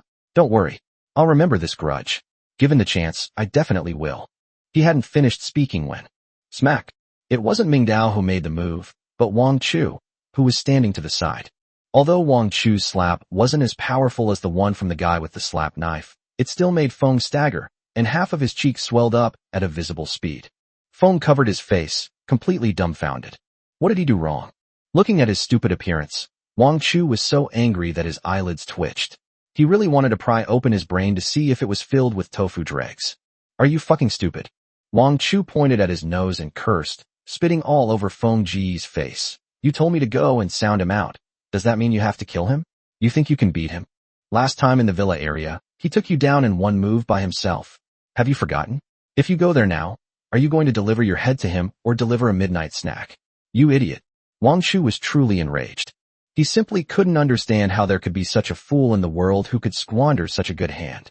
Ming had finally given him a chance to redeem himself, yet he still managed to interpret it as something that was courting death. Feng was stunned by Wang Chu's scolding. Isn't that what you mean? He stared blankly at Mingdao, only to see Mingdao looking at him with the eyes of someone looking at an idiot, eyes full of disappointment and impatience. Feng's heart sank instantly. Chapter 149. Trust those you employ. Don't employ those you don't trust. I've come to realize the importance of education and knowledge. Mingdao finally spoke slowly, his voice tinged with weariness. Fatty is right. You can't beat him. Furthermore, I'm asking you to go find him, not to kill him. You must remember that your real conflict lies with Lu Guodong, not with those under him. I don't care what your past grievances were with him. What you need to do now is put aside those personal grudges and win him over. Do you understand? Feng was struck dumb, completely stunned. Trying to win over Xiaohu. How can we turn the enemy who crippled us and imprisoned us in a labor camp into one of our own? The idea was so crazy that his brain couldn't process it for a moment. But after calming down and thinking about it, he instantly understood the key point. Yes, no matter how arrogant Xiaohu is, he's still just Lu Guodong's dog. The real enemy is Lu Guodong, who is high and mighty and treats them like dirt. If only we could snatch Xiaohu's knife. After figuring this out, Brother Feng realized how foolish and ridiculous his earlier, bold words had been. Brother Mingming, I understand. But then he found himself in a huge predicament. Mingji, this is impossible. I provoked him before, and he wanted to kill me. How could he trust me? If I get close to him, he'll probably treat me like a spy and get rid of me. Under normal circumstances, it is indeed impossible. Mingdao nodded, as if he had expected him to say that. He turned around and slowly took out 2 items from the backpack on his back. A piece of fresh meat, still streaked with blood, carefully wrapped in plastic wrap, and a clean roll of medical bandages. He handed the 2 items to Brother Feng. But now is the best time. Take this. This is the key to unlock his heart. Feng stared blankly at the 2 items, puzzled. Xiaohu is a hero, but also a mortal. Today, he was injured by the saber-toothed tiger while protecting those useless people. He suffered serious injuries and bled. In the end, instead of commendation and compensation, He received orders and suspicion from Lu Guodong. His soldiers saw his miserable state and witnessed the ruthlessness of their leader, and their morale had long since collapsed. I'm certain that he's currently at the lowest point in his life. Ming Dao's analysis was quite accurate, revealing Zhao Hu's inner thoughts at that moment. Go find him now and give him these things. Tell him that although you hate him, you also respect him as a man and don't want to see a hero die such a pathetic death. Feng's breathing became rapid. He felt as if he could already see that scene. When necessary, Ming Dao lowered his voice even further. You can reveal the existence of Anonymous number 1 to him. Tell him that Anonymous first greatly admires what he did today, and he is equally dissatisfied with his so-called leader, Lu Guodong. A down-on-his-luck hero, a mysterious strongman, and a common enemy. Ah Feng, how do you think this play should be performed? Feng took the piece of meat and the bandage. Looking into Ming Dao's unfathomable eyes, a chill ran down his spine and spread throughout his body. He finally realized what a terrifying storm of power struggles he was being swept up in. And this young man before us is at the eye of the storm. I am nothing more than a pawn on his chessboard. But even a chess piece has its value. Having completed the task assignment, Ming Dao said no more and led Wang Chu, turning and walking out of the garage. Let's go, fatty. It's time to get things done. Wang Chu responded, then glanced one last time at Feng Gu, who was still standing there in a daze, with a complicated look in his eyes, before quickly following Ming Dao's footsteps. The empty underground parking garage was once again left with only Brother Feng. He stood in the dim light and shadow, looking down at the meat and bandages in his hands, then looking up at the direction where Ming Dao and the other man had disappeared, his eyes shifting uncertainly. There was fear, struggle, shock, and a hint of morbid excitement at being entrusted with a great responsibility. In the end, all emotions transformed into a resolute and ruthless expression. Isn't this his only chance? An opportunity that could free him from his fate as a lowly cannon fodder and allow him to truly climb the social ladder. On the way back, Wang Chu followed closely behind Ming Dao, and finally couldn't help but ask in a low voice. Ming and Feng are clearly not very bright, and they have a grudge against Zhao Hu. Aren't you afraid they'll mess up such an important mission? What if they act impulsively and actually fight Zhao Hu? Wouldn't our entire plan be ruined? This is a logical question, and also a genuine concern in Wang Chu's heart. Ming Dao didn't turn around. His steps continued, and he simply said, although Huang Mao is a fool, you should trust those you employ and not employ those you don't trust. Since you've employed him, you should give him enough trust. Wang Chu pursed his lips, clearly dissatisfied with the official response. Ming Dao chuckled softly and slowed his pace slightly. Furthermore, who do you think would be the most suitable person to send to turn someone like Zhao Hu against his will? He countered with a question. Wang Chu thought for a moment, then tentatively suggested, send someone strong like yourself, someone he can trust, or perhaps someone eloquent and skilled at persuasion. You're all wrong. Ming Dao shook his head. The most effective way to deal with a hero like Zhao Hu is to use a villain like Brother Feng. Why? Wang Chu asked, puzzled. Ming Dao stopped, turned around, looked at him, and his eyes gleamed with wisdom. Because heroes also have a dark side. They have their own pride, their own stubbornness, and their own pain and resentment. They will not confide these things to a powerful person who is equally radiant, much less open their hearts to a smooth-talking persuader. But they will lower their guard against a petty person who was once trampled underfoot, but now comes with respect and sympathy. Because in front of Brother Feng, Zhao Hu is the strong one, the victor. This sense of superiority and status will make him lower his guard. And the meat and bandages that Brother Feng brought are a kind of recognition of the strong by the weak, which will greatly satisfy his wounded pride. Even a lowly adversary knows what a hero is, but the leader he serves sees him as worthless. This stark contrast is like a knife, piercing his heart. So, Ming Dao concluded, Feng Gu is not the best choice, he is the only choice. His stupidity, his impulsiveness, his humility, and his hatred for Zhao Hu are precisely our weapons at this moment. Wang Chu was dumbfounded, feeling that he should start to grow a brain. He couldn't help but shiver, and his awe of Ming Dao reached a new peak once again. Ming Ji, you're amazing. Someone like you can succeed at anything. Hee. Then I'll take your kind words to heart. The two chatted casually for a while, and soon disappeared into the shadows around the corner. Chapter 150, is Lu Guodong finally letting go of his pretense? Or has he gone mad? Building 5, 8th floor. Come in first. Tonight's panel takeover operation needs to be replanned. Ming Dao pushed open the door to room 802. The situation in Building 6 is more complicated than I expected. Plans can't keep up with changes. Lu Qiudong's men could patrol there at any time. Then, are we still going? Wang Chu asked cautiously, locking the door from the inside. Go. But we'll have to change the route and the time. Ming Dao took off his coat, walked to the window, and habitually observed the activity downstairs. Everything is as usual.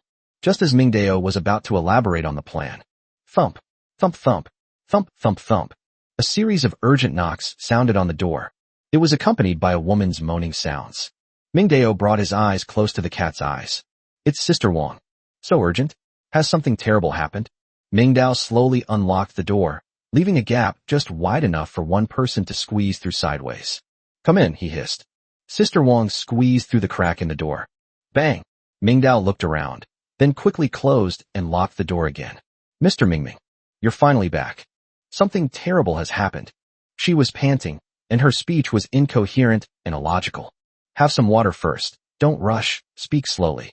Ming Dao didn't urge her, and turned around to pour her a glass of water from the kettle. Thank you, thank you.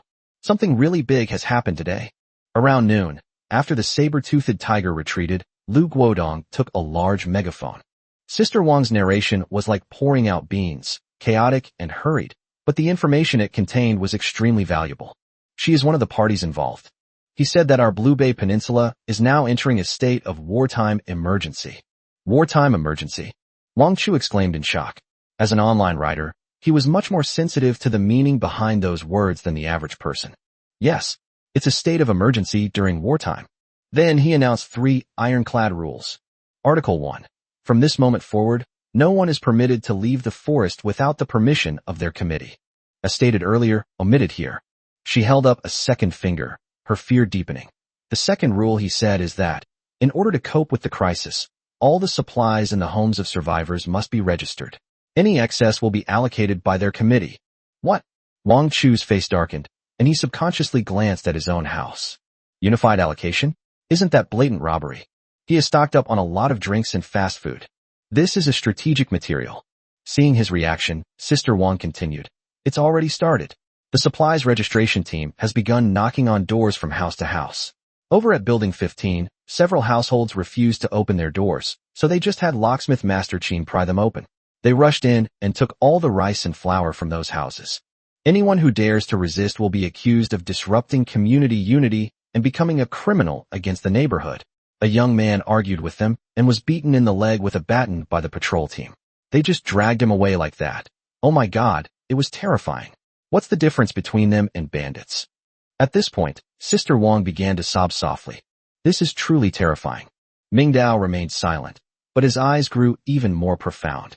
The snippets he overheard upstairs were far less shocking than the details that Sister Wang witnessed firsthand. In the short time it took them to leave the house, Lu Guodong's actions were faster and more ruthless than he had anticipated. Is he finally letting go of his pretense, or has he gone mad? And the third one? The third one, she said in a trembling voice. This was also what terrified her the most. The third one is the most terrifying. Lu Guodong said that in order to maintain wartime discipline, the patrol team's power has been expanded indefinitely. They have unlimited law enforcement power. They can question or even arrest anyone they deem suspicious, anytime, anywhere. No reason needed. No evidence needed. If they think you're suspicious, they can arrest you. Isn't this putting everyone's lives in their hands? Sister Wang completely broke down. What's the difference between us and the pigs and dogs they raise? Wang Chu could picture the scene. A group of armed men, granted unlimited power, running rampant in the neighborhood. Any disgruntled glance, any word of complaint, could bring about annihilation. In the end, he lived the life he wrote in his novel. And another thing, Sister Wang added, as if remembering something, Lu Guodong's patrol team is recruiting like crazy, right there in the square, in front of everyone. He said that as long as you are a young and able-bodied person, are willing to join the patrol team, and pass the assessment, you are guaranteed to get at least 50 contribution points every day. Moreover, food and water will be allocated with priority. 50 contribution points? Wang Chu asked. He vaguely remembered that the task issued by the committee a few days ago only rewarded a few contribution points. How could inflation be so severe in such a short time? Yes, 50. Sister Wang nodded vigorously, a complex expression of both jealousy and fear on her face. So many people who can't find food are signing up like crazy. In our unit alone, I know of at least 3. Hearing this, the last piece of the puzzle in Mingdao's heart was finally completed. What he had overheard upstairs was just a vague outline. Now, through Sister Wang's chaotic yet detailed description, he fully understood Lu Guodong's open conspiracy. Using the extreme fear created by the saber-toothed tiger invasion, they promulgated 3 ironclad laws under the guise of a state of war, legally stripping everyone of their freedom and private property.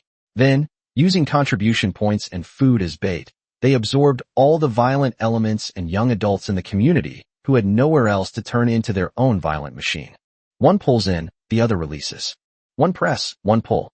In less than a few hours, Lu Guodong had completed the initial monopoly and centralization of violent resources in the entire community. Good tactic.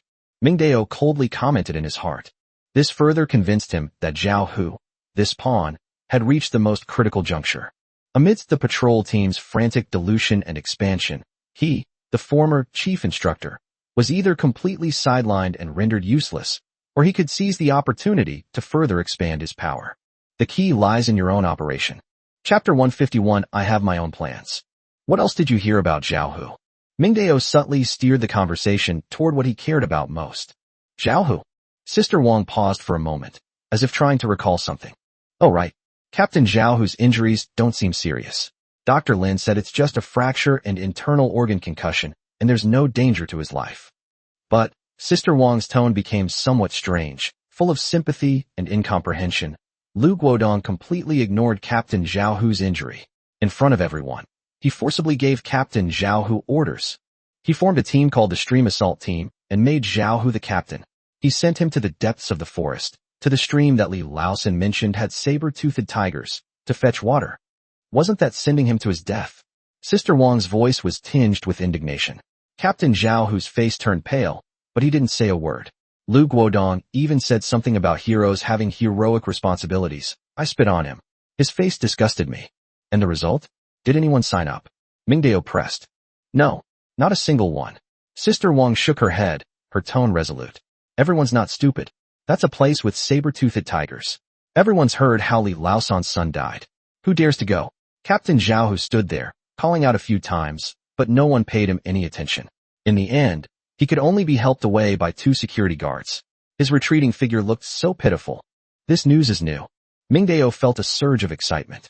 He had previously been unable to accurately determine the relationship between Lu Guodong and Zhao Hu. Is it a purely hierarchical relationship? Or is it a bond of comrades with personal feelings involved? Now he understands. Crack. A huge and irreparable rift has appeared between the 2 of them. Lu Guodong's move, ostensibly a promotion, was in reality an act of exile. He intended to use this opportunity to completely marginalize Zhao Hu, this disobedient but highly respected hero, or even to use him as a tool to kill him. This information gap update is crucial. This was the perfect entry point for his defection plan. Sister Wang, did you see anything else strange? You can talk about anything that seems abnormal, Mingdao said, guiding her as he pondered.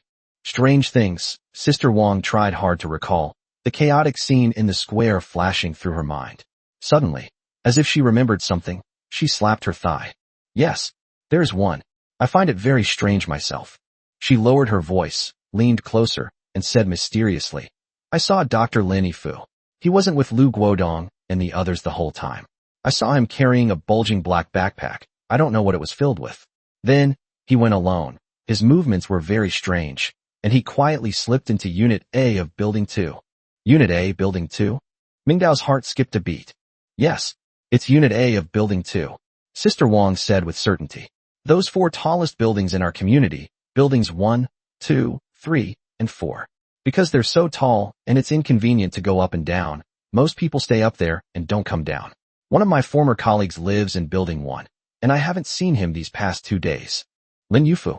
This name made Mingdao instantly realize a key point that he had overlooked. The doctor who had always been hiding behind Lu Guodong, playing the role of a gentle strategist, was probably far more dangerous than Lu Guodong. Lu Guodong's ruthlessness is the overt ruthlessness of a powerful figure, while Lin Yifu's cunning is like a venomous snake lurking in the shadows, always delivering the most fatal blow at the most crucial moment. From dividing people into factions to establishing a contribution point system, and now to the water cutoff scheme, The shadow of this doctor can be seen everywhere. Now, he is alone again, stealthily sneaking into a super high-rise residential building. There's definitely something fishy going on here.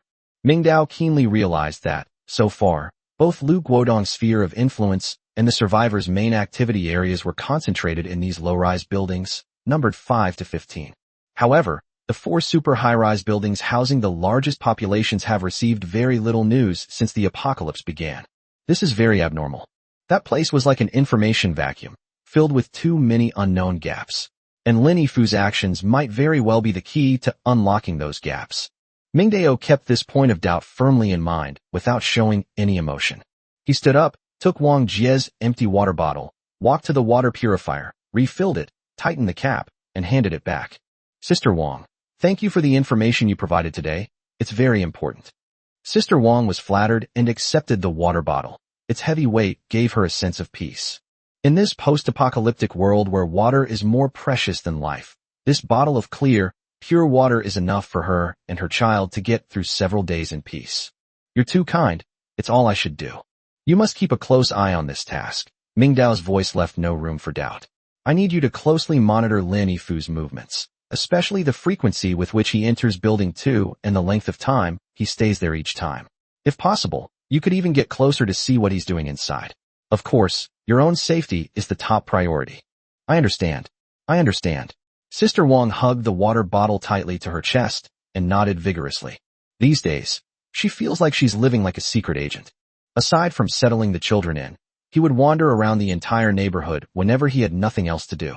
Fortunately, there were still some gains. At least we can survive. Go ahead, be careful on the road. Sister Wang thanked her profusely, carefully opened the door, peeked out to make sure no one was in the corridor, and then quickly slipped out and disappeared into the stairwell. The door closed again. Only Mingdao and Wang Chu remained in the room. Mingji, this doesn't sound like good news. Wang Chu couldn't hold back any longer. He slumped onto the sofa, looking utterly dejected. With mandatory registration of supplies, they'll find out about us sooner or later. We've stockpiled so much stuff. If they discover it, you can imagine what will happen. And that ban. We can no longer go into the forest openly. We can't retrieve the animal traps, and we can't get any new food. And Zhao, who is now in dire straits, forced to carry out a suicide mission, with no one responding. This pawn of his is probably already useless. Wang Shui's analysis became increasingly frustrating. Everything he could see was a dead end.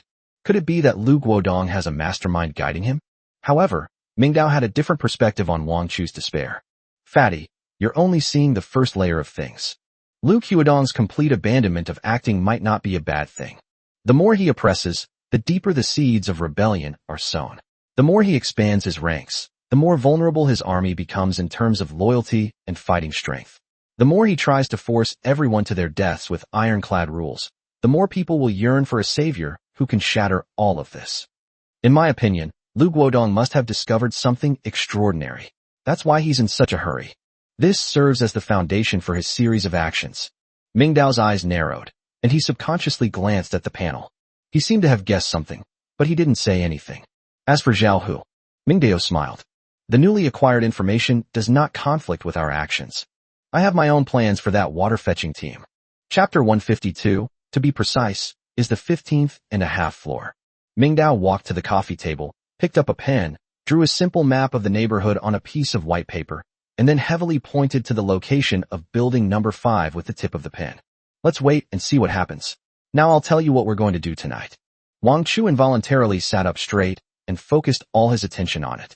First of all, Lu Guodong's material registration team is both a threat and a cover for us. They're now making a big fuss, knocking on doors, creating chaos, and attracting everyone's attention. This just happens to give us the best window of opportunity to act. Mingdao drew a line on the map with the tip of his pen, pointing from Building 5 to the other side of the community.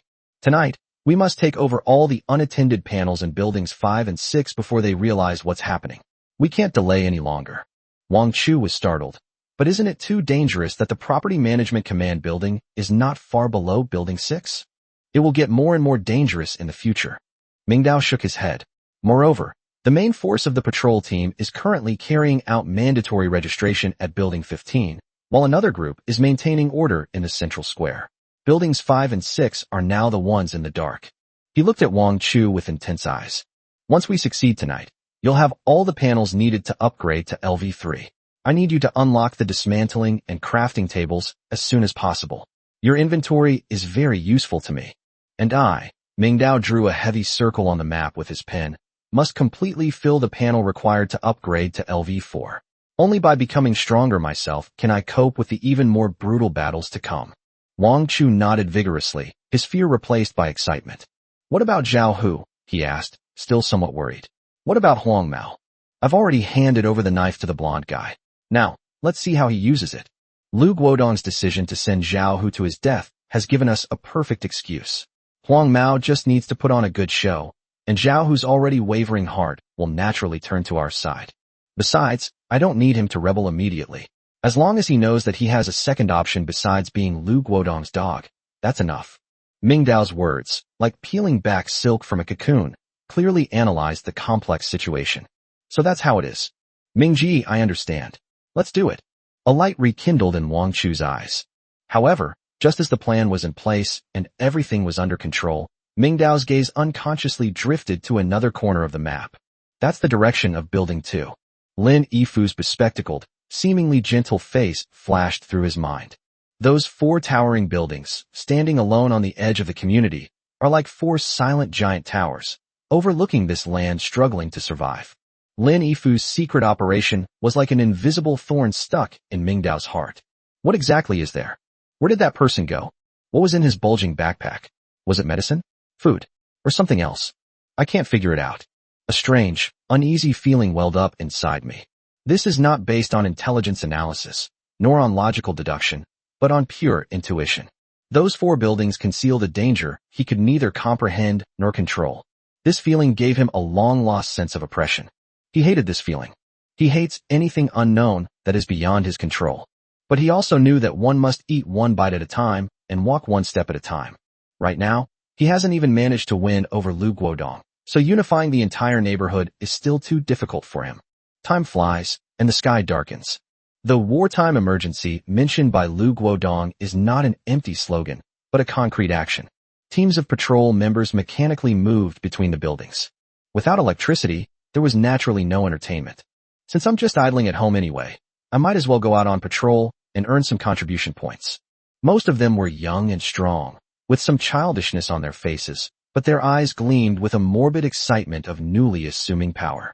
The weapons they carried were all sorts of strange things, including small steel pipes distributed by the property management, baseball bats and fire axes that they found in their own homes, and even a golf club that looked quite intimidating. They wandered around, killing time while searching for any possible targets. Behind every tightly closed curtain, countless eyes may be watching them. This newly formed machine of violence is enjoying its unbridled revelry of power with Lu Guodong's tacit approval. All this chaos and repression became the best cover. Room 802, Building 5. Mingdao and Wang Chu had changed into the most inconspicuous dark clothes. Their black sportswear would allow them to blend into the night as much as possible. Wang Chu stood in the center of the living room, making final preparations. The 50-meter-long fire rope was carefully coiled up, circle by circle, using a professional figure-8 coiling method. Ropes treated in this way will never get tangled or knotted during use, ensuring a smooth and quick release. The coiled rope is compressed to a minimum size, fitting perfectly into a hiking backpack. You carry it. Mingdao tossed the backpack to Wang Chu. Okay. Mingdao himself carried a smaller casual backpack. The bag contained the key tools for his operation that night: a crowbar, a multi-tool, several rolls of duct tape, gloves, and several masks. Everything is ready. Mingfu stood behind the curtain, slightly lifting a crack to observe the security guards patrolling downstairs. He was calculating the patrol team's routes and time intervals to prevent any accidents. Mingji, Wang Chu couldn't help but swallow. Are we really going to do this? This is going down from the top floor. Almost 20 stories high. It's the 16th floor, Mingdao corrected. To be precise, it's the 15th and a half. Wang Chu's face turned pale. This time is different from the last time. It's twice the height. If you fall, you're really done for. Mingdao finally turned around and glanced at him. Scared? No. Wang Chu immediately straightened his back, but his voice betrayed him. I just feel that this is much riskier than last time. Risk and reward are directly proportional. You just need to do what I tell you to do, and leave the rest to me. Set off. Without another word, Mingdao gently opened the door and disappeared into the deep darkness of the hallway. Chapter 153, Parts 4 to 5. Their first target was the rooftop of their own building, number 5. The stairwell leading to the rooftop was filled with clutter, mostly cardboard boxes, which had little practical value.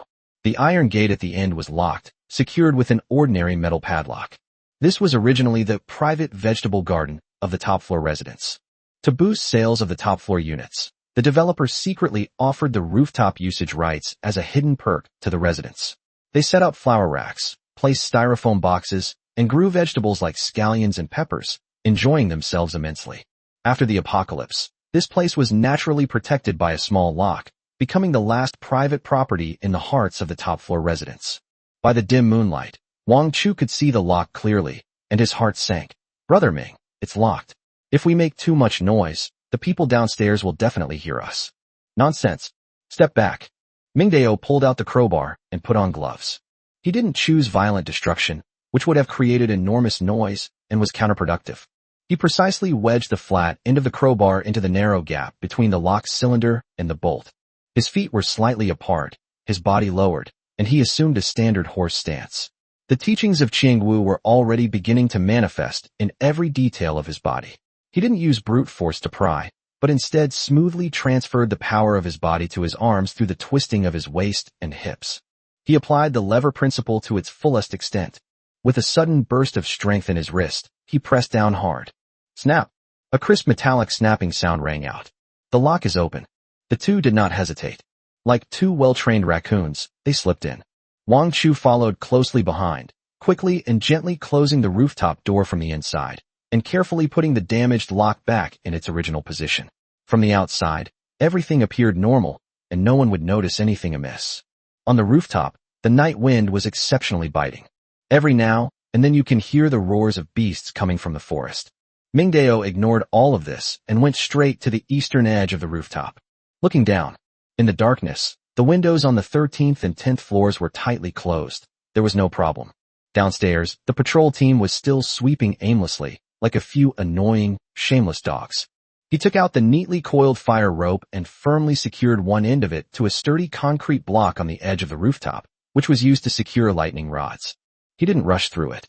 Although it wasn't as exaggerated as last time, he still used a simple yet professional double figure-8 knot, which is known as the king of knots. Under tremendous tension, it will only tighten and tighten, with absolutely no possibility of slipping. After tying it up, he grabbed the rope with both hands and put all his weight on it, testing it several times. The cement block remained unmoved, and the knot in the rope was as firm as a rock.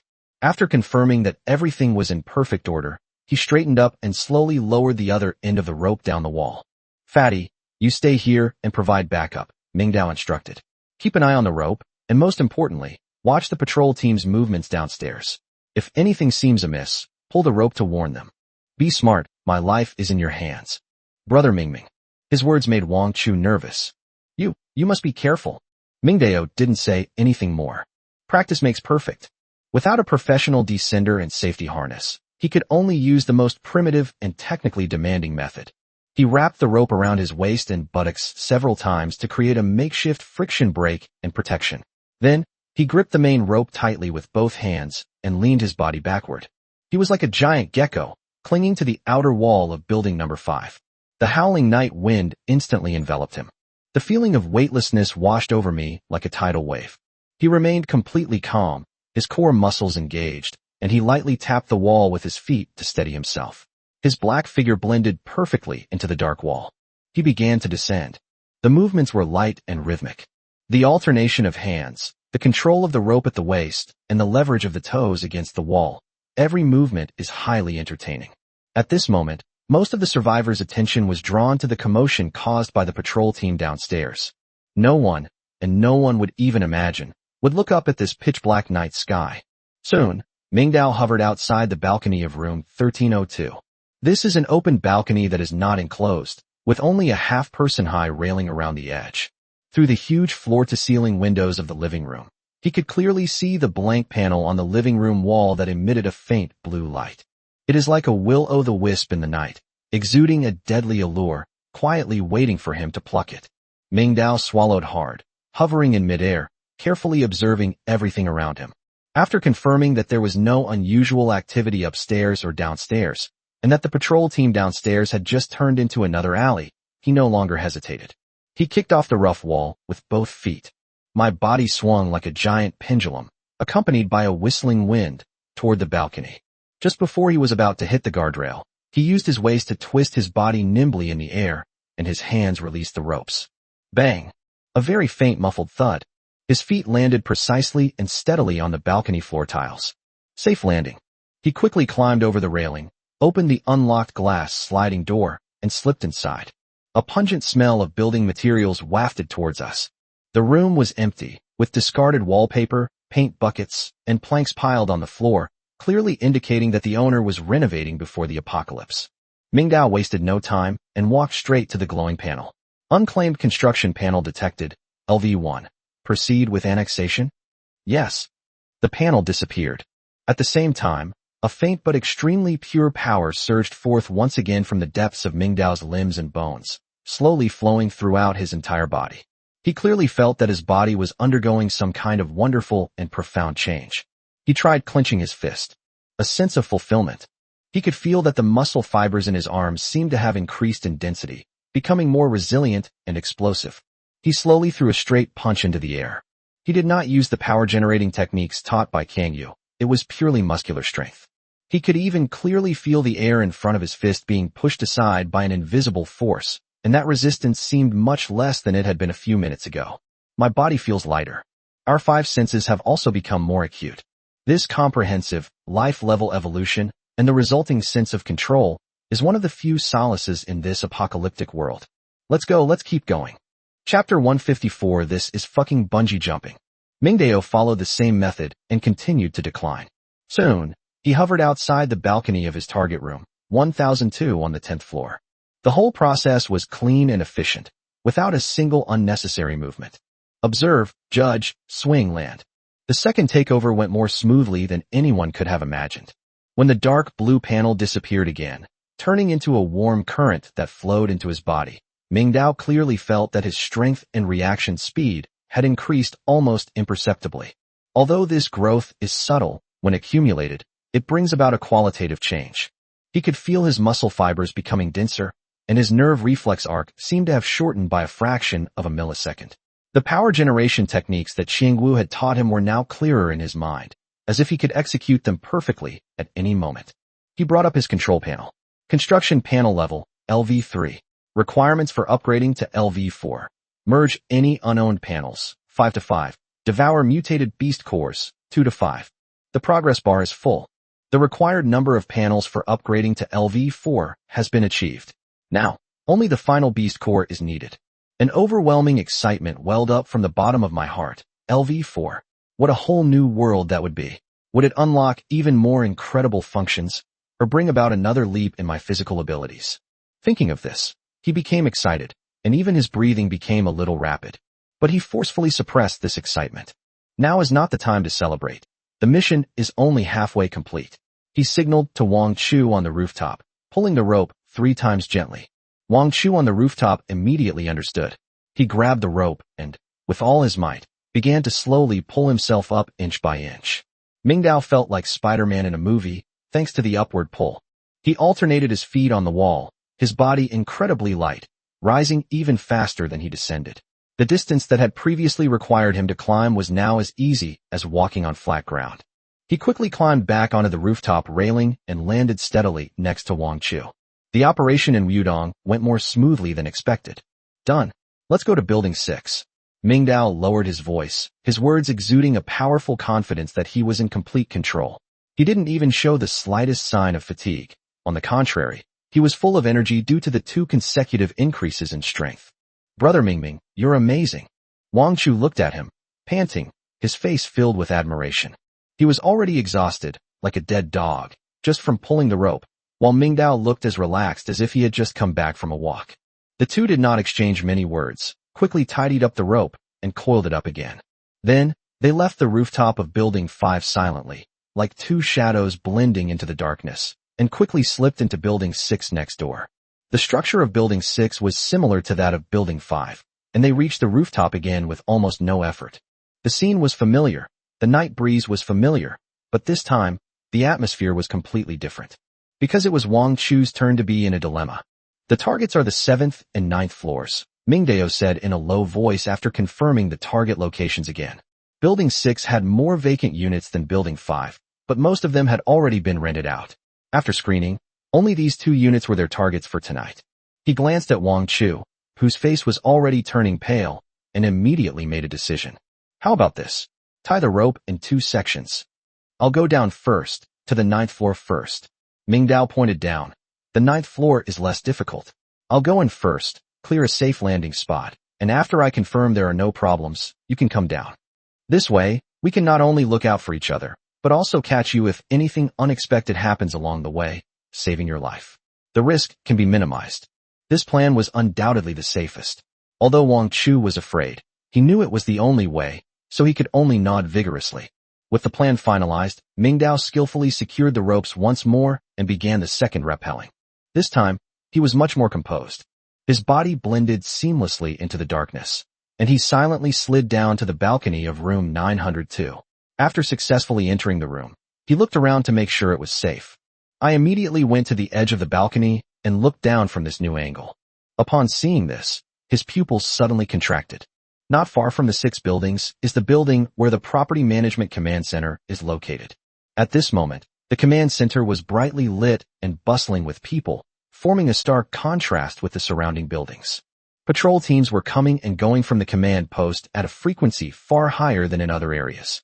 What alarmed Mingdao even more was that he clearly saw that many patrol members were equipped with flashlights. Blinding beams of light, like searchlights, swept across the buildings, cutting out brief patches of light from the dark walls. Lu Qiudong really values his life. The danger here was several times greater than he had anticipated. He dared not delay any longer and immediately signaled to Wang Chu on the rooftop that he could come down. On the rooftop, Wang Chu received the signal, took a deep breath, and began the most difficult challenge of his life. He clumsily tied the rope around himself, his fingers trembling with nervousness. His fingers, which could normally write a 1,000,000-word novel, couldn't even tie a simple knot properly. He haphazardly twisted the rope, making 5 or 6 knots that were impossible to untie, looking both comical and pathetic. Finally, he thought he had tied it securely. He walked shakily to the edge of the rooftop and peered down. Just one glance, and a strong sense of dizziness shot straight to the top of my head. The 16-story building, in the darkness, seemed like a bottomless, pitch-black abyss. The blurry shadows of the trees on the ground resembled menacing ghosts. The howling night wind rushed into his collar, chilling him to the bone. His weight of over 200 pounds became his biggest burden at that moment. His legs went weak, feeling as if his calves were filled with lead, completely out of his control, and his face instantly turned ashen. Don't look down. Look at the wall. Just when he was about to give up, Mingdao's voice came clearly from below, soft but steady. Trust me, and trust the rope. Believe me, and I believe in the rope. Wang Chu closed his eyes, no longer looking at the abyss beneath his feet. His heart pounded wildly, and only Mingdao's words echoed in his mind. Yes, trust Doflamingo. He suddenly opened his eyes, a resolute glint in them. Gritting his teeth, he tried to climb over the rooftop railing, using both hands and feet. However, what you fear most often comes to pass. A piece of plaster peeling off the wall caused him to lose his balance. They practically rolled out. Ah dash. He swallowed a short gasp. Wang Chu's enormous weight caused him to fall at an astonishing speed. It was almost like freefall. Sizzle sizzle dash. His massive body rubbed violently against the rough wall, the thick fabric of his tracksuit scraping against the surface, leaving behind bright red bloodstains. At the same time, Mingdao, who was on the 9th floor balcony, felt the rope in his hand suddenly taut upwards. An extremely powerful and terrifying pull that he had never expected came from the rope in an instant. He was pulled upwards by this tremendous force, and his feet instantly left the ground. Holy crap! It's so heavy. Damn it! Mingdao cursed under his breath, his expression changing drastically. Wang Chu's weight far exceeded his expectations. This guy wasn't rappelling at all, he was bungee jumping. He dared not be negligent in the slightest, and his core strength exploded. His feet were firmly planted on the inner wall of the balcony, the muscles in his arms bulged, and the veins stood out. He used all his strength to grip the rope tightly, trying to reduce Wang Chu's descent speed through friction. However, it was too late. The screeching sound seemed to have startled the vicious dog downstairs. What was that sound? It sounds like it's coming from upstairs. A commotion erupted downstairs as a 4-person patrol team, who had just emerged from the command post, arrived at Building 6. They immediately stopped and looked up warily. The next second, a bright beam of flashlight, like a sharp sword, pierced through the darkness and began to sweep wildly across the outer walls of Building 6. The beam of light searched upwards layer by layer, from low to high, revealing every tile and every speck of dust on the wall in its path. Don't move. Chapter 155. What's the point of shining a broken lamp like that? Mingdao and Wang Chu froze simultaneously in that instant. Damn it. They were like two geckos, clinging tightly to the wall, completely holding their breath. Mingdao was all right. He was in the shadows of the balcony, so he was relatively safe. But Wang Chu, suspended in midair, became a sitting duck. His enormous body moved cautiously, making it hard to miss. The beam of light swept haphazardly across the wall. A beam of light swept over his head, illuminating the wall a few meters above him.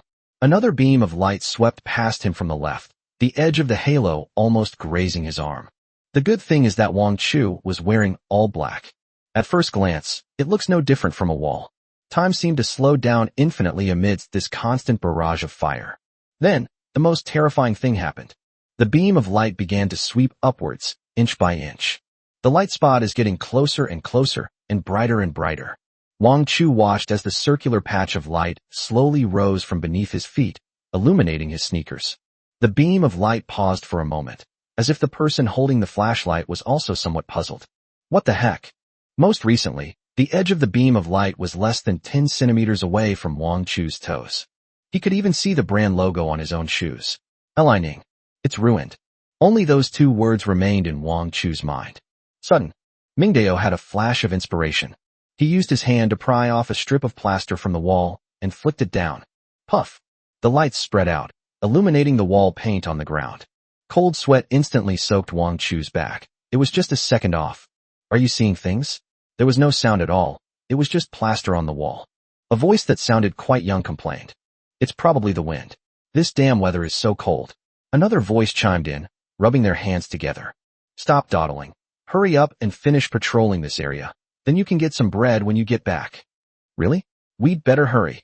They seemed to be just going through the motions, circling around downstairs, the beams of their flashlights swaying and drifting into the darkness in the distance. Wang Chu, who was suspended in midair, breathed a sigh of relief. Stimulated by this, he dared not move even a single finger, for fear of making the slightest sound. Mingdao breathed a sigh of relief, but his nerves remained tense. He immediately used a coded signal, pulling the rope very slightly twice, to urge Wang Chu to act quickly. Time waits for no one. Wang Chu received the signal, gritted his teeth, and tried to regain control of his body. He recalled Mingdao's descent and tried to imitate him, attempting to use the force of his feet pushing off the wall to swing himself onto the 9th-floor balcony. However, ideals are lofty, but reality is harsh. His weight of over 200 pounds and almost zero core strength made this seemingly simple movement incredibly difficult. He mustered his courage and pushed off the wall with both feet. The body did swing, but the arc of the swing was pitifully small. He was like a giant meatball hanging on the wall, futilely drawing awkward arcs on the wall, unable to get even a fraction closer to the balcony. Once, twice, 3 times. He exerted all his strength, his face turned red, and sweat kept sliding down his forehead. But each attempt only took him further away from his goal, and his physical strength was rapidly depleted. Use your strength. Use your core strength, not your legs. Mingdao instructed anxiously from the balcony, his voice low. Wang Chu heard this and wanted to do as he was told, but his body wouldn't obey him. The more anxious he became, the more distorted his movements became. In yet another failed attempt, he used too much force and his foot scraped hard against the rough wall. Sizzle. Another large piece of paint has peeled off. As luck would have it, what I feared most came to pass. There's movement up there. One of the newcomers, whose ears were as pointed as a dog's, suddenly looked up and, almost without hesitation, shone the beam of his flashlight up at him. The beam of light was perfectly fixed on the enormous figure hanging between the 9th and 10th floors. The conspicuous rope hanging from the rooftop, and the enormous black figure hanging at the end of the rope like a rice dumpling. were illuminated in the bright beam of light, revealing every detail and leaving no room for concealment. What? Really? Oh my God. Quick, let's go up and check it out. The veteran team leader shouted sternly, reacting extremely quickly and almost instinctively rushing forward. The 3 new recruits behind him instantly became excited. Male or female? How would I know? Let's go take a look. The 3 new recruits whispered among themselves, both afraid and excited. On the 9th floor balcony, Mingdao thought to himself, this is bad. At this point, we don't care about being exposed. His arm muscles bulged instantly, unleashing terrifying power as he yanked the rope backward. Wang Chu's massive body, as if thrown by a catapult, slammed into the balcony of room 902 in an extremely disheveled manner, making a muffled thud. At the same time, Mingdao quickly pulled the exposed rope back into the room. However, it was too late. 9th floor. Hurry up. Building 6, Unit 902. Hurry. The sound of hurried footsteps echoed from the stairwell, rapidly approaching the 9th floor. 10 seconds at most. They'll be at the door within 10 seconds. What to do? Mingdao's brain was racing at that moment. A forced breakout? There are at least 4 people on the other side. We can defeat them in a fight, but once we start fighting, it will undoubtedly attract even more people. Hide. The other party will likely call for backup, which is only a temporary solution. His hand had already unconsciously reached for the multi-tool. This is the worst-case scenario. If it really comes to that, he will not hesitate to strike and kill them all as quickly as possible. However, at this critical moment, Wang Chu, who was lying on the ground panting heavily, suddenly had a resolute look in his eyes. He saw that Mingdao's hand was already on the hilt of the knife, and Wang Chu's heart skipped a beat. He knew that Ming had no choice but to resort to this tactic to protect him. But once you start, there's no turning back.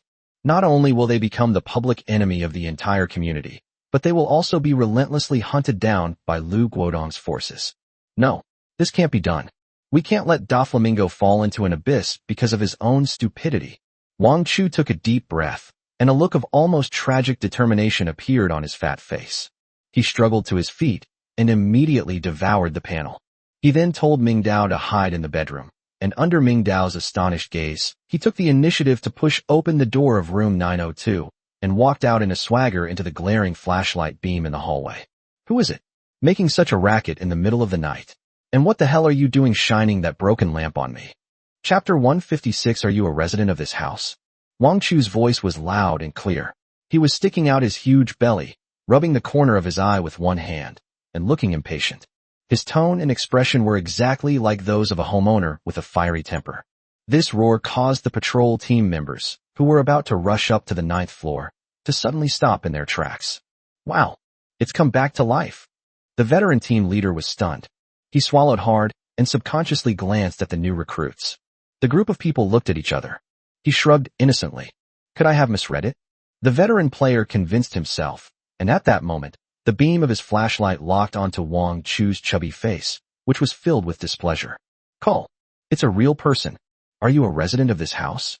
The veteran player's voice carried a hint of uncertainty. We just clearly saw someone climbing the wall outside. Climb the wall. Climb your mother's wall. Wang Chu instantly transformed into a dramatic genius, delivering an explosive performance. He reacted like a cat whose tail had been stepped on, instantly bristling and pointing at the veteran player's nose while cursing loudly. I just got back from my friend's house and realized I forgot my keys. So I was thinking about whether I could climb into my balcony through the stairwell window. I tried for ages but failed and almost fell to my death. As he cursed, he exaggeratedly patted his chest, looking as if he was still shaken. And what have you guys done? Wang Chu's tone shifted from accusation to denunciation in an instant. He pointed to his elbow, where a large patch of skin had been scraped open and was oozing blood due to the friction earlier. You saw me hanging on the wall, and instead of helping me, you blew a light into my eyes. Do you want me to fall and die? Huh, are you? He became more and more agitated as he spoke, spitting everywhere, his roguish and unruly manner perfectly captured. These words were well-reasoned, full of details, and also carried an air of unreasonable arrogance. These reasons may sound utterly absurd, but they do seem to have some merit. The patrol members looked at each other, momentarily stumped by his question. In particular, Wang Chu's initiative to open the door and come out dispelled most of their doubts. After all, what thief with a guilty conscience would so confidently open the door and confront the other party? In the darkness inside the room, Ming Dao took in everything. He slowly loosened his grip on the knife. This fat guy, who's usually timid as a mouse and even blushes when he talks to people, he actually has the skill. In the hallway, the veteran team leader, though intimidated by Wang Chu's imposing presence, ultimately did not forget his duty. Since we're already here, we can't just leave like this. He put on a stern face as required by the rules. We are the property management patrol team. We are currently in a state of emergency and conducting a security check. He pointed his baton at the room behind Wang Chu and said in a stern tone, "Let us in to check." An inspection? Sure. Wang Chu casually spread his hands, his massive body, weighing over 200 pounds, blocking the doorway like a mountain of flesh. Far from being afraid, he turned to the side, making way for just one person to pass through. Check and inspect at will. My place is so cramped, even mice would run away with tears in their eyes. But I'm warning you, this is all I have in this house. I'm dirt poor. If you mess it up or take anything, I'll go to the command post tomorrow and have a word with Captain Liu. His confident, even arrogant, attitude only made the experienced veteran player at the door believe his story even more. The veteran player's tightly furrowed brows slowly relaxed a little, but his vigilance was not completely relaxed. He waved his hand and nodded with his chin toward an eager recruit behind him. Well, why don't you go in and take a look? Yes, Captain. The new recruit had been itching to get started for a long time. He shoved Wang Chu aside and rushed in almost impatiently, his flashlight flashing wildly around the room. Pots, pans, sofa, and color TV were all empty. The beam of light swept towards the bedroom again. The renovation is simple and there are no problems. There were some scattered supplies piled up in the corner, well within the range that an ordinary survivor is allowed to possess.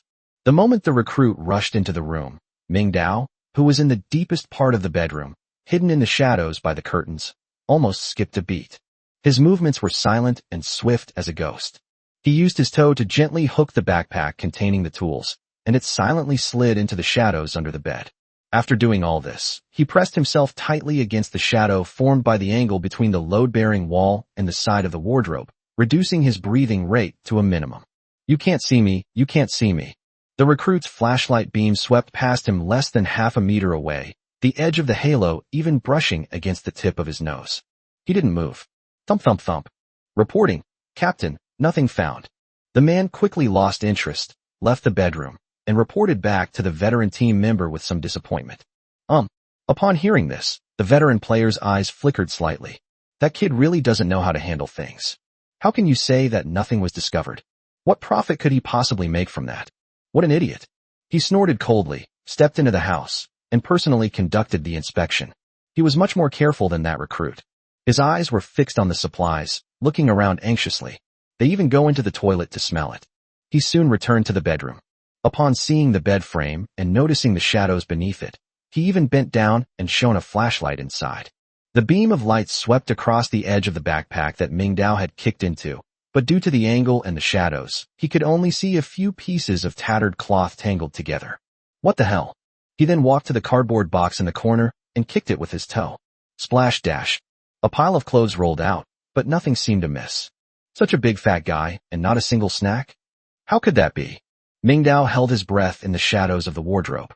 He could clearly feel that the veteran's gaze lingered on his hiding place for a full 2 seconds. He seemed to be thinking about something. Ming Dao's heart was in his throat. He was even prepared to launch a sudden attack. If the other party got even an inch closer, he would strike without hesitation. The lights drew closer, and so did the footsteps. And then, just as that hand was about to pull back the curtains. Hey bro, is that enough already? Chapter 157. How much profit is there? Wang Chu, standing at the door, once again delivered an award-winning performance. He yawned dramatically, looking impatient. I'm going to sleep later, so don't mess up my bed. Disappointment filled the veteran player's eyes, but he eventually walked out and stopped rummaging around. For a blunder, a huge commotion was made in the middle of the night, but not even a single cookie was found. It's a complete waste of time and energy. Oh shit. Alright. It's over. The veteran player waved his hand impatiently, completely losing interest. He glared at Wang Chu, his tone harsh. Don't do anything dangerous like that again. Cosplaying a Teru Teru Bozu in the middle of the night. Damn it, scared the hell out of me. Whether you lost your keys or what, if I see you again, I'll treat you like a thief. You hear me? After saying that, He didn't even bother to look at the fat man again, and turned to leave with his men. Ming Dao, who was inside the room, slowly exhaled a breath of stale air. The crisis is over. He had to admit that Wang Chu's performance tonight far exceeded his expectations. However, just as those patrolmen turned around, cursing and swearing, and were about to disappear around the corner of the stairwell, etc., Wang Chu's voice rang out once again. Ming Dao? Team members? The group of people suddenly stopped and turned around almost simultaneously. The unfriendly look was written all over everyone's face. Especially the veteran team leader, whose eyes had become extremely dangerous, pointed directly at Wang Chu with his baton. What the hell are you trying to do now? One of the new recruits couldn't help but yell. Is this never going to end? You think I won't do anything about it? Before he could finish speaking, he was silenced by a stern glare from a veteran player. He was on the verge of exploding. If this reckless fat man dared to utter another word of nonsense, he would definitely let him know what the patrol team's unlimited law enforcement power really meant. Don't be in such a hurry. Facing those murderous gazes, Wang Chu was not afraid at all. Instead, he chuckled. That smile was a mix of honesty and shrewdness, flattery and cleverness. In front of everyone, he slowly rummaged through the pocket of his tracksuit for a long time. Finally, he pulled out a red and gold cigarette case that was slightly deformed from being crushed. Furong Wang cigarettes. If you only smoke Furong Wang, you're destined to be an emperor in your next life. Wang Chu skillfully flicked open the cigarette box, pulled out 4 cigarettes from the remaining half-pack, and held them between his fingers like a magician. With his belly protruding and a broad smile on his face, he walked step by step to the patrol team members. Brothers, thank you for your hard work. Patrolling in the middle of the night, you really put your hearts into the safety of our community. He adopted an extremely humble posture, as if he had become a completely different person. He first walked up to the veteran team leader and respectfully offered him a cigarette. Brother, here, have a smoke to relax. The veteran player's eyes lit up instantly when he saw the Furong Wang cigarettes handed to him. Wow, it's even a high-end product like Furong Wang. He hesitated for a moment, but in the end, he couldn't resist the temptation. He reached out and took the cigarette. You're a smart kid. The veteran player's voice unconsciously softened considerably. He brought the cigarette to his nose, took a deep drag of the long-lost aroma of tobacco, and his expression instantly relaxed. 99.9% perfect, a rare find. Seeing this, Wang Chu felt much more at ease. He didn't stop, but turned around and handed the remaining 3 cigarettes to the 3 new recruits, 1 for each of them. You guys have worked hard too. Here, have 1 each. It's just a small token of my appreciation. Take it and smoke it. The 3 recruits looked at each other, and then instinctively looked at their captain. The veteran player, with a cigarette between his fingers, coughed lightly, feigning modesty, but did not stop them. This is tantamount to tacit consent. The 3 recruits were overjoyed and practically fought over the cigarettes from Wang Chu's hand, their displeasure and hostility vanishing completely. Thank you, Brother Xia. Brother, you're too kind. We're like family. We're practically family now. A single cigarette was enough to win people's hearts. Wang Chu even thoughtfully took out a lighter and personally lit it for the veteran team member. Sizzle dash. Orange flames lit up the dark stairwell, illuminating the slightly flushed face of the veteran team member. He took a deep breath, and his entire mental state changed. Behave yourself from now on. The veteran player's tone had changed from a warning to an elder's advice. Don't do such stupid things again. Yes, brother is right. I will definitely change. Wang Chu nodded and bowed, then changed the subject, seemingly unintentionally leaning closer and asking in a low voice. By the way, brother, how's the pay for this patrol job? I see you guys work so hard every day. The food and water provided by command should be plentiful, right? This is a very skillful question. Sure enough, upon hearing the word profit, the veteran player's eyes lit up again, and a knowing smile appeared on his lips. He glanced at the 3 new recruits behind him who were puffing away and looking quite pleased with themselves, then at the smart, fat man in front of him, and completely let his guard down. He held a cigarette between his fingers and beckoned to Wang Chu to come closer. To tell you the truth, the veteran's voice was extremely low, filled with mystery and superiority. Contribution points are basically worthless now. The good stuff from headquarters isn't available for exchange. Take the most basic instant noodles, for example. They've gone up to 30 contribution points a pack. You have nowhere to spend your contribution points. He blew a smoke ring triumphantly and continued. But we are different. He He pointed to the small armband on his body with the hand holding the cigarette, a hint of arrogance on his face. We can use the guise of an inspection to, you know what I mean. That smile was full of hints and unspoken understanding. Wang Chu immediately showed an expression of sudden realization and understanding, his face filled with envy and longing. So that's how high it is. It's really high. This perfectly timed flattery made the veteran player feel incredibly comfortable. The more he looked at the fat man in front of him, the more pleasing he found him to the eye. He's resourceful, knows the rules, and is quick-witted. Most importantly, he's willing to invest. If you could bring someone like that into your team, he'd be an invaluable asset. The veteran player's gaze swept over Wang Chu's muscular physique. Weighing over 200 pounds, he was a bit overweight, but he had the foundation. If it really came down to a fight, his physique alone would be enough to overwhelm most survivors. A bold idea began to take shape in his mind. I think you're a decent guy, both physically and mentally. If you keep drifting along like this, you'll starve to death sooner or later. The veteran player said in a tone that suggested, let me show you the way. How about it? Interested in reporting to our patrol team tomorrow? Chapter 158. Congratulations. He patted Wang Chu on the shoulder, his tone carrying a hint of recruitment. As long as you come, I'll put in a good word with the higher-ups and get you assigned to my team. I'll personally mentor you then. He leaned close to Wang Chu's ear and lowered his voice even further, so that almost only the two of them could hear it. Follow me. I can't guarantee anything else, but at least you won't go hungry. And if you ever get any good cigarettes like this again, don't forget to save a couple for your brother. A potentially fatal crisis was completely averted through a few cigarettes and a few unspoken words. They even planted an unexpected piece for the future. That's wonderful. Thank you, brother. Thank you for your help. Wang Chu was so excited that his face turned red, as if he had really gotten a great deal. He bowed repeatedly to express his gratitude. All right, stop standing around and go inside. Remember, if you want to come back, find me downstairs at the command post at 8 o'clock tomorrow morning. My surname is Zhou. Captain Zhou contentedly stubbed out the remaining half of his cigarette and carefully put it back in his pocket. The remaining half was enough for him to enjoy it one more time. How wonderful. He waved and left happily with 3 equally satisfied recruits. The footsteps faded into the distance in the hallway, eventually disappearing completely. Only after confirming that they had gone far away did Wang Chu's smile slowly fade, and he leaned against the wall. My legs felt weak. He closed the door and locked it. In the darkness, a figure emerged from the shadows of the bedroom. This is the way. Wang Chu felt a little uneasy under his gaze and subconsciously shrank back. His arrogant and domineering demeanor vanished, and he reverted to being that cowardly and weak fat man. Brother Mingming, he stammered. Did I mess up just now? Tisk tisk tisk.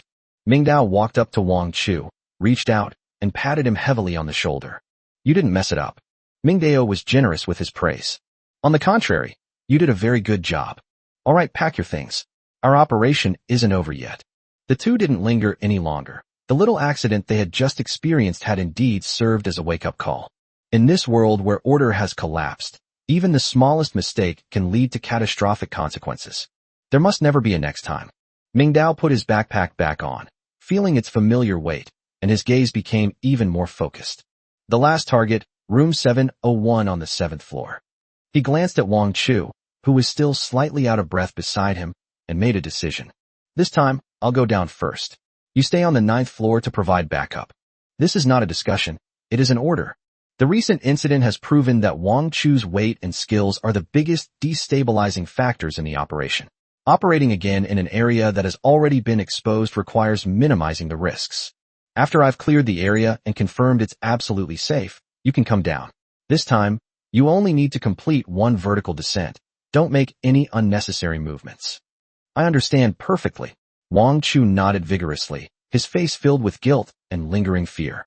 With the plan set, Mingdao skillfully secured the rope to his body, and without any unnecessary words, he leaned back and silently slid down to the 7th floor. This time, his movements were more cautious and swifter. His enhanced physical abilities allowed him to reach a whole new level of control over his strength, and the descent was almost completely silent. It hovers outside the balcony of room 701. Safety confirmed. He kicked off the wall with both feet. His body moved like a nimble ape, drawing a sharp arc in the air and precisely clearing the balcony railing. Bang! The sound of it landing was as light as a cat's. This room was clearly only half finished. The air was filled with the mixed smell of oil paint and turpentine. A dust cloth was laid on the floor, and an easel stood in the corner. On the easel is an unfinished landscape oil painting. Mingdao's gaze was drawn to the painting. The painting depicts a tranquil stream, with clear water flowing gently. Lush forests line both banks, and sunlight filters through the leaves, casting dappled shadows across the woods. The painting's warm and bright tones, brimming with vitality and hope, create a stark and ironic contrast with the apocalyptic scene outside the window, shrouded in two moons and fraught with peril. Yet they also bear a strange resemblance. That forest, isn't it the primeval jungle outside the community that has swallowed countless lives? Isn't that stream the deadly water source that Li Laosan mentioned, which was occupied by saber-toothed tigers? With a thought, Mingdao put the painting directly into his backpack. He then quickly checked the surrounding environment, and, after confirming that there was no danger, went to the balcony and sent a safety signal to Wang Chu on the 9th floor. This time, Wang Chu learned his lesson. He took a deep breath, stopped looking at the abyss below, and had only one thought in his mind: go straight down without making any unnecessary movements. He clumsily climbed over the railing, gripped the rope tightly with both hands, and let his body weight carry him down. Although the posture was still awkward, even pathetic, at least the terrifying scene of free falling from before did not repeat itself. At the last moment, Mingdao pulled hard, and he flipped directly onto 701. Thump! Arrived safely. Wang Chu struggled to get up from the ground, not bothering to brush off the dust, his gaze immediately drawn to something on the living room wall that emitted a faint blue light. His heart began to pound wildly. This is it. Bring it on. Annexation. The instant your fingertip touches the panel. The eerie blue light on the panel, as if alive, transformed into countless tiny specks of light, eagerly merging into his palm before finally disappearing completely. Upgrade requirements detected. Construction panel, LV2, initiating upgrade. 23 hours, 59 minutes, and 59 seconds. Mingji. Me too. It's the upgrade countdown. Wang Chu was extremely excited. He was no longer the burden who could only follow behind and watch Mingdao grow stronger time and time again, while he himself remained stagnant. He too embarked on this path of evolution. He also possesses that immortal technique. Congratulations. Mingdao nodded. From now on, you will be my mobile warehouse and second production line. Huh. Wang Chu was stunned, unable to understand the meaning of the sentence for a moment. Mingdao didn't keep Wang Chu in suspense. He looked at Wang Chu and began to explain. Disassemble and synthesize table, with an attached temporary backpack that has only 10 slots. What's the meaning? That means that its maximum number is very small, but the capacity of each cell is almost infinite. Chapter 159 Day 5 Survival Settlement. Mingdao explained it in the simplest language. I can put 10,000 iron ingots into one slot, but it still only occupies one slot. If I have to deal with more than 10 different basic materials at the same time, such as iron ingots, steel, copper wire, and plastic, the temporary backpack will be instantly filled, triggering a 60-second countdown to empty. Wang Chu only vaguely understood what he was hearing, but he grasped the key point. Like not having enough inventory slots in a game. That's one way to put it. Mingdao gave him an approving look.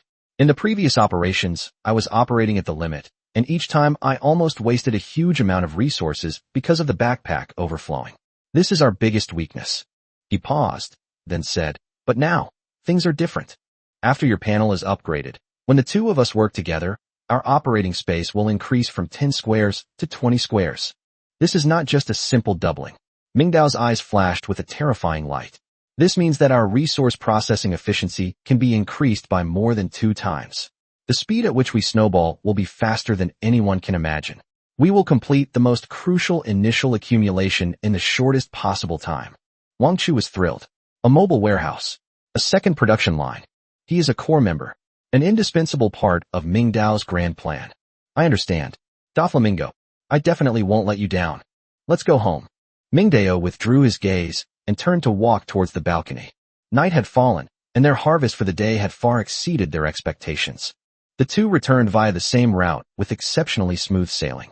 After retrieving the rope, they sneaked into the underground parking garage and eventually returned to Building 5. They did not encounter any more patrol teams along the way. Mingdao stopped as he passed the fire hydrant at the entrance of Building 5. There, a small pile of rusty metal scraps, delivered in advance by Feng Ji's team, was stacked. The goods have arrived. To others, it's just a pile of unsightly garbage. But in Mingdao's eyes, this was the cornerstone of his industrial empire. He stepped forward, reached out, and gently pressed his hand on the pile of scrap metal. A flash of blue light. The pile of scrap metal vanished into thin air, as if swallowed by an invisible giant maw. Iron block plus 12, steel plus 5, screws plus 30. After doing all this, the two did not linger and returned to their respective rooms. Room 802, inside the study.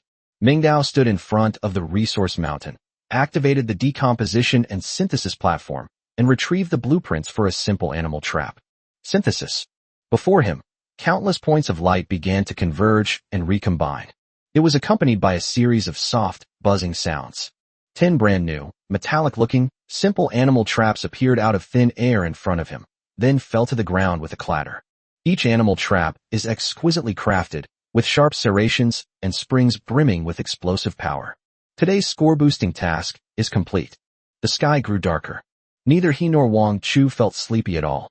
In his study, a man was writing furiously in a thick notebook, recording everything he had seen and heard that day, as well as his plans for the future, his apocalyptic revelation. The other sat cross-legged on the cold floor, closed his eyes to rest, and adjusted himself to his best state. Two completely different people are bound together by fate because of this damned apocalypse. They waited quietly, waiting for midnight to arrive, waiting for the daily settlement that will determine their fate. Midnight. A series of points added and subtracted flashed by, and finally, the score settled. Overall score, 101 points. Current total score, 280 points. Evaluation. You and your team are growing at an incredible pace. You are no longer just a survivor. You have begun to play the role of strategist and leader. You have subdued your henchmen with violence and bound your allies with mutual benefits. But you must always be aware that someone is always eyeing you covetously. Chapter 160. The Lucky One Physique. Achievement triggered. The blue light slowly dissipated, and Mingdao opened his eyes. In the dark room, only the cool light cast by the two moons outside the window could be heard. 101 points. Although slightly lower than yesterday, this score is still terrifying considering the negative scores today. In particular, the cumulative total score is 280 points. This number is completely beyond the comprehension of ordinary survivors. Even Jesus couldn't have achieved this. Day 5 survival results are complete. Rewards are being distributed. The moment he finished speaking, 3 options, each radiating a different light, appeared silently before him. The first beam of light was white, soft, and inconspicuous, enveloping a square, angular metal structure with ventilation grills on its side. Option 1. Solar generator, white. The second ray of light was also white, but its shape was completely different. It is not a physical entity, but a constantly shifting blueprint, sometimes the outline of a building, sometimes the structure of a tool, full of uncertainty. Option 2. Random architectural blueprint, white. The third beam of light was far more dazzling. It was a sharp green, and within its glow, the outline of a long weapon was vaguely visible, radiating a faint chill and sharpness. Its quality was clearly superior to the first two. Option 3. Random weapon, green. Mingdao's heart raced slightly. It had turned green again. It seems that a rating of 100 or higher guarantees a green card. What about blue? 200? Or 300? He shook his head, deciding to focus on the present. Arms. Mingdao's fingers unconsciously rubbed together. He already possessed the Tang Heng Dao, a divine weapon capable of cutting through iron like mud. While green quality weapons are certainly tempting, as Qing Wu said, his biggest weakness right now is not the inferior weapons, but his lack of skill. Having the power to slay dragons, but not even mastering the correct way to wield a sword. Having another divine weapon is merely icing on the cake and cannot bring about a qualitative change. Pass. Next comes the random blueprints. This is undoubtedly a gamble. If they win, they might be able to develop groundbreaking technologies like water purifiers. But if you lose the gamble, you might only get a blueprint for a public toilet or a landscape flower bed. In this crucial developmental period where stability and survival are paramount and progress must be made step by step, betting precious reward opportunities on pure luck is not in line with his principles. Pass. Ultimately, his gaze settled on the first option. Solar generator. A seemingly ordinary, even lowest quality, white reward. But in Mingdao's eyes, its significance far exceeds the sum of the other two options. It can even be said that it has strategic value that can change the entire game. Electricity. The meaning this word represents is extremely precious. In this post-apocalyptic world where the power is paralyzed, what does electricity mean? It signifies light, it signifies information, and it signifies industry. Why is Lu Qiudong able to act so arrogantly and domineeringly now? Besides the armed forces under his control, the most crucial thing was that he monopolized that diesel generator. The beam of light that illuminates the command post every night is not merely for illumination. It is a symbol of power, a class divide that separates the rulers from the ruled.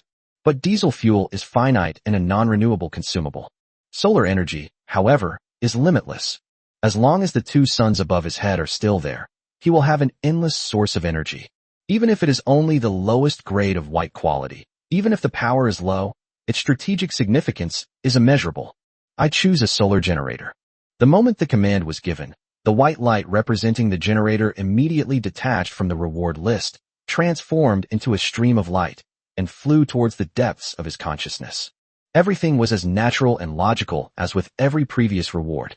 However, just as the white light was about to merge into his body, a sudden change has occurred. The ball of white light seemed to have hit an invisible wall, and suddenly stopped in midair. Immediately afterwards, a dazzling golden light burst forth from within the white light cluster. What's going on? Ding! Hidden achievement triggered, reaching new heights. Achievement effect. Your random rewards have a 1% chance of being upgraded by 1 quality level. Congratulations!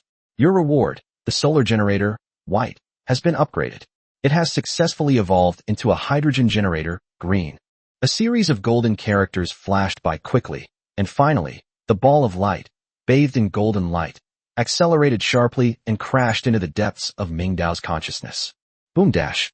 Mingdao felt a sudden darkness before his eyes, and after an unknown amount of time, when he regained consciousness, a three-dimensional structural diagram shimmering with brilliant green light was already floating in his mind.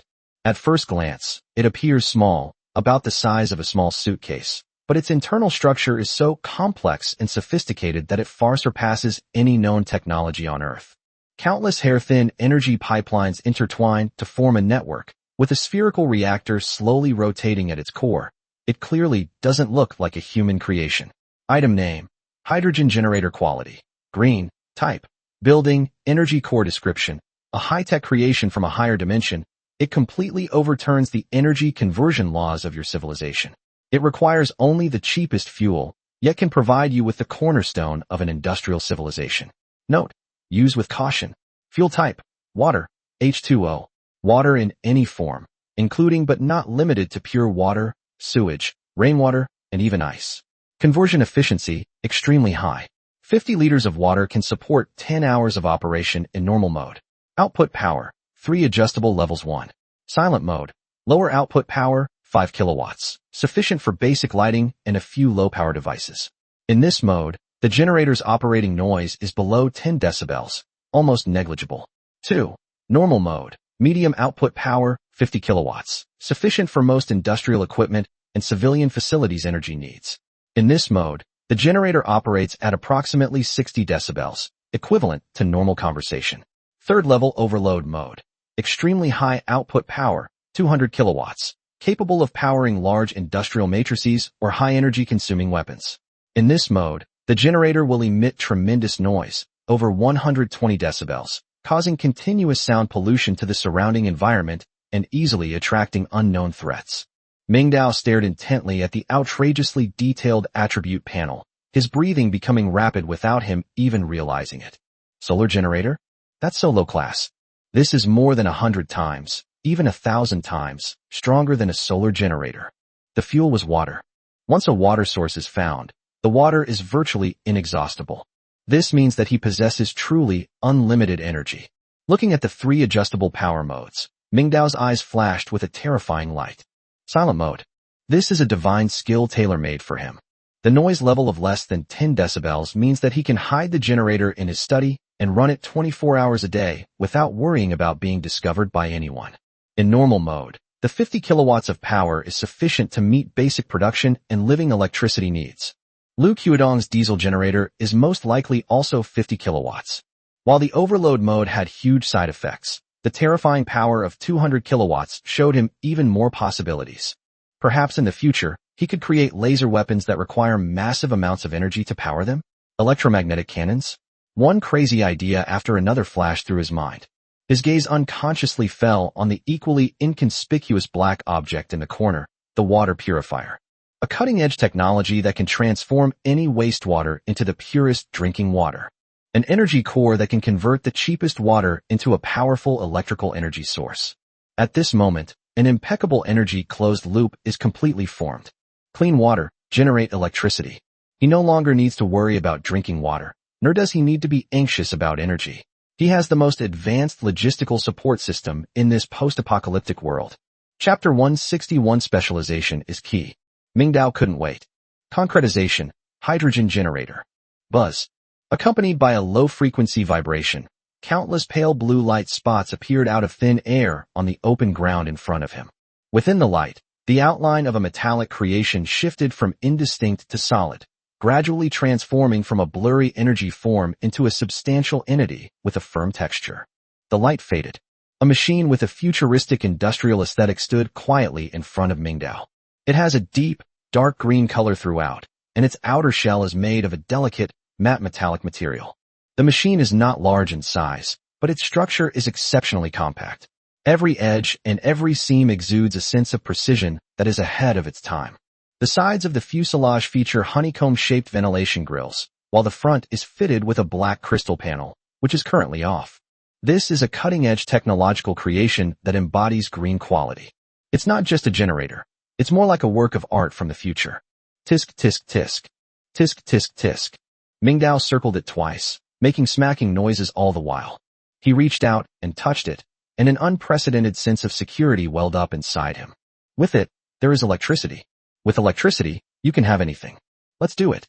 He immediately filled a large pitcher with purified water from the water purifier, about 2 liters. Back in his study, he found a circular water inlet marked with a water droplet symbol on the top of the generator. I unscrewed the cap and carefully poured the water from the kettle into it. The clean water flowed into the machine through the water inlet, as if it were completely absorbed by a sponge. After filling the container with water, he tightened the cap again, and his gaze fell on the black crystal panel. Below the panel are 3 touch-sensitive virtual buttons labeled Mute, Normal, and Overload. Mingdao's finger hovered in mid-air, hesitating for a moment. Ultimately, he chose the safest option and gently pressed the silent mode button. Drop. With a soft click, the crystal panel was instantly illuminated. A soft blue light illuminated the panel, followed by a simple data stream. Hydrogen generator started successfully. Current mode, silent mode. Fuel reserve, 4%. Power output, 5 kilowatts. Operating noise, 7 decibels. It started? Mingdao was stunned for a moment. He listened intently, but the huge study was deathly silent. That's not right. He bent down and pressed his ear almost against the generator's casing. Finally, he heard a very faint buzzing sound. The sound was so faint it was barely audible, even quieter than the sound of his higher refrigerator running. It was virtually undetectable unless you listened intently. This is simply a miracle. Mingdao immediately pulled out a power strip from the corner and plugged it into a universal socket on the side of the generator. Smack! The red indicator light on the power strip lit up immediately. He quickly grabbed his phone, plugged it in, and the next second, buzz. My phone vibrated, and a familiar daisy icon lit up. Success! Mingdao clenched his fists and swung them twice. But now is not the time to celebrate. He must fully understand the performance and limits of this marvel. While the silent mode is perfect, 5 kilowatts of power is ultimately just a drop in the bucket, only enough to meet the most basic electricity needs.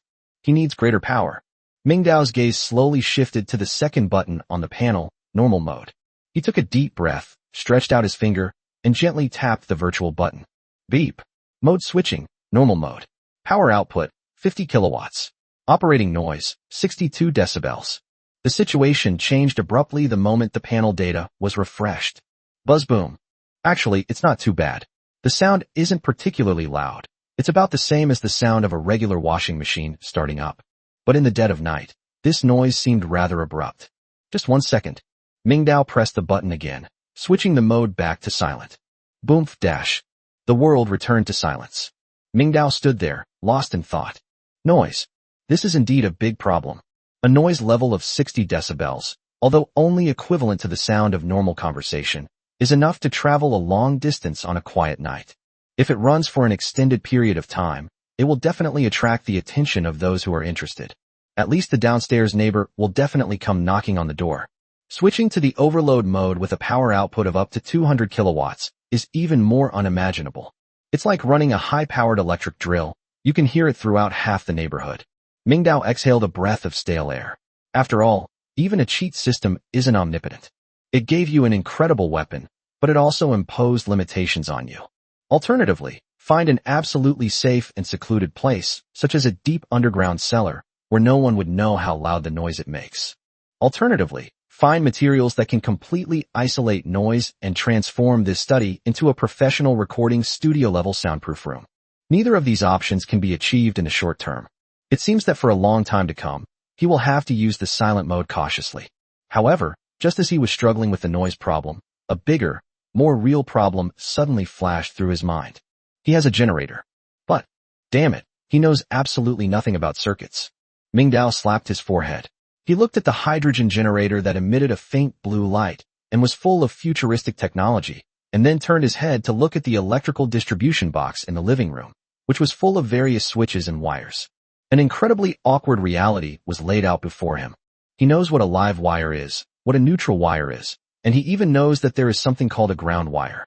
But how can the generator's power supply line be safely and reliably connected to the main electricity meter? He doesn't have an inverter, nor does he have a two-prong plug. How should circuit breakers and contactors be wired? How should the rated current of an air circuit breaker be selected? What is the difference between three-phase and two-phase electricity?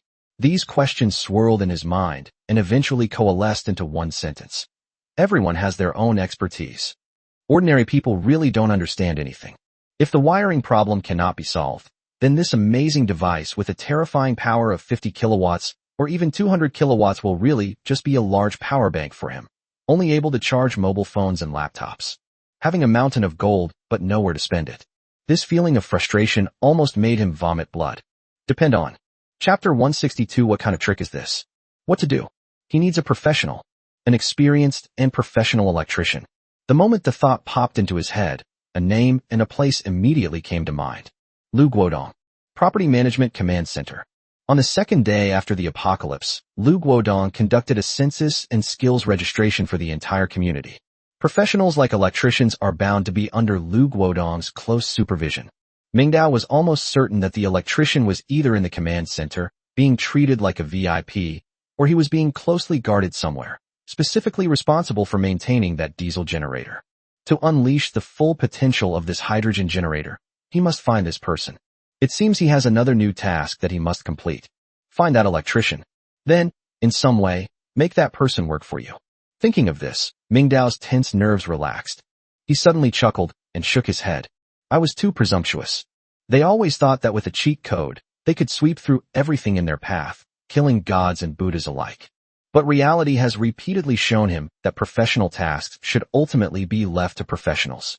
Otherwise, even if you possess the most advanced means of production, you will not be able to transform them into real productive forces. Take your time. He muttered to himself, no longer dwelling on the details. You have to eat one bite at a time and walk one step at a time. Today was another fruitful day. Whether it was winning over Brother Feng's team or acquiring this hydrogen generator, it has brought about a qualitative leap in his strength and potential. One should maintain a balance between tension and relaxation in life. A string stretched too tight is prone to breakage. He thought for a moment, then turned and walked out of the study. He took his gaming laptop, which hadn't been turned on in a long time, from the corner of the living room, returned to the study, and plugged it in. The screen lights up accompanied by the familiar startup music. The long-lost feeling of being connected to the old civilized world made him feel a little dazed. I haven't felt this relaxed in a long time. He skillfully opened the hard drive and, from hundreds of gigabytes of study materials, pulled out several movie folders cached before the apocalypse. The Shawshank Redemption, Let the Bullets Fly, and Interstellar. He hesitated for a moment, then finally clicked on XXXX. At times like these, it's better to watch something exciting.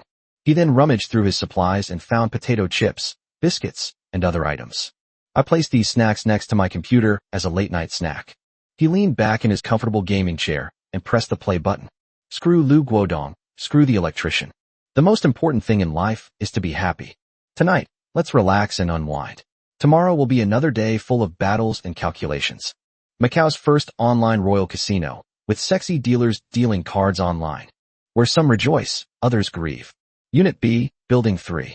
The door to room 2203 clicked softly. Zhao Hu dragged his exhausted body out of the door.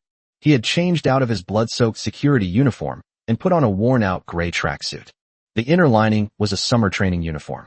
When your heart is tired, the wounds don't hurt as much. His steps were slow and heavy. Dr. Lin is absolutely right.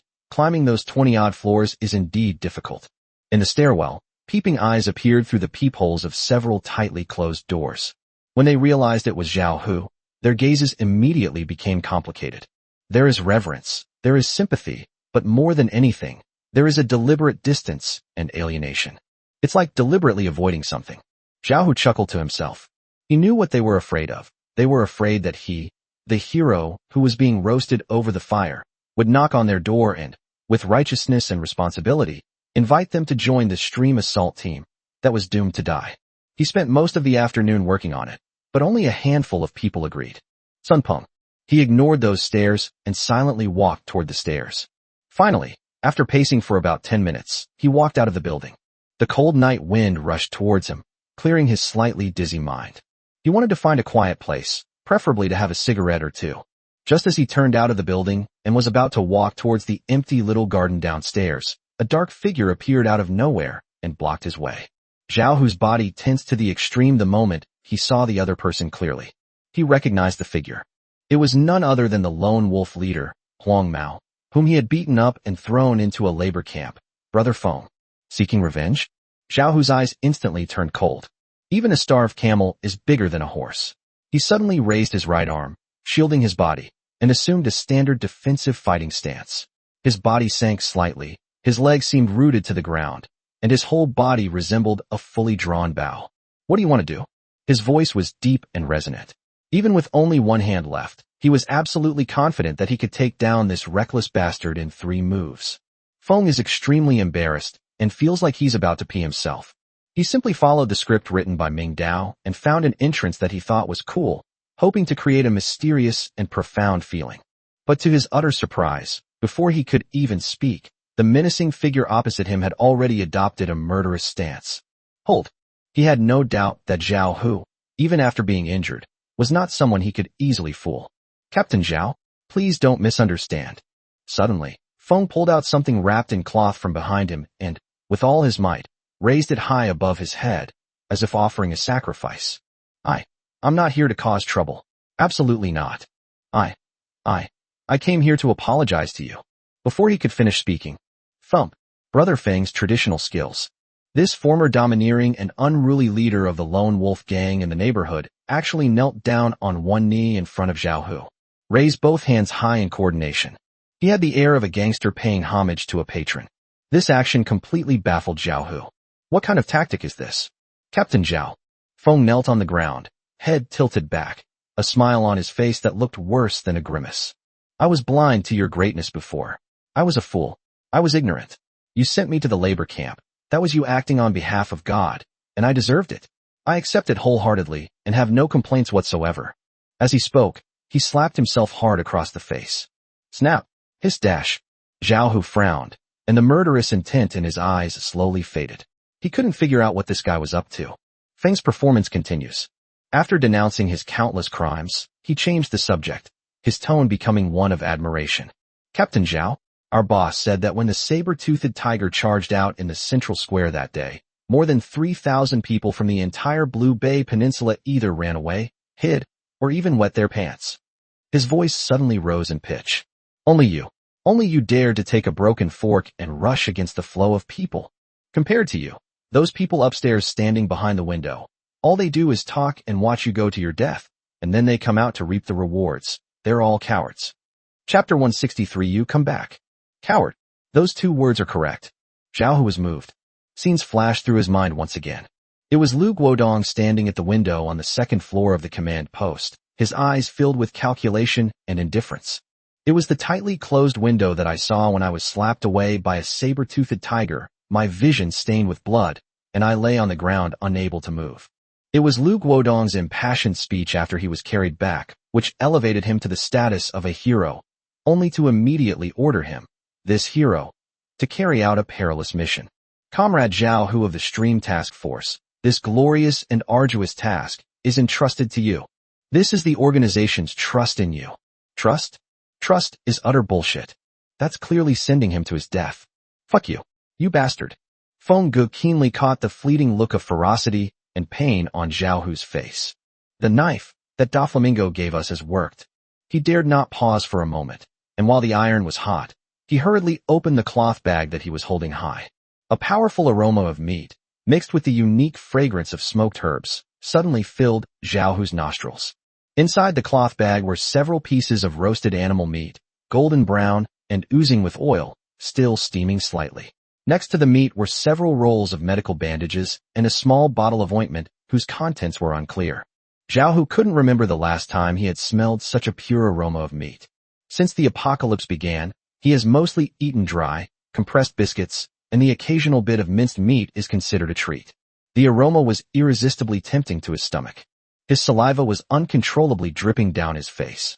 It smells amazing. It smells so good. This subtle movement was noticed by Brother Feng. Hey, Captain Zhao. Feng shoved the entire cloth bag into Zhao Hu's arms. He said it in a heartfelt tone. We may be bastards and scum, but we're not blind or confused. We know who the good guys are and who the real men are. You were injured protecting us good-for-nothings. We can't turn a blind eye. We certainly can't be ungrateful. This little bit of stuff was put together by us brothers. It's a small token of our appreciation. If you don't accept it, you're looking down on us.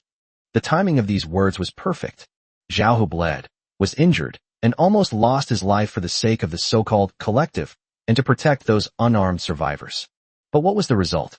What he gained in return was the suspicion and abandonment of his superiors, the cold stares and alienation of his colleagues, and the fear and avoidance of those he protected.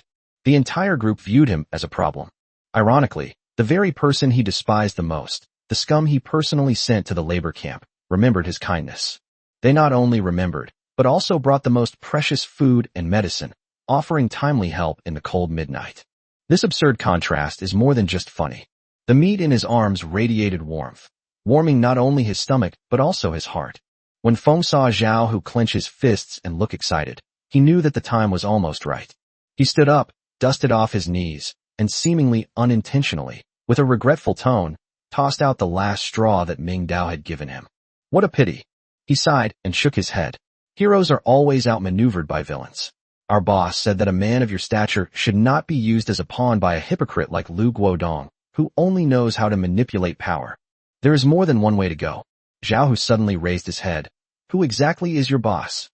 He finally grasped the most crucial word. Brother Feng. Boss. This former leader of the Lone Wolf Gang now has a new boss. This mysterious boss not only knew everything that happened in the square that day and had a very high opinion of me, but he even sent out a recruitment signal to me. Feng seemed to be frightened by Zhao Hu's oppressive gaze. He immediately panicked and covered his mouth with his hands, his eyes darting around, looking terrified as if he had let something slip. No, nothing. I didn't say anything. He gave a vague explanation while backing away. It's just us brothers who were desperate and had nowhere else to turn, following a big brother to make a living. Really, it's nothing. That guy is amazing. Incredibly amazing. Feng's face once again showed that fervent admiration. Yesterday, his daily rating broke 100. He really admires you. Really. After saying that, Brother Feng seemed to be too afraid to stay for even a second longer. He turned and ran, scrambling and crawling, looking as disheveled as could be, as if afraid of being caught by Zhao Hu and forced to reveal more secrets about his boss. Yesterday, daily settlement. Rating over 100. A name, a code name that had hung over everyone's heads like a god since the second day of the apocalypse, making Lu Guodong and his so-called committee feel suffocated, instantly appeared in his mind. Anonymous first. It was him. It was him. It really was him. No wonder. No wonder those scumbags like Brother Feng could produce such precious animal meat and medicine. No wonder this mysterious person knew so much about me. No wonder he dared to say there's more than one path. The sheer volume of information overwhelmed Zhao Hu's brain like a tsunami, leaving him momentarily dizzy. On one hand, there is exploitation, suspicion, and abandonment. On the other hand, there is appreciation, respect, and timely assistance. At this moment, Zhao Hu's wavering heart finally settled down. He looked down at the cloth bag in his arms. Taking a deep breath, he shouted in a low voice towards the disappearing figure. "You come back."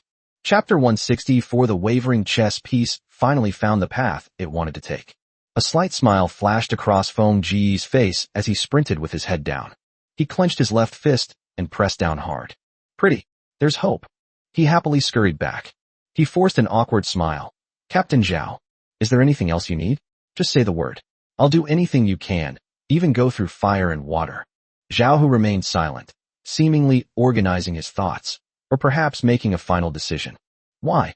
Go back and tell your boss. Tomorrow at noon, the community center will be refreshed. I'll be waiting for it on the rooftop of Building 9. This is both a response and an attitude. This means he accepted the meeting. They accepted this olive branch from Anonymous first, an offer that was both tentative and well-intentioned. When Feng heard those words, he didn't react for a moment. It's done? That's it. He had considered countless possibilities. Zhao Hu might fly into a rage and beat him up. They might dismiss him with disdain and throw him and the gift away. They might even feign acceptance and then demand more supplies. But he never expected things to go so smoothly. Ming's script is simply divine. He actually managed to turn this stubborn special forces soldier, who was impervious to reason and as obstinate as a rock, against his will. He nodded vigorously. What else could he say? He just had to agree. "Don't worry, Brother Zhao. I will definitely pass on this message."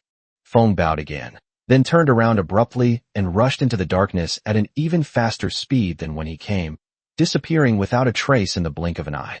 He ran so fast, so urgently, as if afraid that the man behind him might suddenly change his mind and take back his golden words. Watching that disheveled figure disappear, Zhao Hu's tense body slowly relaxed. A night breeze blew by, stirring up a few fallen leaves from the ground. He made a decision that betrays the past and gambles on the future. He slowly raised his hand and hugged the cloth bag in his arms even tighter. This thing must not be seen by anyone. In particular, they must not be seen by Lu Guodong and his newly recruited patrol members. Otherwise, these few pieces of meat and these few rolls of bandages would become irrefutable evidence of his collusion with the enemy. Zhao Hu walked back into the dark stairwell of Unit B in Building 3. And so began that long climb once again. In the stairwell, the gazes hidden behind the peepholes seemed to have disappeared. No one cared anymore where this down-on-his-luck hero was going or what he was going to do. He walked step by step, his mind replaying Feng Ji's words, which, though crude, were piercingly incisive. "Compared to you, those people upstairs standing behind the window, all they do is talk and watch you go to your death, and then they come out to reap the rewards. They're all cowards. Our boss said that a person as upright as you should not be used as a tool by a hypocrite like Lu Guodong, who only knows how to manipulate power. There is more than one way to go. Yes, there's more than one way." When he thought he had no choice but to obey orders, he was driven to a dead end. But when he decided to disobey, a new path appeared before him. Finally, he returned to the empty room, 2203. He went inside in the dark and locked the door from the inside. "I can't hold back any longer." Zhao Hu reached out, picked up a piece of animal meat, and took a big bite. The raw, smoky flavor and the overpowering aroma of oil exploded in his mouth instantly. He hadn't eaten anything this delicious in a long time. He chewed heartily, eating quickly and vigorously. After swallowing a piece of meat, a warm feeling rose in his stomach, dispelling the slight chill in his body. He accepted whatever he was right or wrong. Time passed by, second by second. The quartz clock on the wall ticked away, and midnight arrived precisely on time. Buzz. A familiar, deep blue light screen slowly appeared in his mind, as if by prior arrangement. Unlike usual, today's settlement information seems unusually long. Survivor, Zhao Hu's status, minor injury, recovery today's rating, 18. Zhao Hu's heart leaped into his throat at that moment. Action 1. Participation in the community decision-making meeting. At the meeting, in response to the points deficit being surpassed, you proposed the crucial resolution to mobilize all survivors, attempting to revitalize the community's potential. Evaluation, a futile but correct attempt. You are still trying to find a way to survive within the decaying framework, which is commendable. Score +3. The low rating was expected. Immediately following, the second evaluation appeared. Action 2. Fighting bloody battle. Faced with the invasion of the mutated saber-toothed tiger, when everyone else chose to flee, you were the only one who went against the tide. Evaluation, heroic act. With your broken arm and numerous wounds, you defended the honor and responsibility of a soldier, winning precious lives for the civilians in the square. Your bravery will become legendary. Score +10. Looking at the words, heroic act, Zhao Hu's lips curled into a self-deprecating bitter smile. Yes, a hero. A hero who was used as a tool and then discarded. Regardless, the system affirmed his actions. This brought a slight warmth to his cold heart. Then, the third point. Behavior 3, confronting hypocrisy. When being publicly praised, you questioned the survivor leader, Lu Guodong, with the question, "You can see clearly from upstairs, right?" Evaluation, a hymn to courage. You spoke the most incisive truth in the calmest tone, personally puncturing the disguise and hypocrisy of power. Even though this brought you suspicion, isolation, and retaliation, you upheld your inner sense of justice. Score +2. He had assumed that his almost defiant act would earn him a negative score, a negative evaluation of undermining unity and lacking common sense. System. The system actually gave him a positive score, and his actions were described as a hymn to courage. The system, the most objective and impartial referee, actually understood all the resentment and anger behind my words. It affirmed its resistance to hypocrisy. An indescribable surge of emotion welled up from the depths of his heart. However, this is not the end. The fourth evaluation follows closely. Action 4, parting ways. After being completely isolated and driven to the brink, you did not choose to submit or succumb. You accepted the goodwill and tests from the opposing camp and made the decision to meet. Evaluation, a wise choice. When the flag you once served is stained with filth, when the collective you protected has become a tool of dictatorship, choosing a new, unknown camp is the beginning of self-redemption. Score +2. Boom dash. If the previous comment was shocking, then this one hit him right where it hurts. A wise choice. The beginning of self-redemption? His contact with Brother Feng, his decision to accept the meeting, an act he saw as full of betrayal, was actually seen as wise and redemptive by the system? The system actually allowed him to do that. It seemed to see through all his inner struggles and weighings. It knew Lu Guodong's hypocrisy, knew the corruption within the committee, and knew that he was standing at a crossroads in his life. And it, with this short sentence, pointed him in the right direction. After the immense shock came a sense of relief. He wasn't wrong after all. He is not a traitor. He was simply looking for soldiers who were truly worthy of his loyalty. The final review is finally here. Behavior 5, survived another day. Rating +1. A series of settlement messages flashed by, and finally, the screen froze. Overall score, 18 points. Current total score, 59 points. Comment. The wavering chess piece has finally found the path it wanted to take. Swinging chess pieces. I've finally found the path I want to take. Zhao Hu stared at the words for a moment. Then his lips began to curl upwards uncontrollably. He smiled. The smile initially carried a hint of bitterness, but it quickly transformed into a heartfelt, unrestrained, and exhilarating laugh. As he laughed, hot tears streamed down his face. It was tears. All negative emotions were released at this moment with this hearty laugh. Lu Guodong, what you owe me, what you owe those survivors you exploited, I will take back every single bit of it. He eagerly awaited tomorrow. Tomorrow at noon, on the rooftop of Building 9. Who exactly is this mysterious, anonymous number 1 who has created countless miracles? What kind of path will he lead himself down? Chapter 165. I want to give you another reward. Li Yifeng felt like a cannonball being fired. Even the wind in my hand was now facing resistance. It's done. It really worked. He felt even more excited than when he first led his brothers to victory in a street fight. The adrenaline rush made him completely ignore the physical exhaustion from running from Building 3 to Building 5, and then climbing to the 8th floor in one go. Just one word. Cool.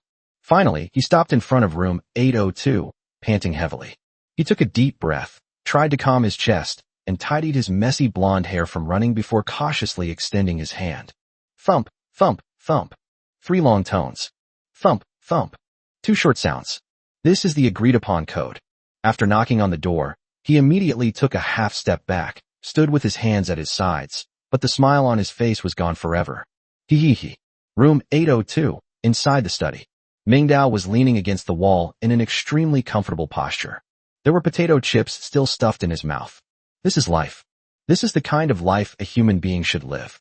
If the survivors downstairs, who would fight tooth and nail for half a loaf of bread, were to see this scene, they would probably be so jealous they'd have a stroke on the spot. Sudden. Thump, thump, thump, thump, thump. Is someone knocking on the door? Mingdao's originally lazy gaze turned cold and stern in that instant. He quickly pressed the space bar to pause the movie. His right hand swiftly grasped the hilt of the Tang Dynasty sword leaning against the table. I walked silently to the entrance hall and looked out through the peephole. In the dimly lit stairwell, Feng Ji's signature blonde face came into view. The guy was bowing his head, looking obedient, his chest heaving violently, clearly having run all the way back. Seeing that it was only Brother Feng alone and that there was no tail behind him, Mingdao's wariness subsided slightly. That kid. Click. The door lock turned. The security door slowly opened a crack. Before Mingdao could even speak, Feng Gu outside the door saw that familiar face and instantly became excited, as if he had been electrocuted. Mingji. This shout was filled with deep emotion. If Mingdao hadn't been carrying a knife, he would have even wanted to rush up, hug Mingdao's leg, and give him a couple of big kisses. Mingdao frowned and stepped aside to make way for him. Come in and talk. Brother Feng hurriedly bowed and scraped as he went into the house, then very considerately closed the door behind him and checked that it was locked again. After doing all this, he turned around and looked at Mingdao with an excited expression, his eyes shining brightly. Mingji, you're amazing. You're truly a god. Brother Feng was gesticulating wildly, spitting as he spoke, as if he wanted to turn his recent experience into a storytelling performance. You didn't see it. That Zhao Hu. At first he was as fierce as a tiger that was about to eat me alive. I thought he was going to chop me up on the spot. I was so panicked at the time, I almost peed my pants. But when I remembered what you taught me, I calmed down. I followed your script exactly, and knelt down before him with a thud. Then I showed him the meat, and recited the lines. Feng Gu vividly imitated the scene, even exaggerating Zhao Hu's expression at the time. Guess what?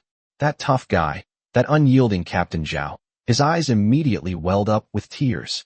Especially that line, there's more than one way to go, was absolutely killer. I saw it clearly. He was completely stunned. You really hit the nail on the head. He imitated Zhao Hu's shocked expression perfectly. Finally, he asked me to pass on a message to you. He'll be waiting for you on the rooftop of Building 9 at noon tomorrow. Are you going to wait for me in person? Mingdao nodded, surprised yet reasonable.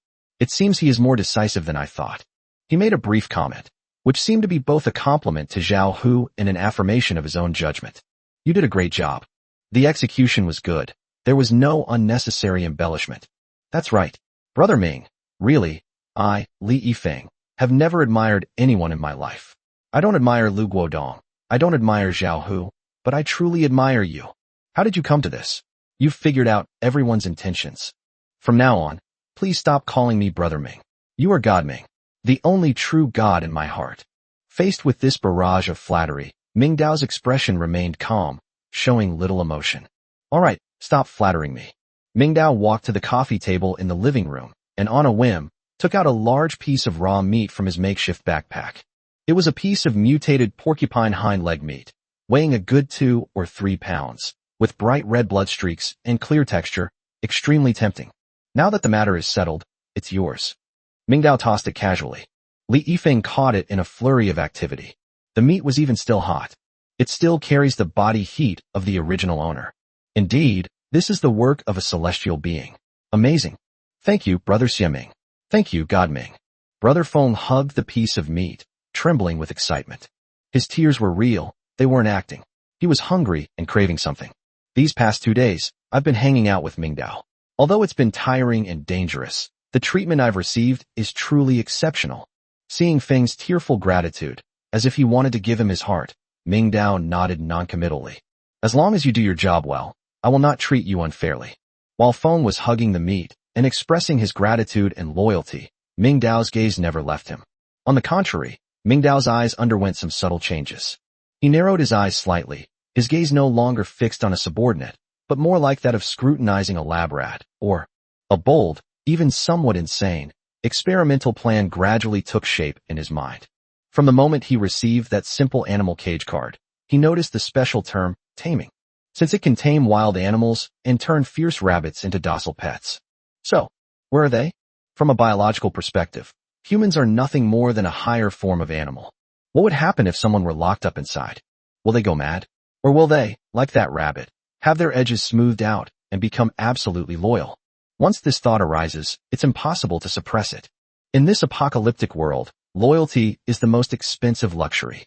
Brother Feng seems very obedient now because he has meat, a knife, an absolute force to suppress him. But deep down, this kid has a rebellious streak. He's a fence-sitter, a real scoundrel. If he gets injured one day, or if Lu Guodong offers a higher price, this kid will definitely bite back without hesitation. This uncertainty is a hidden danger that Ming Dao cannot tolerate. Instead of constantly being on guard, it is better to. Ming Dao's gaze swept over Feng Ge from head to toe. Small body, perky butt. In the midst of his ecstatic joy, Feng suddenly felt a chill run down his spine. The atmosphere was a bit off. He subconsciously looked up and met Ming Dao's unfathomable eyes.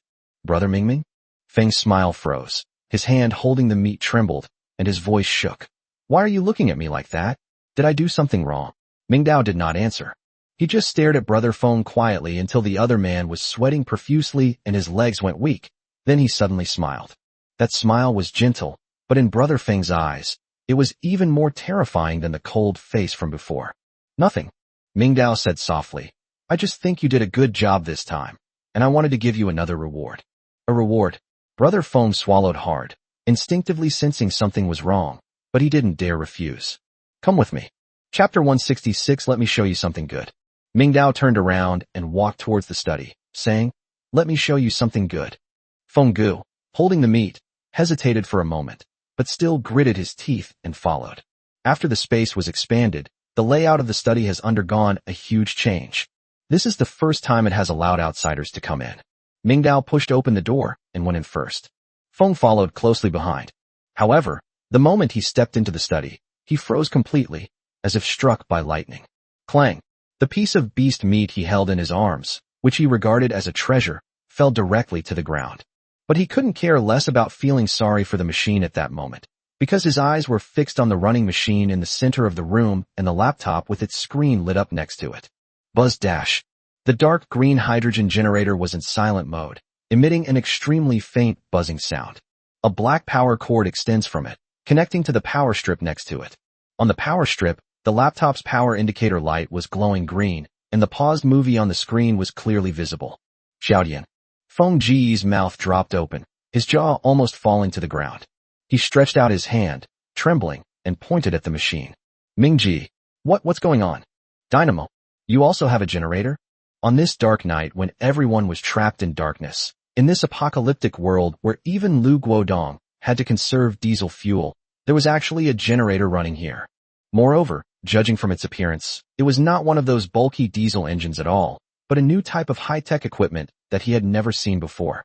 At this moment, Ming Dao's image in his heart grew even more magnificent. This is true depth. That's real strength. No wonder Ming never took Lu Guodong seriously. It turns out Lu had already mastered the core technology. Ming Dao was not surprised by Feng's shocked reaction. In fact, it was expected. But he didn't explain anything. He just glanced at the meat on the ground. You're so impatient, pick it up. Feng Ge suddenly realized what was happening.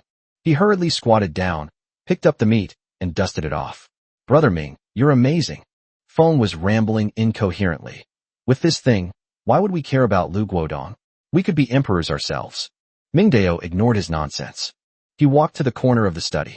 There was a huge cage made of an unknown black metal. The cage bars were thick and sturdy, exuding an indestructible feel. Inside the cage, a plump gray rabbit was lying on the ground, quietly munching on grass. Seeing someone approaching, this wild rabbit, which should have been wary and timid, showed no panic whatsoever. Instead, it raised its head and looked at Ming Dao with an extremely docile, even adorable, gaze. It was even more obedient than the pampered lop-eared rabbits in the pet store. Come out. Ming Dao opened the cage door and gently waved. The rabbit immediately hopped out and nuzzled against Ming Dao's trouser leg, incredibly docile. Ming Dao bent down, grabbed the rabbit by its long ears, lifted it up, and held it in front of Feng Ge. Take a look at it. Ming Dao's voice was soft, with a persuasive tone. Does it look familiar? Feng took a closer look and nodded. Looks familiar. Isn't that a wild rabbit? But, he scratched his head, somewhat puzzled. These wild rabbits are known for their fierce temperaments, so why is this one so obedient? He looked at Ming Dao with a fawning expression. Your methods are truly superb, boss. You can even teach a rabbit so well. This rabbit was probably intimidated by your domineering aura. Well taught. Ming Dao chuckled softly, but there was an unfathomable chill in his laughter.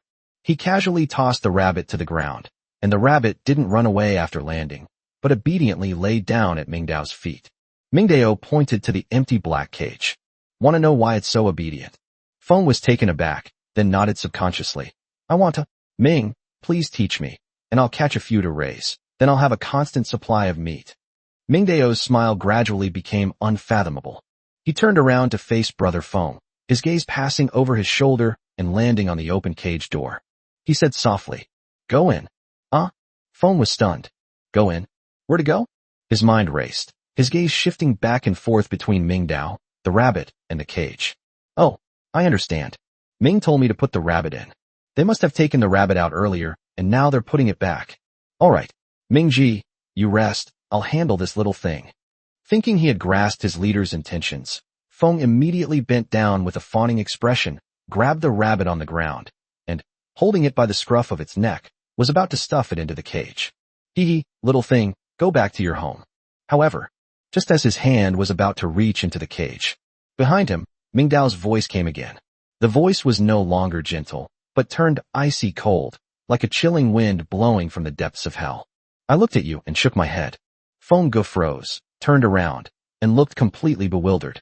Ming Dao was quietly watching him, his hands already resting on the hilt of the Tang Dynasty sword at his waist. Gently push with your thumb. Clang dash. A gleaming blade, its sharpness just beginning to show. The cold light reflected on Ming Dao's face, making him look like a demon who held the power of life and death. I said, let you in. Feng was stunned. The rabbit in her hand fell to the ground with a thud and jumped aside in fright. He pointed incredulously at the dark cage, then at himself, his voice trembling like a leaf falling in the wind. Me? Brother Mingming, you're kidding, right? This is a cage for animals. I'm a human being. Feng's face turned deathly pale instantly, and cold sweat poured down his forehead like a waterfall. A tremendous fear instantly gripped his heart. He thought he had done something wrong. Could it be because you looked too greedy when you were looking at the generator?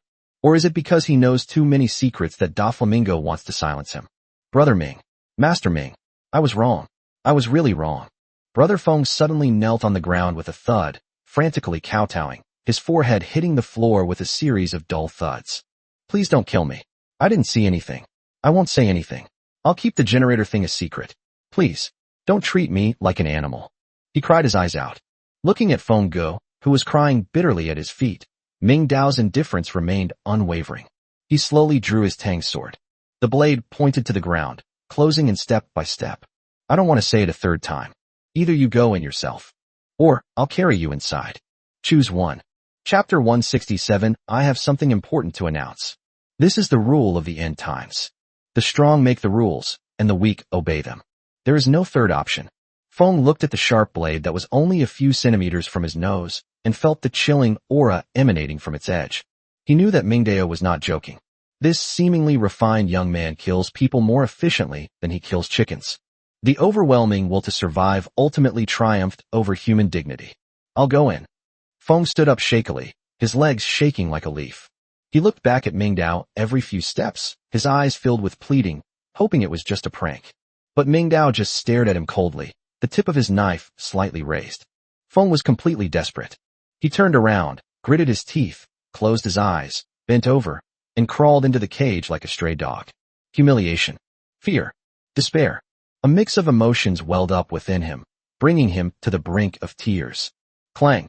A crisp sound came from behind. The cage door was closed. Feng huddled in the corner of the cage, hugging his knees, trembling, awaiting the unknown judgment.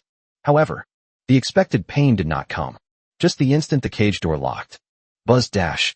The entire cage suddenly emitted a very low-frequency vibration. Buzz dash. A strange energy fluctuation emanated from the cage bars and instantly swept over Feng Ge's entire body. That wasn't electric current, nor was it a shock wave. It was a touch that struck the very soul. Feng felt as if his brain had turned into a ball of cotton and went completely blank.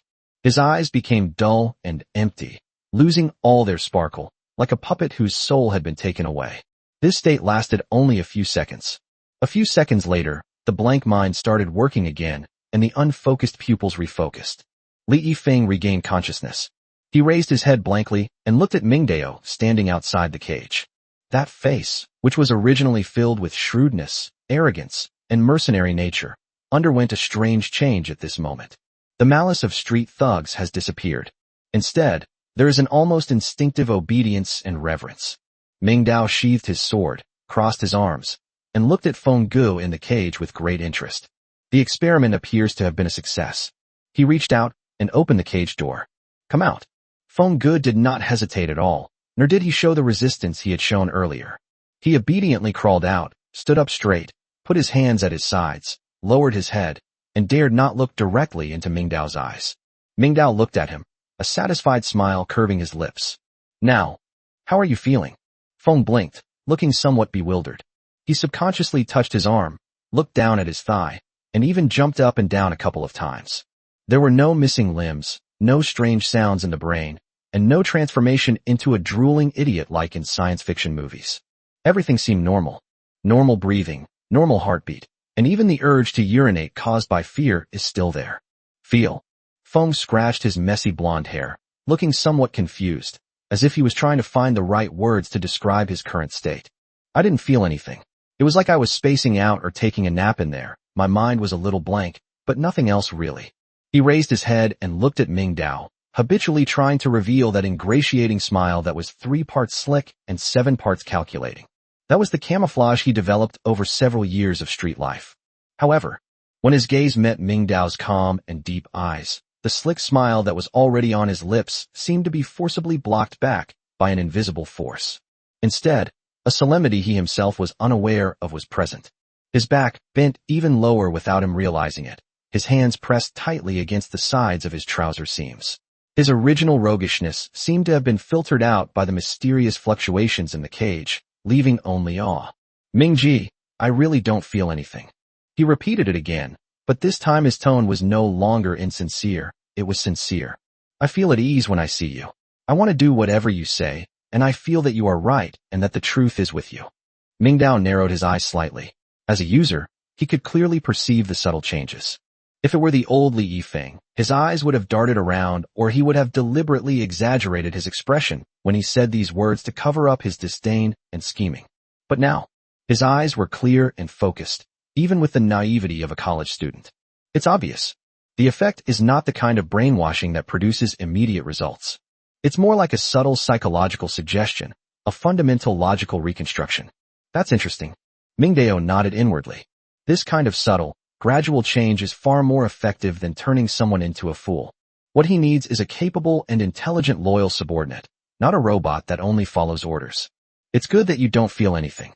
Mingdao withdrew his gaze and said calmly, since there's nothing wrong with your body, it's time to get back to work.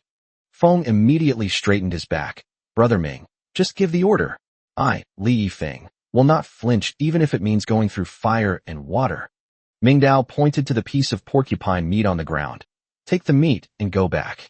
When you get back, I don't need to teach you how to appease your men, do I? No need. I know what I'm doing. Brother Feng patted his chest forcefully. Those bastards will follow whoever feeds them. As long as there's meat to eat, they don't care where it comes from. Very good. Mingdao paused, a cold glint flashing in his eyes, and issued a new command. There's one more thing. By noon tomorrow, screen all the people under you. Get rid of those who can't keep their mouths shut, those who are too cunning, and those who are hopeless. Keep only those you can trust, and those who are willing to fight, even if it's only 5 or 6. Tomorrow at noon, secretly take all these people to the underground parking garage of Building 5. I have something important to announce. Once this is done, no one in this neighborhood will dare to touch you except me. Feng's pupils suddenly contracted. Event. They also need to hold a secret meeting. Although he didn't know exactly what Mingdao was going to do, his domesticated brain instinctively generated a sense of excitement about participating in a great cause. Yes, Brother Ming. Feng nodded emphatically, his eyes burning with fervor. I'll make sure this is done perfectly.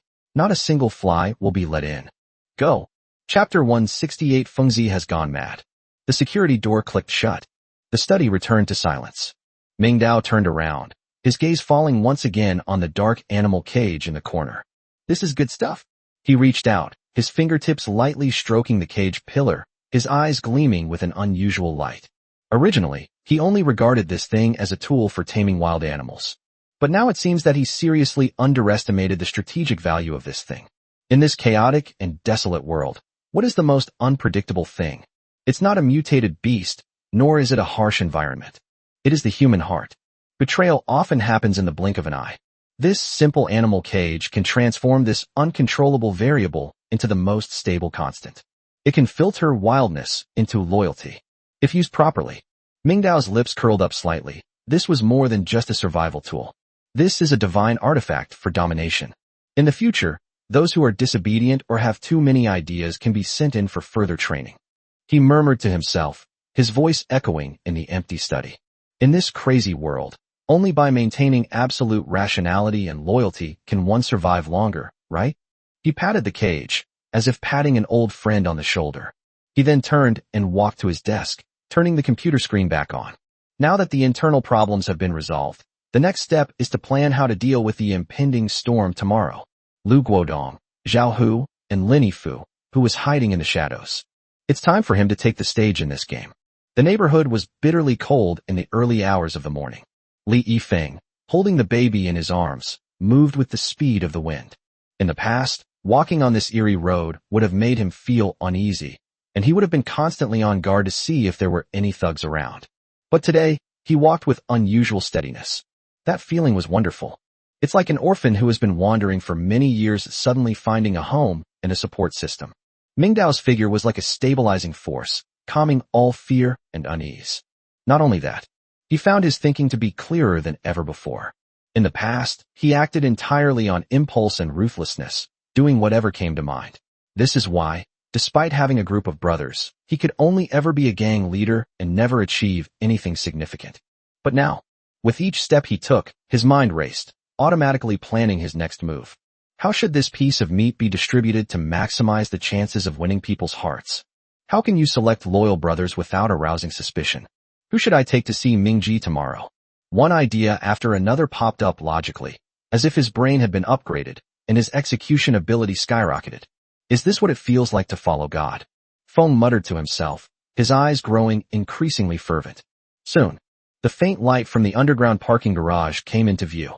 This is a campsite for lone travelers, a corner abandoned by the committee. Several survivors were squatting around the fire in twos and threes, warming themselves. Brother Feng. It's Brother Feng back. Holy crap, that's meat. The pairs of eyes that were originally cloudy suddenly lit up with a bright green light. A few of his underlings who weren't quite asleep opened the car doors and scrambled over. The figure at the very front was particularly familiar. This man is called Wang Dedeo, and is known as Brother Dao. That's the one who knelt down and got slapped. However, this person has always been arrogant and proud, relying on the fact that he has been in society for more than 10 years longer than Brother Feng. Although he calls him Brother Feng on the surface, he has never been convinced in his heart and always thinks that he is the one who should be the boss, even if Mingdao personally intervenes. He also had his own ulterior motives. Dao Ge sniffed, his eyes fixed on the piece of porcupine meat in Feng Ji's arms, his Adam's apple bobbing violently. Gulp, that's a huge piece of raw meat. The red and white color scheme is absolutely stunning. Brother Feng. Brother Dao greeted him with a look of delight, his tone tinged with a hint of probing and teasing. Good haul today. Such a big piece of meat. Where did you get it? As he spoke, he glanced behind Brother Feng, and seeing that no one was following, he suddenly became bolder. He leaned closer, lowered his voice, and wore that smug, cocky grin. Was it given to you by that kid? That kid. This naturally refers to understanding the way.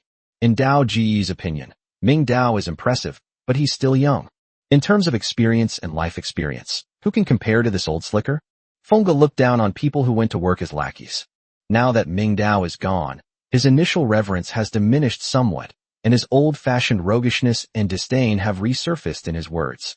Haha, that kid's pretty generous. Looks like I'll have to do things for him. Brother Dao hadn't finished speaking. Feng, who had been wearing a faint smile, suddenly changed his expression. If it were the original Li Yifeng, upon hearing this, he might have chuckled and even chimed in with a couple of comments, since gossiping about one's boss behind their back is common practice for working people. But somehow, he's feeling really bad right now. The phrase "that kid" just doesn't sound right. A strange, almost physiological anger exploded out of me. For no apparent reason, He frowned, and a fierce glint appeared in his eyes. Smack! Another slap in the face. Feng freed one hand and, with all his might, slapped Dao's fleshy face hard. That slap was too harsh. The slap sent the unsuspecting brother Dao spinning halfway around, his legs giving way, and he nearly collapsed to the ground. No one in the entire garage dared to speak anymore. Everyone was stunned. Even Dao Gu himself was stunned by the slap. He covered his burning cheek, staring wide-eyed at Feng Gu in disbelief. Fengzi, are you fucking crazy? Dao Gu roared, a fierce glint appearing in his eyes. However, he was greeted by Brother Feng's eyes, which were even more ferocious than those of a wild beast. Go to hell. How dare you talk like that? Feng stepped forward, spitting directly into Dao's face, his voice filled with rage. That kid, how dare you call him that? That's Brother Ming. That's Brother Dao. He's our provider. He's our god. You're so old. You've been in the underworld for over 10 years longer than me, and you've already wasted your time. Don't you even know how to be polite? If I hear you utter another disrespectful word about Doflamingo, I'll cripple you right now. I'll throw you out to feed the saber-toothed tiger. Feng's chest heaved violently, and his frenzied, predatory energy sent chills down the spines of everyone present. That wasn't an act. That was a genuine desire to kill. Chapter 169. A dazed, hazy feeling, as if from another world. Dao Gu covered his face, frozen in place. He touched his rapidly swelling cheek, a hint of ruthlessness flashing in his eyes, but more so, shock and fear. He felt that Li Yifeng had changed. He has completely changed into a different person. The Li Yifeng of the past, though ruthless, was all bark and no bite. He was just putting on a show. But now, there was something in Li Yifeng's eyes that he couldn't understand. That kind of thing is called faith. A madman with faith is the most terrifying. Brother Dao gritted his teeth, forcefully suppressing the ruthlessness in his eyes. Getting slapped for no reason is something you can't let go of. But in the end times, face is worthless. Life is valuable. Moreover, Brother Feng has meat in his hands. Meat is king. Okay. Dao Gu took a deep breath, forced a smile that looked worse than a grimace, took 2 steps back, and raised his hands in a show of weakness. Brother Feng, it was my fault for being so sharp-tongued, and I didn't know the rules. Please don't be angry. Please don't be angry. I'll change it right away. He smiled apologetically as he shrank back into the crowd, but a flash of resentment crossed his eyes the moment he lowered his head.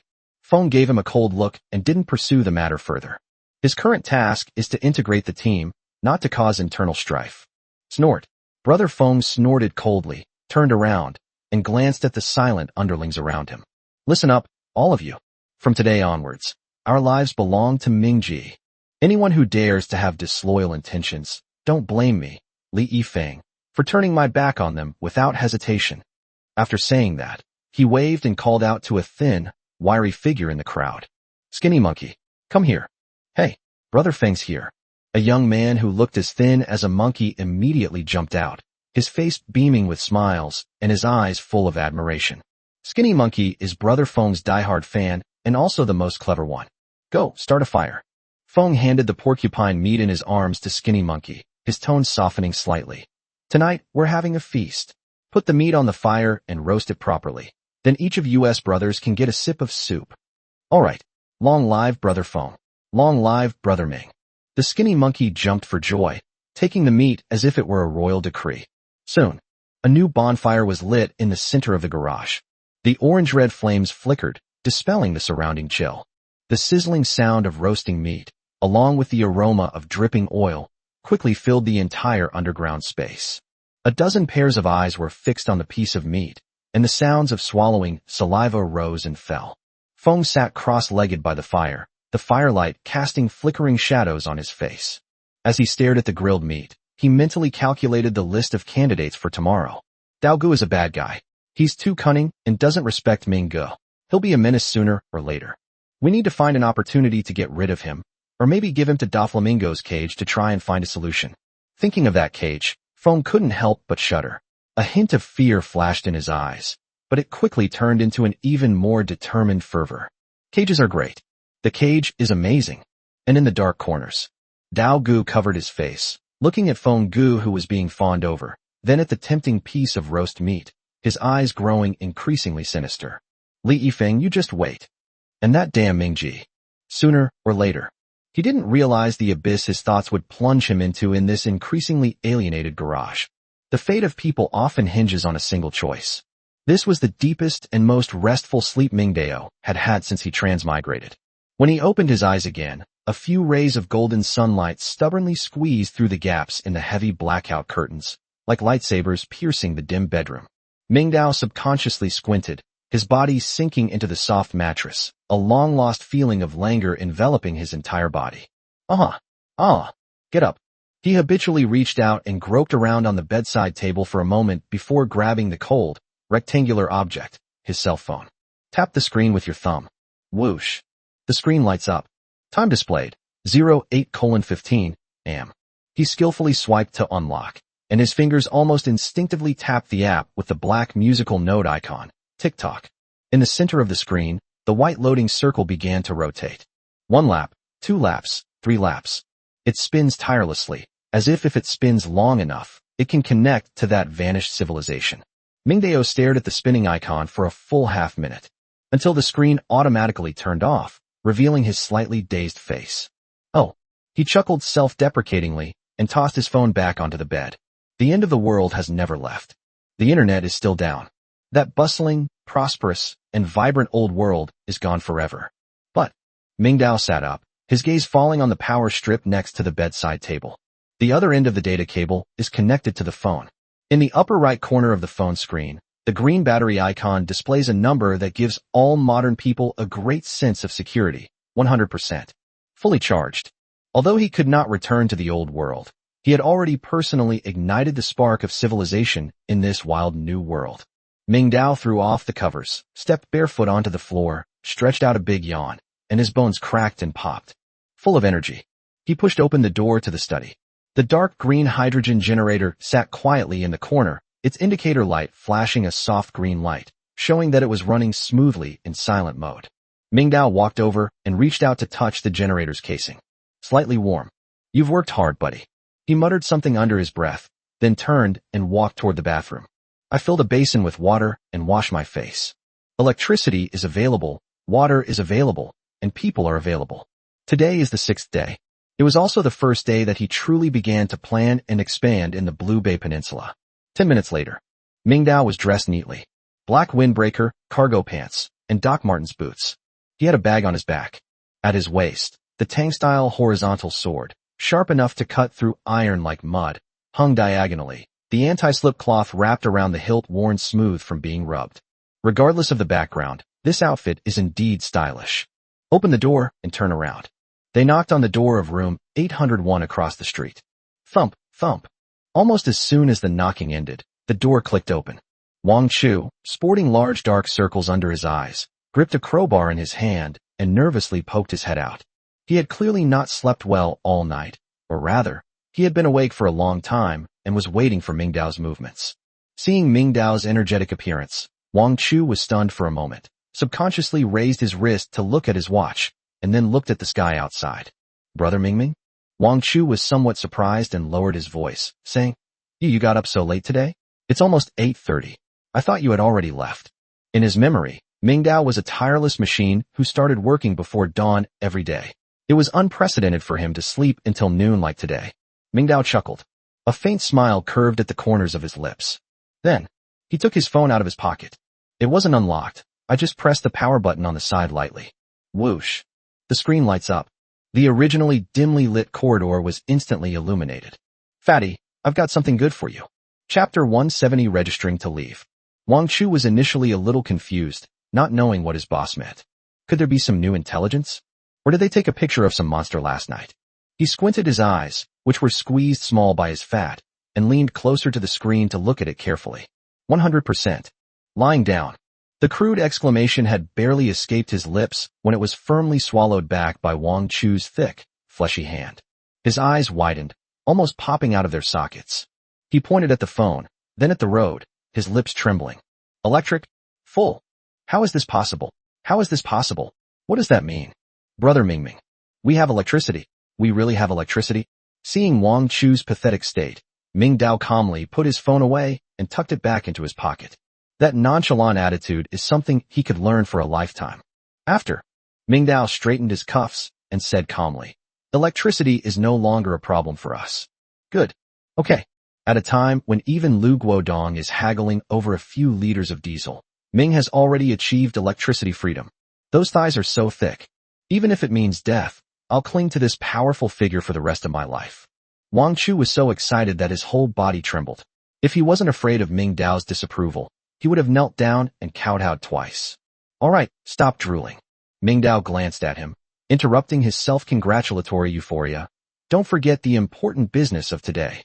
Wang Chu jolted awake, immediately stood at attention, and vigorously wiped his face, trying to make himself look more serious. Brother Ming, what are your orders? Meet Huang Mao and Zhao Hu at noon.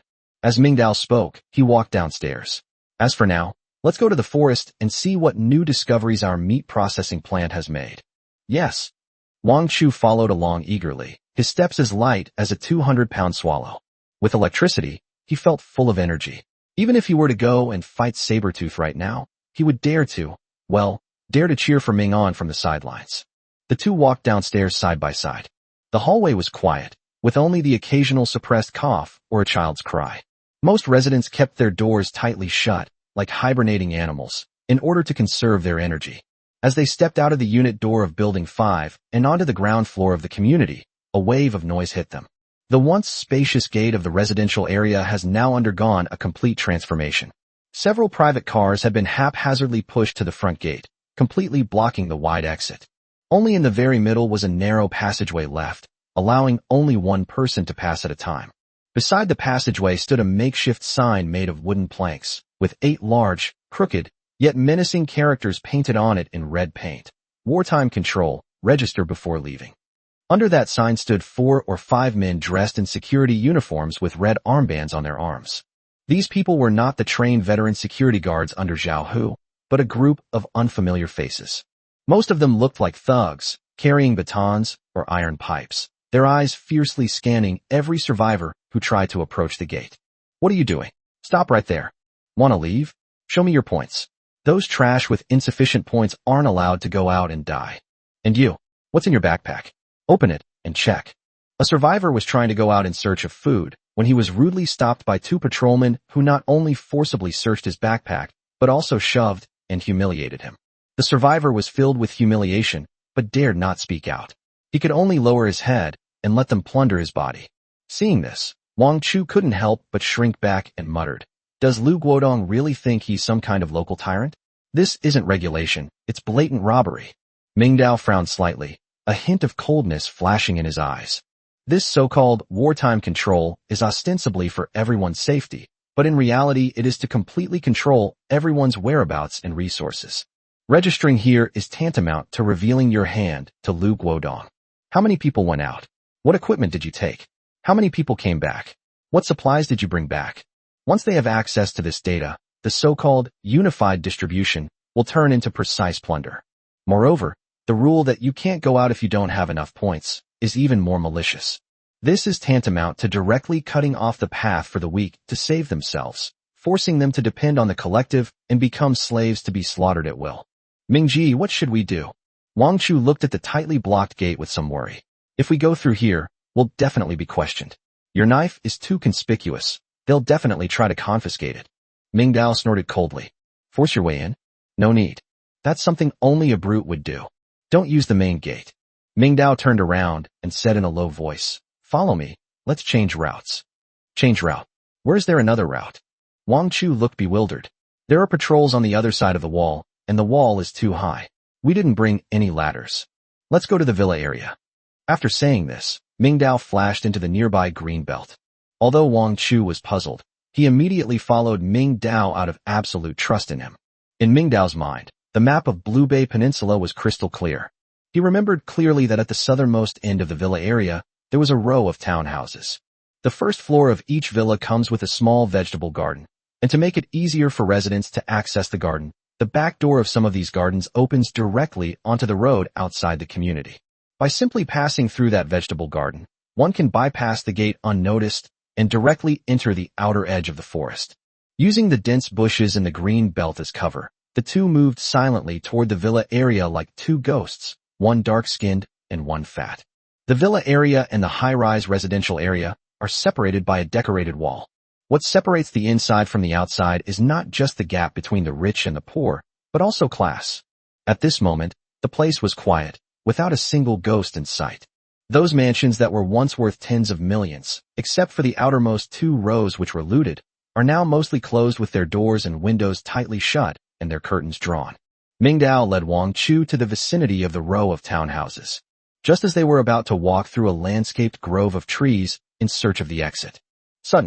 Mingdao suddenly stopped in his tracks. He quickly raised his hand, making a stop gesture, and then instantly crouched down, completely hiding himself in the shadow of a large tree. Wang Chu, who was behind him, reacted a beat too slow and almost bumped into Mingdao's back. But when he saw Mingdao's gesture, he was so frightened that he dared not breathe. He awkwardly squatted down in the bushes, only his eyes peeking out.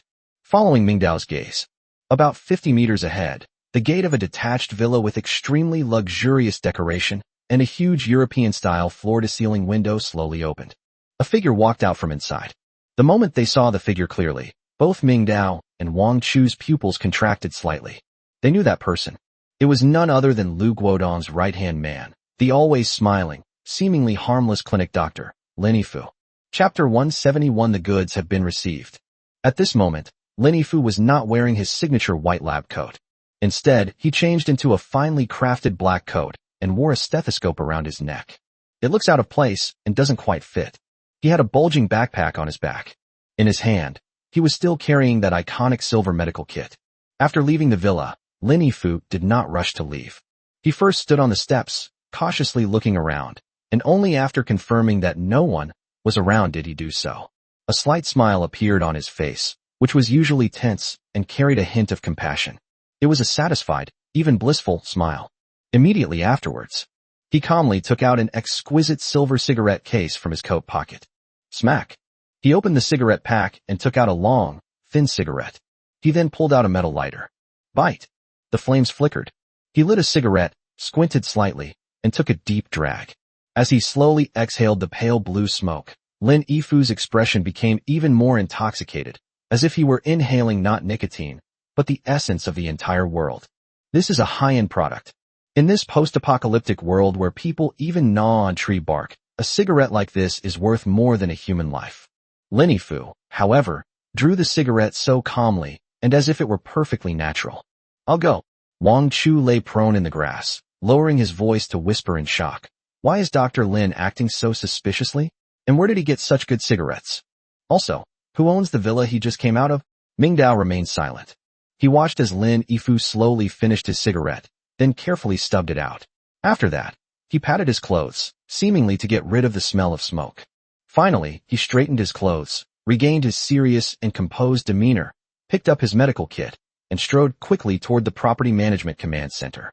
Mingdao only stood up slowly after Lin Yifu's figure had completely disappeared around the corner. A huge mystery began to emerge in his mind. Lu Guodong's wartime control was so strict that he wanted to plunder every single grain of rice from the residents of the high-rise buildings. For a few pieces of meat, they were even willing to break ties with the survivors. But why? Why did he never make any moves against the villa area, which had the most abundant resources and the weakest defenses? Or is it all talk and no action? According to the information provided by Sister Wang, Lu Guodong's looting team never set foot in the villa area. There's even very little discussion about the villa area. This is unreasonable. This is completely unreasonable. Unless Mingdao turned to look at the luxurious villa with its doors tightly closed. Unless, in the villa area, there are people whom Lu Guodong and Lin Yifu dare not touch, or people they are currently cooperating with. Lin Yifu's demeanor just now clearly indicated that he had just completed a pleasant house call, or rather, a transaction. What's in that bulging backpack on his back? Was it payment from the villa complex? Where did the medicine that was originally in the medical kit he was carrying go? Mingdao's gaze grew increasingly profound. He realized that he might have touched the most hidden corner of the community's power structure.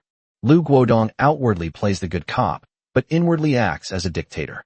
However, Lin Yifu was secretly using his medical resources to make clandestine deals with some powerful figures in the villa area. Minggu. Wang Chu swallowed hard and asked somewhat uneasily, "Shall we still go?" Mingdao withdrew his gaze, a cold smile curling at the corner of his lips. "Walk. Why don't you leave?"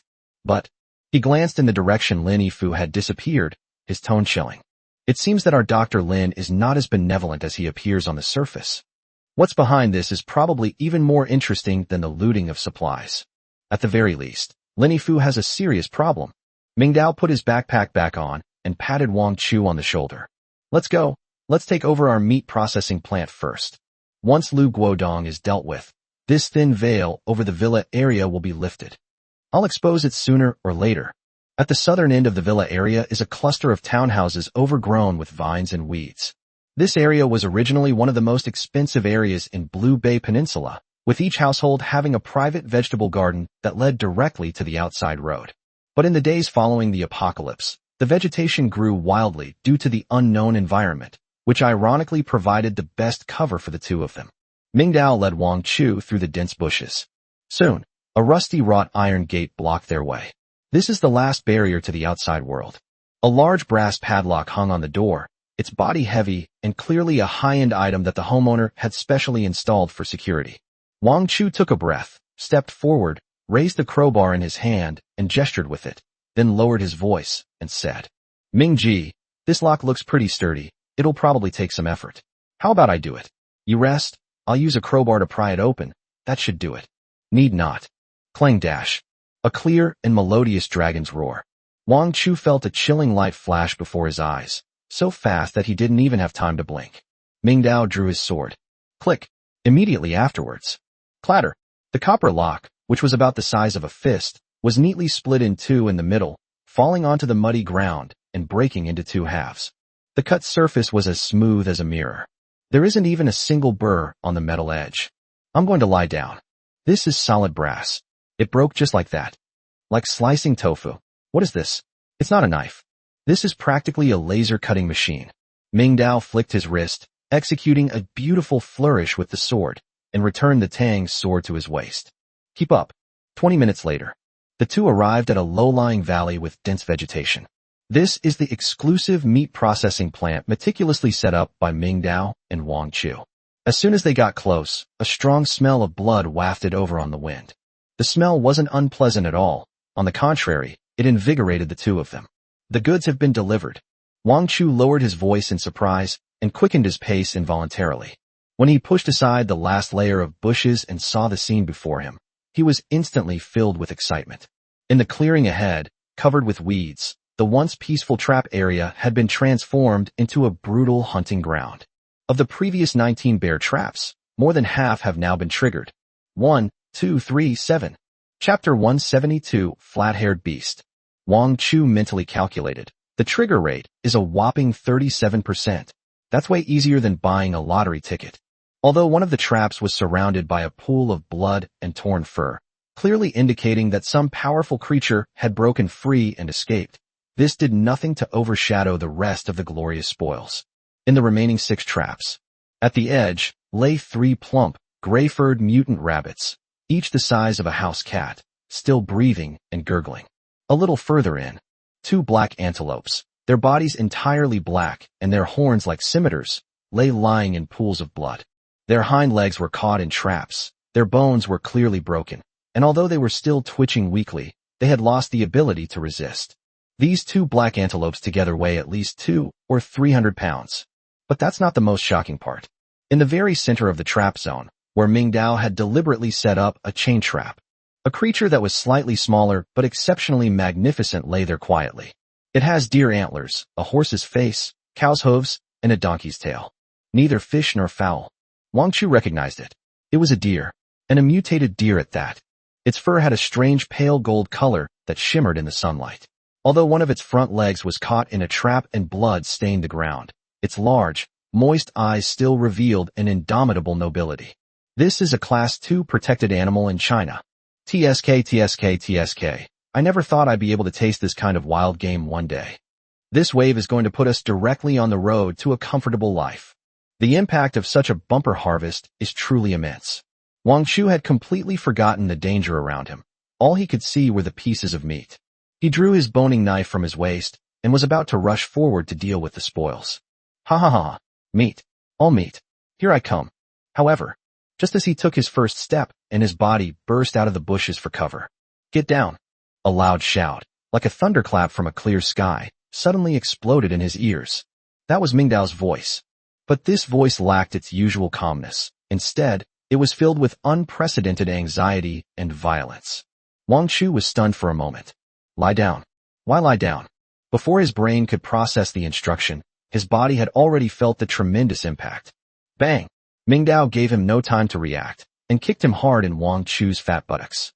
Mingdao didn't hold back at all with this kick. Wang Chu, who weighed over 200 pounds, was like a kicked meatball, flying sideways and tracing a messy arc in the air before rolling heavily into the dense grass beside him, landing face first in the dirt. Oh my God! Wang Chu screamed in agony. Before he could react, an extremely terrifying gust of wind, accompanied by a piercing shriek that tore through the air, suddenly descended. Call dash! The wind howled, and sand and stones flew everywhere. The surrounding bushes were pressed tightly against the ground, and countless withered leaves were swirled into the sky. Almost at the same instant, Wang Chu was kicked away. A gigantic golden shadow, carrying unparalleled power, descended from the sky. That was a giant eagle. A giant golden eagle with a wingspan of over 4 meters and feathers as hard as iron. It was like a diving fighter jet, carrying the shadow of death, violently slamming into the ground. Boom! Those sharp claws, as if cast from pure gold and gleaming with a chilling light, narrowly grabbed the spot where Wang Chu had just been standing. Dirt flying everywhere. The ground was instantly torn into several deep trenches by this claw. If it's on someone. Hiding in the bushes, Wang Chu looked at the several shocking claw marks and felt a chill run from his tailbone straight to the top of his head, making all the fat on his body tremble with fear. If it weren't for Doflamingo's kick, I'd probably be a pile of minced meat by now. A dash. The golden-clawed eagle was clearly surprised when its attack missed. It let out a high-pitched, sharp cry that pierced through metal and split rocks, making people's eardrums ache. Instead of landing and engaging in combat, it suddenly flapped its wings. A powerful gust of wind whipped up again, lifting its body high into the sky. But this is not a retreat. It was not a demonstration, but a display of arrogance and provocation. It circled in the air once, then swooped down again. This time, its target is not people. Instead, it was the spoils of war on the ground. In front of Mingdao and Wang Chu, the overlord of the sky swept across the trap zone with lightning speed. It was so fast that only a streak of golden feather could be seen. Uft, uft, 2 soft sounds. Its 2 indestructible claws each precisely seized a plump wild rabbit from the trap. It even managed to pull up the heavy animal trap. Then, it flapped its wings and, carrying its 2 prey, soared into the sky like a proud king. This is a blatant insult. It's as if they're saying, all the hunting you've done with all your hard work is just tribute for me. Holy shit. Seeing the duck that was about to be eaten fly away, Wang Chu's eyes instantly turned red. That's meat. You hairy beast. How dare you steal my meat? Wang Chu roared and, without thinking, used all his strength to throw the steel boning knife in his hand at the golden shadow in the air. Die, you son of a bitch. This single cut embodies a fat man's most persistent resentment towards food. The blade traced an arc in the air, miraculously predicting the golden eagle's trajectory and striking with pinpoint accuracy one of its golden claws that was gripping the rabbit. I won. Wang Chu was overjoyed. However, what happened the next second completely stunned him. Clang! A crisp, metallic clang rang out. At the moment the blade clashed with the eagle's claw, a dazzling string of sparks burst forth. The steel boning knife, powerful enough to cut bone, was flung away by the enormous recoil, spinning in the air before falling helplessly into the grass, a large gash even appearing on the blade. And that golden claw didn't even leave a single white mark. Completely unharmed. This?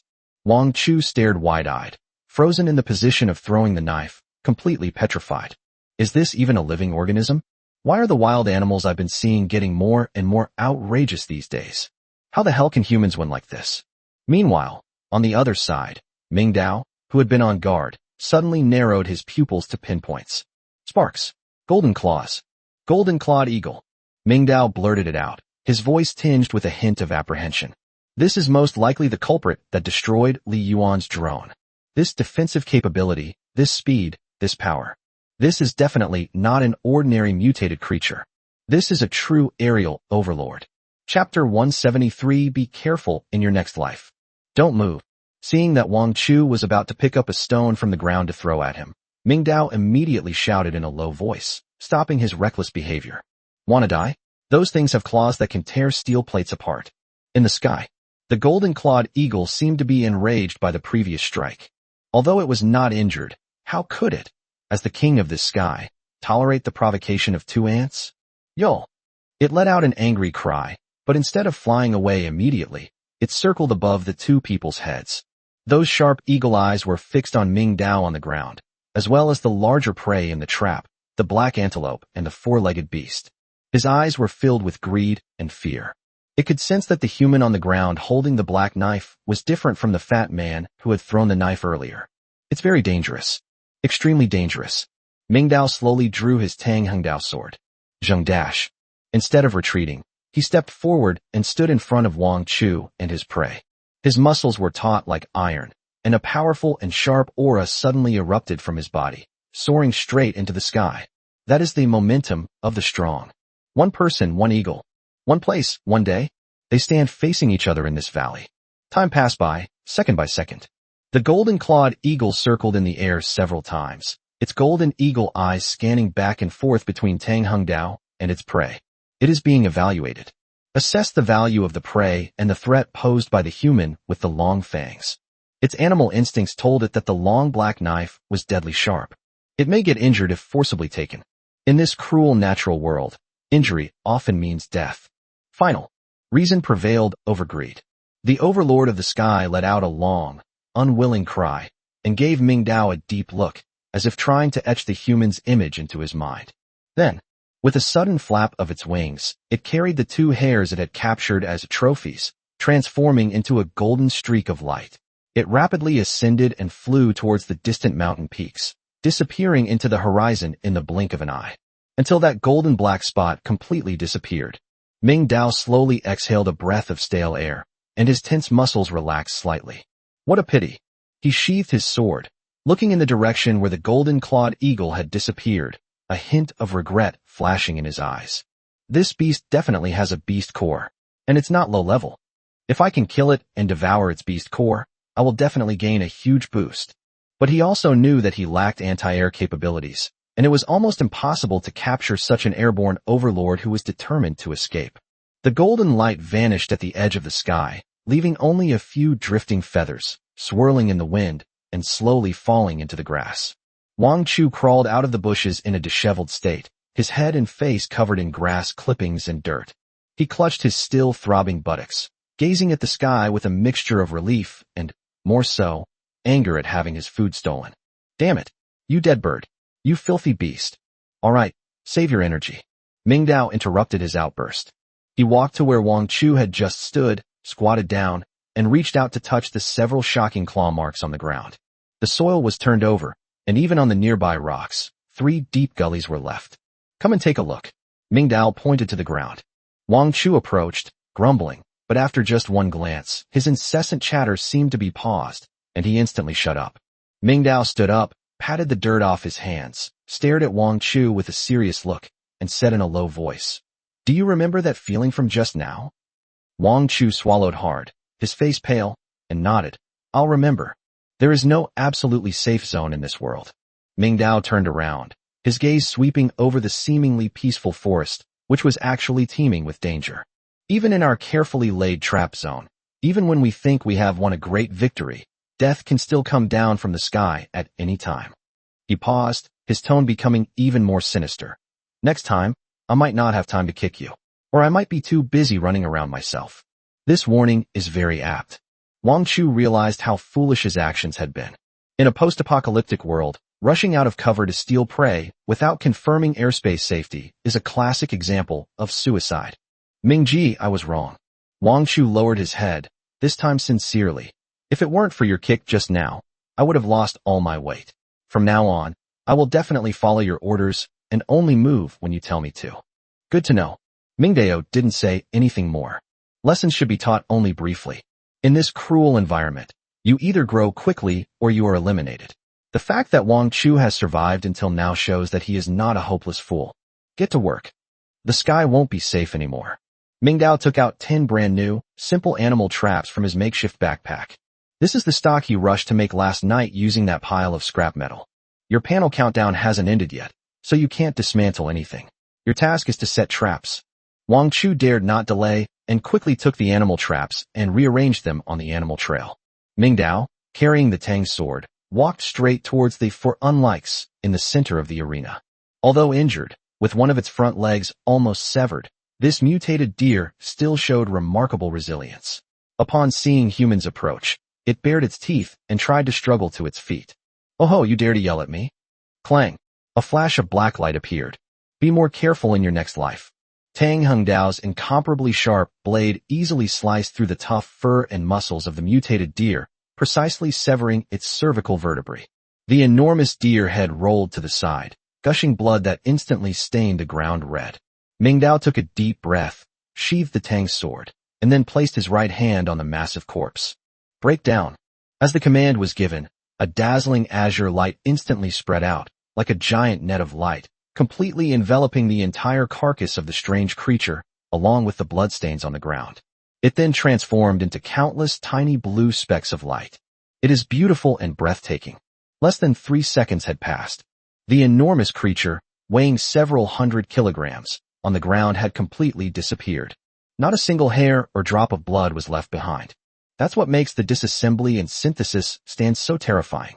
Destroy the body and cover your tracks. Kill without a trace. Disassembly successful.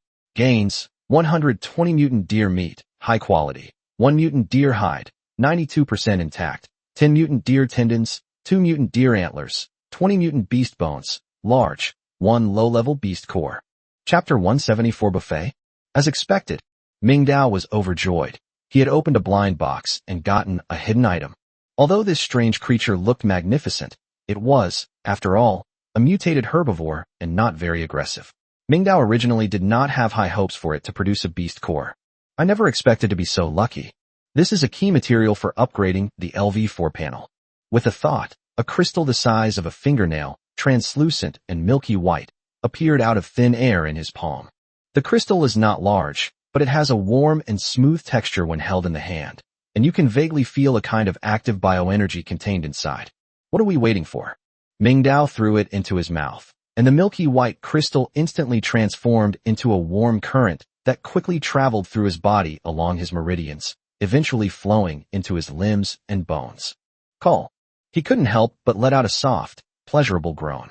He could clearly feel that his muscles, which had been slightly tired from the tense confrontation just now, were instantly revitalized under the nourishment of this warm current. Not only that, the feeling of power slowly growing within the body was like parched land receiving rain, with every cell rejoicing. On the retina, the upgrade progress bar on the panel jumped again, devouring mutant beast cores, 3 to 5. "Mingji, how's it going? Did you ship the goods?" Wang Chu also came over at this moment, looking at Ming Dao with an expectant expression. Ming Dao suppressed his joy and regained his usual composure. "Luckily, I got a core." "Amazing." Wang Chu gave a thumbs up, praising sincerely. The next antelope was just average. Besides the meat, there wasn't anything particularly good about it. After all the disassembly was completed and the unwanted parts were thrown away, more than half an hour had passed. The two squatted down to rest for a while, and Ming Dao glanced at the sky. Although the golden eagle has left, no one can guarantee that it won't turn back or attract something else. "Pack your things, and let's leave. By the way, where's the rabbit?" "It's here. It's here." Wang Chu raised a net bag in his hand, as if presenting a treasure. Inside the net, a gray, mutated wild rabbit was kicking its legs in terror. This was the only survivor of the trap, and the breeding rabbit that Wang Chu had risked his life to protect. "Hee, Mingji, this is a female. I've checked it." Wang Chu wore a lewd smile, as if he were carrying not rabbits, but his dream of becoming a future rabbit farming tycoon. "Take this back and mate it with the male rabbit in our cage. Even if it has a litter every month, we'll have an endless supply of rabbit meat." Ming Dao glanced at him, unusually refraining from discouraging him. "Okay, keep an eye on it. Don't let it get away." "All right." The two quickly cleaned up the scene. Ming Dao moved the triggered animal trap to a different location and made more elaborate camouflage using weeds and loose soil. This time, he not only set up traps on the animal trail, but also buried 2 more near the roots of several large trees around the area. That was to guard against smaller predators that preferred to take detours. "Walk." Having done all this, Ming Dao waved his hand and, with Wang Chu, quickly left this place of trouble along the way they had come. The forest returned to its deathly stillness. The only sounds were the rustling of leaves in the wind and the faint lingering smell of blood in the air. 10 minutes have passed. 20 minutes have passed. When Mingdao and Wang Chu's figures completely disappeared at the edge of the forest, and even their footsteps could no longer be heard. Sudden, on the canopy of a towering tree in the distance, the dense foliage trembled slightly. A golden figure glided silently down from the treetops. It was the golden-clawed eagle that had flown away earlier. It never left. As the overlord of this airspace, its intelligence far surpasses that of ordinary wild beasts. After it flew away, it didn't really go far. Instead, it took advantage of its high altitude to quietly turn back and land on a tall tree in the distance. Its sharp eagle eyes coldly watched the two humans below, observing their every move. It watched as the human with the black knife vanished from the giant prey, watched them rearrange the strange iron traps, and then watched them leave. It did not attack, because its instinct told it that the human with the black knife was not someone to be trifled with, and that if it fought desperately, it might pay a heavy price. It is a hunter, not a brute. Why risk your life if there's an easier way to get food?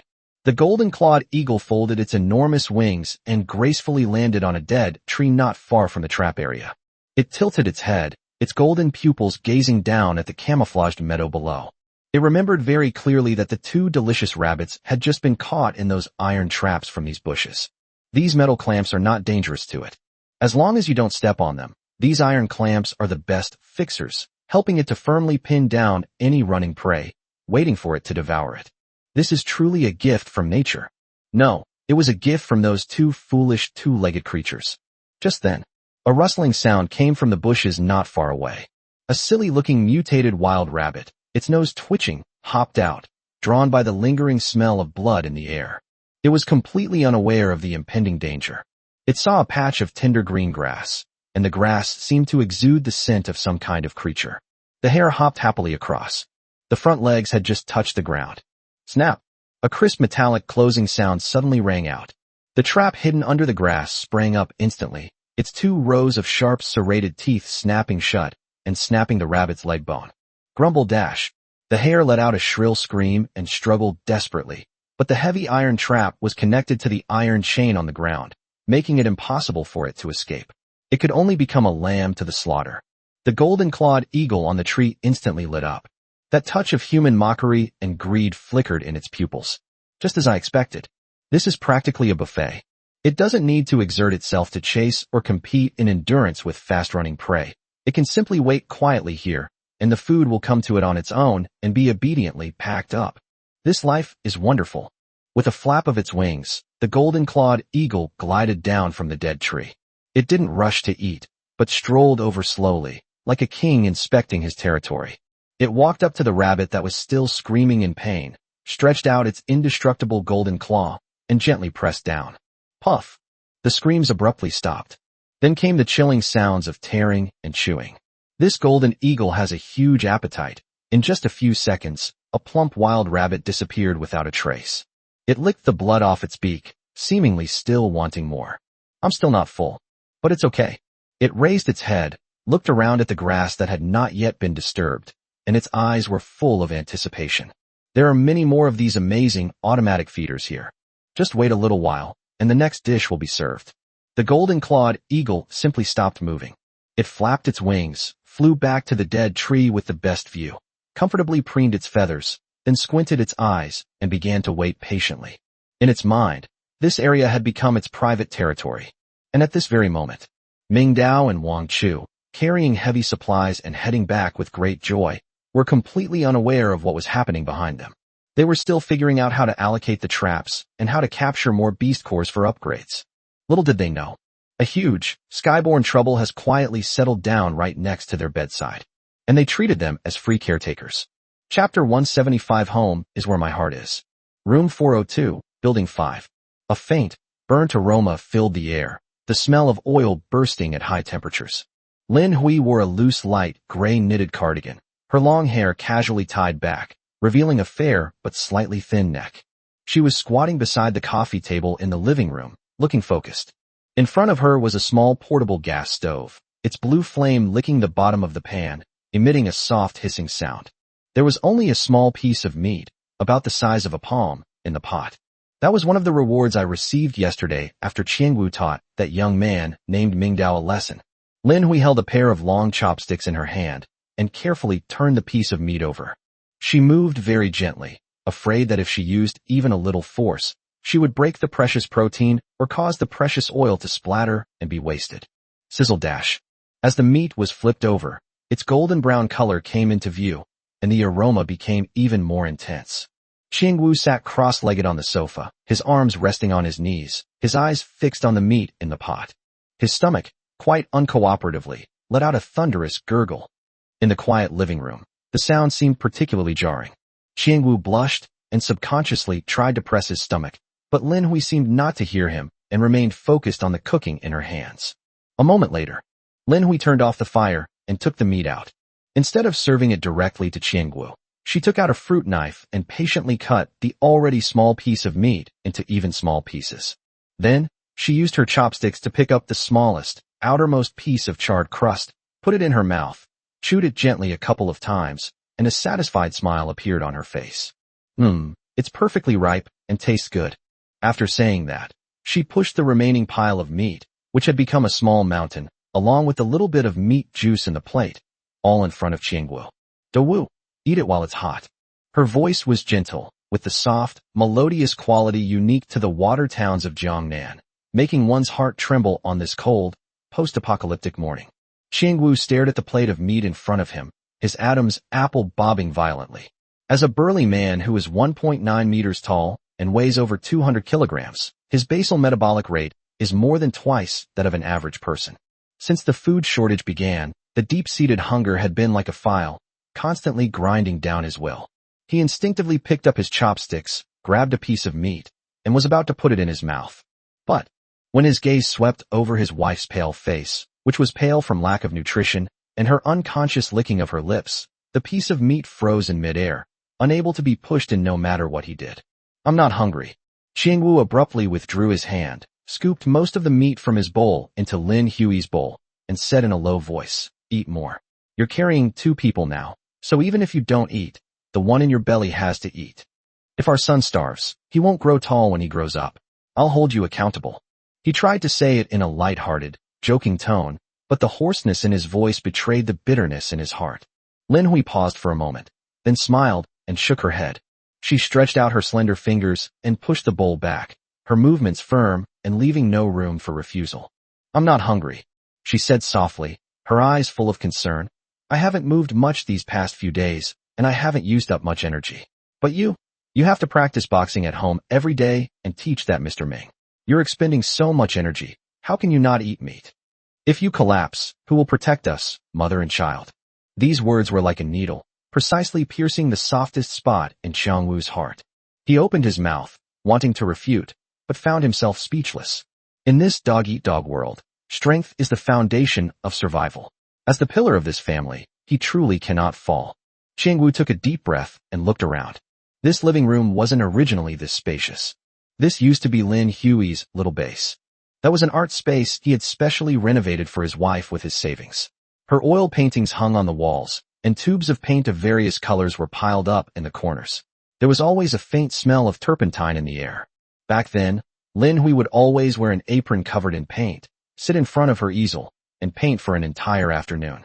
The sunlight would fall on her, making her look as beautiful as a painting.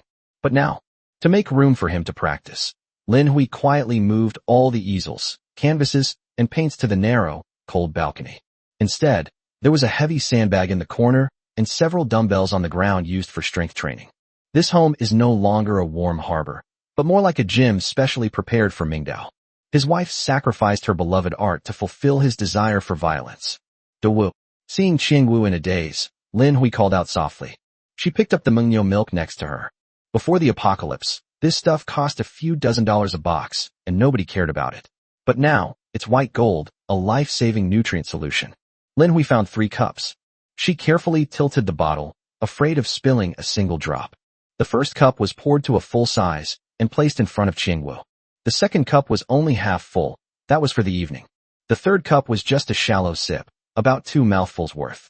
Lin Hui picked up the third cup, sipped it slowly, and her face was filled with happiness. "It's so sweet," she said with a smile, her eyes narrowed. "This milk is so fresh. It's a pity you can't drink milk on an empty stomach. It'll give you diarrhea, haha." Looking at her easily satisfied expression, Qiangwu suddenly felt like he couldn't breathe. That's his wife. She was the woman he vowed to make his life free from financial worries and never have to lift a finger when he got their marriage certificate. But now, she has to be so meticulous about every bite of meat and every sip of milk. An unprecedented sense of frustration and guilt overwhelmed him instantly. Queer. Qiangwu suddenly reached out and grabbed Lin Hui's slightly cold hand. His hands were large and rough, covered with calluses, while her hands were delicate and soft. The two hands were folded together, creating a strong contrast. "Have you suffered following me?" Qiangwu's voice was choked with emotion, and his eyes were slightly red. He always considered himself a strong person, the most capable fighter in the building. But when disaster actually struck, he discovered that his muscles, which he was so proud of, were so inadequate that they couldn't even feed his wife a proper meal. Lin Hui put down her cup. She didn't pull her hand away, but instead leaned closer and gently rested her head on Qiangwu's broad, sturdy shoulder. The faint fragrance wafted into Qiangwu's nose, miraculously calming his restless heart. "Fool." Lin Hui's voice was soft but firm. "What are you saying? What's all this talk about suffering? As long as you are here, and the baby is here, even drinking cold water will taste sweet." She reached out and gently stroked her still flat stomach, her eyes softening. "Dawu, what do you think about naming the baby?" Qiangwu responded in a muffled voice. "What's your name?" "How about calling him Strong?" Lin Hui looked up, her eyes sparkling. "Strong, it's simple. I just hope he can be as strong as you in the future and not afraid of anything." Qiangwu paused for a moment, then smiled wryly. "Isn't this name too corny? Won't the child be laughed at by classmates when he goes to school? What's wrong with a rustic name?" Lin Hui gave him a playful glare. "A rustic name is easier to raise. Besides, what time is it? Can a nice-sounding name put food on the table? I just want him to be strong and live a good life." As she spoke, a single, glistening tear suddenly slid down her cheek. But she still had a smile on her face. "Actually, Dawu, to be honest, I quite like things as they are now. Although there was no electricity, no internet, and we were always hungry, it was just the two of us, and it was very quiet. There are no reports that can't be finished, no manuscripts that can't be completed, and no hypocritical social obligations. As long as you are by my side, I feel like this is home." Chapter 176, I'm not someone to mess with. The tear landed heavily on Qiangwu's hand. Scalding hot. Burning hot. At that moment, the last thread in Qiangwu's heart snapped completely. Screw quiet. Screw liking it. This is the end times. This is a cannibalistic world. The more understanding and strong his wife was, the more he felt like a useless person. The desire to protect her and give her the best of everything erupted at that moment. Splash. Qiangwu suddenly stood up. With red eyes, he grabbed the large glass of milk and the entire plate of meat, pushing them all in front of Lin Hui. "Eat." Qiangwu let out a low growl, his tone deliberately stern, even carrying a hint of ferocity. "Eat it all. Not a single bite left." Lin Hui was startled by his sudden outburst and stared at him blankly. "Dawu, stop talking nonsense." Qiangwu glared at the plate of meat. "I'm your man. In this house, I'm the boss. If you and the child get thin from hunger, that's a slap in my face. Eat up, or I'll spank you right now." As he spoke, he actually raised his hand, as if to strike. Lin Hui was stunned for a moment when she saw her husband's fierce and bloodshot face. Then, 2 lines of tears streamed down her cheeks. "Yes, I'll eat it." Lin Hui sniffed, a blush rising to her cheeks, and obediently picked up the bowl, eating heartily. Qiangwu stood to the side, hands on his hips, his chest heaving violently. Watching his wife eat with relish, the sting in his heart eased slightly, replaced by an unprecedented sense of determination. How much can you earn by teaching Mingdao boxing and getting a little food in return? That's charity. That's a transaction. Even if Mingdao gives more, it's still leftovers for others. He is strong and capable, so why should he just stay at home and wait for others to bring him food? My wife is right. We should name the child Strong. If you want your child to be strong, the father must first become a wolf. A wolf that can tear everything apart and steal back its food. Eat slowly, and lock the door when you're done. Qiangwu suddenly spoke up. He had figured it out. "I'm going upstairs." Lin Hui put down her chopsticks and looked at him with some concern. "Where are you going? To see Mr. Ming?" "Yes, I have something to discuss with him." Qiangwu didn't offer much explanation. He bent down and kissed his wife hard on the lips, then turned around without looking back and strode toward the door. He made a vow in his heart. From this day forward, he will never again let his wife pass the buck to save a single bite of meat. He wants to go to the forest himself.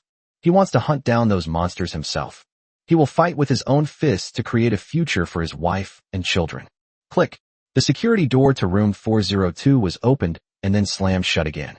Qiangwu stood in the corridor, took a deep breath, and tried to cool down his feverish brain. He started walking, preparing to go upstairs to find Mingdao. However, as soon as he turned around, he froze. At the corner of the corridor, two figures were walking up the stairs, one after the other. Walking in front was a young man wearing a black windbreaker and with a longboard hanging from his waist. His expression was calm, and his steps were steady. He was indeed Mingdao. Behind him followed a large, greasy-faced fat man. That's Wang Chu from Class 801. The two had clearly just returned from outside, and they still carried a faint scent of blood and fresh herbs. But Xiangwu's gaze did not linger on their faces for long. His gaze was fixed on the net bag that Wang Chu was holding, as if drawn by a magnet. There, a gray, extremely fat mutated hare was struggling futilely in the net, kicking its strong hind legs. The glossy, smooth fur, the heavy weight. Gulp. Xiangwu's Adam's apple bobbed once again, much to his dismay. It wasn't just because of hunger, it was also because of shock. Rabbit. A live rabbit. He had seen saber-toothed tigers before and knew the dangers of the forest. That's why he spent so long preparing mentally. But these two people, they looked relaxed and unharmed, as if they had simply gone downstairs to the supermarket to buy groceries. Is this the difference? Qiangwu clenched his fists instinctively. At that moment, Mingdao and Wang Chu also saw Qiangwu standing in the middle of the corridor. What? Wang Chu paused for a moment, then subconsciously hid the hand holding the rabbit behind his back, his eyes wary. This is Doflamingo's spoils of war. This big guy wouldn't want to steal it, would he? Mingdao, however, stopped in his tracks. His gaze swept over Qiangwu, lingering on his taut muscles and slightly bloodshot eyes, as if he instantly understood the man's current state. Put all one's eggs in one basket. Coach Chong. Mingdao spoke first, his tone calm, with a hint of polite distance. So early? Were you waiting for me to practice my boxing? But I just got back, so I might need to. Brother Mingdao. Qiangwu suddenly interrupted him. He stepped forward, his massive body forming a wall that blocked their path. Wang Chu was startled, almost raising the crowbar in his hand. Hey, what are you trying to do? Let me tell you, I'm not someone to mess with. You? Mingdao narrowed his eyes slightly, his hand resting naturally on the hilt of his sword at his waist, and looked at Qiangwu with an unchanged expression. Is something the matter? Mingdao asked. Qiangwu took a deep breath. His chest heaved violently, and the muscles in his face twitched slightly. As a former provincial champion and a highly respected senior coach adored by countless students in the gym, he has an extremely strong sense of self-esteem. For him, asking for favors was worse than death. But the image of his wife carefully cutting meat and the glass of milk with only a sip left in his mind were constantly urging him on. Face. Can saving face ensure your wife and children have enough to eat? Finally, he lowered his proud head. Mingdao brothers. Qiangwu gritted his teeth. I have something I want to ask you. Can or cannot? Could I go hunting in the forest with you sometime? The words fell. Silence fell over the hallway. Wang Chu stared wide-eyed at the big guy who usually had his nose in the air, his face filled with disbelief. Go hunting? Is this considered paying respects to powerful figures? Mingdao, however, seemed to be deep in thought. A sly glint flashed in his eyes. He looked at the burly man in front of him, who had his head down. He could see that Xiangwu's clenched fists were trembling slightly, and he could see the veins bulging on his neck. This is the struggle of a strong person when they have to set aside their dignity. But it is precisely because of this that the request seems so heavy and so real. Mingdao did not agree immediately. He quickly assessed the sudden proposal in his mind. He had personally experienced Xiangwu's combat prowess. That terrifying strength and physical foundation were genuine talents. If it consumes a few panels, eats a few beast cores, and is equipped with the right weapons, it will definitely be a humanoid tank. More importantly, even the strongest military has its weaknesses. He has a wife and an unborn child. In this end times, people with vulnerabilities are often easier to control and more trustworthy than those who have no ties to their lives. Because if you grasp his weakness, you grasp his loyalty. Agree? Chapter 177. This afternoon, I came to find you in person. After all, The idea of forming an elite team had already taken shape in Mingdao's mind. Wang Chu is in charge of logistics and intelligence. Feng Gu is responsible for the dirty work and cannon fodder, and Zhao Hu can be promoted to a positive role. What he lacks is a heavily armed warrior who can truly lead the charge and fight on the front lines. Qiangwu is practically the perfect candidate delivered to their doorstep. But we can't agree too quickly. Things that are too easily obtained are often not cherished. Moreover, the harshness of the forest is far from the childish games played in the gym. He needed to confirm whether the man was truly prepared to fight to the death, or if it was just a momentary impulse. The silence lasted for a full 5 or 6 seconds. Wang Chu's gaze shifted between the two of them countless times. Finally, Mingdao spoke.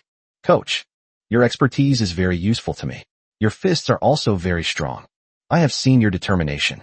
Upon hearing this, a glimmer of hope ignited in Qiangwu's eyes. But the next second, Mingdao changed the subject. But some things can't be accomplished with just determination. The forest is much more dangerous than the gym. There is only life or death there. Mingdao raised his hand, pointed to the rabbit Wang Chu was holding, and then pointed to the mud spots on his body that were not yet completely dry. Today, we almost didn't make it back. Follow me, and you'll get to eat meat.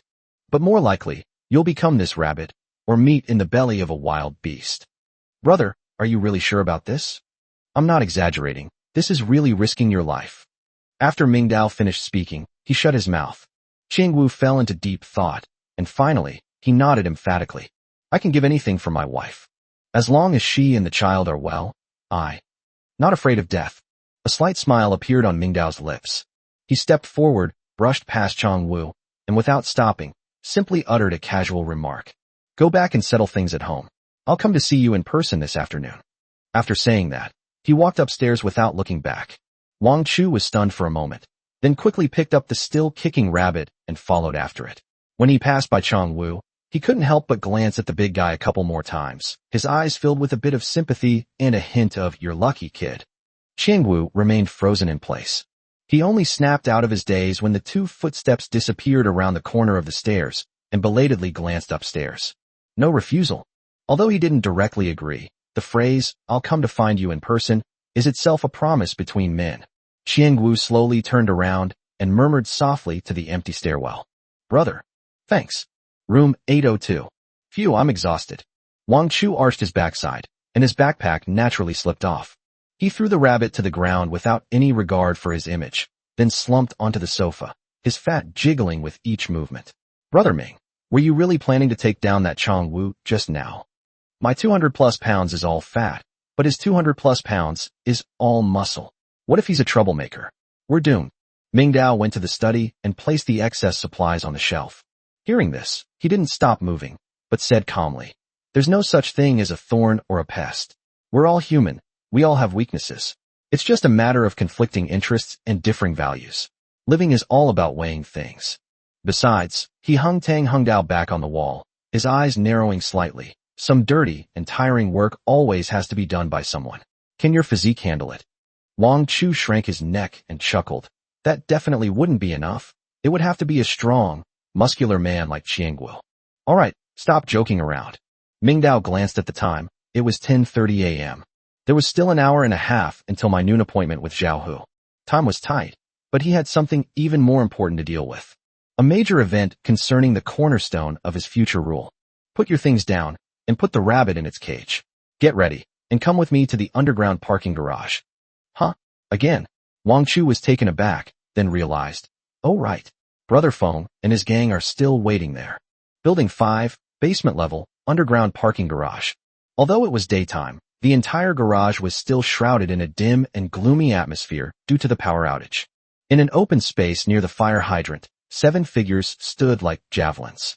The one leading them was Li Yifeng. At this moment, although he was still wearing that somewhat dirty leather jacket and sporting a head of messy yellow hair, his entire demeanor had undergone a dramatic transformation. In the past, his eyes were always wandering, and he had no proper posture when standing or sitting. But now, he stands with his back straight and his hands hanging at his sides, as if he has truly been influenced by Mingdao, which has subtly shaped his character. Behind him stood 6 young men, one of whom was Skinny Monkey. These 6 people were clearly carefully selected. Well, out of a dozen or so people, there's not much to choose from. We'll pick the tallest among the short ones. Anyone who looks decent and has a good personality has been invited. They were dressed in all sorts of clothes, and some were even carrying steel pipes or wrenches, which made them look rather incongruous.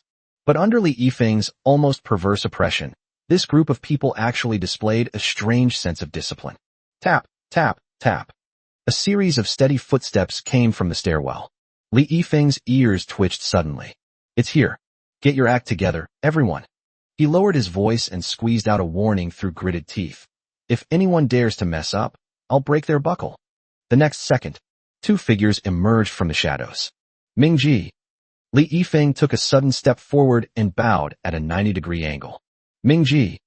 The 6 young men behind him reacted quickly, bowing and shouting in unison. The quality varies. This was Ming Dao's first impression.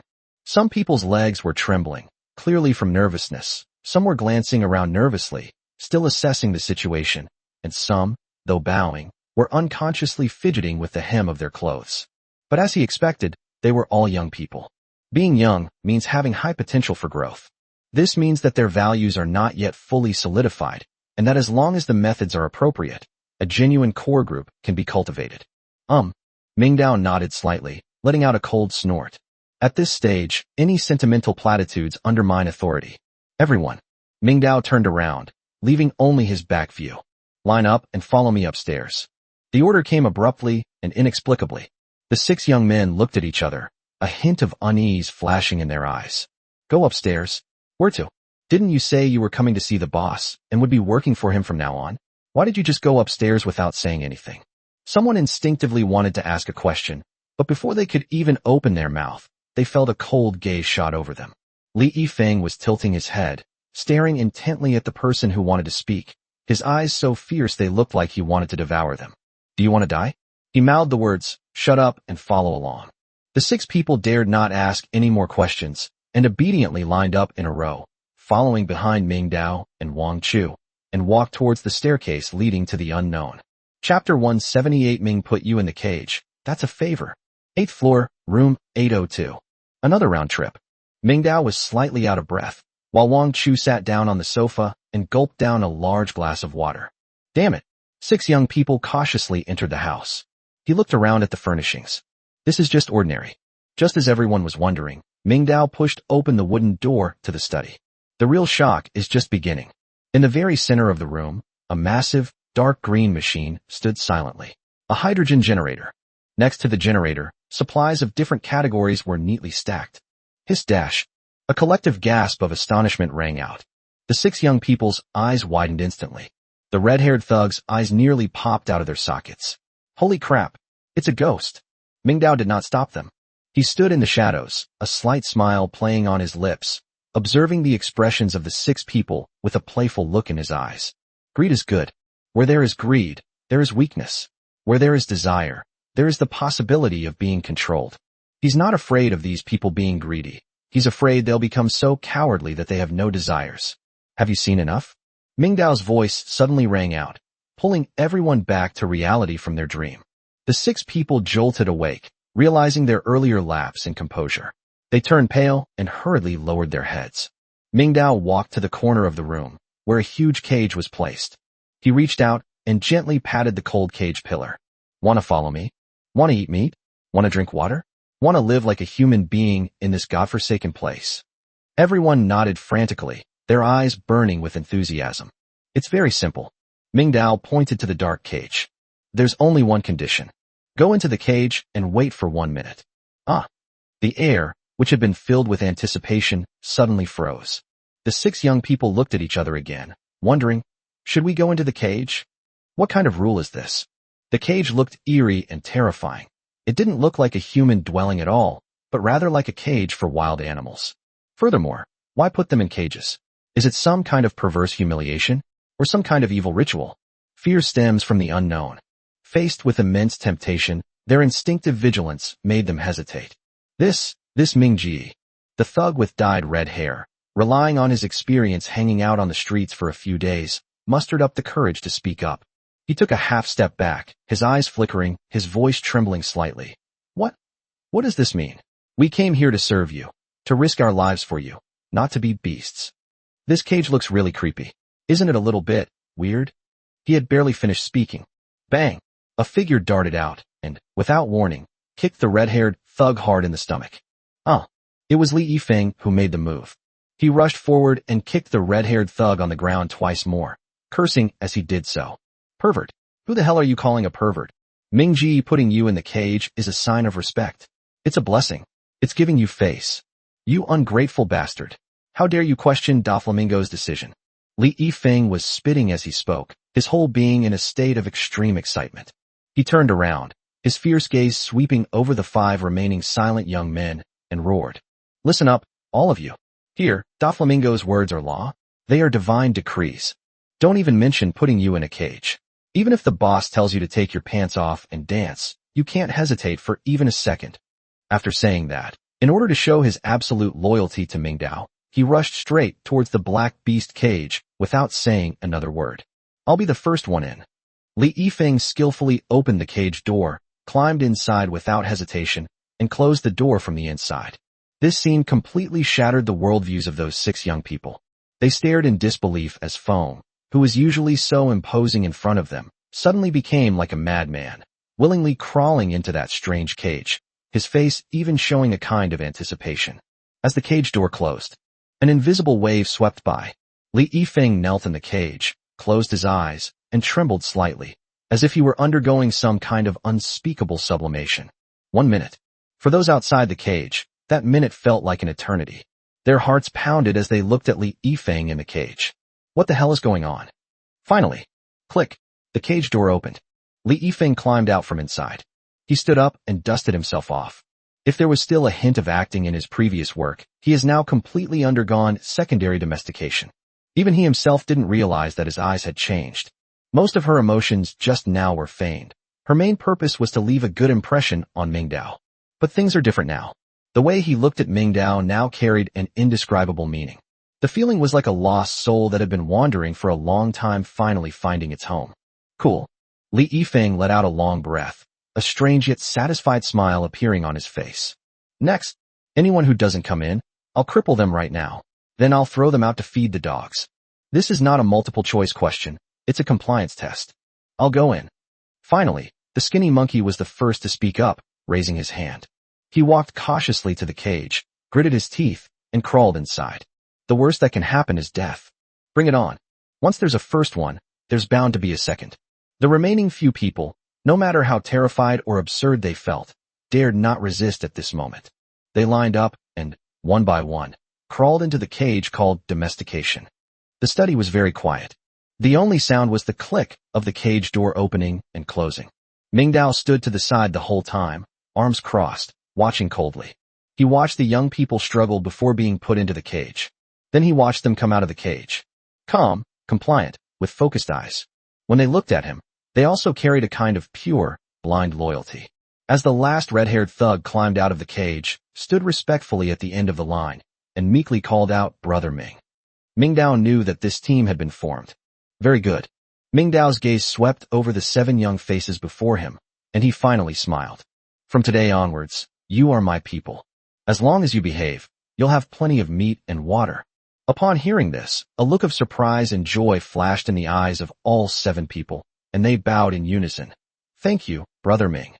Now, I have 2 tasks for you. Mingdao held up 2 fingers, his tone cold and stern. First, Li Yifeng will lead the team to continue collecting scrap metal for me. Focus on the garage or storage room. Bring back any metal, no matter what it is, even rusty nails. Smash the big ones. Don't care about quality. The more the better. Second, his eyes narrowed slightly, revealing a chill. While you're working, keep an eye on the people around you. I need to find good prospects. Those of you who are young and strong, or who have a special skill, if you see them, write them down or find a way to trick them into coming here. Remember, I value quality, not quantity. Better to have fewer, but better quality. Those good-for-nothings who only waste food, don't lead me around. Understand? I understand. Go. Chapter 179. You deserve it. Mingdao waved his hand, and Li Yifeng immediately accepted the order, leading 6 newly recruited death warriors out of the room with great pride and arrogance. That figure, walking with an air of conquering the world, seemed to be the very thing he was about to do. As the security door closed again, the room returned to silence. Mingdao raised his wrist. 11:22. It's almost noon. As one grand drama comes to an end, another, even more important one is about to begin. He walked to the mirror, straightened his collar, and straightened his slightly disheveled windbreaker. Then, he picked up the deer hide on the table and, together with the deer sinew, roughly tied it into a proper scabbard. It's finally starting to look somewhat decent. Let's go. Mingdao sheathed his sword. It felt good in his hand. He turned to look at Wang Chu, who was still standing there, stunned, not yet recovered from the bizarre, taming ceremony, just now. Go and see that fallen hero. Wang Chu suddenly snapped back to reality. Looking at the familiar yet unfamiliar man before him, his heart filled with indescribable emotions. What he just witnessed had a tremendous impact on him. Is this the real Doflamingo? Will I have to go and wait in there myself in the future? In this brief moment, he suddenly remembered a scene from his unfinished novel, where the protagonist rises to power in a chaotic world and wins over heroes from all walks of life. The situation is so similar. He couldn't help but express his feelings and murmured. A cold wind blows in the desolate valley. Cicadas sing through spring and autumn as the young man returns. Mingdao paused, glanced back at him, and a half-smile curled at the corner of his mouth. Stop being so sour. Whether Zhao Hu is a hero or not depends on whether he can get through today's ordeal. Walk. The door opened. The two walked one after the other into the slightly dazzling midday sunlight. The rooftop of Building 9 is being relentlessly scorched by the blazing sun. Hot winds swirled around scraps of paper and dried leaves at the edge of the empty rooftop, making a rustling sound that added to the desolation and bleakness. Mingdao arrived here 5 minutes early. He did not choose to hide in the shadows or find cover to observe the situation as he usually did. Today, he chose to stand in the sunlight. Standing alone at the very edge of the rooftop, hands in pockets, his posture upright, he let the blazing sun stretch his shadow long behind him, like a black sword cleaving through the gray concrete. Beneath his feet was the enormous and illusory canopy of the community's heart. A pale blue light screen floated in midair, like the eye of God, overlooking this isolated island that had been carved out. Mingdao lowered his head slightly and looked down at the central square. There, ants like people are busy trying to survive. Some people were carrying heavy loads of junk in exchange for a few contribution points. Some were fighting over a certain item, and others were bowing and scraping to the patrol team, maintaining order, hoping to avoid being hit by a stick. The sounds of clamor, arguments, crying, and cursing all converged together, and even high in the sky, one could vaguely hear the struggle within. This is the true picture of humanity in the end times. Mingdao murmured to himself. He was like a chess player high above, examining his own chessboard and thinking about where to place his next move. There are 2 minutes left until midnight. Mingdao pulled a pack of Zhonghua cigarettes from his pocket. It's worth mentioning that this was a gift from Wang Chu to him. Smack. He skillfully tapped out a cigarette and put it in his mouth. The blue flame of the lighter flickered, and the tobacco was lit.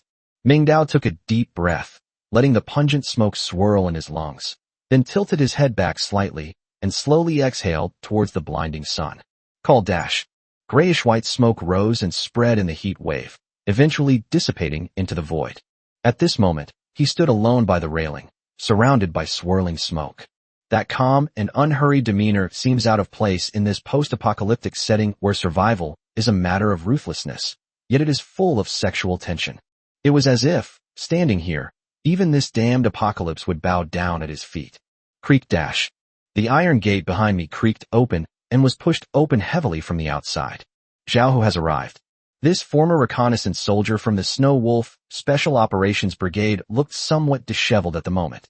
His face was pale, his lips were cracked, and his once straight back was now slightly hunched.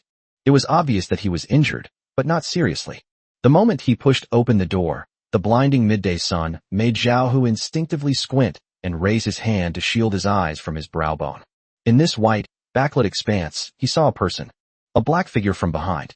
The man stood on the edge of the rooftop, his back to him, tall and slender, standing out from the crowd. He stood there quietly, a cigarette between his fingers, wisps of smoke curling upwards. It was clearly just a silhouette, and it clearly didn't do anything. But Zhao Hu suddenly stopped, an indescribable sense of oppression coming towards him. That feeling is an aura. It was him. Zhao Hu's heart skipped a beat. Although he couldn't see the face clearly, just from that back view, he felt a strong sense of familiarity, as well as a dangerous aura that only a strong person could sense. It was a kind of instinct shared by others. Zhao Hu took a deep breath and stepped forward. His military boots pounded on the scorching concrete. 1 step, 2 steps, 3 steps. The distance between the two was shrinking, but the sense of oppression was growing stronger. He was about 3 or 4 meters away from that figure when that person moved. Mingdao did not turn back. As if he had eyes in the back of his head, his hand holding the cigarette remained on the railing, while his other hand casually pulled out an open pack of Huazi cigarettes from his pocket. A light flick of the thumb. Whoosh dash. The red cigarette box instantly transformed into a streak of light, tracing an arc through the air with a subtle whooshing sound. It flew straight towards Zhao Hu behind it. This technique involves pinpointing the location of sounds. This clearly demonstrates his skill. Zhao Hu's pupils suddenly contracted. He subconsciously raised his right hand, his 5 fingers spread. Smack. A soft sound. The pack of cigarettes landed steadily in his palm, as if it had always been there. A true expert's skill is immediately apparent. To the average person, this might just be a random throwing motion. But in the eyes of veteran Zhao Hu, the meaning behind this move was simply terrifying. This not only requires amazing hearing to determine location, but also extremely high muscle strength. The person in front of me didn't even turn their head. What confidence! What arrogance! This isn't just offering a cigarette. It's a show of force, a way of telling you that I'm qualified to stand before you, or even above you. Zhao Hu's hand trembled slightly. He glanced down at the cigarette pack in his hand. Soft Zhonghua, a type of Chinese liquor. This? Zhao Hu looked up at the retreating figure and asked, such good cigarettes? For me. Mingdao continued to gaze into the distance, his voice calm, carried gently by the wind. You deserve it. Chapter 180. It's you. For simple words. You deserve it. It's not charity, not bribery, not a feigned appeasement like Lu Guodong did after using him as a tool. It is a form of recognition. A recognition from the strong. Since the battle with the saber-toothed tiger, Zhao Hu has only felt indifference and isolation. The people he risked his life to protect avoided him like the plague after he was injured. The leader he served was eager to send him to be cannon fodder. His dignity was trampled into the mud and wantonly trampled on. But now, on this unfamiliar rooftop, this mysterious figure, with just a pack of cigarettes and 4 words, pieced together his shattered dignity bit by bit. Zhao Hu's eyes instantly reddened. It's a kind of sorrow that men don't easily shed tears, only when they're truly heartbroken. With trembling fingers, he pulled a cigarette from the pack and put it in his mouth. He picked up a lighter and lit it with a snap. Cough, cough, cough. Cough, cough, cough, cough, dash.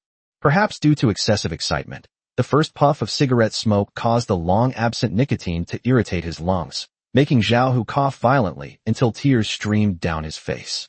The cough aggravated his wounds, causing him to grimace in pain. But he was smiling. His laughter was tinged with both sorrow and exhilaration. Amidst the swirling smoke, his vision finally adjusted to the light. He looked up at the man who had turned around. Young. This is the first impression. Cold and aloof. This is the second impression. It was a face with sharp features, sword-like eyebrows, bright eyes, and deep gaze. But he recognized the face. Zhao Hu's pupils suddenly contracted, his hand holding the cigarette trembled violently, and he exclaimed in shock. It's you. Memories flashed back in an instant. That was the first day, at that chaotic mobilization meeting. When Lu Guodong tried to force everyone to go to their deaths in the forest, it was this young man who stood up. He calmly analyzed the pros and cons, proposed the Pathfinder team plan, used reason to overcome Lu Guodong's dictatorship, saved countless lives, and left a very deep impression on Zhao Hu. At that time, Zhao Hu felt that this young man was not simple.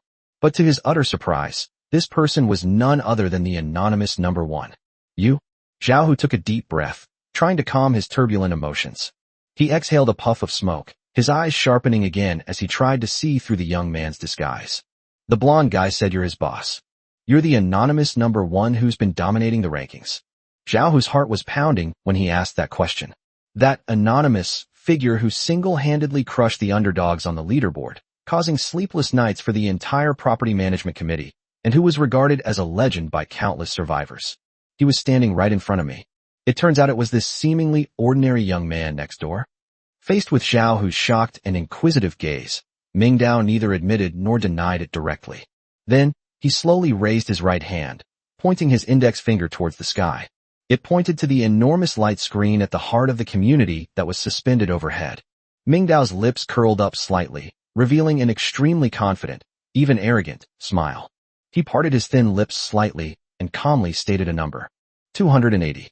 Xiaohu was taken aback. 280? What does that mean?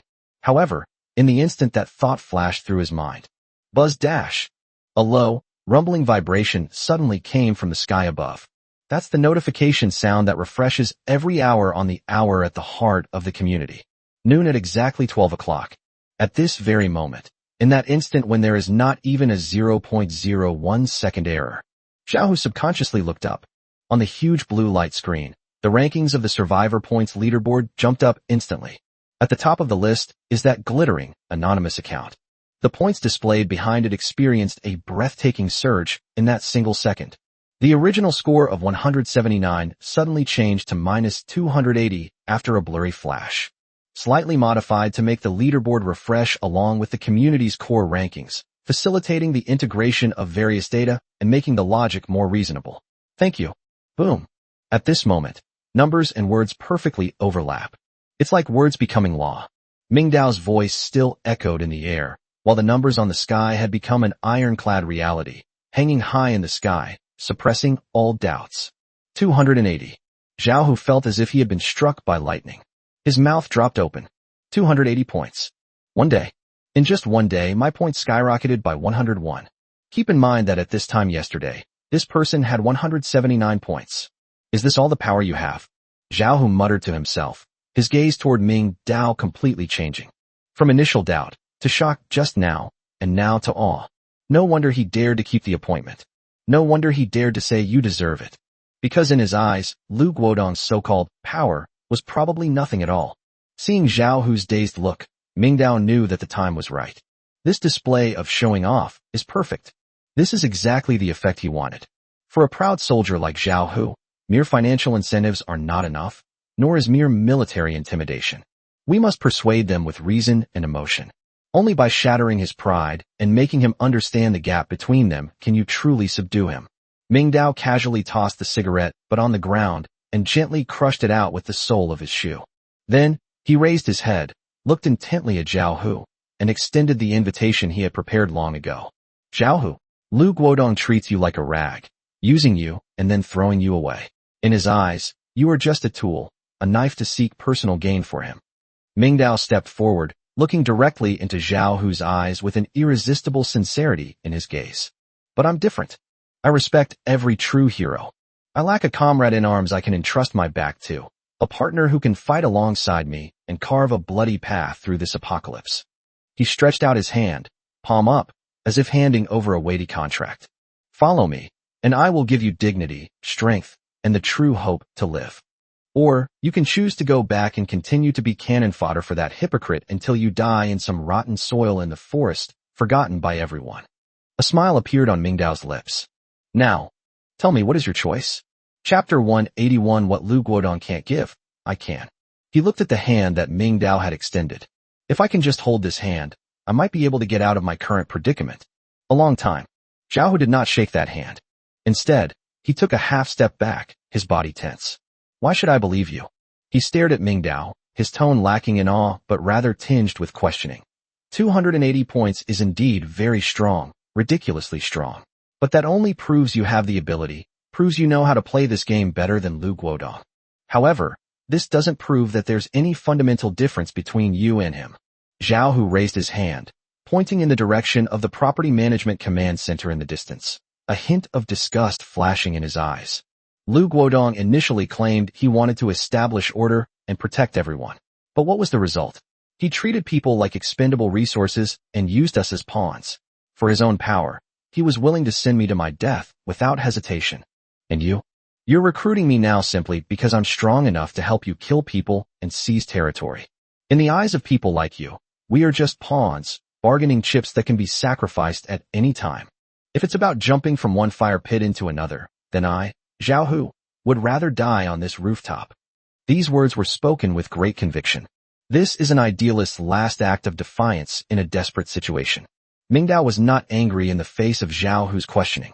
Instead, he withdrew his hand, put it back in his pocket, and even a playful sneer appeared on his lips. The difference? Mingdao turned around, walked to the edge of the rooftop, and pointed down at the crowd below. Come here. Zhao Hu hesitated for a moment, but still went over. Following Ming Dao's finger, he saw the scene in the central square. That was Lu Guodong's patrol team, enforcing the law. Several young men wearing red armbands were waving batons and shouting at a few survivors. The surrounding crowd watched indifferently, some even showing gloating expressions. Without entertainment in the spiritual world, making fun of others becomes a form of solace. Did you see that? This is Lu Guodong's order. He painted a rosy picture for these people with empty lies about unity and the future. He told them that as long as they were obedient and dedicated, the collective would protect them. But what is the reality? Ming Dao turned his head and glared at Zhao Hu. He is using lies to squeeze the last bit of value out of these people. He can't give them enough food. He can't give them safety. He can only maintain his rule through fear and brainwashing. That's fraud. At this point, Ming Dao paused and pointed to himself. But I am different. I never talk about ideals or sentiments. I only talk about reality and transactions. I don't ask you to dedicate yourself to some damn collective. I only ask you to work for personal gain. I give them a way to live, and they risk their lives for me. It's fair. What Lu Guodong can't do, I can. What Lu Guodong can't provide, I can provide. What Lu Guodong can't provide, I can provide. Ming Dao's voice gradually rose, carrying an absolute confidence. The difference is that if you follow him, you will die hungry and full of passion, while if you follow me, you will eat meat, drink clean water, and live a meaningful life. That's the difference. These words are blunt and brutally honest. It tore away all the veils of warmth, directly exposing the most essential aspects of the survival rules of the apocalypse to Zhao Hu. Zhao Hu's breathing became rapid. He wanted to refute it, but found that he couldn't find any reason to refute it at all, because Ming Dao was telling the truth.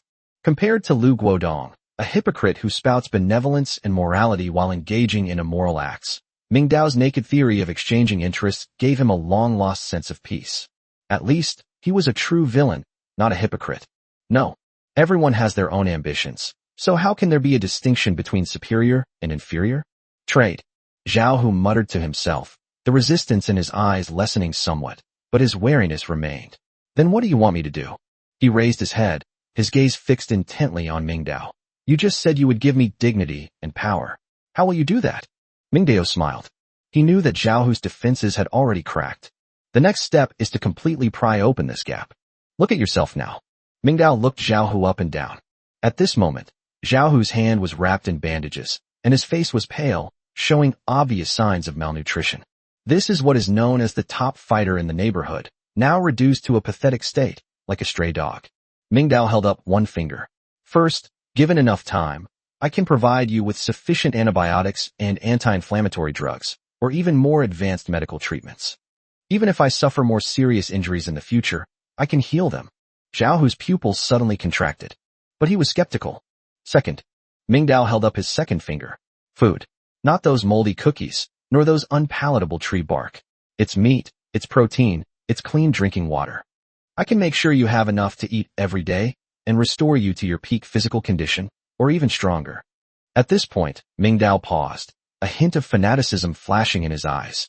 Third, and most importantly, I can provide my men with upgrade resources for the construction panel and even weapons.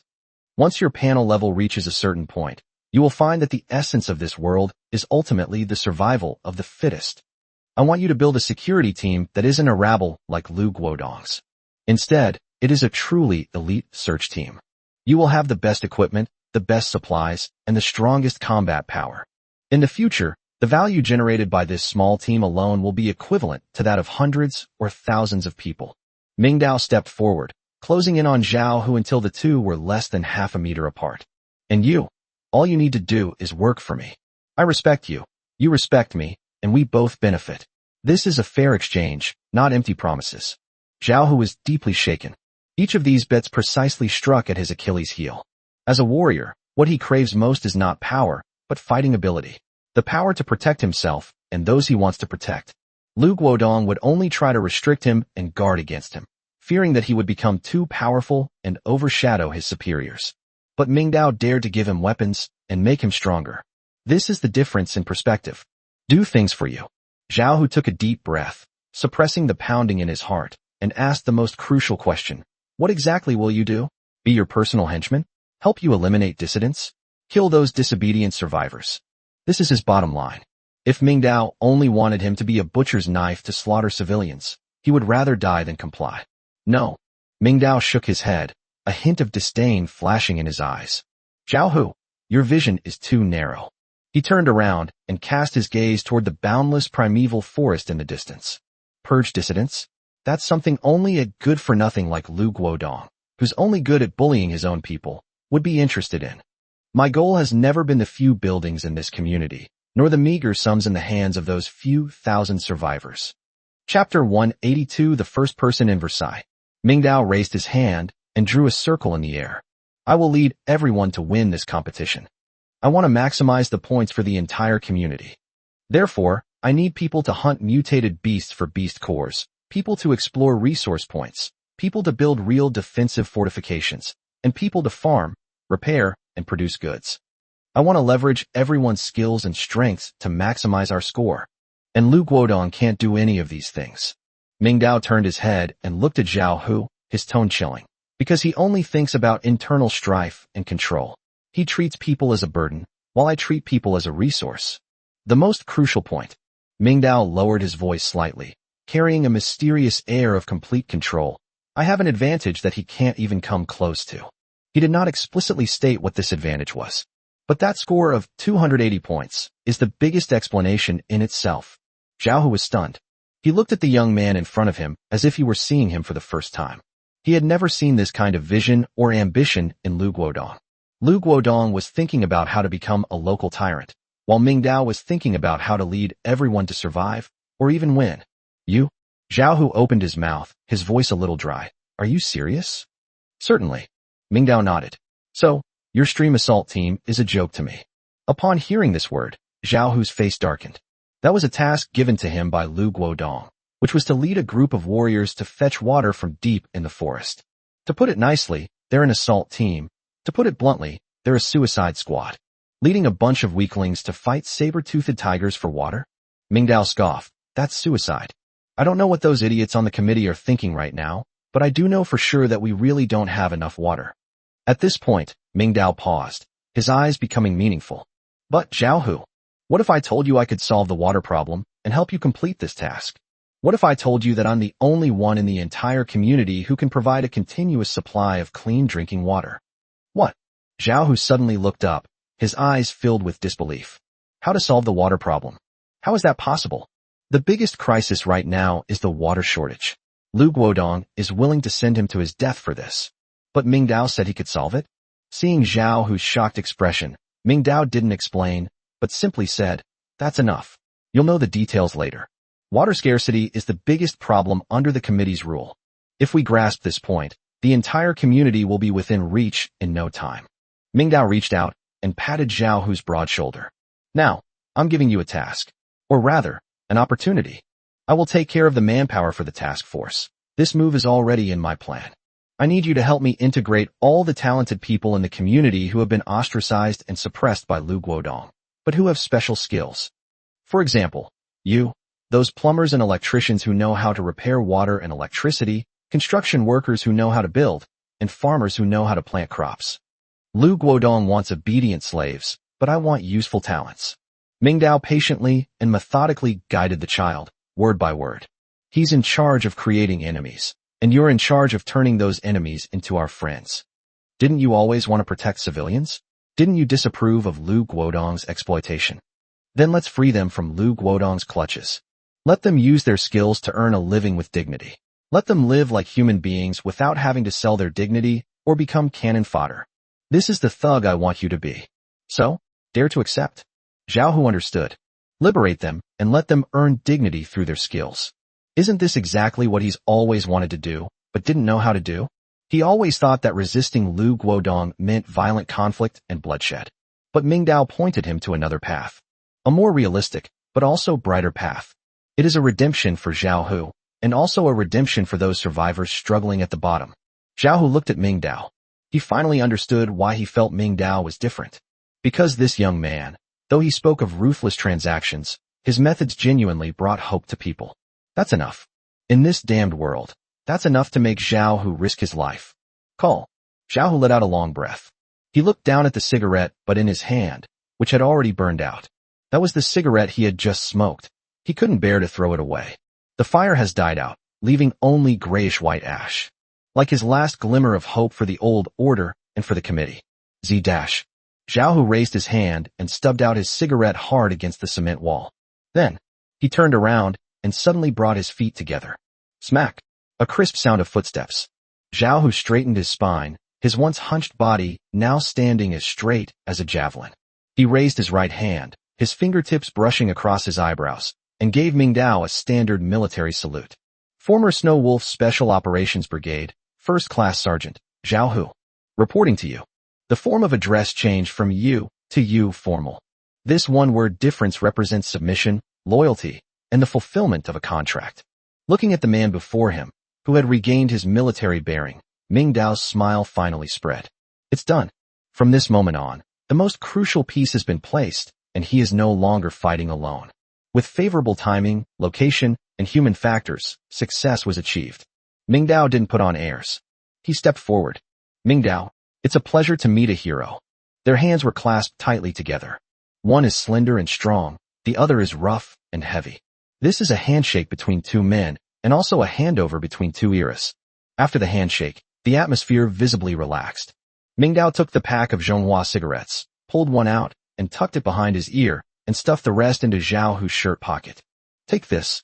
This will be your allowance from now on. Zhao Hu was taken aback for a moment, and subconsciously wanted to refuse, but seeing Ming Dao's unquestionable gaze, he could only grin and accept it. Thank you, boss.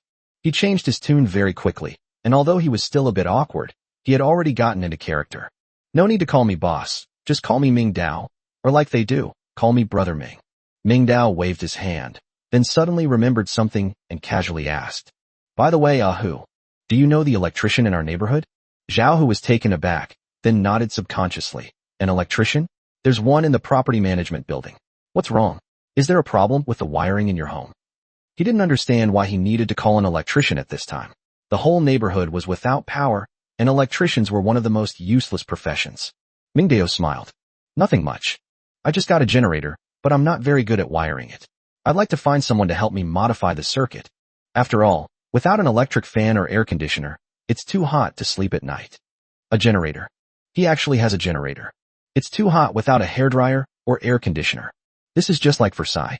Zhao Hu subconsciously touched the pack of Zhonghua cigarettes in his pocket, and then remembered what Ming Dao had just said. What Lu Guodong can't give, I can give. Turn out to be. This is seriously not just empty promises. This is a true example of a dimensional reduction attack. Chapter 183 Settlement of the Community on the fourth day. Right now? Buzz dash. The huge light screen at the heart of the community overhead emitted a resounding thud. That was the bell that signaled the daily settlement and data refresh. Ming Dao looked up and saw that after the individual rankings were updated, the next thing to appear was the comparison of the total community points, which concerned everyone's fate. Originally, the blue curve representing the Blue Bay Peninsula was steadily rising. Although slow, it remained strong. The numbers fluctuated, 4,000, 4,150, and finally settled at 4,288. This is not a low number. It was the result of the sacrifice of thousands of survivors. But at the very moment that number froze, on the other side of the screen, the red curve representing the competitor, Jinxing Industrial Park, suddenly moved. It doesn't climb like the blue curve. It is an outbreak. It's a meteoric rise. It's a steep, hopeless straight line. 3,000, 4,000, 5,000. Finally, the glaring red numbers, with a cruel, crushing force, came to a halt. Blue Bay Peninsula, 4,288 points. Jinxing Industrial Park, 5,319 points. Total points, Blue Bay Peninsula, cumulative 15,376. Jinxing Industrial Park, cumulative 16,237. Difference minus 861. The entire neighborhood was quiet. Everyone looked up. Zhao Hu, who had just been excited by Ming Dao's 280 points, turned pale instantly. Gripping the railing tightly with both hands, 5,000. Over 1,000 points gained in one day. How is this possible? We have thousands of people. We've practically pulled all the wild vegetables out of the garden, and they've only made a few hundred yuan a day. So why are they doing so well? Are they using cheats? Or is there a bug in the system? Zhao Hu suddenly turned to look at Ming Dao, his eyes filled with a desire for confirmation. He hoped to hear an explanation from this mysterious powerful figure, even if it was just a self-deceiving excuse like system malfunction. But Mingdao disappointed him. He squinted, his expression turning serious for the first time. As a cheater, with 2 systems, Mingdao understands the source mechanism of scores better than anyone else. Killing a mutated wild rabbit takes only a few minutes. Making a simple tool only costs a few cents. Want to gain 1,000 points in a single day? Impossible. Even if there were 100 Zhao Hus in that industrial park, they couldn't do it. Unless. It's not cheating. Mingdao withdrew his gaze. It's industry. Industry and technology? Zhao Hu thought of yesterday's meeting. Mingdao nodded and lit the soft Zhonghua cigarette clipped to his ear. Call. Zhao Hu, you were a soldier. You should understand. Mingdao pointed downstairs. What kind of place is Blue Bay Peninsula? It's a residential area. What do we have? Kitchen knives, steel pipes, and this concrete all over the ground. We live like primitive people. But Jinzheng Industrial Park is different. Mingdao's tone became more serious, carrying a profound understanding of the world. That's an industrial park. There are lathes, stamping machines, tons of steel reserves, and complete production line equipment. More importantly, there are workers, engineers, and people who know how to operate the machines. Their scores were low a few days ago because of chaos and a breakdown in order. But given a little time, and as long as a strong person steps forward to consolidate resources, Mingdao took a deep breath and exhaled a smoke ring. Once the machines start roaring, even if they are just running an assembly line to mass-produce the simplest iron blades, spears, or even barbed wire, the speed at which they rack up points is exponential. This is the absolute crushing of industrial civilization over agricultural civilization and even primitive civilization. Yes, industry.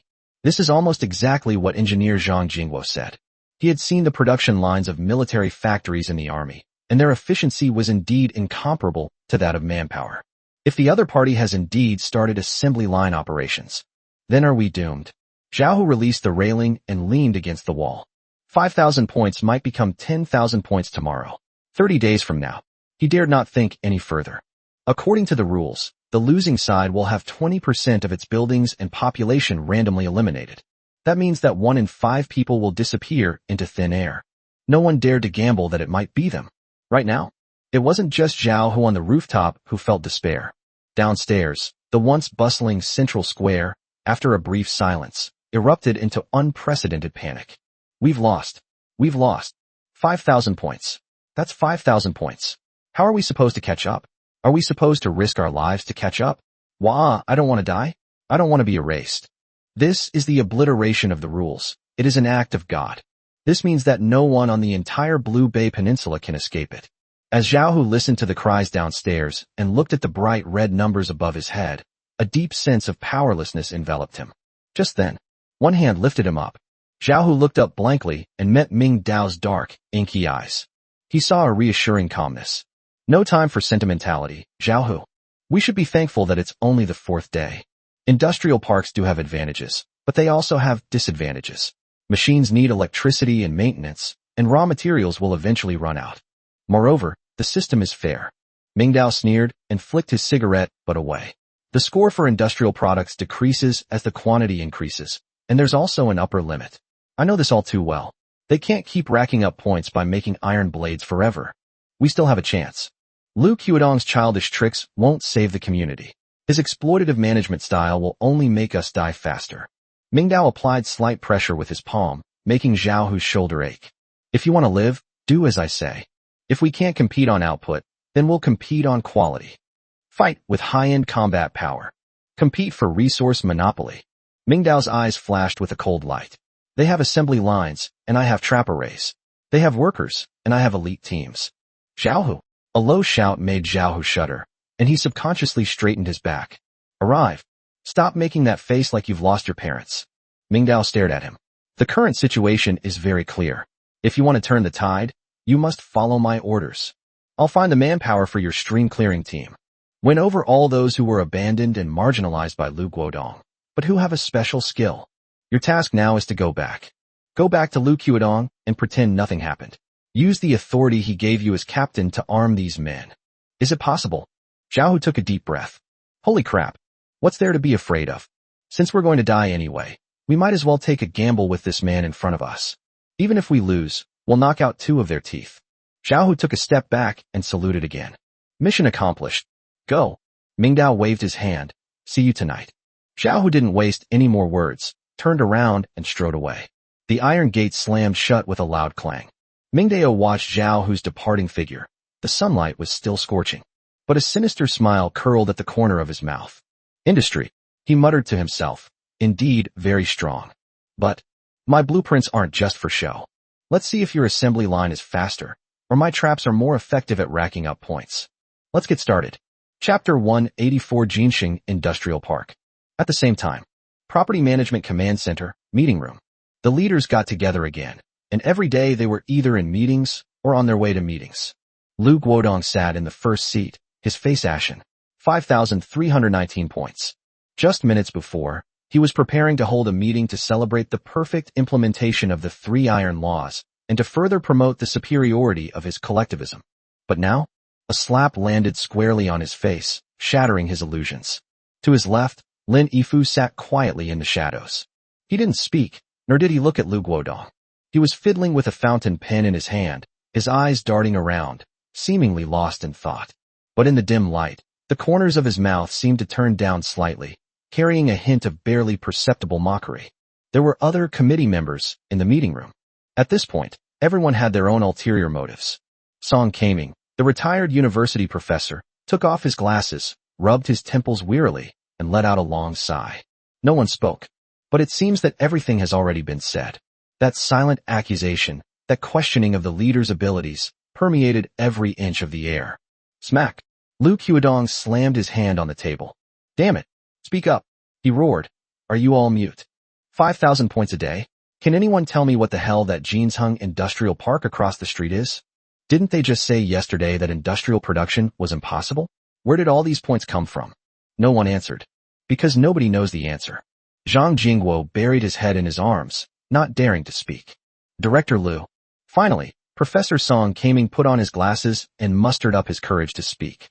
Looking at the data model, this growth curve doesn't seem to be the result of human intervention.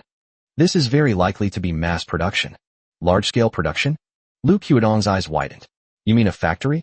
Right. Professor Song gave a wry smile. A comparison of yesterday's and today's data shows that my argument yesterday was clearly wrong. A weekly task cannot reach this level. I remember Jinxing. It's a key industrial zone in the city. There are hardware, mold, and even machine processing plants. If they restore power or find an alternative power source, then their productivity is 100 times, 1,000 times ours.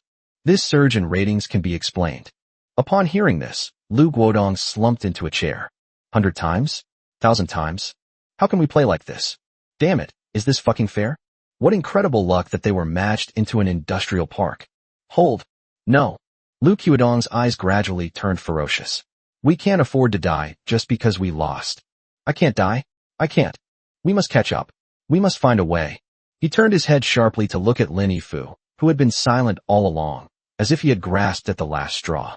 Old Lin, say something. You usually have the most ideas, so hurry up and think of a solution.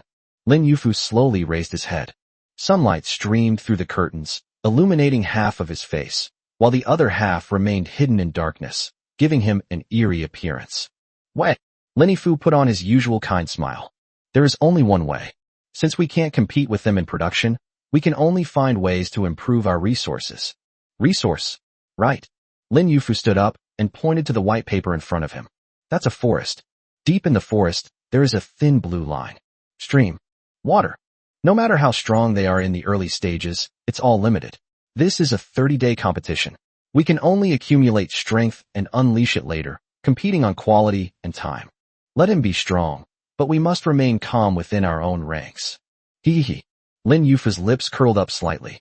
As long as we take control of this stream, as long as we monopolize the water source.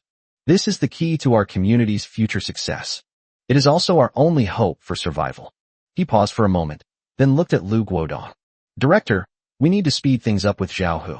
Even if it costs lives, that stream must be taken down by tomorrow. Some people live as lightly as a feather, but some people die as heavily as Mount Tai. Lu Guodong's eyes flickered a few times. Dr. Lin truly deserves to be his strategist. A few words from him boosted his confidence again. Good. Pass on the committee's orders. No matter how many people we recruit, The stream assault team must set off first thing tomorrow morning. Tell Zhao Hu, isn't he supposed to be all righteous? Now that the collective is in trouble, it's his time to contribute. The camera zooms out, traversing different dimensions. If Blue Bay Peninsula is an isolated island, then the Jinxing Industrial Park in another dimension is a sleeping steel behemoth. Bang, bang, bang. The loud metallic clanging sound continued for a long time. Unlike the oppressive atmosphere of Blue Bay Peninsula, the entire park here is noisy and bustling. Several huge steel-structured factory buildings were brightly lit at this moment. Although the high-hanging sodium lamps flicker from time to time due to the instability of the backup generator set, casting eerie shadows that flash intermittently, this is enough to support the operation of the entire park. Workshop number 1 is the core of the entire park. Driven by hydraulic rods, the massive stamping press caused a slight tremor in the ground with each strike, sparks flying everywhere. The piercing whistling of the grinding wheel rose and fell, polishing pieces of raw iron until they gleamed with a cold, menacing light. The factory manager's office is on the second floor of workshop number 1. This spot is located at the highest point in the entire workshop, offering a panoramic view of the bustling production line below through the huge glass windows. Jin Wanshan, the actual controller of workshop number 1, was sitting smugly in that leather executive chair. He was in his early 50s, wearing a tight-fitting dark blue work uniform with the collar open, revealing a thick gold chain around his neck. He was slightly overweight with a fleshy face, and his already small eyes were now slightly narrowed, revealing a businessman's shrewdness. Click, click. He was holding 2 shiny lion's head walnuts in his hands, and he looked at everyone with a smile. 2 rows of people stood in front of him. On the left are the directors of the 4 workshops, and on the right are several leaders of the security team. Bang! Just then, the office door was suddenly pushed open. The security team leader, nicknamed Blackie, strode in. This burly man, his face full of menacing features, was beaming with joy. Without even knocking, he shouted in his hoarse voice. Factory manager. Great news. Incredibly great news. Chapter 185. Every neighborhood has its own set of problems. Jin Wanshan paused slightly in his movements. Then his squinted eyes snapped open. Are you trying to summon a soul? Speak. Blackie rushed to his desk and shouted excitedly. That sky screen thing just refreshed. Our daily score has broken 5,000. 5,319 points. That Blue Bay Peninsula, although their score is also rising, has already been left far behind by us. Our total score is more than 800 points higher than theirs. Oh my! The previously lifeless office was suddenly filled with exclamations and applause. 5,000 points. My goodness. That's a record-breaking score. Haha. I knew it. What skills do those city folks living in the neighborhood have? Can they compare to us? The factory manager is brilliant. We've got this in the bag. Compliments poured in like a tidal wave. A genuine, smug smile finally appeared on Jin Wanshan's fleshy face. He slammed the walnuts in his hand onto the table, leaned back, and the expensive leather chair groaned under the weight. Quiet. He raised his hand and made a slight pressure. All eyes were on him, a testament to the absolute awe of power. Jin Wanshan took a cigar out of the cigarette case, and the black-skinned man next to him, with great insight, leaned over and lit it with a snap. Call dash. Jin Wanshan exhaled a puff of smoke, looking at everyone present with an arrogant look in his eyes. What does this mean? He pointed to the top of his head with the finger holding the cigar, then pointed to the roaring workshop outside the window. This proves that we're on the right track. What do you mean, apocalypse? What do you mean, time travel? Let me tell you, no matter where you are, wherever people live, you have to talk about production. You have to talk about strength. Jin Wanshan abruptly stood up, his slightly overweight frame suddenly exuding a chilling, thuggish aura. He walked to the French windows and pointed at the workers below, numbly toiling on the assembly line. Having weapons in hand keeps me calm. What are those people living in the residential complex? Besides crying and begging for handouts, what else can they do? Do they know how to do turning, milling, planing, or grinding? Do they know how to make steel? We have machinery, raw materials, generators, and thousands of workers. That's our capital. At this point, Jin Wanshan turned around and glanced at the workshop directors. Tell all the group leaders to stay alert. Don't think you're safe just because you've scored a few hundred points higher. My goal is to wipe them out, to leave them with not a single point. The old skilled workers, those veteran craftsmen, all treated me like treasures. How many guns did that old Lee's team make yesterday? The workshop director quickly stepped forward, wiping the sweat from his forehead. Reporting to the factory director, Old Lee's team yesterday used scrap steel plates to stamp and grind 12 machetes and 20 steel spears. 12. Jean Wanshan frowned, his face instantly darkening. Too slow. I need quantity.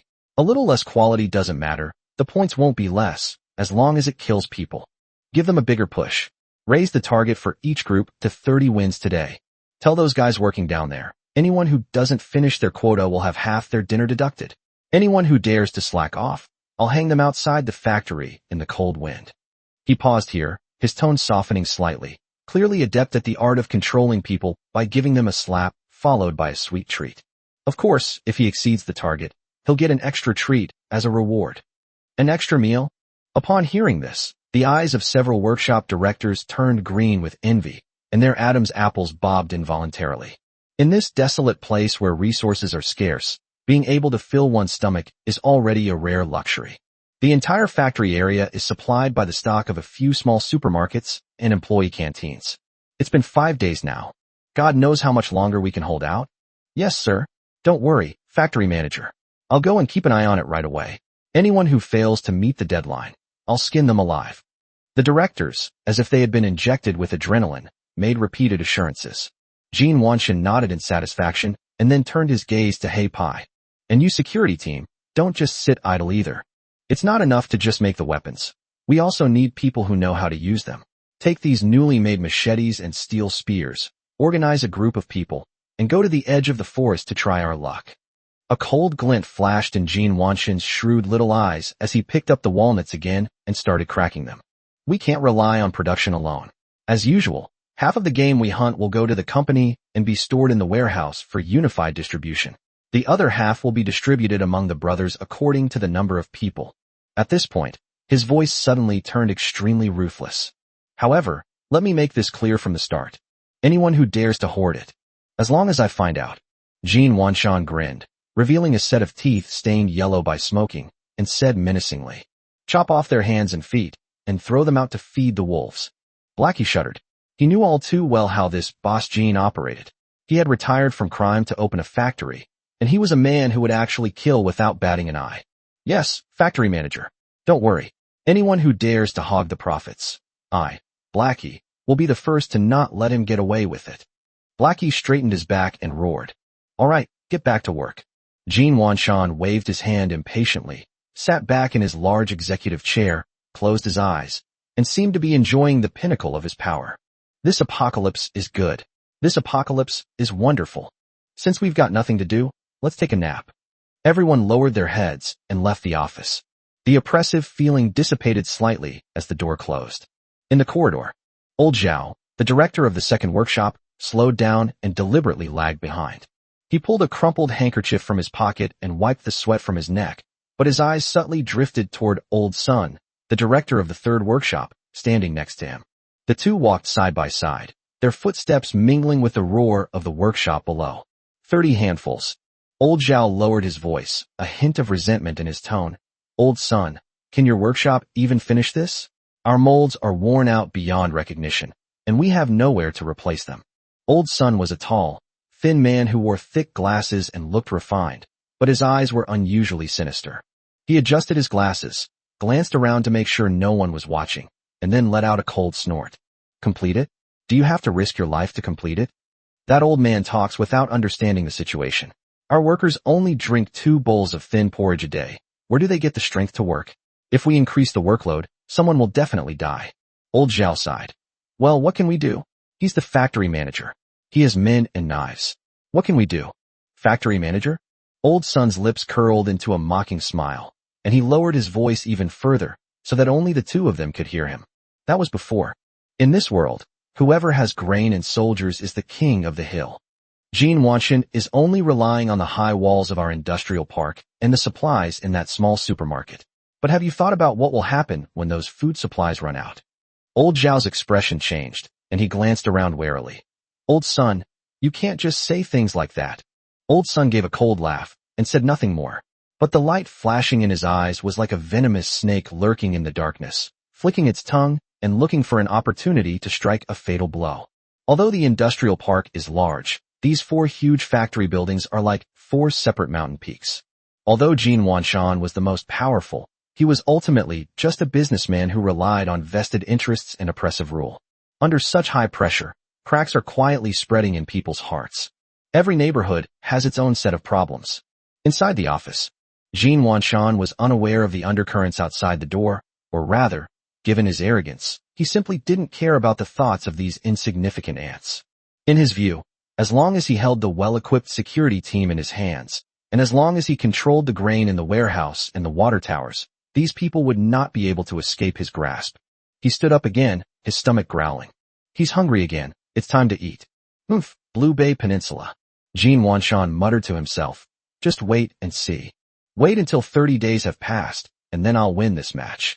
He stretched out his large hand, adorned with a gold ring, and fiercely grabbed at the distant void, as if to crush that weak opponent in his palm. We'll take over that territory. Let's take over all the resources in this forest. This area is mine now. Ha ha ha. Chapter 186 Li Lao San's Power. Zhao Hu walked down the stairs step by step. Hope.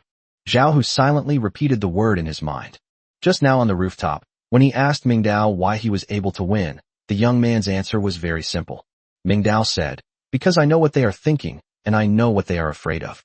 But Lu Guodong only knows what he himself is afraid of. Zhao Hu took a deep breath and forcibly suppressed the chaotic thoughts in his mind. He stopped on the 15th floor. Room 1501. This is Sun Preng's home. This is also one of the reasons why he set up the interview in Building 9. Zhao Hu stood in front of the dark red security door and raised his hand. Thump, thump, thump. Sun Peng, it's me. Zhao Hu said in a deep voice. Zhao Hu. Click. Almost the instant the sound fell, the sound of the door locked turning rang out. Immediately afterwards, the security door was suddenly pulled open a crack. A pale, haggard, and even somewhat neurotic face appeared behind the crack in the door. It's Sun Peng. His eyes were sunken, and his hair was a messy pile on his head, like a chicken coop. He clearly didn't sleep well. Team Leader Zhao. It really is you. You came to see me? Zhao Hu looked at him and nodded. I have a mission, and I'm short-staffed. Do you want to do it? Just this one sentence. Yes. I want to. I want to Captain Zhao. Sun Peng flung open the door, gesturing wildly in the air with his hands. Captain Zhao, just say the word. I, Sun Peng, will go through fire and water without batting an eye. I've had enough. I've really had enough. Every time I close my eyes, that image comes to mind. I'm scared. I'm scared. Sun Peng grabbed Zhao Hu's arm, his nails even digging into the flesh. Captain Zhao, take me with you. I'd be willing to die for you. It's better than dying a cowardly death at home. I haven't slept all day. Zhao Hu looked at the almost insane young man in front of him. My heart was filled with mixed feelings. He suddenly remembered Ming Dao's words. These people don't need slogans or some bullshit collectivism. What they need is a leader who can bring them hope. As long as you can show them a way to survive, they will entrust their lives to you. In a sense, Ming Dao was right. Good. Zhao Hu reached out and patted Sun Peng on the shoulder, pressing his trembling hands down. A head lost is nothing more than a scar the size of a bowl. Grab your weapons. Come with me. Yes. Yes. I'm coming right away. Sun Peng rushed back into the house, and less than half a minute later, he rushed out again with a steel fork. The two continued downstairs, one after the other. I just reached the corner of the stairs on the second floor. A chilling coldness swept over me. Zhao Hu suddenly stopped in his tracks. His instincts as a scout made him instantly aware of the danger. Who? He gave a low shout, his body instinctively going into a state of alert, his right hand unconsciously reaching for his waist. Sun Peng, who was behind him, was also startled and hurriedly raised his steel fork. In the shadows, two figures slowly walked out. They weren't carrying any decent weapons, just a steel pipe wrapped with black duct tape. But the aura emanating from them was sharper than any weapon. That's malevolent energy. The person in the lead slowly raised his head. With the faint light coming through the corridor window, Zhao Hu could see his face clearly. In that instant, Zhao Hu's pupils contracted sharply. Li Lao San. That scoundrel who used to steal chickens and dogs, and always tried to take advantage of others in the neighborhood. But at this moment, Li Lao San had completely changed. If he was a despicable villain before, then he is now a demon. He's lost weight. His face looks completely different. What's most shocking is his hair. It's white. It's all white. His hair, which was originally just a few gray hairs, now looked as if it had been covered in frost and snow overnight, so pale it was chilling. Beneath that disheveled white hair were a pair of red eyes. Bright red. It was covered in blood vessels, Behind him stood his youngest son. The same withered face, the same bloodshot eyes. Li Lao-san. Zhao Hu frowned, remaining vigilant. What do you want? To rob me on the street? In the past, Zhao Hu would not have taken these two scoundrels seriously at all. But now, facing these two people who seemed to have had their souls drained and were nothing but empty shells, he felt a strange chill. Thump. There were no warning signs whatsoever. Li Lao-san, who looked like a demon, suddenly had his knees buckle and knelt heavily on the cement ground. This kneeling was extremely heavy. Captain Zhao. Li Lao-san raised his head, and the voice he heard didn't sound human. He's been mute for a long time. I want to join the task force. I want to go to the forest. Zhao Hu was stunned. Sun Peng, who was behind him, was also stunned. Everyone knows that the Stream Assault team is a suicide mission. Everyone else is trying to avoid him, but this old scoundrel actually wants to join? Do you know what you're going there to do? Zhao Hu asked in a deep voice. That's like going to feed the tigers. It's a near-death experience. I know. Li Lao-san gritted his teeth, making a grinding sound. I'm going to find that beast. He suddenly raised his hand and slammed it hard on the ground. My eldest son, Dazhuang. Mentioning this name caused the muscles on Li Lao-san's withered face to twitch violently, and 2 streams of turbid tears mixed with mud flowed down his face. That beast ate it. They bit off its head right in front of me. It made a snapping sound, like cracking a walnut. Ah! Eh! Li Lao-san started crying again as he spoke. I don't want to live anymore. Life is meaningless. In this apocalyptic world, what's the difference between being alive and being dead? Huh. He raised his head, his red eyes burning with a frenzied hatred. I want revenge. Even if it means death, I will make that beast pay. I will make him pay the price. Behind him, the silent young man, his eyes also red, took a step forward. Although he didn't speak, his resolute will to die was palpable. Zhao Hu fell silent. He looked at his father, who was consumed by hatred. All the greed, despicable behavior, and scheming of the past vanished at this moment. All that remains is the despair of a father and the madness of a vengeful man. This is the end times. It can turn people into ghosts, and it can also turn ghosts into madmen. Captain Zhao. Seeing that Zhao Hu didn't speak, Li Lao-san thought he was going to refuse and became anxious.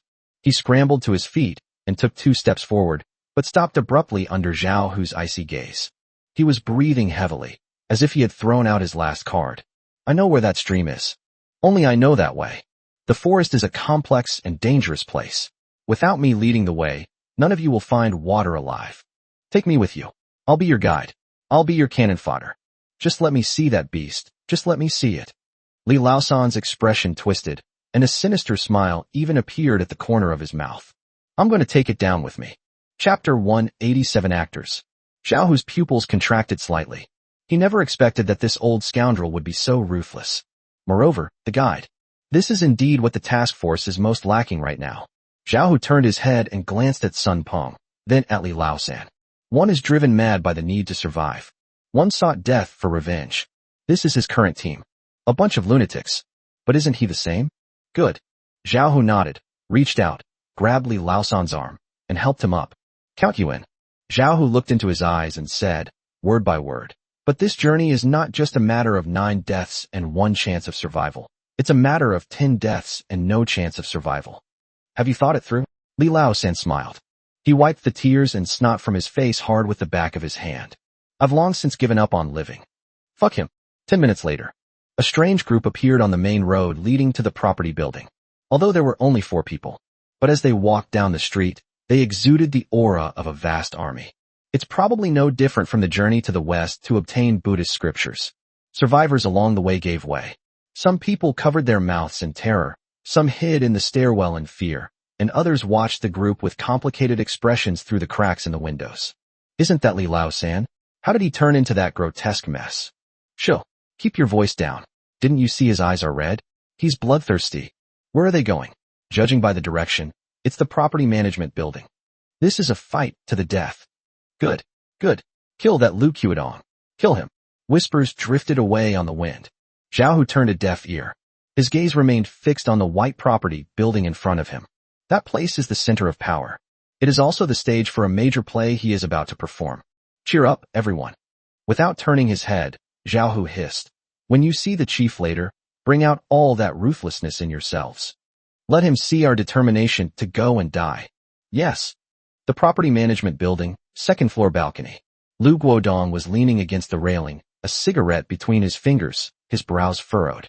He was worried. Although the meeting had set the tone for a strong attack on the stream, he wasn't really confident. Those survivors were so terrified that who would dare to go into the forest? If Zhao Hu can't recruit anyone, how can this show continue? Just then, his gaze suddenly sharpened. Through the swirling smoke, he saw the procession striding towards him in the distance. There weren't many people, but that aura. Even from dozens of meters away, Lu Guodong could feel the chill emanating from the building. Especially the white-haired old man walking behind Zhao Hu. Who is that? Why does it look so familiar? Lu Guodong squinted, examined it carefully, and then a hint of surprise flashed in his eyes. What? Li Lao-san. How did this old man's hair turn white overnight? But soon, that slight surprise was replaced by relief. He saw the steel pipes and pitchforks in their hands, and the expressions of defiance on their faces. Okay. Lu Guodong took a deep drag on his cigarette, a smile spreading across his face. That Zhao Hu kid is indeed quite capable. How could they have assembled such a suicide squad in such a short time? Although there aren't many people, their spirit is strong. It seems this knife is still quite useful. He flicked away the cigarette, but straightened his collar, and turned to walk back to his office.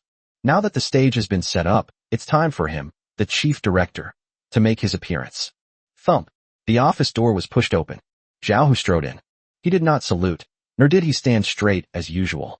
On the contrary, he appeared somewhat dejected, even somewhat disheveled. Director. Zhao Hu's voice carried a hint of resentment. Lu Guodong sat behind a large desk, holding a teacup in his hand, and looked at him with a smile. Oh, Captain Zhao is back. How's the recruitment going? Is it progressing smoothly? Zhao Hu sighed, plopped down in the chair opposite him, took out a crumpled Hongtashan cigarette from his pocket, and lit it. Smoothly, my ass. He swore, completely losing his usual momentum. Those bastards, they've all become cowards. As soon as they heard we were going to the forest, they ran faster than rabbits. I tried everything, from pleading and cajoling to threats and inducements, and I almost put a knife to their throats. Zhao Hu pointed to the door, his face showing an expression that said, I can't do anything about it. That's all we got. Li Lao-san is a madman who wants revenge after his son died. That son Peng was running out of food at home and was trying to risk his life to get something to eat. The rest, well, let's not talk about it. Zhao Hu shook his head, took a deep drag of his cigarette, and then looked up at Lu Guodong. In those eyes, there was 3 parts resentment, 3 parts helplessness, and 4 parts loyalty that had no choice but to obey. Even if you've never eaten pork, you've at least seen a pig run, right? Anyone can act. Director, I've really risked my reputation. These guys, though they're all ugly and deformed, at least they're willing to fight to the death. For the sake of the collective, and for your plan, I, Zhao Hu, am risking my life this time. If you don't provide enough support, I really can't do this job. These words were spoken with heartfelt sincerity. It conveyed the difficulty of the task, expressed his loyalty, and also vented his frustrations. This is the Zhao Hu that Lu Guodong wanted to see. A pure soldier, who has grievances, a temper, knows how to adapt, but will ultimately carry out orders. Has he finally figured it out? Ha ha ha ha. Lu Guodong put down his teacup, laughed loudly, and stood up. He walked around the desk, stood in front of Zhao Hu, and patted him on the shoulder affectionately. Oh, Zhao Hu. I know you've been wronged, and I know this task is difficult. But it's precisely because it's difficult that we need elite troops like you to do it. Lu Guodong said earnestly. It takes skill to be able to bring in these people, even if they're crazy. What does this show? It shows that you, Zhao Hu, have prestige among the people. It shows that everyone still trusts you. He glanced at the several menacing figures outside the door and nodded in satisfaction. Crazy people are good. Only a madman would dare to go and die. Crazy people are easier to control. All right, stop complaining. Lu Guodong waved his hand and said with great pride. Since you have this kind of heart and are willing to risk your life for the collective, how can I, as the director, be stingy? Tell me, what kind of support do you want? Do you want weapons, food, or people? Zhao Hu raised his head, a glint of shrewdness flashing in his eyes, but he quickly concealed it. He stood up and said, feigning excitement. Director, I don't need anything else. I need people. As you can see, what can these few people accomplish? No matter who they are, as long as they dare to go and have a skill, I want them. Even those loners, even those troublemakers, as long as they can help, I want to recruit them. Zhao Hu gritted his teeth, looking like he was ready to risk everything. Many hands make light work. Even if it takes a lot of people, I'll build that stream for you. Chapter 188 The Printing Machine. After listening, Lu Guodong did not hesitate at all. Why didn't you think of this earlier? Oh dear, that took a lot of effort. Good. Lu Guodong immediately made the decision, his voice booming. Since you are so determined, the committee will fully support you. How about this? There's no limit to the number of people. We'll take as many as you come. If there's really no one else, I'll figure something out. Even if it means conscription, I'll assemble a suicide squad for you. Lu Guodong stared into Zhao Hu's eyes and said, word by word. Zhao Hu, I only want one result. I want to drink the water from that stream before sunset tomorrow. Zhao Hu straightened up abruptly, but did not salute. Yes. Mission accomplished. The moment he lowered his head, a barely perceptible sneer appeared on Zhao Hu's lips.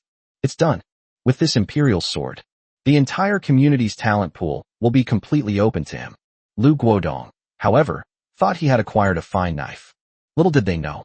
The hilt of this knife has long been in someone else's hands. Walk. Zhao Hu turned around and strode out of the office. With a wave of his hand. Let's go back to the dorm first. Let's go pull off something big. Lu Guodong watched as everyone left. Zhao Hu's declaration of loyalty was so perfectly acted that it felt unreal to Zhao Hu. His suspicious heart remained suspended in midair. We can't let him get out of control. Lu Guodong narrowed his eyes, thinking to himself, I need to plant an eye next to him. An eye that can help him complete his mission and keep an eye on his every move. A candidate instantly came to mind. Go. Lu Guodong beckoned to his team members and whispered, go and bring over that drone enthusiast from apartment 601 in building 9. Be polite and tell him I have an important mission for him. Yes. The man accepted the order and left.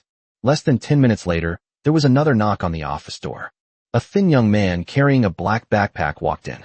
He was wearing a slightly faded gray hoodie, the hood pulled up over his head, his hands in his pockets, and his face had an aloof and unapproachable air about him. It was Li Yuan. In his spare time these days, he has been trying to improve the drone's mounted camera to ensure that it can capture clear video. Good luck, the improvement was a success. Upon seeing Li Yuan, Lu Guodong's face instantly broke into a smile, as if he were seeing his long-lost nephew. Oh, Xiao Li's here? Please have a seat. Lu Guodong pointed enthusiastically to the sofa, and then he went to the dormitory area to find Zhao Hu. Little Zhao, come quick, I found you a great helper. Zhao Hu looked suspicious, but he followed the footsteps. Lu Guodong walked over to Li Yuan and pointed, introducing him as follows. Xiao Zhao, let's get acquainted. This is Li Yuan, the only technical talent in our community, a drone pilot. As he spoke, Lu Guodong's tone became more impassioned. The situation in the forest is complicated and visibility is limited. It's too dangerous for you to lead your brothers to walk in the dark. Let Xiaoli go with you.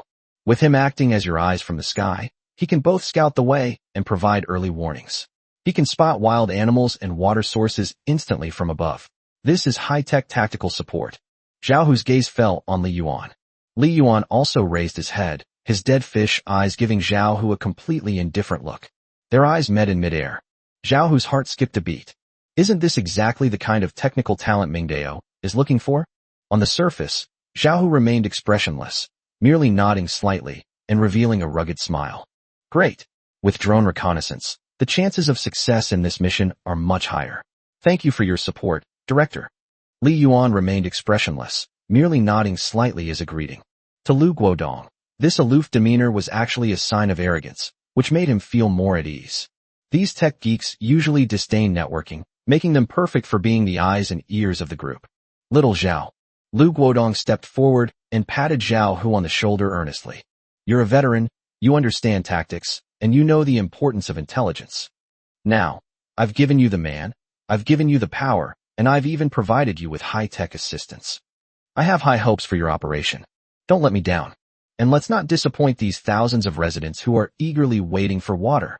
It's the same old set again. This is yet another instance of using the lives of thousands of people as a tool for moral blackmail. Zhao Hu sneered inwardly, but suddenly stood at attention. Please rest assured, Director. Mission accomplished. We'll live as long as the water is there, or we'll perish if the water dies. The sound was so loud that it made the office windows rattle.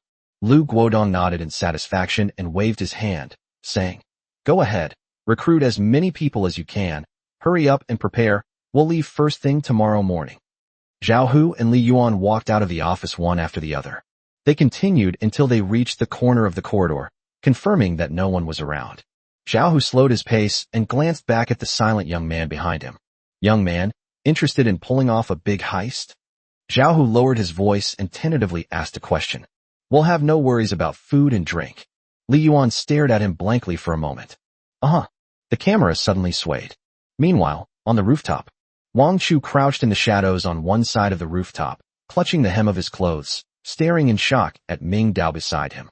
He heard the entire conversation between Ming Dao and Zhao Hu. Only at this moment did he truly have a completely new perspective on Zhao Hu.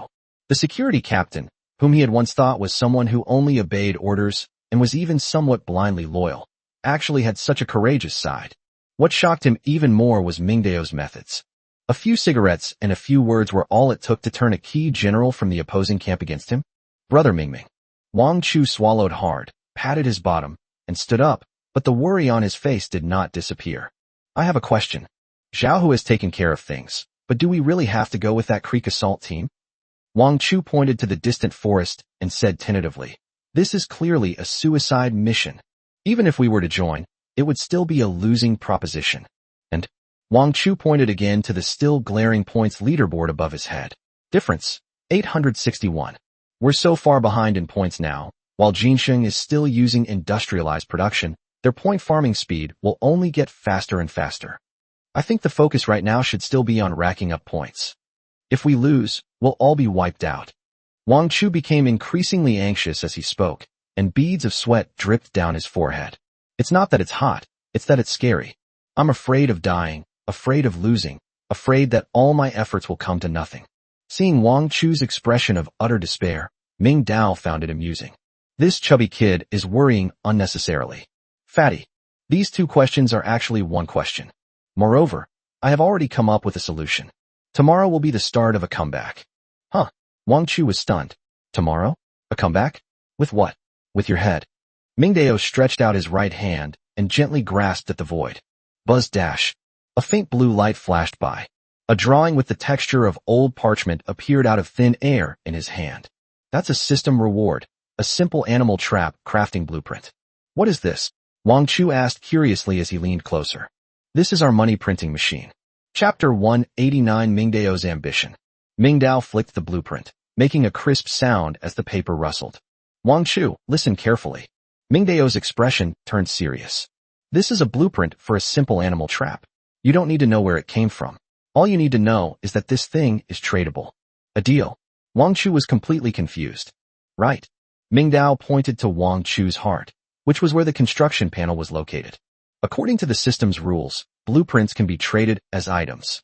Once your panel reaches LV3 and you unlock the dismantling and crafting table, I'll trade this blueprint to you directly. I'll provide the materials. You just need to make 10 traps. Create a trap. The system gives 5 points. Ming Dao held up 5 fingers and waved them in front of Wang Chu. 10 traps equal 50 points. You only need to move your fingers. You don't have to do anything, and you're guaranteed to score at least 50 points. Wang Chu's eyes widened suddenly. 50 points. He's been working himself to the bone these past few days, going on an adventure in the forest with Ming Dao. And what's his total score? You can get 50 points just by making a few clips. Oh, I see. Is that all? Wang Chu stammered. Of course not. Ming Dao shook his head, his smile widening. You're just the beginning. Think about it. What if there were 10 people? Or 100 people? As for ordinary people who haven't unlocked the workbench, they can still synthesize traps using the materials required by this blueprint. Ming Dao's voice suddenly rose in pitch. As long as they do it, they'll get a share. If one person does 10, that's 50 points. If 10 people do it, that's 500 points. This whole neighborhood is so big. Are there a lot of scrap metal? Yes, there are. Are there many pieces of iron with ownership? Even more. This is my nationwide score farming plan. Boom. It was as if a thunderbolt had exploded in Wang Chu's mind. He stared blankly at Ming Dao, his mouth agape wide enough to fit an egg. Everyone's trying to rack up points? The boss actually has such a killer move. Jinsheng Industrial Park relies on its automated production lines. That's their advantage. Ming Dao gave a cold laugh. But that is also their disadvantage. Since we can't compete with their heavy machinery in terms of output, then we'll compete on quality. I won't make swords. I won't make spears. I'll make traps. One person is worth 50 ordinary people. Mingdao became more and more excited as he spoke, pacing back and forth on the rooftop like a general commanding a vast army. Moreover, this is only the first step. He stopped and turned to look at Wang Chu, his eyes flashing with shrewd calculation. After the first batch of traps is built, our elite team, Zhao Hu's group, will take these hundreds or thousands of traps and go into the forest to deploy them like crazy. Deploying a trap, are there any points? Yes. The trap caught its prey, is there a share? Yes. After the prey dies, it decomposes, are there any parts distributed? Yes, there are. With a bit of luck, you might even find a beast core. What's this called? Mingdao snapped his fingers. One fish, 4 ways. This is a perfect closed loop. A model of exponential growth. The later the game goes, the more traps there are, the more prey you catch, and the faster your points will increase. We need to tell Lu Guodong that what he can't do, I can do. We want to tell everyone that if you follow me, Mingdao, you'll not only get to eat meat, but you can also rack up points and survive. At that time, those survivors will naturally be attracted to us, becoming our labor force and our foundation. If this skill is mastered, a great undertaking will flourish. Mingdao got excited, and Wang Chu also understood. Brother Mingming, you're really amazing. So what is our task now? Mingdao smiled. He put away the blueprints and looked downstairs. The task is simple. Gather all available resources. Scrap iron, steel bars, springs, even rusty wire mesh. I want it all. From now on, we can't stop for a moment. Mingdao clapped his hands and walked down from the rooftop. It's almost time. It's time to go find our coach. Building number 5. Thump, thump, thump, click. The lock turned, and the security door was pulled open from the inside. The moment the door opened, Wang Chu instinctively shrank behind Mingdao. Mingdao raised an eyebrow, a hint of surprise flashing in his eyes. The person who appeared at the door was not the fitness instructor in the vest. It was a tank. A humanoid tank pieced together from scrap materials.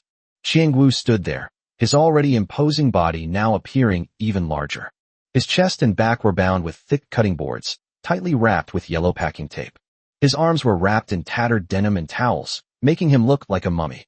He had knee braces on his knees, and even 2 pieces of sheet metal that had been removed from somewhere were strapped to his calves. The most outrageous thing was his hands. Wearing a pair of red boxing gloves, he looked both fierce and comical. He stood there blocking the doorway, like an iron tower, exuding a tragic and heroic aura of, I'm going to fight to the death. And behind him, that frail woman, Lin Hui. He was carrying a bulging hiking backpack. Her eyes were red and swollen like 2 walnuts, clearly from crying. At that moment, she was reaching out with trembling hands to straighten her husband's ridiculous armor collar, her fingers gripping the edge of the tape so tightly that her knuckles turned white. You've arrived? Xiangwu's voice was somewhat hoarse, sounding muffled through the layers of protective gear. He glanced at Mingdao, then at Wang Chu behind him. His eyes held a resolute look. I'm ready, Qiangwu said in a deep voice, raising his huge boxing gloves. I've tried this gear. Wild animals can't bite through it, and knives can't cut through it. As long as I don't die, I can stand at the forefront. As he spoke, he glanced back at his wife, his eyes softening instantly, but quickly hardening again. Hui, give me the bag. Lin Hui didn't move. She gripped the bag strapped tightly, and tears welled up in her eyes again. De Wu. She choked back tears, her voice barely audible. Do I really have to go? What are we not going to eat? Qiangwu let out a low growl, but the growl was full of helplessness. Aren't we just going to starve? Our children have to live. The atmosphere instantly became heavy. Watching from behind, Wang Chu felt a pang of sadness, and his nose began to sting. For some reason, he felt a little envious. Just then, a soft laugh broke the frozen sorrow. Mingdao smiled. He shook his head, looking Qiangwu up and down in his heavy armor, a hint of mockery in his eyes. Coach Chong. Mingdao stretched out his hand and pointed to the chopping board on Qiangwu's body. Are you going to the forest to be a tiger's mouth grinder? Chapter 190, Unexpected PDA. King Yu was stunned. Lin Hui stopped crying and looked at Mingdao blankly. This can be used for self-defense. King Yu argued. It's very sturdy. What good is being sturdy? Mingdao walked up without any politeness, reached out and tapped the chopping board, making a dull thud. By the time you get into the forest, before any wild animals can catch you, you'll be exhausted and collapse. Besides, how are you supposed to grab things? How are you supposed to climb trees? How are you supposed to use weapons while wearing these boxing gloves? Are you going to fight in the ring, or are you going to survive? Mingdao's voice suddenly turned cold, carrying an unquestionable commanding tone. Uninstalled. Uninstall them all. Take off all these burdens of yours. Xiang Wu's eyes widened, somewhat bewildered. Remove it? What if I get bitten? With me here, you won't die. Mingdao stared into his eyes, his tone calm, yet exuding strong confidence. Just bring a handy baton. We're going to be hunters, not canned food. King Yu hesitated. He glanced at his wife, then at the nail guards he had carefully prepared. This is his lifeline. Listen to him. Just then, Lin Hui, who had been silent all along, suddenly spoke up. She wiped away her tears and looked at Ming Dao. Dao, listen to Mr. Ming. He's a master, he understands. Qiang Yu gritted his teeth. Okay, he is also a decisive person. Since you've chosen to follow, then believe in it to the end. Sizzle dash. The sound of the tape being torn was extremely jarring. Qiang Wu began clumsily disassembling his equipment. Mr. Ming. As Lin Hui helped her husband untie the bandages from his arm, she looked up, her swollen, red eyes filled with pleading. Dou only has physical strength. Please bear with him if he's clumsy. What if we really encounter danger? Lin Hui bit her lip, her voice trembling. Could you please help him? This is the humility of a wife. She abandoned her dignity for her husband's sake. Qiang Yu's movements froze. He's a proud man, and he can't stand this. Well, why? Don't beg anyone. Qiang Wu roared. I'm tough, I won't die. Mingdao watched this scene unfold, looking at this couple struggling in the storms of the apocalypse. A chord in his heart was slightly touched. Although he believed in prioritizing profit, this pure emotion still had the power to touch people's hearts. And, if you want a horse to run, you have to feed it grass. To get people to work hard, authority alone is not enough. You also need to be kind to them. We also need to have the confidence to make them feel completely at ease. Sister-in-law. Mingdao suddenly spoke up. His voice softened, no longer as cold as before. Qiang Yu is now mine. Beating a dog is one thing, but it also depends on the owner. Mingdao made a joke, and then he slowly extended his right hand. Open your palm. There was nothing in my palm. Now that Qiang Wu has come with me, it must be tough for you to be home alone. Consider this a settling-in allowance for you. This is also to put your minds at ease. The words had barely left his mouth. Mingdao's mind stirred. He opened his temporary backpack and took out 5 caddies of mutated porcupine meat. Buzz dash. A barely perceptible ripple seemed to appear in the air. The next second, a miracle occurred. A piece of tender, bright red meat with clear texture appeared out of thin air in Mingdao's palm. It was heavy. You can even see the faint traces of blood seeping from the edges of the meat. Oh! Lin Hui gasped in surprise, instinctively covering her mouth, her pupils dilating to their maximum size instantly. She stared intently at the piece of meat that had appeared out of nowhere, her mind filled with questions. Perform some magic tricks? No. This is not magic. What kind of magic trick can conjure up such a large piece of meat? And it was taken directly from the air. Qiang Wu, standing nearby, reacted even more violently. Hiss dash. He gasped, and his hand, which was unwrapping the bandage, trembled violently. For a moment, he even wondered if it was a hallucination. But he could see it clearly. That piece of meat appeared out of thin air. It's like the Sumeru mustard seed in novels, or the space backpack in games. Qiang Wu suddenly looked up at Mingdao. At that moment, the look in his eyes changed. Who exactly is this man? Not only is he a skilled fighter and well-equipped, but he also possesses supernatural abilities. This. Qiang Wu stammered, unable to utter a single complete sentence. His Adam's apple bobbed violently, a sign of both craving for food and fear of power. Mingdao was very satisfied with their reaction. Being shocked every now and then helps to relieve my tense emotions. Moreover, in the apocalypse, maintaining a proper sense of mystery and displaying incredible power is indeed the only way to rule and manage subordinates. With a slight flick of his wrist, he handed the heavy piece of porcupine meat to Lin Hui. Take it, sister-in-law. Don't worry. He patted Xiang Wu's broad shoulder and said half-jokingly, Coach Qiang Yu is now my precious darling. I still need him to teach me skills and help me with chores. I'm even more reluctant to let him die than you are. Take this piece of meat and take good care of yourself during your pregnancy. When we come back, there will be more. Lin Hui stared blankly at the meat in front of her. The irresistible aroma of meat made her feel as if the baby in her belly had kicked her. She instinctively looked at her husband. Qiang Wu took a deep breath. He looked into Mingdao's deep eyes and saw the composure and strength within them. At that moment, the last trace of doubt in his heart vanished. Follow such a person. Perhaps I can really live a decent life. Take it, Chang Wu said in a deep voice. This was given to you by Mr. Ming. Take it. Lin Hui then seemed to wake up from her dream. She carefully reached out her hands, as if holding a rare treasure, and accepted the piece of meat. Sink. It's really heavy. But this heavy weight immediately put her heart at ease. Thank you, Mr. Xiaming. Thank you. Lin Hui was about to cry again, but this time it was tears of emotion. All right, stop crying. Qiang Wu had shed all his burdens, wearing only a tight-fitting tracksuit and holding a black baton in his hand. He seemed much more capable, and his energy and spirit had returned. He turned around and put his hands on his wife's shoulders. At this moment, the tough guy showed his tender side. Hui, listen to me. Qiang Wu stared into his wife's eyes, his tone extremely serious. Go inside immediately after we leave. Lock the door from the inside. Put on the security chain. No one is allowed to open the door except me, not even the King of Heaven himself. Even hearing my voice won't work. We must hear the code. Qiang Yu leaned close to his wife's ear and emphasized again the secret rhythm that only the two of them knew. Did you remember that? Lin Hui hugged the piece of meat tightly, nodding frantically. I remember. Good. Qiang Wu took a deep breath. Then, he suddenly pulled his wife into his arms. He hugged her tightly, very hard. Then, he cupped his wife's face in his hands, ignoring the two grown men watching, and lowered his head to kiss her deeply. This kiss was incredibly deep and forceful. It was as if all the love and reluctance to part were being conveyed through this kiss. Lin Hui blushed, closed her eyes, and tears slid down her cheeks. The hallway was completely silent. Only the heavy breathing of the two people could be heard. Beside, Wang Chu was dumbfounded. He scratched his head somewhat awkwardly and muttered to himself. I'll go. This dog food came out of nowhere. Ming Ji, aren't we being a bit redundant? Mingdao couldn't help but chuckle. He touched his nose, turned around, and looked at the scenery outside the window. My poor little Mei. Chapter 191 Reflecting on One's Own Position. All right. A dozen seconds later, Mingdao had to interrupt the melodramatic scene. If we keep kissing, it'll get dark. Set off.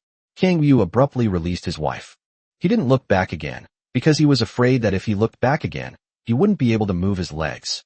He turned around and strode to stand behind Mingdao. Mr. Ming, let's go. That single word, go, carried a resolute killing intent. Click. The security door behind him slammed shut. Then came the sound of the door locking 1, 2, 3 times. Hearing the sound of the latch popping out, Qiang Wu's shoulders relaxed slightly. The three of them went down the stairs. Footsteps echoed in the empty corridor. The oppressive atmosphere only eased slightly after we went down to the second floor. Qiang Wu walked behind Mingdao, gripping his baton tightly, but his eyes kept glancing at Mingdao. He hesitated, as if he wanted to say something, but then stopped. Finally, as they approached the underground parking garage, he couldn't hold back any longer. Mr. Mingming.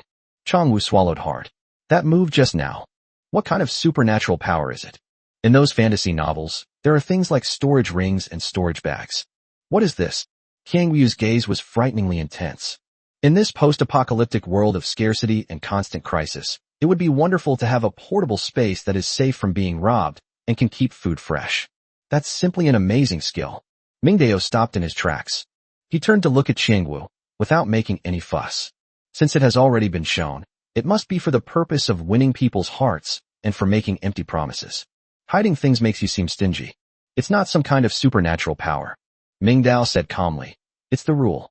Rules? Qiang Yu was taken aback. Now that you're mine, I might as well tell you. Mingdao pointed to his chest, where the construction panel was located. What level is your panel at now? Level 1. Qiang Yu answered instinctively. I've never used the panel. Mingdao's lips curled into a mysterious smile. In this world, the panel is your ID card, and also your evolutionary tree. As long as you devour enough panels of the same kind, or hunt down mutated beasts and obtain beast cores, your panel level will increase. When your panel reaches LV3, Mingdao held up 3 fingers and waved them in front of Qiang Yu. This will unlock the feature, Temporary Backpack. Although the space is small and there are many restrictions, from this moment on, he could barely be considered an extraordinary human being. Boom. It was as if a thunderbolt had exploded in Qiang Wu's mind. LV3. Unlock the backpack. I see. So the reason Mingdao was so strong and could conjure objects out of thin air was because of his high level. Then can we get promoted too? Qiangwu asked anxiously, his breathing becoming rapid. Certainly. Mingdao patted him on the shoulder and drew that enormous pie in the sky. Work hard for me. As long as you demonstrate sufficient value, as long as you are loyal enough, I will provide you with all kinds of resources. Even. Mingdao paused, his eyes deep and unfathomable. I will help you find the materials for the upgrade, so that you too may possess this power. After all, you and Zhao Hu are the two brothers I have the most faith in. Zhao Hu. Creak dash. Chang Wu's face lit up with joy, then his eyes widened in disbelief. Who? Zhao Hu?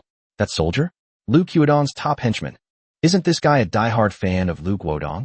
Yesterday he was fighting for Lu Guodong against the mutated beasts in the square. How come he's Mingdao's man today? He betrayed us? Qiangyu swallowed hard and began to seriously consider his role in the team. If Zhao Hu is also Mingdao's subordinate, then my core competitiveness won't be as strong. Seeing Qiang Wu's probing expression, Mingdao was not surprised. He continued walking downhill, saying, a good bird chooses a good tree to perch on, and a wise minister chooses a good lord to serve. Despite his young age, Mingdao's tone revealed a cold indifference that suggested he had seen through the ways of the world. All Lu Guodong could give him was empty slogans and the chance to send him to his death. But I could give him the dignity to live and real strength. Coach Chang, you understand too. Mingdao looked at Qiangyu with utmost seriousness. In this apocalyptic world, sentimentality cannot fill an empty stomach.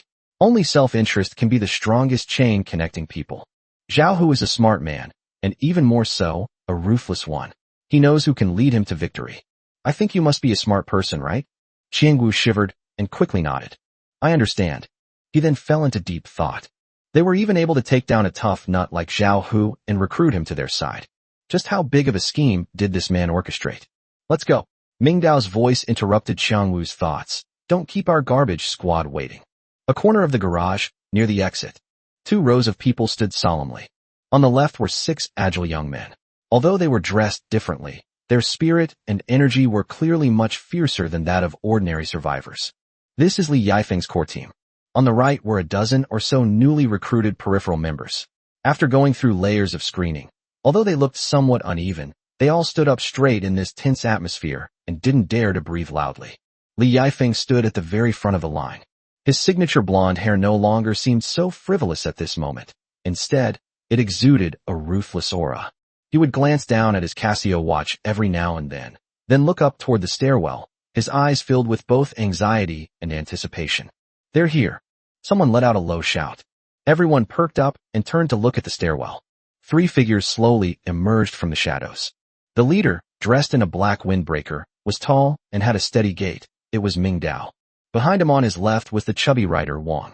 But after sweeping over Wang Chu, everyone's gaze suddenly froze on the right side behind Mingdao. There stands a tower. Powerful. Standing at over 1.9 meters tall, with muscles that looked like they were about to burst under his tight sportswear and a solid baton in his hand. He stood there behind Mingdao, like a guardian deity, radiating a suffocating sense of oppression. Hiss dash. Behind Li Yifeng, several of his underlings couldn't help but gasp. That's Schwarzenegger. My God, these arms are thicker than my thighs. When did Ming find such a top-notch hunk? Li Yifeng's pupils also contracted. Holy crap. Zhao Hu, the muscular man, plus the unfathomable Doflamingo and himself. The top combat forces in this neighborhood have already been monopolized by Doflamingo. Chapter 192 Internet Celebrity Flying Car. Call. Li Yifeng breathed a sigh of relief. Luckily, I knelt down quickly. Luckily, I clung to his leg early. If he arrives late, with his small frame, he won't even get a sip of soup. Stand at attention. Li Yifeng roared loudly. Even though he was physically weak, he had to show his spirit. Smack. The nearly 20 people behind him, whether genuine or feigning, were all instinctively jerked together by that shout. Li Yifeng jogged up to meet him, stopped 3 meters away from Mingdao, and then bowed deeply. Hello, Mingji. Hello, Mingji. The crowd behind him shouted in unison, creating a thunderous roar. This scene doesn't look like a post-apocalyptic survival story. It looks more like a gangster movie. Mingdao stopped and calmly swept his gaze over the crowd. That aura of authority naturally emanates from him. Good. It's starting to look promising. Just those 2 words of praise brought a smile to Li Yifeng's face, as bright as a chrysanthemum. It's all thanks to Ming Ji's excellent teaching. Ming Dao waved his hand, interrupting his flattery. Enough with the small talk, let's issue the task. There is only one task for today. Everyone, get out of here and find all the scrap metal in the surrounding buildings and green areas. Whether it's scrap steel bars, wire mesh, or car parts. Anything made of metal, anything unwanted. Even a single screw, don't let it go. The group looked at each other in bewilderment. Scavenging for scraps? Why make such a big fuss, just to collect scraps again? Does Doflamingo have a fetish for iron? Although they had doubts, no one dared to ask. Ming Dao looked at everyone's expressions and seemed to guess what they were thinking, but he was too lazy to explain. Did you hear me? Ming Dao shouted in a low voice. Yes, we heard you right. Everyone responded in unison. There's one more thing. You don't need to go through the trouble of transporting it back to the base, nor do you need to sort it. All you need to do is pile up what you've collected at the entrance of the parking garage in each building, in an inconspicuous place. I will handle the rest myself. Yes, sir. Mission accomplished. The task has been assigned.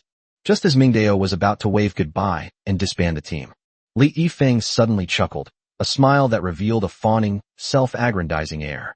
Brother Ming, please wait a moment. As he spoke, he turned and beckoned to a few of his trusted men in the corner.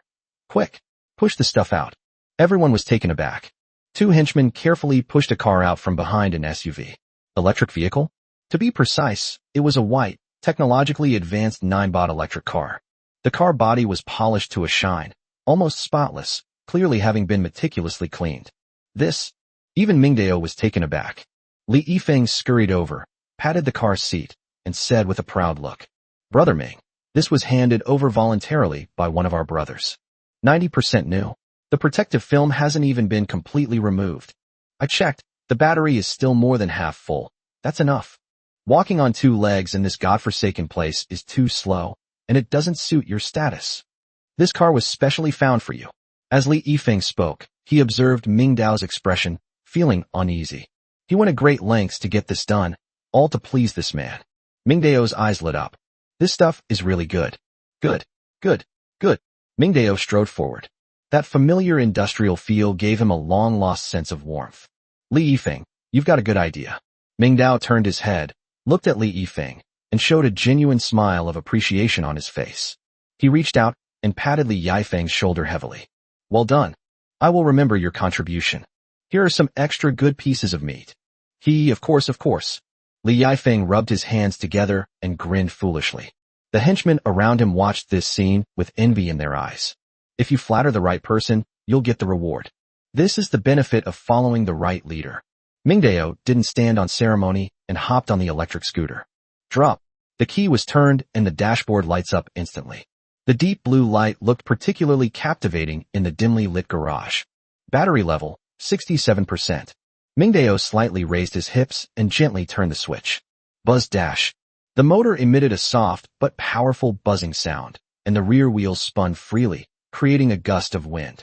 Powerful engine. No wonder it's a viral sensation. Nice car. Ming Dao nodded in satisfaction. Just then, suddenly, a chubby hand reached out from the side and grabbed the armrest of the back seat. Hee Mingji. Wang Chu approached with a sly grin, his small eyes gleaming with longing, and he had already lifted 1 foot, about to inch his way onto the back seat. Please take me with you. This car looks awesome. I want to experience the feeling of speeding along. I'll sit in the back and hold the car steady for you. I guarantee it'll be stable. Ming Dao glanced at Wang Chu's round belly, then at the size of the car. If he were to sit in that car, it would probably fall apart on the spot. Traffic jam. Ming Dao laughed and cursed. I think you're trying to blow out the tires, aren't you? Before he could finish speaking, without any mercy, Ming Dao raised his leg and kicked Wang Chu's thick buttocks. Bang! Ouch! Wang Chu let out a miserable cry, clutching his buttocks and jumping back 2 steps, looking aggrieved. Ming Ji, if you don't want to take me, then don't. Why did you have to kick me? My butt is made of flesh too. Get out. Ming Dao laughed and scolded, pointing to Wang Chu's stomach. Look at all this fat. Even in the apocalypse, you're still so fat. You can't run fast, and climbing ladders is tiring. You're an insult to food. Starting today, you're going to lose weight. Li Yifeng. Here. Li Yifeng, who was secretly chuckling, quickly stood at attention. I'm handing the fat man over to you. Ming Dao pointed at Wang Chu. Let him lead the team to move supplies. Don't let his panting fool you. He's actually very strong. Give him all the heavy items. Yes. Li Yifeng responded loudly, then looked at Wang Chu with a mischievous grin. Brother Wang. Excuse me. This is Brother Ming's order. Ha ha ha ha. The henchmen around him finally couldn't hold back any longer and burst into laughter. The originally oppressive and tense apocalyptic atmosphere suddenly became more relaxed and lively. This playful banter between brothers, full of life and laughter, allowed everyone's tense nerves to relax a little. This also makes Ming Dao, the aloof leader, more three-dimensional and more human. Using both kindness and severity, that's all there is to it. Ming Dao watched this scene and a slight smile appeared on his lips. But he quickly suppressed his smile. All right, get to work. He waved his hand and shouted. Let's go. Yes. Chapter 193 Electrician Sun Dahai. Busy and energetic. Under Brother Feng's wise leadership, the younger brothers understood. Nobody wants me, no home. What are the criteria? Besides the visible scrap metal, there's something else. Public resources. Bang. A loud bang. The cart swipe metal gate at the entrance of a parking garage was violently kicked open. Several henchmen rushed in. Let's do it. One of the henchmen roared and plunged the steel pipe in his hand into the gap of the stair railing. Creak dash. The substandard iron railings were forcibly bent. Then grab the fire axe and chop it. Dust flew everywhere. Another henchman set his sights on the fire extinguisher box. He kicked the glass, shattering it, and roughly ripped off the aluminum frame inside. It involved no technical skill whatsoever. It was pure violence and destruction. A few hours later, the sun began to set in the west. The scene in the open spaces in front of the garage doors of each building has changed dramatically. The once empty concrete ground is now piled up with small hills. It was all different kinds of metal, all mixed up and disorganized. Fortunately, the ones I found were all unwanted. Otherwise, this group of people could strip the entire neighborhood bare. Li Yifeng came running over, panting. He was covered in sweat, with a streak of black ash on his face, looking utterly disheveled, but his eyes shone with an alarming intensity. Mingji. He pointed to the mountain of garbage, his tone full of self-satisfaction. This area is completely cleared. Buildings 5 and 6, and the public resources in the green belt over there, are all here. The brothers' hands were all blistered and raw, but they didn't dare to slack off. Ming Dao glanced at the piles of garbage and estimated that they weighed at least several tons. Tonight's animal trap is finally set. These talented individuals, given enough pressure and incentives, are indeed adept at this kind of destructive work. Well done. Ming Dao nodded slightly. He conjured 2 large pieces of meat out of thin air and casually tossed them over. Take it and divide it up. Li Yifeng caught it hurriedly, as if he had found a treasure. Thank you, Mingji. Thank you, Mingji. All right, take some men and go over there to keep watch. Ming Dao waved his hand and pointed to the garage exit in the distance. Don't let anyone come near this side, especially Lu Guodong's patrol team. Don't worry, Ming. The patrol won't come to the garage. Li Yifeng understood immediately. He immediately turned around, ordered his men to scatter, and set up a human wall around the perimeter as a cordon. Qiangwu also consciously took a few steps away, his back to Ming Dao, and vigilantly looked around. In the center of the field, all that remained was Ming Dao and that enormous mountain of garbage. Ming Dao got off the car. He walked up to the pile of scrap metal and slowly extended his right hand. With palms down, he lightly pressed his hand onto the pile of metal. With a thought, decompose, decompose, decompose. A few seconds later, several beams of blue light suddenly receded and rolled back into Ming Dao's body. The once mountain of scrap metal has been reduced to just a few small, undecomposed pieces. At the same time, in Ming Dao's mind, system notifications flooded the screen. Disassembly successful. Gains. Iron block 231, steel block 158, spring 22, copper 12, aluminum alloy 45. The thrill of that harvest is even more exciting than finding money on the street. Ming Dao quickly checked his temporary backpack. All 10 slots were instantly filled. Warning, temporary backpack is full. Excess supplies will overflow in 60 seconds. The countdown has started. 60, 59, 58. Ming Dao was well prepared. Practice makes perfect. He directly extracted several materials that were less common and less frequently used. First, move it to the ground. Then comes a new round of decomposition. After repeated attempts, the resources in my backpack kept increasing. Just as he was about to finish work, My gaze suddenly fell on a corner. There was a safe that someone had dragged out of the ruins. The safe's door had been forcibly pried open, and it was completely empty. Clearly, the contents had already been taken away. All that remained was a heavy iron shell. This thing must have a high steel content. Mingdao walked over and placed his right hand on it. A flash of blue light. However, this time, the light from the disassembly table paused for a moment on the safe. It seems to be analyzing some complex components. Immediately afterwards, disassembly successful. Gains, 30 iron ingots, 100 steel ingots, 60 gold. Mingdao was stunned. Gold. He suddenly looked at his system inventory. In one of the compartments, a small pile of golden grains lay quietly. Mingdao was both amused and exasperated. Whose secret stash of money was dismantled? Although the safe was pried open, many old-fashioned safes have hidden compartments or contain precious metals in the lock cylinder. That's considered letting him off easy. Gold. Mingdao looked at the golden color and his heart stirred. Gold's excellent conductivity and ductility make it a top-tier material for manufacturing precision electronic components. It might even have a clever use. Mingdao smiled slightly, accepting this unexpected joy. This was the first time he had ever broken down such a precious metal. It has a unique and novel approach. Viewpoint switch.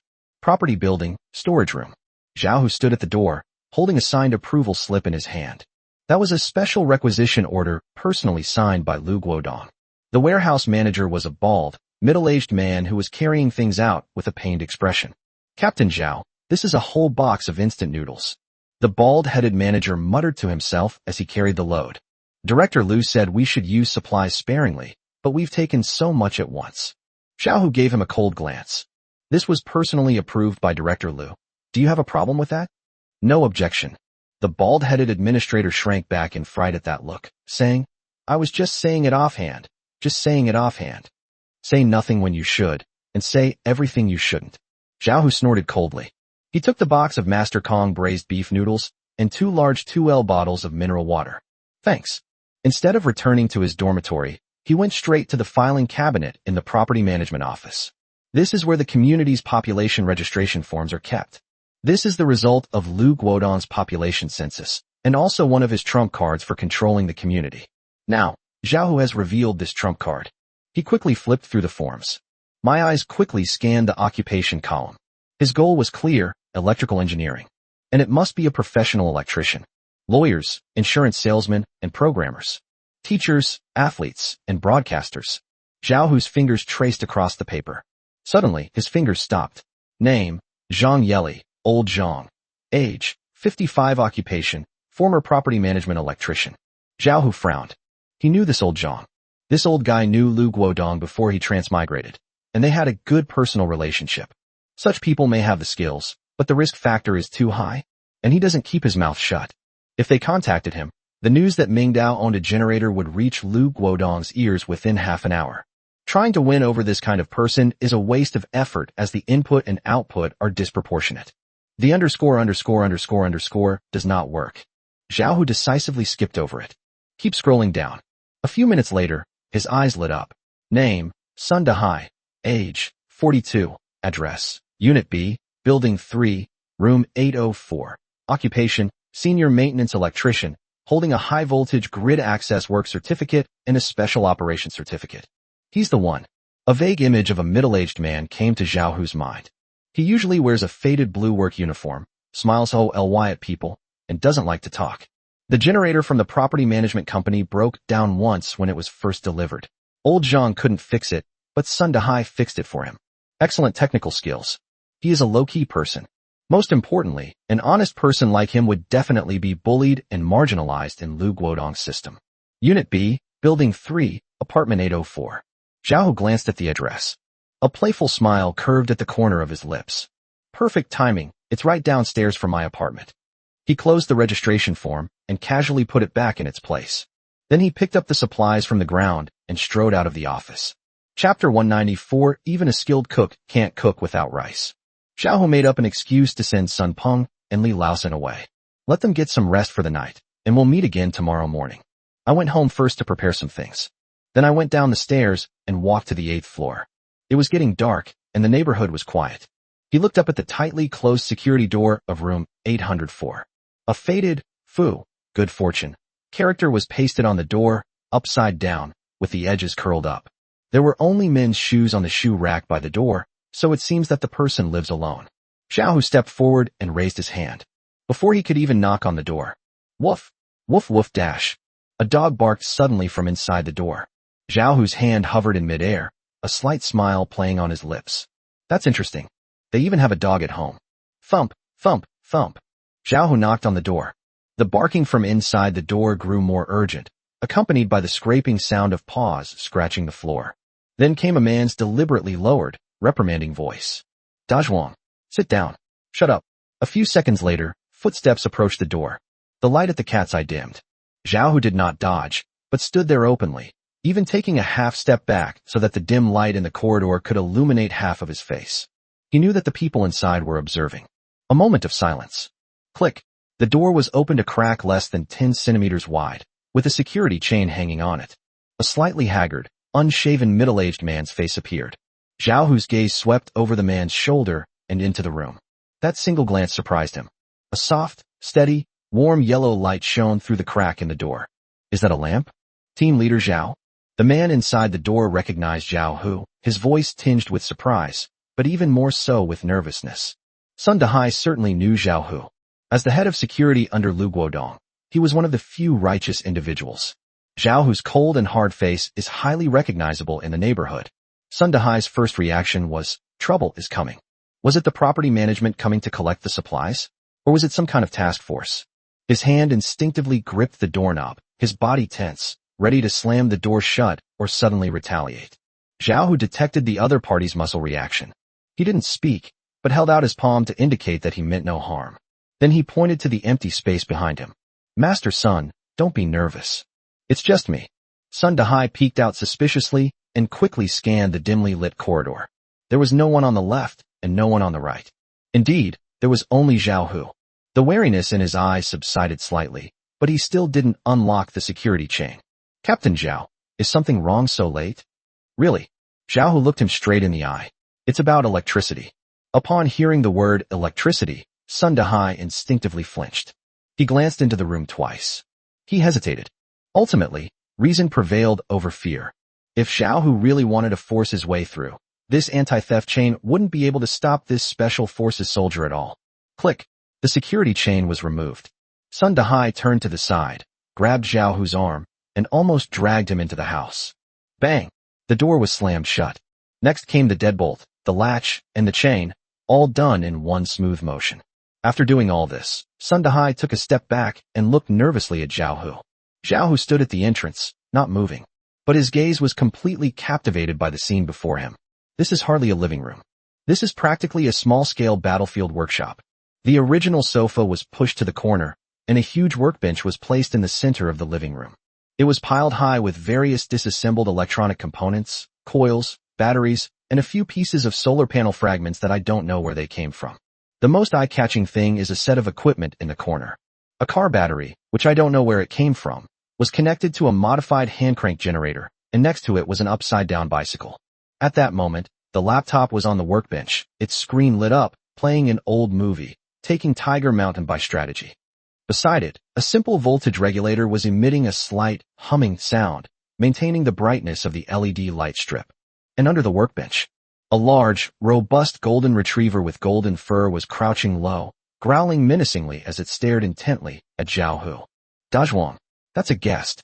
Sun Dahai gave a low shout, walked over and patted the dog's head.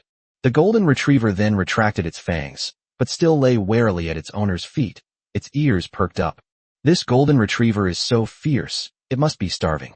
Sun Dahai turned around and saw Xiao Hu staring at the power generation device, a hint of panic flashing across his face. He rubbed his hands together and chuckled dryly. Team leader Zhao, that one. I just messed around with this myself.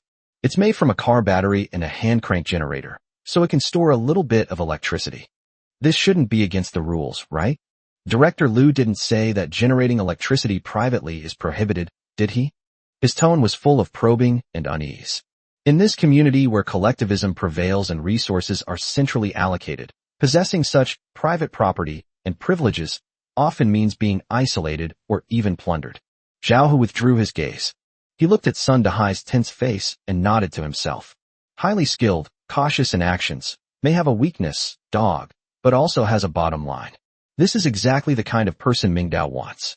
Master Sun, relax. Zhao Hu walked to the table piled with parts and casually picked up a tightly wound copper coil to examine it. I'm not here to investigate you. I'm not here on behalf of Lu Guodong either. These words were spoken softly, but to Sun Dahai, they sounded like a thunderclap. Does this not represent Lu Guodong? So who are you representing? Zhao Hu gently placed his briefcase on the table. I'm here to recruit technical talent. He added a sentence, cleverly borrowing that official identity, but the tone was completely different. I've seen the files. Sun Dahai is a senior maintenance electrician who holds a high-voltage grid connection work permit and a special operation permit. Am I right? Sun Dahai's expression changed. This was indeed registered by him. He gave a wry smile and pointed to the simple hand-crank generator. Captain Zhao, a true hero doesn't dwell on past glories. I'm just a lazy bum who's wasting my life now. With such rudimentary skills, you call yourself a talent? This piece of junk, I have to pedal that bicycle for an hour to get enough battery to watch a movie. I'm exhausted, but I'm just looking for some fun to numb myself and pretend I'm still in civilized society. He was hiding his true abilities. They were also testing Zhao Hu's bottom line. Zhao Hu didn't respond to his comment, but instead changed the subject and went straight to the point. That's not what I meant. Master Sun, I need your help. It's probably related to the generator. Sun Dahai was taken aback, then seemed to realize something, and a troubled look appeared on his face. Brother Zhao, you mean the diesel generator from the property management company? To be honest, I went to help take a look last time when Lao Zhang couldn't handle it. The generator itself is fine, but it has been sitting for too long, the wiring is severely aged, and there is not much diesel fuel left. If it breaks again, I'm afraid there's nothing I can do about it. Even a skilled cook can't cook without rice. Chapter 195 Murder to Silence Witnesses? He thought Zhao Hu had come to capture him to repair that oil-devouring behemoth. Zhao Hu smiled. He shook his head. Not that one. Sun Dahai's expression froze. Not that one. Which one is that? On this isolated island without water or electricity, where else could there be a second generator besides the diesel generator that Lu Guodong treasured so much? Sun Dahai is a smart man. Intelligent people tend to think more. His expression changed instantly, and a hint of fear flashed in his eyes. It's not that generator anymore. There's a new one. Does the committee know? Sun Dahai's voice trembled slightly. Zhao Hu looked at him, his eyes open and honest, without the slightest concealment. The committee does not know. And Zhao Hu paused, leaned forward, and lowered his voice. I don't want the committee to know either. Sun Dahai felt a chill run down his spine. He instinctively took a step back, bumping into the shelf behind him, causing several screws to fall to the ground with a crisp sound. Is this some kind of rebellion? Is Zhao Hu planning to start a new business behind Lu Guodong's back? Sun Dahai's face darkened, and cold sweat instantly poured down his forehead. He already knows about this. If he doesn't help, Zhao Hu doesn't want anyone else to know. What will Zhao Hu do? Murder to silence witnesses? He glanced at the bulging area around Zhao Hu's waist, where something hard was clearly clipped. Sun Dahai swallowed, feeling his throat was extremely dry. He dared not think about it anymore. Zhao Hu saw through his concerns. He did not use violence or coercion, because forced relationships are never good, especially in this kind of technical work, where the other party could easily ruin everything with a little tampering. Master Sun, don't think so badly of me. Zhao Hu straightened up, his tone calm. I contacted you because you are a professional. He's much better than that sycophantic old Zhang from the property management office. Besides, I'm not asking you to work for nothing. As he spoke, Zhao Hu reached out and unzipped the handbag. Sizzle dash. As the zipper slid open, an indescribable fragrance instantly filled the narrow living room. That's the smell of meat. It has a pure, natural, and oily meaty aroma. The golden retriever, Dazhuang, who had been lying on the ground, suddenly sprang up. It rushed to the table, its tail wagging like a propeller, drool dripping from the corners of its mouth, and a longing whimper coming from its throat. Sun Dahai's eyes widened. He stared intently at what Zhao Hu took out of his bag. A small packet of dark red meat chunks wrapped in a transparent plastic bag. There were also 2 bottles of purified water next to it. Glug. Sun Dahai clearly heard himself swallowing. Meat. I haven't eaten for a few days, so I'm not that hungry. I'm just really hungry. These past few days, he and his dog have been surviving on the little rice and flour they had stored at home. Even more deadly is the water. He also needs to raise a dog, so he doesn't have much material resources, especially water. They even licked up all the water stored in the toilet seat. To save Dazhuang a sip of water, his own lips had become dry and cracked. This? Sun Dahai's voice was hoarse. He struggled to look away from the 2 bottles of water and turned to Xiaohu. Is this for me? Xiaohu nodded. The meat and water were pushed forward. This is just a deposit. His voice was incredibly seductive. After it's done, plenty of meat. And plenty of pure water. Sun Dahai's breathing became rapid. Enough? In this apocalyptic world, who dares to say there's enough for everyone? If someone else had said this, Sun Dahai would have thought they were a fraud. But what Xiaohu brought out was genuine. Moreover, he himself has a certain level of creditworthiness. Not to mention the mysterious new generator behind it, which seems to confirm some kind of powerful strength. And Xiaohu dropped another bombshell. That generator is definitely much more advanced than yours. It's even more advanced than Lu Guodong's. Don't you like fiddling with these things? Don't you want to go and see for yourself? Sun Dahai was tempted. He's an electrician, so he naturally knows how useful electricity is. As a tech geek, he longs for a society with electricity. As a survivor, he had an irresistible need for food and water. As a man, he wanted his dog to live. But he is also very smart. From Xiaohu's few words, it was clear that this was definitely an organization that was at odds with the committee, or even more powerful than the committee. This is a choice of sides. Choosing Lu Guodong? That's like waiting to die. It's like being exploited. Choosing the person behind Xiaohu. That's unknown, but there's profit to be made. There was a long silence. The only sound in the living room was the golden retriever drooling. Final. Sun Dahai gritted his teeth, a resolute glint in his eyes. A 50-year-old bachelor. You can't take anything with you when you die. Let's drink to that. He raised his head and looked directly at Xiaohu. But I have conditions. I need to check out the generator and the site where construction will be carried out first, and assess the risks. If it's too dangerous, or requires me to do something immoral, I won't do it. Besides, he pointed to the golden retriever at his feet. We have to ensure the safety of me and Dazhuang. If anything really happens, you have to protect my dog. Xiaohu smiled. This is exactly the result he wanted. The fact that they have the conditions shows that they are serious, and that they are a person who values relationships. No problem. Xiaohu agreed readily. Come with me now. It's almost evening, and the darkness is the best cover. I'll take you to see him. Who? Sun Dahai asked instinctively. Xiaohu smiled mysteriously and did not answer. He simply pointed to the things on the table. Put your things away first, and give your Dazhuang some water. Then take your tools. You'll know when you get there. Sun Dahai stopped wasting words. He quickly unscrewed a bottle of water, poured half of it into the dog bowl, and then sprinkled a few pieces of dried meat on top. Seeing Dazhuang licking so frantically, Sun Dahai's eyes reddened. He took only a small sip to moisten his parched throat, then carefully hid the remaining water and meat in the bedside table. Then he picked up the heavy canvas tool bag, comforted Dazhuang, and told it to guard the house. Let's go. Sun Dahai took a deep breath, his eyes hardening. With a mix of trepidation and anticipation, he followed Xiaohu out of the room. The hallway was dimly lit. But Sun Dahai knew that his life might be completely changed from this moment on. Chapter 196 Wang Chu's Promotion. The sky was not completely dark, but rather a murky, deep blue-green. The wind was getting a bit strong. In this dimly lit area where light and shadow meet, 2 figures are moving quickly along the base of the wall, taking advantage of the building's shadow. Xiaohu was walking in front. His steps were extremely light, landing silently. Years of experience as a reconnaissance soldier had instilled in him a body that knew better than his brain how to blend into the darkness. Sun Dahai, who was following behind him, looked much more disheveled. He carried a heavy canvas tool bag on his back, which contained a multimeter, insulated pliers, screwdrivers, and all sorts of random coils. The tools made a slight clattering sound as he ran, which was quite a noise. Xiao, who suddenly stopped, reached behind him with one hand, and precisely grabbed Sun Dahai's shoulder, pinning him behind a dense clump of boxwood trees. 2 beams of flashlight light swept over their heads. These lackeys, they never stopped causing trouble even at night. A dozen meters away, the patrolmen's cursing voices could be heard. Keep your eyes wide open. Director Lu said that for safety reasons, there is a curfew at night. Got it, Captain. Who wants to come out in this awful weather? The sound of footsteps faded into the distance.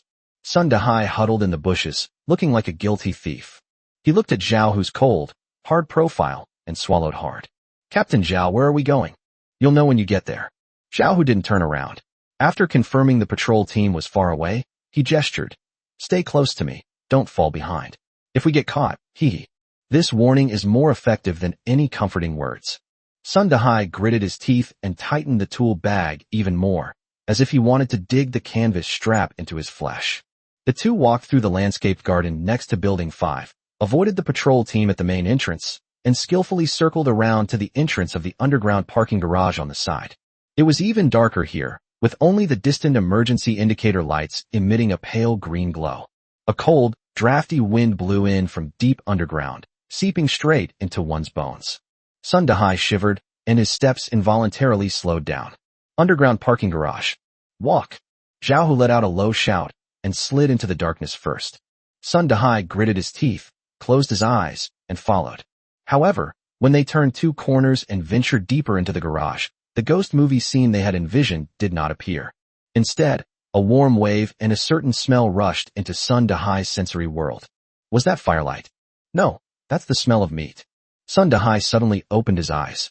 In a clearing deep inside the garage, a huge bonfire was burning brightly. The orange-red flames dispelled the surrounding gloom and cold, casting long shadows of the concrete pillars. More than 20 strong men were sitting around the fire. Some of them were bare-armed, others wore tattered jackets, but every one of them had a rosy glow and excitement on their faces that were extremely rare in this apocalyptic world. A makeshift grill sat over the fire, where several pieces of thigh meat from some unknown animal were sizzling and dripping with golden fat onto the embers, sending up wisps of enticing white smoke. Sizzle dash. That sound was simply the most beautiful music in the world. Sun Dahai felt a buzzing sound in his head, and his stomach instantly spasmed. Is this heaven? Who? A loud shout shattered his daze. A blonde-haired young man responsible for perimeter security suddenly stood up, pointing a steel pipe at the two people in the darkness. Immediately afterwards, with a whoosh, the more than 20 people sitting around the fire all turned their heads. What kind of look was that? They were fierce and wild, a world apart from the patrol team above who were just loafing around. Sun Dahai was startled when he was stared at by dozens of eyes. He instinctively wanted to hide behind Zhao Hu, but found that Zhao Hu stood straight with a calm expression. Sun Dahai recognized several of them. That guy with the dyed yellow hair is Feng, the former leader of the petty thugs who used to hang around the neighborhood entrance. He always had a cocky, irresponsible attitude and a terrible reputation. And that bald guy, I heard he used to be involved in organized crime. Oh no. This is a group of ruthless bandits. Sun Dahai's palms began to sweat, and he subconsciously gripped the shoulder strap of his tool bag. Has he stumbled into a den of thieves? Has Zhao Hu, with his thick eyebrows and big eyes, really turned against him? It's me. Zhao Hu spoke in a deep voice. Upon seeing who it was, the fierce look on Li Yifeng's face instantly melted away, replaced by a fawning smile. Hey, it's Brother Zhao. Li Yifeng threw down the steel pipe and scurried over, handing over a freshly grilled rib. Brother Zhao, you've worked hard. Brother Ming is waiting inside, teaching Brother Wang his kung fu. Practicing martial arts? Sun Dahai was a little confused. Zhao Hu didn't take the piece of meat, but simply nodded and led Sun Dahai through the crowd. Sun Dahai walked cautiously among the group of ruthless bandits. He could feel their greedy eyes scanning him, and he could also feel the powerful cohesion within the group. This place is a completely different world from the lifeless and suspicious neighborhood outside. But in the very center of the crowd, near an SUV, a completely different scene unfolded. There were two people standing there. One was a young man wearing a black windbreaker, with an upright posture, hands in his pockets, and a relaxed air of complete control on his face. This is precisely the way of enlightenment. Beside him, the chubby Wang Chu was flushed with excitement, his entire body trembling with fat. Mingji. All right, the countdown is over. Wang Chu stared at the void in front of him, a void only he could see, and was so excited he was incoherent. LV3. I leveled up. I really leveled up. That skill is unlocked. Don't just shout it, try it. Okay, I'll give it a try. Wang Chu took a deep breath, looked around, and finally locked his gaze on a brake disc. He trembled as he stretched out his right hand, his 5 fingers spread, and slowly covered the piece of scrap metal. Break down. With a low shout from Wang Chu, Sun Dahai, standing not far away, witnessed a scene that shattered his worldview. Buzz dash. A beam of dark blue light suddenly burst forth from the fat man's palm. It instantly enveloped the brake disc. Just 2 seconds. That iron lump, weighing at least 10 pounds, just vanished into thin air. Holy crap. Wang Chu looked at the empty ground, then at his palm, and jumped up excitedly. It's done. Mingji, it really worked. There are 20 more iron blocks in my backpack. It's amazing. Get to know it better, you'll be busy tonight. Although the henchmen around him had seen Ming Dao use this move before, they still exclaimed in envy when they saw that Wang Chu, this fat man, could also do it. Who among us doesn't want to advance to the extraordinary level? They even have big fat guys now. Is it still far away? Chapter 197 The Madness of Tech Geeks. Sun Dahai was completely dumbfounded. He was a materialist and an electrician who believed in science. He knows how current flows, how voltage changes, and the law of conservation of energy. But what I'm seeing now? Is this even scientifically sound? Molecular rearrangement? Or quantum entanglement? Is this what Zhao Hu meant when he said, that generator is much more advanced than mine? What kind of incredible abilities do these people possess? Cough. Zhao Hu's light cough interrupted Wang Chu's revelry and also brought Sun Dahai's wandering soul back to reality. Ming Dao turned around. His gaze passed over Wang Chu and landed on Zhao Hu and on the stunned middle-aged man behind him. That gaze wasn't sharp. In fact, it could be described as peaceful. But Sun Dahai felt as if he were being watched by a lurking tiger, and the hairs on his body stood on end. This person is absolutely ruthless. Zhao Hu strode forward, bowed slightly, and spoke with utmost respect. Boss. The moment that name was uttered, the surrounding noise instantly subsided. I've brought the person. Zhao Hu stepped aside to let Sun Dahai out, and introduced him in a low voice. Sun Dahai is the best electrician in the community. He is also the only master electrician who understands high-voltage grid connection work. Ming Dao nodded. He looked Sun Dahai up and down. The blue overalls were faded from washing and covered in machine oil stains. The canvas tool bag was badly worn, yet it was spotless. The hands were rough, with large knuckles, hands that had been used for years of manual labor. Most importantly, although the man's eyes were filled with fear and shock, they did not have that repulsive cunning. He is an honest man. He's also a tech person. Master Sun, Ming Dao spoke first, his tone gentle. Haven't eaten yet, have you? Sun Dahai was stunned for a moment, and subconsciously wanted to answer, but his stomach made an embarrassing rumbling sound first. Gurgle dash. It was unusually loud in the quiet garage. Sun Dahai's face instantly turned a deep purplish red, and he wished he could disappear into a crack in the ground. Ming Dao did not laugh, but instead a gentle smile appeared on his lips. Since you're here, you're one of us. He turned his head and waved to Li Yifeng. Let the brothers continue. Grill all the rest of the meat. There's plenty tonight. You need to be well fed to have the energy to work. All right, Mingji. Li Yifeng shouted excitedly, and the atmosphere in the garage became lively again. This simple sentence both eased Sun Dahai's embarrassment and stabilized the morale of the troops. Then, Ming Dao's smile faded, and his gaze became serious. Looks like it'll have to bake for a while longer. Zhao Hu, Chang Wu, Wang Chu, Fengzi. He named several core members. Let's take a few skilled men with us and head back to the 8th floor. After saying that, he looked at Sun Dahai and made a pleased gesture. Master Sun, since you're here, why don't you come with us? Some things can't fit down here. You have to go up to see them. Sun Dahai nodded mechanically. Now that things had come to this, how could he refuse? The group of 12 people left the garage silently and slipped into the dimly lit stairwell of Building 5. Click. The sound of the security door opening. As Ming Dao pushed open the door to room 802, a faint fragrance wafted out. 12 people flooded into the small living room, making the originally spacious area feel cramped. But no one spoke. Everyone held their breath, and the atmosphere became unusually solemn. Chang Wu and Zhao Hu stood guard at the door, while Li Yifeng and his core followers stood watch by the window. Ming Dao walked straight to the study, placed his hand on the doorknob, and glanced back at Sun Dahai. Come in. Sun Dahai's heart pounded, and with a heavy heart, he walked over. The room is very large. A machine stands quietly in the center. The moment I saw this machine, clang, Sun Dahai was shocked. Beautiful. Absolutely stunning. The dark green metal casing is not the common spliced steel plate, but a one-piece streamlined structure, without a single screw in the gap. At the top of the machine is a dark blue crystal panel that emits a faint blue light in a rhythmic manner. Buzz. The barely audible buzzing sound is almost imperceptible unless you listen carefully. This is completely unlike any existing industrial design style on Earth.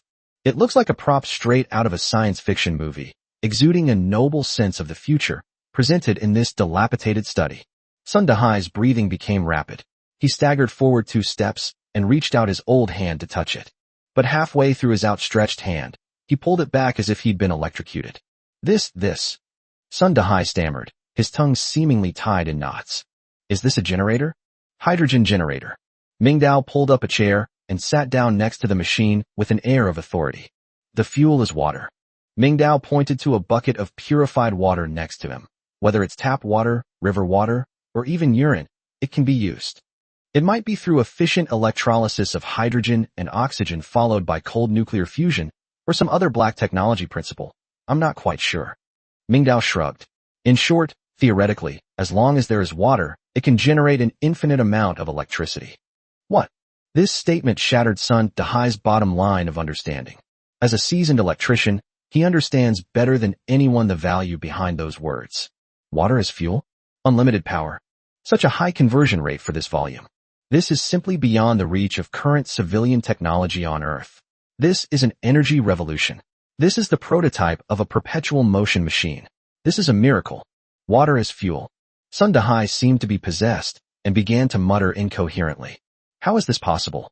What about the law of conservation of energy? Electrolysis of water requires more energy than combustion produces, unless its catalyst is a room temperature superconductor? No, even if that were the case, what about heat loss? He pressed his face against the computer case, closed his eyes, and felt the temperature.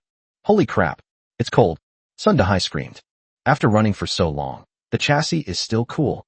No heat loss. How high must the thermal efficiency be? 99%? Or 100%? Oh my god. He lay down on the ground again, trying to find the vent. No exhaust fumes? Only water vapor? The noise level is probably less than 20 decibels. What about the interface? What is the output power? Sun Dahai circled the machine like a madman, spouting a string of technical jargon. Is it 3-phase or single-phase power? Is the voltage regulator built in? What about overload protection? With this level of energy density, wouldn't a short circuit blow up the entire building? No, with this kind of technology, there must be a quantum-level fuse mechanism. He kept muttering to himself while tears streamed down his face. Those were tears of excitement. For a tech geek, seeing a machine in a post-apocalyptic world that represents the pinnacle of industrial civilization, or even surpasses it, is a million times more awe-inspiring than seeing a pile of gold. This represents hope. This means that humanity has not regressed to a primitive society, but has instead touched the hem of the god's skirt. Mingdao watched him go mad in silence. He doesn't understand, and there's no need to explain much. In this dark age, the generator itself is the most powerful form of persuasion. Chapter 198 tonight. I'm going to light up room 802. A full 5 minutes passed. Sun Dahai seemed to have exhausted all his strength and collapsed to the ground. He looked up at Mingdao, his expression changing. Mr. Ming. Mingdao smiled slightly, leaned forward, and extended the olive branch he had prepared beforehand. Join us. From now on, you will be in charge of the entire base's power system, including line upgrades, equipment maintenance, and even the future community power grids. The conditions are very generous. Mingdao held up 2 fingers. First, there's plenty of food. I have enough meat and bottled water. Secondly, you can study this machine as you like. As long as you don't break it, you can mess with it however you want. Before he could finish speaking, fuck, Sun Dahai did not hesitate at all. Only a fool wouldn't agree to such a request. He was so excited that he was almost incoherent. If it weren't for his age, he would have wanted to cling to Mingdao's leg. I'm joining the organization. Mr. Ming, I'm joining. I have no relationship with Lu Guodong. Please believe me. Sun Dahai pointed urgently at the dark blue machine. As long as I can study this machine and figure out how it turns water into electricity, I'll risk my life for you. I'll do whatever you ask me to do. Mingdao's invitation was not only a guarantee of survival, but also the most genuine reaction of a pure technician who had found the truth he had pursued all his life. That's great. Mingdao clapped his hands repeatedly. He tilted his head slightly and gave Wang Chu a wink. Wang Chu understood immediately, took out the precious Furong Wang cigarette from his pocket, pulled out one, and eagerly offered it to Sun Dahai's lips, even lighting it for him.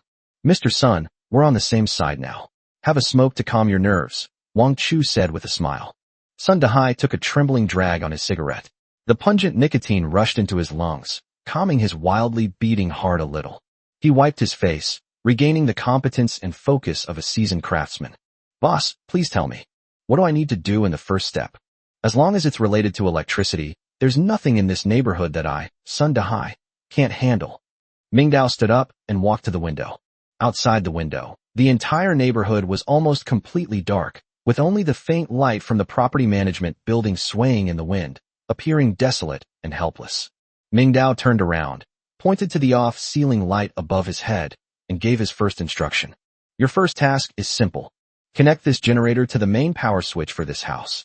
I've already installed the curtains and everything. Tonight, I'm going to light up 802. Can you do it? Sun Dahai took a deep drag on his cigarette, picked up the toolbox, and said in a loud voice, "Just you wait and see. 10 minutes. Give me 10 minutes, and I'll make this room as bright as day." He acted immediately, quickly walking to the generator.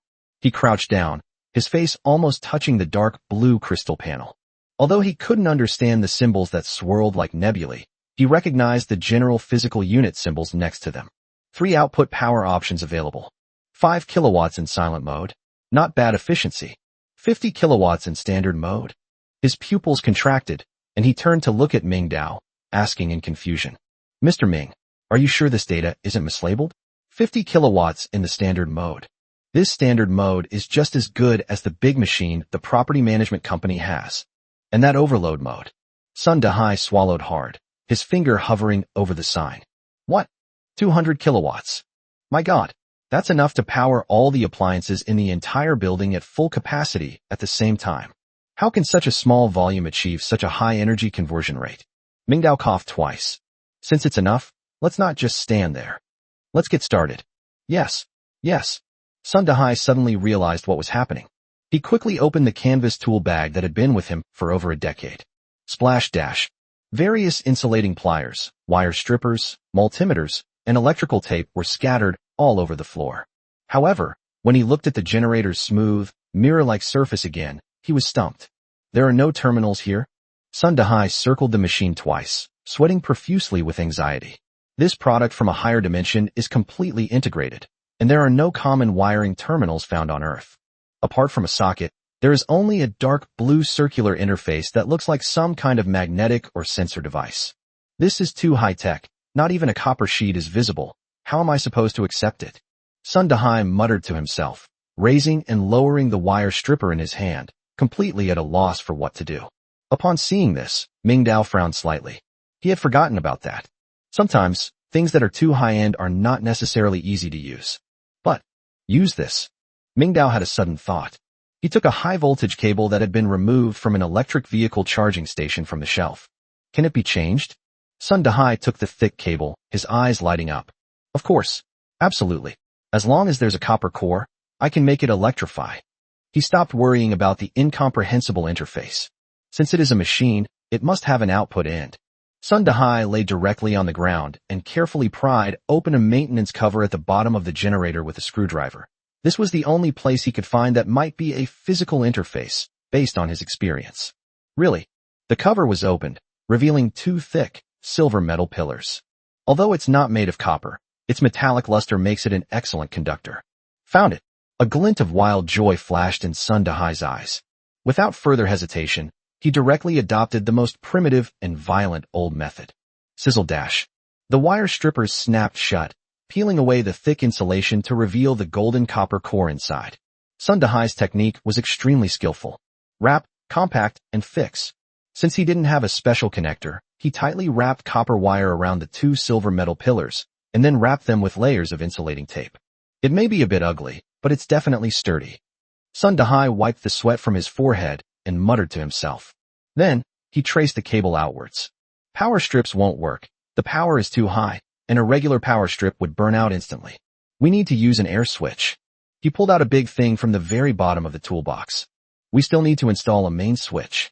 Sun Dahai's movements became faster and faster, and he entered a state of complete absorption. Slap, slap. The screwdriver spun rapidly. He pried off the socket panel on the study wall, revealing the internal junction box. Live wire, neutral wire, ground wire. Sun Dahai quickly tested it with a multimeter and confirmed that although the building's wiring was out of power, the circuit was intact. It's done. He led the generator wire through the air switch and directly to the incoming terminal of the circuit breaker. This is an extremely irregular operation and constitutes reverse power supply. But in the end times, this is called networking. Call. After doing all this, Sun Dahai breathed a sigh of relief. He stood up, looked at the haphazard wiring, and nodded in satisfaction. Although it's a bit of a cyberpunk mess, it's the optimal solution under the current conditions. Mr. Ming, you are ready. The line has been connected to the main switch in room 802. Ready to start anytime. Chapter 199 Light. Everyone in the room held their breath. Wang Chu gripped the hem of his clothes tightly, and Chang Wu and Zhao Hu also unconsciously straightened their backs. Li Yifeng and his henchmen craned their necks, waiting patiently. Light. This is something that was commonplace in the past, but is now an extreme luxury. Will it really happen? Mingdao was also very excited at this moment. He walked to the window and carefully checked the curtains again. It was 2 layers of thick blackout cloth, the edges of which were sealed tightly to the wall with tape to ensure that not a single ray of light would leak out. In this dark, forest-like apocalypse, light is both hope and a target. He had to make sure that this light belonged only to them. The windows are sealed up. Dry. Yes. Sun Dahai roared in response, as if to embolden himself. 3, 2, 1. Power on. He pressed the dark blue start button on the hydrogen generator. Immediately afterwards. Buzz. There was no deafening roar or black smoke like I had expected from a diesel generator. The machine only emitted a soft hum. Voltage established successfully. Sun Dahai was quick-witted and nimble-fingered. Just as the machine started smoothly, his right hand suddenly grabbed the air switch. Smack! A crisp click of the switch closing, and the next second, the current surged along the copper wire at the speed of light, rushed past the circuit breaker, drilled into the wall, and flowed through the entire room's veins in an instant along the pre-installed pipes. Z-dash. The ceiling light that had been silent for several days suddenly burst into a dazzling light. It's not just a study. Through the half-open door, you can see the huge crystal chandelier in the living room, which also lights up at the same time. Light has arrived. The light was not dazzling. It was a soft, warm white. But to the people who had been accustomed to days of darkness and candlelight, it was more dazzling and awe-inspiring than the midday sun. It thoroughly dispelled every trace of gloom in the corners. The light illuminated everything in the room with crystal clarity. At that moment, everyone subconsciously squinted. Wang Chu instinctively raised his hand to shield his eyes. Hiss! He let out a painful gasp, his eyes watering from the bright light. But he immediately forced his hand down. He opened his small eyes, blurred by tears, and stared intently at the lamp above him. It's lit up. Wang Chu murmured to himself, his voice choked with emotion. It really lit up. The lights of Qiantang River illuminate the night. The bright moon shines like frost, and the people reflected are like paintings.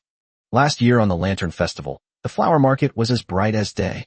And beside him, Li Yifeng and his group of underlings also wept with joy. Li Yifeng reached out and made 2 grasping motions in the air, as if trying to catch the rays of light. Holy crap! Holy crap! Amazing! Amazing! He wasn't highly educated, and his limited vocabulary, aside from those 2 words, was insufficient to describe his feelings at that moment. The henchmen were so excited they were trembling, pinching each other's arms to make sure it wasn't a dream. Even tough guys like Zhao Hu and Chang Wu. At this moment, their defenses were breached. Qiang Wu stared intently at the lamp, his eyes reddening. He thought of his pregnant wife at home. If she lived in such light, she wouldn't have to go to the toilet in the dark, wouldn't have to worry about bumping into things, and her child would be able to see a bright world after birth. For him, this light was more than just illumination. It's about a sense of security. It is order. It's home. Zhao Hu took a deep breath, his chest heaving violently. As a soldier, he understood the strategic significance of electricity better than anyone else. With electricity, we can charge industrial products, restore surveillance, and even manufacture weapons. Civilization will be restored, and humanity will prosper. And the creators of all this, the man who pressed the switch, Sun Dahai. He was facing away from everyone, looking up at the light he had lit himself. 2 streams of murky, hot tears flowed down his dirty cheeks, washing out 2 deep furrows. It's done. It's really done. It wasn't fried or burned. Sun Dahai wiped his face haphazardly. Instead, he bowed deeply to Mingdao. Mr. Ming, I have fulfilled my mission. Civilization. He pointed to the light above his head and burst into laughter through his tears. I'm back. What a wonderful return of civilization. Mingdao felt a surge of indescribable excitement as he looked at the scene before him. He really wanted to stand on the stool and punch him a few times. But he couldn't appear too excited. He is a leader. A leader must be able to remain calm and composed even when faced with a collapsing mountain. Yes, that's right. Master Sun, thank you for your hard work. Mingdao stepped forward and personally helped Sun to high up. You have lit more than just a lamp. What you have given us is the confidence to survive in this apocalypse. Starting today, 802 is the only lighthouse on this Blue Bay Peninsula. But you must remember this. Mingdao's eyes suddenly sharpened, and his tone became chilling. This light belongs to us for now. No one may divulge this information before the grand plan is completed. Clear. Li Yifeng was the first to express his opinion. With a leader like that, how can we not prosper? How can we not thrive? Understood. I swear to follow Doflamingo to the death. Everyone was taken aback, then quickly followed. I swear to follow Doflamingo to the death. After the initial passion fades, pragmatism takes over. Mingdao waved his hand, signaling everyone to be quiet. All right, that's enough with the excitement. Life goes on, and work still needs to be done. He sat back down in his chair and pointed to the generator that was running smoothly. Master Sun, the noise of this machine is even lower than I expected. In silent mode, it's almost inaudible. In regular mode, under low load, it's just the sound of a fan. I need you to help me test what the maximum load can be without anyone noticing. Yes, Mr. Ming. Mingdao looked at Zhao Hu. Zhao Hu, the outer curtains need to be reinforced with another layer. I don't want even a ray of light to leak out and cause unnecessary trouble. Understood. Zhao Hu nodded immediately. I'll go check it myself later and seal all the gaps with black tape. Mingdao then looked at Wang Chu. The fat man is still staring blankly at the light bulb. Hey, fatty. Huh? Wang Chu snapped out of his daze. Brother Ming, what's wrong? Stop looking, or you'll go blind. Mingdao tossed him a cigarette. Now that we have electricity, can your equipment be used? I remember you said you had a tablet computer with a lot of data stored on it. Wang Chu slapped his thigh excitedly and said, Yeah, I have tons of encyclopedia apps stored on it, and all sorts of survival guides and plant and animal encyclopedias. It was originally intended to be useful for finding information while writing novels, but now it's finally come in very handy. I'll go get it right now. Chapter 200 Loyalty. Half an hour later, the coffee table in the living room was filled with various electronic devices that were charging. The various data cables were tangled together, like a mess of hemp, but in everyone's eyes, it was the most beautiful sight. Mingdao sat in the main seat on the sofa. He was holding a cup of hot tea that had just been boiled in an electric kettle. Wisps of white smoke rose. He blew a puff of hot air and took a sip. The scalding hot tea slid down my throat, dispelling the chill from my body. Cool. Mingdao stretched his body. This is life. Compared to boiling water with raw wood, this convenience of plugging in and using it immediately is the true symbol of civilization. Zhao Hu sat opposite him, holding a piece of paper and a pen in his hand. That was a sketch he had just drawn. Boss. Zhao Hu changed his tune very naturally. Tomorrow is the deadline that Lu Guodong and I agreed on. I need to report back to the Stream Task Force. When serious matters were discussed, the atmosphere in the room became slightly more serious. Mingdao put down his teacup, his eyes becoming deep. How many men did that old fox Lu Guodong assign to you? Zhao Hu sneered. Just a pilot named Li Yuan, Sun Peng, and Li Laosan and his son, plus me. There are only 5 people in total so far. Lu Guodong really didn't intend for me to come back alive. Etc. You mean, Lu Guodong planted a drone pilot named Li Yuan in your team? Zhao Hu nodded, his brow furrowed, a hint of worry in his voice. Yes, boss. I've met that Li Yuan before. His skills are indeed quite good. I've thought about recruiting him, but he always ignores me and is very aloof. That old fox Lu Guodong said he was providing us with aerial reconnaissance, but everyone can see that he was just a spy planted next to me. At this point, Zhao Hu snorted coldly, a hint of disdain flashing in his eyes. That old bastard, he uses people when he needs them, and then he turns his back on them. He just sold me out, and now he doesn't trust me anymore. Boss, should I think of a way to do this when we enter the forest?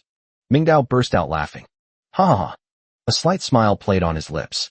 Is that Li Yuan a tall, thin young man with black-rimmed glasses? Does he live in apartment 601 of Building 9? Zhao Hu was still figuring out how to deal with this informant when he heard this and was suddenly stunned. His eyes widened, and he stared at Mingdao in disbelief. Boss, how did you know? I didn't mention where he lives. Did you plan to spy around him? Zhao Hu was deeply shocked. He had initially thought he had a high opinion of Mingdao's intelligence capabilities, but now it seemed he had only seen the tip of the iceberg. Ming Dao knew everything about the people Lu Qiudong had planted on a whim. It was practically prophetic. Seeing Zhao Hu's horrified expression, Ming Dao smiled, but offered no explanation. What do you mean by explain? Tell him that he had already bribed that tech geek with a piece of porcupine meat and a few parts. Tell him that the informant, whom Lu Guodong had placed so much hope in, had actually become his double agent. Too much talk will only create confusion and make the performance worse. Ming Dao sighed inwardly, thinking to himself, that old fox Lu Guodong is too clever for his own good. The talents he painstakingly discovered, whether it was Zhao Hu with his explosive combat power or Li Yuan who mastered core technologies, all ended up on his side by some twist of fate. This may be what is called luck. In this apocalyptic world, the information gap is the greatest fortune. You don't need to worry about Li Yuan's affairs. Ming Dao said calmly. Just pretend you don't know he's an informant and use him as you see fit. He'll cooperate with you. Although Zhao Hu was full of doubts, he nodded heavily because of his absolute trust in Ming Dao. Understood. Since the boss knows what he's doing, I'm relieved. Ming Dao raised his wrist and glanced at the mechanical watch that was still ticking. It's getting late. The wind outside the window seemed to pick up, howling through the gaps between the buildings, as if providing accompaniment for the approaching night. Inside, the lights were on, and it was warm as spring. It's time. Ming Dao stood up and clapped his hands. All right, that's enough of our reminiscing. Everyone come in. A series of hurried and chaotic footsteps sounded. Li Yifeng, along with his 6 core henchmen, Wang Chu carrying his tablet computer, Chang Wu wielding a baton, and Sun Dahai busy with testing, all rushed into the spacious study. Ming Dao stood in the center of the study, with his back to the hydrogen generator. The atmosphere suddenly became serious. No one spoke. Even their breathing was deliberately suppressed. Everyone could sense that Ming Dao's aura had changed. Something big was about to happen. Ming Dao slowly scanned everyone present. From Wang Chu, who followed him the earliest, to Li Yifeng, who was tamed, to the newly joined fierce General Chang Wu, hero Zhao Hu, and the core technology expert Sun Dahai. This is his team. Although small in number, it was fully equipped. It included both civil and military personnel, workers and soldiers, and both overt and covert operations. Everyone. Ming Dao spoke in a deep voice. What I am about to announce is our top strategy for the foreseeable future. This plan is crucial to our survival in this cannibalistic apocalypse, and it concerns the very life and death of all of us. Everyone's expression tightened, and they straightened their backs even more. Sun Dahai, in particular, was immediately affected by the somber atmosphere upon joining the group. He was so nervous that his palms were sweating, and he instinctively gripped his trouser legs tightly. Therefore, before announcing the plan, I need to make sure of one thing. That is your absolute loyalty. The moment those 2 words were uttered, everyone's spirits lifted. Loyalty. In peacetime, this might just be a clause in a contract or a joke made over drinks. But in the end times, these 2 words carry more weight than gold and more value than life itself. Ming Dao did not continue speaking. He simply turned his gaze to the other side, a simple animal cage. Li Yifeng understood immediately. As the first person to be tamed, he instantly understood Ming Dao's intention. Your chance to shine has arrived. When it comes to the boss, actions always speak louder than words. Everyone has it. How do you dodge an attack that starts at 0 frames? Li Yifeng suddenly turned around, veins bulging on his neck, and roared at the 6 core henchmen he had brought with him. The 6 henchmen were startled and thought to themselves, is this guy crazy? But upon seeing Feng Ji's ferocious expression, they immediately stood at attention as a conditioned reflex. Why? Follow my lead. Target, the cage. Li Yifeng pointed to the animal cage. Same old rules. Those who know, know. After saying that, he didn't give his underlings any time to react and led the charge towards the cage. Forward march. Under the astonished gazes of Chang Wu, Zhao Hu, and Sun Dahai, Li Yifeng didn't hesitate and jumped into the beast cage without a second thought. Hurry up. Everyone get in. Squeeze in.